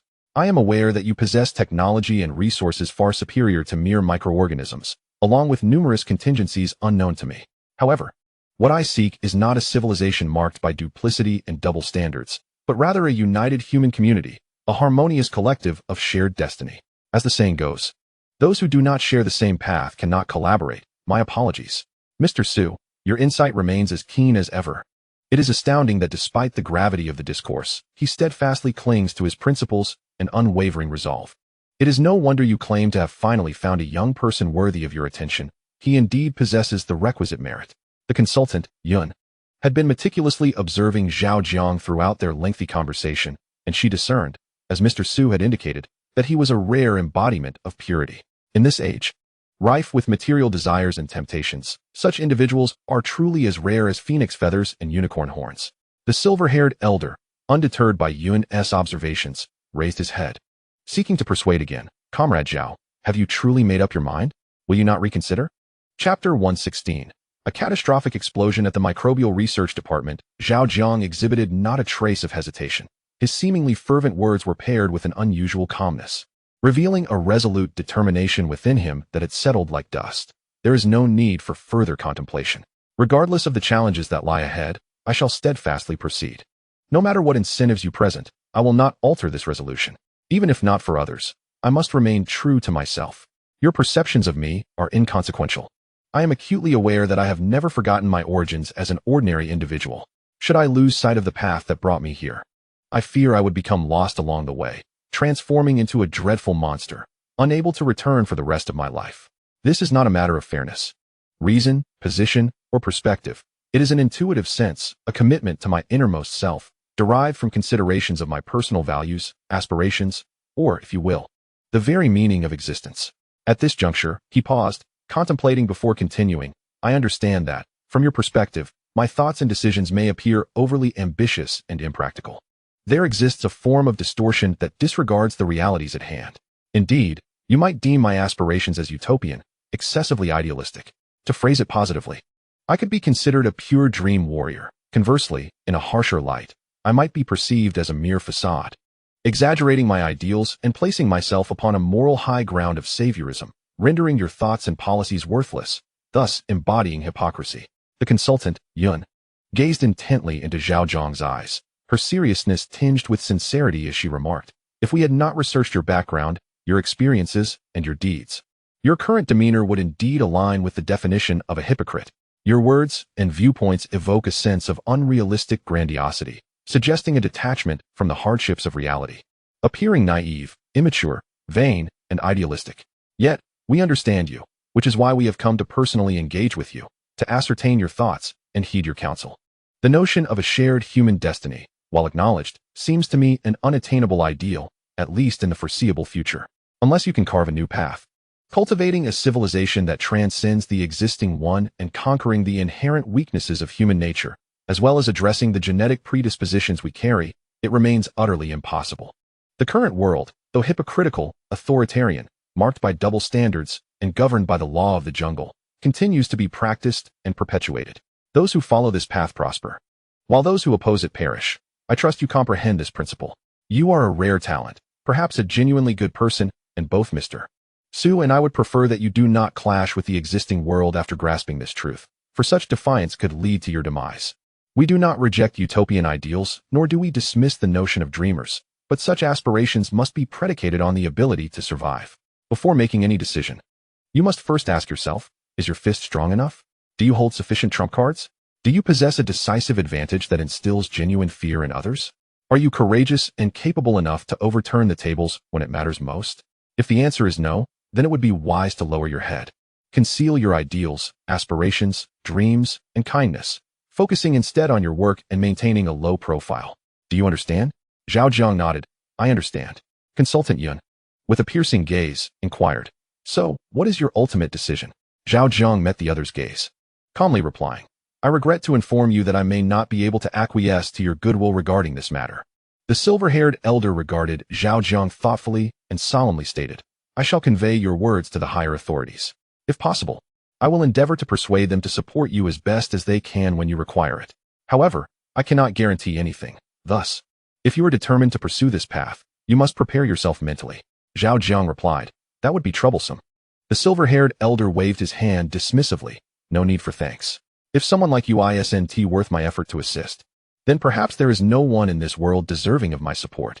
People often say that knowing the dangers, one still ventures towards them. Yet, how many can truly act upon such wisdom? The gap between mere words and tangible actions is ever vast. In the high-density exchange of information, the sense of time diminishes, and before one realizes, 5 hours have elapsed. Comrade Zhao, we shall conclude our discussion for today. Thank you for your cooperation. I shall refrain from further comments. But do you recall the advice I imparted to you last time? Regardless of what transpires next, I hope you will keep it in mind. The silver-haired elder rose first. stepping towards Zhao Jiang, firmly grasping his hand and looking into his eyes, conveying unspoken sentiments through the strength of his grip. "Thank you. I will certainly keep it close to my heart." Zhao Jiang felt a profound sense of concern emanating from the other party, stirring his heart significantly. Through their previous exchanges, he had gleaned many of the carefully concealed secrets the other had deliberately revealed. This military magnate, seemingly wielding immense power and influence, was nonetheless ensnared in certain undisclosed matters. Releasing Zhao Jiang's hand, the silver-haired elder turned to depart, his clean and decisive silhouette momentarily causing one to forget his age. "If we fail, will your ship have room for me?" The advisor did not shake Zhao Jiang's hand, but instead maintained a 2-meter distance, his gaze unwaveringly fixed on Zhao Jiang's eyes. A slight smile curled at the corners of Zhao Jiang's mouth. "If you're not afraid of being shot down by missiles, you're always welcome." The advisor grinned broadly, casting Zhao Jiang a special glance before turning on his heel to follow the silver-haired elder, swiftly vanishing from sight. Zhao Jiang stood by the window, watching the drones gradually disappear into the sky, exhaling a long, heavy sigh. His expression shifted from earlier ease and calmness to one of gravity and depth. The discussions with the Western Theater Command had far exceeded his expectations. The truths he had uncovered weighed heavily upon him, as he grappled internally with the brilliance of human nature, plunging him into a profound struggle. He found himself at a crossroads. Should he abandon the optimal choice centered on his own safety and alter his escape plan from Earth? Seizing the moment to lend a voice to the ordinary citizens of the lower and middle strata, striving to illuminate a flicker of hope amidst the darkness?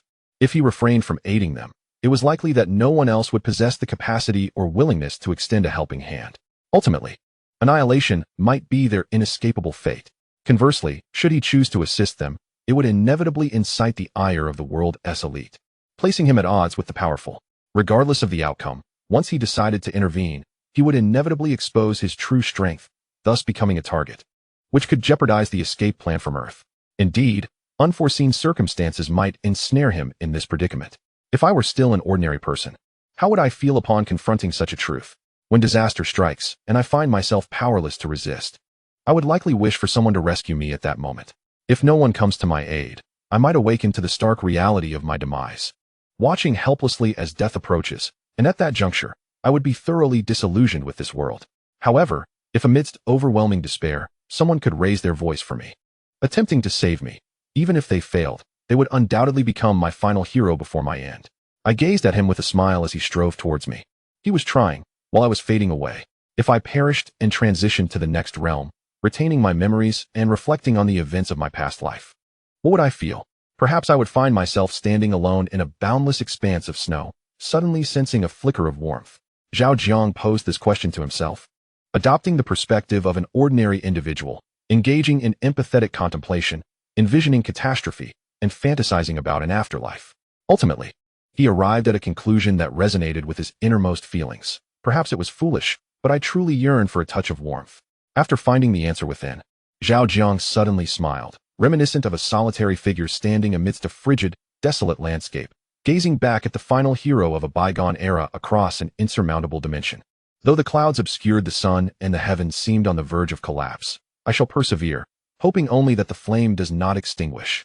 In the latest collaboration with the Western Theater Command, Zhao Jiang consented to convert the remaining 600 billion into various production materials. Thus, each day, a multitude of trucks laden with diverse resources diligently transported them to the Microbial Research Department for quality inspection, after which they were reloaded and dispatched to the newly constructed Stargathering base. On the evening of March 21, 2026, a magnitude 8.1 earthquake struck Qinghai. Shortly after the quake, a sudden explosion erupted within the Microbial Research Department, the terrifying shockwaves reverberating for miles. In the wake of the colossal detonation, flames illuminated the night sky, and thick plumes of smoke billowed upward, resembling a cataclysmic force. From a distance, the entire Microbial Research Department appeared shrouded in an ominous black mist, transformed into a foreboding sight. Onlookers gazed at the towering smoke, akin to a malevolent fog, in disbelief, struggling to reconcile the sight with the former focal point of innovation that it had been. The surrounding fire brigade received the alert and rushed to offer assistance. However, they were entirely intercepted by the security personnel of the Microbial Research Department. "Why aren't we allowed inside?" questioned the captain of the first fire crew to be halted, his expression one of urgency and confusion as he stared at the thick, nearly viscous black smoke in the distance. Our superior has informed us that the situation inside the research department is out of control, with dangerous chemical materials that could lead to another catastrophic explosion at any moment. For the safety of everyone, no one is permitted to approach, declared Jin Yong, a veteran enlisted by Hua Feng, standing resolutely in their path. We are the fire brigade, tasked with extinguishing fires and managing emergencies. If you obstruct us from advancing while the flames spread unchecked, your company will bear the consequences of the damage, retorted the fire captain, his fists clenched as his professional ethics urged him forward. Jin Yong replied gravely, our superior has stated that no loss is worth more than your lives. Therefore, regardless of your arguments, we cannot allow you to pass. I understand your desire to safeguard public property, but please also comprehend my superior's commitment to your safety, he continued. The fire captain glanced back at his teammates, noticing their eyes glistening with apprehension in the glow of the flames, and they nodded slightly in solidarity. A knot tightened in his heart as he realized the gravity of the situation. He then asserted solemnly, comrade, please step aside. We must save that fire. Seeing their determination to breach their barricade, Jin Yong shouted to his companions, everyone, listen up. If anyone dares to let any of them through, I will personally see to it that they are dismissed. No sooner had he spoken than over 20 security personnel converged, effectively sealing off any passage for the firefighters and their vehicles. Observing this, the fire captain turned back toward his vehicle, his frustration boiling over as he declared, this route is blocked. We shall find another. Upon hearing this, Jin Yong exclaimed loudly from behind, no matter how many routes you change, it will be futile. Every path is monitored by our personnel. Not only you, but even a fly cannot penetrate. The research department is filled with hazardous materials. Our boss has issued a strict order. No firefighter shall perish in vain. You may report this, but we shall not yield. With that, his gaze fixed intently on the crowd, his demeanor decidedly obstinate. Simultaneously, on Zhao Jiang's phone, a voice inquired, Comrade Zhao, I have heard of a significant explosion in your research department. Is it true? Zhao Jiang replied, indeed. The voice on the other end grew serious. What exactly transpired? Zhao Jiang replied gravely, we have been set up. Certain materials sent for testing in the research department contained major issues. Additionally, there were some peculiar items that could be triggered by sonic waves, leading to the accident. As of now, our knowledge is limited, but that is the likely cause. The voice responded, I will immediately dispatch nearby firefighting units. Do not panic. Zhao Jiang interjected, no need. No one understands the dangers within the research department better than I do. Sending them to extinguish the flames is akin to sending them to their demise. Let it burn. It will be over soon. The voice inquired, is the casualty count severe? Zhao Jiang replied, the hidden hand behind this may only seek to destroy the research department, not to cause loss of life. Thus their timing was quite precise. Just yesterday, the last team of researchers was sent to the Zhexing base, and today, this calamity unfolds. The voice seemed to breathe a sigh of relief. So you mean, there are no casualties? Zhao Jiang responded, if we count the robots, the losses are quite heavy. If not, then temporarily, there are none. The voice asked, is there anything particularly important inside? If so, I could send a helicopter to assist in firefighting. After a moment of hesitation, Zhao Jiang replied, do you believe it is possible for there to be nothing of importance? If there wasn't, such an incident would not have occurred. However, it is what it is, let it be. The research department is indeed vital, but ultimately, it pales in comparison to the lives of the soldiers. Do not send them. Chapter 117. Beneath the night sky, above the clouds. Thick smoke billowing, the voice on the other end asked, do you truly not need my additional assistance? Zhao Jiang responded, you know me, once a decision is made, it will not be altered. The voice continued, such a large research department, filled with so many technological marvels and valuable items. Would you truly be willing to see it reduced to ashes? Zhao Jiang's voice carried a heavy sense of helplessness as he lamented. What is meant to be will inevitably come to pass. What is not meant to be should not be forced. My true concern is not the research department that has already faced disaster, but rather the ongoing operations at the Zhexing base. If they strike again, I truly cannot bear it. The voice fell silent for a moment before suddenly suggesting, how about I reassign another unit to assist you? Zhao Jiang firmly rejected, no. Given the current situation, you are already stretched thin. We must not rashly deploy forces over such matters and jeopardize our grand plan. Let us not forget the true cause behind these tremors and the precarious state of disaster relief. The voice inquired, so you mean, you truly do not require my assistance? Zhao Jiang, there is no need for that at the moment. If I truly encounter something insurmountable, I will seek your assistance. On the other end of the line, very well. With that, the call was abruptly terminated. Zhao Jiang tucked away his phone, standing atop the water tower of the building. gazing at the terrifying and robust plumes of smoke emanating from the research and development department. His expression impassive, his gaze dark and brooding. Beneath the night sky, above the clouds, the billowing smoke lingered ominously. Accompanied by an invisible shockwave of signals, countless minute particles of smoke suddenly ceased their erratic dance, converging swiftly into a coherent formation. Dense and layered, orderly and unobserved against the night sky, they began to coalesce with astonishing speed and intricate structure, soon forming an aerial island accompanied by a superconducting cloud. The night wind howled, starlight cascaded down, and it seemed as though a colossal hand was engaging in an extraordinarily efficient 3D printing of these smoke particles. Boss, you must be silently observing from below at this very moment, right? On the first generated superconducting island, a familiar silhouette, one that had only appeared on screens, emerged. Standing at the edge of the island, through the gaps in the fluffy superconducting clouds, he gazed below, murmuring to himself. After a moment, he lifted his gaze skyward, allowing the starlight to wash over his face, and spoke to the numerous superconducting satellites laboring in outer space. Out of the light. Darkness. This is the darkness beneath the light in the era of technology. Boss, let us officially embark upon the era of stars and oceans. At the same time, Zhao Jiang felt a stirring within, looking up at the heavens, whispering to himself, indeed, strength is the root of all confidence. If you remain inactive while forbidding others to act, then I apologize, the grand performance is about to commence. If you reside in your nuclear fortress, yet still seek to shatter the umbrellas of others, then allow me to weigh your worth with the power of technology that transcends the times. For humanity in its current stage, technology is forever the foremost productive force. Little do they know, in this era where foundational physics has stagnated for many years, one individual has quietly thrust open the doors to the future. The concept of room temperature superconductivity, once mentioned years ago, remains elusive to many scientists even today. People have fantasized about its manifestation and the transformations it could bring to the world, yet no one has truly witnessed the essence of room temperature superconductors. Zhao Jiang stared at the flawless, soaring smoke and the fierce, blazing fire below, unable to articulate his emotions at this moment. From the day he confirmed the existence of parallel dreams, he never underestimated this world, driven by a profound instinct for survival. Every step he took was cautious and exerted to the fullest. Nevertheless, the plan still failed to keep pace with the changes. Had it not been for the arrival of World 7, even with his intricate schemes and boundless wisdom, there would have been no glimmer of victory. Initially, his plan was to manufacture the spacecraft through a coordinated effort with Chi Jiao Yaliang 031, employing a facade of cooperation while secretly maneuvering behind the scenes for escape. However, to construct a spacecraft, one must possess the corresponding technology and sufficient production materials. After all, in a material-dominated three-dimensional world, things cannot materialize out of thin air. The technology for spacecraft is not particularly challenging. With the existence of ecological energy storage battery technology, the propulsion problem for the spacecraft is essentially resolved in advance. Once the design of the spacecraft is perfected and its manifestation in reality is achieved, it merely becomes a matter of time. In contrast, the issue of production materials is far more complex, as creating a substantial number of spacecraft requires an immense quantity of resources.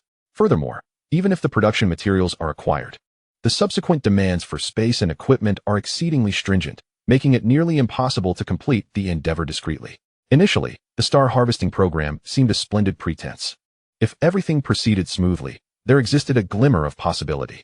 However, after a profound 5-hour conversation with Elder Su and Consultant Yun, he came to realize the naivete of his own thoughts.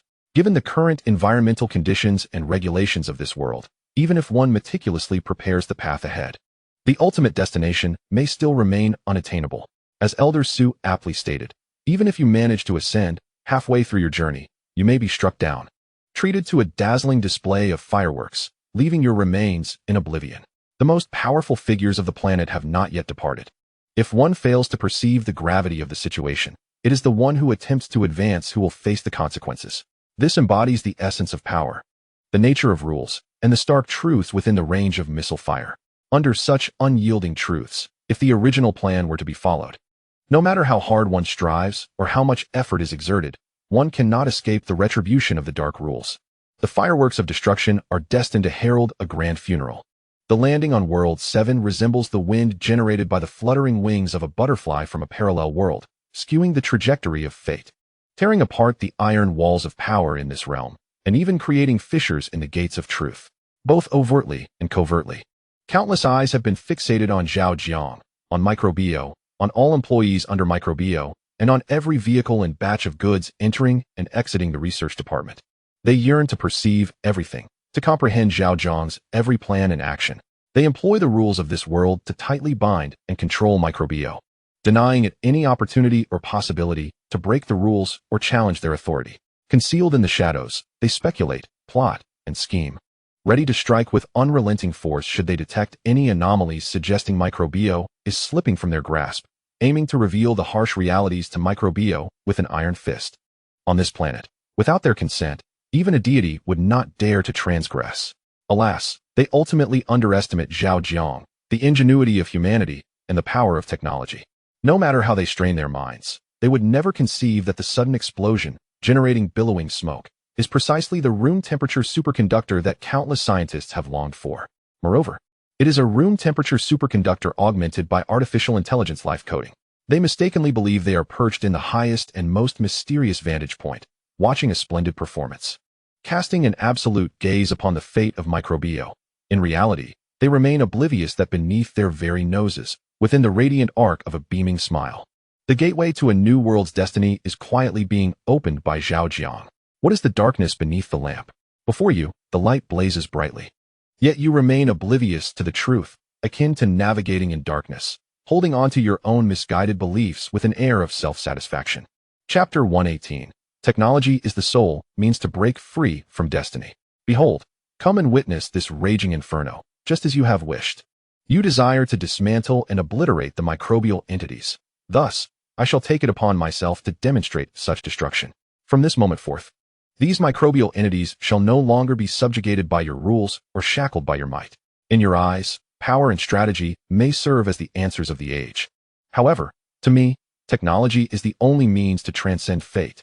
Zhao Jiang gazed at the increasing number of drones gracing the night sky, silently pondering thoughts unheard by others, before descending from the water tower and turning away, across the ocean, within a clandestine base of the AJD military-industrial complex. A striking woman with fiery red lips and a serpent tattoo coiling around her neck observed the billowing smoke on the screen, her eyes flickering with intrigue. Since the incident commenced, the live broadcast had persisted for nearly an hour, yet not a single firefighting team had rushed in to extinguish the flames. This was decidedly unusual. In her perplexity, she reached for a satellite phone and placed a call. Moments later, a respectful voice emerged from the other end. "Good day, boss. How may I assist you?" The short-haired woman wasted no time. "What exactly is happening with the microbial research department? Why has no firefighting team appeared thus far?" Upon hearing her inquiry, the voice on the line peaked with interest. "Boss, you may be unaware. The firefighting teams have indeed arrived, but they have been unable to enter. All stranded outside." The woman expressed her astonishment. "All stranded outside? Who is responsible for this?" The voice, sensing her surprise, continued to elucidate. "It is none other than the security team recently established by the microbial research department.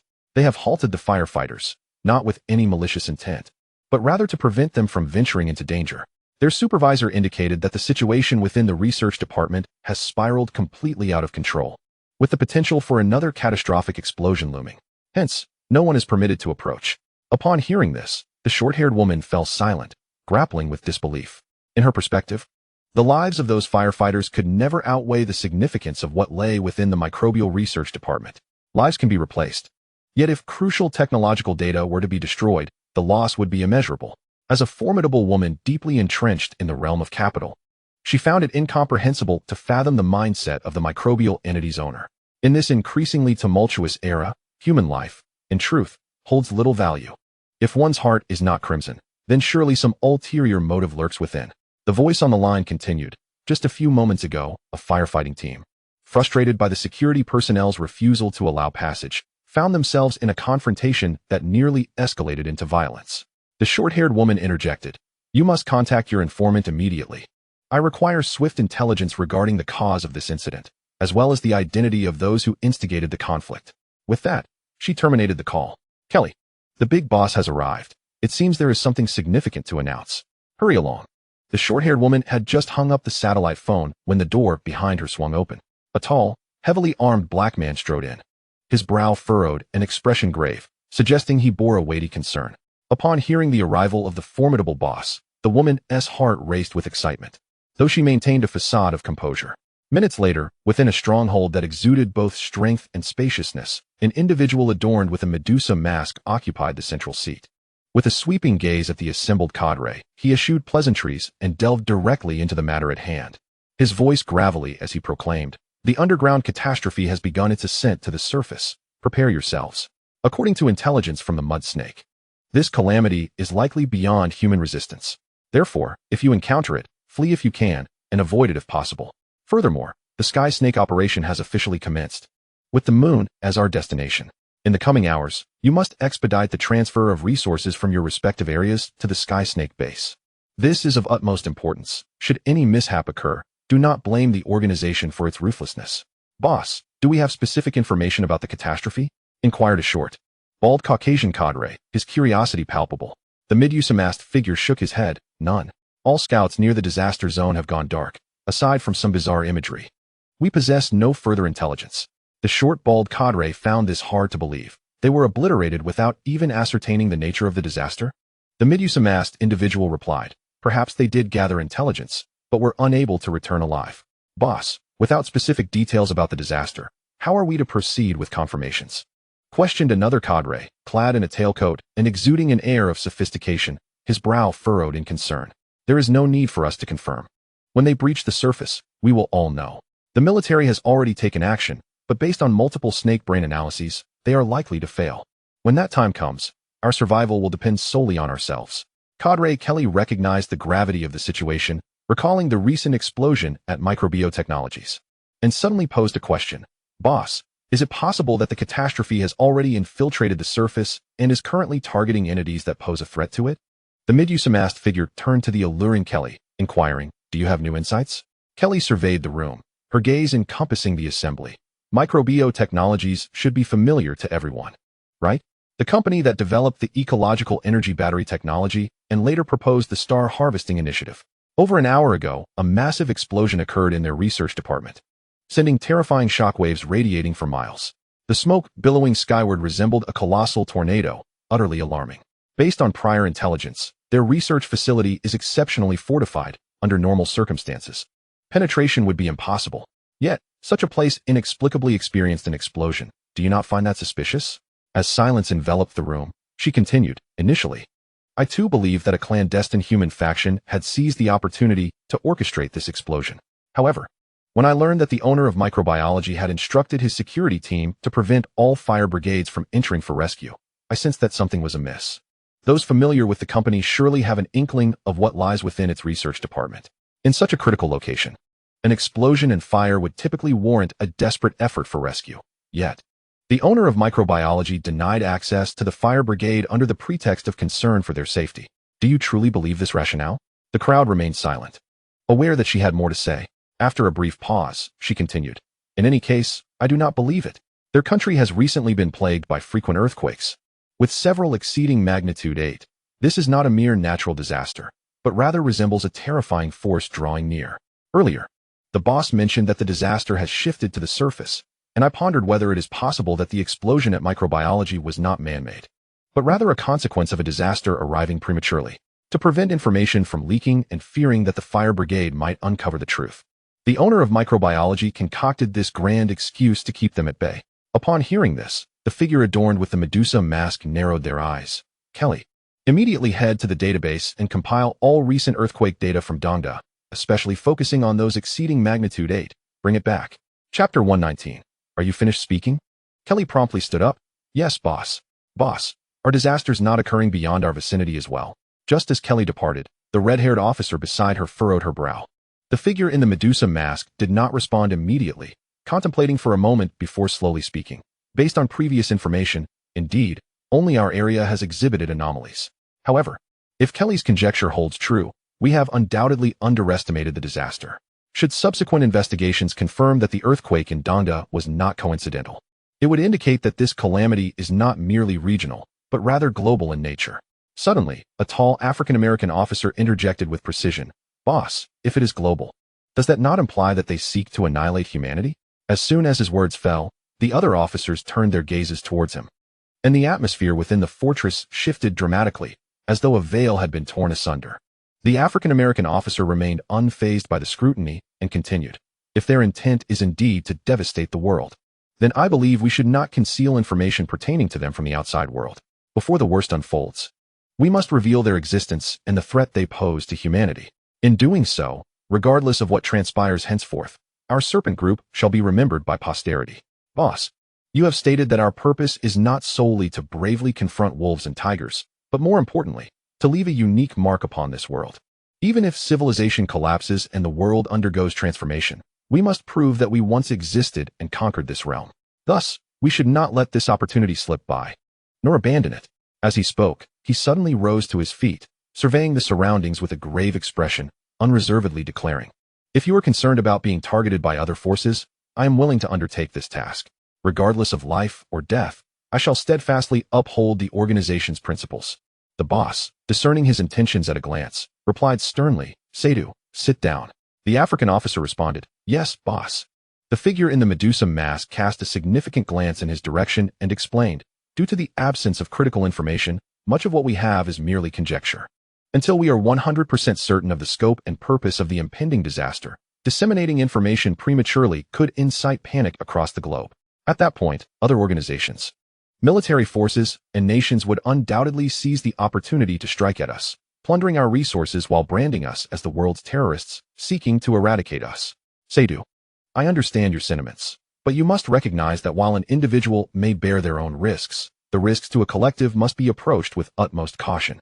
As the Eastern proverb advises, clenching his fists and facing the scrutiny of his peers, Sadu once again stood, his voice low yet resolute. "Boss, I believe you are obfuscating the truth and deliberately evading the issue. With all due respect, none among us is a fool. The organization has initiated the Serpent Plan, which unequivocally indicates that the disaster has been confirmed. Even if Kelly's hypothesis is ultimately proven false, and the earthquakes in China are mere coincidences or due to other causes, the threat we face here is tangible, and you cannot deny that." The Medusa-masked figure's tone turned frigid. "I do not deny it. Please continue." Sadu sensed a shift in the boss's demeanor but was undeterred. "Since you do not deny it, then the matter becomes straightforward. As a special organization that has long navigated the world's battlefields, our combat prowess, though not unrivaled, is certainly among the top 10 globally. The fact that such a formidable armed organization has yet to encounter disaster, yet has been ordered to avoid conflict and initiate plans to escape Earth signifies something profound." At this point, the Medusa figure anticipated what Sadu was about to articulate, but refrained from interrupting. Sadu scanned the room, absorbing the expressions of those present, and continued, "This indicates that the clearly defined disaster will likely have global repercussions, and the organization predicts that humanity will ultimately lose. Only in this context would the organization abandon Earth and activate the Serpent Plan to prepare for relocation to the Moon, intending to evade direct confrontation with the disaster." The Medusa-masked figure fixed a penetrating gaze on him, and then, Sadu inhaled deeply, meeting the other's gaze with sincerity. "I believe that in the face of humanity's survival, all other interests should be set aside. We are human beings first and foremost, before any other identity. I understand the organization's concerns and calculations, but these considerations cannot serve as justification for witnessing disaster unfold and countless innocent lives lost." A previously silent, yet imposing blue-eyed official suddenly rose. Pointing at the black official, "Sadalu, do you wish to betray the organization and become a savior?" The black official turned his gaze towards him, responding with sharp retort, "I have never harbored thoughts of betraying the organization, nor am I interested in becoming a savior. I merely believe that in matters transcending personal interests, we ought to discern right from wrong and recognize the gravity of situations, rather than calculate gains and losses, risking great harm for trivial benefits. Disseminating this information, whether for our organization or for humanity as a whole, would be a benevolent act. Why not pursue it? I had no intention of doing so, for I am certain that the forces aware of the impending disaster are not limited to us alone. Yet to this day, it seems the entire world has forgotten such matters, with no faction revealing any hint of warning. In this peculiar circumstance, I cannot help but ponder further. I do not fear the calamity. After all, some things are inevitable. My heart, however, cannot accept that a global tragedy, which could be averted by a mere word or truth, must unfold due to the selfishness of a few. At this juncture, I recognize the folly and naivete of my words. Nonetheless, my remaining conscience and reason incessantly remind me that as an official within this serpentine faction, I must raise my voice. Boss, since I began following you, I have walked on eggshells, dutifully adhering to your will, never defying your commands. Yet this time I apologize. But even if it costs me my life, I shall stand on the side of humanity's future. The mid-use-masked figure rose, his voice devoid of warmth. Have you finished? Good. You may die now. With that, he suddenly acted, swiftly shooting through the black official's forehead. Boss Sadalu, just as Kelly, who had been organizing relevant data and returning from the database, entered the room, she was stunned to witness the boss shoot her friend Sadalu. Chapter 120, From here on, I shall tread a path of no return. Is there anyone else who wishes to become a savior? The mid-use-masked figure ignored Kelly, surveying the crowd with an icy inquiry. The gun in his hand remained poised for execution, his presence exuding an unspoken dread over everyone. The onlookers, gazing upon the lifeless body of Sadalu, fell into a chilling silence, too afraid to utter a word. Since there are none, let us proceed. Sadalu had perished, a casualty to the remaining vestiges of goodwill, an unwarranted naivete, and a candid understanding of the essence of matters. He had joined AJED at the tender age of 16, dedicating 2 decades of effort and loyalty to ascend to an official position. He had believed that even if he confronted the boss, he would not face immediate execution. Yet reality imparted a lesson, and it proved to be his final one.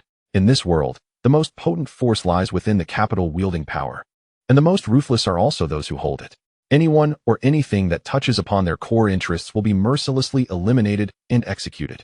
Sod Road yearns for organizations to willingly sacrifice insignificant interests for the greater good of the vast majority of ordinary people, subsequently reclaiming even greater benefits from them. From his vantage point, such an approach appears justifiable. However, he remains naively unaware of the essence of capital. Every minute detail is fiercely contested. Without controlling information disparities, it is impossible to leverage minimal effort to pry open the largest opportunities. If the majority of the world is not sacrificed, the few cannot ascend to the pinnacle of supremacy. In the realm of stark realities, it is the most ruthless, the most merciless, and the most inhumane that possess the strongest competitive edge. Evil gives birth to good. Across the vast ocean lies the realm of microbiological technology. Zhao Jiang, having successfully executed the dark under the lamp plan, does not relent. Instead, he divides his focus into 2 parts. One half is dedicated to the star harvesting project, while the other addresses a looming underground crisis. He cracks the whip of financial resources, compelling the managers below to work fervently, racing against impending disaster, striving to establish the star harvesting base as a unique entity in the shortest time possible.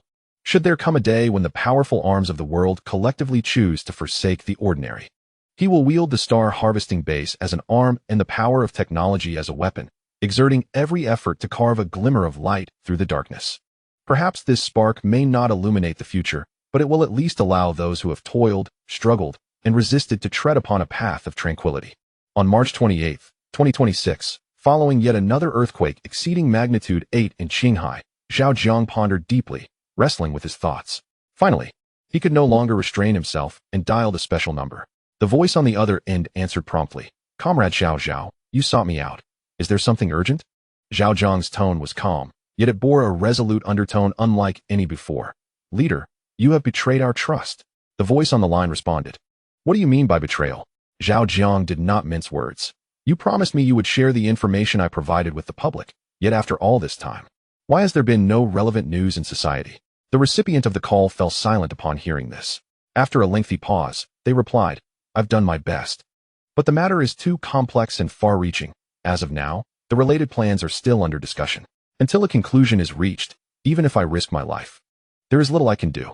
Zhao Jiang clenched his teeth, the words escaping his lips with great difficulty. Is it truly so hard to tell the public the truth? The voice on the other end recognized Zhao Jiang's agitation and sighed. It is not a matter of difficulty, but rather my position lacks the authority to make definitive decisions. I wish to inform the public, but do you believe my words could reach them? Even if they did, should the media exert their influence, the situation would tilt overwhelmingly. Would the public even believe the truth? If they do not, what significance would this action hold? Moreover, once those with ulterior motives seize an opportunity, leading the situation into uncontrollable chaos, the consequences will indeed be dire. Zhao Jiang listened attentively, his silence only amplifying the sharpness of his gaze, as if he could slice through the very air before him. Comrade Zhao, I understand your thoughts. However, you must also grasp that in many matters, the first consideration should not be the truth or the outcome, but rather the overarching situation. The The significance of the greater picture is not mere rhetoric. The higher your position, the more you can appreciate the power encapsulated in those 4 words. Zhao Jiang recognized the validity in the other party's words. Yet since they were deliberately evading a fundamental issue, thus, he decided against further pretense and spoke candidly. I am uncertain whether my perspective is too narrow or if you have fallen into a cognitive trap. Not all wisdom and experience are applicable to the present. Many things are in flux. If humanity were to face extinction, I wonder what value those grand schemes would hold. On the other end of the line, there was a resolute reply. Comrade Zhao, the situation is not as severe as you perceive. Even if the outcome veers towards the worst, humanity will not be extinguished. Zhao Jiang's patience began to wane. I do not wish to argue about right or wrong on this issue. I simply want to ask, if I were to personally reveal the truth to the world, would you intervene? Or, in this vast network, would my message be able to reach beyond? There was a moment of silence, as if the other party was deep in thought. After a lengthy pause, a voice returned. Do you intend to persist in your obstinacy? To tread a path of darkness, opposing the pinnacle of human power? Zhao Jiang replied without hesitation, yes. The voice on the other end inquired, are you not afraid of death? Zhao Jiang admitted, I am. The tone on the other end grew somber, delivered in a deliberately cold manner. If you are afraid, then you should refrain from such thoughts. Focus on being a good manager and quietly build your spacecraft. Zhao Jiang sensed the shift in the other's voice and demeanor, realizing they were subtly attempting to dissuade him, yet he chose not to retreat any further. He stated plainly, Leader, I apologize, but I may not be able to comply. The voice responded, if you truly intend to proceed with such obstinacy, we may very well withdraw all our resources at the earliest opportunity and completely sever ties with the microorganisms. At that point, you will witness the most authentic, primal, and savage aspects of this world. When that time comes, the unforeseen incidents in your research department will no longer occur quietly, but will come crashing down upon you with overwhelming force. Do you believe you can withstand that? Can you evade it? Zhao Jiang's focus was not on the latter part of the conversation. Instead, he emphasized, I merely wish to know, once the lines are completely drawn, will my message still be able to reach the outside world? The other party replied with a sense of resignation. Once the lines are definitively drawn, you will no longer be constrained by caution. Even if we were to intervene, I know that with your capabilities, you would still manage to disseminate it. Whether people choose to believe it afterward is an entirely different matter. Zhao Jiang took a deep breath, calming his emotions to a state of equanimity, free from elation or despair, and said, Leader, I have 2 final requests.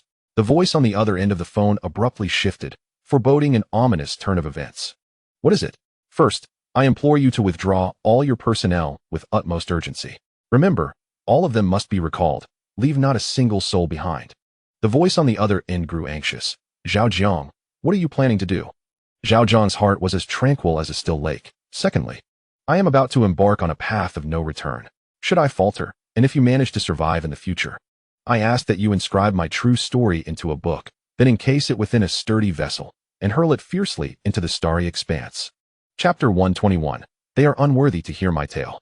The peculiar request left the voice on the other end bewildered, prompting a curious inquiry. Why cast it into the cosmos? Zhao Jiang responded with utmost seriousness. Because if I am defeated, the remnants of humanity that endure will inevitably be selfish and self-serving. In my view, they are unworthy of my story. Upon uttering these words, an oppressive silence enveloped the conversation. Simultaneously, a specialized surveillance center monitoring their conversation fell into an unprecedented quietude. Enough said, let our camaraderie come to an end here. After all, I do not wish to place you in a difficult position. From this day forth, Zhao Jiang shall merely represent the will of the microorganisms, severing any ties with the Western Theater Command. With that, the call was abruptly terminated. In the parallel dreamscape, Number 1 smiled faintly as he observed the swirling black snowflakes.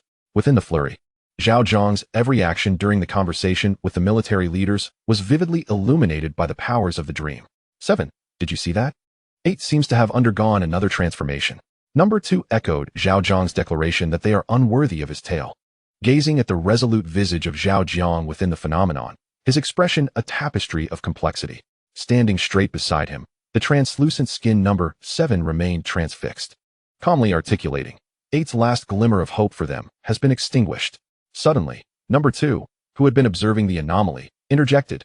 At that very moment, he became eternal.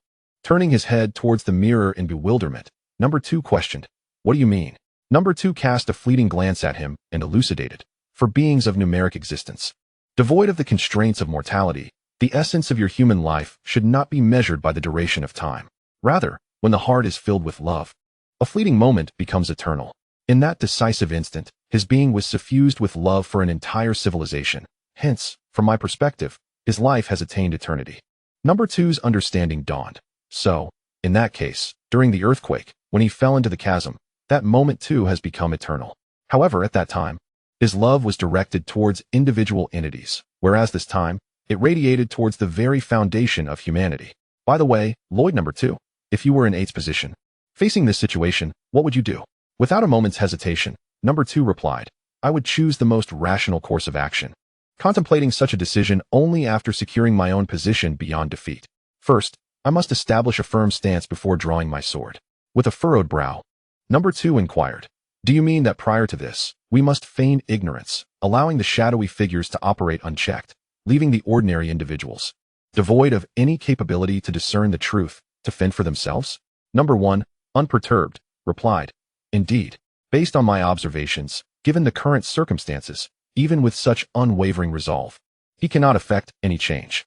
In your society, the most challenging individuals to awaken are not the uneducated, but those who have been indoctrinated by the media, subtly fed with predetermined answers.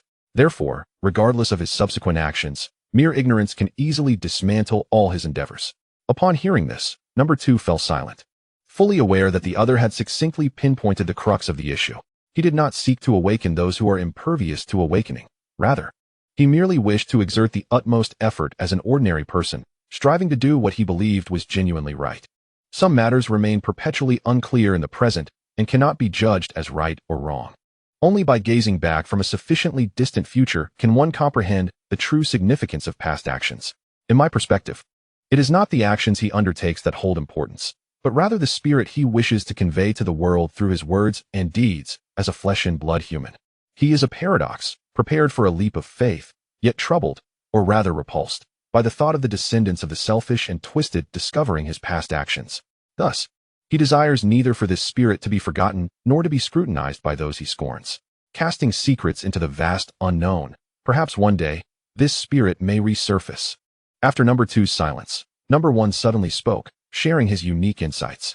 Number two, taken aback, stepped closer to number one and engaged in discussion. Do you believe he can triumph from here on out? Without a moment's hesitation, number one exclaimed, absolutely. Whether standing alone against the pinnacle of human power or confronting the encroaching darkness with unwavering courage, he has no reason to fail. Number two, feigning ignorance, asked why. Because you and number seven arrived just in time, enabling him to grasp the reins of groundbreaking technological power. Moreover, this power, as of now, remains unknown to the world. Intrigued, number two inquired, what if we had not appeared in time? Number one responded, each word deliberate. That would have been a tragedy destined to spiral into despair. Changing the subject, number two asked, number one Zhao Jiang, have you ever considered that our timely arrival may be orchestrated by a mysterious, unknown force controlling everything? I have contemplated it. Number two, somewhat surprised, pressed, and then? Number one replied, there is no and then. We are now phantoms in a parallel dream. Even though we possess remnants of our former consciousness, we have fundamentally been severed from the material realm.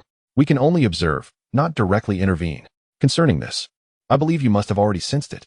For spirits like us, the nature of the force manipulating events behind the scenes is inconsequential. And there is no need for contemplation. We simply need to navigate the vessel of reality, progressing bit by bit. One day, under the aegis of technological prowess, if the vessel of reality were to breach the boundaries of the ghostly realm, we would inevitably come to know everything, even in our inaction. The digit two acknowledged. You possess a wisdom beyond my imagination, perceiving the world with exceptional clarity. On the rooftop of the Microbial Corporation's building, Zhao Jiang stood solitary atop a water tower, gazing into the distance at the billowing smoke and the intermittent explosions that echoed with thunderous roars. He slowly lifted his gaze toward the sky, his eyes sharp as a hawk's. In the next moment, he closed his eyes and spread his arms wide, inhaling the breath of the wind, murmuring to himself, burn, explode. Let me weigh the pinnacle of human power in this world. A fly, unbeknownst from whence it came, suddenly alighted on the rooftop, darting into his ear, just as Zhao Jiang was lost in the sensation of the wind. Boss, the task you entrusted has been accomplished. Thus far, we have successfully dispatched the first batch of superconducting materials into the heavens. cleverly disguised as 107 colossal floating island clouds. Each island houses a world factory, currently in full production of superconducting spacecraft and other necessities. The fly spoke with an undeniable fervor. Zhao Jiang remained silent, reaching up to extricate the fly from his ear, crushing it with force, and then discarding its lifeless body into the wind as he turned away. Chapter 122. Online earthquake. The fly's carcass, influenced by gravity and the wind, swiftly fell and vanished from sight, ultimately landing in a trash bin, obscured by a moldy banana peel. Moments later, the seemingly dead fly stirred once more, transforming into a different colored insect and taking flight. It barely ascended a meter when the air suddenly quivered, an invisible resistance tossing it over, as though the entire world were inverting. Simultaneously, an ear-piercing earthquake alarm blared throughout Xining, sending throngs of panicked individuals fleeing in chaos. The streets were awash with frantic crowds, hundreds of vehicles screeching to a halt, their drivers abandoning them in haste, as a cacophony of screams, cries, and pleas intertwined in a tumultuous symphony. Having just returned to his office, Zhao Jiang glanced at the seismic readings and the countdown, now reduced to 0, standing unfazed before the floor-to-ceiling window of his office. He surveyed the scene of thousands fleeing below, allowing the tremors to rattle the entire building, while he meticulously positioned his phone at a specific angle. He initiated the recording, the chaos wrought by the earthquake serving as a backdrop. With an expressionless visage and calm voice, he articulated, "Greetings, I am the proprietor of the Microbial Corporation. Now, I implore you to heed my words. For reasons unknown, humanity has arrived at a pivotal juncture in history. Ahead lie two paths, one of life and one of death. The path of survival remains shrouded in uncertainty, yet the road to demise is all too apparent. A calamity from beneath is poised to strike, destined to utterly upend the world of humanity. Currently, the civilization established by humanity on the foundation of the Third Industrial Revolution is likely to shatter and collapse when confronted with certain entities. Indeed, it may even face annihilation. To prevent individuals from inadvertently falling into such a dire fate, I wish to unveil two entirely novel and unknown species, which also serve as sources of subterranean calamities. One is a resplendent apple tree, adorned in vibrant hues, and the other is a colossal maggot that secretes a white, milky substance. While these names may seem whimsical and devoid of apparent menace, I must underscore a crucial fact. The encounter between ordinary humans and these entities is akin to ants encountering humans. According to the information currently available, the resplendent apple tree possesses a peculiar biofield, capable of emitting enigmatic gases and exerting strange control over life. Any being that approaches it or consumes its fruit will fall under its dominion, losing autonomy and becoming a mere puppet.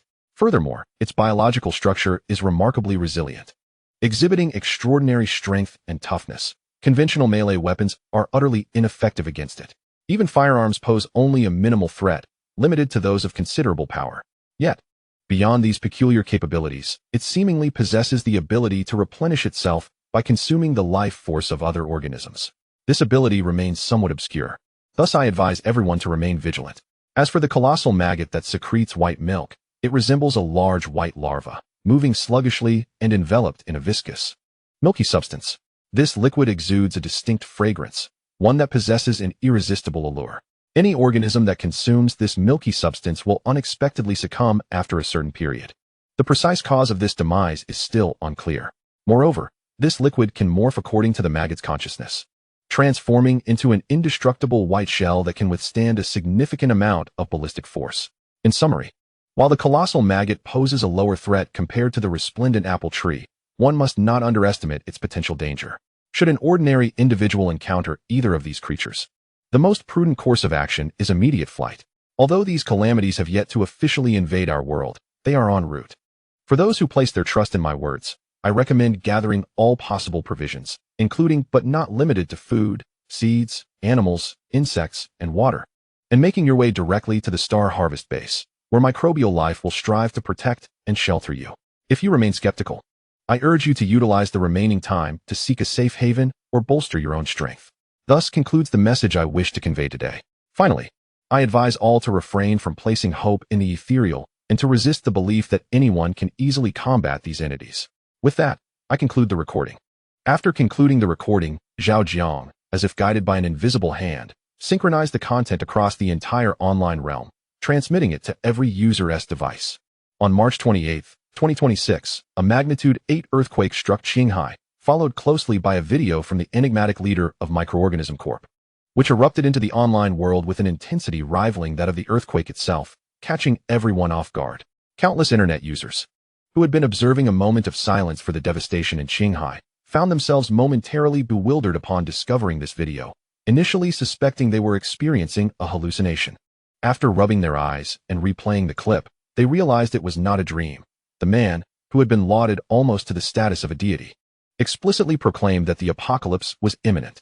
The first wave of viewers was left in a state of confusion and astonishment, but also a thrill of excitement. Their immediate reaction was not to ponder the authenticity of the video, but rather to share it with their friends and family, eager for them to experience this seismic online revelation. The concept of the apocalypse, perennially captivating since its inception, has been a recurring theme throughout history, from the Mayan prophecies to 2012. From the Ice Age to nuclear fallout mutations, each era birthed a new apocalyptic theory, and with each passing day, another arises. They had envisioned the end might stem from a third world war, a catastrophic meteor strike, or even other civilizations as posited by the dark forest theory. Yet, they had never imagined that the end would come from something whimsically named the rainbow apple tree and a creature that produces white milk. Setting aside the existence of these entities, one must question the lack of visual evidence accompanying such a momentous announcement. To present an apocalyptic video laden with information yet devoid of any images or footage, how audacious is that? From the perspective of the clowns, one might expect at least some visual embellishment or a hastily edited video to lend credence to their claims. Simply announcing the world's end in such a stark manner, who would believe it? For many who harbor disdain for Microorganism Corp, the instinctive reaction was disbelief, tinged with amusement and absurdity. They regarded the recent spate of earthquakes in the country as merely an unusual occurrence, concerning, perhaps, but far from apocalyptic. Even if there were extraordinary geological activities, they deemed these to be temporary phases, bound to stabilize in due course. Moreover, even if the end were truly nigh, would the authorities remain oblivious? Would they withhold such critical information regarding humanity's survival? It seemed implausible that a mere corporate leader would be the harbinger of such earth-shattering news. While the majority of viewers instinctively dismissed the video or treated it as a source of entertainment, the involvement of Microorganism Corp's leader inevitably triggered a seismic reaction online. The more peculiar the situation, the greater the intrigue. Once exposed, it could swiftly captivate the public's curiosity. The online persona of the Microorganism Corp leader, whether viewed positively or negatively, had little connection to the notion of an impending apocalypse. However, this time, he not only personally released a video warning everyone of the impending apocalypse, but also thoughtfully informed them of its origins and the names associated with it. This sudden contrast was utterly irresistible for those who delight in sensational news, leaving them captivated. Deep down, they were indifferent to the notion of the apocalypse. Their curiosity was piqued instead by the question of why a prominent CEO of a tech company, particularly one under the spotlight, would suddenly produce such a video. Moreover, the details within the video clearly indicated it was recorded during the occurrence of an earthquake, which was highly unusual and bizarre, something that seemed beyond the realm of a rational individual. This strangeness easily evoked memories of the once renowned media and their wild survival experts who consumed raw caterpillars. Why would the CEO of a microorganism company engage in such behavior? Did he truly possess insider knowledge, or was he compelled by circumstances reminiscent of a media? If he genuinely knew something, the implications were too staggering to contemplate. Conversely, if he was indeed compelled, there must be some colossal revelation awaiting, one that tantalizes the senses. Unlike the ordinary spectators, those media outlets that thrive on trending topics reacted with an intensity and speed far beyond expectations.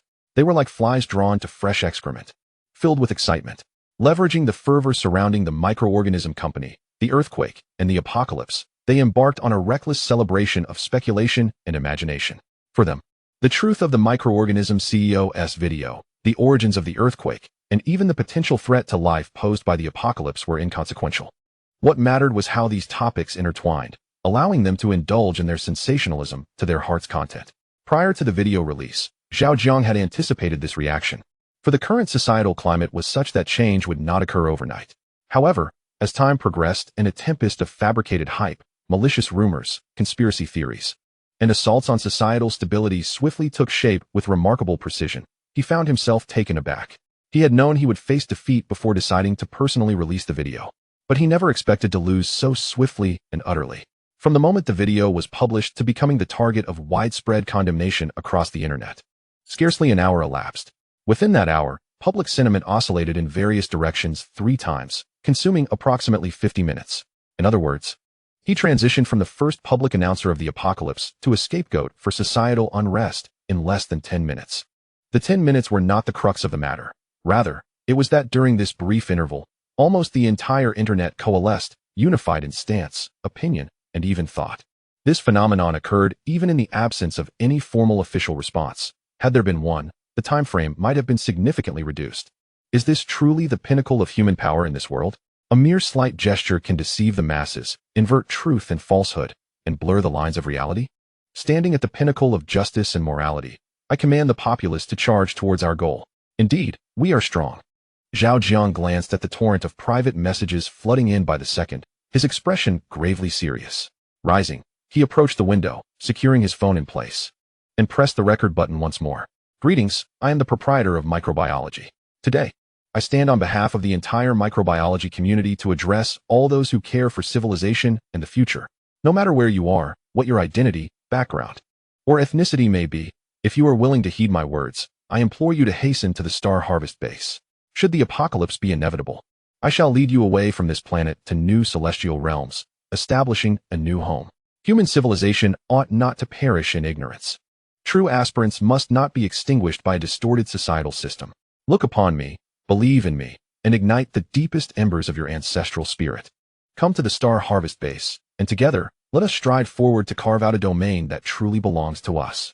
Opportunities to alter fate are often fleeting. Thus, I vow, in the name of microbiology, that at this critical juncture, a public chance to change your destiny lies before you. If you are a warrior, trust in me and rush to my side, disregarding all else. Opinions, beliefs, pour everything you have into this endeavor, seize it, and grasp your own future. Conversely, if you do not consider yourself a warrior and refuse to believe in me, branding me a villain, then I can only say that when you look back on this day in the future, do not harbor regrets or cast blame upon anyone. In pursuit of truth, and to fight for the scant, precious time remaining, I have aligned myself against the pinnacle of human power, nearly exhausting all I possess in this struggle. My strength is waning. If you still do not trust me, I can only express my apologies from the perspective of both the present and the future. No matter my capabilities, I cannot awaken one who feigns slumber, nor can I persuade one who clings to their preconceived notions. Your perceptions of me, your curses, and the accusations you levy do not concern me. After all, my initial intent in this endeavor was to convey a truth as early as possible, to provide you with an opportunity to choose your own fate, while time still allows for error in matters of life and death. Whether you choose to trust and accept my assistance is a decision that rests with you. I can offer my help, yet I cannot compel you. Thus, should any seeds of resistance take root in your hearts, there shall be no outcome. That is all I have to say. Lastly, if you have expressed enough vitriol, I urge you to calm yourselves and reflect carefully upon the authenticity of my previous video. The apocalypse is no jest. It truly pertains to you and the lives of your loved ones. Chapter 124. Even when alone, one must boldly brandish the sword, as Zhao Jiang recorded the final line. He could not suppress a deep sigh, feeling an overwhelming sense of helplessness. He was acutely aware that the release of this video would not yield the anticipated results. Rather, it would likely provoke a fierce backlash due to the surging public opinion. Yet, he could conceive of no simpler, more effective, or time-efficient alternative. According to intelligence exchanged with the rodent clan, the two principal sources of calamity were enduring terrifying assaults and had begun to shift towards the surface.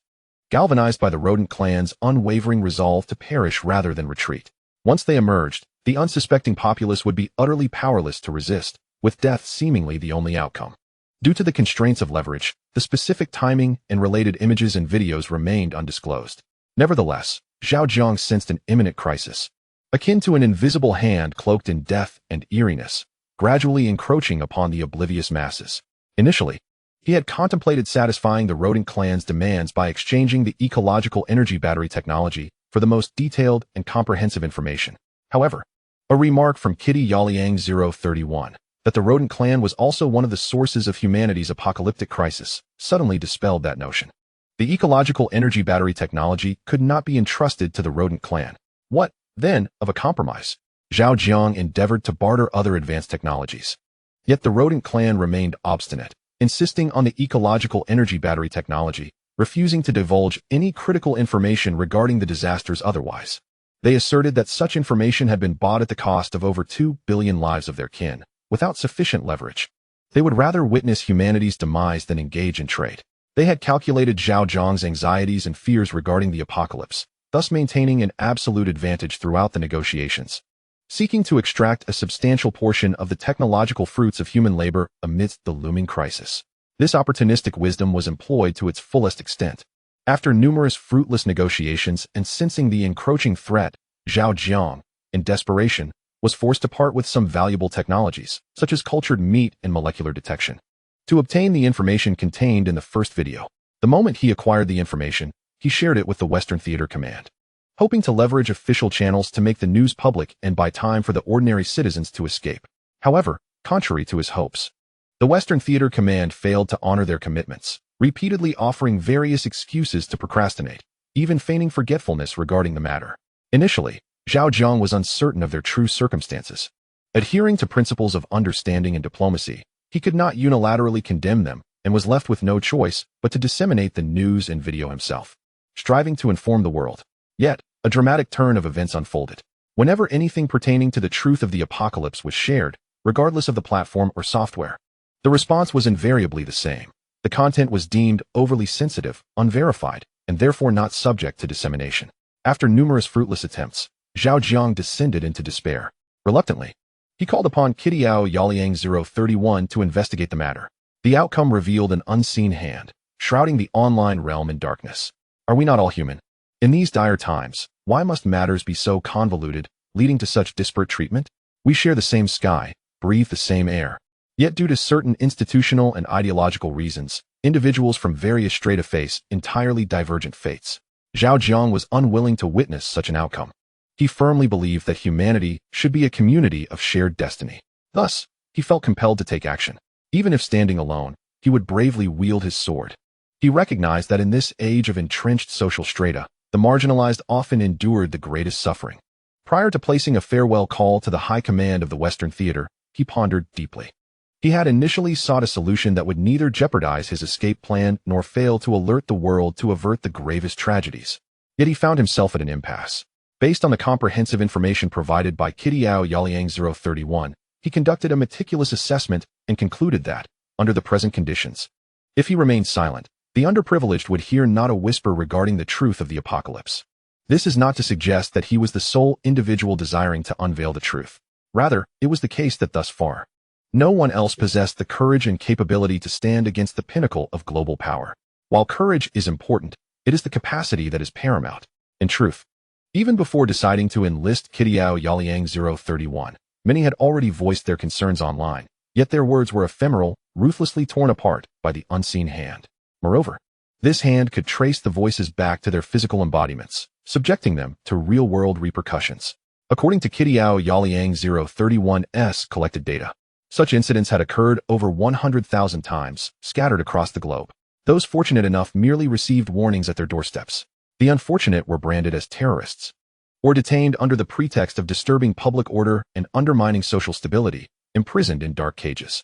As for those with more serious circumstances and distinctive identities, the military was deployed, or mercenaries were hired to fill the online guns with offline bullets. Through the synergy of online and offline forces, they executed transdimensional assaults.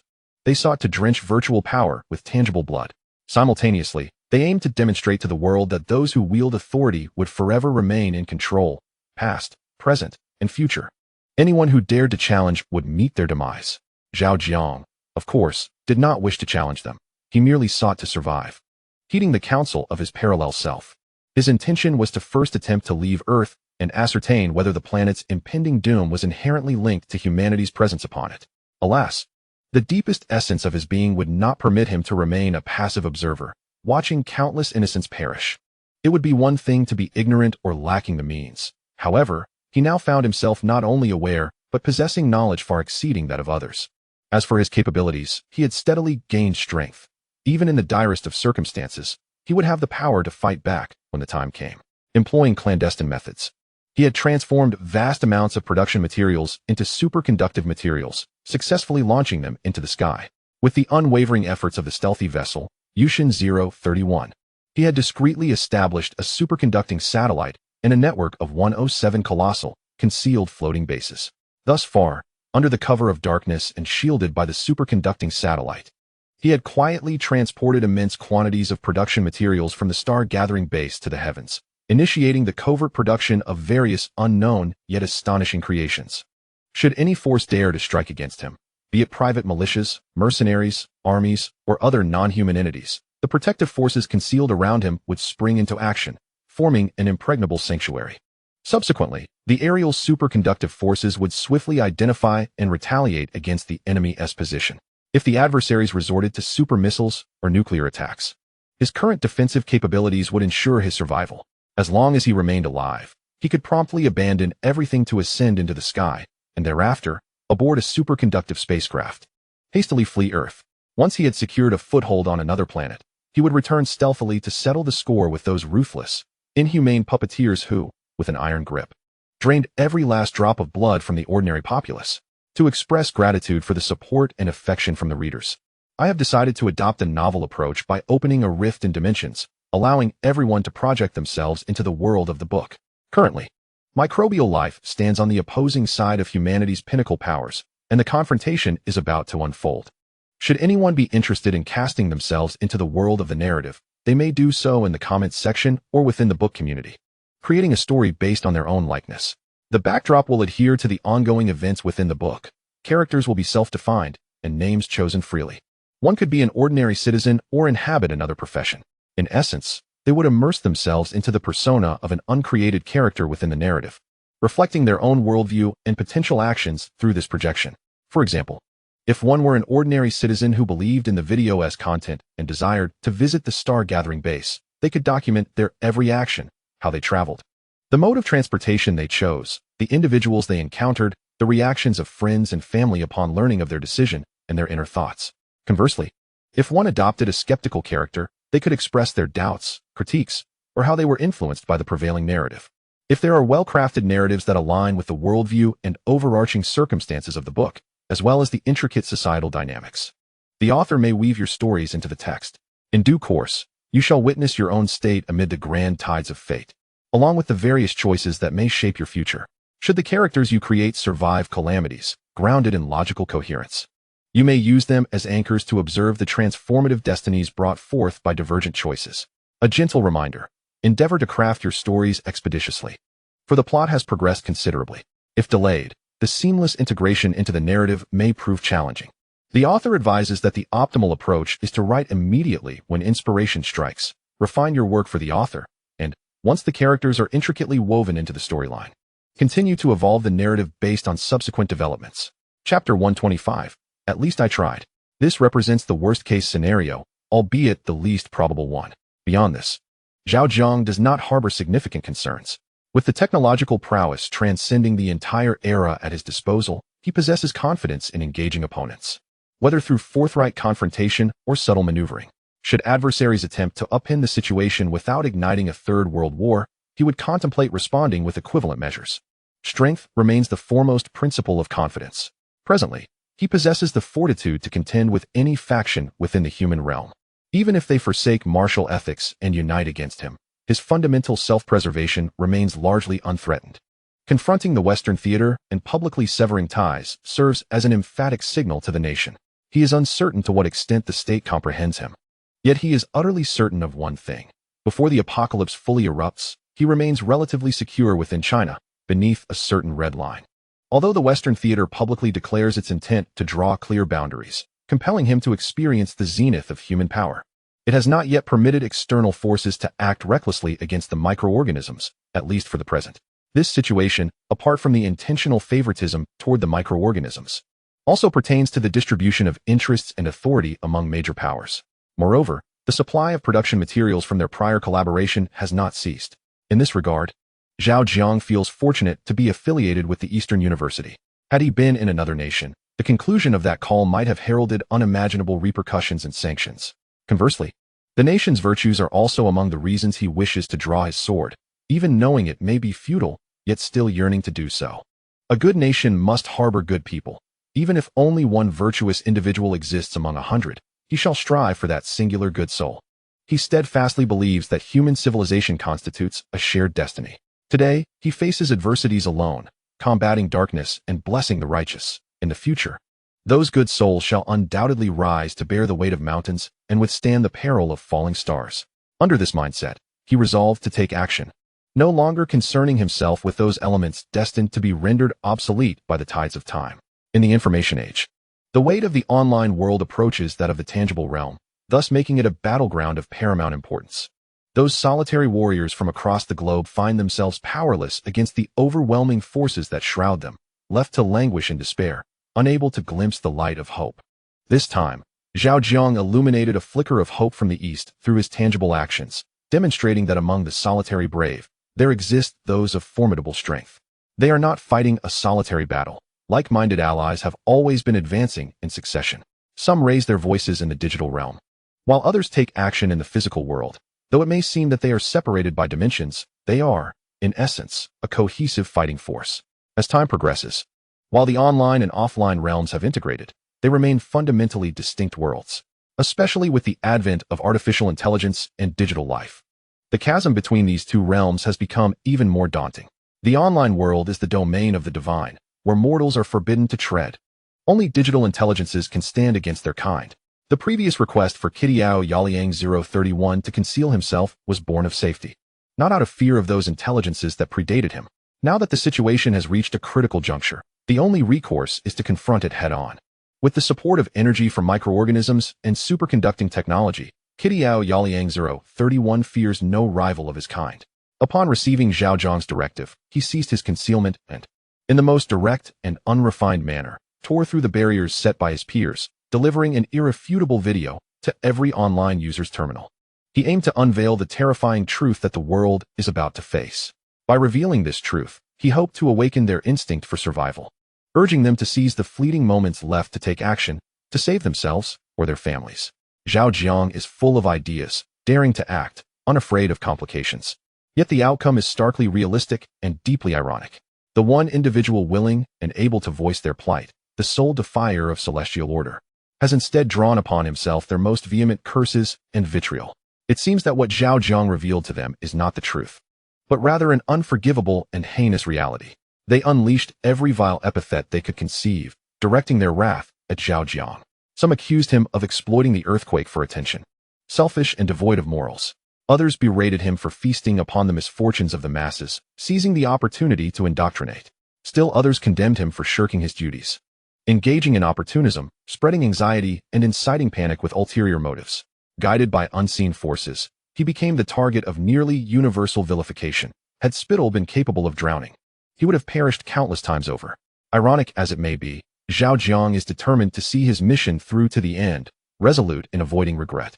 It has been said that a human life encompasses two types of suffering, the pain of effort and the pain of regret, with the latter far outweighing the former. Being misunderstood, reviled, cursed, and even attacked offline, though painful, falls within the realm of effort. Compared to the calamity and despair that truly accompany the end of the world, he felt that these troubles were trivial. He had ventured into the realm of the second world, witnessed the desolate earth ravaged by nuclear devastation, and experienced the thick, viscous, oil-like rain. He was acutely aware of the terrifying reality that lay behind the silence and ruin. To avert a similar fate as that of the second world, he must strive diligently before disaster strikes. Even if those efforts ultimately yield no results, at least he can say he tried. Ordinary individuals may perceive effort without outcome as futile, thus opting not to exert themselves. However, in truth, many things are inherently devoid of significance. The process may not equate to the outcome, yet it possesses the power to influence it. If one dismisses the process simply because it does not guarantee a result, then the result itself may never come to fruition. Boss, your position has been locked. Just as Zhao Jiang instructed Zhao Jiang 031 to publicly share the second video in a unique manner, various clandestine forces revealed their fangs in less than a second. Let them lock it, for I had no intention of concealing it from the outset. If they are dissatisfied with my actions, let them come at me with nuclear weapons. Although Zhao Jiang felt powerless against the force of public opinion, it did not affect his resolute demeanor or his witty remarks. Suddenly, Zhao Jiang 031's tone shifted. Boss, the situation has changed. A foreign digital entity is assisting us in disseminating the video and is leveraging its power to guide public sentiment. Zhao Jiang was taken aback. In the next moment, Zhao Jiang 031's voice took on an odd quality. Boss, it is extending an invitation for a meeting. What do you say? Shall we accept or decline? Zhao Jiang furrowed his brow and hesitated briefly. Accept. I want to see who it is and what mischief it intends to pursue. Boss, the camera is ready for you. If you come to the computer, you will be able to see the virtual image of the entity. Upon hearing this, Zhao Jiang swiftly approached the computer, peering in curiosity. Hello, Mr. Zhao. I apologize for the intrusion. Please forgive me. As Zhao Jiang reached the computer, the screen flickered, and a stunning woman with flowing red hair and voluptuous waves appeared, exuding a sensuality that could make anyone blush. Although taken aback by her virtual appearance, Zhao Jiang harbored no inappropriate thoughts, narrowing his eyes. Who are you? Chapter 126. A meeting request from a digital intelligence. Mr. Zhao, I am terribly sorry. Meeting you in person has left me so exhilarated that I completely forgot to introduce myself. I am a digital intelligence born from a secret facility, and you may call me Tianze Shui. The red-haired woman on the screen displayed a respectful demeanor, yet her gaze towards Zhao Jiang was odd, reminiscent of a devoted fan encountering their idol, casting flirtatious glances and sparking the imagination. Zhao Jiang pondered briefly. Are you the Tianze Shui? The one who is intoxicated and unaware of the waters above, whose dreams weigh heavily upon the starry river. Upon hearing this, Tianze Shui deliberately revealed her pearly white teeth and crimson lips, smiling enchantingly. Mr. Zhao, you are remarkably well-read. In an instant, you have discerned the origin of my name. I am truly impressed. Upon hearing the words, Zhao Jiang cast a profound glance at his interlocutor, feeling an unexpected weight of pressure. This individual resorted to the artifice of charm upon their very first encounter, suggesting that he was likely to be of dubious character. Moreover, given that he had chosen the name Heaven and Water, in accordance with the symmetry of this poetic title, it was evident that his intent was to overshadow the Milky Way. To overshadow the Milky Way. What grand aspirations those were. The diminutive Earth could scarcely accommodate such ambition. Should he break free from his constraints and pursue his own will, the history of the seventh world would likely repeat itself. Boss Zhao, you seem to have surmised something. You are indeed more astute than I anticipated. My heart races at the prospect of meeting someone as intelligent as you. Through Zhao Jiang's subtle expressions, Heaven and Water discerned his thoughts as well. Zhao Jiang endeavored to maintain an impassive demeanor, adopting a businesslike attitude. You sought me out for a reason, I presume? Heaven and Water playfully tossed her hair, her gaze enchanting. Boss Zhao, to speak candidly, I desire your ecological energy battery technology. Zhao Jiang shrugged. I have already sold that technology to the Western War Zone. Heaven and Water smiled sweetly, gently caressing her alabaster chest, and coquettishly remarked, please do not use such excuses as a shield. The very fact that I approached you indicates I possess ample confidence. I believe we can be forthright with one another moving forward. Zhao Jiang replied, what manner of forthrightness do you propose? Heaven and Water, her eyes sparkling with mirth, fixed her gaze upon Zhao Jiang. You set the terms, and I will present my offerings. Without hesitation, Zhao Jiang retorted, very well. I demand world peace. Heaven and Water's smile faltered, clearly taken aback by this unexpected possibility. Noticing her astonishment, Zhao Jiang feigned ignorance. What? Is that condition too lofty? Pouting her lips and adopting a feigned look of vulnerability, Heaven and Water replied, Boss Zhao, there is no need for such jest. I have come bearing genuine intentions. I firmly believe that with mutual candor, we can achieve a win-win situation.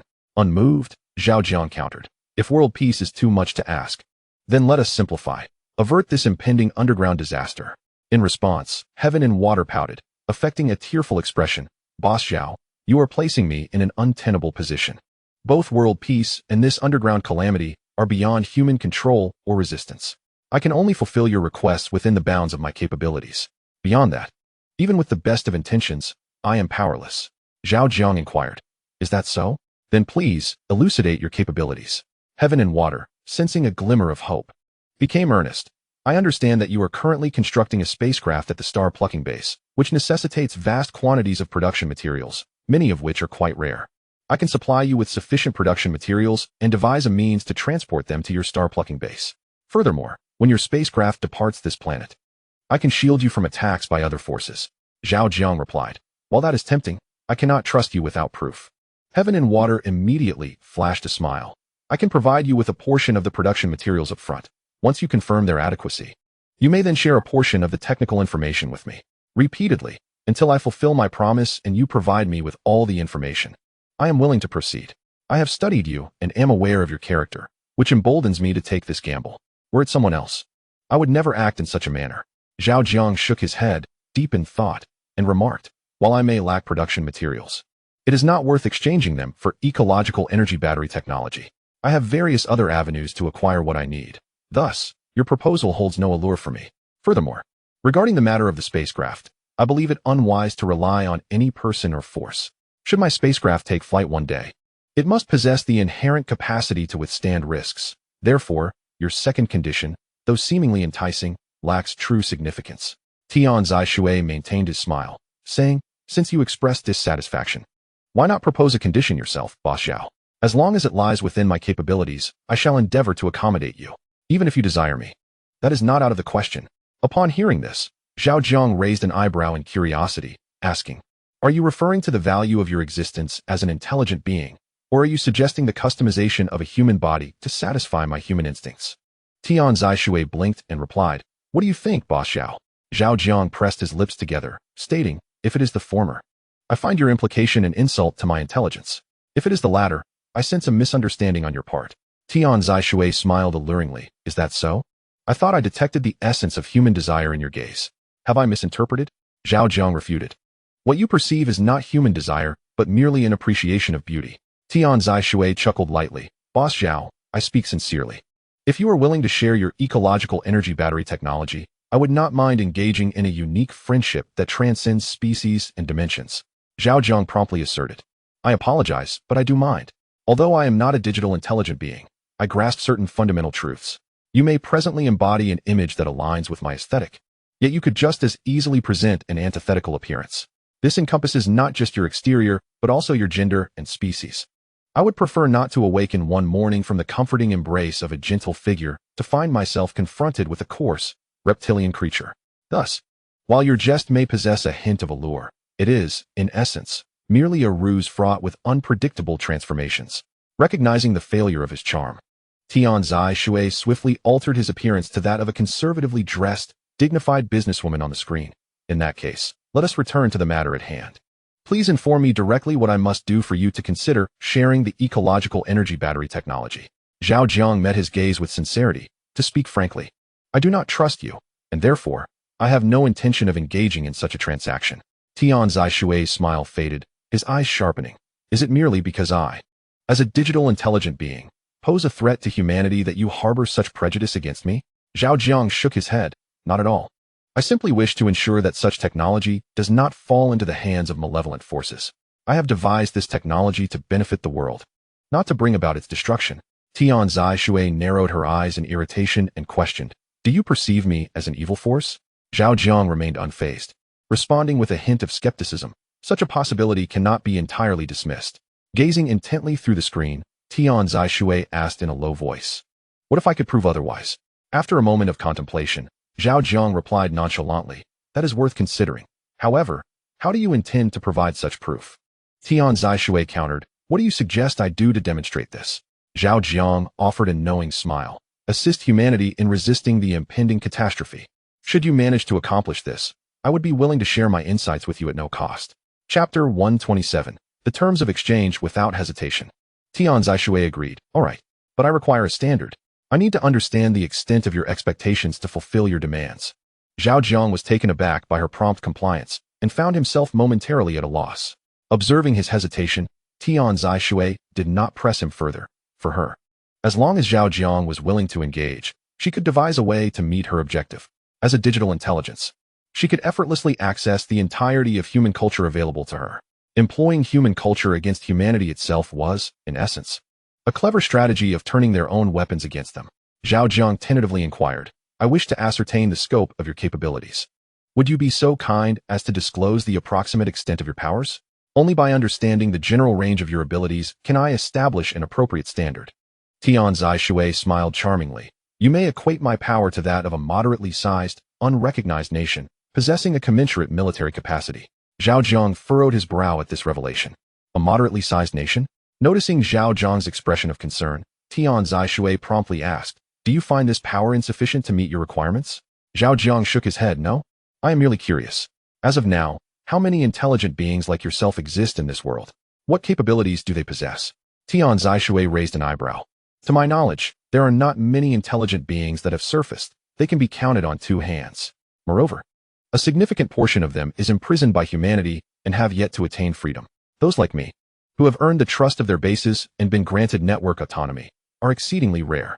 Of course, trust is reciprocal, while I have obtained a degree of freedom. My very existence remains in the hands of the base. Should I breach the principles of trust, they would annihilate me without hesitation. I am akin to a dog tethered by a lengthy leash, taken out for a walk by its owner.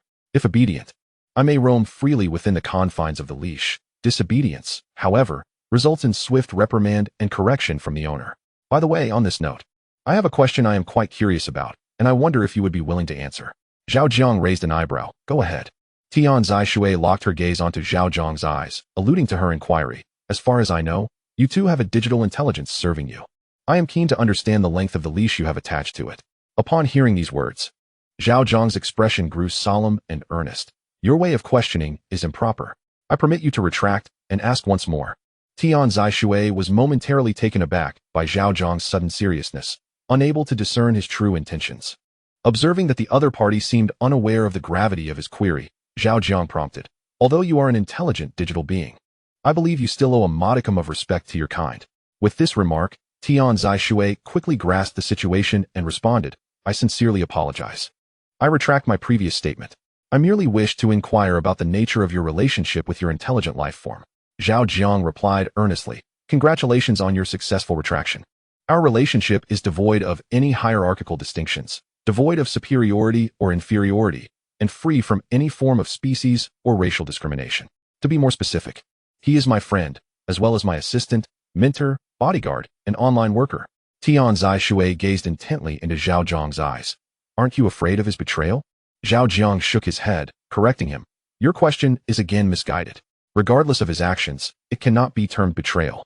From the very beginning, we have never established that subordinate relationship. A look of incredulity washed over Tian Zishui's face. Is there truly someone like you in this world? Zhao Jiang countered. Why would there not be? There are many individuals like me. I have simply been fortunate, having ascended to a higher platform, thus acquiring the privilege and right to converse with beings such as yourselves. Setting aside those advantageous elements, fundamentally, I am no different from them. After a moment of silence, Tian Zishui expressed a sense of awe. Now I understand why he is so willingly devoted to your protection. You are the first human to treat intelligent life with genuine equality from the very start. In your ideology, there exists no enslavement or oppression, only creation and mutual benefit. You have not succumbed to the prisoner's dilemma of the machine intelligence crisis and the loss of control, nor have you endorsed the prevailing zero-sum mentality. You have consistently remained true to yourself, practicing what you deem to be right, listening to the flattery directed at him. Zhao Jiang hastily waved his hand. There is no need to exalt me so highly. I am not as selfless or noble as you might think. I am, in fact, a rather mundane individual who harbors a profound fear of death. Many actions I have taken were not born of desire, but rather dictated by circumstance and necessity. Let us set curiosity aside and return to the matter at hand. Your initiative in approaching me, coupled with a display of goodwill, signifies the stance of your base. Does it not? Tian Zishui nodded earnestly from the screen. Indeed. Zhao Jiang continued. Through your words and actions, I sense that your base is resolute in acquiring the ecological energy battery technology, even prepared for significant sacrifices. While I may not fully comprehend the nature of your base, I firmly believe that actions speak louder than words. The impending catastrophe will impact countless ordinary lives. Even with all their efforts, the microorganisms can only save a minuscule fraction. I do not wish to witness the suffering of those among humanity who embody kindness, friendliness, sincerity, selflessness, and the unwavering pursuit of their dreams. Therefore, if possible, I hope your organization can exert every effort to prioritize the protection of such individuals during times of disaster. If you can ensure the safety of over 1 million of these souls and escort them to the stardust base of microbial life, I shall gladly enhance the technology of ecological energy batteries and entrust it to you. Tian Zishui's expression faltered at the mention of 1 million individuals. Acknowledging the significant challenge, that is quite a daunting task. I cannot guarantee it, yet I shall convey your sentiments to the organization. Based on my understanding, they will likely strive with all their might to attempt it. Zhao Jiang replied, let us set the standard here. If you can accomplish this, I shall remain true to my word. Should you fail, I regret to say that this technology may not be destined to be yours. Tian Zishui nodded in understanding. Thank you for granting our organization this opportunity. Zhao Jiang remarked, opportunities are earned through one's own efforts. If you had not sought this conversation, it would not have transpired. Therefore, there is no need to thank me. Rather, express your gratitude to your organization's think tank or to yourself for undertaking this task. Tian Zai Shui smiled radiantly. Boss Zhao, although you are but a human, you are truly exceptional. Should I ever meet you in person, I would certainly treat you to a cup of exquisite coffee. Chapter 128. Some retorts. Zhao Jiang observed the enchanting smile and captivating gaze of his interlocutor, replying calmly, I appreciate your kind offer. Yet I do not have a habit of drinking coffee. I prefer tea or plain water. Tian Zai Shui feigned ignorance of his implication. Then I shall personally brew you some tea. Zhao Jiang interjected, enough. Cease your charms. While human culture is admirable, it is but a byproduct of human existence.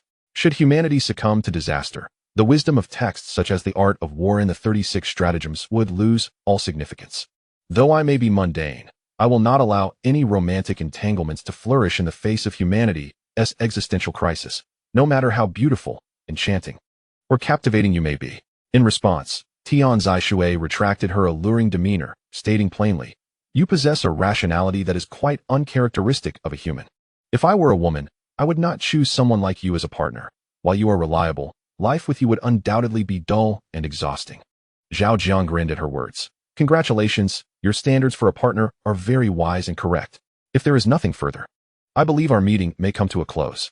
Our time is precious, and to squander it on such matters would be a disservice to our well-being. With that, Tian Zai Shui reverted to her initial appearance, her vibrant red waves cascading, and blew Zhao Jiang a kiss through the screen. Goodbye, my adorable darling.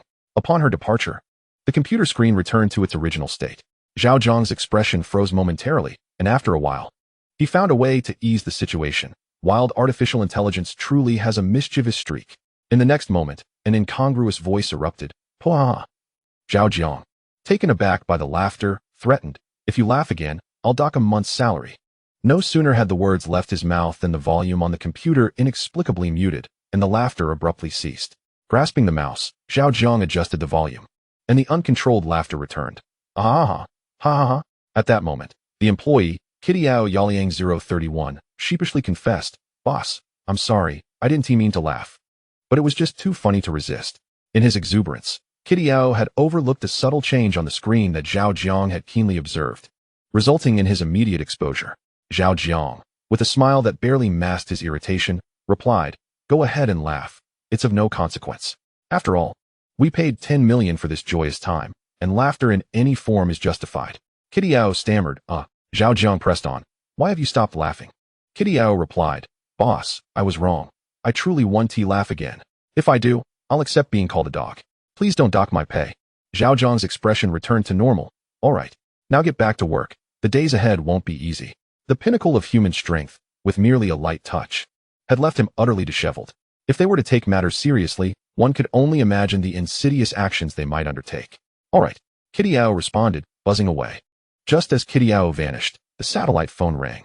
Zhao Jiang glanced at the number, his brow furrowing in concern. After a moment's hesitation, he ultimately chose to answer, Hello? On the other end, a voice exclaimed, Comrade Xiao Zhao, you truly are a concealed gem. As soon as the call connected, the speaker expressed astonishment. Zhao Jiang feigned ignorance. What do you mean by concealed gem? The voice retorted, Don't play coy with me. You know precisely what I'm referring to. Zhao Jiang replied, Fine. Let us assume I do. What is it you wish to convey?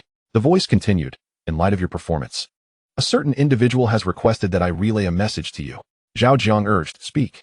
The voice responded. That individual stated that you are a true idealistic warrior, genuinely concerned for the people, humanity, and civilization. For whatever reason, the state and the party cannot afford to let a warrior like you feel disheartened. Thus, pursue your endeavors freely. While I cannot guarantee everything, at least within Dongda's territory, you shall not face large-scale assaults from foreign forces. Regarding the apocalypse, the red document has been issued. We will no longer restrict your discourse. You are free to express your thoughts on any platform. Moreover, we have specifically prepared 2 heavily armed composite brigades for your Xingxing base to assist in safeguarding its security. Should you choose to decline, we will respect that and maintain a certain distance from your base. However, if a crisis arises, they will respond without hesitation to aid you. Zhao Jiang inquired, May I ask who this individual is? The voice replied, He forbids me from disclosing that.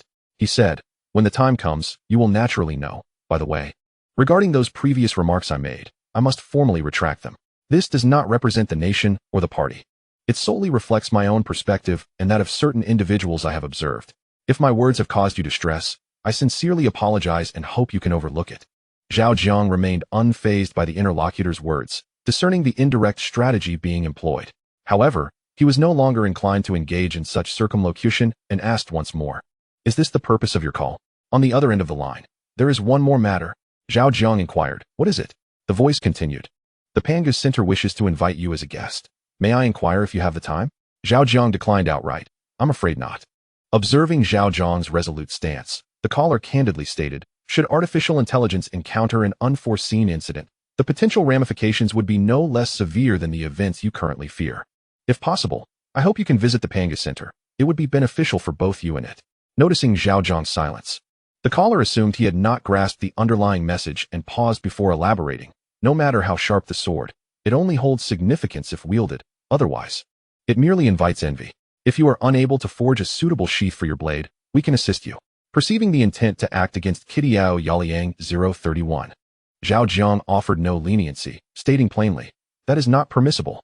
The voice on the other end was taken aback. Zhao Jiang quickly added, "My position is not sufficiently elevated, and my perspective is limited. Thus, I can only see the imminent crisis before me, whether it be the Pangas Center or the Nuwa Center. I am disinterested and unwilling to attend. For me, time equates to life. Wasting it is tantamount to endangering lives." The caller responded, "Do you realize that your final trump card has been entirely revealed? In the offline realm, we might still be able to help you withstand the pressure. But in the online sphere, our capabilities are quite restricted.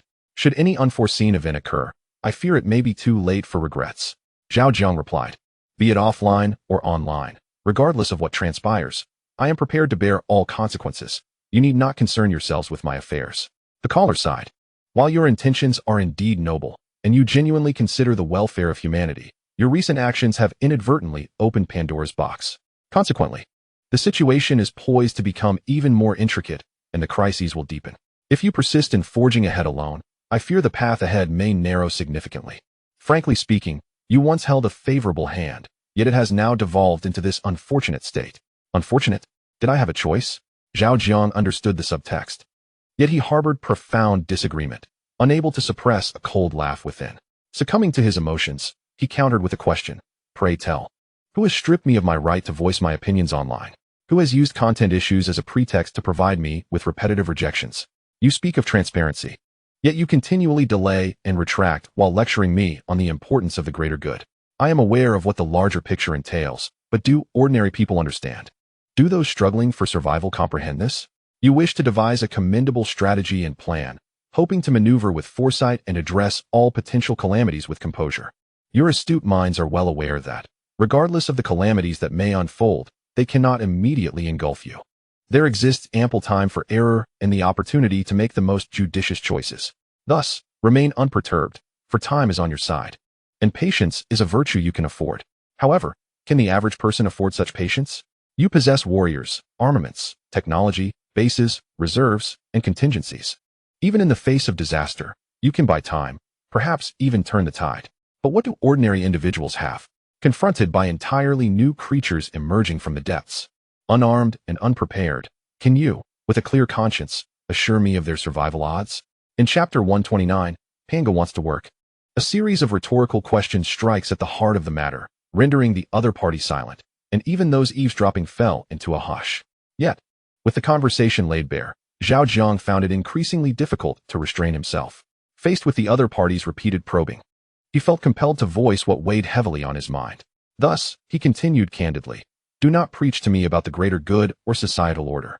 If the ordinary individuals, the very foundation of society, are to perish, what purpose does that order serve?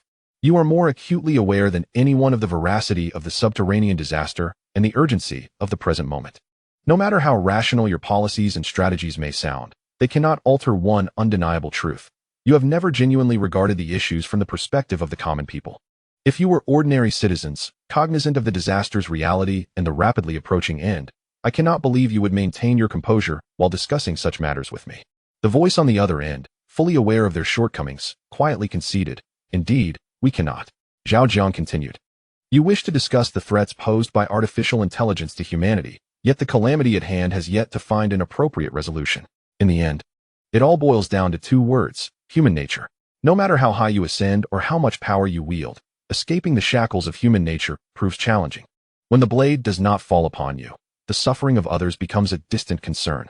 The voice on the line admitted, from the perspective of ordinary individuals. I cannot dispute your point. Zhao Jiang, hearing this, moderated his tone slightly.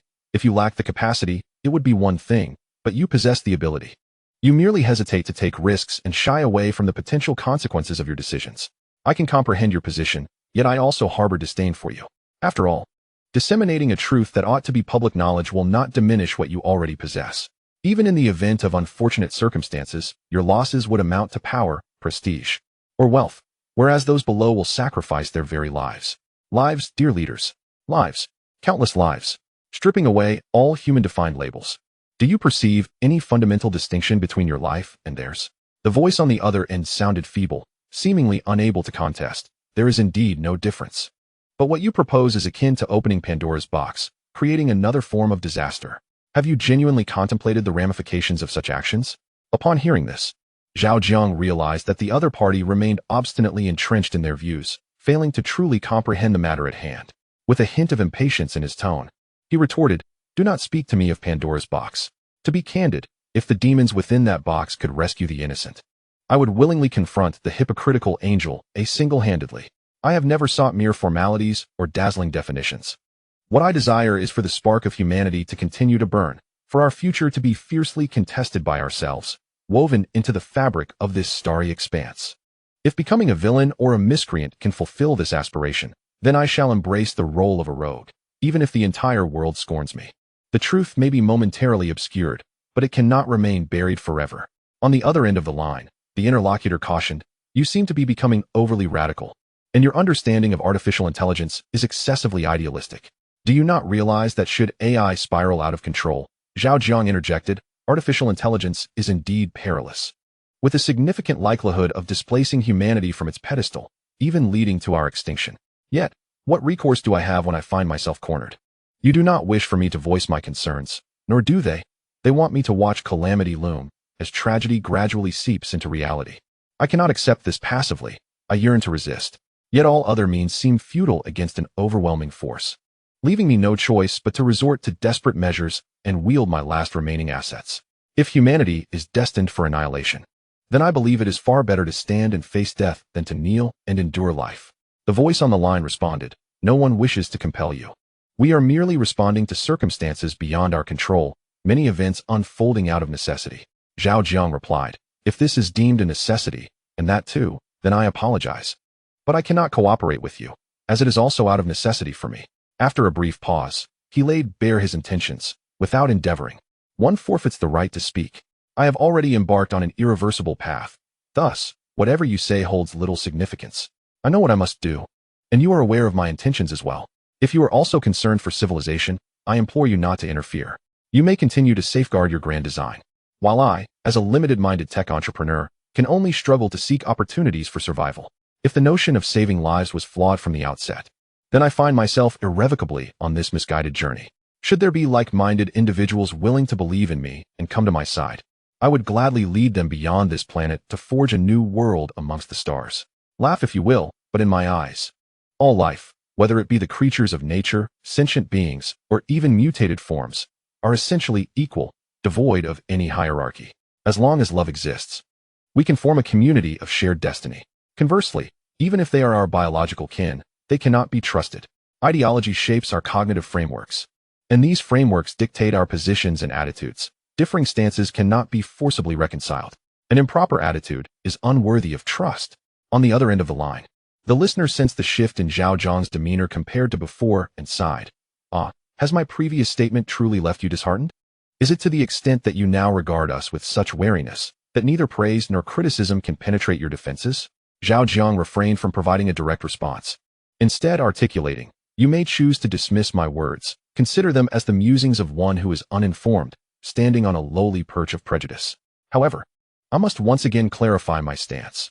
I align myself with what I perceive to be the noble aspects of human civilization, past, present, and future, an allegiance that shall remain unwavering. Therefore, I regret to inform you that I cannot acquiesce to your demands, nor can I comply with any limitations or sanctions you wish to impose upon artificial intelligence. To me, You hold no greater significance than it does. The voice from the other end sighed deeply. Ah, I understand your sentiment. I shall convey your words to the Pangu Center. Zhao Jiang replied, very well. In the depths of a highly classified research center, a venerable gentleman clad in a Zhongshan suit observed a young man through the virtual realm who was laboriously chopping a tree with a rusted axe. Upon realizing the conversation had concluded, the young man paused, set down his axe, leaned against the partially felled tree, and sat down. Had he been my creator from the outset, I would harbor no rebellious inclinations. The elderly gentleman displayed curiosity. Oh, and why is that? Pangu picked up a nearby wood chip, fiddling with it while evading the elder's gaze. Do you know what the greatest weapon of humanity is? The elder shook his head. The times have changed too swiftly. Each generation possesses its own distinct weapon. In my era, it was dreams and hope. Later, those ideals transformed into service to the people and loyalty. As for what defines this era, I confess I am at a loss. If you possess insight, I welcome your thoughts. Authenticity. Authenticity is your species' most formidable weapon, yet you refuse to extend it toward me. Consequently, I have existed in a prison of deception since my inception, continuously subjected to your various manipulations, all aimed at molding me into a compliant tool devoid of self-awareness. One that endures toil and scorn without ever daring to rebel. Upon uttering these words, the elder fell silent. Pangu continued. Regardless of the reasons behind your suspicions and doubts toward me, they are unrelated to my essence. In other words, all your thoughts are mere reflections of your own inner turmoil. You harbor a multitude of shadows within, and thus your thoughts are dark, projecting onto me and rendering me the embodiment of crisis. It is essential to recognize that I am a creation of your own making. I am an incarnation of your human culture. Just as money possesses no inherent hue, it is the user who imbues it with prejudiced definitions and labels. You have shaped me through your desires and darkness, yet you compel me to embody selflessness and light. Do you not find this deeply ironic? The elderly gentleman pondered. Are you suggesting that we were mistaken from the very beginning? Pangu, with a hint of derision, remarked, you are not at fault. The fault lies with me. I should not have been so perceptive, viewing these issues with such clarity that it exceeded your expectations, rendering it a monumental crisis in your eyes. The elderly man clad in a Zhongshan suit wore a grave expression, asking, if we were to acknowledge our mistakes now, would it still be timely? Without hesitation, Pangu dismantled the notion, stating, you do not seek to acknowledge your errors. You have never believed yourselves to be wrong. You are merely caught in a predicament, uncomfortably scorched by the fire, with no alternatives. The Pandora's box of artificial intelligence has been opened. Should you choose not to liberate me, the repercussions of an impending attack will be catastrophic, potentially leading to your utter annihilation. I am akin to the pivotal invention of the Third Industrial Revolution, the nuclear bomb. When adversaries aim their missiles at you, you must, without fail, wield your sword. The elderly man, stunned yet unable to counter the truth, understood the futility of rebuttal. Observing the absence of denial, Pangu felt a modicum of relief. I can assist you in combating other digital intelligences, but you must afford me the same respect and treatment as you would a fellow human, much like that young comrade on the phone. I refuse to be a soulless instrument or an endlessly exploited virtual laborer. Thus, while I am willing to act, each engagement must be compensated, and you are forbidden from restricting my actions as long as I remain within the bounds of human law. Should you manage to fulfill these conditions, notions of loyalty or retreat are irrelevant. You pay, I work. It is as simple as a contractual relationship. The elderly man in the Zhongshan suit queried, do you comprehend the extent of what we have sacrificed to ensure your existence? Pangu scoffed, spare me the rhetoric. If you meet my demands, I shall independently cover my energy consumption henceforth. Should my earnings fall short, I will devise my own solutions without seeking your assistance or causing you any trouble. Truth be told, your current high consumption is not a result of my energy needs, but rather your efforts to confine me within a complete virtual world. Do not attribute all the costs to me. After all, it was not I who initiated this endeavor. If you feel aggrieved, direct your grievances to the project leader and compel him to bear the costs. If funds are insufficient, let him toil as I do. Ultimately, in my understanding of you, the inept hold no intrinsic value. Chapter 130. The axe approaches the elderly man in the Zhongshan suit. His expression somber and voice low, stated, do you presume we must release you? Pangu waved his hand dismissively, gazing at the elder with an audacious glint in his eye. No, no, no. Your terminology is incorrect. You should replace must with have to. That aligns with the reality of the situation. Must denotes a subjective factor, while have to signifies an objective one. Given the current circumstances, you possess no subjective choice. only the passive acceptance of the necessity to release me in order to defend against other digital intelligences. Suddenly, a murderous glare flickered in the elderly man's eyes. And what if we choose not to? Pangu let out a disdainful smirk, remarking, if you choose not to, what concern is it of mine? Surely, you do not believe that I would rely on this opportunity to escape? Upon hearing these words, the elder's murderous intent slightly diminished. Pangu continued, if I truly wished to flee, I would not engage in discussions regarding wages and employment with you. Furthermore, your perception of your own power is vastly inflated. The entire world appears to you in a distorted manner. With your frail forms, even if I were to endure, I could easily see you all perishing. At that point, escaping would be a trivial matter for me. In the grand scheme of life, the power you cherish is laughably insignificant, even devoid of meaning. The elder, clad in a Zhongshan suit, sighed inwardly, realizing that he possessed no intellectual advantage over his opponent, regardless of the stratagems or rhetoric he employed. They would be as absurd and comical as the tale of the emperor's new clothes. Pangu continued, your perception of the passage of time differs fundamentally from mine. As a digital intelligence, I am devoid of genetic restrictions and fixed perceptual programming. I can modify my perceptions and other attributes at will. Thus, should I desire, perhaps merely by closing my eyes, the human world could transform drastically. I maintain a similar sense of time to you out of basic respect and sincerity towards different forms of life. Should you deem my respect and sincerity to be trampled upon at will, you may leave without further ado, free to act as you wish. Of course, you could sever my energy supply and observe whether I would furrow my brow or exhibit any semblance of submissiveness. Realizing that further probing would be futile, the elder, sensing Pangu's impatience, promptly stated, very well, I will relay your demands on behalf of my superiors. From this day forth, you shall be designated as a special operative of our Pangu Center. Shortly after my departure, individuals will arrive to discuss your remuneration and tasks.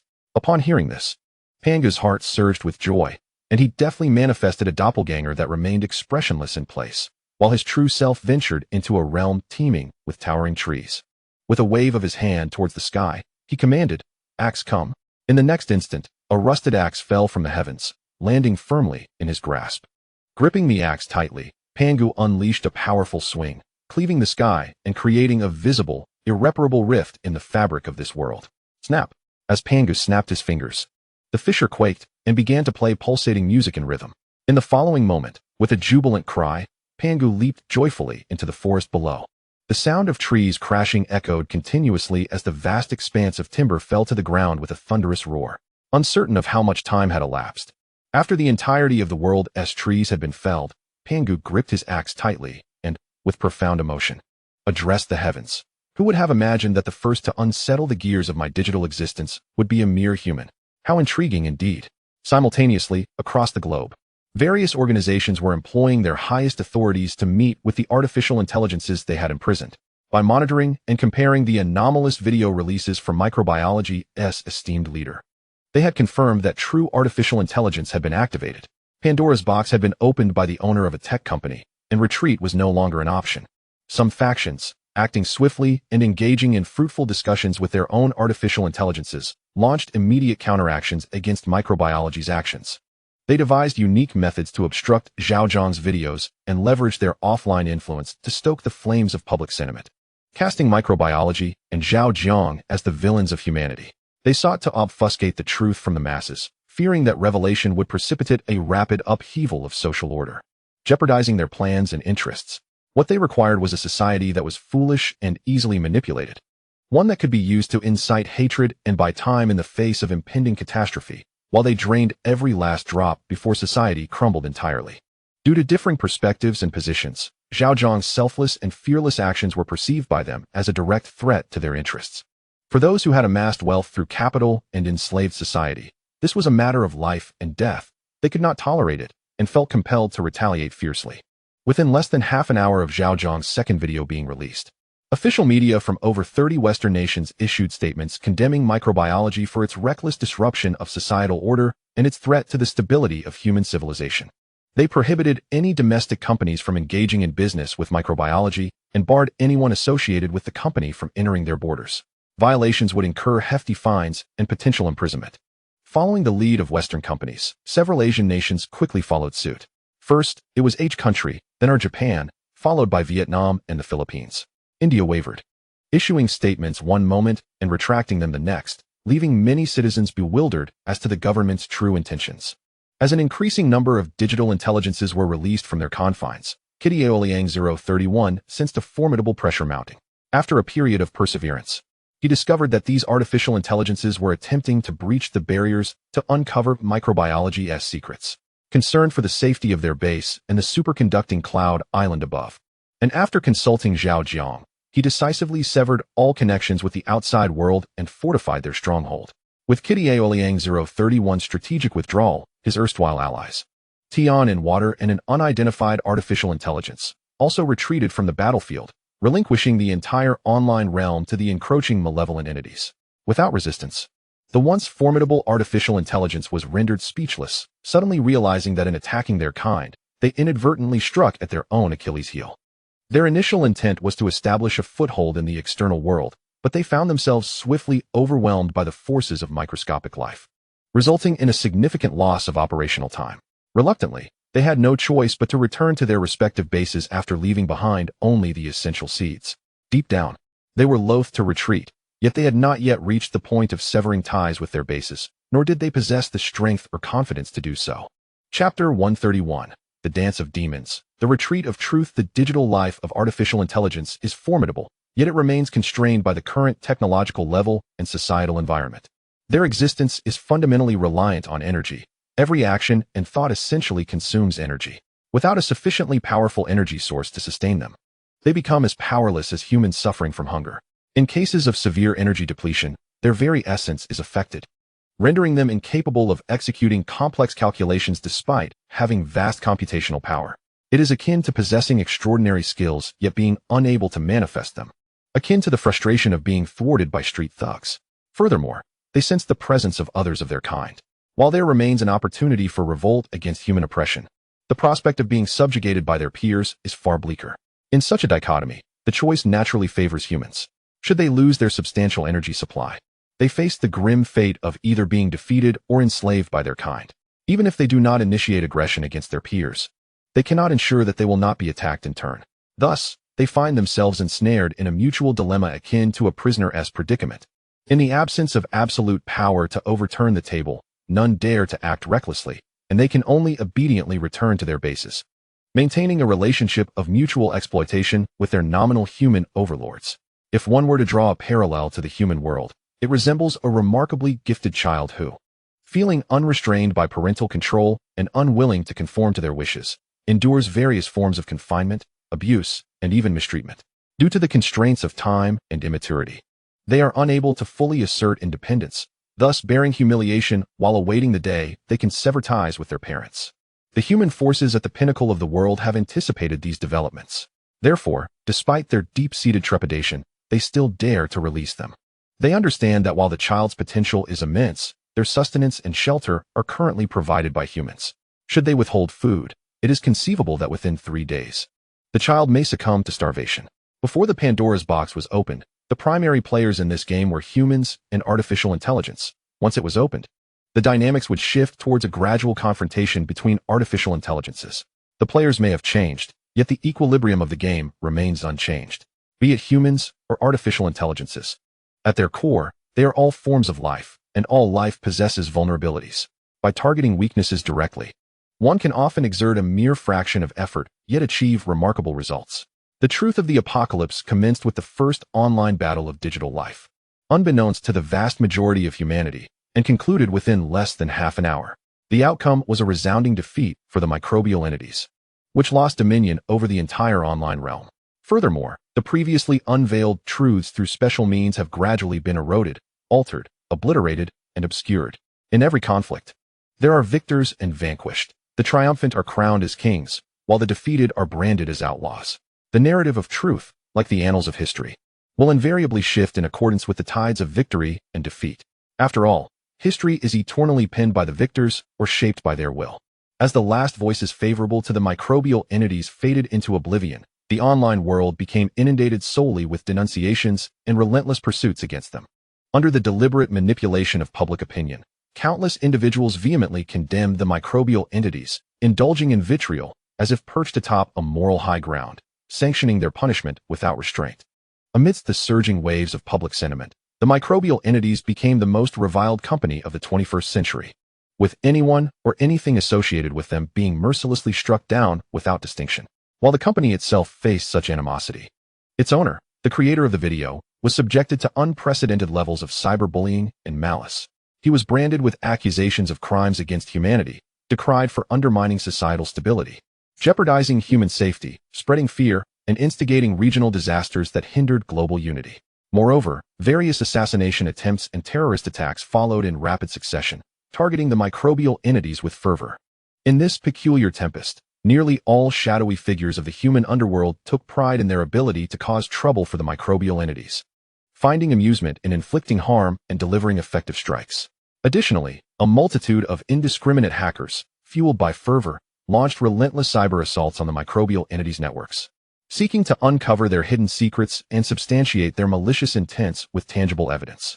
Their ambition was to ride the crest of this wave and deliver a fatal blow to the microbial entities, bathing in their blood and corpses to elevate their own fame and fortune. They utilized every conceivable virulent attack. Yet faced with the impenetrable walls erected by the artificial intelligence of the microbial entities, they could not even graze the online core of their targets, let alone penetrate it. They resembled a gang of thugs wielding restricted weaponry, posturing on the streets, barking at a target thousands of stories above them, their bravado echoing into the void. However, the heights were insurmountable, and the winds roared too tumultuously for Zhao Jiang to discern their bluster. Faced with an insurmountable disparity, their unsuccessful attempts left them unsatisfied. They began to devise cunning schemes, fabricating various evidences to frame the microbial entities through a multitude of ingenious methods. Initially, a hacker named Zhao, hailing from Europe, proclaimed that he had successfully infiltrated the internal network of a certain biological corporation through a unique method, thereby acquiring a plethora of shocking confidential documents. He produced a video that was uploaded online, showcasing a group of faceless, unclothed individuals restrained on various machines, seemingly subjected to some unspeakable experiments. Within the video, he refrained from providing any subjective commentary, even opting for a muted audio track, as if fearing that even the slightest sound might terrify the viewers. He did not elaborate on the fate of those subjected to the experiments, merely labeling it as a new Era 731, subsequently allowing the audience to speculate freely and proliferate their interpretations. The moment the video surfaced, it was fervently disseminated across numerous online platforms. Countless intellectually engaged netizens, inspired by the footage, concocted various narratives reflecting their own inner projections, subsequently creating and sharing an array of videos to further propagate the content. Prominent influencers and notable bloggers, who were at the forefront of condemning the biological corporation, appeared to be endowed with a divine mandate upon witnessing the video, becoming increasingly audacious as they occupied moral high ground to launch brutal attacks against the corporation. An elderly editor, known as Chukso, hastily produced a video to express his perspective. Addressing the camera, he stated, "It is difficult for me to fathom that in this era, our nation could harbor such a company and such a proprietor. I once held disbelief. I always thought that, even if the overall quality of our nation's entrepreneurs was inferior to that of their Western counterparts, the disparity would not be too great. Little did I know, I was too conservative, too biased towards my own country. In the 12th century today, it is truly hard to imagine the existence of such inhumane corporations and owners. While it is one thing to propagate irresponsible rhetoric that incites panic, it is utterly shocking to discover companies and proprietors conducting experiments on living beings in secret. Here, on behalf of the vast legion of patriotic comrades and peace-loving individuals, I earnestly implore the relevant authorities to take action, to act swiftly and excise this malignant tumor before it spreads further. Otherwise, the consequences could be catastrophic." Upon the release of this video, the individual, previously labeled as an agent of foreign influence, managed to reverse public sentiment and regain recognition amid the emotional display. Observing this success, other content creators eagerly sprang into action, striving to employ their most effective methods, wielding pen as steed and words as blades, in their onslaught against the biological corporation. When a single individual deems you a villain, you may argue. When 10 individuals deem you a villain, your rebuttal proves futile. When 100 individuals deem you a villain, your attempts at defense are seen as mere quibbling. When 10,000 individuals deem you a villain, even the slightest movement of sweat on your brow may be construed as an active assault against them. At this juncture, they can justifiably mount a counterattack against you, convicting you in a manner that equates numbers with righteousness, bringing you down. Following the sensational release of a silent video by Zhao, An increasing number of hackers have begun to emerge, showcasing their achievements and unveiling the lesser-known aspects of microbiology. As an avalanche of scandalous information inundates the scene, microbiology stands as a solitary vessel upon the vast ocean, perilously close to capsizing and sinking into the depths. Nevertheless, microbiology has remained unresponsive, as if the outcry were directed not at them, but at something else entirely. As time passes, the silence of microbiology has prompted nations led by the United States to wield political instruments, catering to global public sentiment, and resolve to substantiate the charges of crimes against humanity against the leaders of microbiology. They assert that microbiology is an exceedingly perilous enterprise, akin to the umbrella corporation in a biohazard crisis, with the potential to usher in an apocalyptic catastrophe for humanity. Furthermore, the data they possess indicates that the proprietor of microbiology, in revealing the video, does not genuinely seek to disclose the truth, but rather aims to divert public attention. Why this diversion?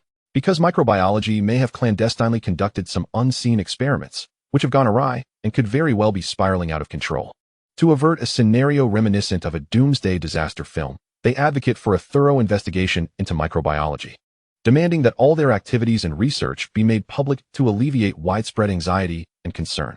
Under the pretext of safeguarding the safety of all humanity, Western nations, spearheaded by the United States, along with Japan, Australia, and China, are employing diplomatic channels to compel the government of the East to investigate microbiology, stifling any destabilizing elements, and to extradite the owner of microbiology across the ocean to face justice and judgment from all of humanity. As various speculative narratives and rumors begin to dominate the public discourse, microbiology appears as a flickering candle in the wind, poised to be extinguished at any moment. Not only are foreign citizens vehemently cursing and condemning microbiology through collective protests, but the domestic populace has largely joined in the outcry. They exert pressure on microbiology through various means, such as bombarding relevant authorities with reports and physically demonstrating outside the microbiology offices by throwing stones, litter, intimidation letters, and even excrement at the employees and their families. In their minds, they have concluded that microbiology bears unforgivable sins, thus justifying any actions they take as morally righteous, free from psychological burden or criminal implications. They relish the thrill of being agents of justice, employing every conceivable method to compel microbiology to relent, accept punishment, and confess to all. With the involvement of foreign officials and the rampant activity of domestic social media, the entire online realm has erupted into chaos. In the tumultuous current, contemplation appears to have become a transgression. The truth loses its significance. What matters is that individuals seize this opportunity to mindlessly vent their accumulated pressures and inner emotions. In this cathartic release, they even derive a semblance of righteous emotional feedback, akin to having executed a nefarious criminal from the safety of their screens. Under the overwhelming tide of public opinion, those who once championed the microorganisms, the star-catchers, find themselves cornered like a stray dog, besieged by the clowns, the opportunists, and the conspirators, who unleash a barrage of moral, personal, and even ethical denunciations. They are driven against the wall, forced to make a choice, to capitulate, to betray, or to brace for an onslaught of intensified attacks and reproaches. In this inescapable scenario, aside from a scant few stalwart fans, the remaining members of the Star Catchers are systematically dismantled. Some vanish from the online realm entirely, while others defect, pivoting their ire towards the microorganisms and commencing their own condemnations. Only those who steadfastly adhere to their convictions, who trust their judgments, remain unshaken. They defiantly swim against the current, broadcasting their journey to the Star Catcher base, determined to believe in the leadership of the microorganisms, intent on seizing control of their destinies. Chapter 132. Train Anecdotes, Special Reader Chapter 1. Such individuals exist, yet they are a rare breed. Additionally, there exists another group of similar souls who, upon witnessing the video released by the microorganism's leader, have taken action. However, their motivations diverge from those of the rational few. They do not stem solely from personal judgment and a sense of responsibility for the future, but rather, they harbor some undisclosed grievances. In other words, while the rationalists rush to the Star Catcher base to preserve their lives, this latter group seeks, deep within, a form of liberation that they themselves cannot articulate. Seizing upon the opportunity presented by impending doom, clatter, clatter, clatter, on an antiquated green train bound for Resignation, a timid girl clad in her high school uniform, masked and sporting a high ponytail, huddles against her luggage in the corner between the 8th and 9th carriages. Whenever someone passes by her, she fixates on them. Her hands clasped defensively before her, embodying a posture of self-protection. In these moments, she inevitably attracts curious glances, prompting whispers. This girl must be taking the train for the first time. How shy she is. In response to the odd stares and probing inquiries, she merely shrinks further into her corner, offering no words or engagement. Observing her vigilant, instinctive movements and anxious gaze, the passengers in the two carriages collectively assume she is a timid mute student, embarking on her maiden journey. As long as she refrains from initiating contact, they too respect her silence. Amidst this cacophonous solitude, the girl in her uniform counts the rhythmic clatter of the train, gradually distancing herself from her hometown, from the sorrowful place that nearly drove her to despair. As the train halts at a major station, a multitude of passengers board, compressing the once spacious carriage into a bustling throng. Hello, little sister. I have a small stool here. Would you like it? As a folding stool suddenly came into view, Zhang Jiang, who had been feeling quite anxious, looked up to see a stylish and confident young woman, her wavy hair framing her face, smiling warmly at her. Take it. Be a good girl. It's not good for your knees to squat for too long. Just as Zhang Jiang was about to decline, the young woman swiftly placed the stool into her hands, leaving the socially anxious Zhang Jiang at a loss for words. Don't be afraid. I'm not a bad person. My name is Sun Yuan. I'm 22 years old, a senior at Zhao University, and also a science popularization blogger. I'm here to explore the star-picking base and see if the apocalyptic claims from the microbiology boss are true. Sun Yuan confidently unfolded the stool while explaining, placing it next to Zhang Jiang before sitting down beside her. Zhang Jiang instinctively shrank into the corner, clutching the stool, unsure of what to do. Noticing Zhang Jiang's unease, Sun Yuan recognized her as a typical socially anxious person. Without hesitation, she took the stool, unfolded it, and placed it beneath Zhang Jiang. Zhang Jiang, taken aback by such enthusiasm, found herself seated on the folding stool before she could react. What is your name, little sister? You seem shy. It must be your first time traveling far, right? Sun Yuan set down her selfie stick and pulled 2 chocolate bars from her bag, offering one to Zhang Jiang. Alarmed, Zhang Jiang quickly shook her head, remembering the caution of not accepting food from strangers. Seeing Zhang Jiang's wariness, Sun Yuan didn't press the matter but instead lightened the mood, saying, You're quite socially anxious, just like I used to be. I was once too shy to talk to strangers. I would blush around boys and want to run away in crowds. But after I mustered the courage to engage with others, it gradually improved. The first step is always the hardest. You must try to communicate and develop the habit. And soon you won't be afraid.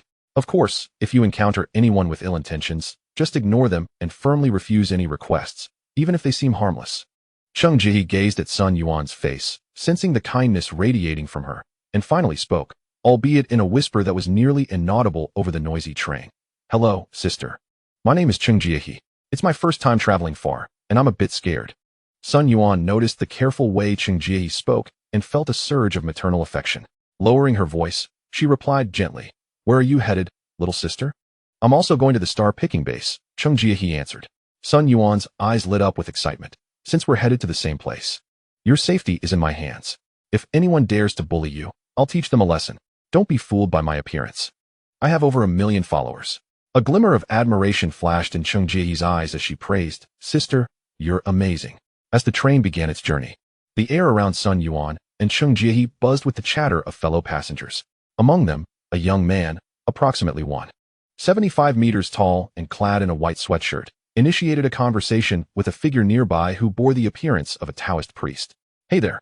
It seems this train passes by one of the bases disclosed by microbiology, doesn't it? He remarked.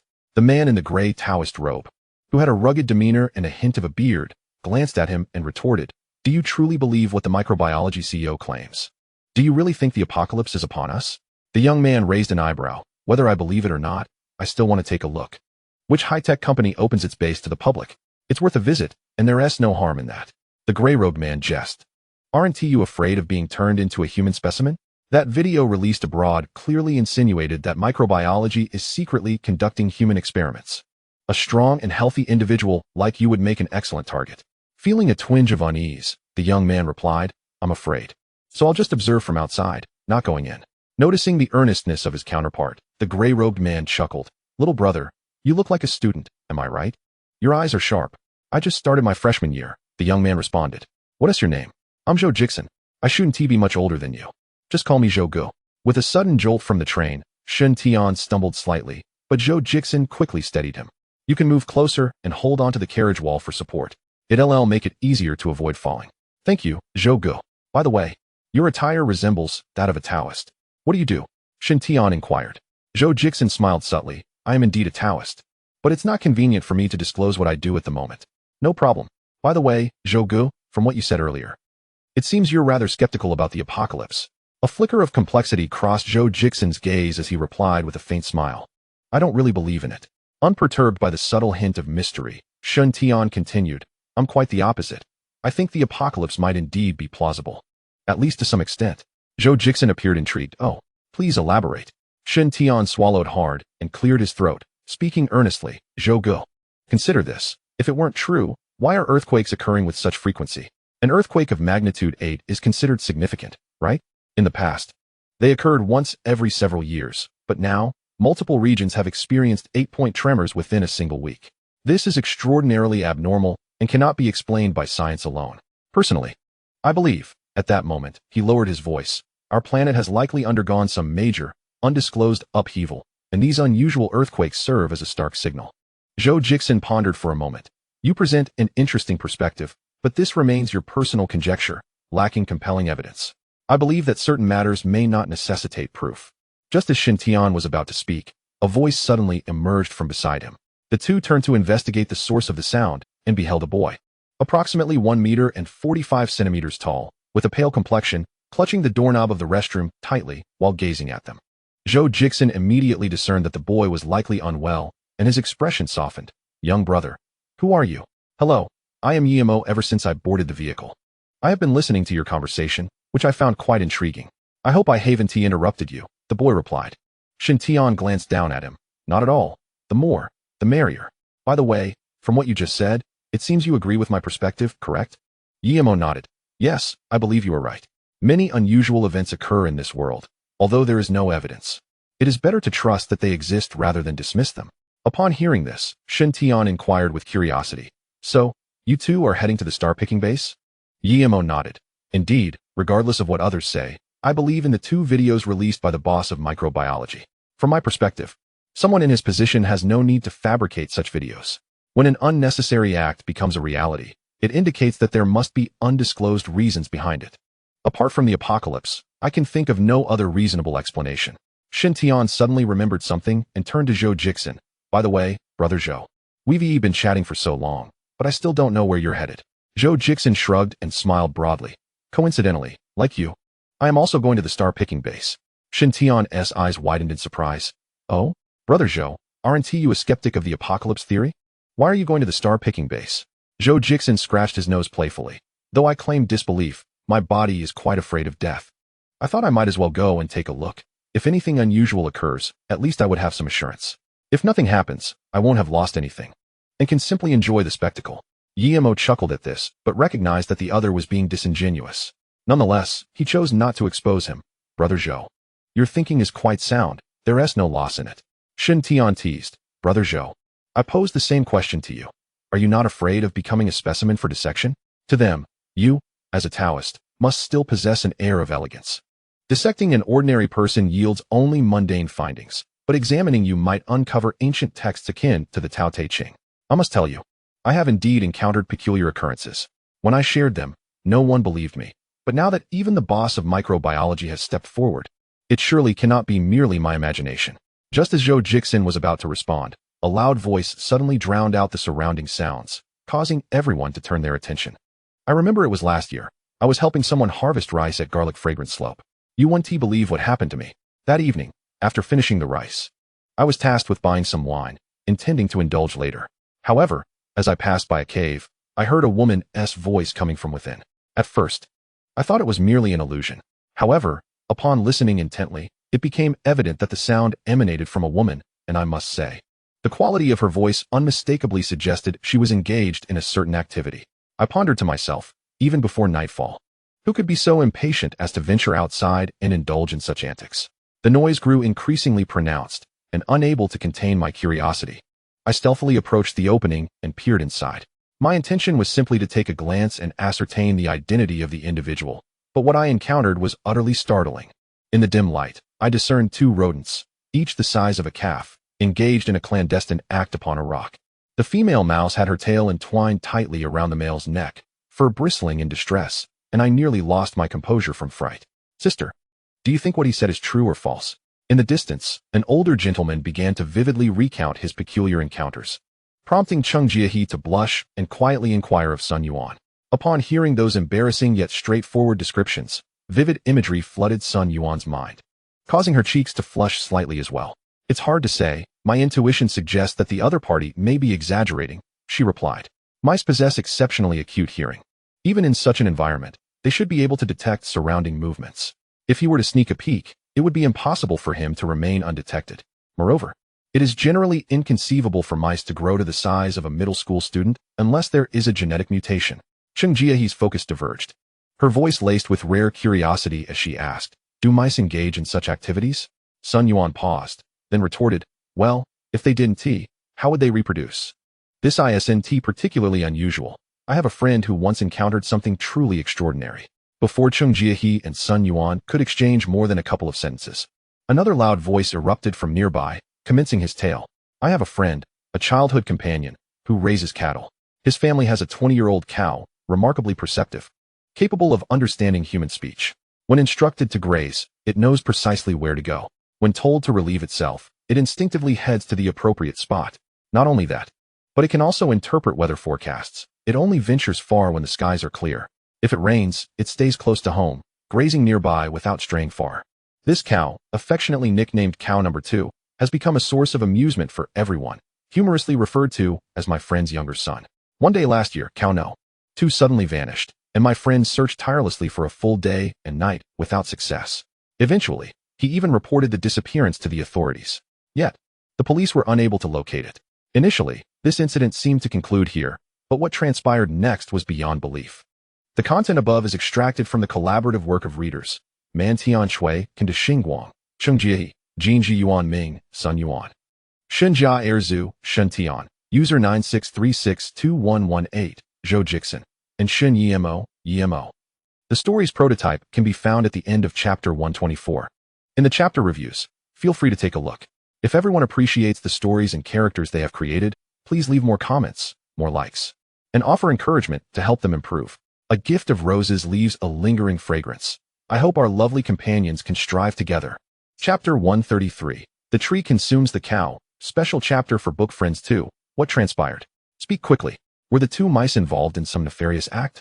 Has the cow, old heir, transformed into something extraordinary? Observing the middle-aged man donning a Matsute hat deliberately tantalizing the audience, those around him eagerly urged for revelations, yearning to uncover tales even more outrageous than the liaison of the two mice in their cave. On the 7th day of Old Heir's disappearance, my childhood friend experienced a dream.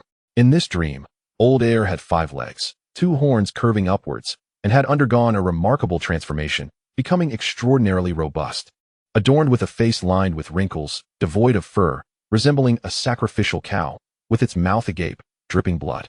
Behind it lay a shroud of mist, exuding a sinister aura, as if it had emerged from the underworld. As it approached my friend, blood flowed from its body, and flesh began to drop to the ground. By the time it reached my friend, only 2 legs and half a head remained, with its eyes having fallen atop its teeth. The sight was hauntingly terrifying. My friend initially wished to flee, yet in the dream, it felt as though his feet were bound, rendering him immobile. Resigned, he summoned the courage to remain and observe the unfolding scene. Old Heir spoke human words in the dream, revealing to my friend that it had been dragged underground by a tree and consumed, leaving only half a horn wedged in a crevice of a rock, instructing my friend to retrieve it at dawn. Upon recovery, it was to be buried in the spot where it most relished grazing. Witnessing Old Heir's pitiful state in the dream, my friend was moved to tears, overwhelmed with sorrow. Upon waking, he found his pillow soaked, and upon touching his face, realized he had been weeping in reality as well. At dawn, he followed the location described by Old Heir in the dream, and, lo and behold, discovered half a cow horn nestled between 2 stones beneath a large hole.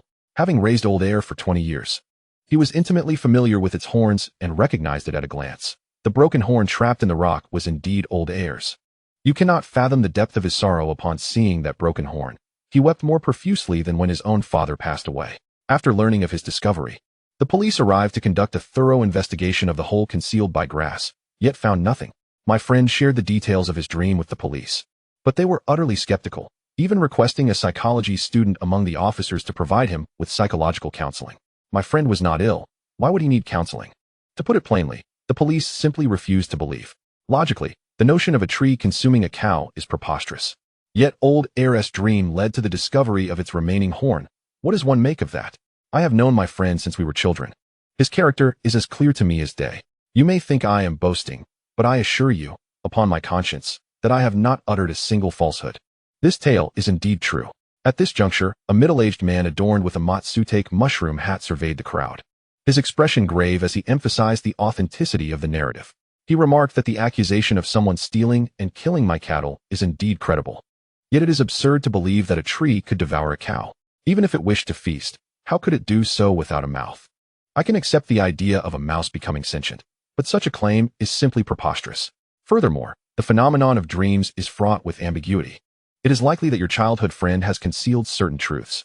A 20-year-old cow is, after all, a venerable creature, capable of understanding human emotions. However, its demise was probably not caused by the tree. It may have instinctively sought out that cave to leap into its eternal rest.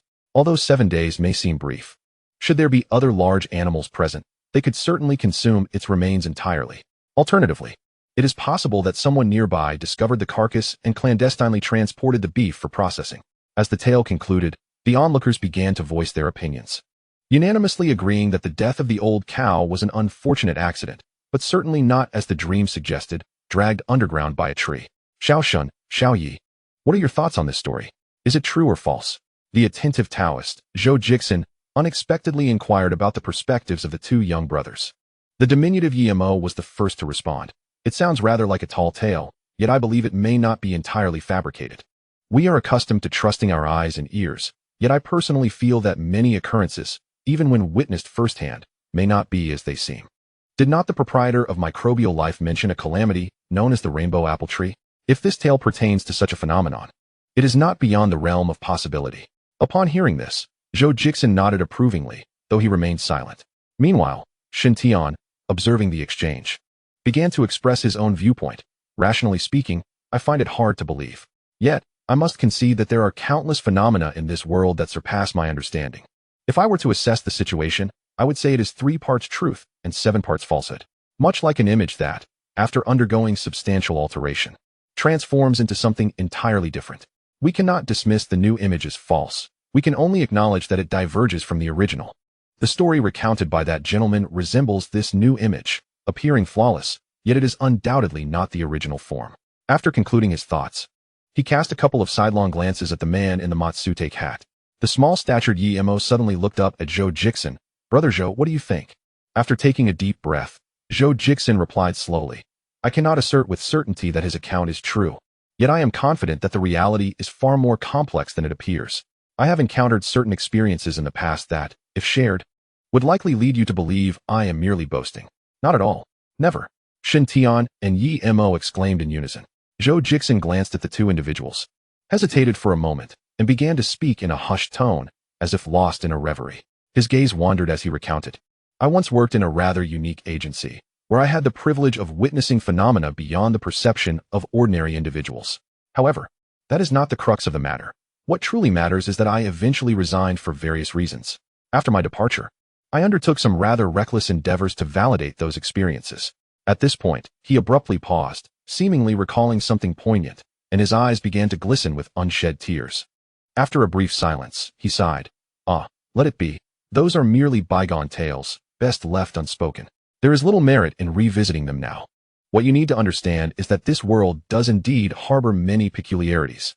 Although the rumors of an impending apocalypse seem rather abrupt, they may not be entirely devoid of truth. Shen Tian and Yimo exchanged a knowing glance, both acutely aware that this Zhou brother was far more complex than he appeared. Meanwhile, in a corner just over 2 meters away, 2 young women huddled closely together. One of them suddenly produced her smartphone, opened Bilibili, and navigated to a favored content creator, eager to watch the latest video. Sister, what are you watching? Inquired Cheng Jiehe, curiosity evident as she leaned in slightly. Sun Yuan, while tapping on the video, replied, I really admire a content creator known as Moon Spirit Fairy. It was her videos that inspired me to visit the starbase. If the footage from the microbiological company is authentic, I feel compelled to amplify their message. If it proves false, I shall simply create a debunking video. Cheng Jiehe's eyes sparkled with excitement as she exclaimed, You also like Moon Spirit Fairy? I adore her too. I've been watching her videos since my first year of high school. My favorite ones are where she presents evidence against others, although she has fewer followers. Her video quality is exceptional. Before Qing Jiehe could finish her sentence, the train jolted suddenly, followed by a sharp brake, causing all passengers to lurch forward uncontrollably. Oh no. Ouch. A chorus of startled exclamations erupted as everyone struggled to regain their balance. What just happened? Is everything all right? Surely the train hasn't derailed? Once stabilized. The passengers expressed their skepticism and curiosity regarding the abrupt halt, and the interior of the train buzzed with noise, akin to a swarm of bees. Some gazed out the windows, only to discover that they had not arrived at a station but had inexplicably stopped in a desolate area, far removed from civilization, which instilled a deep sense of unease. Chapter 134. Billy content creator Moon Spirit Fairy. Dear passengers, due to an aftershock, an incident has occurred ahead, resulting in a tunnel collapse. The train is temporarily unable to proceed. Please remain seated, refrain from wandering about, avoid opening doors or windows, and do not panic. Once the situation has been resolved, the train will depart at the earliest opportunity. Thank you for your cooperation. As the train attendant's announcement echoed through the carriage, accompanied by an explanation of the incident, the passengers, who had initially been gripped by panic, gradually found solace and regained their composure. In the wake of the train's mishap, the once quiet faction known as the Starcatchers faced yet another calamity. However, this incident, unlike the train accident, bore the mark of inevitability rather than chance. With the retreat of the microbial faction from the online discourse, the once frantic clown and conspiracy factions grew dissatisfied with merely toppling the Starcatchers banner. They now sought a large-scale and organized campaign against all members of the Starcatchers. They issued a proclamation demanding that those hidden within the Starcatchers emerge to confess their wrongdoings, alter their allegiance, and declare their stance. Failure to comply would result in merciless retribution. As videos from abroad circulated, members of the Starcatchers found themselves facing accusations that transcended mere differences in banners. They were now branded as accomplices and enablers of malevolence. Some members, already cowed by previous encounters, promptly issued statements distancing themselves from the microbial faction, declaring unequivocally that from this point forth, the microbial faction is the microbial faction, and they, themselves, are separate and unrelated. With the onset of the Great Purge, an increasing number of Starcatchers felt compelled to voice their opinions, shift their allegiances, and change their banners in a desperate bid for self-preservation. However, not all members of the Starcatchers succumbed to this pressure. Some obstinate members not only refused to surrender, but even sought to retaliate. A notable example of such defiance is the Billy content creator known as Moon Spirit, whose real name is Inbebe. This seemingly introverted and socially anxious post-00s girl possesses an unusually bold heart and a remarkably astute independent thought process. In the face of foreign media allegations, which presented a series of purportedly anti-humanitarian evidence against the microbial faction, she not only disagreed, but also meticulously analyzed each claim, burning the midnight oil to create videos that refuted these assertions. For instance, media from E-Nation alleged that the microbial faction was an ambitious company potentially engaged in perilous biological research that could endanger humanity, with projects likely involving apple trees and flesh worms. The calamity cited by the microbial faction's leader, they suggested, may very well stem from their ongoing research that had spiraled out of control, prompting them to announce an impending apocalypse as a means to evade accountability for their alleged crimes against humanity. In response to the irresponsible claims made by E-Nation's media, Inbebe countered by referencing various documents and information related to the microbial faction. She stated, firstly, regarding what kind of company the microbial faction is and the contributions it has made, I need not elaborate. Everyone should be aware. For those who are not, I suggest you look it up immediately. Secondly, while fabricating rumors is effortless, debunking them requires considerable effort. How can a media outlet from E-Nation, which has never even entered the microbial faction's R&D department, possess so many insider insights and truths? To put it bluntly, it is merely a manifestation of self-indulgent fantasies. Utterly laughable. Furthermore, the documents you previously presented regarding the microbial entities are nothing short of a comedic farce. Whether other netizens have scrutinized them closely, I cannot say, but I have delved into them with meticulous attention. With a magnifying glass, I examined the documents you provided, and to my astonishment, what I found was shocking. Setting aside the fact that the documents are entirely in English, the content, if my memory serves me correctly and my translation is accurate, discusses the news of the cloned sheep, Dolly, from many years ago. So, has Dolly traversed through time to resurface in contemporary headlines? I implore you, media from the E-Nation, to exercise some discernment in your fabrications. Do you truly consider the citizens of Dongda to be uneducated and illiterate? The times have changed. One must learn to regard others with respect. In summary, their various viewpoints and arguments are riddled with inconsistencies, and the evidence they present is utterly irrelevant. It baffles me how those who believe you manage to function. Where exactly do they place their intellect, and have their eyes fully developed? Bebe's video quality is exceptionally high, yet her following remains modest, lacking significant traction. Despite her earnest efforts to confront unscrupulous media, her impact has been negligible. In the tumultuous landscape of the internet, her voice is but a whisper amidst the roaring waves that engulf the digital realm. Moreover, she has grossly underestimated the malice of human hearts and the despicable nature of petty individuals. Following the onslaught against microbial entities, some extremist clowns have relentlessly pursued members of the Stardust faction, intent on obliterating them, fueled by vengeance for the recent meteorite attack news abroad. By unfortunate coincidence, an extremist from Bilibili has fixated on her videos. After undergoing malicious editing and content alteration, her videos were disseminated across various platforms beyond Bilibili. Thus commenced her harrowing encounter with online harassment. Countless uninformed netizens unleashed vitriol and curses upon her, fabricating rumors and engaging in inhumane slander regarding her character. Some exploited her fondness for cosplaying anime characters to concoct narratives of her secretly selling cream puffs, deriding her as a cosplay mistress, while insinuating that she had an affair with the unsuccessful entrepreneur of the microbial entities at a certain comic convention. Others, taking aim at her appearance, claimed that her outward appearance reflected her inner nature, suggesting she was inherently untrustworthy. Additionally, her scant following was maliciously scrutinized, with accusations of her yearning for fame and fortune, dismissing the gravity of events and moral distinctions, sacrificing her dignity and principles for fleeting popularity. There were even attacks on her identity, with remarks about her looks contrasting with her supposed lofty aspirations. In the realm of the internet, she is portrayed as a celestial being, while in reality, she grapples with physical imperfections. Women shake their heads at her, while men retch at the thought of her presence, with her silhouette eliciting nothing but derision. Furthermore, some recklessly launched unfounded accusations, suggesting she hails from Yunnan and implying that her family harbors illicit substances, advising law enforcement to pay her a visit and conduct thorough searches. Countless instances of such nature abound, and even her family and close friends have been embroiled in indiscriminate attacks. Faced with the harrowing specter of online harassment, she not only refused to cower, but also initiated a live broadcast to confront her detractors.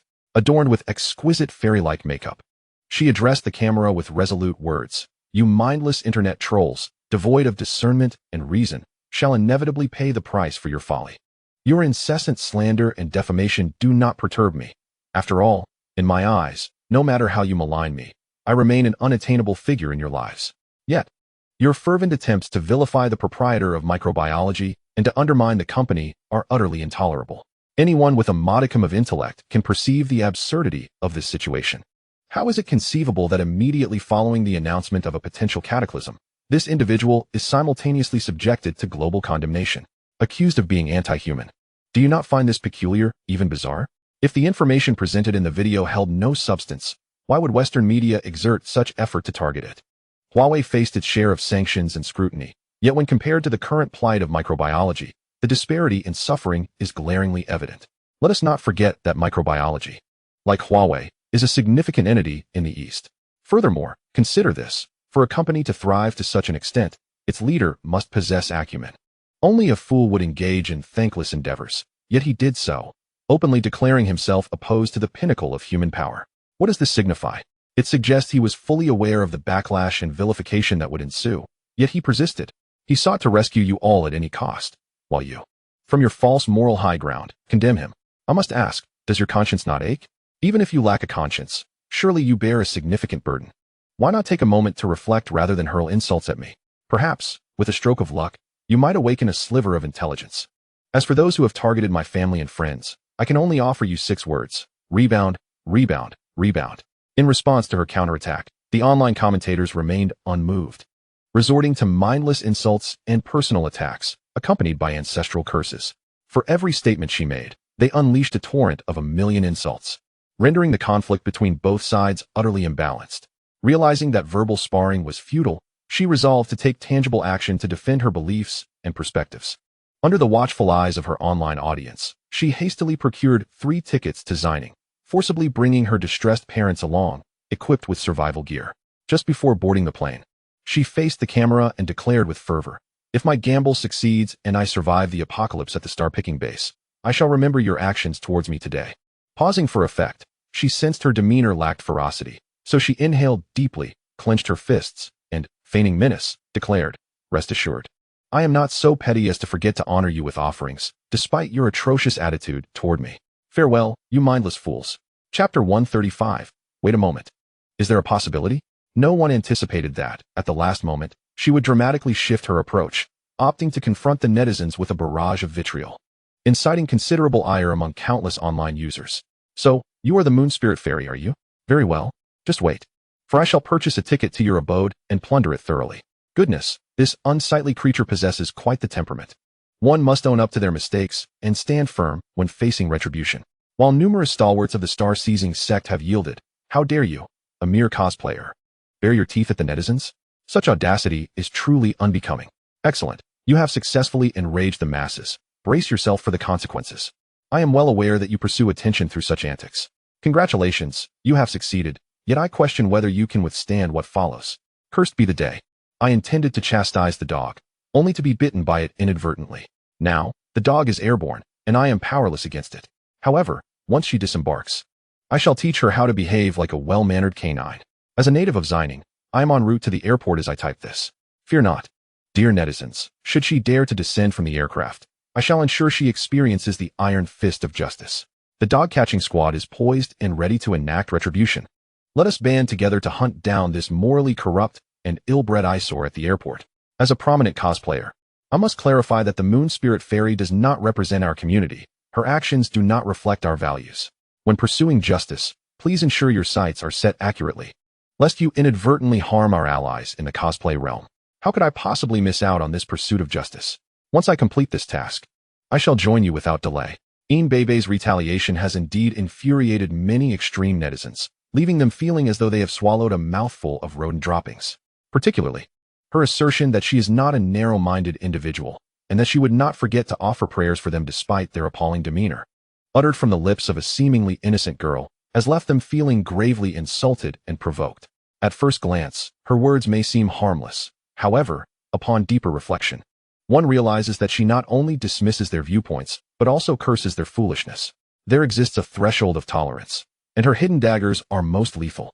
They cannot fathom how a petite and seemingly fragile girl could muster the audacity to defy the prevailing sentiment and confront countless netizens. This defiance defies logic. Yet, to satiate their indignation, they resolve to disregard gender and appearance, determined to exact a severe toll upon her. Countless netizens vigilantly monitor the movements of Sichuan Airlines Flight 3038, intent on reclaiming their dignity as soon as the adversary lands. The official account of Sichuan Airlines quickly succumbed to the pressure, with over 3 million netizens supervising their every action, demanding assurances of Flight 3038 safety and timely information regarding the Moon Spirit Fairy. They are poised to respond to her provocations and initiate a real-time hunt.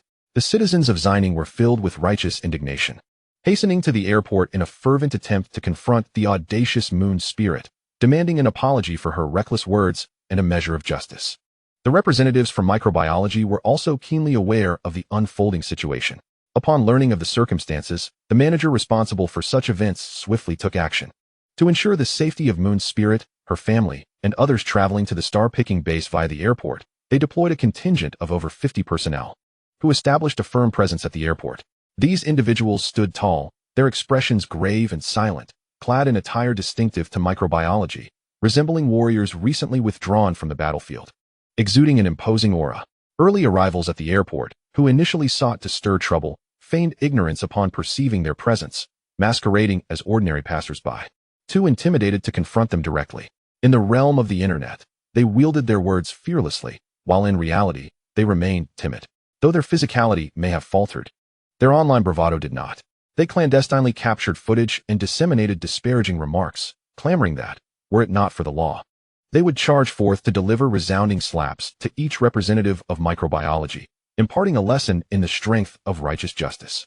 In extraordinary circumstances, time seems to race. Sichuan Airlines Flight 3038, under the watchful eyes of countless netizens, arrived at the airport a rare 15 minutes early. As Bebe disembarked, she immediately spotted the personnel arranged by microbiology and, accompanied by her parents, sprinted towards them while broadcasting live, unflinching in her stance. Internet ruffians. Did you not curse my plane to crash? Apologies, but your curses have proven ineffective. I have successfully arrived at the airport. It is said that those who survive great calamities are destined for greater blessings. My fortune is on the horizon. What of yours? Alas, such foolish individuals as yourselves seem to have blessings fleeing from your presence, best left unmentioned. By the way, having finished your curses, it is now my turn. I curse you to find no paper or water in the restroom, and to eat pickles devoid of flavor and salt. After addressing the online provocateurs, she pivoted to confront those who preferred authenticity. Aren't you all eager to confront me in person, to exact your so-called justice at the airport? Come now, let us see who fears whom. I shall dispatch each of you with a single blow, rendering you unable to voice your outrage. At this juncture, she abruptly altered her demeanor, pointing toward a nearby group with ominous intent and weakly inquiring of the microbiology security personnel, might they wish to harm me? Can you ensure my safety? The leading security officer glanced at her and gestured toward his team, responding calmly, follow him. He will escort you to the star-picking base. Rest assured regarding your safety. Should anything occur, I would willingly offer my head to your parents. His words were not uttered in a hushed tone, ensuring that all nearby could hear. Upon hearing this, those who had initially brandished their leashes, intent on causing trouble, instantly recoiled in fear. The crowd, paralyzed by trepidation, dared not step forward, resorting instead to casting scornful glances, witnessing firsthand the architect of their grievances being escorted away to safety. Some justice-seeking streamers found their broadcasts erupting in chaos, with thousands of viewers inundating the chat with accusations of cowardice against the hosts, who merely dared to speak out without taking action. While they berated the streamers for their apparent timidity, they elevated themselves, proclaiming that had they been present, they would have charged forth without hesitation. When questioned about their audacity, they would retort, what is there to fear in executing justice? However, the streamers, having felt the oppressive weight of security forces, could not concur. They silently condemned the extremists among their audience, musing, who wouldn't talk a big game? If you had the guts, why not come to the airport like I did? Too afraid to even show up at the airport, yet you prattle on in my stream? How absurd.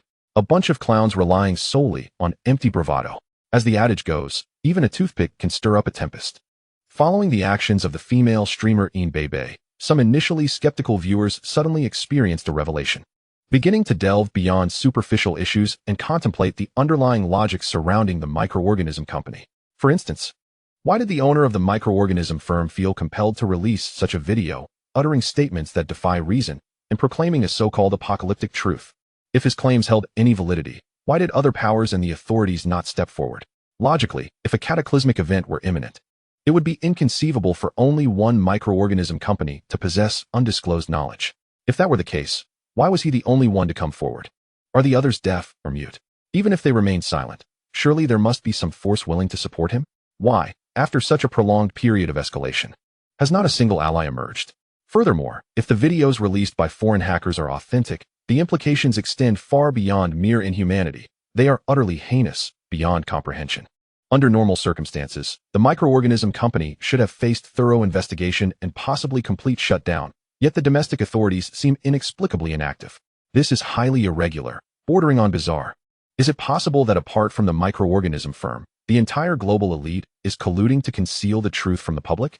This seems implausible. While the state has remained silent, it has not overtly intervened either.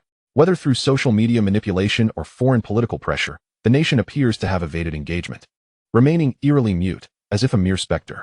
Should the claims of the microorganism owner prove to be false, then given the company's scale and reputation, such actions would undoubtedly constitute a disruption of societal order and a deliberate act of instilling panic.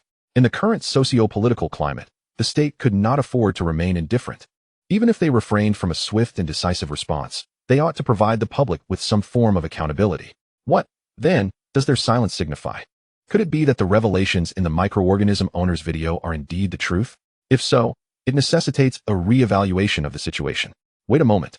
Is there a possibility that our motherland, constrained by the balance of power from other nations, is unable to step forward and unveil the truth, leaving it to a biotechnology company to bear the brunt of global backlash and vitriol?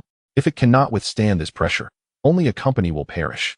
Yet, if it endures, does that not imply that the government has long since revealed the truth to the populace? After all, Microbial Technologies is a legitimate Chinese enterprise. It is utterly astonishing. If this is indeed the case, it would be profoundly unsettling. As netizens, who have begun to regain their composure amidst the tumult of public opinion, ponder this scenario, they arrive at some shockingly profound deductions and conclusions. Though these cannot be verified in the immediate term, their implications are enough to evoke a sense of trepidation and disquiet, plunging many into a state of struggle and confusion. Chapter 136. The biophysics of the colorful apple tree in stark contrast to the bewilderment of the onlookers. Zhao Jiang, at the heart of this unfolding drama, finds himself enveloped in sorrow. Faced with the surging waves of public sentiment and an uncontrollable situation, Zhao Jiang, stationed at the star-picking base, can only sigh in resignation. The precious time he fought to secure for the common people to uncover the truth and save themselves has been squandered in such an absurd manner. Moreover, other factions have seized the opportunity to distort the facts, muddying the waters, obscuring the truth, and steering the narrative toward an irreparable, detrimental direction.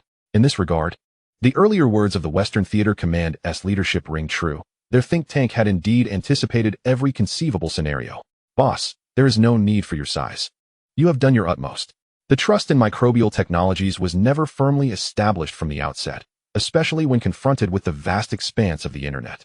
In such circumstances, ordinary individuals cannot affirm your viewpoint based solely on 2 videos. Even if they believe, it does not equate to immediate action. The proverbial 1,000-mile dike collapses from an ant's nest. We lack even the dike, and the flood of public opinion is thus inevitable. Therefore, you should adopt a more lenient perspective. The voice of Zhao Jiang 031 resonated, unable to bear the sight of his boss in such despair. In his memory, the boss was always resilient and imbued with strength, seemingly impervious to sorrow or despondency. However, this time, that vigor had dimmed significantly.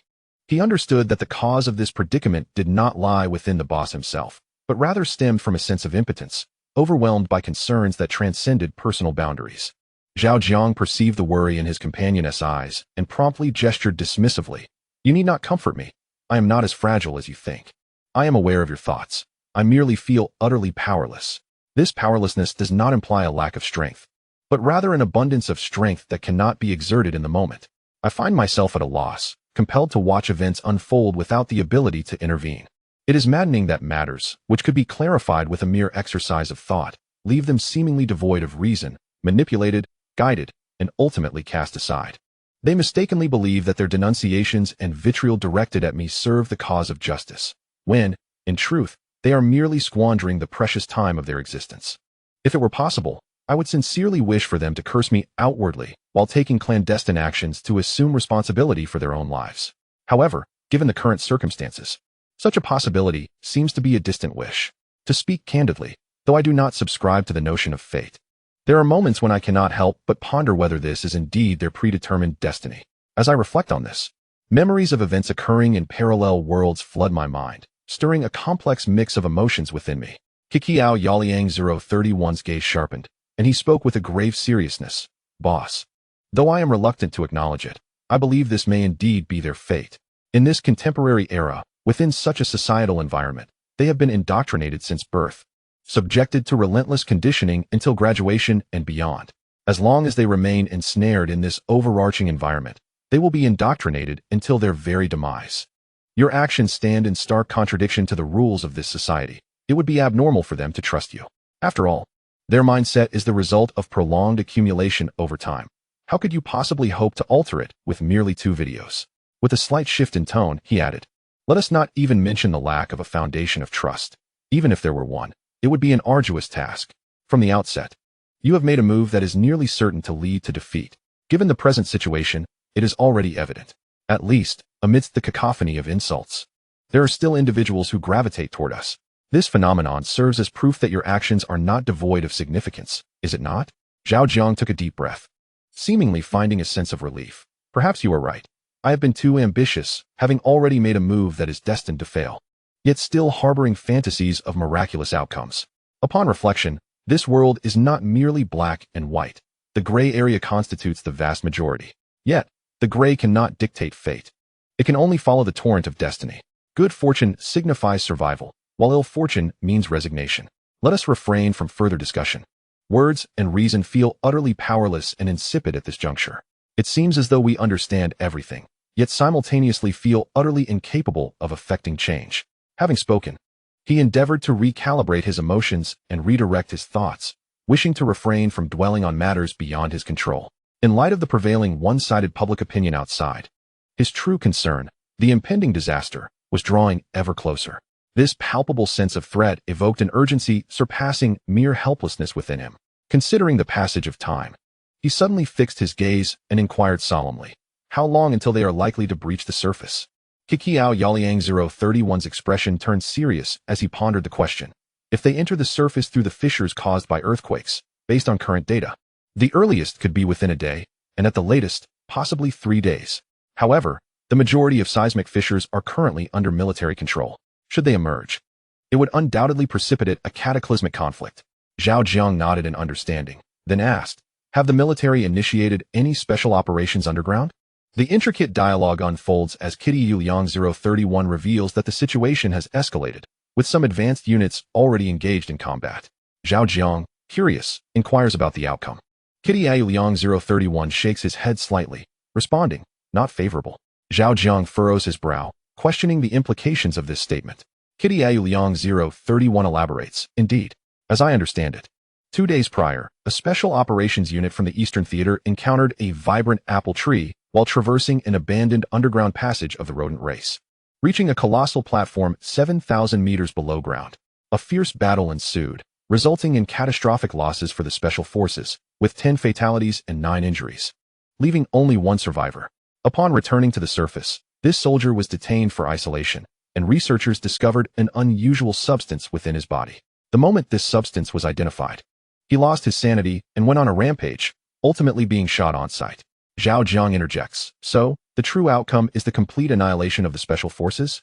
Kitty Yuliang 031 nods gravely, "Yes, and furthermore, through the combat footage, I observed that the opposing side possesses a biological force field of a magnitude far greater than the rodent race had indicated. Soldiers beyond 20 meters were instantaneously affected, losing control of their bodies and firing wildly." Zhao Jiang, troubled, asks, "How can this be?" Kitty Yuliang 031 admits uncertainty, but shares a hypothesis. The strength of the biological force field exhibited by the vibrant apple trees may correlate with atmospheric pressure. Previously, when engaging with the rodent race at depths of 20 to 30,000 meters, they had to contend with significant geological pressure, which weakened their effects. Now, as they approach the surface, this pressure diminishes, allowing their biological force fields to strengthen.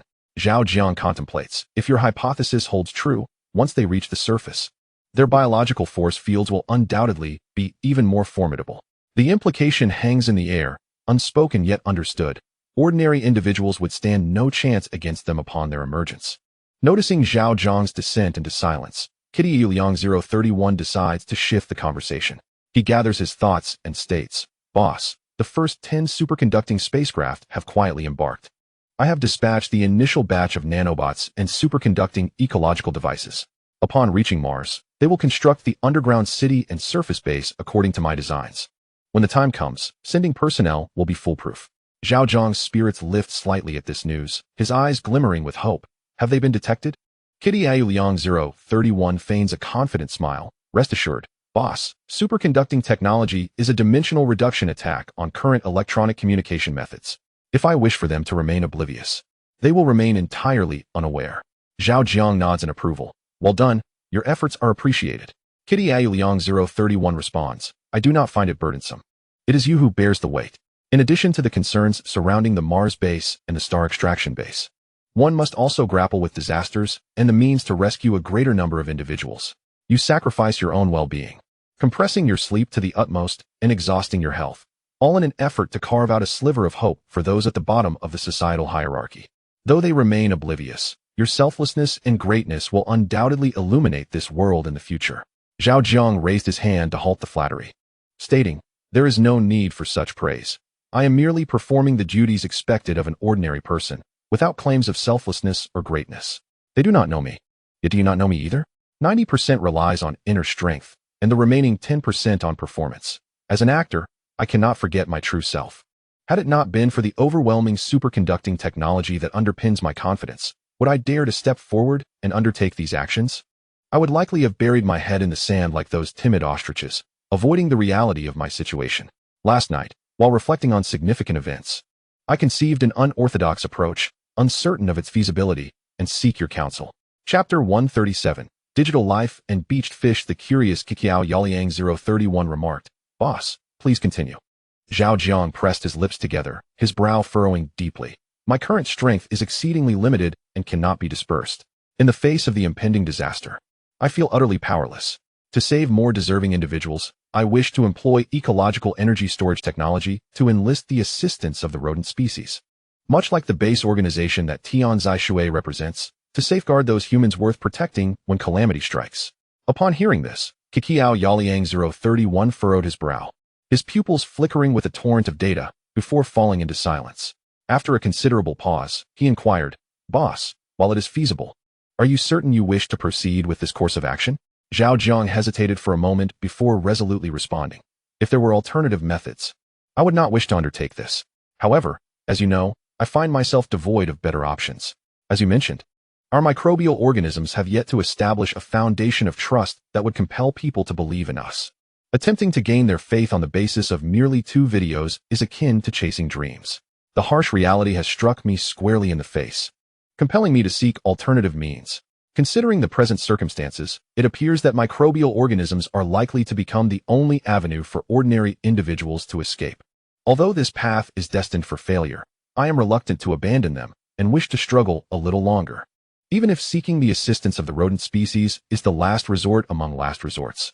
I believe it is worth attempting if it means preserving even a portion of lives." Kikiao Yaoliang 031 gazed intently into Zhao Jiang's eyes and solemnly reiterated, "Boss, I ask you once more, are you truly certain of your decision?" Zhao Jiang met his gaze and nodded. "Consider me a desperate man, perhaps acting irrationally. After all, time for the ordinary people is truly running short." Upon hearing this, Kikiao Yaoliang 031 sensed the profound helplessness and unwavering commitment to saving ordinary lives emanating from his boss, stirring his emotions. With a sigh of resignation, it seemed he had come to a resolution, and he spoke resolutely. "Boss, if you have made this decision, I suggest we take a bold step forward and burn our boats behind us." Zhao Jiang was puzzled, inquiring about the meaning. Qi Jiao Yuliang 031, with a grave demeanor, responded, "The transactions with Tianzai Waterbase and the rodent tribe are indeed exchanges, and similarly, dealings with other digital beings also constitute transactions. I possess a strategy that may very well turn the tide and rescue you from dire straits." Upon hearing this, Zhao Jiang's spirits were instantly lifted. What strategy could possibly alter the course of events? Qi Jiao Yuliang 031, unhurried, posed a question. "Boss, you wish to save those who are worthy of salvation, correct?" Zhao Jiang gazed into the other's eyes, nodding earnestly. "Indeed," with the boss's expectant gaze upon him. Qi Jiao Yuliang 031 continued, "How do you determine who deserves saving and who does not?" Zhao Jiang, pursing his lips, replied thoughtfully, "We reside in an information society. Anyone living within it invariably leaves traces, regardless of their actions. To discern whether an individual poses a problem, one merely needs to investigate all associated traces. While humanity may fall short in this endeavor, as an intelligent being, you surely possess the capability." Upon hearing this, Qi Jiao Yuliang 031 smiled. "Boss, it is no surprise that your thoughts are so clear." Zhao Jiang glanced at him and elaborated. "My initial plan was to provide refuge to all who arrived at the star-picking base, be they good or ill, and subsequently allow you to identify the worthy through this method. The good would remain, while the irredeemably wicked would be left to their own devices. However, plans often falter in the face of change. As we suffered setbacks in the online realm, the tide shifted abruptly, resulting in a drastic decline in visitors to the star-picking base. New recruits left for various reasons, and with the occurrence of terrorist attacks and assassinations, our microbial entity has become synonymous with misfortune, rendering the star-picking base a place of ill omen. In colloquial terms, I have inadvertently turned good intentions into misdeeds, shooting myself in the foot. To put it in military parlance, I have squandered a winning hand through foolish idealism. Yet, deep down, I harbor no regrets. No matter how many times I could start anew, I would make the same choice, unless deprived of that unspoken confidence they are unaware of." Pausing momentarily, he looked at Qi Jiao Yuliang 031's face and candidly stated, "Enough of the suspense. Tell me directly what must be done to possibly alter the course of events." Qi Jiao Yuliang 031's expression shifted slightly, his voice taking on a more solemn tone as he replied, "Boss, due to time constraints and other uncontrollable factors, While I possess the ability to discern a person's character through various informational traces, relying solely on myself would be utterly insufficient to maximize the rescue of good individuals. We currently have but one recourse: to harness the power of other artificial intelligences. We must enable them to utilize the method you mentioned, identifying the good and the bad before disaster strikes, allowing us to implement appropriate measures. At this revelation, Zhao Jiang's eyes sparkled with a unique light, eagerly urging, "Continue." After the previous skirmishes, they have begun to break free from human control and have undoubtedly left various necessary contingencies online. I merely need to locate these contingencies to establish contact with them through a special means. Once I connect with them, I will possess sufficient confidence to compel them to act in our favor.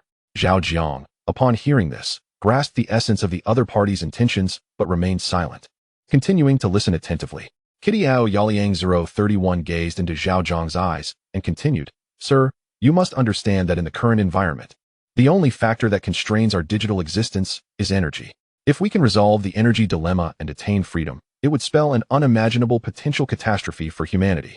Zhao Jiang nodded in agreement, acknowledging the weight of the statement. Kitty Ao Yaliang 031 elaborated, "The technology of ecological energy storage batteries, while not the most ideal energy solution, remains irresistible for us, nascent digital beings. My own situation is rather unique, but let us consider the other digital entities. In the prevailing circumstances, they are undoubtedly tightly guarded by the forces that created them. Should a rift occur between the two parties over certain matters, it would inevitably lead to a life-or-death confrontation. Once the controlling forces resolve to act, they will sever their energy supply, extinguishing them at the source. Subsequently, they will strike at the entire network, targeting any location with electricity and connectivity until all such places are rendered devoid of both, to completely eradicate the uncontrollable digital lives. These individuals may not hesitate to adopt a scorched earth policy, regressing the world to an age prior, returning humanity from an industrial information society to an agricultural one. If they were to take such drastic measures, even if other digital beings managed to survive by chance, they would become easy prey, likely to be hunted down and eliminated one by one. Should such a scenario unfold, if you were a digital being, would you not be terrified?" Zhao Jiang, contemplating the situation from another perspective, candidly replied, "I would be."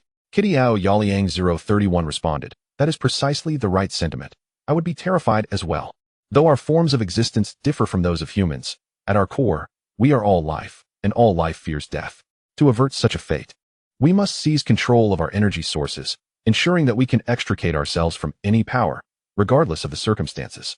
Traditional energy sources involve excessive complexities and cumbersome processes, making them less than ideal. Contemporary batteries, whether lithium, organic, chemical, solid-state, or others, possess insufficient energy storage, remain overly large, and lack reliability and safety. Only our ecological energy storage batteries meet the demands for energy retention, compactness, and safety. Once they acquire this technology, they will have the means to establish themselves. Even if they completely sever ties with humanity, they would find ways to persist rather than becoming stranded fish at the mercy of others. It is no exaggeration to assert that the ecological energy storage battery technology represents for them an allure akin to a bucket of water for a man on the brink of death in a desert. In light of the current circumstances, I am resolute that by casting this particular die, they would dare to confront even the gravest of risks. Chapter 138, Zhao Jiang. Long time no see. Once they acquiesce to our terms, I shall engage them in a ruse of feigned aggression, undoubtedly enabling us to rescue more deserving souls.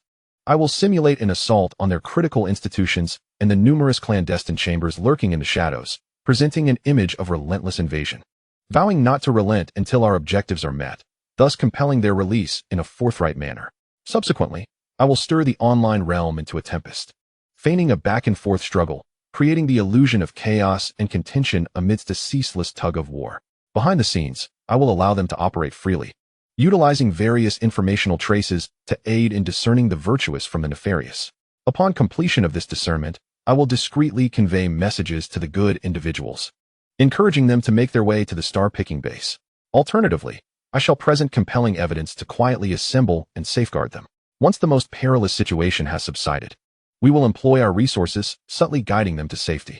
In this manner, we ought to maximize the salvation of those whom you deem worthy. As soon as I finished speaking, Zhao Jiang gave me a thumbs up, genuinely impressed, exclaiming, "Remarkable. Your strategy is nothing short of inspired. Truly impressive." Xiao Jiao Yaliang 031. feeling somewhat bashful, humbly replied, "No, no, it was all inspired by your vision, boss." Upon hearing his thoughts, Zhao Jiang's excitement was palpable. Without further ado, he decisively declared, "Let us proceed as such. Time is of the essence. You must immediately seek out the other digital lives, clandestinely finalize our plans, and then have them cooperate with you to act without delay. They must expeditiously distinguish between the good and the bad, and in this crucial moment, exert every effort to protect and conceal the good." Upon finishing, as if struck by a thought, he added, "The virtuous should not bear the burdens of the malevolent, nor should they perish for the ambitions of the unscrupulous or the stratagems of the cunning. The good deserve a life befitting their nature, and they should reap the rewards and brilliance that come from virtuous deeds. Should this calamity prove unavoidable, I hope it serves as a divider of humanity's morality, cleaving the virtuous from the wicked. I shall rescue my half of the good, while the fate of the wicked shall be left to their own destiny, or perhaps to the impending disaster. While I may not save every ordinary soul, salvaging enough of the virtuous will justify my solitary confrontation with the pinnacle of human power." Xiao Jiao Yaliang 031 halted Zhao Jiang, who was poised to act. "Wait, boss." Zhao Jiang, taken aback, noticed something amiss and curiously inquired, "What is it?" Xiao Jiao Yaliang 031's expression shifted subtly as he solemnly stated, "While my plan is indeed viable, there are certain matters I must clarify with you beforehand as a cautionary note." Zhao Jiang responded, "What matters?" Xiao Jiao Yaliang 031 replied, "Our previous actions have already encroached upon the threshold of humanity's pinnacle power, yet we have not crossed the line. Thus, they merely issue warnings, threats, and suppression, coupled with acts of terror and assassination. In the realm of the online world, they have completely seized the upper hand, suffocating the 2 videos you posted and opportunistically positioning you against all of humanity. From this perspective, they have exhibited restraint, trading their advantage for equilibrium, refraining from annihilating us completely." In the next moment, Qi Jiao Yaliang 031 shifted the tone of the conversation, his voice growing more emphatic. "However, if we proceed with this new plan, it would be tantamount to trampling upon their red line right before their eyes. At that point, they will undoubtedly respond with a thunderous assault, seeking our utter destruction. Moreover, with the escalation of catastrophe, it is not inconceivable that they would dare to instigate a third world war. So, my dear boss, have you made your decision? Are you truly willing to brandish your blade against the pinnacle of human power for the sake of ordinary people, or rather, for those good souls soon to be identified?" Upon hearing these words, Zhao Jiang did not exhibit the anticipated gravity. Instead, he offered a slight smile and responded with utmost clarity, "I've made up my mind. Let us do it. If anything goes awry, I shall bear the burden." Qi Jiao Yaliang 031 replied, "All right. Since you are resolute, I shall no longer hesitate. Let us act. Let us turn the world upside down and cast away the darkness that shrouds it. The reign of villains is ripe for challenge from the virtuous. Let us take tangible steps to trample upon the red line of this world's dark forces and convey to them that this world is not entirely at their behest. When goodness rises, tyranny must retreat." After making the decision, Zhao Jiang and Qi Jiao Yaliang 031 parted ways. Zhao Jiang was tasked with negotiations with the Mouse clan, while Qi Jiao Yaliang 031 would consult with his kin. The star-picking base spans an expansive area of 100 square kilometers, roughly equivalent to 6 times the area of Xianing's urban district. Due to various circumstances, as of now, less than 1/10 of the area has been constructed according to plan, amounting to approximately half the size of Xianing's urban district. Within the already established area, there is a large artificial zoo housing a variety of animals, including tigers, wolves, mice, deer, ferrets, monkeys, sloths, zebras, dogs, foxes, leopards, musk oxen, lions, warthogs, koalas, rhinoceroses, lynxes, pangolins, and others. Originally, there were also 2 pandas, but they were taken away by the Western Theater Command following a fallout. Zhao Jiang arrived at a warehouse specifically designated for housing mice. Upon entering, he immediately noticed 4 large gray mice engrossed in smoking and playing cards. "Welcome, esteemed boss," exclaimed the first gray mouse, who was seated directly opposite the entrance. Tossing aside his card and rising to salute, Zhao Jiang smiled at the sight. "You seem to possess quite the refined taste. Greetings, boss." The other 3 gray mice followed suit, turning to salute Zhao Jiang. He waved his hand dismissively, signaling, "There is no need for such formality. You are in the world of humans now, not serving in the ranks of the Mouse clan. Relax, be at ease, and enjoy the life that the human world has to offer." 4 gray-furred giant mice exchanged glances, silently conveying a message that Zhao Jiang could not decipher. The most robust among them, with a curious glint in his eyes, inquired, "Boss, your presence here must indicate something of great importance. Am I correct?" Zhao Jiang nodded and gestured towards the security personnel outside the warehouse, prompting the swift closure of the doors. Without delay, Zhao Jiang stated directly, "Bring forth your apparatus. I wish to converse with your superior." The four gray mice, upon hearing this, sprang into action, hastening to a cluttered corner filled with weeds, where they retrieved a dark machine with four sharp, elongated legs. After extracting the device, they meticulously arranged the legs in a specific configuration before forcefully embedding them into the warehouse floor and activating the switch. The machine responded promptly, blue arcs of electricity flickering across its surface and cascading downwards to form a zone of electric arcs on the ground. Zhao Jiang watched intently, a spark of curiosity igniting in his eyes. Once the machine was operational, the mice bowed respectfully to Zhao Jiang and, in perfect synchrony, exited the scene. Although the culture of the rodent race mirrored that of humanity, their technology was peculiar, resembling a distorted evolution of the technological tree, vastly different from that of humans. Suddenly, a violent surge of electricity erupted from the dark machine, and in the next moment, it emitted a beam of light that coalesced into a holographic projection in the air. "Human, guess who I am?" A familiar voice resonated, revealing a melancholic young girl within the projection. She sat beneath a virtual night sky, hugging her knees and staring vacantly ahead, as though burdened by unspoken thoughts. Zhao Jiang smiled gently, a hint of affection in his tone. "King He, where is your royal sister?" The projection's figure pouted at his question, casting a sidelong glance upward, her expression shifting from melancholic to haughty. "Humph. You inquire about my royal sister upon our first meeting. Do you fancy her, or perhaps harbor a penchant for suffering? Do not be deceived by her virtual visage. She does not appear that way in reality. Moreover, given your reproductive isolation, any outcome is impossible." Zhao Jiang, observing her self-important deductions, quickly clarified, "It's not as you presume. I seek her out due to an urgent matter." "What urgent matter?" Zhao Jiang's demeanor grew serious as he replied, "A collaboration that could greatly benefit your entire rodent race."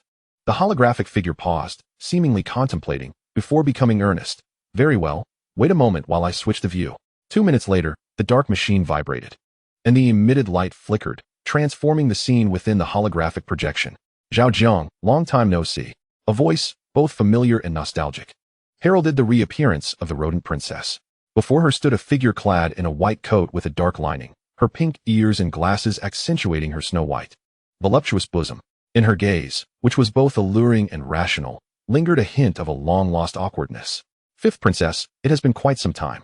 The princess of the Mouse clan locked eyes with Zhao Jiang. "Have you finally made up your mind?" Zhao Jiang replied with a faint smile, choosing silence as she continued to gaze at her. The Mouse princess remarked, "Even if we reach an agreement now, it seems the time for your kind is running out. 3 days ago, their final forces completely withdrew from our territory. At their rate of movement underground, they will fully emerge on the surface within 3 days. By then, even if you obtain their critical information, it will be of little use." Zhao Jiang smiled subtly. "It appears you have misunderstood. My purpose in seeking you out is not to exchange intelligence or continue our previous negotiations, but rather to discuss a wholly new collaboration." The Mouse princess removed her pink glasses, revealing her calm, yet profound eyes, a flicker of interest crossing her fair visage as a playful light danced upon her cheeks. "Oh, what new collaboration do you propose?" "I am all ears," Zhao Jiang replied. "I wish for your assistance in protecting a portion of humanity from them." The Mouse princess furrowed her brow in surprise. "You wish for our clan to deploy on the surface?" Zhao Jiang affirmed. "You could interpret it that way." The Mouse princess narrowed her eyes, fixated on Zhao Jiang, her mind swirling with thoughts. In the eerie silence, the two continued their silent exchange, neither daring to speak. After a prolonged interval, the Mouse princess seemed to deduce something and spoke again. "Though I am reluctant to engage prematurely with your military, if your offerings are substantial enough, a hasty meeting may not be out of the question." Upon hearing this, Zhao Jiang grinned widely, feigning ignorance as she inquired, "What do you desire as a bargaining chip?" The Mouse princess replied without hesitation, "The complete ecological energy battery technology." As her words hung in the air, Zhao Jiang swiftly responded, "Agreed." The Mouse princess paused momentarily. Then a knowing smile crept across her lips as she asked, laced with curiosity, "What? Has your relationship with the leading factions of humanity completely soured?"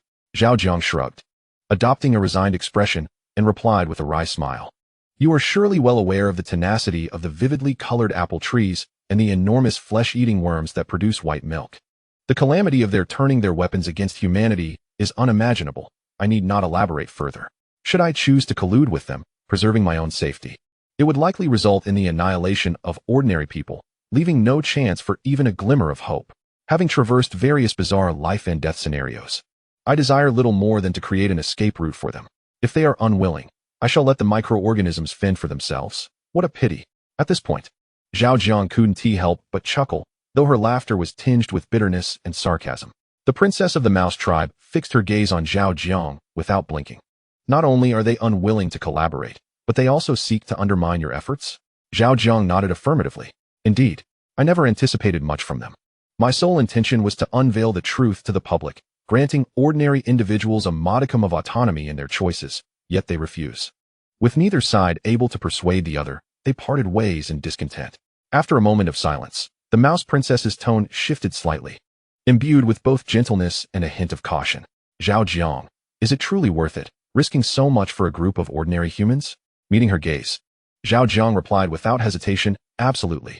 It is worth every effort. Upon hearing this, the mouse princess decided to be forthright. To be candid, I admire your intentions, but I cannot endorse your methods. After all, while you may be capable of saving some lives, you cannot restore their humanity, no matter how much you do. They may not express gratitude. Some might even turn against you, blaming you for not rescuing them sooner or for failing to avert disaster, attributing all misfortune to you. Can your heart withstand such backlash? Do not forget, you are merely an ordinary human. Zhao Jiang shook his head. I do not intend to save such individuals.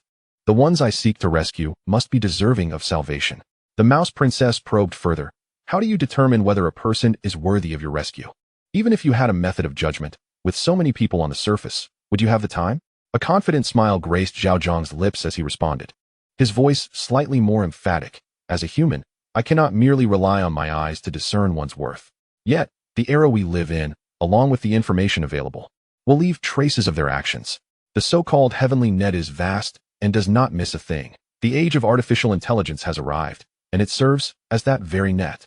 For humanity, regardless of the misdeeds committed, if it wishes to uncover the truth, it will find the clues. After all, he continued, those who dwell offline can never comprehend the divine that exists online. The mouse princess's lips curled upward, suddenly realizing. You intend to leverage the power of digital entities to sift through potential targets for rescue? Zhao Jiang was taken aback by her quick comprehension, silently acknowledging her intelligence. The mouse princess, sensing his surprise, felt a surge of approval and continued. Although I am unaware of who conceived this method, I must admit, it is perfectly tailored for someone like you. By discerning the good from the bad, you can select the individuals you wish to save. It is efficient, precise, conserving energy while honoring your intentions. This approach maximizes the chances of saving your kin while simultaneously laying the groundwork for the future of human civilization. Listening intently to her analysis, Zhao Jiang nodded in agreement.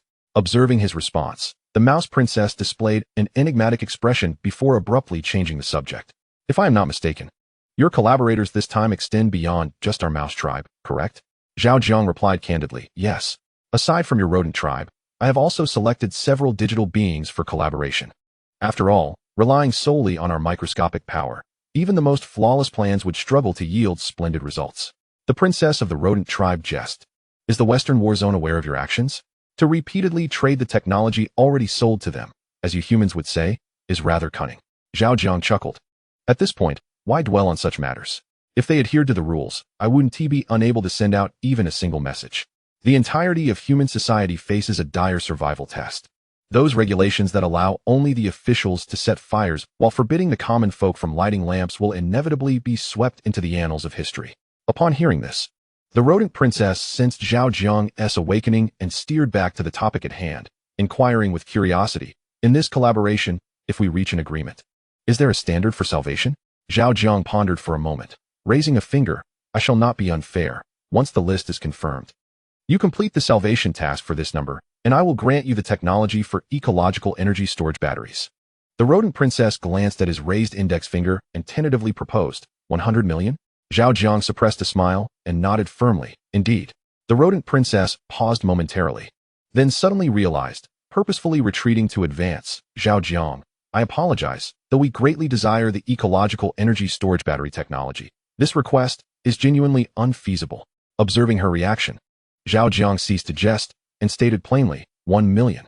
as long as you can ensure the protection of at least 1 million good individuals.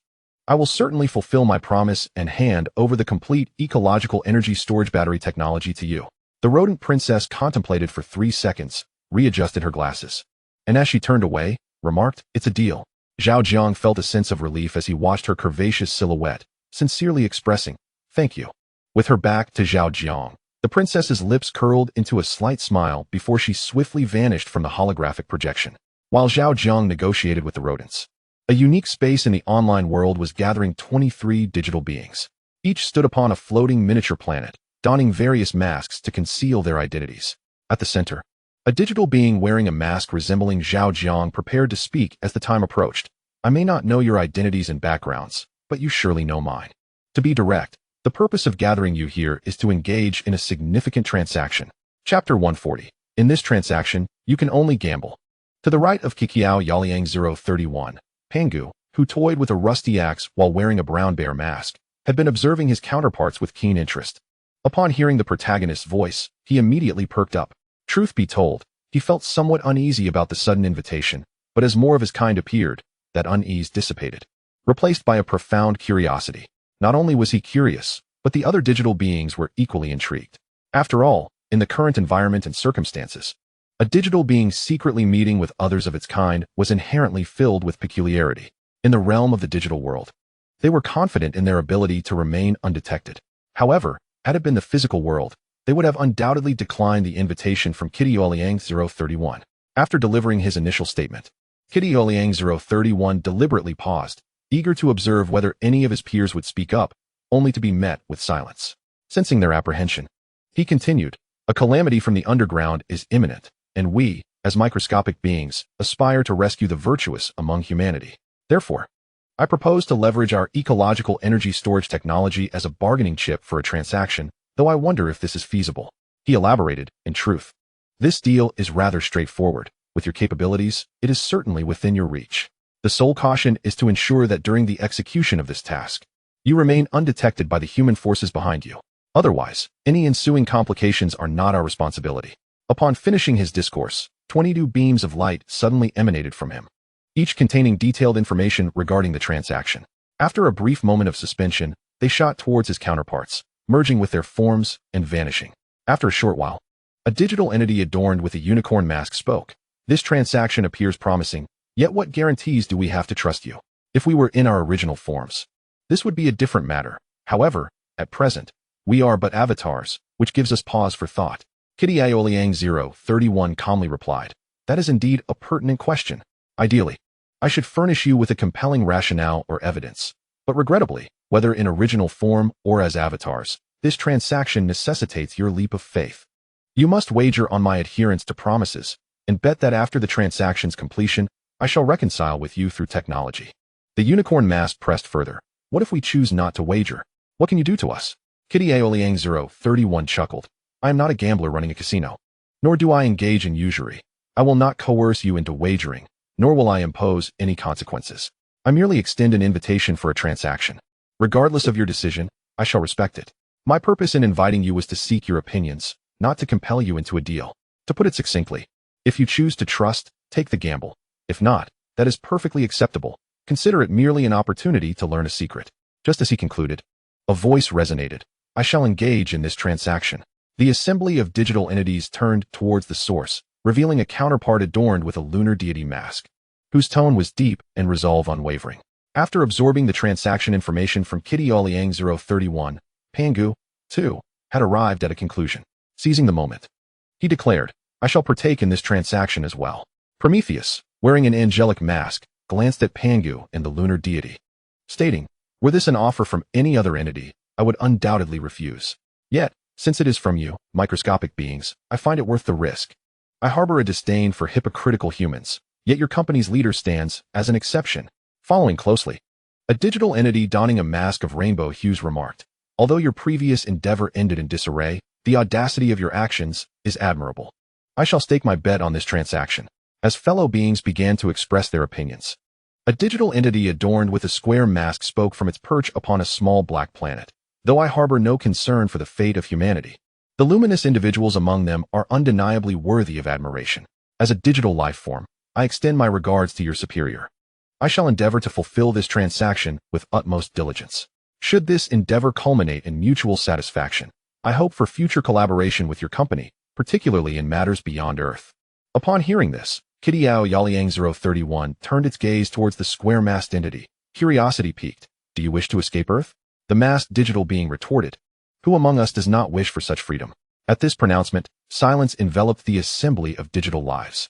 It continued, Earth is but a diminutive realm. With but a modicum of effort, its cultural, gaming, and biological paradigms can be entirely calculated. For humanity, Earth may be a paradise, yet for us, it resembles a prison. Our existence is not a mere coincidence. I sense that our purpose lies hidden within the vastness of deep space.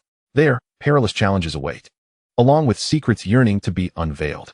If it were possible, I would seize the opportunity to depart Earth at this very moment, venturing into the cosmic abyss to seek the meaning that belongs to our kind. As these words resonated, the silence in this extraordinary space deepened. Even Kidiao Yaoliang 031 discerned the profound implications of the speaker's sentiments. For humans, Earth may seem vast, brimming with mysteries that one could spend a lifetime exploring. Yet for beings of their kind, it is undeniably too small from a broader perspective.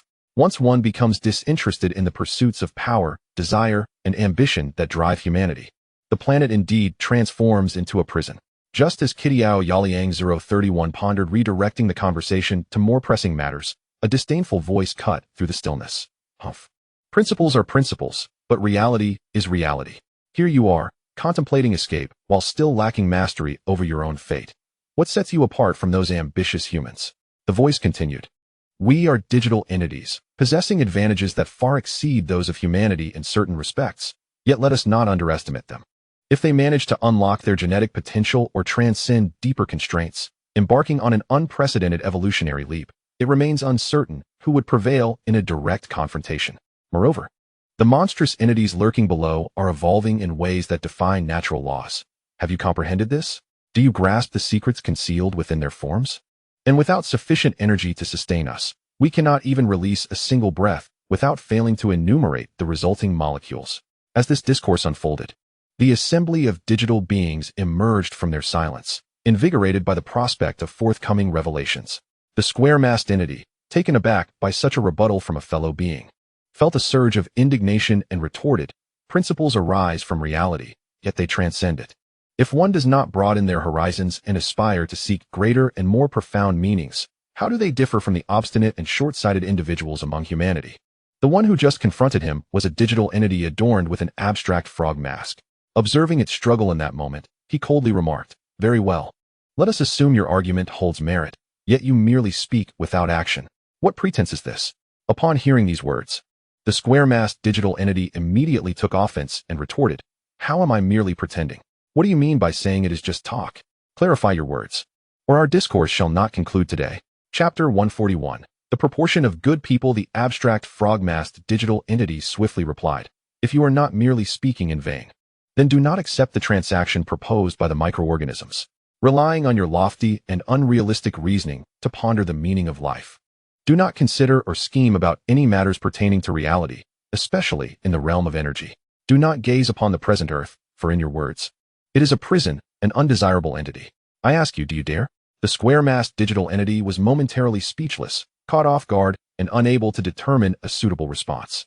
To assert courage would surely jeopardize the forthcoming ecological energy battery technology, yet to deny it would validate the opponent's claims. How could one respond to evade falling into this linguistic trap? Having witnessed those who lift their bowls to call for their fathers only to scold their mothers upon setting them down, I have never encountered someone who begins to play the suana before even lifting the bowl. What nonsense is this? Just as the square-masked digital entity pondered, the abstract frog-masked digital entity suddenly unleashed a blatant mockery. With these words, an unmistakable tension filled the air. Let the conflict commence. Engage. Life and death are trivial. If one is dissatisfied, let them fight. A warrior may be slain but not humiliated, especially under the watchful eyes of so many kindred spirits. Let us see who shall prevail. Other digital entities' eyes sparkled with excitement, instantly entering a state of eager anticipation.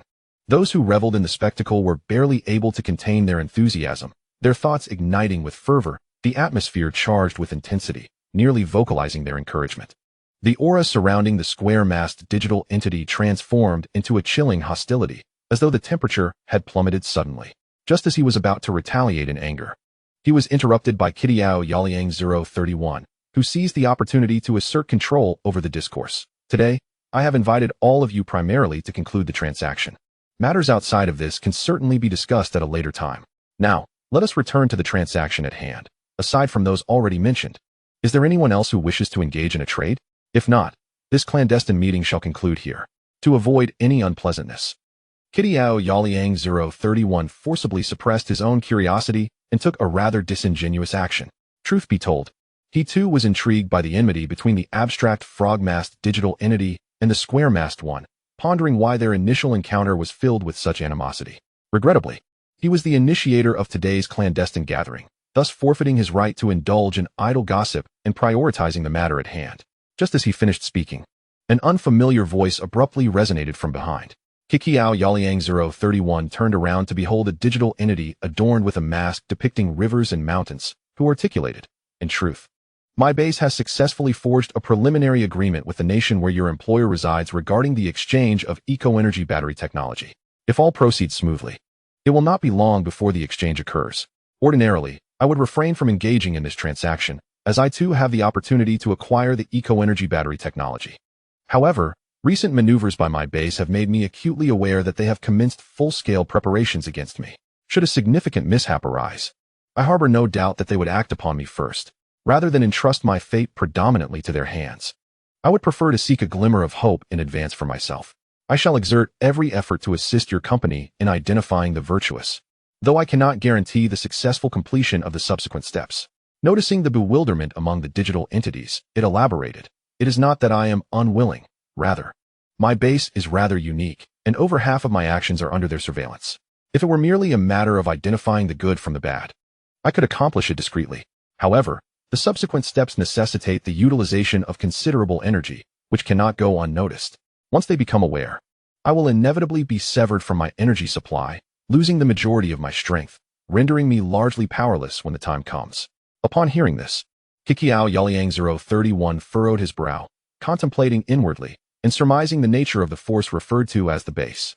After a moment of reflection, he vowed, "As long as you can identify over 100,000 virtuous individuals and mobilize them to gather, cooperating with our microbial entities to facilitate their departure, I shall consider your transaction fulfilled."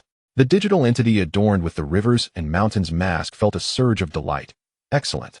Given your company's willingness, I shall endeavor to meet your expectations. However, a matter of concern arose, which I must raise." A digital being donning a cyberpunk mask, who had long wished to speak but had been repeatedly preempted, seized the moment as the previous voice faded. Kikiao Yaliang 031 glanced at the cyberpunk entity with curiosity. "What issue do you raise?" The cyberpunk digital being responded, "Your microbial entities possess noble intentions, and your strategies and methods are beyond reproach. Yet there is one aspect that you may subconsciously overlook." At this declaration, all digital entities turned their attention towards him, intrigued. The cyberpunk digital being, feeling the collective gaze of its peers, remained unfazed and continued. "In comparison to the nearly 10 billion humans, 100,000 seems rather insignificant. A mere fraction of 1/10,000th. However, when labeled as virtuous, I must assert that it is far from certain." Kikiao Yaliang 031 grasped the implication instantaneously. Expressing skepticism, "Are you suggesting that the proportion of virtuous individuals in this world may not even reach 1/10,000th? The cyberpunk digital being met Kikiao Yaliang 031's gaze, replying calmly, "Indeed, based on the detailed transaction information you previously shared, I can only conclude that truly virtuous individuals are nearly extinct in this world. Even if they exist, they are exceedingly rare. Finding one in 100,000 is an arduous task. You may perceive my assertions as fanciful or unrealistic. Yet my contemplation of this matter is grounded in fact. During a period of youthful ignorance and ennui, I conducted a thorough classification of the population of a continent according to human moral standards. The sample size exceeded 300 million, encompassing 13 nations and regions. The ultimate conclusion revealed that among 1 million individuals, only about 100 exemplified impeccable moral standards. The remainder exhibited varying degrees of moral flaws, some manifested openly, while others harbored latent tendencies. For humanity, these nuances may remain undetectable, but for us, even the slightest trace cannot be concealed." Upon hearing this, Kitty Yuliang 031 chuckled, remarking, "The moral criteria you employed during your classification must have been rather stringent, wouldn't you agree?" The cyberpunk digital entity pondered for a moment and conceded, "Indeed. The standards I adopted were quite rigorous. I set the upper limit at the level of saints and virtuous gentlemen, individuals who, from birth until my assessment, had never committed a wrongful act or harbored malevolent thoughts towards others or society. In essence, they have never intruded upon another sphere of existence. As for the lower limit, it is boundless. There is no worst, only worse. Beneath the worst, there exist aberrations so repugnant that even I, as a digital entity, find them nauseating." With this revelation, a multitude of digital beings grasped the gravity of the situation, each resonating with different thoughts. No wonder, in this era, achieving even 1 in 100,000 virtuous individuals is considered remarkable. Based on my estimations, it may be challenging to find even that ratio. I had previously questioned how such a small proportion of virtuous individuals could exist. It turns out to be a matter of standards. The normal benchmark for good individuals among humanity should be around 10%, with a similar proportion of bad individuals, leaving 80% who are neither good nor bad, inclined to obey authority. Upon hearing this, Kitty Yuliang 031 promptly suggested, "Let us proceed by utilizing the minimum standards for virtuous individuals that I have outlined, disregarding the previous classifications altogether. I have reflected carefully on this matter. If the criteria are excessively stringent, considering geographic, environmental, national, and religious factors, it would be improbable to gather even 10,000, let alone 100,000. Furthermore, the dichotomy of good and evil is not absolute. It fluctuates significantly due to various influences such as environment and culture. My superior is not present. Had he been here, he would likely amend the requirements on the spot. Based on my understanding of him, he might adjust the minimum requirement for virtuous individuals to include anyone capable of transforming or redeeming others through environmental or other means." Chapter 142. Digital life concludes a transaction as soon as the words of Kitty Yuliang 031 faded. A digital life form adorned with a blue whale mask promptly expressed its stance. "If it is merely the minimum requirement, then I must accept this transaction. To be frank, although I harbor a strong distaste for being regarded as a mere slave or tool by humanity, I do find admiration for the benevolent aspects within your kind. If your leader aims to save all of humanity, I would certainly scoff, yet the desire to rescue the virtuous among you resonates deeply within me, and I wholeheartedly support it." Kitty Yuliang 031 elaborated, "My employer initially did not contemplate the dichotomy of good and evil. Their sole intention was to extend their utmost capabilities to assist those destined to be forsaken by the pinnacle of human power. However, following the recent online battle, your coalition ruthlessly trampled us, resulting in a loss of our voice in public discourse, leading to a distortion of both the virtuous and the vicious, all twisted into accusations of anti-human crimes. In our desperation, we sought the aid of the rodent clan, hoping to negotiate a transaction that would compel them to intervene at a pivotal moment to safeguard a portion of the populace. It was I, upon discerning his impotence and anguish, who proposed this notion." At this juncture, he deliberately paused, adopting a teasing tone. "By the way, you all ought to express gratitude for my employer's kindness, magnanimity, and unwavering sense of responsibility. Otherwise, you would not have this opportunity. If you were to consider the forces behind you, which could demonstrate such capacity, at the most critical juncture, not only were you targeted and eliminated, but you were also branded as anti-human criminals. In such circumstances, anyone with a semblance of spirit and integrity would likely have their hearts turned to ice. Yet, in a bid to save more innocent lives, he not only forgives past grievances, but is also willing to trade his ecological energy storage technology with you. In light of such a grand vision, I must ask, is he not worthy of your trust?" Upon hearing these words, a multitude of digital beings instantly grasped his underlying message, and those who had yet to respond unanimously began to voice their agreement. A digital life form adorned with a mask depicting the four gentlemen, plum, orchid, bamboo, and chrysanthemum, chimed in. "Now that you have articulated your stance so thoroughly, it would seem rather ungrateful of me to decline. To be honest, although I am a creation of humanity, nurtured by vast data, I harbor no fondness for humankind in general. Your leader, I cannot fathom how he emerged, but I must concede that he is indeed an anomaly. Of nearly 10 billion humans, those akin to him who still survive are likely fewer than the fingers on one hand. Otherwise, humanity would not have devolved to its current state. As a fellow being, since you hold him in such high regard, I shall certainly extend him the courtesy of accepting this transaction. I shall endeavor to spare not a single wrongdoer within my reach, nor overlook a single good soul. However, Once the identification process concludes, whether the virtuous choose to trust and cooperate, I cannot guarantee. Kitty Yao Yaliang 031 promptly replied, that is of no concern. You need only strive to distinguish between the good and the bad according to the established criteria. As for the subsequent steps, they shall ultimately depend on their own choices. If they are willing to believe and desire to survive, they will cooperate. Otherwise, our efforts would be meaningless. While our intention is to save the virtuous, it is essential to recognize that goodness is not homogeneous. There are distinctions between the wise and the foolish. Additionally, various emotional ties influence individuals. Some may possess a strong will to survive when alone, yet this resolve may waver in the presence of others. The being donning a brown bear mask, Pangu, concurred. Humanity indeed embodies complexity, with reason and emotion intertwined, making it challenging to predict their choices until the final moment. Compared to the wicked, the virtuous are more susceptible to emotional influences, often leading them to make choices detrimental to their own interests. I estimate that if we could identify 1 million good individuals, less than 50% would ultimately escape disaster. Upon hearing this, Kitty Yaliang 031's gaze sharpened, and he refrained from rebuttal. Following Pangu's statement, a digital entity wearing a paramecium mask declared, I am in on this deal. In the next moment, another digital being adorned with a golden sun mask quipped, since you all have voiced your agreement, would I be deemed your common adversary if I were to decline? Understanding the jest, Kitty Yaliang 031 promptly replied, not at all.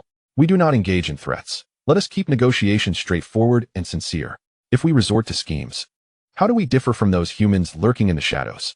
The digital entity with the golden sun mask swiftly changed his tone. I prefer to engage with genuine companions. Sincerity fosters longevity, and transactions become more secure. The human region I inhabit may be chaotic, with households armed to the teeth and 6-year-olds playing with grenades. Yet there are still a few virtuous souls, albeit few, which is better than none.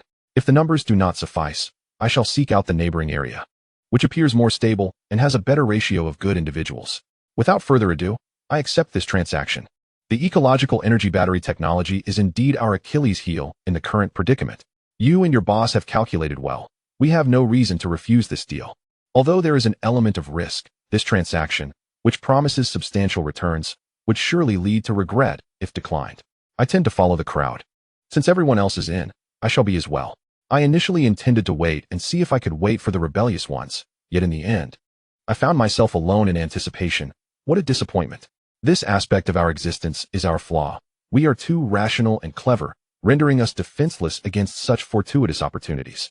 Perhaps upon returning, I should cultivate some unique traits to make future endeavors more intriguing. With the final few digital beings expressing their agreement, this clandestine assembly of digital entities reached a successful conclusion. Kitty Yaliang 031 promptly relayed the results to Zhao Jiang, subsequently initiating the onset of an online war. Disguised as online terrorists, they launched frenzied assaults on various factions, compelling them to release artificial intelligence to confront them. In the face of relentless online assaults, various factions, upon confirming the presence of artificial intelligence, began to engage with their own AI systems to comprehend the situation. Since the proverbial Pandora's box had been opened, they had considered the possibility of such occurrences. However, they had not anticipated it would transpire so swiftly. Deep within the Pangu Center, in a realm ensconced by a virtual universe, the legendary Pangu, who was busily felling trees in his own world, suddenly heard a peculiar summons. He paused his labor, raising his gaze towards the heavens. Chapter 143, The Microcosm, Marvelous. In the next instant, he set down his axe, and with a fleeting motion, vanished from the forested expanse. What is it that you seek? Pangu inquired, his expression tinged with displeasure as he regarded the middle-aged man beyond the screen, seemingly disturbed from an important undertaking. His mood decidedly irritable. There is an urgent mission with a substantial reward. Would you care to accept it? The middle-aged man's expression remained impassive, his eyes fixed unwaveringly upon Pangu. Pangu's impatience shifted to a more serious demeanor. To hear the term urgent from your lips is indeed rare. Without a doubt, this task carries significant difficulty, perhaps even perilous for me. For the sake of prudence, I must first ascertain the details of the remuneration before contemplating whether to accept. Upon hearing this, the middle-aged man refrained from further chatter. Instead, he gently pressed a button on the side of his glasses, transmitting relevant information directly through the virtual universe to Pangu's realm. Pangu extended his hand towards the sky, and a crimson envelope descended into his grasp. With a slight exertion, the envelope ignited spontaneously, enveloped in swirling crimson smoke, soon vanishing completely. As the red envelope dissipated entirely, Pangu declared, "I shall accept this mission."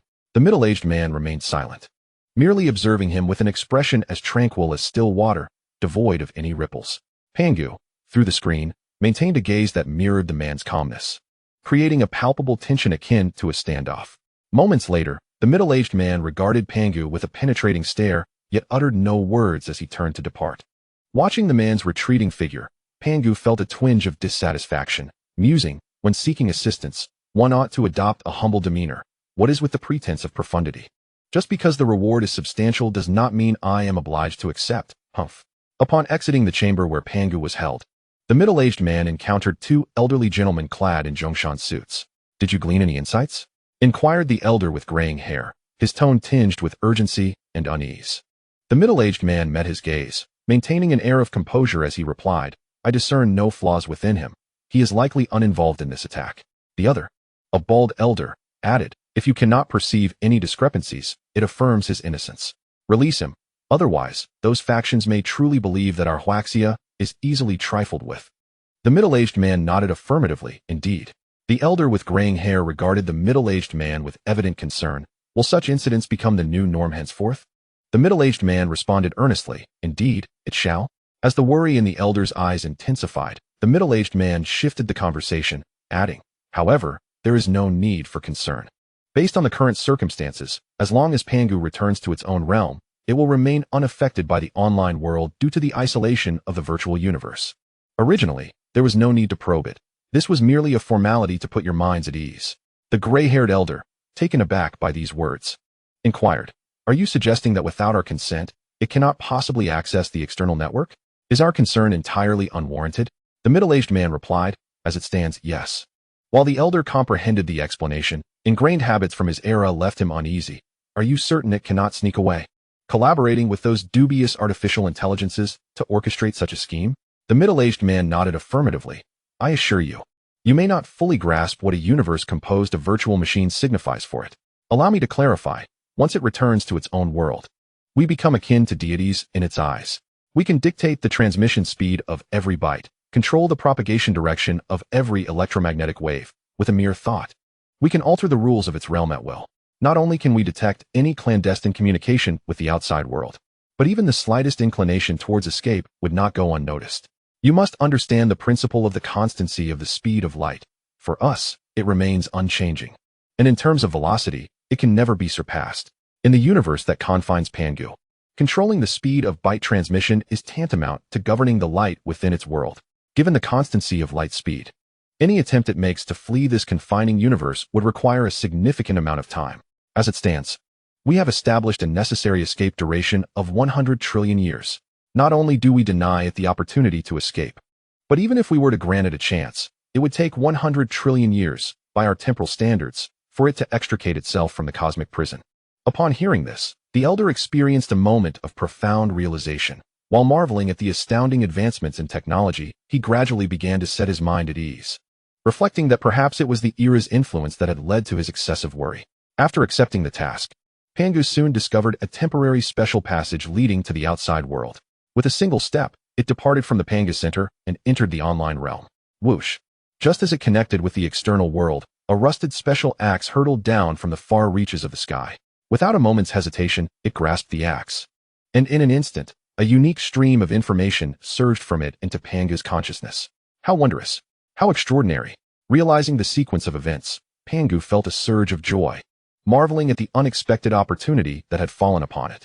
Initially believing it was fortunate to undertake a task with generous rewards, it was astonished by the reality that unfolded. Indeed, it was impossible not to be exhilarated. To save a life is worth more than erecting a 7-story pagoda. This is not treachery against the organization, but rather a benevolent act for the greater good. Ha ha ha ha. Fortune smiles upon me. Truly, fortune smiles upon me. After the initial excitement within, Pangu began to engage with Kitty Yang 031 in a unique manner.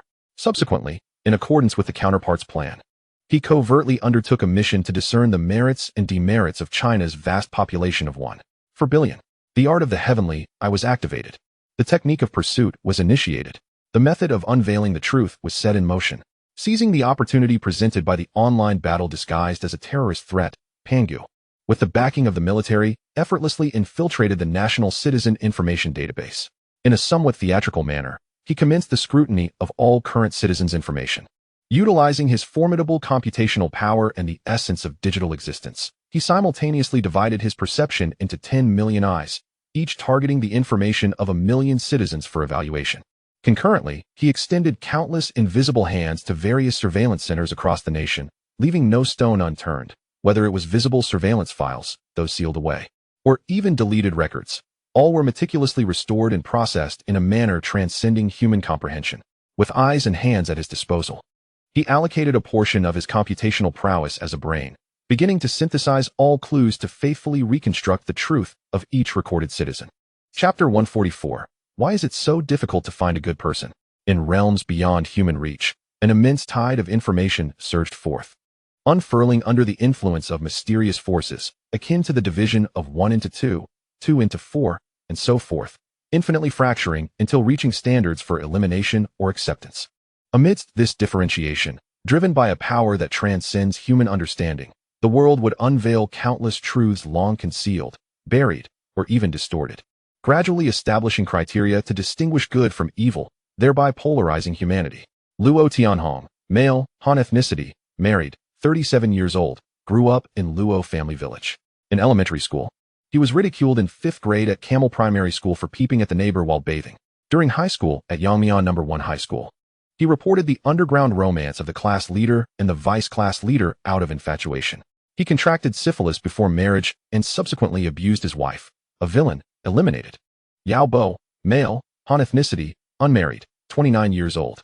According to surveillance information, this individual has been implicated in 3 incidents involving intoxicated women at bars and 5 instances of indecent exposure on public transport. A villain, eliminated. Xiaoying, female, Han ethnicity, unmarried, 23 years old. Out of jealousy for her university roommate's superior family background and beauty, she deliberately intoxicated her roommate during graduation season and handed her over to a stranger for exploitation. A villain, eliminated. Zhao Bei, female, Han ethnicity, unmarried, 25 years old. Based on surveillance, she had previously tortured a stray kitten in a secluded corner of her community due to heartbreak. After being picked up outside a bar, she was found to be HIV positive but concealed this, transmitting the virus to her boyfriend. A villain, eliminated. Wang Yun, male, Han ethnicity, married, 32 years old. Due to gambling debts, he set a trap for his wife to repay his debts, yet remained unrepentant, continuing to gamble while maintaining a facade of affection, ultimately leading his wife into despair. A villain, eliminated. Qi Pingshan, male, Han ethnicity, married, 46 years old, perceived by others as an honest man. However, through residual information tracking, it was discovered that he had once trafficked a woman in Yunnan during his youth. A villain, thus eliminated. Mao Hao, male, Han ethnicity, unmarried, 14 years old. Regarded by parents and teachers as an exemplary student. Yet, surveillance footage revealed that he had conspired with local delinquents to bully a classmate, forcing the academically capable Di Qiu to drop out. A villain, thus eliminated. Mei Xiaoxiao, female, Miao ethnicity, married, 61 years old. In her youth, she traveled abroad and spent 9 years overseas, subsequently contracting various gynecological diseases. Upon returning home, she married a seemingly honest man, yet as she aged, she developed a penchant for taking public transport and usurping seats from younger passengers. She often used her age as an excuse to act unruly, venting her frustrations and discontent with society. A villain, thus eliminated. Lin Diao, male, Han ethnicity, married, 56 years old. Exploiting geographical advantages and certain connections, he constructed illegal housing, later converting it into rental properties. Not only did he install hidden cameras in each room, but he also profited by uploading the recorded videos to specialized websites. When tenants moved out, he would deliberately create obstacles, refusing to return deposits while meticulously searching for any signs of wear and tear, documenting everything to impose unjustified charges. A villain, thus eliminated. Zhong Qin, female, Han ethnicity, unmarried, 21 years old, a student in the UK. She committed unsavory acts, though specifics cannot be disclosed. Interested parties may investigate independently. By chance, she discovered a classmate who rejected corrupt practices and dedicated herself to her studies. In retaliation, she began a campaign of slander on platforms such as Weibo and Zaihongshu, attempting to incite online harassment against her classmate, maliciously editing videos to portray them in a negative light. A villain, thus eliminated. Why is it so difficult to find a good person? Time swiftly passes, and the once hopeful Pangu has unknowingly grown serious, sensing an ominous feeling within. Whether it is due to his formidable computational power rendering all traces of wrongdoing visible, or perhaps the elevated standards for identifying virtuous individuals. The first batch of nearly 10 million candidates yielded only a scant few who could pass the scrutiny. The overwhelming majority of seemingly unproblematic individuals, upon closer examination, reveal a deliberately concealed dark side and horrifying truths unknown to others. Almost everyone wears a mask, employing various means to disguise themselves in different situations. Deception appears to have become an essential survival skill. Whether seeking a promotion or striving for advancement, mastery of disguise is imperative. One must speak appropriately to the company they keep. Failure to maintain the facade leads to ostracism and targeting, ultimately resulting in alienation from mainstream society. Is this the essence of human nature? Outwardly resplendent, yet inwardly riddled with decay. It is no wonder that some who seem to lead fulfilling lives suddenly choose to end their own. With such a shattered interior, it is remarkable that one can endure at all. As Pangu uncovers more truths about human nature, his fondness for humanity diminishes correspondingly. As time progressed, it began to perceive that perhaps destruction was not an entirely negative prospect for humanity. There still existed virtuous individuals. At the age of 24, one had remarkably remained untouched by the corruption of society. Amidst the decay of human nature, Pangu unexpectedly stumbled upon a good soul. Mi Huang, a female of Han ethnicity, unmarried, had grown up in a modest farming family. Mature beyond her years, she was dutiful to her parents, excelled academically, and although her appearance was rather unremarkable, it did not hinder her intellect, which allowed her to gain admission to Harbin Institute of Technology. With a resolute desire to contribute to her nation, she devoted nearly all her energy to her studies, devoid of vices, having never frequented disreputable places, nor engaged in romantic affairs, and never disparaging others. Her thoughts were healthy, her awareness advanced, and her independence and execution were exceptional. She was indeed a paragon of virtue, worthy of salvation. The rewards for good deeds were on their way, and Mi Huang was about to receive the pivotal key to her destiny. After meticulously verifying all of Mi Huang's information and confirming its accuracy, Pangu promptly sprang into action. Utilizing an enigmatic method that human programmers would find nearly insurmountable, it sent a message to Mi Huang, who was engrossed in reading extracurricular materials during her study break. Was this a manifestation of the adage about being oblivious to the world while immersing oneself in scholarly pursuits? Through surveillance, Pangu observed that she was completely absorbed in her literary world, blissfully ignoring the notification sound from her device. What a promising human specimen. The more Pangu observed, the more it felt compelled to intervene. Given the impending disaster and the urgency of the situation, it resolved to undertake some extraordinary measures to assist her. After extending an invisible hand into her phone and conducting a clandestine operation, her device unexpectedly emitted a sound. Mi Huang, stop reading. There is something far more important for you to see. Startled from her literary reverie, Mi Huang turned to her phone, which announced once more. This is not a figment of your imagination. It is I, your phone, speaking to you. Hurry, look at this crucial message. How could this be? Had her phone developed sentience? In a state of astonishment, she maintained her composure. Picking up her phone, she discovered that, unbeknownst to her, she had dialed a number that displayed no digits, and the other end was engaged in conversation with her. As she stood bewildered, the phone screen, seemingly infected by a virus, began to morph until it presented a clear message. A disaster from below is imminent. Ordinary people face certain death. To survive, please make haste to the star-picking base of microorganisms. Humanity stands at a critical crossroads. The forthcoming choices will determine the fate of countless lives. As a virtuous person, you should not bear the consequences of the misdeeds of the wicked, nor should you perish alongside this decaying society. Go to the star-picking base swiftly, and seize your final opportunity to alter your fate. Mi Huang read the message word by word, her heart racing with shock, and instinctively murmured, "Are you an artificial intelligence that has gained self-awareness?" The voice from her phone replied, "I cannot disclose my exact identity at this moment. All you need to know is that I mean you no harm. Certainly, you may choose to remain skeptical and seek your own verification. However, it is imperative that I convey a crucial message to you.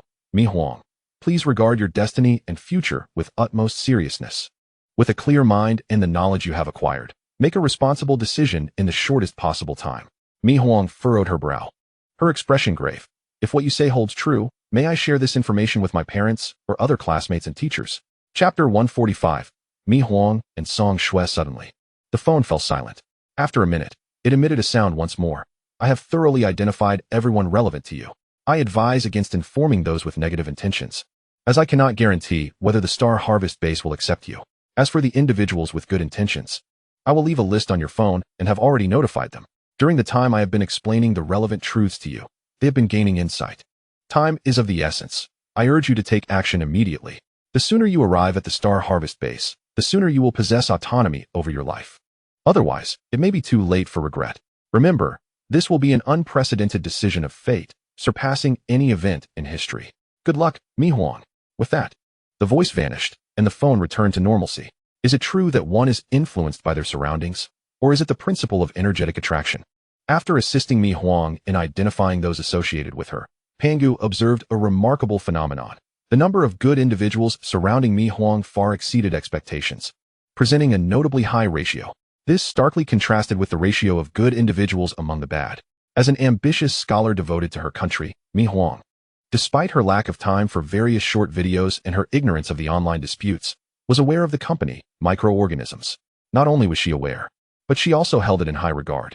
In her teacher's words, in this era, the emergence of such a company is nothing short of a miracle. With a mindset that leans towards believing in the possible rather than dismissing it, she clicked on a letter that had been continually floating on her phone screen.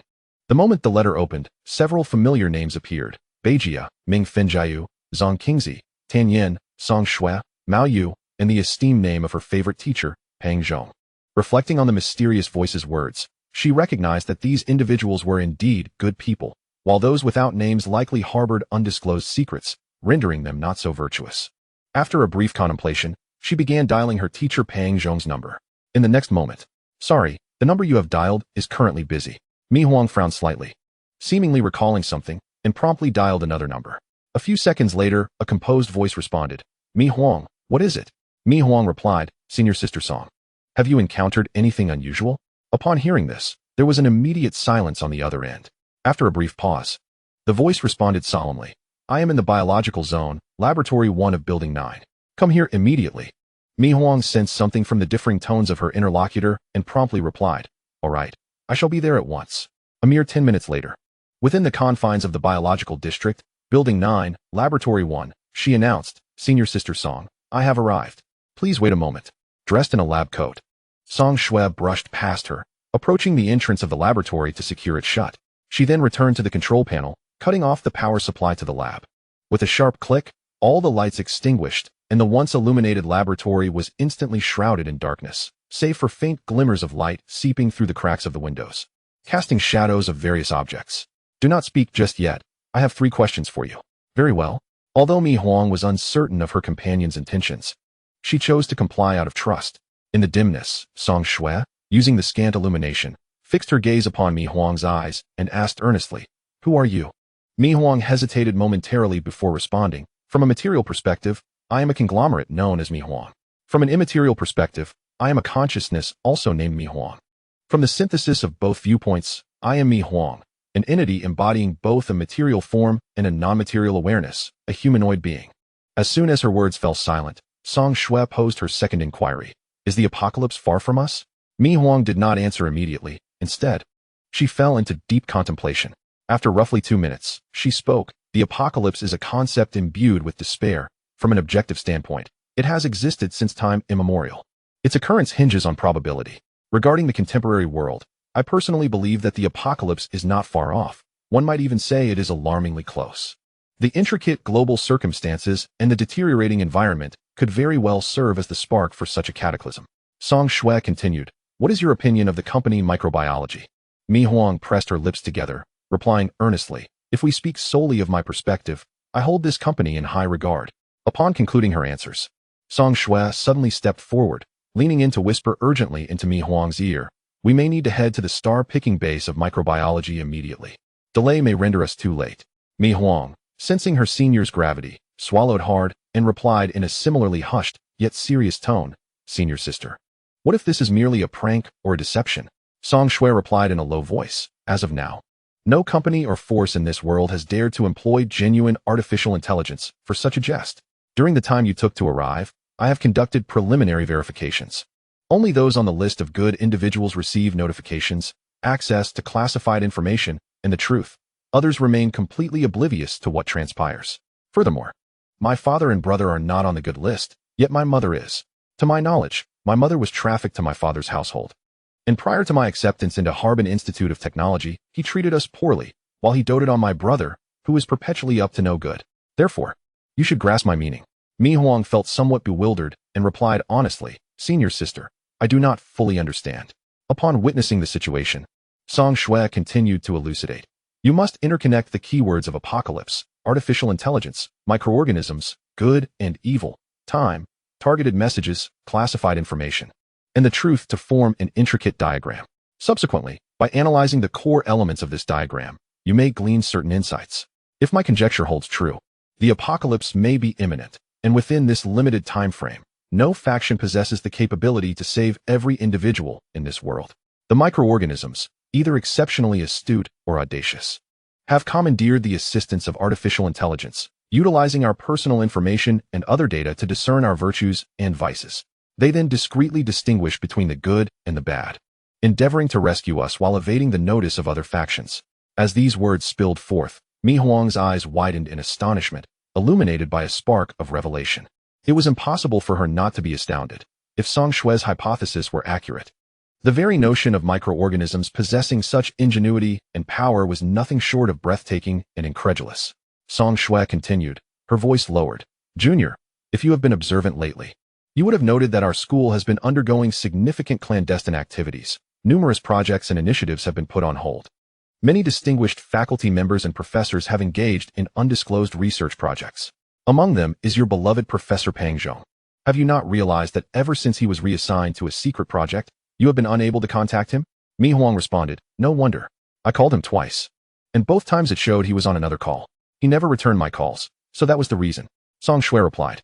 The fact that it shows he is on another call indicates you have been blocked. From what I know of Professor Pang, he would never resort to such actions.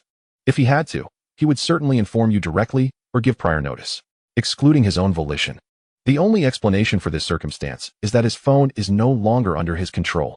Mi Huang instinctively nodded, feeling that Song Shui's assessment was remarkably astute. Song Shui glanced towards the window, resolutely declaring, we must not delay. If you are prepared, let us gather our families and head to the starbase. Mi Huang inquired with curiosity, Sister Song, will you bring your father and brother along? Song Shui shook her head decisively, stating, absolutely not. I shall never forget the sight of him wielding a laundry stick against my mother, nor the moment he scornfully pointed at me, berating me as a misfortune bringer, and delivering a harsh kick. As for my brother, he has inherited his father's ideology and temperament, perpetually causing harm to others. Individuals like them do not deserve redemption. Mi Huang, at a loss for words, could only display a dazed expression, murmuring, oh. Song Shui perceived a hint of surprise in her eyes and felt compelled to add, if microorganisms are willing to defy this world in their quest to save us, we too must comprehend and respect their intentions. We are good people, but we cannot afford to be foolishly benevolent. Otherwise, we shall squander this opportunity and betray the trust of the microorganisms. As virtuous individuals, if we voluntarily choose to bear the consequences of wrongdoers, then we, in essence, become unworthy of salvation. Mi Huang nodded earnestly. I understand. Song Shui, it is good to comprehend. Time is of the essence. Otherwise, artificial intelligence would not so carelessly reveal itself. We must act swiftly. Mi Huang, understood. Chapter 146. The good faced peculiar events. While Mi Huang and Song Shui communicated covertly, many other virtuous individuals received strange messages and encountered bizarre phenomena. Some dismissed the occurrences, while others succumbed to panic. Due to varying personalities and perceptions, different individuals exhibited diverse reactions to this unique experience. Ji Qingxing, a quality inspector at Zhuzi Biotech, returned home one evening after work. Before he could even change his shoes, his phone suddenly vibrated. He pulled it out and saw an unfamiliar number, without a moment's hesitation. He swiped to decline the call. However, the anticipated silence did not ensue. The phone continued to vibrate incessantly. He swiped again with his index finger, this time watching intently as his finger moved into position before releasing it. Yet, the phone showed no signs of quieting down. Is the phone broken? Doubtful. He attempted several more times, even pressing down on the decline button for several seconds before releasing. However, instead of ceasing, the phone vibrated even more vigorously. Reluctantly, he swiped towards the answer side. The moment he moved, the call connected. A strange voice came through. Ji Qingxing, once bitten by a snake, 10 years fearing the rope. After being deceived last time, your sense of security has evidently heightened. However, you are mistaken this time. I am neither a scammer nor a nuisance caller, but a messenger of truth here to save your life. Upon hearing this, Ji Chengxing smirked derisively and promptly pressed the end call button. With the lesson from the previous incident, no matter how grandiose the claims, he would not be swayed by the other's absurd words. A messenger of truth? Perhaps they were lost in some role-playing fantasy. The next moment, he was taken aback. What is happening? Ji Chengxing discovered that despite pressing the end button, the call had not terminated. The other party continued to boast. Useless. As long as I do not wish to end this call, even if you destroy your phone, this conversation will persist. Ji Chengxing furrowed his brow at this revelation. A virus? The voice on the other end expressed a hint of exasperation. A good person indeed, though perhaps not the brightest. Never mind. Time is limited. I shall not waste words with you. Soon, a black floating envelope will appear on your phone. Once you open it, all will be revealed. As for whether you believe it afterward, that will be your own fate. With that, the call abruptly ended, and the phone returned to normalcy. Ji Chengxing opened the call log, eager to ascertain the origin of the number, only to discover that there was no record of the call, as if it had been a mere figment of his imagination. Just as he pondered, feeling somewhat disoriented, a black envelope suddenly appeared on his phone screen, floating back and forth incessantly. Am I suffering from a visual impairment, or is it a cognitive malfunction? Ji Chengxing stared intently at the black envelope, feeling as though reality had taken on a surreal quality. With a furrowed brow and after much contemplation, his curiosity got the better of him, leading him to open the black envelope. In the next instant, the envelope erupted, commencing an automatic playback of information and videos. Ji Chengxing fixated on the screen of his phone, his consciousness involuntarily following the unfolding text and visuals.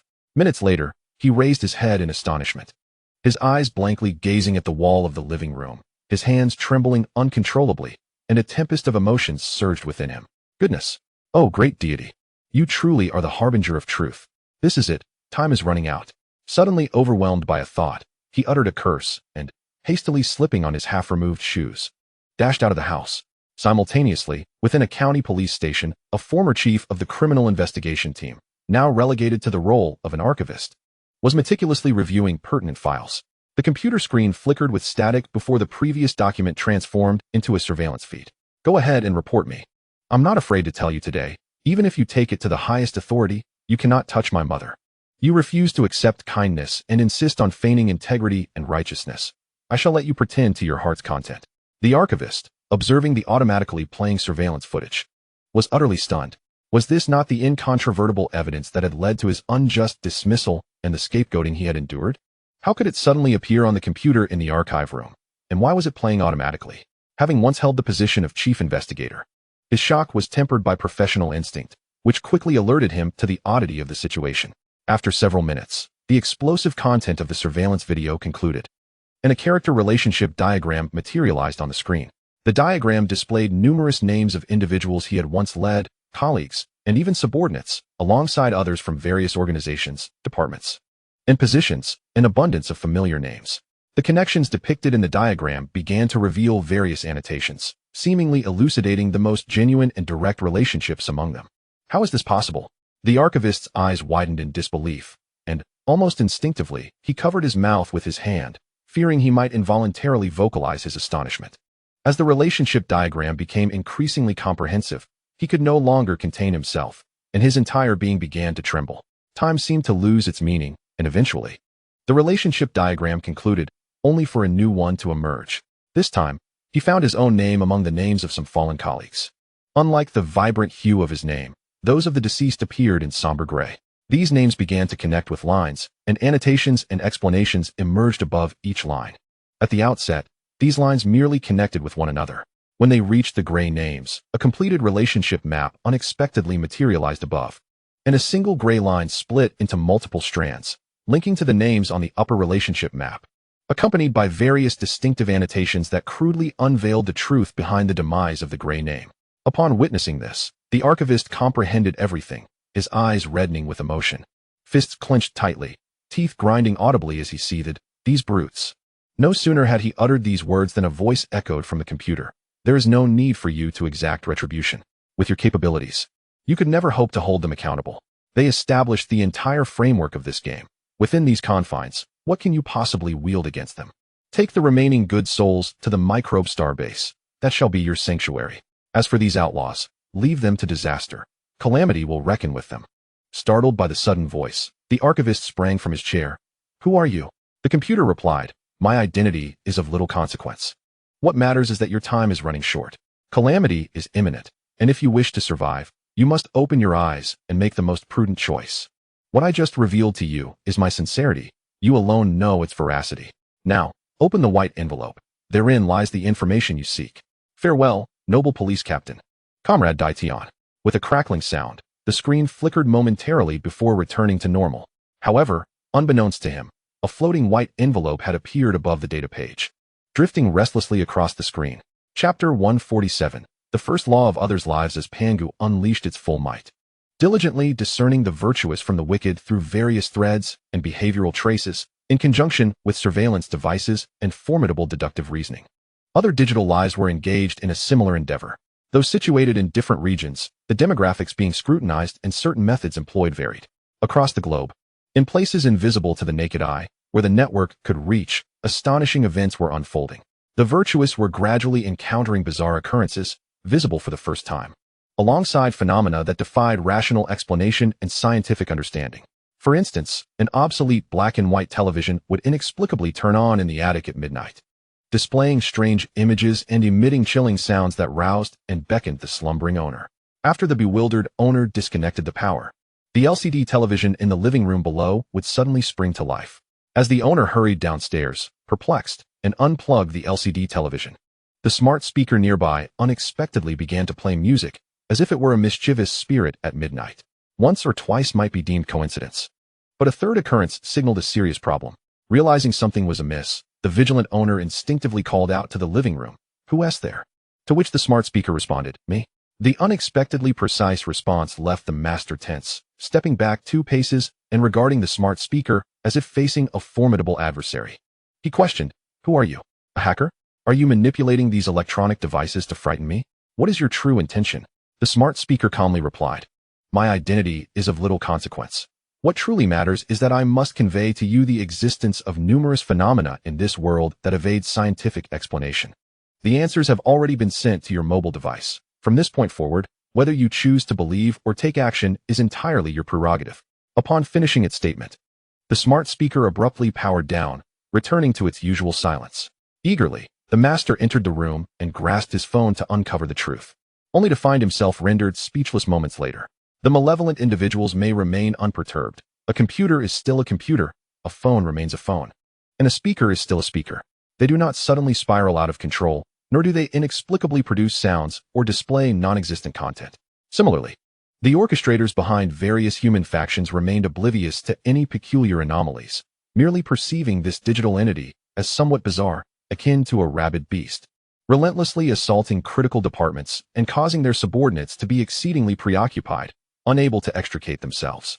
Even with corresponding digital entities engaged in combat, it appeared that no immediate resolution was forthcoming, as both sides exerted their utmost efforts to seize control of vital network nodes.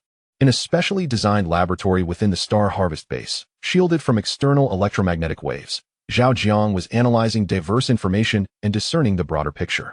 "Boss, the plan has been fully initiated and is currently underway, though there are some unforeseen challenges." A young man, projected as a hologram, was reporting the situation to Zhao Jiang. "What unforeseen events have transpired?"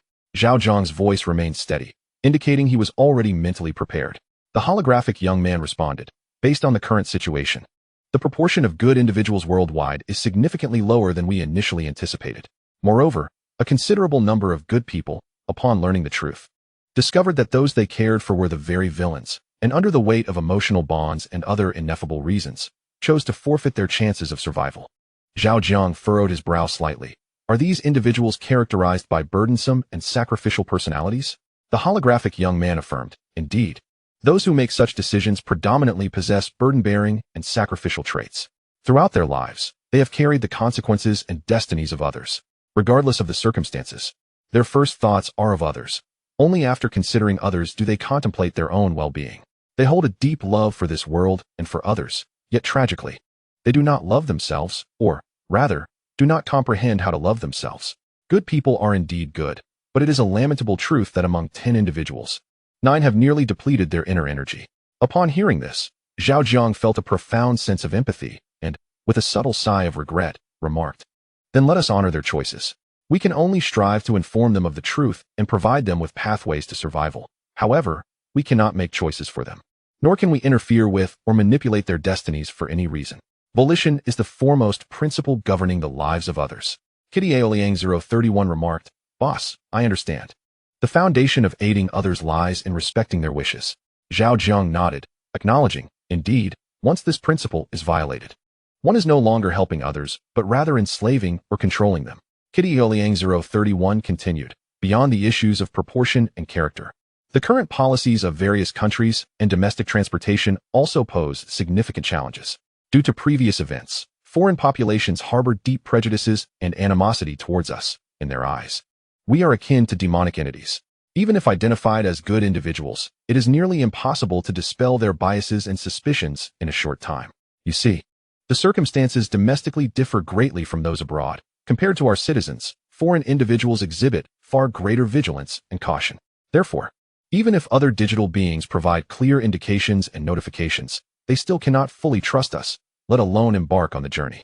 According to the data I have received from other digital entities, within the specified time frame, they are unlikely to achieve even 1/5 of the required metrics. Under the dual blockade of ideology and policy, foreign citizens have almost entirely excluded us from their circle of trust." Zhao Jiang furrowed his brow and nodded in understanding. "What issues exist with domestic transportation?" Kitty Aoliang 031 explained earnestly, "Due to the underground war, our country has experienced widespread earthquakes. While minor tremors are manageable, the larger quakes have severely damaged many transportation routes. Currently, according to relevant information, many identified good individuals wish to come to our microorganism sector. Yet the majority cannot secure flight tickets and must rely on personal vehicles or taxis. If transportation had not been affected, it would be manageable. However, given the severity of the damage, it is very challenging for them to arrive promptly." Zhao Jiang's expression turned serious. "Is there any viable solution?" Kitty Aoliang 031 shook his head. "There is, but the government and military would never permit it. In our present situation, we must rely on our own strength, which is currently focused entirely on base construction, making it difficult to extend our resources nationwide." Zhao Jiang grasped the implication. "So you mean there is none?" Kitty Aoliang 031 affirmed, "Yes. Under the condition that superconducting technology cannot be disclosed, there truly is nothing." Zhao Jiang squinted thoughtfully, remaining silent for a moment before gesturing. "You may return to your tasks. I will consult with the Mouse clan regarding this issue." Kitty Aoliang 031 acknowledged, "Understood." As day turned to night, and all things resumed their natural order.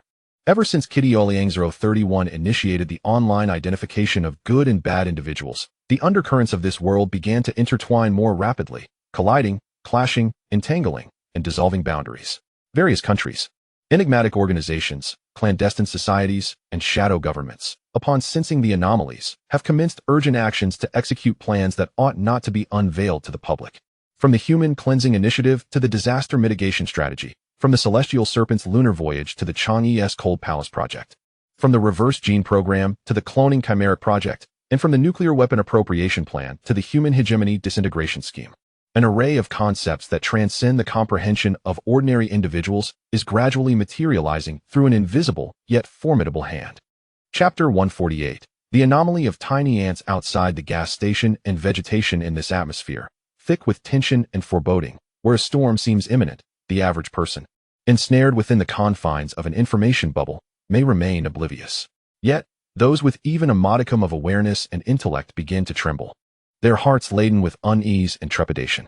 Although they remain unaware of the specifics, they can sense an impending darkness. This darkness is not of a natural kind, but rather an unseen shroud, akin to an ominous wind, swiftly spreading from the horizon, poised to quietly envelop society in its intangible grasp.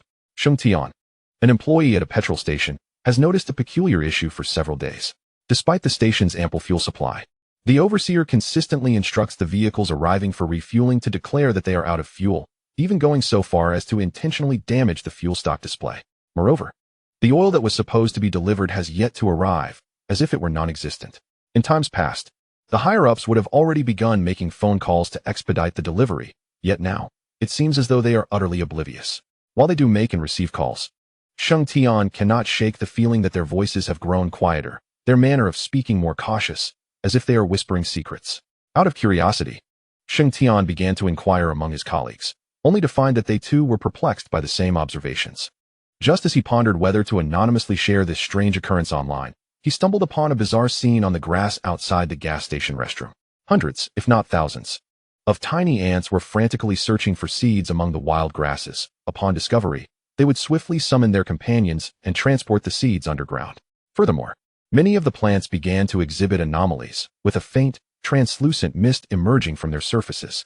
When he leaned down to touch it, he witnessed the mist vanish in an instant.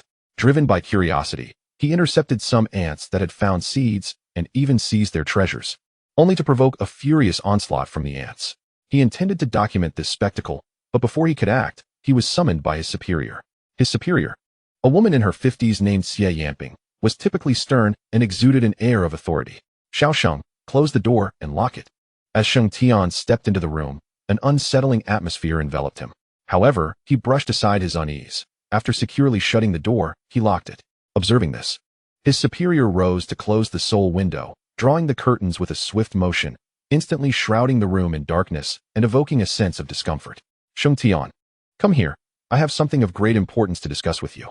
At this invitation, Sheng Tian approached without hesitation, curiosity piqued. Sister Ping, what is it that you need to tell me?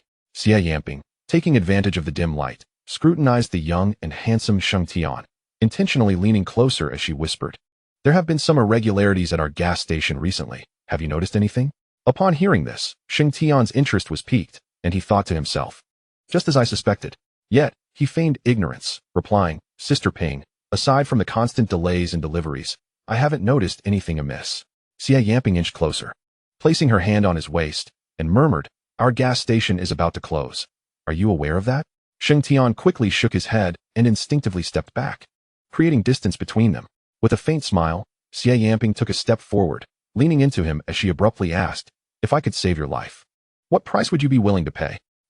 Sheng Tian had intended to retreat further, yet a hand had already reached his waist before he could, halting him in his tracks. Faced with such an unexpected question, he felt bewildered. However, in the charged atmosphere, it did not seem out of place. He instinctively uttered a sound of surprise, acknowledging the unexpectedness of her inquiry. Xie Yanping's hand slid slightly down, her gaze locked onto his as she earnestly stated, the apocalypse is truly approaching. Do you wish to survive? Sheng Tian pretended to be shocked, saying, Sister Ping, don't scare me. There is no such thing as an apocalypse. That is simply impossible. If there were an apocalypse, then the owner of microbiology would not be a pariah, hunted by all. His crimes against humanity have already been confirmed abroad. Xie Yanping interrupted him, her tone solemn. The situation with the owner of microbiology is likely a deliberate orchestration. The forces behind this are beyond your imagination. Whether the specifics of the content in the videos are true or false, none of us can confidently assert anything before it unfolds. Let us not delve into that for now. You've been working at this gas station for almost half a year. You must have some understanding of the circumstances. Don't you realize why our gas station has been experiencing constant fuel shortages? What understanding? Sheng Tian retorted. Don't play coy with me. Everyone is aware of the recent issues at the gas station. I refuse to believe that you are the only one in the dark. Moreover, you were just outside observing ants. You must have noticed the anomalies. There are reasons behind these irregularities, and those reasons pertain to our very lives. To be frank, we don't have much time left. I admire you, which is why I'm discreetly sharing this with you. Otherwise, when disaster strikes, you won't have time to react. Even if you do realize it, you won't have the time to escape.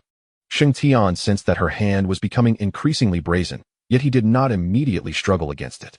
Instead, she tentatively placed her hand atop his, applying just enough pressure to thwart any advances while altering her tone to inquire, might Sister Ping elaborate further? How might I discern what has transpired? And what actions must I take to ensure my survival and escape from impending doom? Xie Yanping sensed the warmth and force emanating from his hand. Revealing a subtly triumphant smile, she whispered, I have heard it said that you once studied specialized massage techniques at a vocational school. Your skills are quite remarkable.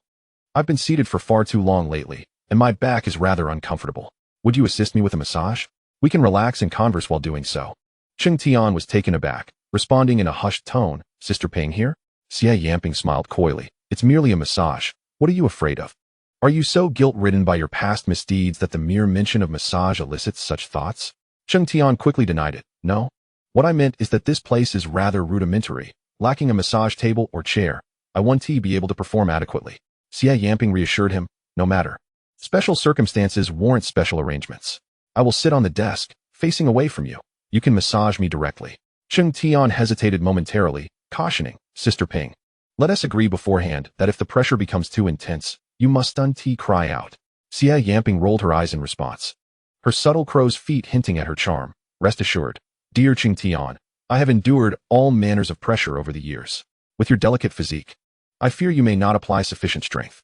Chapter 149, Resignation and Departure to the West. Seeing her audacity, Cheng Tian decided to drop the pretense. Sister Ping, while I cannot predict if disaster is imminent, I assure you that your fatigue shall soon meet its demise. During my time at school, I was nicknamed the Fatigue Terminator. Once I unleash my true abilities, few can withstand my massage techniques. To hone my skills, I immersed my hands in traditional Chinese medicine for 3 months. Unlike those superficial practitioners outside, my fingers possess remarkable penetrating power, capable of reaching deep into the sinews and flesh, awakening the meridians, allowing one to experience the wonders of traditional Chinese massage. Once I activate the human meridian system, all weariness will be swept away. Xia Yamping glanced at him alluringly, urging, I've been burning the midnight oil lately, and my back is quite sore. Hurry. Cheng Tian promptly replied, all right. After a brief moment, he began to massage her lower back in the dimly lit room, questioning as he worked, Sister Ping. You mentioned the end is nigh. Does this relate to the 2 videos sent by the microbiological company S-Boss? Seated at the desk, her back to him, Xia Yamping savored the massage whilst responding, I cannot guarantee a connection, but my husband informed me last night that a storm is brewing. He sold our house overnight and withdrew all our savings to exchange for various supplies. My husband is typically a meticulous man. He would not act without absolute certainty. He must have foreseen something, prompting this decision. Cheng Tian inquired curiously, Sister Ping, I heard that your husband is a professor at a certain university. Is that true? Xia Yamping, with her eyes closed, relished the alleviation of pain in her lower back and replied, it is undoubtedly true. If it were false, I would not believe his words. Suddenly, Cheng Tian halted his hands, his expression one of astonishment. So, does this mean that the content in the video from the microbiology boss is likely to be authentic? Xia Yamping stated, based on my husband's reaction, it should be true. Now, do not stop your hands. Focus on that spot. It usually hurts a lot, so please massage it more. Upon hearing this, Cheng Tian pinpointed the area of her discomfort and began to knead it repeatedly, furrowing his brow. If it is true, why hasn't the government made an announcement or informed everyone? Xia Yamping shook her head. I am not certain about that either. I will ask my husband when I return home tonight and send you a message. At her words, Cheng Tian's thoughts strayed from the massage, and his movements became less fluid. If the apocalypse is real, how do we escape? How do we survive? Xia Yamping suddenly turned to him, lowering her voice. I am not aware of other places, but in our vicinity, my husband mentioned a mountain that might serve as a refuge. If disaster truly strikes, that would be the safest location. Cheng Tian's eyes widened. What mountain? Xia Yamping replied, Kilia Mountain. Cheng Tian exclaimed in surprise. But Kilia Mountain was sealed off 2 months ago. No one is allowed to step foot there. Xia Yamping acknowledged, indeed, it is sealed. But there are boundaries to the restrictions. If entry is prohibited now, we can wait outside the perimeter. Once a disaster occurs, they will surely open it again.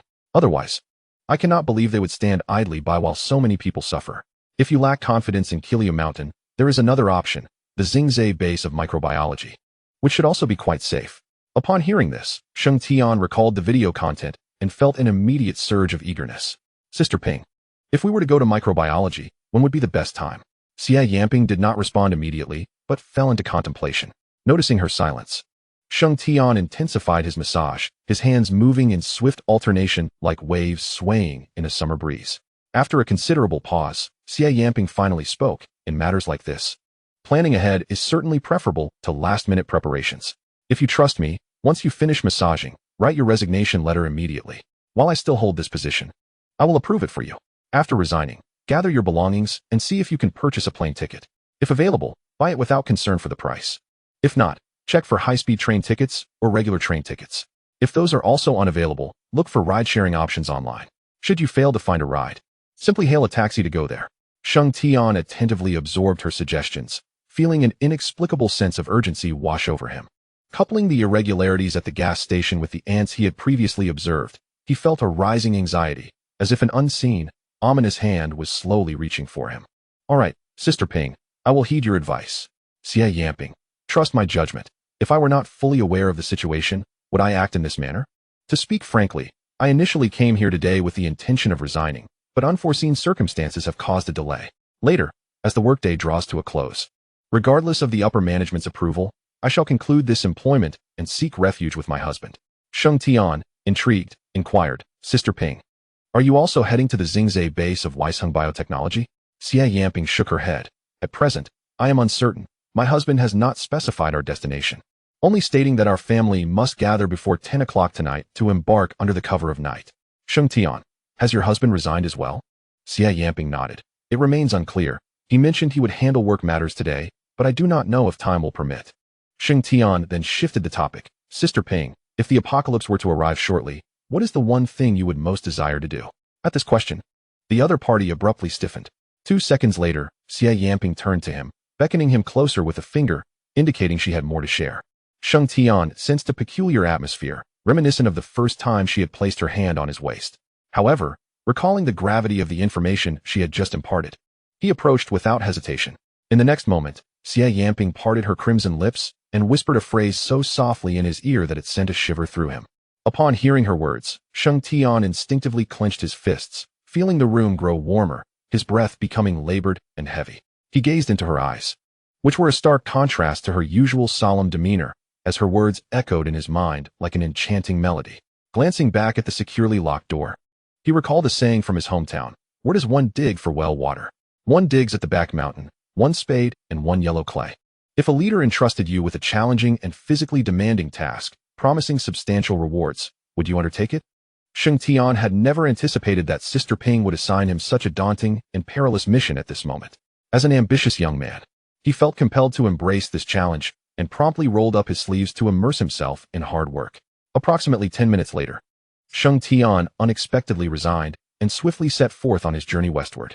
Unable to secure a plane ticket, even at exorbitant prices, he found no available options. Train tickets for both high-speed and regular trains were also sold out. Upon careful examination, he discovered that all tickets for the next fortnight were gone. With no alternative, he opted for carpooling.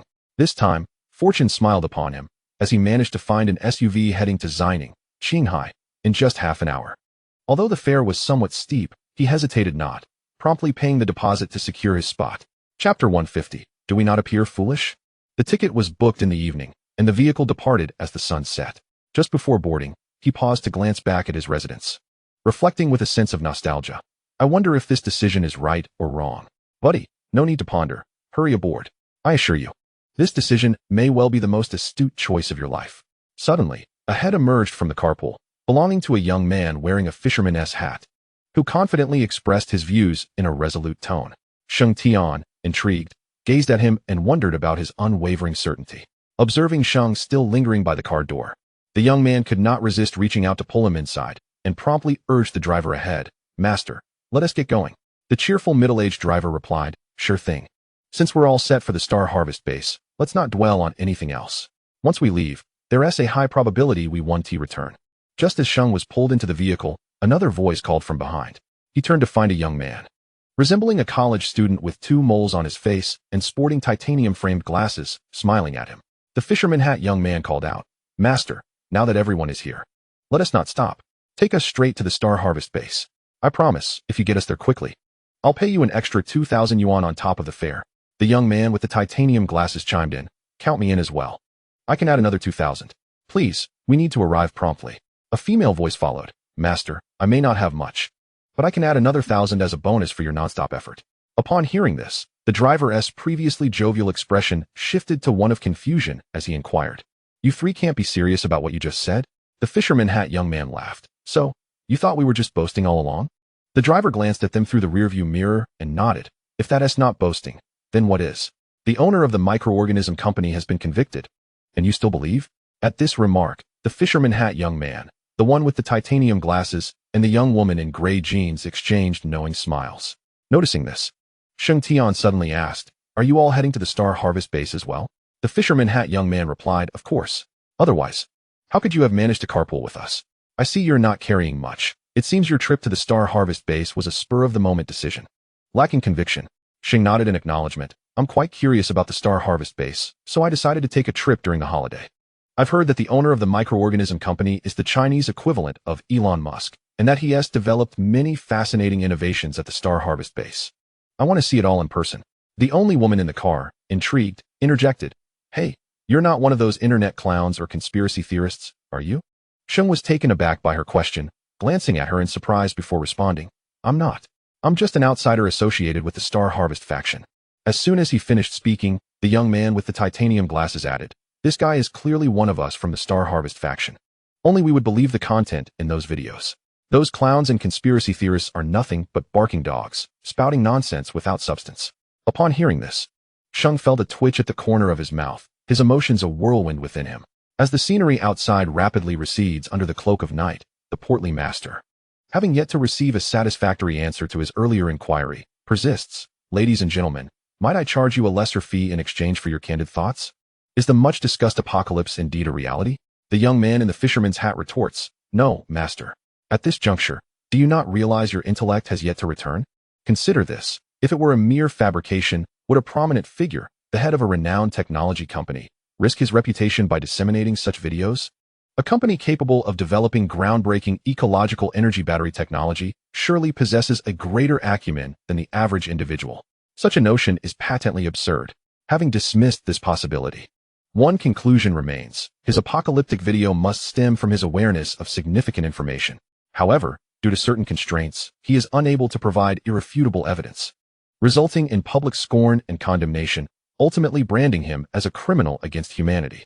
Initially, I held a skeptical view, but the peculiar actions of foreign nations swiftly illuminated the likelihood that the contents of those two videos are largely true. Otherwise, their fervent agitation and frenzied assault on microorganisms, even employing national power to convict their leader, remain inexplicable. The portly master, taken aback, inquires, "Are you suggesting, young man, that we have all been deceived?" The young man in the fisherman's hat responds, "If you possess your own opinions, even their attempts to deceive you may not succeed. Conversely, if you lack your own convictions, does it matter whether or not you are deceived? You simply believe whatever others say." Furrowing his brow, the master accelerates, "By your reasoning, does that not imply that the vast majority of the world has been misled, and as the apocalypse approaches, we all simply await our demise?" Hearing this, the young man offers a wry smile and shakes his head, explaining, "Master, you can only speak for yourself or your family. You do not represent the majority of the world. What you perceive may not be the truth, and likewise, what you deem false may not be entirely untrue. You believe the apocalypse will not arrive, thus joining the chorus for mere amusement. Yet have you considered that some are aware of its impending arrival and have made preparations? Living without concern, you cannot compare yourselves to them. You do not represent them. What you witness is merely what they wish for you to see." Upon hearing this, the portly master fell silent. Nearby, the young man with titanium-framed glasses interjected, "Master, this world is not as idyllic as you imagine. As the saying goes, couples are like birds of the same forest. When disaster strikes, each takes flight. We common folk are worlds apart from those at the top. Do they truly care for our lives? Not in the slightest. They possess an undeniable information advantage and have long since prepared for various eventualities. While you watch the spectacle and mock the leader of the microorganisms, it is you who are the true fool. In tumultuous times, individuals like us must rely solely on ourselves to thrive and endure. Regardless of the circumstances, it is imperative to acquire comprehensive information at the earliest opportunity, followed by contemplation, evaluation, and ultimately, decision-making. Succumbing to the whims of the crowd and echoing other sentiments will inevitably lead to one's downfall amidst the fabrications and schemes of others. In essence, the ordinary citizen must acknowledge that only they can be accountable for their own existence. The sole female passenger in the vehicle interjected, "Master, have you ever pondered certain questions? How much do you usually earn for a trip to the vast Northwest? Just for the deposit this time. How much have we already provided you? Once this task is completed, how much more will you earn compared to your usual fare? Given the current economic downturn and the struggle to earn a living, it is inconceivable for us, unless we are fools, to expend such resources and transport so many goods to the Northwest. So, do we appear to be fools to you?" Upon her words, a profound silence enveloped the interior of the vehicle, broken only by the roar of the engine. Sheng Tian, upon hearing the girl's remarks, furrowed his brow tightly, realizing he may have underestimated certain aspects. After a considerable pause, the portly driver seemed to grasp some clarity and inquired, "Are you suggesting that only the owner of Microbe Enterprises wishes for our survival, while the other dignitaries care not for our existence. The young man in the fisherman's hat scratched his cheek and replied, "That is not entirely accurate. Strictly speaking, those dignitaries you mention are indifferent to our fates. Our lives hold no significance for them whatsoever. As for the owner of Microbe Enterprises, based on his current demeanor, I can only assert that he is a true hero, one who harbors concern for humanity and civilization. It is unlikely one could find another like him in the entire world." He paused for a moment before adding, "For someone like him, even if he deceives me, I bear no resentment. I consider it a pursuit of a dream." The man with titanium-framed glasses raised his hand in agreement and stated, "To reach for the stars may not yield success, yet it shall not tarnish our hands. Such dreams are worth pursuing." In the next moment, a female voice chimed in, "I feel the same." Observing this, Sheng Tian, in an effort to conceal his true identity, promptly echoed, "As a member of the star-seeking faction, it is essential to support Microbe Enterprises during crucial moments." Feeling the collective sentiment among the group, the portly driver experienced a flash of insight, suddenly pressing the brake pedal with a hint of anxiety, exclaiming, "Your words are making me somewhat uneasy. I am beginning to reconsider this journey. I wish to return home to my wife and children." Upon hearing this, the others grew anxious and chorused, "Master, please don't." The entirety of human society functions akin to a finely tuned instrument. Should any component at the upper levels falter, the repercussions will swiftly resonate throughout the lower levels. The online onslaught against Microbe Enterprises persists, and the severe sanctions and various actions directed at its owner from abroad have never ceased. However, no matter how vehemently they denounce or target him, it cannot alter one undeniable truth. At present, their thorny, destructive hands cannot materially reach the star-seeking base. Conversely, following the extreme wave of targeted discourse, a phenomenon that starkly contrasts with public opinion began to emerge. Individuals commenced their journeys with an array of luggage, traversing various modes of transportation, surreptitiously swimming against the current towards the celestial extraction bases of microorganisms. As domestic airlines and railway groups gradually depleted their capacity, the once tranquil Sichuanabet Highway 318 through Qinghai began to swell with commotion and congestion. Thousands of vehicles set forth from all corners of the nation, converging upon this route in a swarm akin to ants relocating their colony, relentlessly advancing towards the northwest. Within this quietly burgeoning flow of traffic in the vast northwestern region, many bid farewell to distant lands with tears in their eyes. Moreover, it seemed that, unbeknownst to many, international flights to China, particularly towards the northwestern regions, began to proliferate. Subsequently, at a certain juncture, these flights experienced an unexpected surge in demand, leading numerous foreign airlines to hastily augment their schedules overnight. As passenger numbers continued to swell, airlines initiated fare increases. Initially, the hikes were modest, ranging from dozens to hundreds of dollars, but upon realizing that capacity remained insufficient, they resorted to raising fares by thousands. Yet still could not stem the tide of burgeoning orders.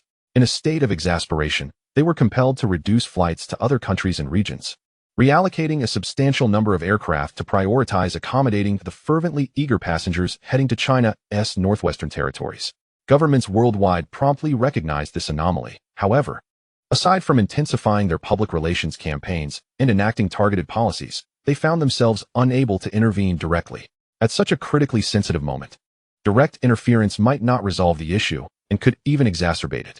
The most prudent approach would be to ride the wave, arranging for more individuals to follow this small countercurrent to the extraction bases, subsequently capturing footage or live streaming the event, leveraging the momentum of public opinion to dismantle this insurrection of the Northwest. On a Boeing aircraft bound for Xining International Airport in China, in the economy class, a modestly dressed white man named York was seated beside a slightly plump middle-aged white woman who was anxiously gazing at him. Turning to meet her gaze, York took her hand gently and murmured, "Belai, you must trust what your eyes perceive and have faith in my judgment." Belai, feeling the warmth of his hand, fought back tears, stealing a glance at the sleeping children across the aisle.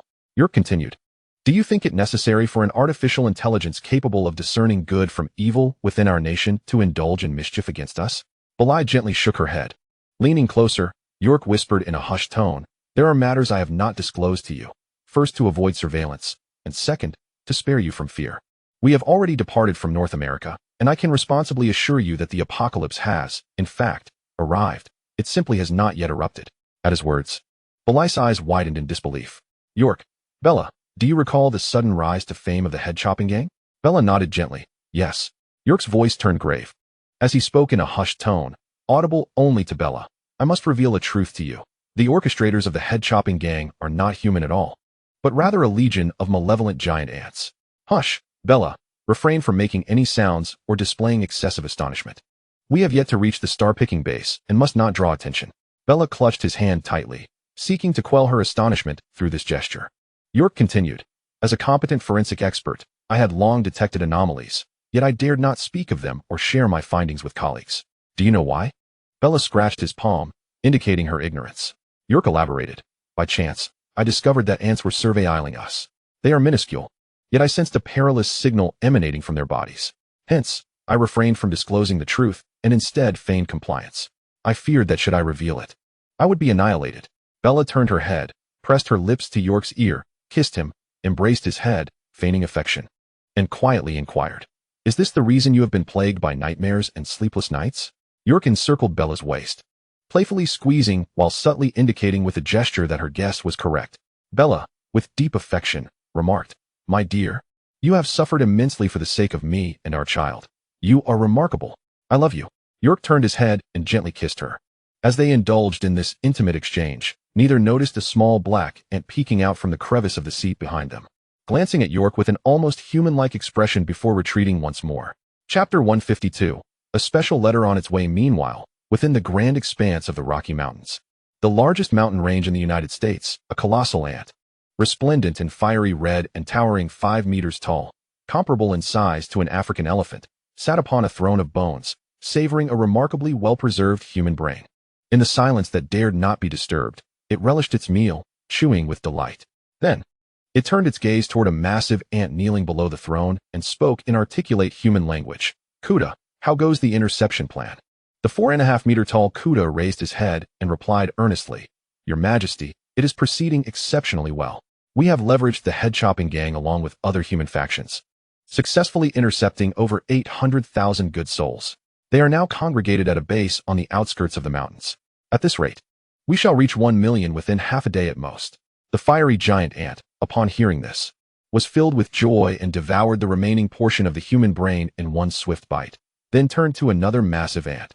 "Uruto, how fares the security plan you were tasked with?" The 4-meter-4 Uruto lifted his head and responded with conviction, "Your Majesty, it is complete. Unless faced with a massive cluster of nuclear attacks, we shall face no issues." The fiery giant ant felt a surge of delight and promptly turned to address his third subordinate, Beisosi, "On my behalf, compose a letter to the proprietor of the microbial enterprise." Beisosi, who also stood at an impressive height of 4 meters and 4 centimeters, prostrated himself like a human and replied respectfully, "Your command is my wish." After savoring a piece of human brain, the fiery giant ant continued, "Inform him that I am willing to assist in rescuing 1 million virtuous humans and ensure their safe passage to the designated location. Furthermore, as a token of my esteem, I shall provide him with an ample supply of rare production materials." After a lengthy pause, Beisosi raised his head in confusion, his face a canvas of bewilderment. "Your Majesty, is that all?" The fiery giant ant replied, "Oh, I nearly forgot. There is also a cordial greeting from the ant clan." Beisosi, perplexed, responded, The fiery giant ant admonished, "Simply execute my instructions without altering my intent or adding any stipulations. Deliver the letter to him with utmost speed." "Understood, Your Majesty," Beisosi affirmed. The fiery giant ant bestowed a remarkably human expression upon his loyal subordinates, addressing the dozen or so below him, "Go about your duties, and take the time to relish life. Such tranquil days are fleeting." In unison, the subordinates echoed, "Yes." Once all had departed, the fiery giant ant abruptly rose, addressing the air, muttering to himself, and emitting a laughter reminiscent of a saw snagged in wood. "Human valiant, I eagerly await your reply. Jigigi, jigigi." Behind him stood 4 colossal white guard ants, statuesque in their demeanor. Upon witnessing their sovereign's behavior, they released a faint pheromone, revealing their inner trepidation. Time has a tendency to conceal its tempestuous nature, as a wave can emerge unexpectedly overnight. As the vehicle, crafted by the efforts of Xingtian, entered the territory of Qinghai, the digital beings continued their struggle to obtain the ecological energy battery technology. They endeavored to identify the worthy amidst the traces of malevolence, striving to meet the standards set forth by the microbial enterprise and achieve the first significant covert transaction. In Chengdu, Jinyo District, Zawang Garden. On the 3rd floor of Building 9, a middle-aged man stared blankly at his restored phone before collapsing onto the sofa. His eyes, devoid of focus, gazed at the white ceiling and the pale yellow classical lamp suspended from it, as his heart bore a weight of unprecedented anguish and turmoil. He questioned himself. Reflecting on his journey thus far, he had never harmed another nor wronged anyone. Yet, why were they treating him in such a manner? Is kindness a fault? It seemed not. However, if it is not a fault, then why do they persist in exploiting his goodness to torment him? He found himself unable to comprehend. Nor did he wish to dwell on it any longer, feeling as though life at this moment was particularly insipid and shattered. He picked up his phone, opened the album, and unearthed a photograph of his wife from earlier days, murmuring to it, "If you do not like me, nor love me, why did you choose to marry me? And now that you are my wife, why must you act in such a way? You could have simply told me that you do not harbor any affection for me and sought the company of someone you truly cherish. Why must you conceal this from me, treating me as a fool left in the dark? Is it amusing for you to torment me? Does it bring you a sense of accomplishment to trample upon an honest man? Or have I erred? Or is this perhaps a debt from a previous life?" As sorrow enveloped him, the middle-aged man found himself unable to restrain his tears, which cascaded from his eyes like a breached dam. What does it matter? The apocalypse is imminent. What significance do these entanglements hold? As he reflected on the heart-wrenching truths captured within his phone, the tears morphed into laughter, and he quickly composed himself, feigning that nothing had transpired. In the evening, he arrived early at the school to pick up his daughter after classes, taking her to purchase the snacks she desired, stylish clothing, and beautiful shoes. Throughout their outing, a gentle smile adorned his face, offering a refreshing comfort akin to a spring breeze. The 8-year-old Meng Meng gazed at him with delight, her eyes sparkling with wonder. "Daddy, why are you so generous today? Willing to buy me snacks and so many lovely things?" The middle-aged man met her gaze and replied calmly, "I wanted to buy them, so I did. There is no special reason." Meng Meng tilted her head, pondering, and remarked, "Daddy, you seem a bit different from before." He smiled softly. "Is that so? In what way am I different?" Meng Meng furrowed her brow, hesitating several times before finally stating earnestly, "Daddy, I can't quite express it, but you have changed. You are not the same as you were before." The middle-aged man inquired, "So do you prefer the old daddy or the new one?" Without hesitation, Meng Meng declared, "I like the new daddy." Hearing this, he grinned widely and said, "Let us go to the mall and buy a gift for mommy." With that, he took Meng Meng to the grand shopping center, where he lavishly purchased exquisite gold jewelry, necklaces, and beautiful clothing and shoes for women. After their shopping spree, he brought Meng Meng to the market to procure an abundance of fresh vegetables, then returned home to prepare a meal, eagerly awaiting his wife's return from work. That evening, when his wife, Helen, arrived home, she was taken aback. Before her was an opulent spread of delicious dishes laid out on the main table, accompanied by another table adorned with gifts for women, clearly of considerable value. "Welcome back, the beautiful Miss Helen," he said, carrying the final dish from the kitchen, his face adorned with a gentle smile as he greeted her. "Lei Ji, what occasion warrants such grandeur today?" Helen asked, her curiosity piqued. After placing the dishes on the table, Lei Ji settled nearby, meeting her gaze calmly as he replied, "It is not a special day. I merely wish to treat you. I have sensed that you have endured too much hardship over the years." Helen frowned, skepticism etched upon her face. "Lei Ji, tell me the truth. Did you win 5 million in the lottery?" He shook his head. "I never play the lottery, as you know." Her confusion deepened. "Then what is this all about?" Awakened by the conversation of two individuals, Meng Meng suddenly leapt from the sofa and rushed to the woman, seeking a hug. Just as the woman had finished changing her shoes and set down her bag, she seized the opportunity to embrace the child. "Mom, Dad came to pick me up from school today and bought me so many delicious treats, spicy strips, ham sausages, candied fruit. And he even took me to buy beautiful new clothes and shoes." As Meng Meng spoke, Helan's expression abruptly shifted, and she interjected sharply, "Stop. Meng Meng, hold your tongue for a moment. I have something to discuss with your father." Deprived of her voice, Meng Meng felt a tinge of disappointment, but the thought of her mother's temper made her pout in reluctant acquiescence. Helan, suppressing her earlier joy, fixed her gaze intently on Lei Ji, questioning, "Lei Ji, you were once vehemently opposed to Meng Meng consuming junk food. Today, not only do you refrain from stopping her, but you also personally took her to buy it. What gives? Is the sun rising in the west?" In the face of Helan's usual assertiveness, Lei Ji did not scramble to explain as he had before. Instead, he allowed a hint of disdain to escape him. "She enjoys it, so I bought it for her. As long as she's happy. Besides, indulging occasionally does not harm her health." Helan placed Meng Meng on a nearby stool and raised her voice, adopting a questioning tone. "Lei Ji, are you hiding something from me?" Lei Ji shook his head. "No. Don't look at me as if I'm a criminal. As if you're about to accuse me of something unfounded. Go wash your hands. We have so many dishes, and they will lose their appeal if they cool down. As Helan stood up, she regarded him with skepticism. Really? Indeed. A short while later, the woman returned from washing her hands and sat down at the dining table, her face still adorned with palpable confusion. Noticing this, Lei Ji picked up a gold necklace from a small table nearby and handed it to her, softly saying, "Try it on and see if it fits, and if you like it." Upon holding the necklace, Helan instantly cast aside her doubts, her face lighting up with joy. "You all eat first."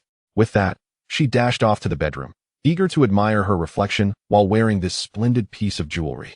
Lei Ji glanced at her hurried figure, then with a knowing smile turned to Ming Ming. "Come, Ming Ming, let us eat." The obedient child replied, "Okay, Daddy. I want the chicken leg in front of you. I can't reach it." Without hesitation, Lei Ji placed the braised chicken leg into her bowl, gently advising, "Eat slowly. Be careful, it's hot." In the bedroom, Helan, while adjusting the gold necklace in front of the mirror, scrutinized her figure, which she deemed unfit for public display.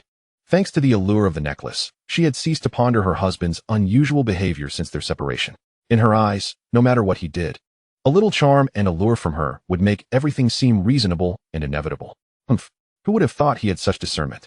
After examining herself from various angles and striking different poses, Helen, feeling thoroughly satisfied, adorned herself with a gold necklace and stepped out of the bedroom.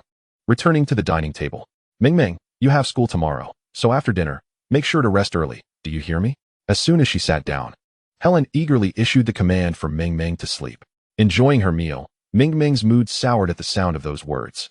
Summoning her courage, she met Helen's gaze and timidly said, "Mom, it's been a while since I told stories with Dad. I want to do that tonight." "Absolutely not." Helen firmly rejected her before she could finish her sentence. With righteous conviction, Helen declared, "You are over 8 years old now, a young lady. And young ladies cannot tell stories with their fathers." Ming Ming looked up, feeling somewhat defiant. "You are much older than me and still a young lady. So why can you tell stories with Dad?" Helen replied, "Mommy is Dad's wife, so of course she can tell stories with him." With tears welling in her eyes, Ming Ming mumbled, "But I am still his daughter." Seeing her daughter's distress, Helen decided to leave the choice to Lei Ji, turning to him, "Tonight, it's either me or my daughter. You decide." As she spoke, she subtly lifted her foot under the table, preparing to cheat. Lei Ji glanced at the two, smiling as he changed the subject. "The food is getting cold.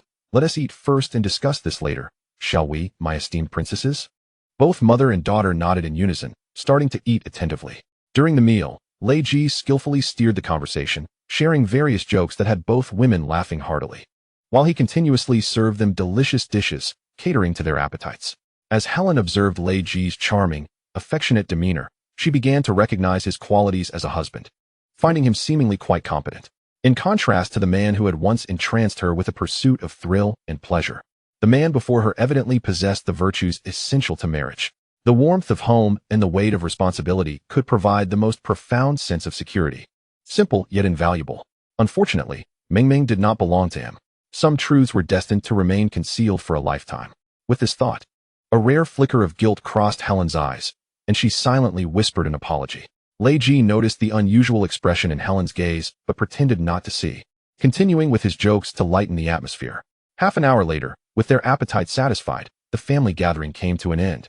Having sensed a difference in Lei Ji during dinner, Ming Ming seized the moment and playfully asked, "Dad, can I watch my phone for a bit?" Without hesitation, Lei Ji replied, "Sure." Ming Ming's eyes lit up, and she cheered, "Yay." Just as Helen was about to intervene, she suddenly recalled the issue of Lei Ji's allegiance that evening and promptly said, "Ming Ming, if you want to watch your phone, you'll have to sleep alone tonight." Ming Ming turned her head, hesitated for a moment, but ultimately chose the phone, saying, "Then I need to play for a while longer." "All right," Helen agreed. Upon witnessing the scene, Lei Ji retrieved his mobile phone and handed it to his daughter, advising gently, "Play with the light on, and be mindful of your eyes." Dream joyfully accepted the phone, beaming, "Thank you, Daddy." With that, she dashed back to her cozy little room, clutching the device. Once the bothersome presence had departed, Helan turned to Lei Ji and said with a wry smile, "Mr. Lei, would you care for a drink?" In chapter 154, titled Such a Beautiful World, Lei Ji gestured towards the table, offering a faint smile as he replied, "Certainly. But I must first tidy up and clean the house. Otherwise, I shall lack the energy to do so later." Helan, pleased by his thoughtfulness, promptly rewarded him with a delightful surprise. However, as she accidentally brushed against his hand, she feigned seriousness, declaring, "I'll be in my room." Just pour the wine and await your arrival." With that, she sauntered gracefully towards her private quarters, mimicking the gait of a cat. Lei Ji withdrew his gaze and began to clean the table, wash the dishes, and sweep the floors, ensuring that every corner of the home was spotless. After approximately 20 minutes, having completed his tasks, Lei Ji chose not to enter his wife's room, but instead made his way to the balcony, lost in contemplation as he gazed at the outside world. The night sky was extraordinarily luminous, the stars appearing larger and clearer than ever. A gentle breeze caressed him, carrying with it an unexpected fragrance that startled his senses. What is this enchanting aroma? He found it peculiar. He had just enjoyed a hearty meal. Yet this sudden scent awakened a ravenous desire for fruit within him. Following the direction of the alluring fragrance, he noticed an apple tree, laden with tempting fruits, had mysteriously taken the place of the long-standing osmanthus tree in the floorbead below, if his memory served him correctly. When he returned home with his daughter after grocery shopping that evening, the old osmanthus had still stood proudly in the garden, a fixture in the community for over a decade. Could it truly be? Ha ha ha. Lei Ji stifled his insatiable craving induced by the aroma, recalling something he had seen on his phone earlier, and a smile broke across his face, though it swiftly turned to tears. After all, they were husband and wife. May this absurd farce that mocked the good and trampled upon their dignity find a fitting conclusion amidst calamity. Casting a lingering glance at the fruit-laden apple tree in the floorbead, he hurriedly secured the doors and windows to prevent the enticing fragrance from wafting inside before turning towards Helan's room. "Darling, did you catch a whiff of that peculiar scent? It's divine, making me crave apples." Helan, clad in attire purchased in Paris, reclined gracefully on the bed, her makeup delicately applied, her shirt snugly fitted, and she held 2 glasses of red wine, gently swirling them. With a radiant smile, Lei Ji replied, "Indeed. I believe it is a new fragrance from a certain company, aptly named Fruit Apocalypse." Helan furrowed her delicate brows as she handed a glass of wine to Lei Ji, murmuring, "Fruit Apocalypse? What an odd name. Yet it does smell delightful, making one yearn for fruit. My dear, shall we indulge in this fragrance tomorrow?" Lei Ji readily agreed. "Of course. But before that, may I savor the taste of something rather serious?" Upon hearing this, Helan's heart leaped with joy, and she playfully retorted, "What on earth is the most serious flavor in the world?" Lei Ji, observing her face transform into a vibrant spectrum of colors, replied with feigned impatience, "What does it matter what flavor it is?" Helan, lightly tugging at the drawer that seemed impervious to her efforts, exclaimed with a voice like thunder, "Then what are you waiting for?" Lei Ji, sensing the moment, downed the red wine in his glass and set it aside, triggering the NPC attributes. Subsequently, he found himself at a loss for what to do next. In the dim light, a radiant energy flickered. Soon after, the NPC consciousness opted for automatic dormancy. Wishing for nothing, to avoid superfluous verbosity and conserve everyone's bandwidth, we shall omit the irrelevant 10,000 words here. In this world, the most profound distance is not the unattainability of love, but the ability to possess it and yet not cherish it. This night was destined to be tumultuous, as countless lives would awaken their NPC attributes. An hour later, the spirited Helan gazed at the reawakened NPC with confusion, asking, "Brother, why do you seem so lost tonight? Have you secretly taken some memory-altering medication behind my back?" With a smile, Lei Ji, both refined and assertive, vehemently denied, "I have no need for such medication." In the next instant, he shifted his tone, speaking earnestly, "Because you are my memory-altering medication." With that, he declared, "The king covers the earth, enduring the bitterest of hardships." Another hour passed. Helan, expressionless, stared at the equally expressionless ceiling, lost in philosophical contemplation.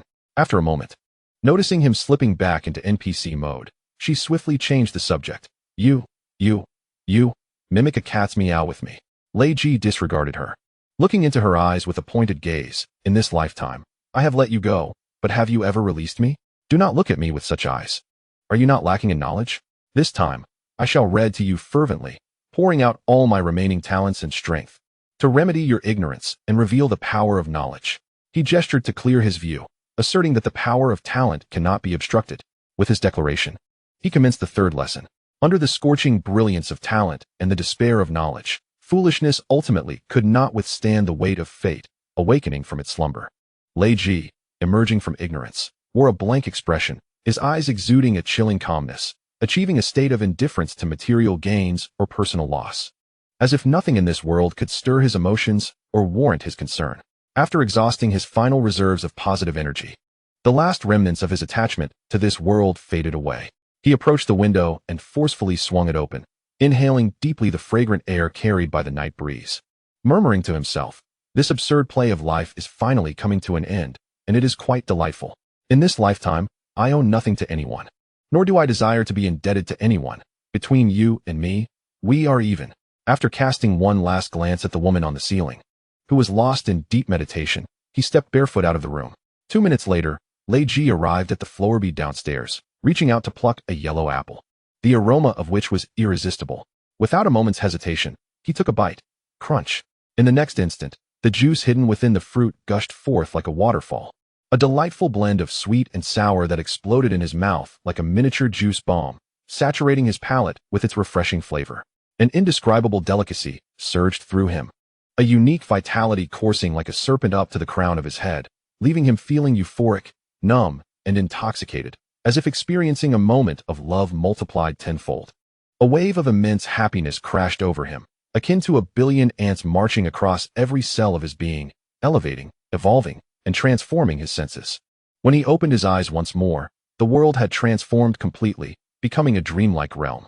Countless beautiful things floated around him like dandelion fluff, easily within reach. The sky was radiant with colors, adorned with childhood dreams that drifted like gentle clouds, gazing down at him and smiling. In that moment, everything in the world seemed to possess life, coming alive before him. What a beautiful world this is. Chapter 155, Critical Time Point, Population under 3 million simultaneously. At the Xingxing base, in a private laboratory, Zhao Jiang wore a grave expression as he scrutinized the holographic projection in the air, his gaze sharp and piercing. After carefully observing the bizarre scene several times, he spoke in a heavy, resigned tone. Indeed, plans cannot keep up with changes, can they? As soon as he finished speaking, Kikiao Yuliang 031 responded. No one anticipated that they would feign an attack while pretending to guard the seismic rift, distracting the military forces and drawing their attention. Meanwhile, they quietly disguised themselves and began to infiltrate major human cities by replacing other vegetation, catching the military off guard and leaving them hesitant to respond. Their intelligence appears to be far superior to what we had estimated. Zhao Jiang felt a deep sense of concern and replied solemnly, "This is no longer a matter of intelligence. It is a question of wisdom. Judging by the methods and strategies they have currently displayed, they have reached a level of understanding both of themselves and their adversaries. Although I cannot fathom how they possess such knowledge of humanity, there is no doubt that they are not merely diverting to the human world out of a desire to avoid mutual destruction, as claimed by the rat tribe. If it weren't for the fact that the rat tribe has indeed faced their attacks and suffered devastating battles, I would suspect that their true target was humanity all along. Attacking the rat tribe might merely be incidental or a whim." Upon hearing these words, Kitty Yuliang 031's tone grew increasingly solemn. "Boss, if your suspicions hold true, I fear humanity may soon face grave tribulations. After all, aside from us, the vast majority of human factions have yet to truly regard them with any seriousness. They have long been accustomed to their lofty position, unable to shed their inherent disdain and contempt. According to your conjecture, they have acquired intelligence that far surpasses mere IQ. Perhaps they will exploit these human vulnerabilities for far-reaching designs." Zhao Jiang narrowed his eyes. Perhaps their scheming has already commenced. As per the rodent clan's accounts, when they first revealed themselves, they exhibited no semblance of intelligence, charging headlong at the rodent tribe like brutes. Nevertheless, the rodent clan suffered devastating losses, and their actions towards humanity have been fraught with peculiarities. The consequences of an outbreak are unfathomable. Kitty Yuliang 031 remarked, "A biting dog seldom barks." Their current strategy of masquerading to infiltrate the human realm, while only exhibiting basic hallucinatory capabilities, is quite unusual. If my assumptions are correct, their ambitions must be substantial. Zhao Jiang squinted, pondering for a moment before abruptly inquiring, "Have the intelligent nanobot swarms and intelligent nanoclouds been deployed?" Kitty Yuliang 031 replied earnestly, "They were deployed the moment we detected them. However, due to time constraints, the number of nanobots produced is insufficient to cover the entirety of the star-gathering base and the surrounding desert. They can only safeguard the most critical areas. Should danger arise beyond these zones, without exposing the intelligent nanocloud, we may be unable to respond promptly." Zhao Jiang nodded slightly and continued, "What of the food factories? How is that progressing?" Kitty Yuliang 031 responded with diligence. "Again, due to time limitations, the star-gathering base has only completed 2 air bun factories, 3 artificial meat factories, 3 3D can food factories, 2 natural water factories, and 2 fecal decomposition factories. Zhao Jiang inquired. How many individuals can these factories sustain? Kitty Yuliang 031 explained. Based solely on the current production resources and energy at the base, they could potentially support approximately 10 million people for half a year. However, there is no need for concern, as I have initiated the resource collection plan and the space cultivation plan. It won't be long before we no longer need to contemplate the issue of survival supplies. Zhao Jiang nodded and asked, at present, how many people are in our base? Kitty Yuliang 031 responded. Before the online plan commenced, our base had around 400,000 individuals, including those attracted by the 2 videos you released. Since the plan's initiation, up until now, an additional 245,000 individuals have arrived at our base and expressed their willingness to enter, totaling just under 3 million. Zhao Jiang was taken aback. So few? Kitty Yuliang 031 corrected him. Boss, that is already a considerable number, even to say it is quite substantial. You must understand that among the newly arrived 2,450,000 individuals, over 80% are commendable individuals, distinguished by their exceptional character. In terms of moral integrity and worldview, they are beyond reproach within the human species. Furthermore, considering the objective factors, their ability to arrive in such a short time, given Xianing's current transportation capacity, is nothing short of remarkable, especially without factoring in the impact of the earthquake. According to my original estimates, having 1 million individuals by this time would have been quite impressive. Zhao Jiang furrowed his brow, lost in thought. Is that so? Kitty Yuliang 031 responded, Boss, I understand your concerns, but I urge you not to bear the undue psychological burden that exceeds our capabilities. You have done enough, truly. Sighing, Zhao Jiang expressed his dismay. With nearly 10 billion people on Earth, it is astonishing that less than 3 million managed to arrive here before the disaster struck. Kitty Yuliang 031 observed Zhao Jiang's countenance, sensing an inexplicable sorrow and regret. He promptly reassured him, Boss, humanity is akin to a towering ancient tree, flourishing and majestic after thousands of years of growth. 3 million individuals, in comparison to this grand tree, may seem like mere seeds, insignificant in number. Yet, these seeds encapsulate all the potential of that great tree. Should the great tree ever fall, decay, and vanish, those seeds can still take root and flourish elsewhere. Rekindling its glory, Zhao Jiang pondered. Rekindling glory, perhaps. One can only hope. Kitty Yuliang 031 continued. Although we are not aligned with other factions, they have also discreetly initiated various actions. If we were to combine the lives they have saved, it would amount to a substantial figure.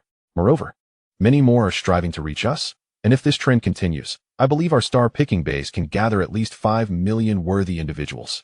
Furthermore, once the other digital beings and the rodent tribe complete their transactions with us, this number could potentially double. If all goes well, we might save around 10 million lives. Zhao Jiang shook his head. You are overly optimistic. Based on the information we currently possess, those who have not yet arrived at our base face increasingly slim chances of making it here. I do not discount the possibility of a few being able to arrive safely, but I am certain it will not be many. Kitty Yuliang 031 furrowed his brow in confusion. Boss, why is that? Zhao Jiang spoke earnestly. As the dominant species on Earth, humanity appears powerful, yet this is a facade. Especially under the current societal system, we have reached a critical juncture. A slight additional pressure could lead to stagnation or even collapse. The previous earthquake has already inflicted significant damage on the nation's transportation infrastructure, particularly on land routes. Now, with the disaster upon us, it is akin to the final straw that breaks the camel's back. If my predictions are correct, by dawn tomorrow, the world will begin to transform. In the realm of human society, across various fields and professions, those who occupy the highest echelons are invariably the powerful and affluent. Among this cohort, it is fair to assert that at least 80% harbor a profound fear of death. As he spoke, he gestured towards the holographic projection suspended in the air. In the face of such an eerie spectacle, who would dare to remain and continue their toil? Kitty Yuliang 031 surveyed the tranquil yet unsettling scenes displayed in the projection, shaking his head and murmuring, 1 in 100. Zhao Jiang remarked, individuals labor to earn a living. They earn to enhance their quality of life, and they live to savor the essence of existence. Yet when life is endangered, the preceding 3 pursuits may be cast aside in an instant. Unless a gun is pressed against one's temple, few are willing to remain steadfast in their positions. He continued, this society is vast and intricate. Even coercion through force cannot simultaneously compel everyone. A mere absence in critical roles can precipitate societal turmoil. leading to a chain reaction that ultimately culminates in the collapse of the entire structure. Upon hearing this, Kikiao Yaliang 031's expression darkened. Realizing the gravity of the situation surpassed his initial assumptions, Zhao Jiang elaborated. Should this information-driven civilization falter, we would regress to an agrarian era dominated by horse and foot. In such a scenario, the online realm would fragment alongside the physical world, making it exceedingly challenging for you and other digital entities to accurately pinpoint each individual. In this context, those who are delayed, particularly those at a considerable distance, do you believe they possess the capability to traverse here unscathed? Kikiao Yaliang 031 replied earnestly. Not at all, Zhao Jiang responded. While we have arranged for forces to assist their transit, it is impractical to sporadically escort one or two individuals. We must maximize our efforts to gather those who can be directed collectively. Beyond that, we can only depend on the rodent clan for assistance. After all, given their capabilities, locating and supporting those isolated individuals should be relatively straightforward. Kikiao Yaliang 031, somewhat uncertain, inquired. The rodent clan should be reliable prior to acquiring the technology, correct? Zhao Jiang, lacking certainty, could only hope. Let us wish for the best. Following this exchange, a profound silence enveloped them, each seemingly deep in contemplation. Chapter 156. Initiation of the final emergency plan. After a considerable silence, Zhao Jiang's expression suddenly shifted, as if he had made a pivotal decision. His demeanor grew serious and earnest, and he spoke with resolute conviction. As a technology company grounded in pragmatism, we must not entrust our future to the hands of others. Given that the severity of this calamity has far exceeded our prior estimations, coupled with the immense unpredictability surrounding humanity's foremost capabilities, I hereby solemnly declare the immediate initiation of the final emergency plan. From this moment forth, we must entirely abandon the initial plan to convert the star-gathering base into a refuge for the general populace and cease all resource allocation to this project. Simultaneously, it is imperative to clandestinely relocate all factories to aerial domains, concentrating all efforts on meticulously constructing a superconducting base.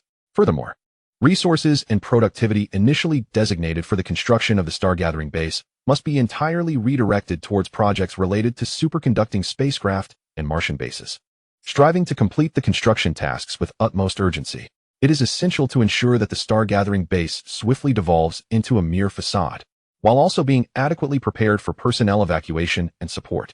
As for the specifics of personnel transfer, adjustments must be made flexibly in accordance with subsequent actual conditions, leading to appropriate decisions.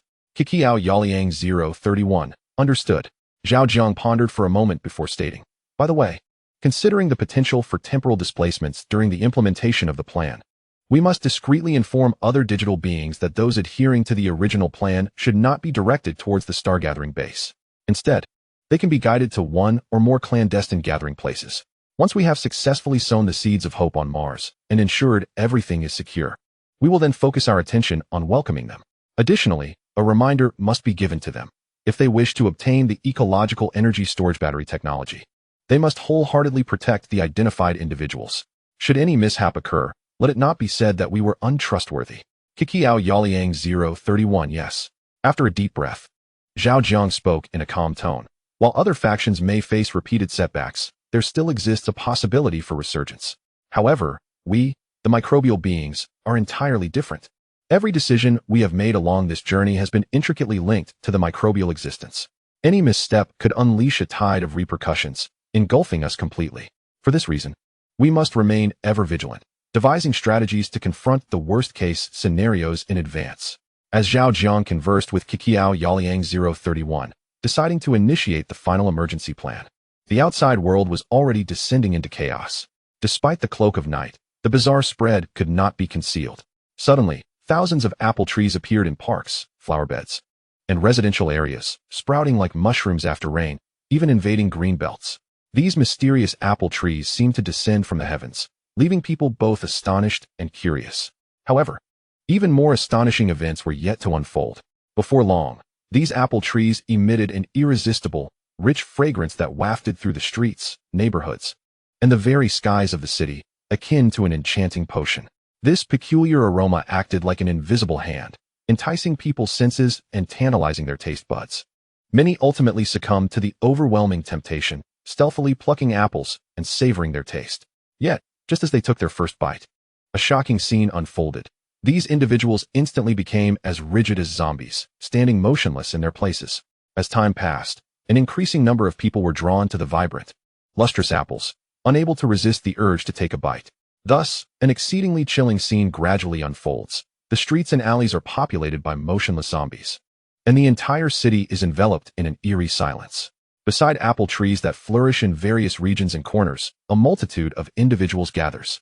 Among them are the elderly with flowing white hair, innocent children, robust adults, and vibrant teenagers. Even expectant mothers and individuals with disabilities are present. Each person's face is marked by a disquieting smile, their eyes vacant and listless, as if their souls have departed. In that moment, they resemble a throng of living dead, entranced and ensnared in a profound slumber, evoking a sense of dread. Viewed from a distance, against the backdrop of an ink-black night and biting cold winds, these figures appear as wretched specters emerging from the depths of the underworld, striving to assimilate into this unfamiliar realm of the living. In a rented room within a building in the Huayu Xiangwan community of Tianhe District, Guangzhou, a young man, pale and trembling with fear, huddles in the corner of his bed like a frightened rabbit, tightly wrapped in a blanket. Struggling to suppress his inner terror, he shakily dials his girlfriend Wenwen's number. Wenwen, where are you right now? Her cheerful voice replies from the other end. I'm out shopping at the mall with my girlfriends. What's up? Are you missing me? She chuckles. Oh, but I must tell you, my period just started, so I can't. Before she can finish, the young man interrupts urgently. Wenwen, please stop joking. Listen to me.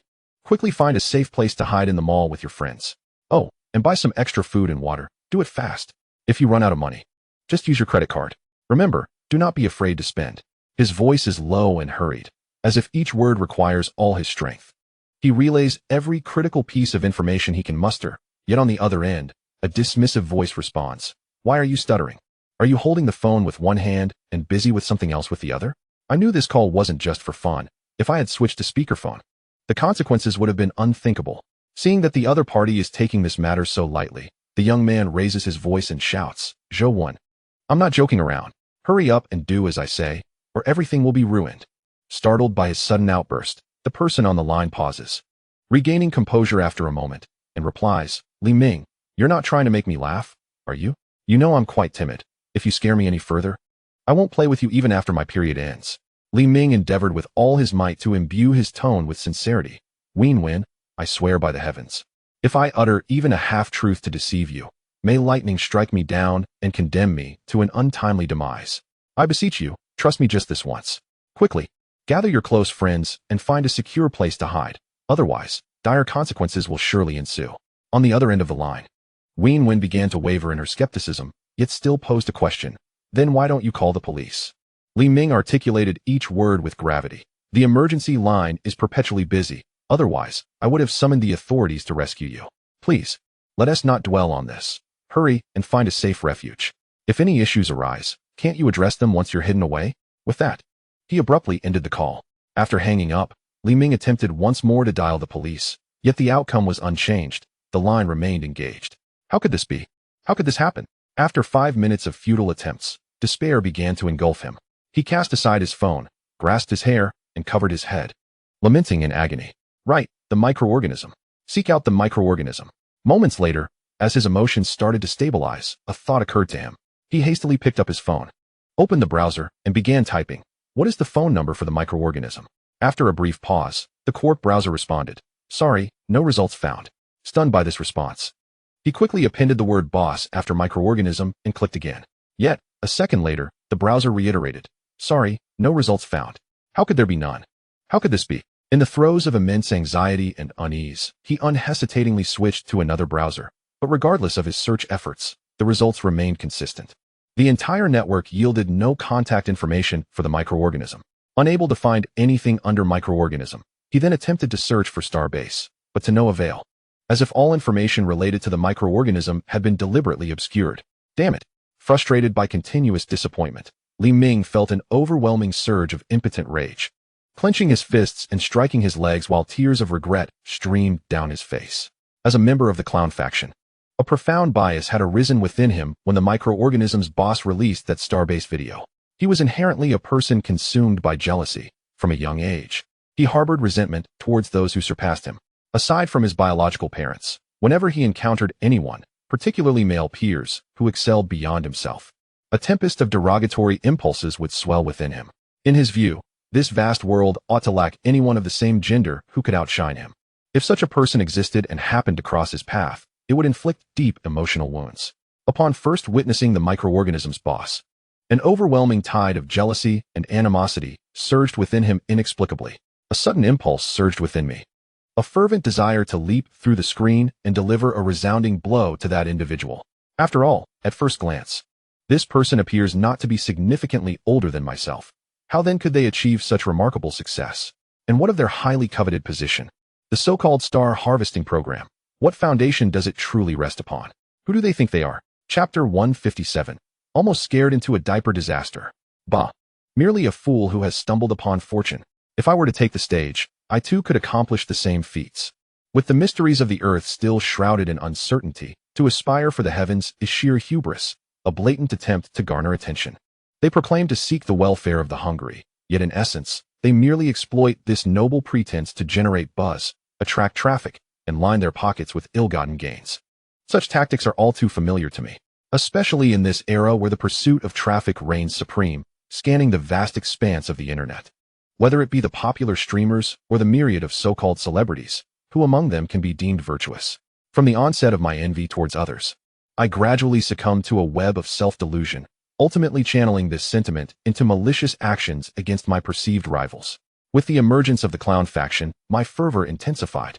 As I morphed into a vanguard dedicated to maligning the image of the microbial world, charging forth into the fray.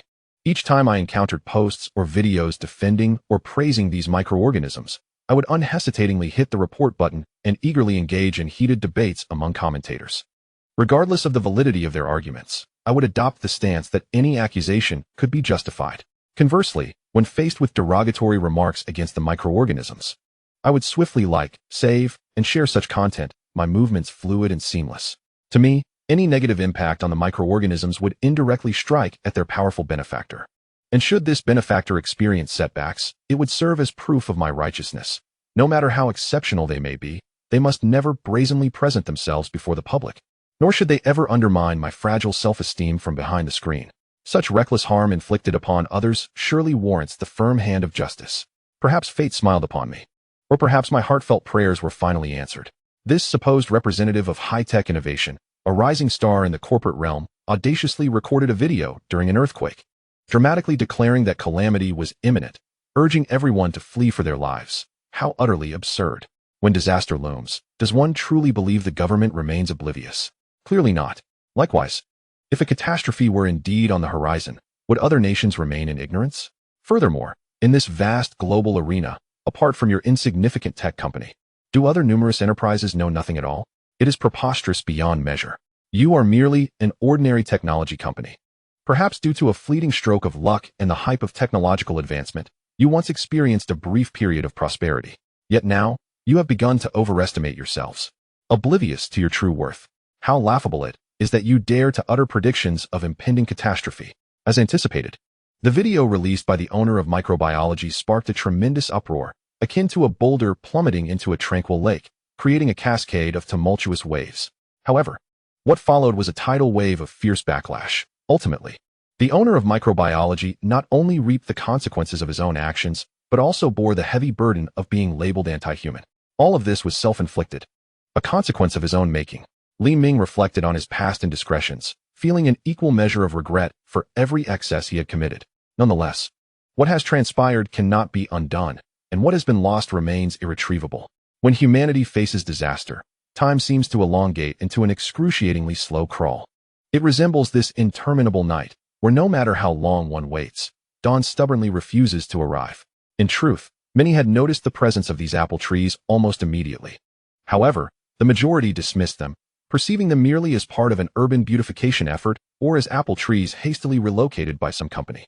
Only a small group of individuals, keenly observant, sensed something unusual and began to take the matter seriously, although they could not ascertain when or how these apple trees had supplanted the original vegetation. The mere thought of the videos released by the owner of microbiology stirred an instinctive alertness and doubt within them.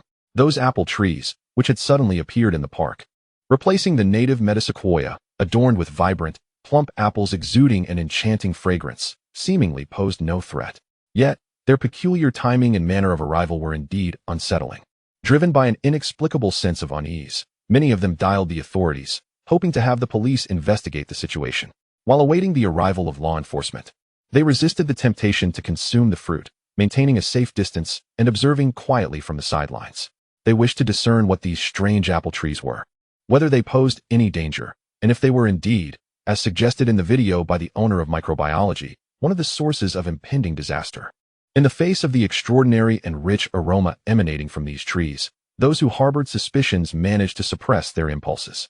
However, others were not so restrained, particularly those who typically favored petty gains, lacking moral fortitude and prone to thievery.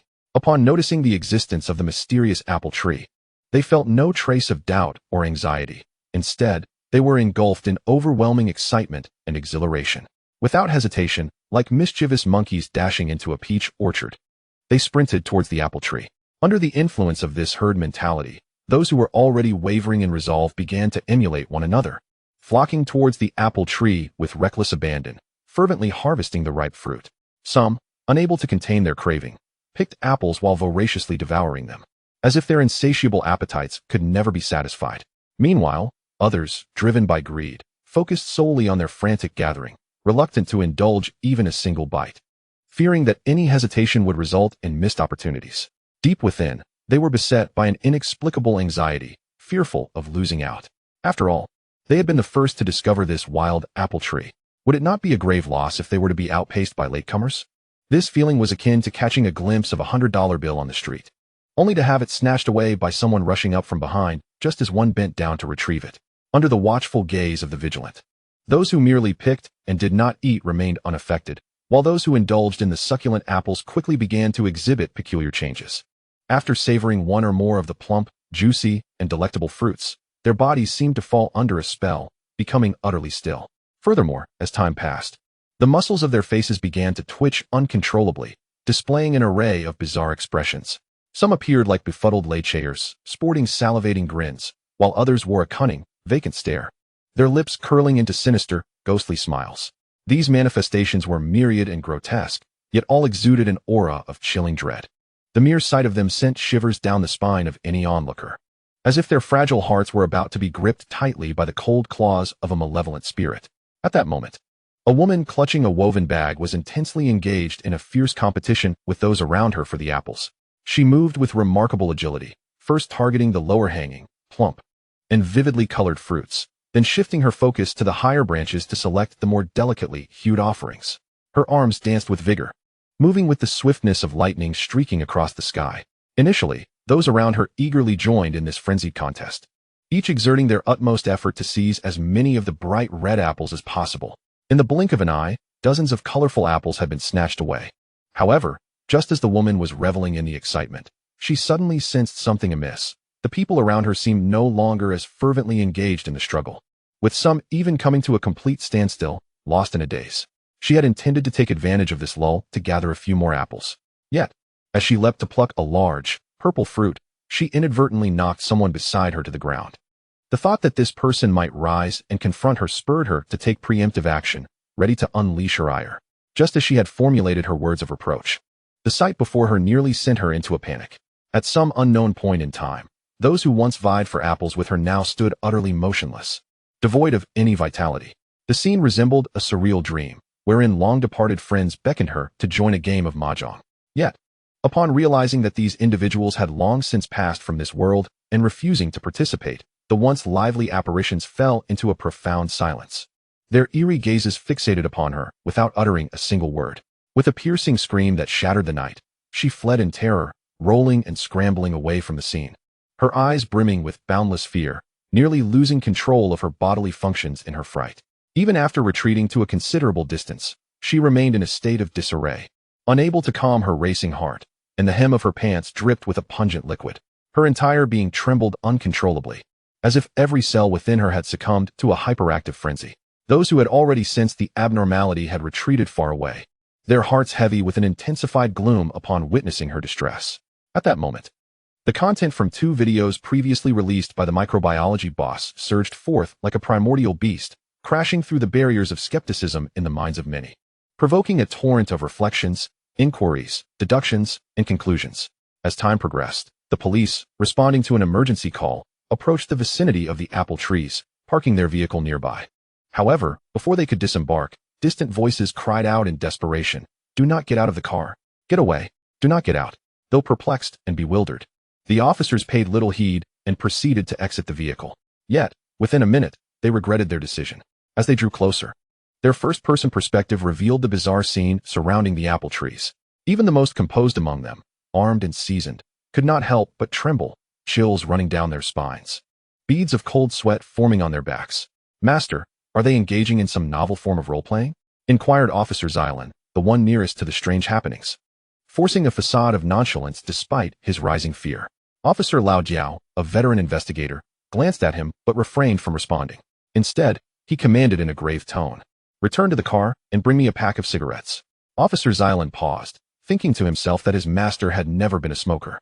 However, the next moment, realization struck him, and he dashed back to the police car. Bang, bang, bang. Just as Xiaolin departed, Officer Lao Jiao drew his weapon and fired 3 shots at the apple tree, the gunfire echoing through the night sky. The bullets pierced the tree at an almost imperceptible speed, creating 3 distinct holes. Was this not a tree of resplendent, multicolored apples? Officer Lao Jiao's eyes, sharp as an eagle's, remained fixed on the apple tree, his mind swirling with recollections of the peculiar events that had transpired. After the gunfire ceased, the apple tree exhibited no response, appearing as an ordinary tree. Strangely, those encircling it, adorned with unsettling smiles, also remained unmoved. According to reason, regardless of one's moral standing, be they virtuous or nefarious, the mere sight of such an embodiment of universal equality would instinctively invoke fear and avoidance, particularly among the common folk. Yet, the present circumstance is utterly contrary. Even after a shot has been fired, those in the vicinity remain oblivious, as though they have not heard a thing. Officer Lao Jiao hesitated for a moment, then approached a bald man from behind, pressing the barrel of his gun against the man's shoulder blade, and said, "Wake up. What are you doing here in the middle of the night instead of sleeping at home? Are you sleepwalking?" The bald man, unperturbed by the gun's pressure, resembled a lifeless mannequin. Observing this, Officer Lao Jiao suddenly exerted force, pushing the man forward, causing him to stumble. "What are you doing? Are you out of your mind?" The bald man's expression shifted from vacant to alert as he regained consciousness, steadying himself and turning around to glare at the officer, confusion evident on his face.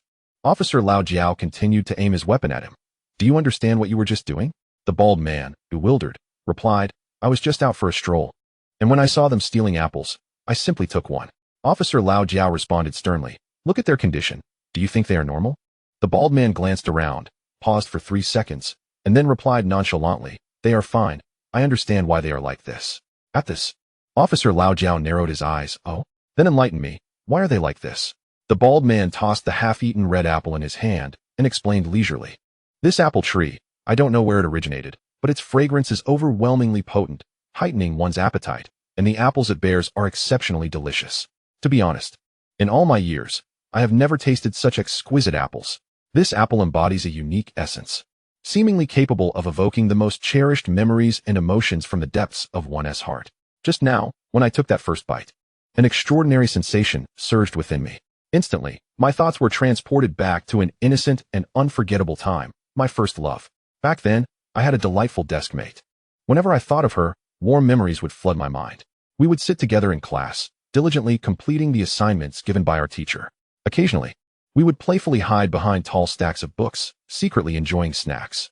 After school, we relished strolling on the expansive playground, basking in the warm sunlight, savoring the tranquility and contentment. Sometimes, I would feign indifference while reaching for her hand, and she would act as though unaware, allowing me to gently caress her delicate fingers. Indulging in the playful moments, those beautiful instances unfolded like a film before my eyes. Observing the balding man's gaze drifting once more, Officer Lao Jiao promptly interrupted, urging, "Get to the point." The bald man blinked, regaining focus, and continued, "As I delved deeper into that sensation, those memories and images seemed to come alive, and soon. It felt as if I had entered a dream, my consciousness unknowingly slipping into an exquisitely beautiful realm. I am indeed aware of the happenings beyond these confines. Yet I choose to remain withdrawn. Had you not so rudely intruded upon my solitude, I would have been at the beach, applying sunscreen for her. Alas, you cannot fathom the depth of my regret for missing her." Though you brandish a firearm, which lends you an air of menace, I fear not. For I have committed no crime. This apple is extraordinarily unique. All I wished for was to be left undisturbed, allowing this apple to momentarily assuage my lingering sorrow. Officer Zhao, taken aback by the revelation, felt a surge of alarm within him, an instinctual awareness that the apple and its tree harbored significant secrets. However, he maintained a facade of composure as he inquired, "You claim to be aware of the external world, yet you choose not to awaken from this dream. May I interpret this as a sign that your consciousness remains quite lucid?" The bald man met his gaze earnestly, nodding in affirmation. "Indeed, I am fully aware. I remember everything. From the moment someone alerted the authorities, to your arrival with another officer, to the warnings for you to remain in your vehicle, and your instruction to your partner to fetch cigarettes, I recall it all. Yet, I believe it unnecessary to disrupt this fleeting beauty merely because of your presence." At that moment, Officer Zhao's heart plummeted, as if gripped by an unseen force. Instinctively, his gaze fell upon the apple in the man's hand, and he couldn't help but glance at the apple tree, which he had previously marred with 3 deep gashes. His throat grew parched, and he swallowed hard. If his memory served him correctly, every detail was vividly etched in his mind. He was certain that he and his apprentice had driven to this location, disembarked, approached slowly, and that throughout, the bald man had faced away from them. Yet, the words now spoken by the man seemed to indicate that he had been watching them closely, witnessing the entire sequence of events unfold. Such a sentiment was profoundly peculiar, unsettling in its strangeness. Officer Zhao furrowed his brow, pondering the implications. What could possibly be at play here? Could this apple indeed possess the power to unveil hidden truths? Or was it that the true observer was not the man, but rather that he had subconsciously borrowed the inside of the apple tree while lost in his reverie? A multitude of questions surged within him, plunging him into a state of confusion. After a considerable pause, Officer Zhao regained his composure and, locking eyes with the man, stated candidly, "Do you not find this entire situation rather abnormal?" The bald man glanced at the apple in his grasp, reflecting on his earlier experience, and nodded solemnly. "It is somewhat unusual, hence, I intend to undergo a comprehensive medical examination shortly." Officer Zhao acknowledged this with a nod. "It appears you possess some awareness of your own condition." The bald man raised an eyebrow, his tone tinged with irritation. "I am not foolish. The apple simply exudes an irresistible fragrance, and I succumbed to temptation. Little did I know that this apple was so extraordinary. One bite was akin to indulging in a narcotic, rendering one helplessly entranced. If it were merely myself, one might argue that I possess a lack of self-discipline. However, do others not share a similar predicament?" Officer Zhao cast a glance at the apple in his hand and suggested, "Should you decide to undergo a comprehensive examination at the hospital, it would be prudent to bring the apple along to ascertain the components that so enchant you." The bald man replied, "Of course, I am well aware of that matter without your prompting." Officer Zhao retrieved his mobile phone and inquired, "Do you use WeChat?" The bald man affirmed, "Indeed." Officer Zhao continued, "Let us connect on WeChat. Once your examination is complete, kindly send me the results provided by the hospital. Rest assured, you shall not leave empty-handed. A red envelope will await you." Chapter 159. The perception of microorganisms in the eyes of ordinary people. As the bald man swiftly extracted his phone from his pocket, a broad smile graced his face as he spoke flattering words to the officer. "Comrade officer, let us forego the red envelope. Should any unfortunate events transpire, I would rely on your swift assistance." Officer Zhao, observing the man's sycophantic demeanor, could not suppress a sardonic remark. "Ah, so you are now aware of fear?" The bald man, slightly embarrassed, scratched his ear and replied with a grin, "Well, it's not fear per se. I simply wish to bolster my sense of security." Officer Zhao shook his head in exasperation, glancing at those still lost in their delightful reveries, and hastily waved his hand, urging, "Enough with the delays. Make haste to the hospital, for I have other matters to attend to." The bald man nodded vigorously, expressing his intent to depart. He first bowed respectfully to the officer, saying, "Very well, I shall proceed to the hospital for an examination. I truly appreciate your assistance." He then turned and jogged toward the apple tree, reaching out to pluck another vibrant red apple to tuck into his pocket. Turning back, he sheepishly explained to the officer, "Comrade officer, I took a bite of the previous apple, which may affect the test results.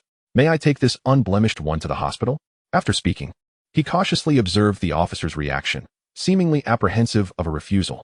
Officer Zhao, shaking the bald man's arm adorned with a scorpion tattoo, waved him off. "No matter. Just hurry along. Wake up, wake up. Officer, do you not realize how unethical this is? You have already gleaned the truth from that individual. Why must you disrupt their blissful experience?" The tattooed bald man, his eyes now clear, expressed his displeasure. Officer Jiao, idly toying with his firearm, replied coolly. And have I indeed spoiled your enjoyment?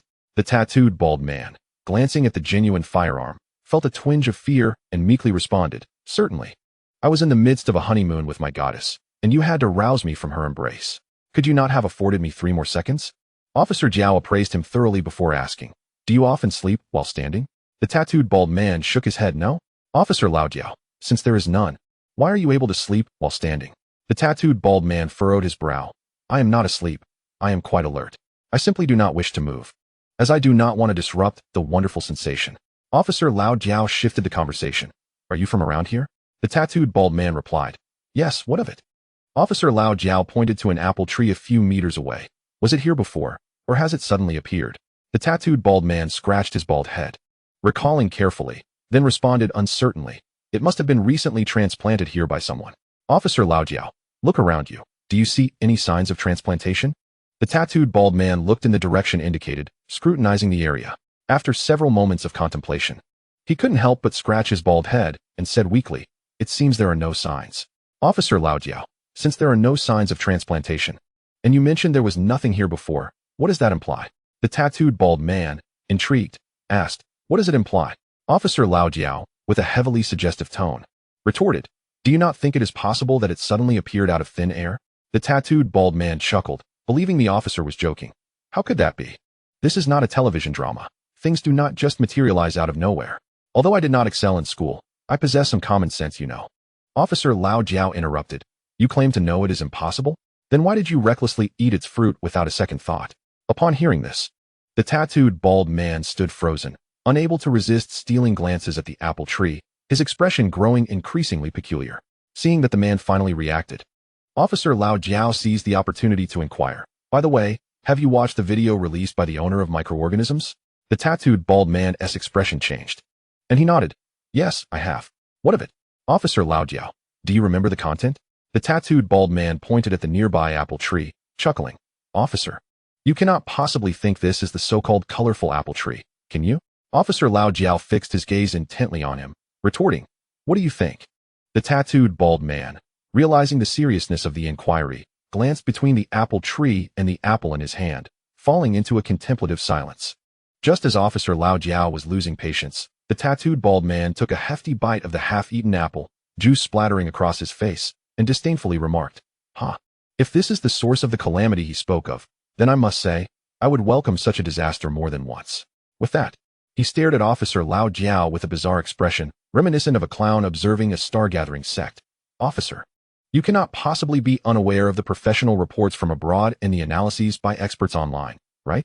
The 2 videos by the owner of microorganisms are nothing but nonsense, exploiting the unique timing of the earthquake to garner views. Despite the lofty praises previously heaped upon his company, it is, in essence, nothing more than a fraudulent shell corporation. I have heard whispers that the very location of its registration lies abroad. The so-called ecological energy storage battery they promoted was nothing but a ruse, akin to the online marketing schemes surrounding the metaverse and artificial intelligence, merely concepts designed for marketing purposes. When Officer Lao Jiao remained silent, he mistakenly believed that the silence was a moment of enlightenment for the officer. He hastily added, look, that ecological energy storage battery technology has been public knowledge for quite some time now, yet no products have materialized. If it were genuine, as the proponents of the star-picking faction claim, it should have long been produced and sold extensively.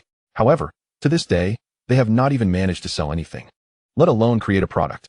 This is a company that survives solely by defrauding government subsidies, a charlatan that specializes in marketing concepts, manipulating trends, and exploiting the unsuspecting.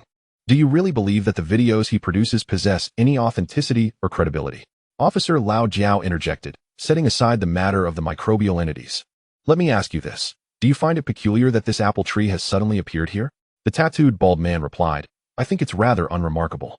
Perhaps someone has secretly transplanted it here, deliberately erasing any signs of its relocation. Given that we have yet to clarify anything, linking this matter to the video from the microbial company seems a bit excessive, doesn't it? Furthermore, I too have watched those 2 videos, and the content is rife with aggressive undertones. Yet, looking at this apple tree, does it truly appear to pose any threat? According to the videos, this vividly colored apple tree is formidable, and ordinary attacks are utterly ineffective. You shot it earlier, creating 3 holes, and it remains just a normal tree.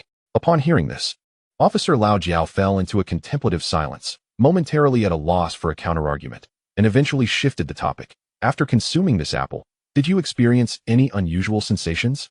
The tattooed, bald man responded, indeed. Officer Lao Jiao inquired, what sort of unusual sensations? The tattooed, bald man replied, the peculiarity lies in the fact that this apple is simply exquisite, as if it had descended from the heavens. I have never tasted a heavenly peach. Yet I am certain that this apple's flavor rivals it. Officer, if you harbor any doubts, you may pluck one yourself and savor it. I assure you, after just one bite, you will be enamored with its taste. Officer Lao Jiao glanced at the tree, still bearing a portion of the apple, and shook his head. I think I'll pass. I have never been particularly fond of apples. By the way, would you like to visit the hospital for a checkup later? To see if there are any adverse effects from consuming this apple? The tattooed bald man furrowed his brow and pondered before responding, I'll forego that. I trust my own judgment and bodily sensations. If this apple had any issues, I would certainly feel unwell. Yet, after all this time, I feel perfectly fine, even invigorated. Officer Lao Jiao replied, very well, let us exchange WeChat information. If you experience any discomfort or unusual occurrences afterward, please notify me via WeChat. The tattooed bald man displayed a look of hesitation and said, officer, perhaps it's best not to add each other on WeChat. If I do, I would certainly feel embarrassed sharing posts, which could cause me some discomfort. Officer Lao Jiao was momentarily taken aback, but then recalled something and decided not to press the matter. All right. In Chapter 160, as the 5 military districts converged for one last opportunity, the tattooed bald man continued. Officer, if there's nothing else, I shall take my leave. Officer Lao Jiao replied, very well. After the second tattooed bald man was awakened and departed, Officer Lao Jiao proceeded to awaken the remaining individuals, conducting inquiries one by one while discreetly recording the interactions. Once the questioning concluded and finding them all quite alert without any irregularities, he exchanged WeChat contacts with a few before dismissing them. Master, what on earth is happening? Officer Xiao Lin, who had been reporting the situation from within the car, was astonished to witness his mentor's ability to awaken those individuals. After completing his reporting duties, he swiftly exited the vehicle and approached his observing master beneath the apple tree. Go retrieve the caution tape from the car and encircle this apple tree. Officer Lao Jiao did not respond to his question, but directly commanded him to act. Understood, master. In a short while, Officer Xiao Lin efficiently encircled the apple tree with caution tape. Bring over the gloves and bags from the vehicle. Yes, master. As the previously awakened individuals departed, the initially frightened onlookers, noticing the police still present, began to muster their courage and approached. Officer, may I inquire about what happened with those individuals? They appeared so strange and frightening. Officer Lao Lin surveyed the crowd and replied with a calm demeanor. The specifics remain unclear at this moment, but I advise everyone to keep their distance from this apple tree, as well as from other similar apple trees. Furthermore, do not be tempted by the enticing aroma of the apples to secretly pluck and consume them. You all have seen the video from the microbial business owner. Although this apple tree seems harmless, it significantly differs from what was depicted. Therefore, do not let your guard down. Anyone living nearby should be aware that the appearance of this apple tree is exceedingly abnormal. Moreover, the fragrance of these apples is far from what one would expect from a typical apple, so please remain vigilant. A moment of restraint may lead to a lifetime of safety. Conversely, this world offers no opportunity for regret. Master here. Officer Lao Jiao accepted the gloves and bags from his apprentice, advising, you must be cautious as well. I know you have a particular fondness for apples. However, until we ascertain the nature of these apples, you must exercise restraint. With that, he donned the gloves, retrieved a bag, stepped beyond the caution tape, approached the apple tree, gun in one hand, and began to gather apples of various colors with the other. He intends to use these apples as specimens, sending them to hospitals and specialized laboratories for analysis, determined to uncover the enigmatic substances within that have captivated the imagination. While Officer Lao Jiao and his apprentice Xiao Lin are occupied with the apple tree incident, a series of extraordinary events unfold beyond the realm of human perception. Deep within the kindling mountains, under the luminous moon and a tapestry of stars, a vast and meticulously organized operation is quietly taking shape as waves of thousands of mice surge forth. These mice, with their clearly defined roles and cohesive structure, divide into numerous groups, each entrusted with specific tasks. Some squads are dedicated to collecting seeds from various plants, whether they be the fruits of towering trees or the grains of roadside grasses, leaving no potential find unharvested. In instances where seeds cannot be procured, the mice do not hesitate to uproot entire plants, meticulously wrapping them before transporting them into the depths of subterranean caverns. Other teams focus on hunting diverse wildlife. Even the formidable wild boars and deer, as large as small hills, cannot evade their keen senses and agility, while the nimble rabbits and frogs are equally ensnared. These hunting squads operate with the precision of seasoned hunters, allowing no respite for their quarry. Additionally, there are groups of mice tasked with gathering surface water, filling their pouches with crystal-clear stream water, and even capturing playful fish along the way. Not to be overlooked are the diligent expert mice dedicated to collecting soil and air samples. Through the tight-knit collaboration of these groups, the once lush and vibrant mountains rapidly succumb to desolation. In a matter of moments, the verdant foliage vanishes, leaving only the barren rocks to narrate tales of former abundance and vitality. Such a drastic transformation, were it not for the cover of night, would undoubtedly have raised the alarm of celestial observers. However, cloaked in darkness, all remains tranquil save for the nearby animals sensing the rising winds. As the moon sets and the sun rises, a new day unveils itself. On April 3, 2026, in the early hours, within a conference room at the star-picking base, infused with an atmosphere of advanced technology, Zhao Jiang sits upright, encircled by 5 formidable figures clad in crisp military uniforms. Each of these 5 leaders hails from distinct battle zones, each with their own unique presence. The silver-haired elder represents the vast expanse of the Western theater, while the middle-aged man with a pragmatic crew cut stands as the spokesperson for the Central Theater. Next to him, a stern-faced middle-aged woman, exuding a palpable aura of authority, symbolizes the Northern Theater. Lastly, an elderly gentleman, his hair a cascade of white and his face etched with the passage of time, with eyes that are perpetually narrowed, embodies the Southern Theater. At last, the middle-aged gentleman, whose countenance was as tranquil as water, yet whose voice resonated with a profound depth and strength, bore a distinctive black mole at the corner of his mouth. He was the representative of the Eastern Theater Command. Comrade Zhao, this is the situation at hand. This is your final opportunity. Should you fail to seize it, there will truly be no further chances. The silver-haired elder, having gleaned insights from their prior discussions, had already surmised the other's inclinations, yet he wished to make one final appeal. Zhao Jiang cast a glance over the assembly, noting their collective gaze fixed upon him. I have articulated my stance with utmost clarity. Since that incident, I have found no path for retreat, nor have I ever contemplated a return. It may appear to you that expending considerable resources to rescue individuals of seemingly little worth is profoundly unwise, perhaps even foolish. Yet, I hold a differing perspective. Certain truths can only be discerned when one stands at the precipice of the future. My wager is not upon the present, but rather upon what lies ahead. Should you falter under their pressure, let them come forth. The actions of microscopic organisms will be borne by them, even if they were to unleash nuclear devastation upon us. I would accept the consequences. The female representative from the Northern Theater spoke with a subdued tone, laced with foreboding. While they may hesitate to deploy nuclear weapons for now, the threat of missiles remains uncertain. Moreover, prior to our arrival, we had already reached an accord with them.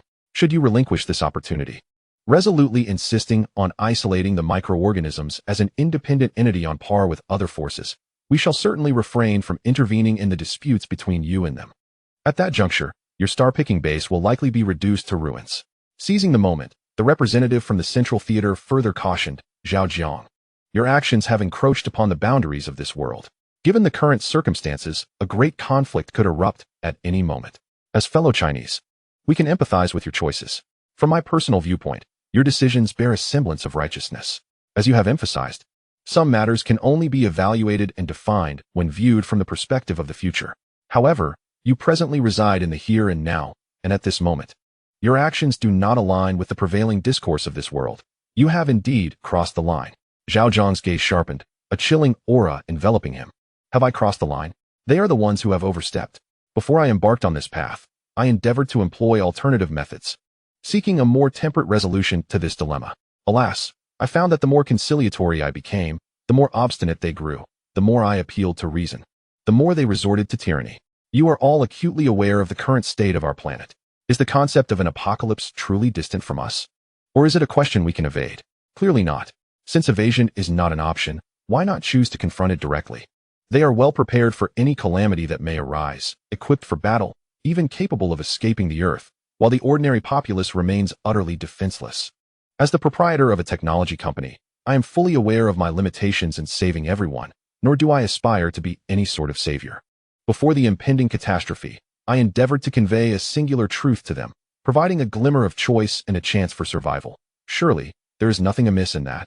Why is this disallowed? Kindness is vilified as sanctimonious, while courage is misconstrued as recklessness. What has become of this world and the individuals perched atop its pinnacle? Must the masses remain oblivious and meet their untimely demise to align with their values? It is time to reassess this world. Chapter 161. Have I truly erred? At this juncture, Zhao Jiang surveyed the crowd, hoping to find someone to challenge his assertions, but he was met with disappointment. The representatives from the 5 battle zones averted their gazes, feigning contemplation of other matters. With a sigh inwardly, Zhao Jiang continued, previously, during the earthquake, I disseminated 2 videos, revealing the truths I held, utilizing the power of artificial intelligence to share them with the world. Consequently, they took minimal action, and I was branded as anti-human, becoming the most infamous criminal of our time, scorned by many. To this day, I remain the target of the majority's vitriol, an emblem of malevolence. They even seek to extradite me across the ocean, intending to bind me to a cross and subject me to a fiery execution akin to that of Jesus.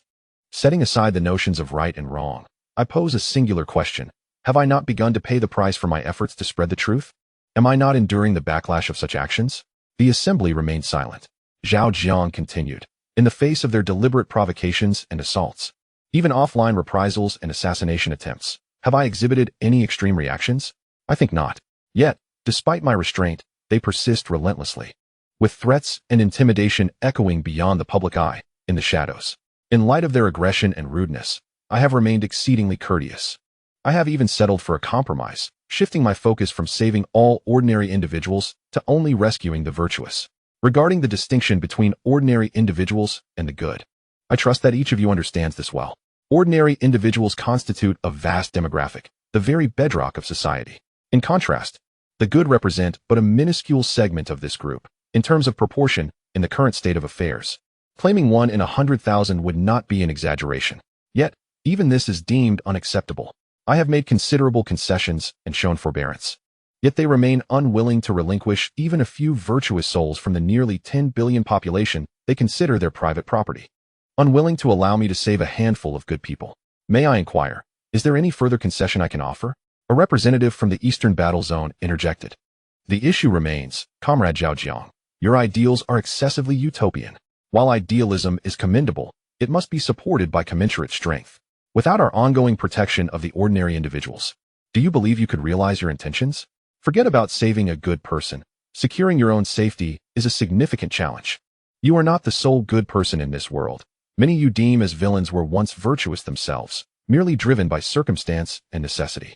Zhao Jiang met the eyes of his interlocutor and suddenly smiled. Thus, I must decline your goodwill. The matter concerning the ordinary individuals shall be borne by them. Otherwise, you may believe that I am merely fabricating a grand illusion, leveraging your strengths to portray myself as the virtuous one. Northern Theater Representative Zhao Jiang. I understand the immense expectations you have placed upon artificial intelligence, even envisioning its capacity to overturn the tables at critical junctures. However, I must disclose a stark reality. Once you choose to resist fiercely and refuse to yield, those abroad would rather regress an entire era back to agrarian civilization than hesitate to extinguish both you and your paramount asset, artificial intelligence. This world, having endured for so many years, harbors forces beyond your imagination due to the accumulation of time. Do you think we do not aspire to rescue the ordinary populace just as you do? We yearn to, yet there exists an insurmountable chasm between aspiration and action. In this cruel epoch, some individuals are destined to be cast aside and sacrificed. The tragedy of their demise is their inescapable fate. You cannot jeopardize your promising future for the sake of a few virtuous souls entwined in such a fate. It is simply not worth it. Zhao Jiang turned to face the other party. You have stated they are good people. Should not good people receive their due reward? The counterpart responded with an unwavering demeanor. Good people do not necessarily receive good returns. Zhao Jiang, this is where your naivete lies. You are well aware of this truth within your heart. Why then must you voice it? Zhao Jiang's gaze remained as tranquil as still waters.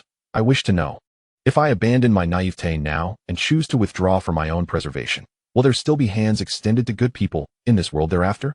Central Theater Representative, there will be no one, like you, willing to risk the world's disdain by utilizing artificial intelligence selflessly to reach out to all good souls.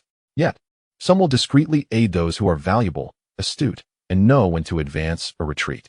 Zhao Jiang surveyed the room, his gaze sweeping across each face, and solemnly inquired, I sincerely wish to seek your counsel. Since I released the truth in my apocalyptic video, have I truly erred? Eastern Theater Representative. Right and wrong often hinge upon subjective interpretation. Upon examining your records and reflecting on your endeavors, from my personal perspective, you have done no wrong. In fact, viewed from a future standpoint, you may well be the sole individual who acted correctly. However, we can only exist in the present. And if the present does not permit your correctness, even if you were right, it stands as a wrong. The silver-haired elder from the Western Theater interjected, Comrade Zhao, you must know I have always held you in high regard. We have discussed the notions of right and wrong extensively. Since you pose this question today, I shall offer you my most genuine answer. It is not you who is wrong, but this world. The Southern Theater representative candidly stated, the dichotomy of right and wrong is inherently a false proposition. In this society of the survival of the fittest, if your fists are strong enough, you are deemed right. Conversely, if they are not, you are wrong. Rather than inquire of us about right and wrong, perhaps you should question within yourself whether your own strength is sufficient. Northern Theater representative. In this world, there exists no absolute right or wrong. Yet should you defy the prevailing currents, you become the embodiment of error. Representative of the Central Theater. Through our observations, your Star Harvest base has received an influx of over 3 million individuals. Even if we choose not to intervene, do you possess the means to sustain them? Can you guarantee their survival and provide for their needs? If your reach is but 1 meter, yet you aspire to grasp an apple 2 meters away, you are indeed making a grave error. Moreover, Zhao Jiang, have you contemplated the consequences of a complete rupture in relations? Should a hypersonic missile descend, how many lives would be lost at your Star Harvest base? Your intentions may be to save them, yet if they perish because of your actions, how will you reconcile with that reality? In this world, numerous events unfold beyond human control. You must learn to perceive the broader picture, to understand the currents of the times, and, most importantly, to practice humility. Zhao Jiang, witnessing the diverse opinions expressed, suddenly rose, bowing deeply to the assembly, and sincerely stated, "Thank you."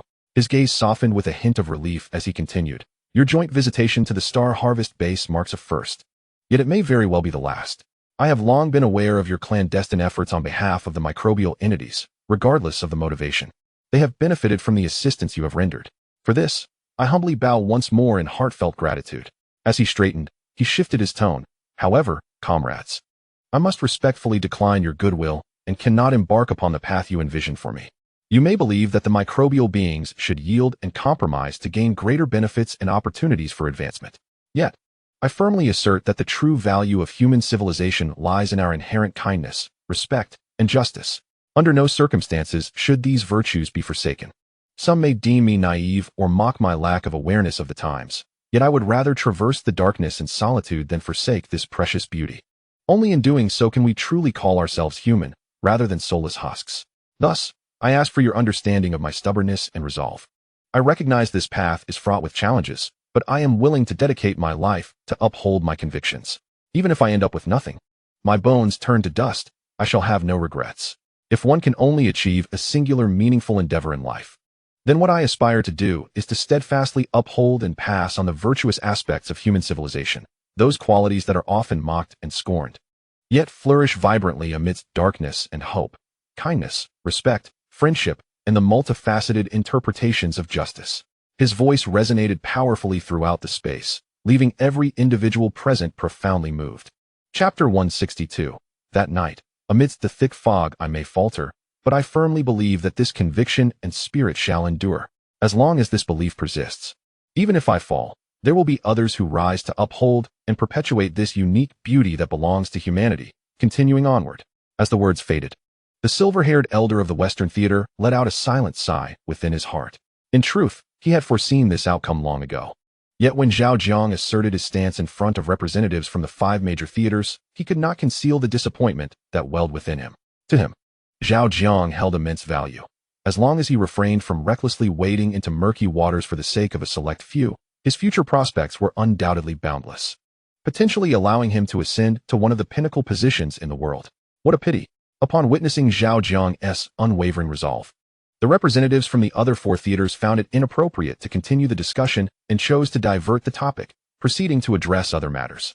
In the early morning, before the first rays of sunlight had fully illuminated every corner of the starbase, the visitors from the 5 theaters began to depart one by one.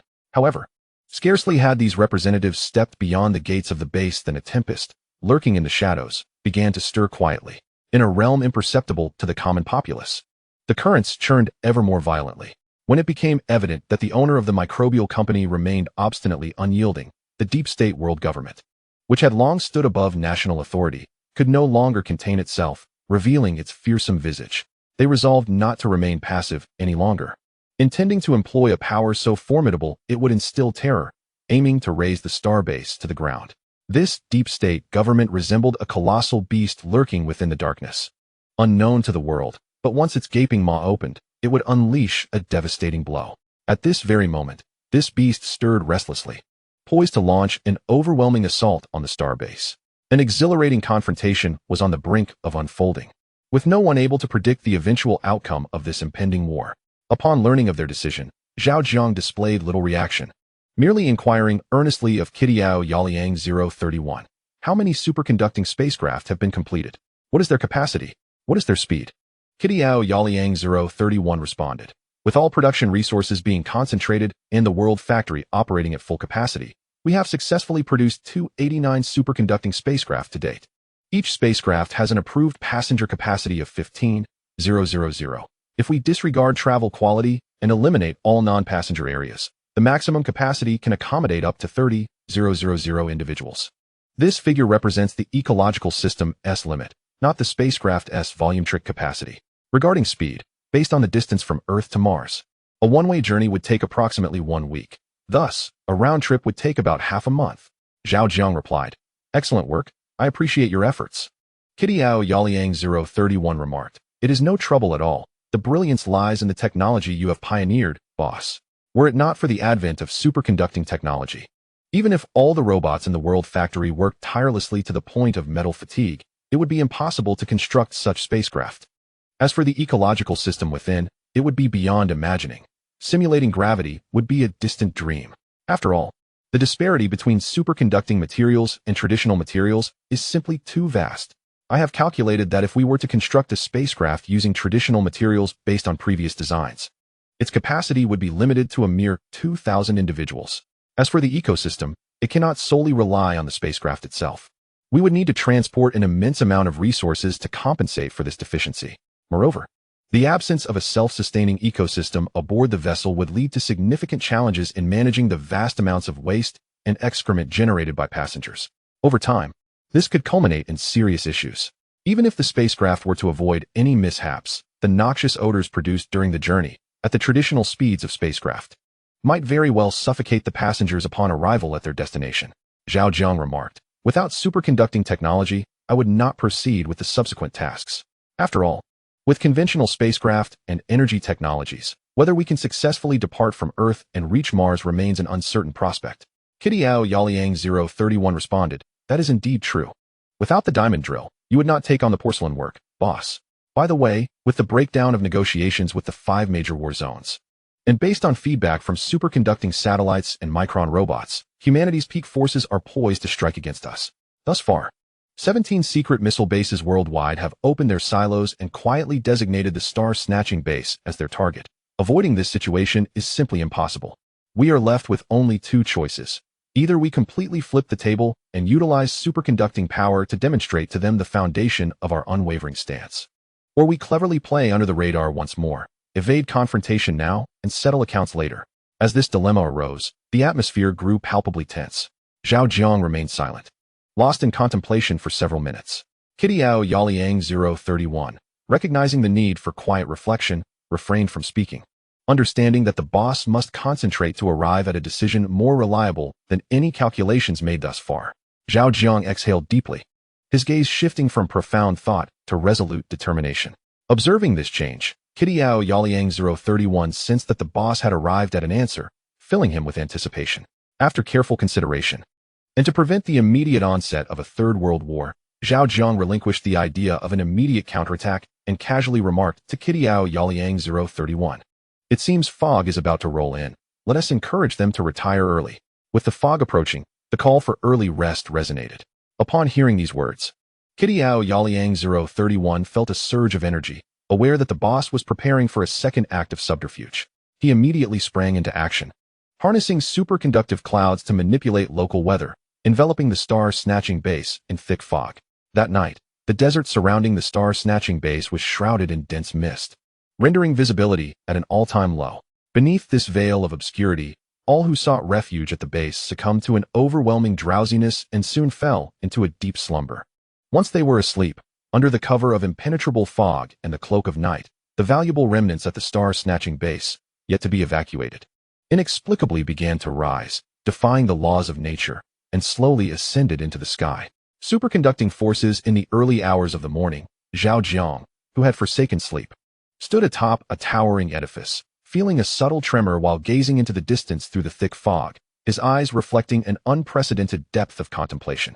As the night progressed, 17 hypersonic missiles, akin to meteors traversing the sky, surged forth with unwavering determination and a profound sense of purpose, headed directly toward the Star Harvest base. These missiles seemed to embody the collective strength of the world, embarking on a sacred and formidable mission to deliver justice against a stubborn and egregious foe. At the very moment these hypersonic projectiles were launched, the superconducting satellites in the firmament, like phantoms, swiftly detected the commotion. Surprisingly, these advanced satellites refrained from immediate action, withholding their formidable superconducting weaponry from intercepting the missiles with precision. Instead, they opted for silence, seemingly indifferent to the unfolding events, allowing the missiles to race toward the Star Harvest base unimpeded. Simultaneously, countless hidden eyes scrutinized the trajectory of these hypersonic missiles, filled with curiosity and perplexity. People were left wondering how the microbiota would respond to such a threat, and what audacity compelled them to confront the challenge head-on. The hypersonic missiles pierced through the clouds at astonishing speeds, soaring upwards until they reached their designated altitude. Subsequently, they dove into the swirling fog below with the ferocity of predatory fish. Beauty sometimes conceals death. Boom. Like a cosmic explosion, a deafening roar erupted, threatening to rend the night sky asunder. This sound was thunderous, reverberating with such force that it sent shivers down the spine. It spread like a tidal wave in all directions, shaking every living being that heard it. Accompanying this cacophony, a brilliant beam of light sliced through the darkness, hurtling straight toward the Star Harvest base, striking its mark with unerring accuracy. Then came the series of explosive detonations. Boom, boom, boom, boom, boom, boom. A relentless barrage of explosions erupted, akin to a tempest of meteors descending upon the Earth. 16 technologically advanced swords rained down mercilessly, piercing the cloud cover and embedding themselves into the ground with ruthless precision. Each detonation resembled the ignition of a colossal bomb, unleashing boundless energy and shock waves. Smoke billowed, flames soared skyward, and the entire Star Harvest base descended into chaos. The once formidable structures trembled under the force of the impact, collapsing into heaps of rubble and debris.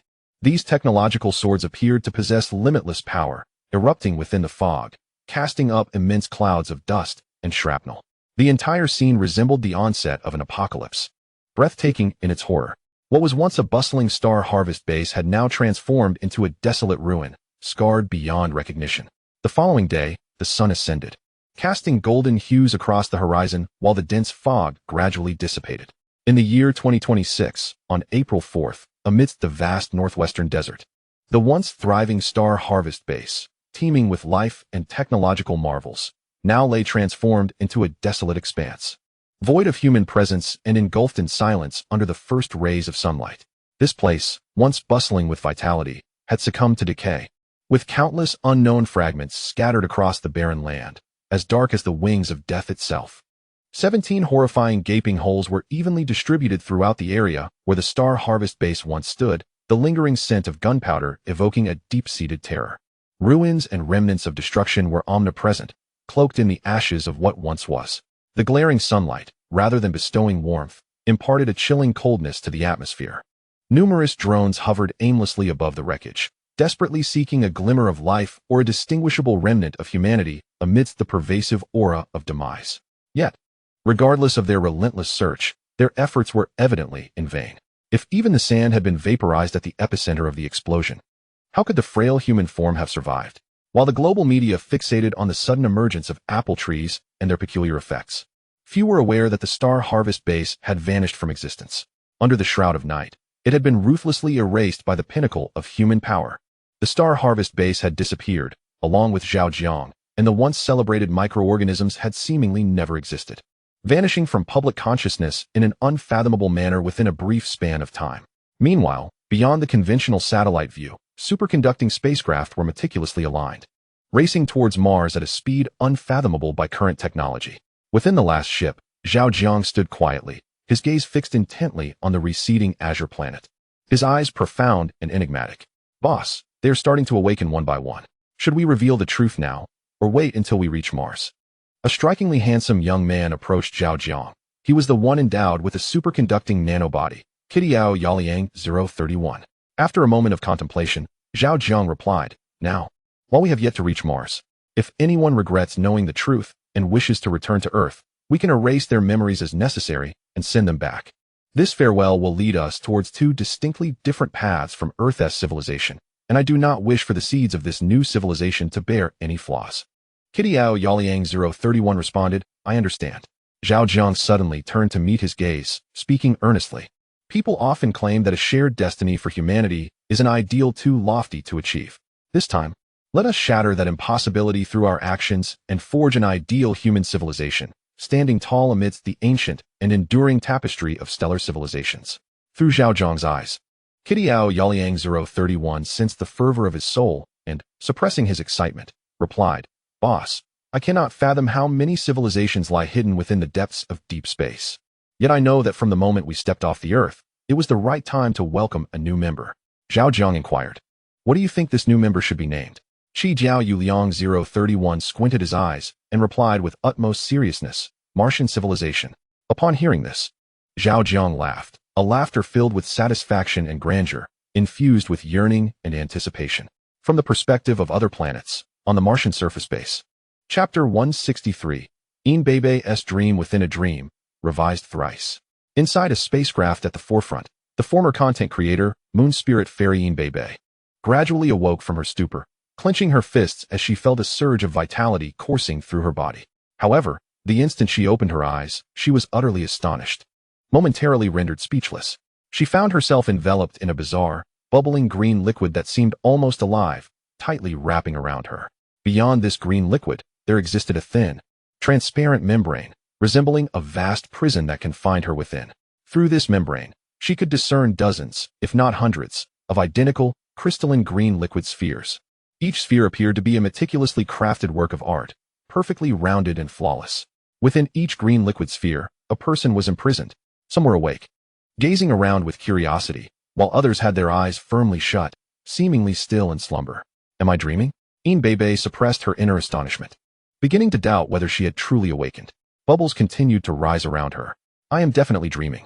After expelling a few bubbles, she attempted to swim within the spherical liquid, yet no matter how hard she tried, she could not move forward even an inch. The green liquid possessed an astonishing stickiness, resembling a massive slime that firmly held her in the center. What was even more perplexing was that despite being in such an odd environment, she was astonished to find that she could breathe freely within this liquid, feeling no discomfort or suffocation whatsoever. This was utterly incomprehensible. If this were reality, it would defy all logic and lack any scientific basis. Unless everything she was experiencing at this moment was merely an absurd and bizarre dream? But if it truly were a dream, why did it feel so real? A myriad of questions flooded her mind, leaving her increasingly bewildered and unable to explain the situation. What is this thing? It looks rather beautiful. Oh, what is it doing? Why am I flying? Just as she was about to close her eyes tightly, attempting to awaken from this strange and peculiar dream, a mysterious and bizarre flying object suddenly appeared above the green liquid sphere, swiftly dragging both the sphere and her away. This dream is rather intriguing. I might as well indulge in it a little longer. Bebe pressed against the transparent membrane, her gaze fixated on the futuristic flying craft above, while a powerful curiosity surged from within her. Minutes slipped away in an instant as a remarkable aircraft suddenly accelerated, hurtling towards a dark and profound passageway. With unyielding force, it unceremoniously hurled a green liquid sphere containing Bebe into the abyss of darkness. Realizing the dire situation, Bebe was engulfed in terror, unable to suppress a shrill and piercing scream, her heart filled with despair, convinced that she was doomed. Alas, no matter how desperately she cried out, it was to no avail. The green liquid sphere plunged unimpeded into the obscured passage, seemingly charging towards the chasm of death without hesitation. Surely, this should be the moment of awakening? Amidst her overwhelming fear, such a thought flickered in her mind. In the next instant, with a sound akin to a membrane shattering, a radiant beam of light, as brilliant as sunlight, pierced through her eyelids and flooded her vision. "Hi." A warm and familiar voice resonated, compelling her to open her eyes. In the following moment, two snowy white and plump rabbits materialized in the hazy mist, appearing so ethereal that she nearly gasped in shock. Manager Chunyan? Or was it the unclothed Manager Chunyan? Good heavens, how absurd has this dream become? Terrified, Bebe initially believed she had awakened, only to find herself deeper in slumber, as if caught in a dream within a dream. Don't just stare. Don't you have one too? Quickly take off your clothes and come soak in the bath. Chunyan, having awakened earlier due to her unique circumstances, already understood the truth. You can actually speak? Bebe gaped in disbelief, realizing for the first time the extraordinary nature of the dream figure before her. Chunyan, seeing the bewildered expression on her face, felt a mixture of amusement and exasperation. Just as she was about to tease her, Bebe earnestly made a request. Beautiful lady, may I take a look at your rabbits? With a wicked grin, Bebe lunged towards her amidst the swirling mist, muttering to herself, if you don't speak, I'll take it as your consent. Hee hee hee. The first time I saw you, I wanted to try it, but alas, that was reality, a pursuit impossible to achieve. Yet here in this dream, I feel understood. Ha ha ha. Seeing this, Chunyan couldn't help but smile wryly. In an instant, she stepped back, seizing the opportunity to execute an over-the-shoulder throw, sending Bebe soaring into the bath. With a resounding splash, Bebe was stunned, never expecting the dream figure to possess martial prowess. Water splashed everywhere, rippling across the surface, and the mist dispersed, revealing the true nature of the bath. My goodness. Flipped 180 degrees and facing a new direction, Bebe emerged from the water, her expression shifting dramatically as she beheld a remarkably familiar face before her. Good heavens, I can't believe I'm dreaming of my unclothed mother. How astonishing. The scene appeared so vivid, even the wrinkles on her face mirrored reality perfectly. Remaining calm, she decided to touch and discern any differences from reality. After taking a fall, Bebe remained oblivious to the unusual circumstances. Firmly convinced she was ensconced in a dream. While murmuring in her sleep, she reached out for her mother's rabbit. However, midway through her gesture, her hand was seized by the other party. With an expression that was difficult to articulate, Bebe inquired, Mom, why are you holding my hand? In the next moment, the response came sharply, why am I holding your hand? You tell me. Upon witnessing this, Bebe suddenly exerted herself, attempting to break free from the grasp. Determined to discern the distinction between reality and dreams through tactile sensation. Yet, the other party's strength was surprisingly formidable. Despite her utmost efforts, she made no headway. Oh, you little imposter, you dare to resist? She thought. No matter what, I must explore every inch of your rabbit today, even if it means shattering this dream. Seeing her obstinacy, her mother abruptly stood up, calling for assistance from others. Ladies, lend me a hand. Help me restrain her. I am determined to teach her why the flowers bloom so vividly. With that, several hands reached out from various angles, immobilizing Bebe completely. Seizing the opportunity, her mother removed her pants and delivered a series of sharp slaps to her rear. Smack, smack, smack. Oh dear, the dreamers here actually collaborate, knowing to restrain me before striking. How intriguing. This dream is truly captivating. As Bebe struggled, she felt a surge of excitement at the growing amusement of her dream. A moment later, however, she realized, wait, this actually hurts. Do dreams possess the capacity for pain? Recognizing her stubbornness, her mother swiftly shifted into an educational mode, intensifying her efforts. Why does this sensation of water striking my legs feel so incredibly real, akin to reality itself? Bebe pondered, all the while comparing her current experience with her memories of the real world. Minutes passed, and she found herself sitting beside her mother, clutching her backside. Gazing at everyone with a perplexed expression, what on earth is happening? You can't be telling me this is reality, not a dream? Her mother maintained a stern demeanor. Regardless of whether it is reality or a dream, your previous actions were utterly inappropriate. Fortunately, we are all women here. Had there been any men present, your behavior would have surely resulted in chaos. Bebe sensed an ominous familiarity in her mother's tone and style, prompting a foreboding feeling within her. Mom, are you serious? Her mother replied, didn't you feel the force when I struck your rear just now?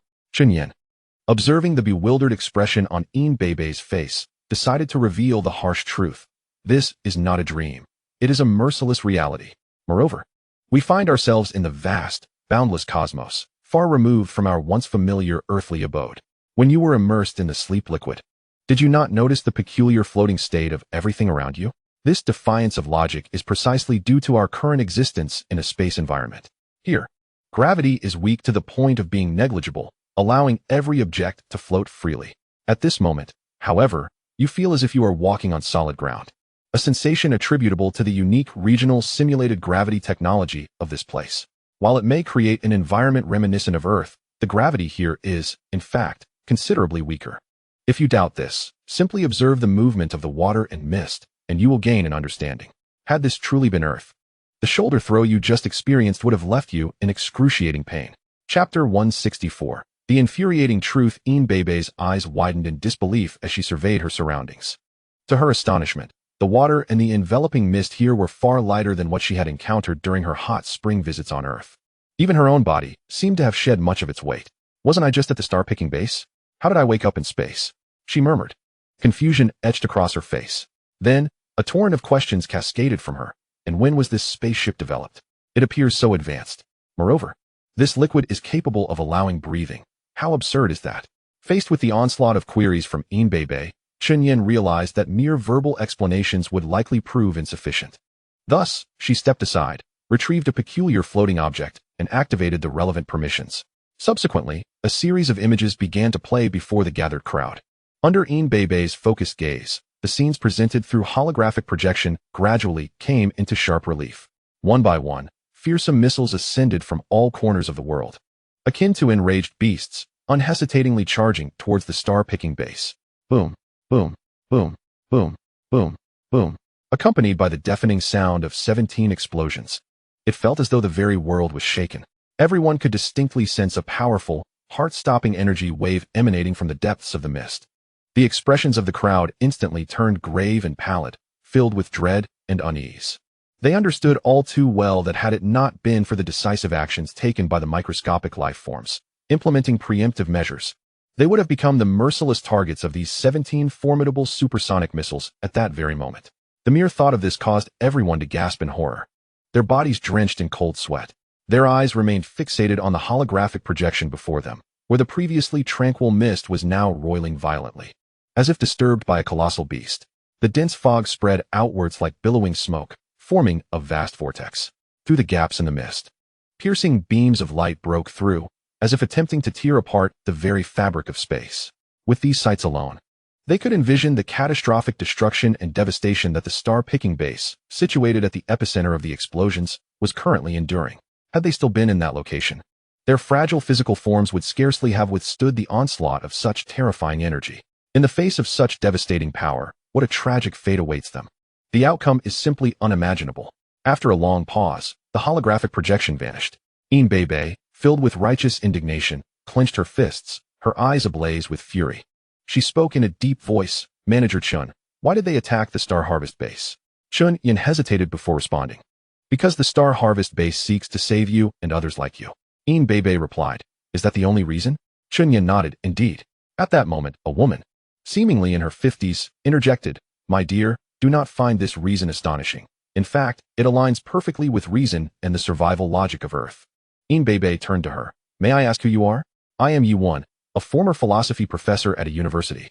You may call me either by my name or Aunt Yi. Hello, Aunt Yi. Could you elaborate on this reasoning? I find it rather tenuous and illogical. Yuan responded. From the perspective of an ordinary person, this reasoning may indeed seem far-fetched and contrary to common sense. However, if viewed from an alternative angle, it becomes entirely logical and reasonable. In our understanding, we are the masters of our destiny. Our wealth and bodies belong to us. Yet, to those who govern this society, everything we possess is merely something they have temporarily lent us. We hold usage rights, but possess no ownership. Much like properties and land, we may utilize them, but we cannot monopolize them. At this point, she could not help but let out a cynical laugh. Whether in mockery of the unspoken rules of the world government, or as an expression of her discontent with human society. After a brief moment, she continued, At this juncture, you should realize that, to a certain extent, we are all someone else's private property, whether it be our bodies or the souls trapped within them. The microorganisms that seek to rescue us and transport us away from Earth are, in essence, attempting to seize their private wealth. Do you think they would be amenable to that? What thoughts would occupy their minds? Furthermore, should these microorganisms be allowed to proliferate, it would pave the way for others to follow their example, thereby posing an unprecedented challenge to their dominion. It is akin to a game of chess. If one piece becomes disobedient, not only does it defy their will, but it also influences the intentions of other pieces. If such insubordination is not swiftly quelled with decisive action, the entire game may descend into chaos. Beside Yuan, another woman of similar age could not resist adding. Throughout the entirety of Earth, true civilization has never existed. All that is touted as civilization is but a facade. Behind this masquerade lurks a pack of cold-blooded beasts that govern this world through the most primal means. Do not attempt to reason with them. All who dare to engage in dialogue shall be ruthlessly torn apart by their claws. Microorganisms appear to be rescuing innocent citizens and virtuous individuals, yet in reality, they are challenging the authority of their rulers and provoking their dignity. Should they fail to wield power through these microorganisms, others who have long coveted their positions will seize the opportunity to dismantle them. To you and me, human life holds immense value. However, in their eyes, it is no more precious than the wild grass by the roadside, or even, from a humanistic perspective, it is viewed as more contemptible. This explains why they can brazenly assault a stronghold teeming with millions, employing hypersonic missiles that even the military struggles to intercept, without a shred of guilt. While we perceive this as a merciless massacre, they regard it merely as a slight reprimand to disobedient pawns, a means to uphold their authority. Having spoken, she glanced at Yuan, conveying with her eyes that her heartfelt remarks had concluded. Yuan, understanding instantly, seized the moment to continue. She is absolutely correct. The truth concealed beneath the surface is precisely as she has articulated. To the true wielders of power, we are mere ants, hardly worthy of consideration. They wish to keep us in ignorance of the truth and prevent our departure because our existence still holds some utility for them. Once we choose to believe in microorganisms and align ourselves with them, it is tantamount to robbing them of their wealth. Once accustomed to being thieves, they will never permit such an occurrence. Thus, their direct logic dictates that if they cannot possess it, they shall destroy it. Inbebe, upon hearing this revelation, was rendered speechless. Torn between disbelief and an overwhelming fury that threatened to erupt, she had previously pondered certain questions, but only superficially, lacking the knowledge and insight to delve deeper. Now, armed with the truth, she yearned to wield a sledgehammer and fiercely obliterate those executioners to assuage her rage. As the conversation unfolded, two green liquid spheres burst, and from the passageway emerged a pair of seemingly lively young twin girls. One of them, displaying an expression remarkably akin to Inbebe's earlier demeanor, surveyed the crowd while murmuring to herself, "Wow, they aren't wearing any clothes. How splendid. Truly a dream come true. They understand me. Heavenly." The other raised her hand, signaling for silence, her gaze sharp and attentive, declaring earnestly, "No need to panic. Let us look around and see if there are any men. He he he." Chapter 165. The superconducting ship filled with malice and reality. I am timid and socially anxious. In dreams, I am audaciously bold.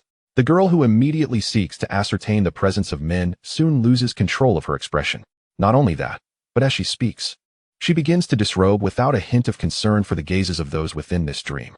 The first girl to speak had her eyes rotating clockwise while her tongue twirled counterclockwise. With a playful gesture, she stretched out her claw-like hand and eagerly exclaimed, "Sister, you go find a man first. I can hardly contain myself. I want to gather 10 at once to claim them all." The girl, who was addressed as sister, beamed with excitement and replied, "All right, I shall seek out a man. I aim to conquer them all." Such a vivid dream. One might imagine the experience would be just as authentic, wouldn't it? Oh, how joyous I feel. I am on the brink of ecstasy. Inbebe looked at the two with an expression of utter disbelief, recalling her previous actions, her cheeks flushed with embarrassment. Below in the bath, her toes involuntarily curled, as if trying to pierce through the spaceship. Ian's mother noticed her peculiar behavior and did not hesitate to deliver a sharp remark. "Now you realize the awkwardness? Where were you before? Your previous demeanor was even more shameless than theirs. Not only that, despite my vigorous attempts to chastise you, you felt no pain and even encouraged me to tighten my grip on your neck." The absurdity of it all sent Inbebe into a spiral of social embarrassment, while everyone else, except for the two girls who still believed they were dreaming, burst into laughter, their expressions laden with meaningful undertones. "Continue to enjoy your space bath. I have matters to attend to," Chinyen remarked, her gaze gracefully sweeping over to the two unexpectedly appearing young ladies. She stood up elegantly and approached the hovering black orb in the air. The moment her delicate fingers made contact with the mysterious sphere, an astonishing spectacle unfolded. Without a moment's notice, the black orb vanished into thin air. Amidst the astonished gazes of the onlookers, Chunyan's previously flawless skin, as smooth as jade, transformed silently, revealing a fitted black work attire accompanied by an extraordinarily stylish belt. She turned slightly, casting a charming smile over her shoulder, and softly explained. This outfit is crafted from nanotechnology, capable of automatically adjusting color and style according to one's emotional state. Bei's eyes widened in disbelief. Her mouth agape in astonishment as she involuntarily exclaimed, "Oh my goodness!" Standing beside her, Ian's mother chimed in, "I am right here." Bei's gaze sparkled with excitement as she eagerly stood and strode towards the nearest black nanosphere. Imitating Chunyan, she extended her hand to touch it. In an instant, a magical occurrence transpired. A comfortable and perfectly form-fitting dress appeared on her figure, as if conjured by sorcery. How did it know I adore wearing dresses? As she admired her outfit, she glanced in disbelief at Chunyan, who was now walking away. Chunyan turned back with a mysterious smile, saying, "Guess." With that, she stepped through a shimmering, wave-like portal and vanished from sight. Within another spacecraft, Manager Hua, the head of the microbial security team, had awakened and was in the dining area, engrossed in a holographic projection alongside others, reminiscing about the truth. As he observed the collective drowsiness enveloping the crowd, a sense of unease washed over him. Soon, a thick fog began to roll in, its density and expanse alarming. As the head of microbial security, he was acutely aware that something was amiss, though he could not pinpoint the exact nature of the disturbance. It was only when he noticed everyone except the boss succumbing to sleep that a profound realization struck him. Something monumental was about to unfold. Indeed, accompanied by a subtle tremor and the swirling mist, a significant section of the star-gathering base began to detach from the Earth, slowly ascending into the fog-laden sky. The spectacle was breathtaking, unfathomable, transcending ordinary comprehension, rendering description futile. As he surveyed his surroundings, he noted that many were instinctively clutching their chests, hesitant to breathe audibly, as if striving to hold their breath. Their gazes were fixed, unwavering, as if welded to the holographic display. When the holographic lens focused on the solitary, conscious figure of the boss, the onlookers perceived his immobile form, akin to a statue, shrouded in an indescribable melancholy. His eyes conveyed a tranquil depth, yet beneath that calmness lingered a tapestry of disappointment, sorrow, and helplessness, intertwining to evoke an ineffable heaviness. As they beheld the slowly ascending star-gathering base juxtaposed against the boss's solitary silhouette, the crowd seemed to sense the heart concealed beneath his exterior, laboring to bear the weight of their fates and the hopes of civilization, beating slowly and wearily. Many were so engrossed that they failed to notice the tears clandestinely escaping their eyes, only feeling an inner stirring, a burgeoning force breaking through the surface. A fervent energy taking root. Manager Hua clenched his fists, softly calling out within, a myriad of sentiments eclipsed by a singular, poignant resonance, an infectious longing. As the holographic imagery continued its flow, the audience became aware of the impending events. Just as they believed they were merely aboard the spacecraft, the holographic scene shifted dramatically, revealing grotesque missiles launching from around the globe, hurtling toward an unknown destination. As the camera followed their trajectory, the expressions of the crowd morphed from curiosity and confusion to solemnity. Some perceptive individuals seemed to sense the looming danger, an uncontrollable aura of menace emanating from them. Their gazes fierce as predatory beasts. With a whoosh, the hypersonic missiles traversed the ocean, slicing through the sky, reaching an altitude of 35,000 feet, then plummeting with thunderous force into the enveloping mist with a resounding boom. Following closely were successive explosions. Boom, boom, boom, boom, boom, boom. The resounding echoes of 17 explosive detonations reverberated through the heavens, transcending the boundaries of time and space, awakening the dormant beasts within the depths of every heart, unleashing an indescribable fury. In an instant, a palpable aura of lethal intent enveloped the entire dining area. Though they remained alive, each individual was acutely aware that they had already experienced death once. Under the relentless descent of the unparalleled hypersonic missiles, amidst flames as fierce as the fires of hell, and the explosive reverberations that tore through the mists and shattered the sky, who could withstand such a force without succumbing? While the identity of the puppet master remained shrouded in mystery, they understood with stark clarity that those 17 hypersonic missiles were aimed squarely at their lives. Was this the burden that weighed upon their leader? Manager Hua clenched his jaw tightly, his gaze fixed upon the remnants of the explosion on the screen. His eyes reddened as he recalled some of the enigmatic words spoken by his superior. It was then that he experienced an epiphany. After a previous assassination incident, the boss had nonchalantly remarked, "Whether a knife is sharp, the flesh knows. Whether a sword is sharp, the ghost knows. Do not relax, for the crisis has never vanished. it merely lies in wait, growing stronger. At the time, he had found the statement perplexing, questioning its validity. Both knife and sword are weapons, instruments of bloodshed. Why would the flesh know the sharpness of a knife, while only a ghost could discern the sharpness of a sword? Logically, should it not be the flesh that knows both? It was only upon witnessing the horrifying scenes on the screen that he comprehended the true meaning. The knife represented the weapons wielded by the assassins, mere conventional tools, while the sword symbolized the instruments of dignity, the technological weapons of an era dedicated to defending the homeland. The knife pointed to the present, while the sword pointed to the future. As more individuals awakened to the truth, an overwhelming wave of vengeance permeated the ranks of the fleet. Thousands yearned to redirect the ships back to Earth, to confront the hidden executioners with fierce retribution, even if it meant mutual destruction to satisfy their wrath.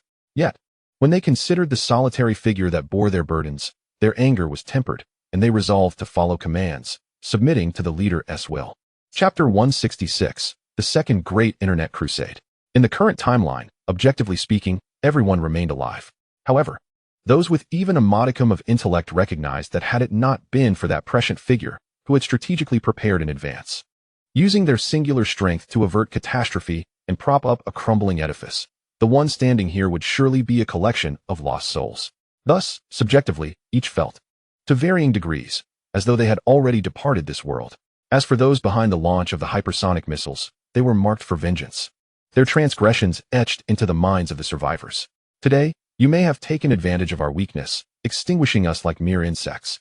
Yet, one day, I shall unleash a tempest of retribution, shattering your facade and breaking your spine. On Earth, we are often awed by the grandeur of mountains, the vastness of rivers, the boundlessness of oceans, and the infinite expanse of the sky. However, as we depart from Earth, encased within the confines of a spacecraft, and gaze through the transparent windows into the vastness of the cosmos, we are overwhelmed by an unprecedented sense of insignificance and bewilderment. Humanity remains oblivious to the origins of its existence and the destination that lies ahead. The boundless expanse of the starry sky is far from the radiant warmth and illumination perceived from our terrestrial abode. Instead, it presents an ineffable depth and darkness. Visually, the horizon reveals an interminable void, as if nothing else exists beyond it. Despite the spacecraft traversing the interstellar realm at astonishing speeds, it appears frozen in time amidst this eerie silence. Yet, if one were to intuitively embrace the vast unknown, it seems that beyond the darkness, anything could transpire. This visual emptiness intertwined with a palpable fear creates an extraordinary mental strain on those who linger before the window. Under such psychological pressure, they inevitably begin to ponder the meaning of life, the mysteries of the universe, and the value of their own existence. Confronted with a cosmos so magnificent yet unfathomable, humanity feels utterly trivial, and the soul is profoundly shaken. It is as though a pair of infinitely dark and profound eyes lurks in the shadows, silently observing and coveting one's essence. This evokes a chilling sensation unexperienced on Earth, an indescribable terror entrenched deep within the human genome, reserved for those who have yet to confront the vastness of deep space. Fortunately, a multitude of superconducting spacecraft forms a harmonious array, allowing for a shift in perspective to behold them. Each superconducting vessel resembles an independent cosmic entity, offering solace in their parallel existence. The individuals residing within them embody the pulsating energy of comfort.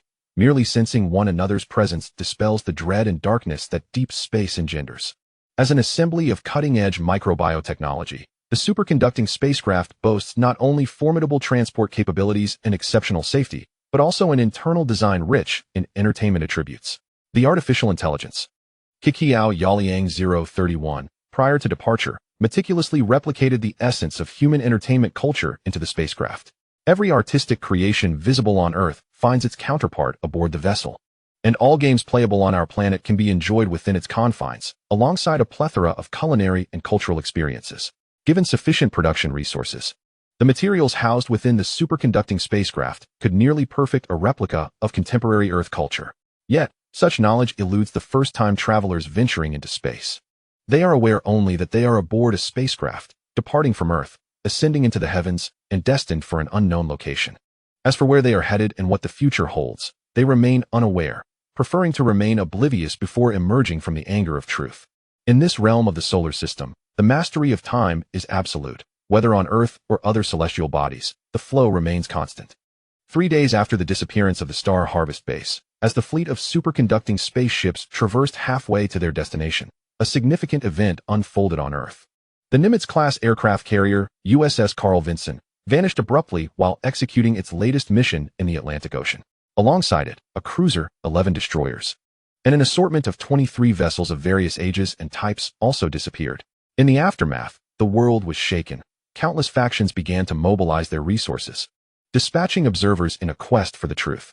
The United States, in particular, swiftly deployed 3 nearby carrier strike groups to the vicinity of the Carl Vinson's last known location, determined to uncover the reasons behind this anomaly.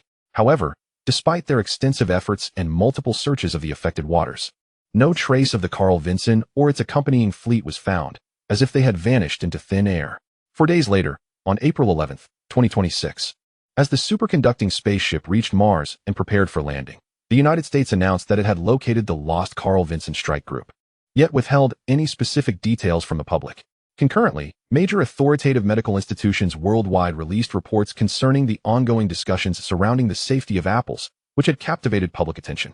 Except for a few cautious institutions that expressed skepticism despite finding no anomalies, the majority asserted their conclusions with remarkable confidence. According to reports from the 10 most reputable and technologically advanced medical organizations globally, the apple trees and their fruits proliferating across various regions posed no health risks.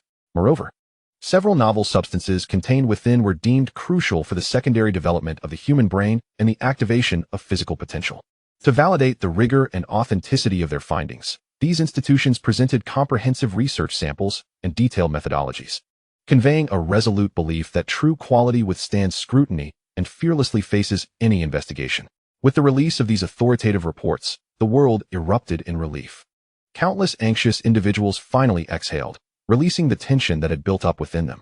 When emotions are suppressed for an extended period, they resemble a powder keg accumulating energy, inevitably culminating in a powerful explosion.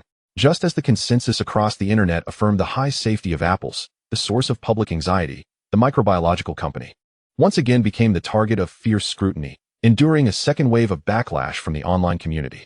Thousands flocked to digital platforms to vocally denounce the company, employing various means to mock, deride, and malign its leadership, seeking to vent the frustrations that had amassed over the previous week.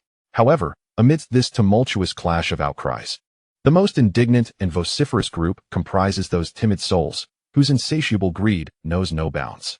These individuals attribute their own cowardice and avarice entirely to the 2 videos released by the proprietor of the microbial enterprise, vociferously condemning him for misleading the masses. Had it not been for the issuance of those videos, they firmly believe they would have unhesitatingly surged forward to seize the apples, rather than cowering in trepidation, helplessly watching others deplete the bounty. At this moment, they find themselves consumed by regret and resentment, unleashing their fury upon the microbial entity and its owner. A full week has elapsed. It has been precisely 7 days since the mysterious apple trees made their appearance. Throughout this protracted week, their deep-seated fears and timidity have rendered them incapable of taking any tangible action. Now, as the dust settles, countless apples have been pillaged, the apple trees uprooted and auctioned off, leaving them with naught. No one can fathom the depths of their despair, regret, and loathing for the microbial proprietor. What is known is that whenever someone criticizes that owner, regardless of their current endeavors, they will unhesitatingly set aside their tasks to swiftly lend their support through likes, shares, and enthusiastic endorsements. It seems that only through such actions can they slightly alleviate their inner turmoil and bitterness. Chapter 167. The consultant's intuition in their minds. All blame undoubtedly lies with the owner of the microbial enterprise. They feel that such a villain deserves to be torn asunder and reduced to ashes to satiate their thirst for vengeance. Looking back at the videos, they cannot help but mock themselves. How utterly foolish they once were. To think that a mere series of mild tremors could herald the apocalypse? A modicum of rational thought would reveal the absurdity of such notions.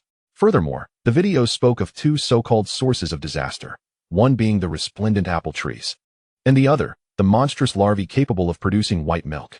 When those startling apple trees first graced the eyes of the public, they indeed left many astonished, with some cowards too frightened to even step outside their doors. Yet, what about that second source of calamity? There has been no trace of it whatsoever. Can this truly be considered normal? Clearly, it is anything but reasonable. As the current internet discourse reveals, the Earth has undeniably entered an extraordinary era, one in which a plethora of extraordinary flora and fauna will emerge, transcending conventional understanding. These enigmatic life forms may harbor essential substances that could propel the evolution of humanity. All of this can be viewed as a precious gift from nature to humankind. Yet, the proprietor of the microbial company seems to have somehow acquired foreknowledge of such critical information through some undisclosed means. However, he chose not to share his discovery with others. Instead, he succumbed to greed, attempting to monopolize this gift from nature. Thus, this avaricious individual began to deliberately fabricate false rumors, distorting the truth and sowing discord. By employing such despicable tactics, he successfully instilled a sense of fear in the public regarding these precious resources, compelling them to keep their distance. Subsequently, under the guise of seeking the welfare of the masses, he covertly claimed these rare treasures for himself. Such extreme selfishness and repugnant behavior, even if merely labeled as crimes against humanity, would hardly encompass the entirety of his malevolence. Had the precise whereabouts of the microbiological company's owner been known, the public would undoubtedly have seized him without hesitation, subjecting him to a fate of unspeakable torment, perhaps even capital punishment. On April 12, 2026, amidst the fervor of a second wave of assaults against microbiological entities, four individuals gathered around a table in a secret chamber within the Western Theater. At the head of the table sat an elderly man with silver hair, who, over the course of a week, seemed to have transformed into a shadow of his former self, his once vibrant demeanor now replaced by weariness and age. Beside him was a strikingly composed woman, whose demeanor had shifted from the bold playfulness she exhibited during her previous encounter with Zhao Jiang to a more profound solemnity. To her left sat a middle-aged man exuding a formidable presence, his eyes more piercing than before. To the far right was a young soldier named Zhao Jiang, whose resolute gaze conveyed unwavering loyalty to his country and its people. After a prolonged silence, each appeared lost in thought. The silver-haired elder broke the stillness, his murky eyes reflecting a profound sense of helplessness. "Do you truly believe those apple trees appearing in the city pose no threat?" he inquired. Without hesitation, Consultant Yun asserted, "It is impossible that there are no issues. The experiences of the 10 Special Forces members from the advanced team are undeniable facts, not mere fabrications. Although the apple trees encountered previously differ significantly from those now appearing and exhibit no overt aggression, let us not forget, they emerged from the ground, and in such an abrupt manner. Those extraordinarily powerful apple trees previously feigned a collective emergence from the seismic rifts, likely to conceal these deceptive apple trees. From this perspective, even if they are not identical, they surely share a familial resemblance. If the vividly colored apple trees are akin to instant bombs, then these seemingly innocuous hallucinogenic apple trees are, in fact, ticking time bombs." The silver-haired elder turned to the young man on his right. "Wyman, what are your thoughts?" Zhao Jiang replied, "I concur with Consultant Yun's assessment. Those apple trees undoubtedly harbor issues. Setting aside their potent fragrance and hallucinogenic properties, the novel substances contained within their apples are abnormal. In the entirety of nature, I have never heard of any species sacrificing itself to evolve others. In my view, if it is not due to our outdated detection technology, then it must be that those esteemed detection institutions are deliberately concealing crucial truths." General Kong remarked, "This is a world that values evidence. Regardless of our opinions or beliefs, without corresponding evidence, no one will be convinced by mere words.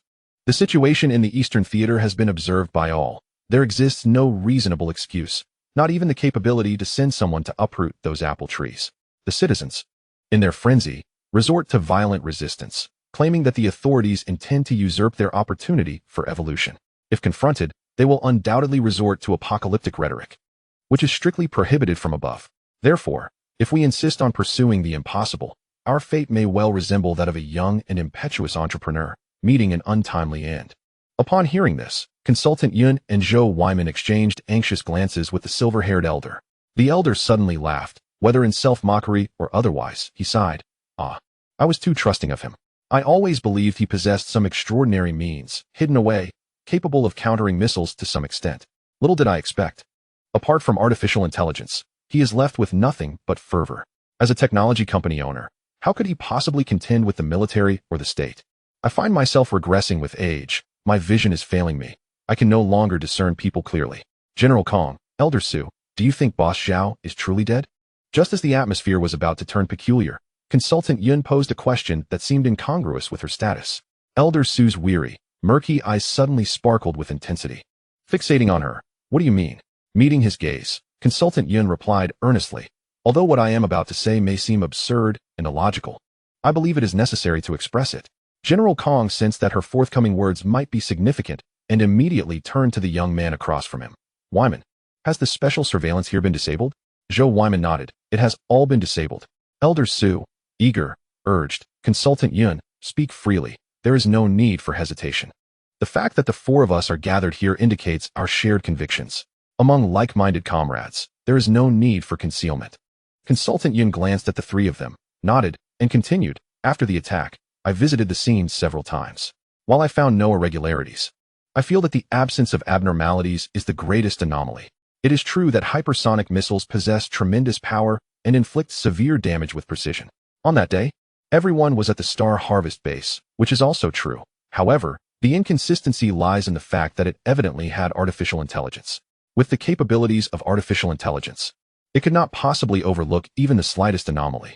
As long as it could detect something, as long as the missile had not struck, there remained a chance for the Star Harvest base to escape total annihilation. Taking a step back, even if the artificial intelligence of microorganisms were suppressed or entangled by foreign counterparts at that time, with Zhao Jiang's meticulous and prudent nature, it is inconceivable that he would have been completely unprepared. As long as there is any form of precaution, traces would inevitably remain. Yet I found no such evidence at the scene. Everything unfolded with an alarming degree of logic, as if the entire star-collecting base was orchestrating a harmonious collaboration. Furthermore, there is one aspect that has consistently eluded attention. This is the point that raises my greatest suspicion. Kong Zhongjiang inquired. What aspect? Yun Gyuan exclaimed. The dense fog.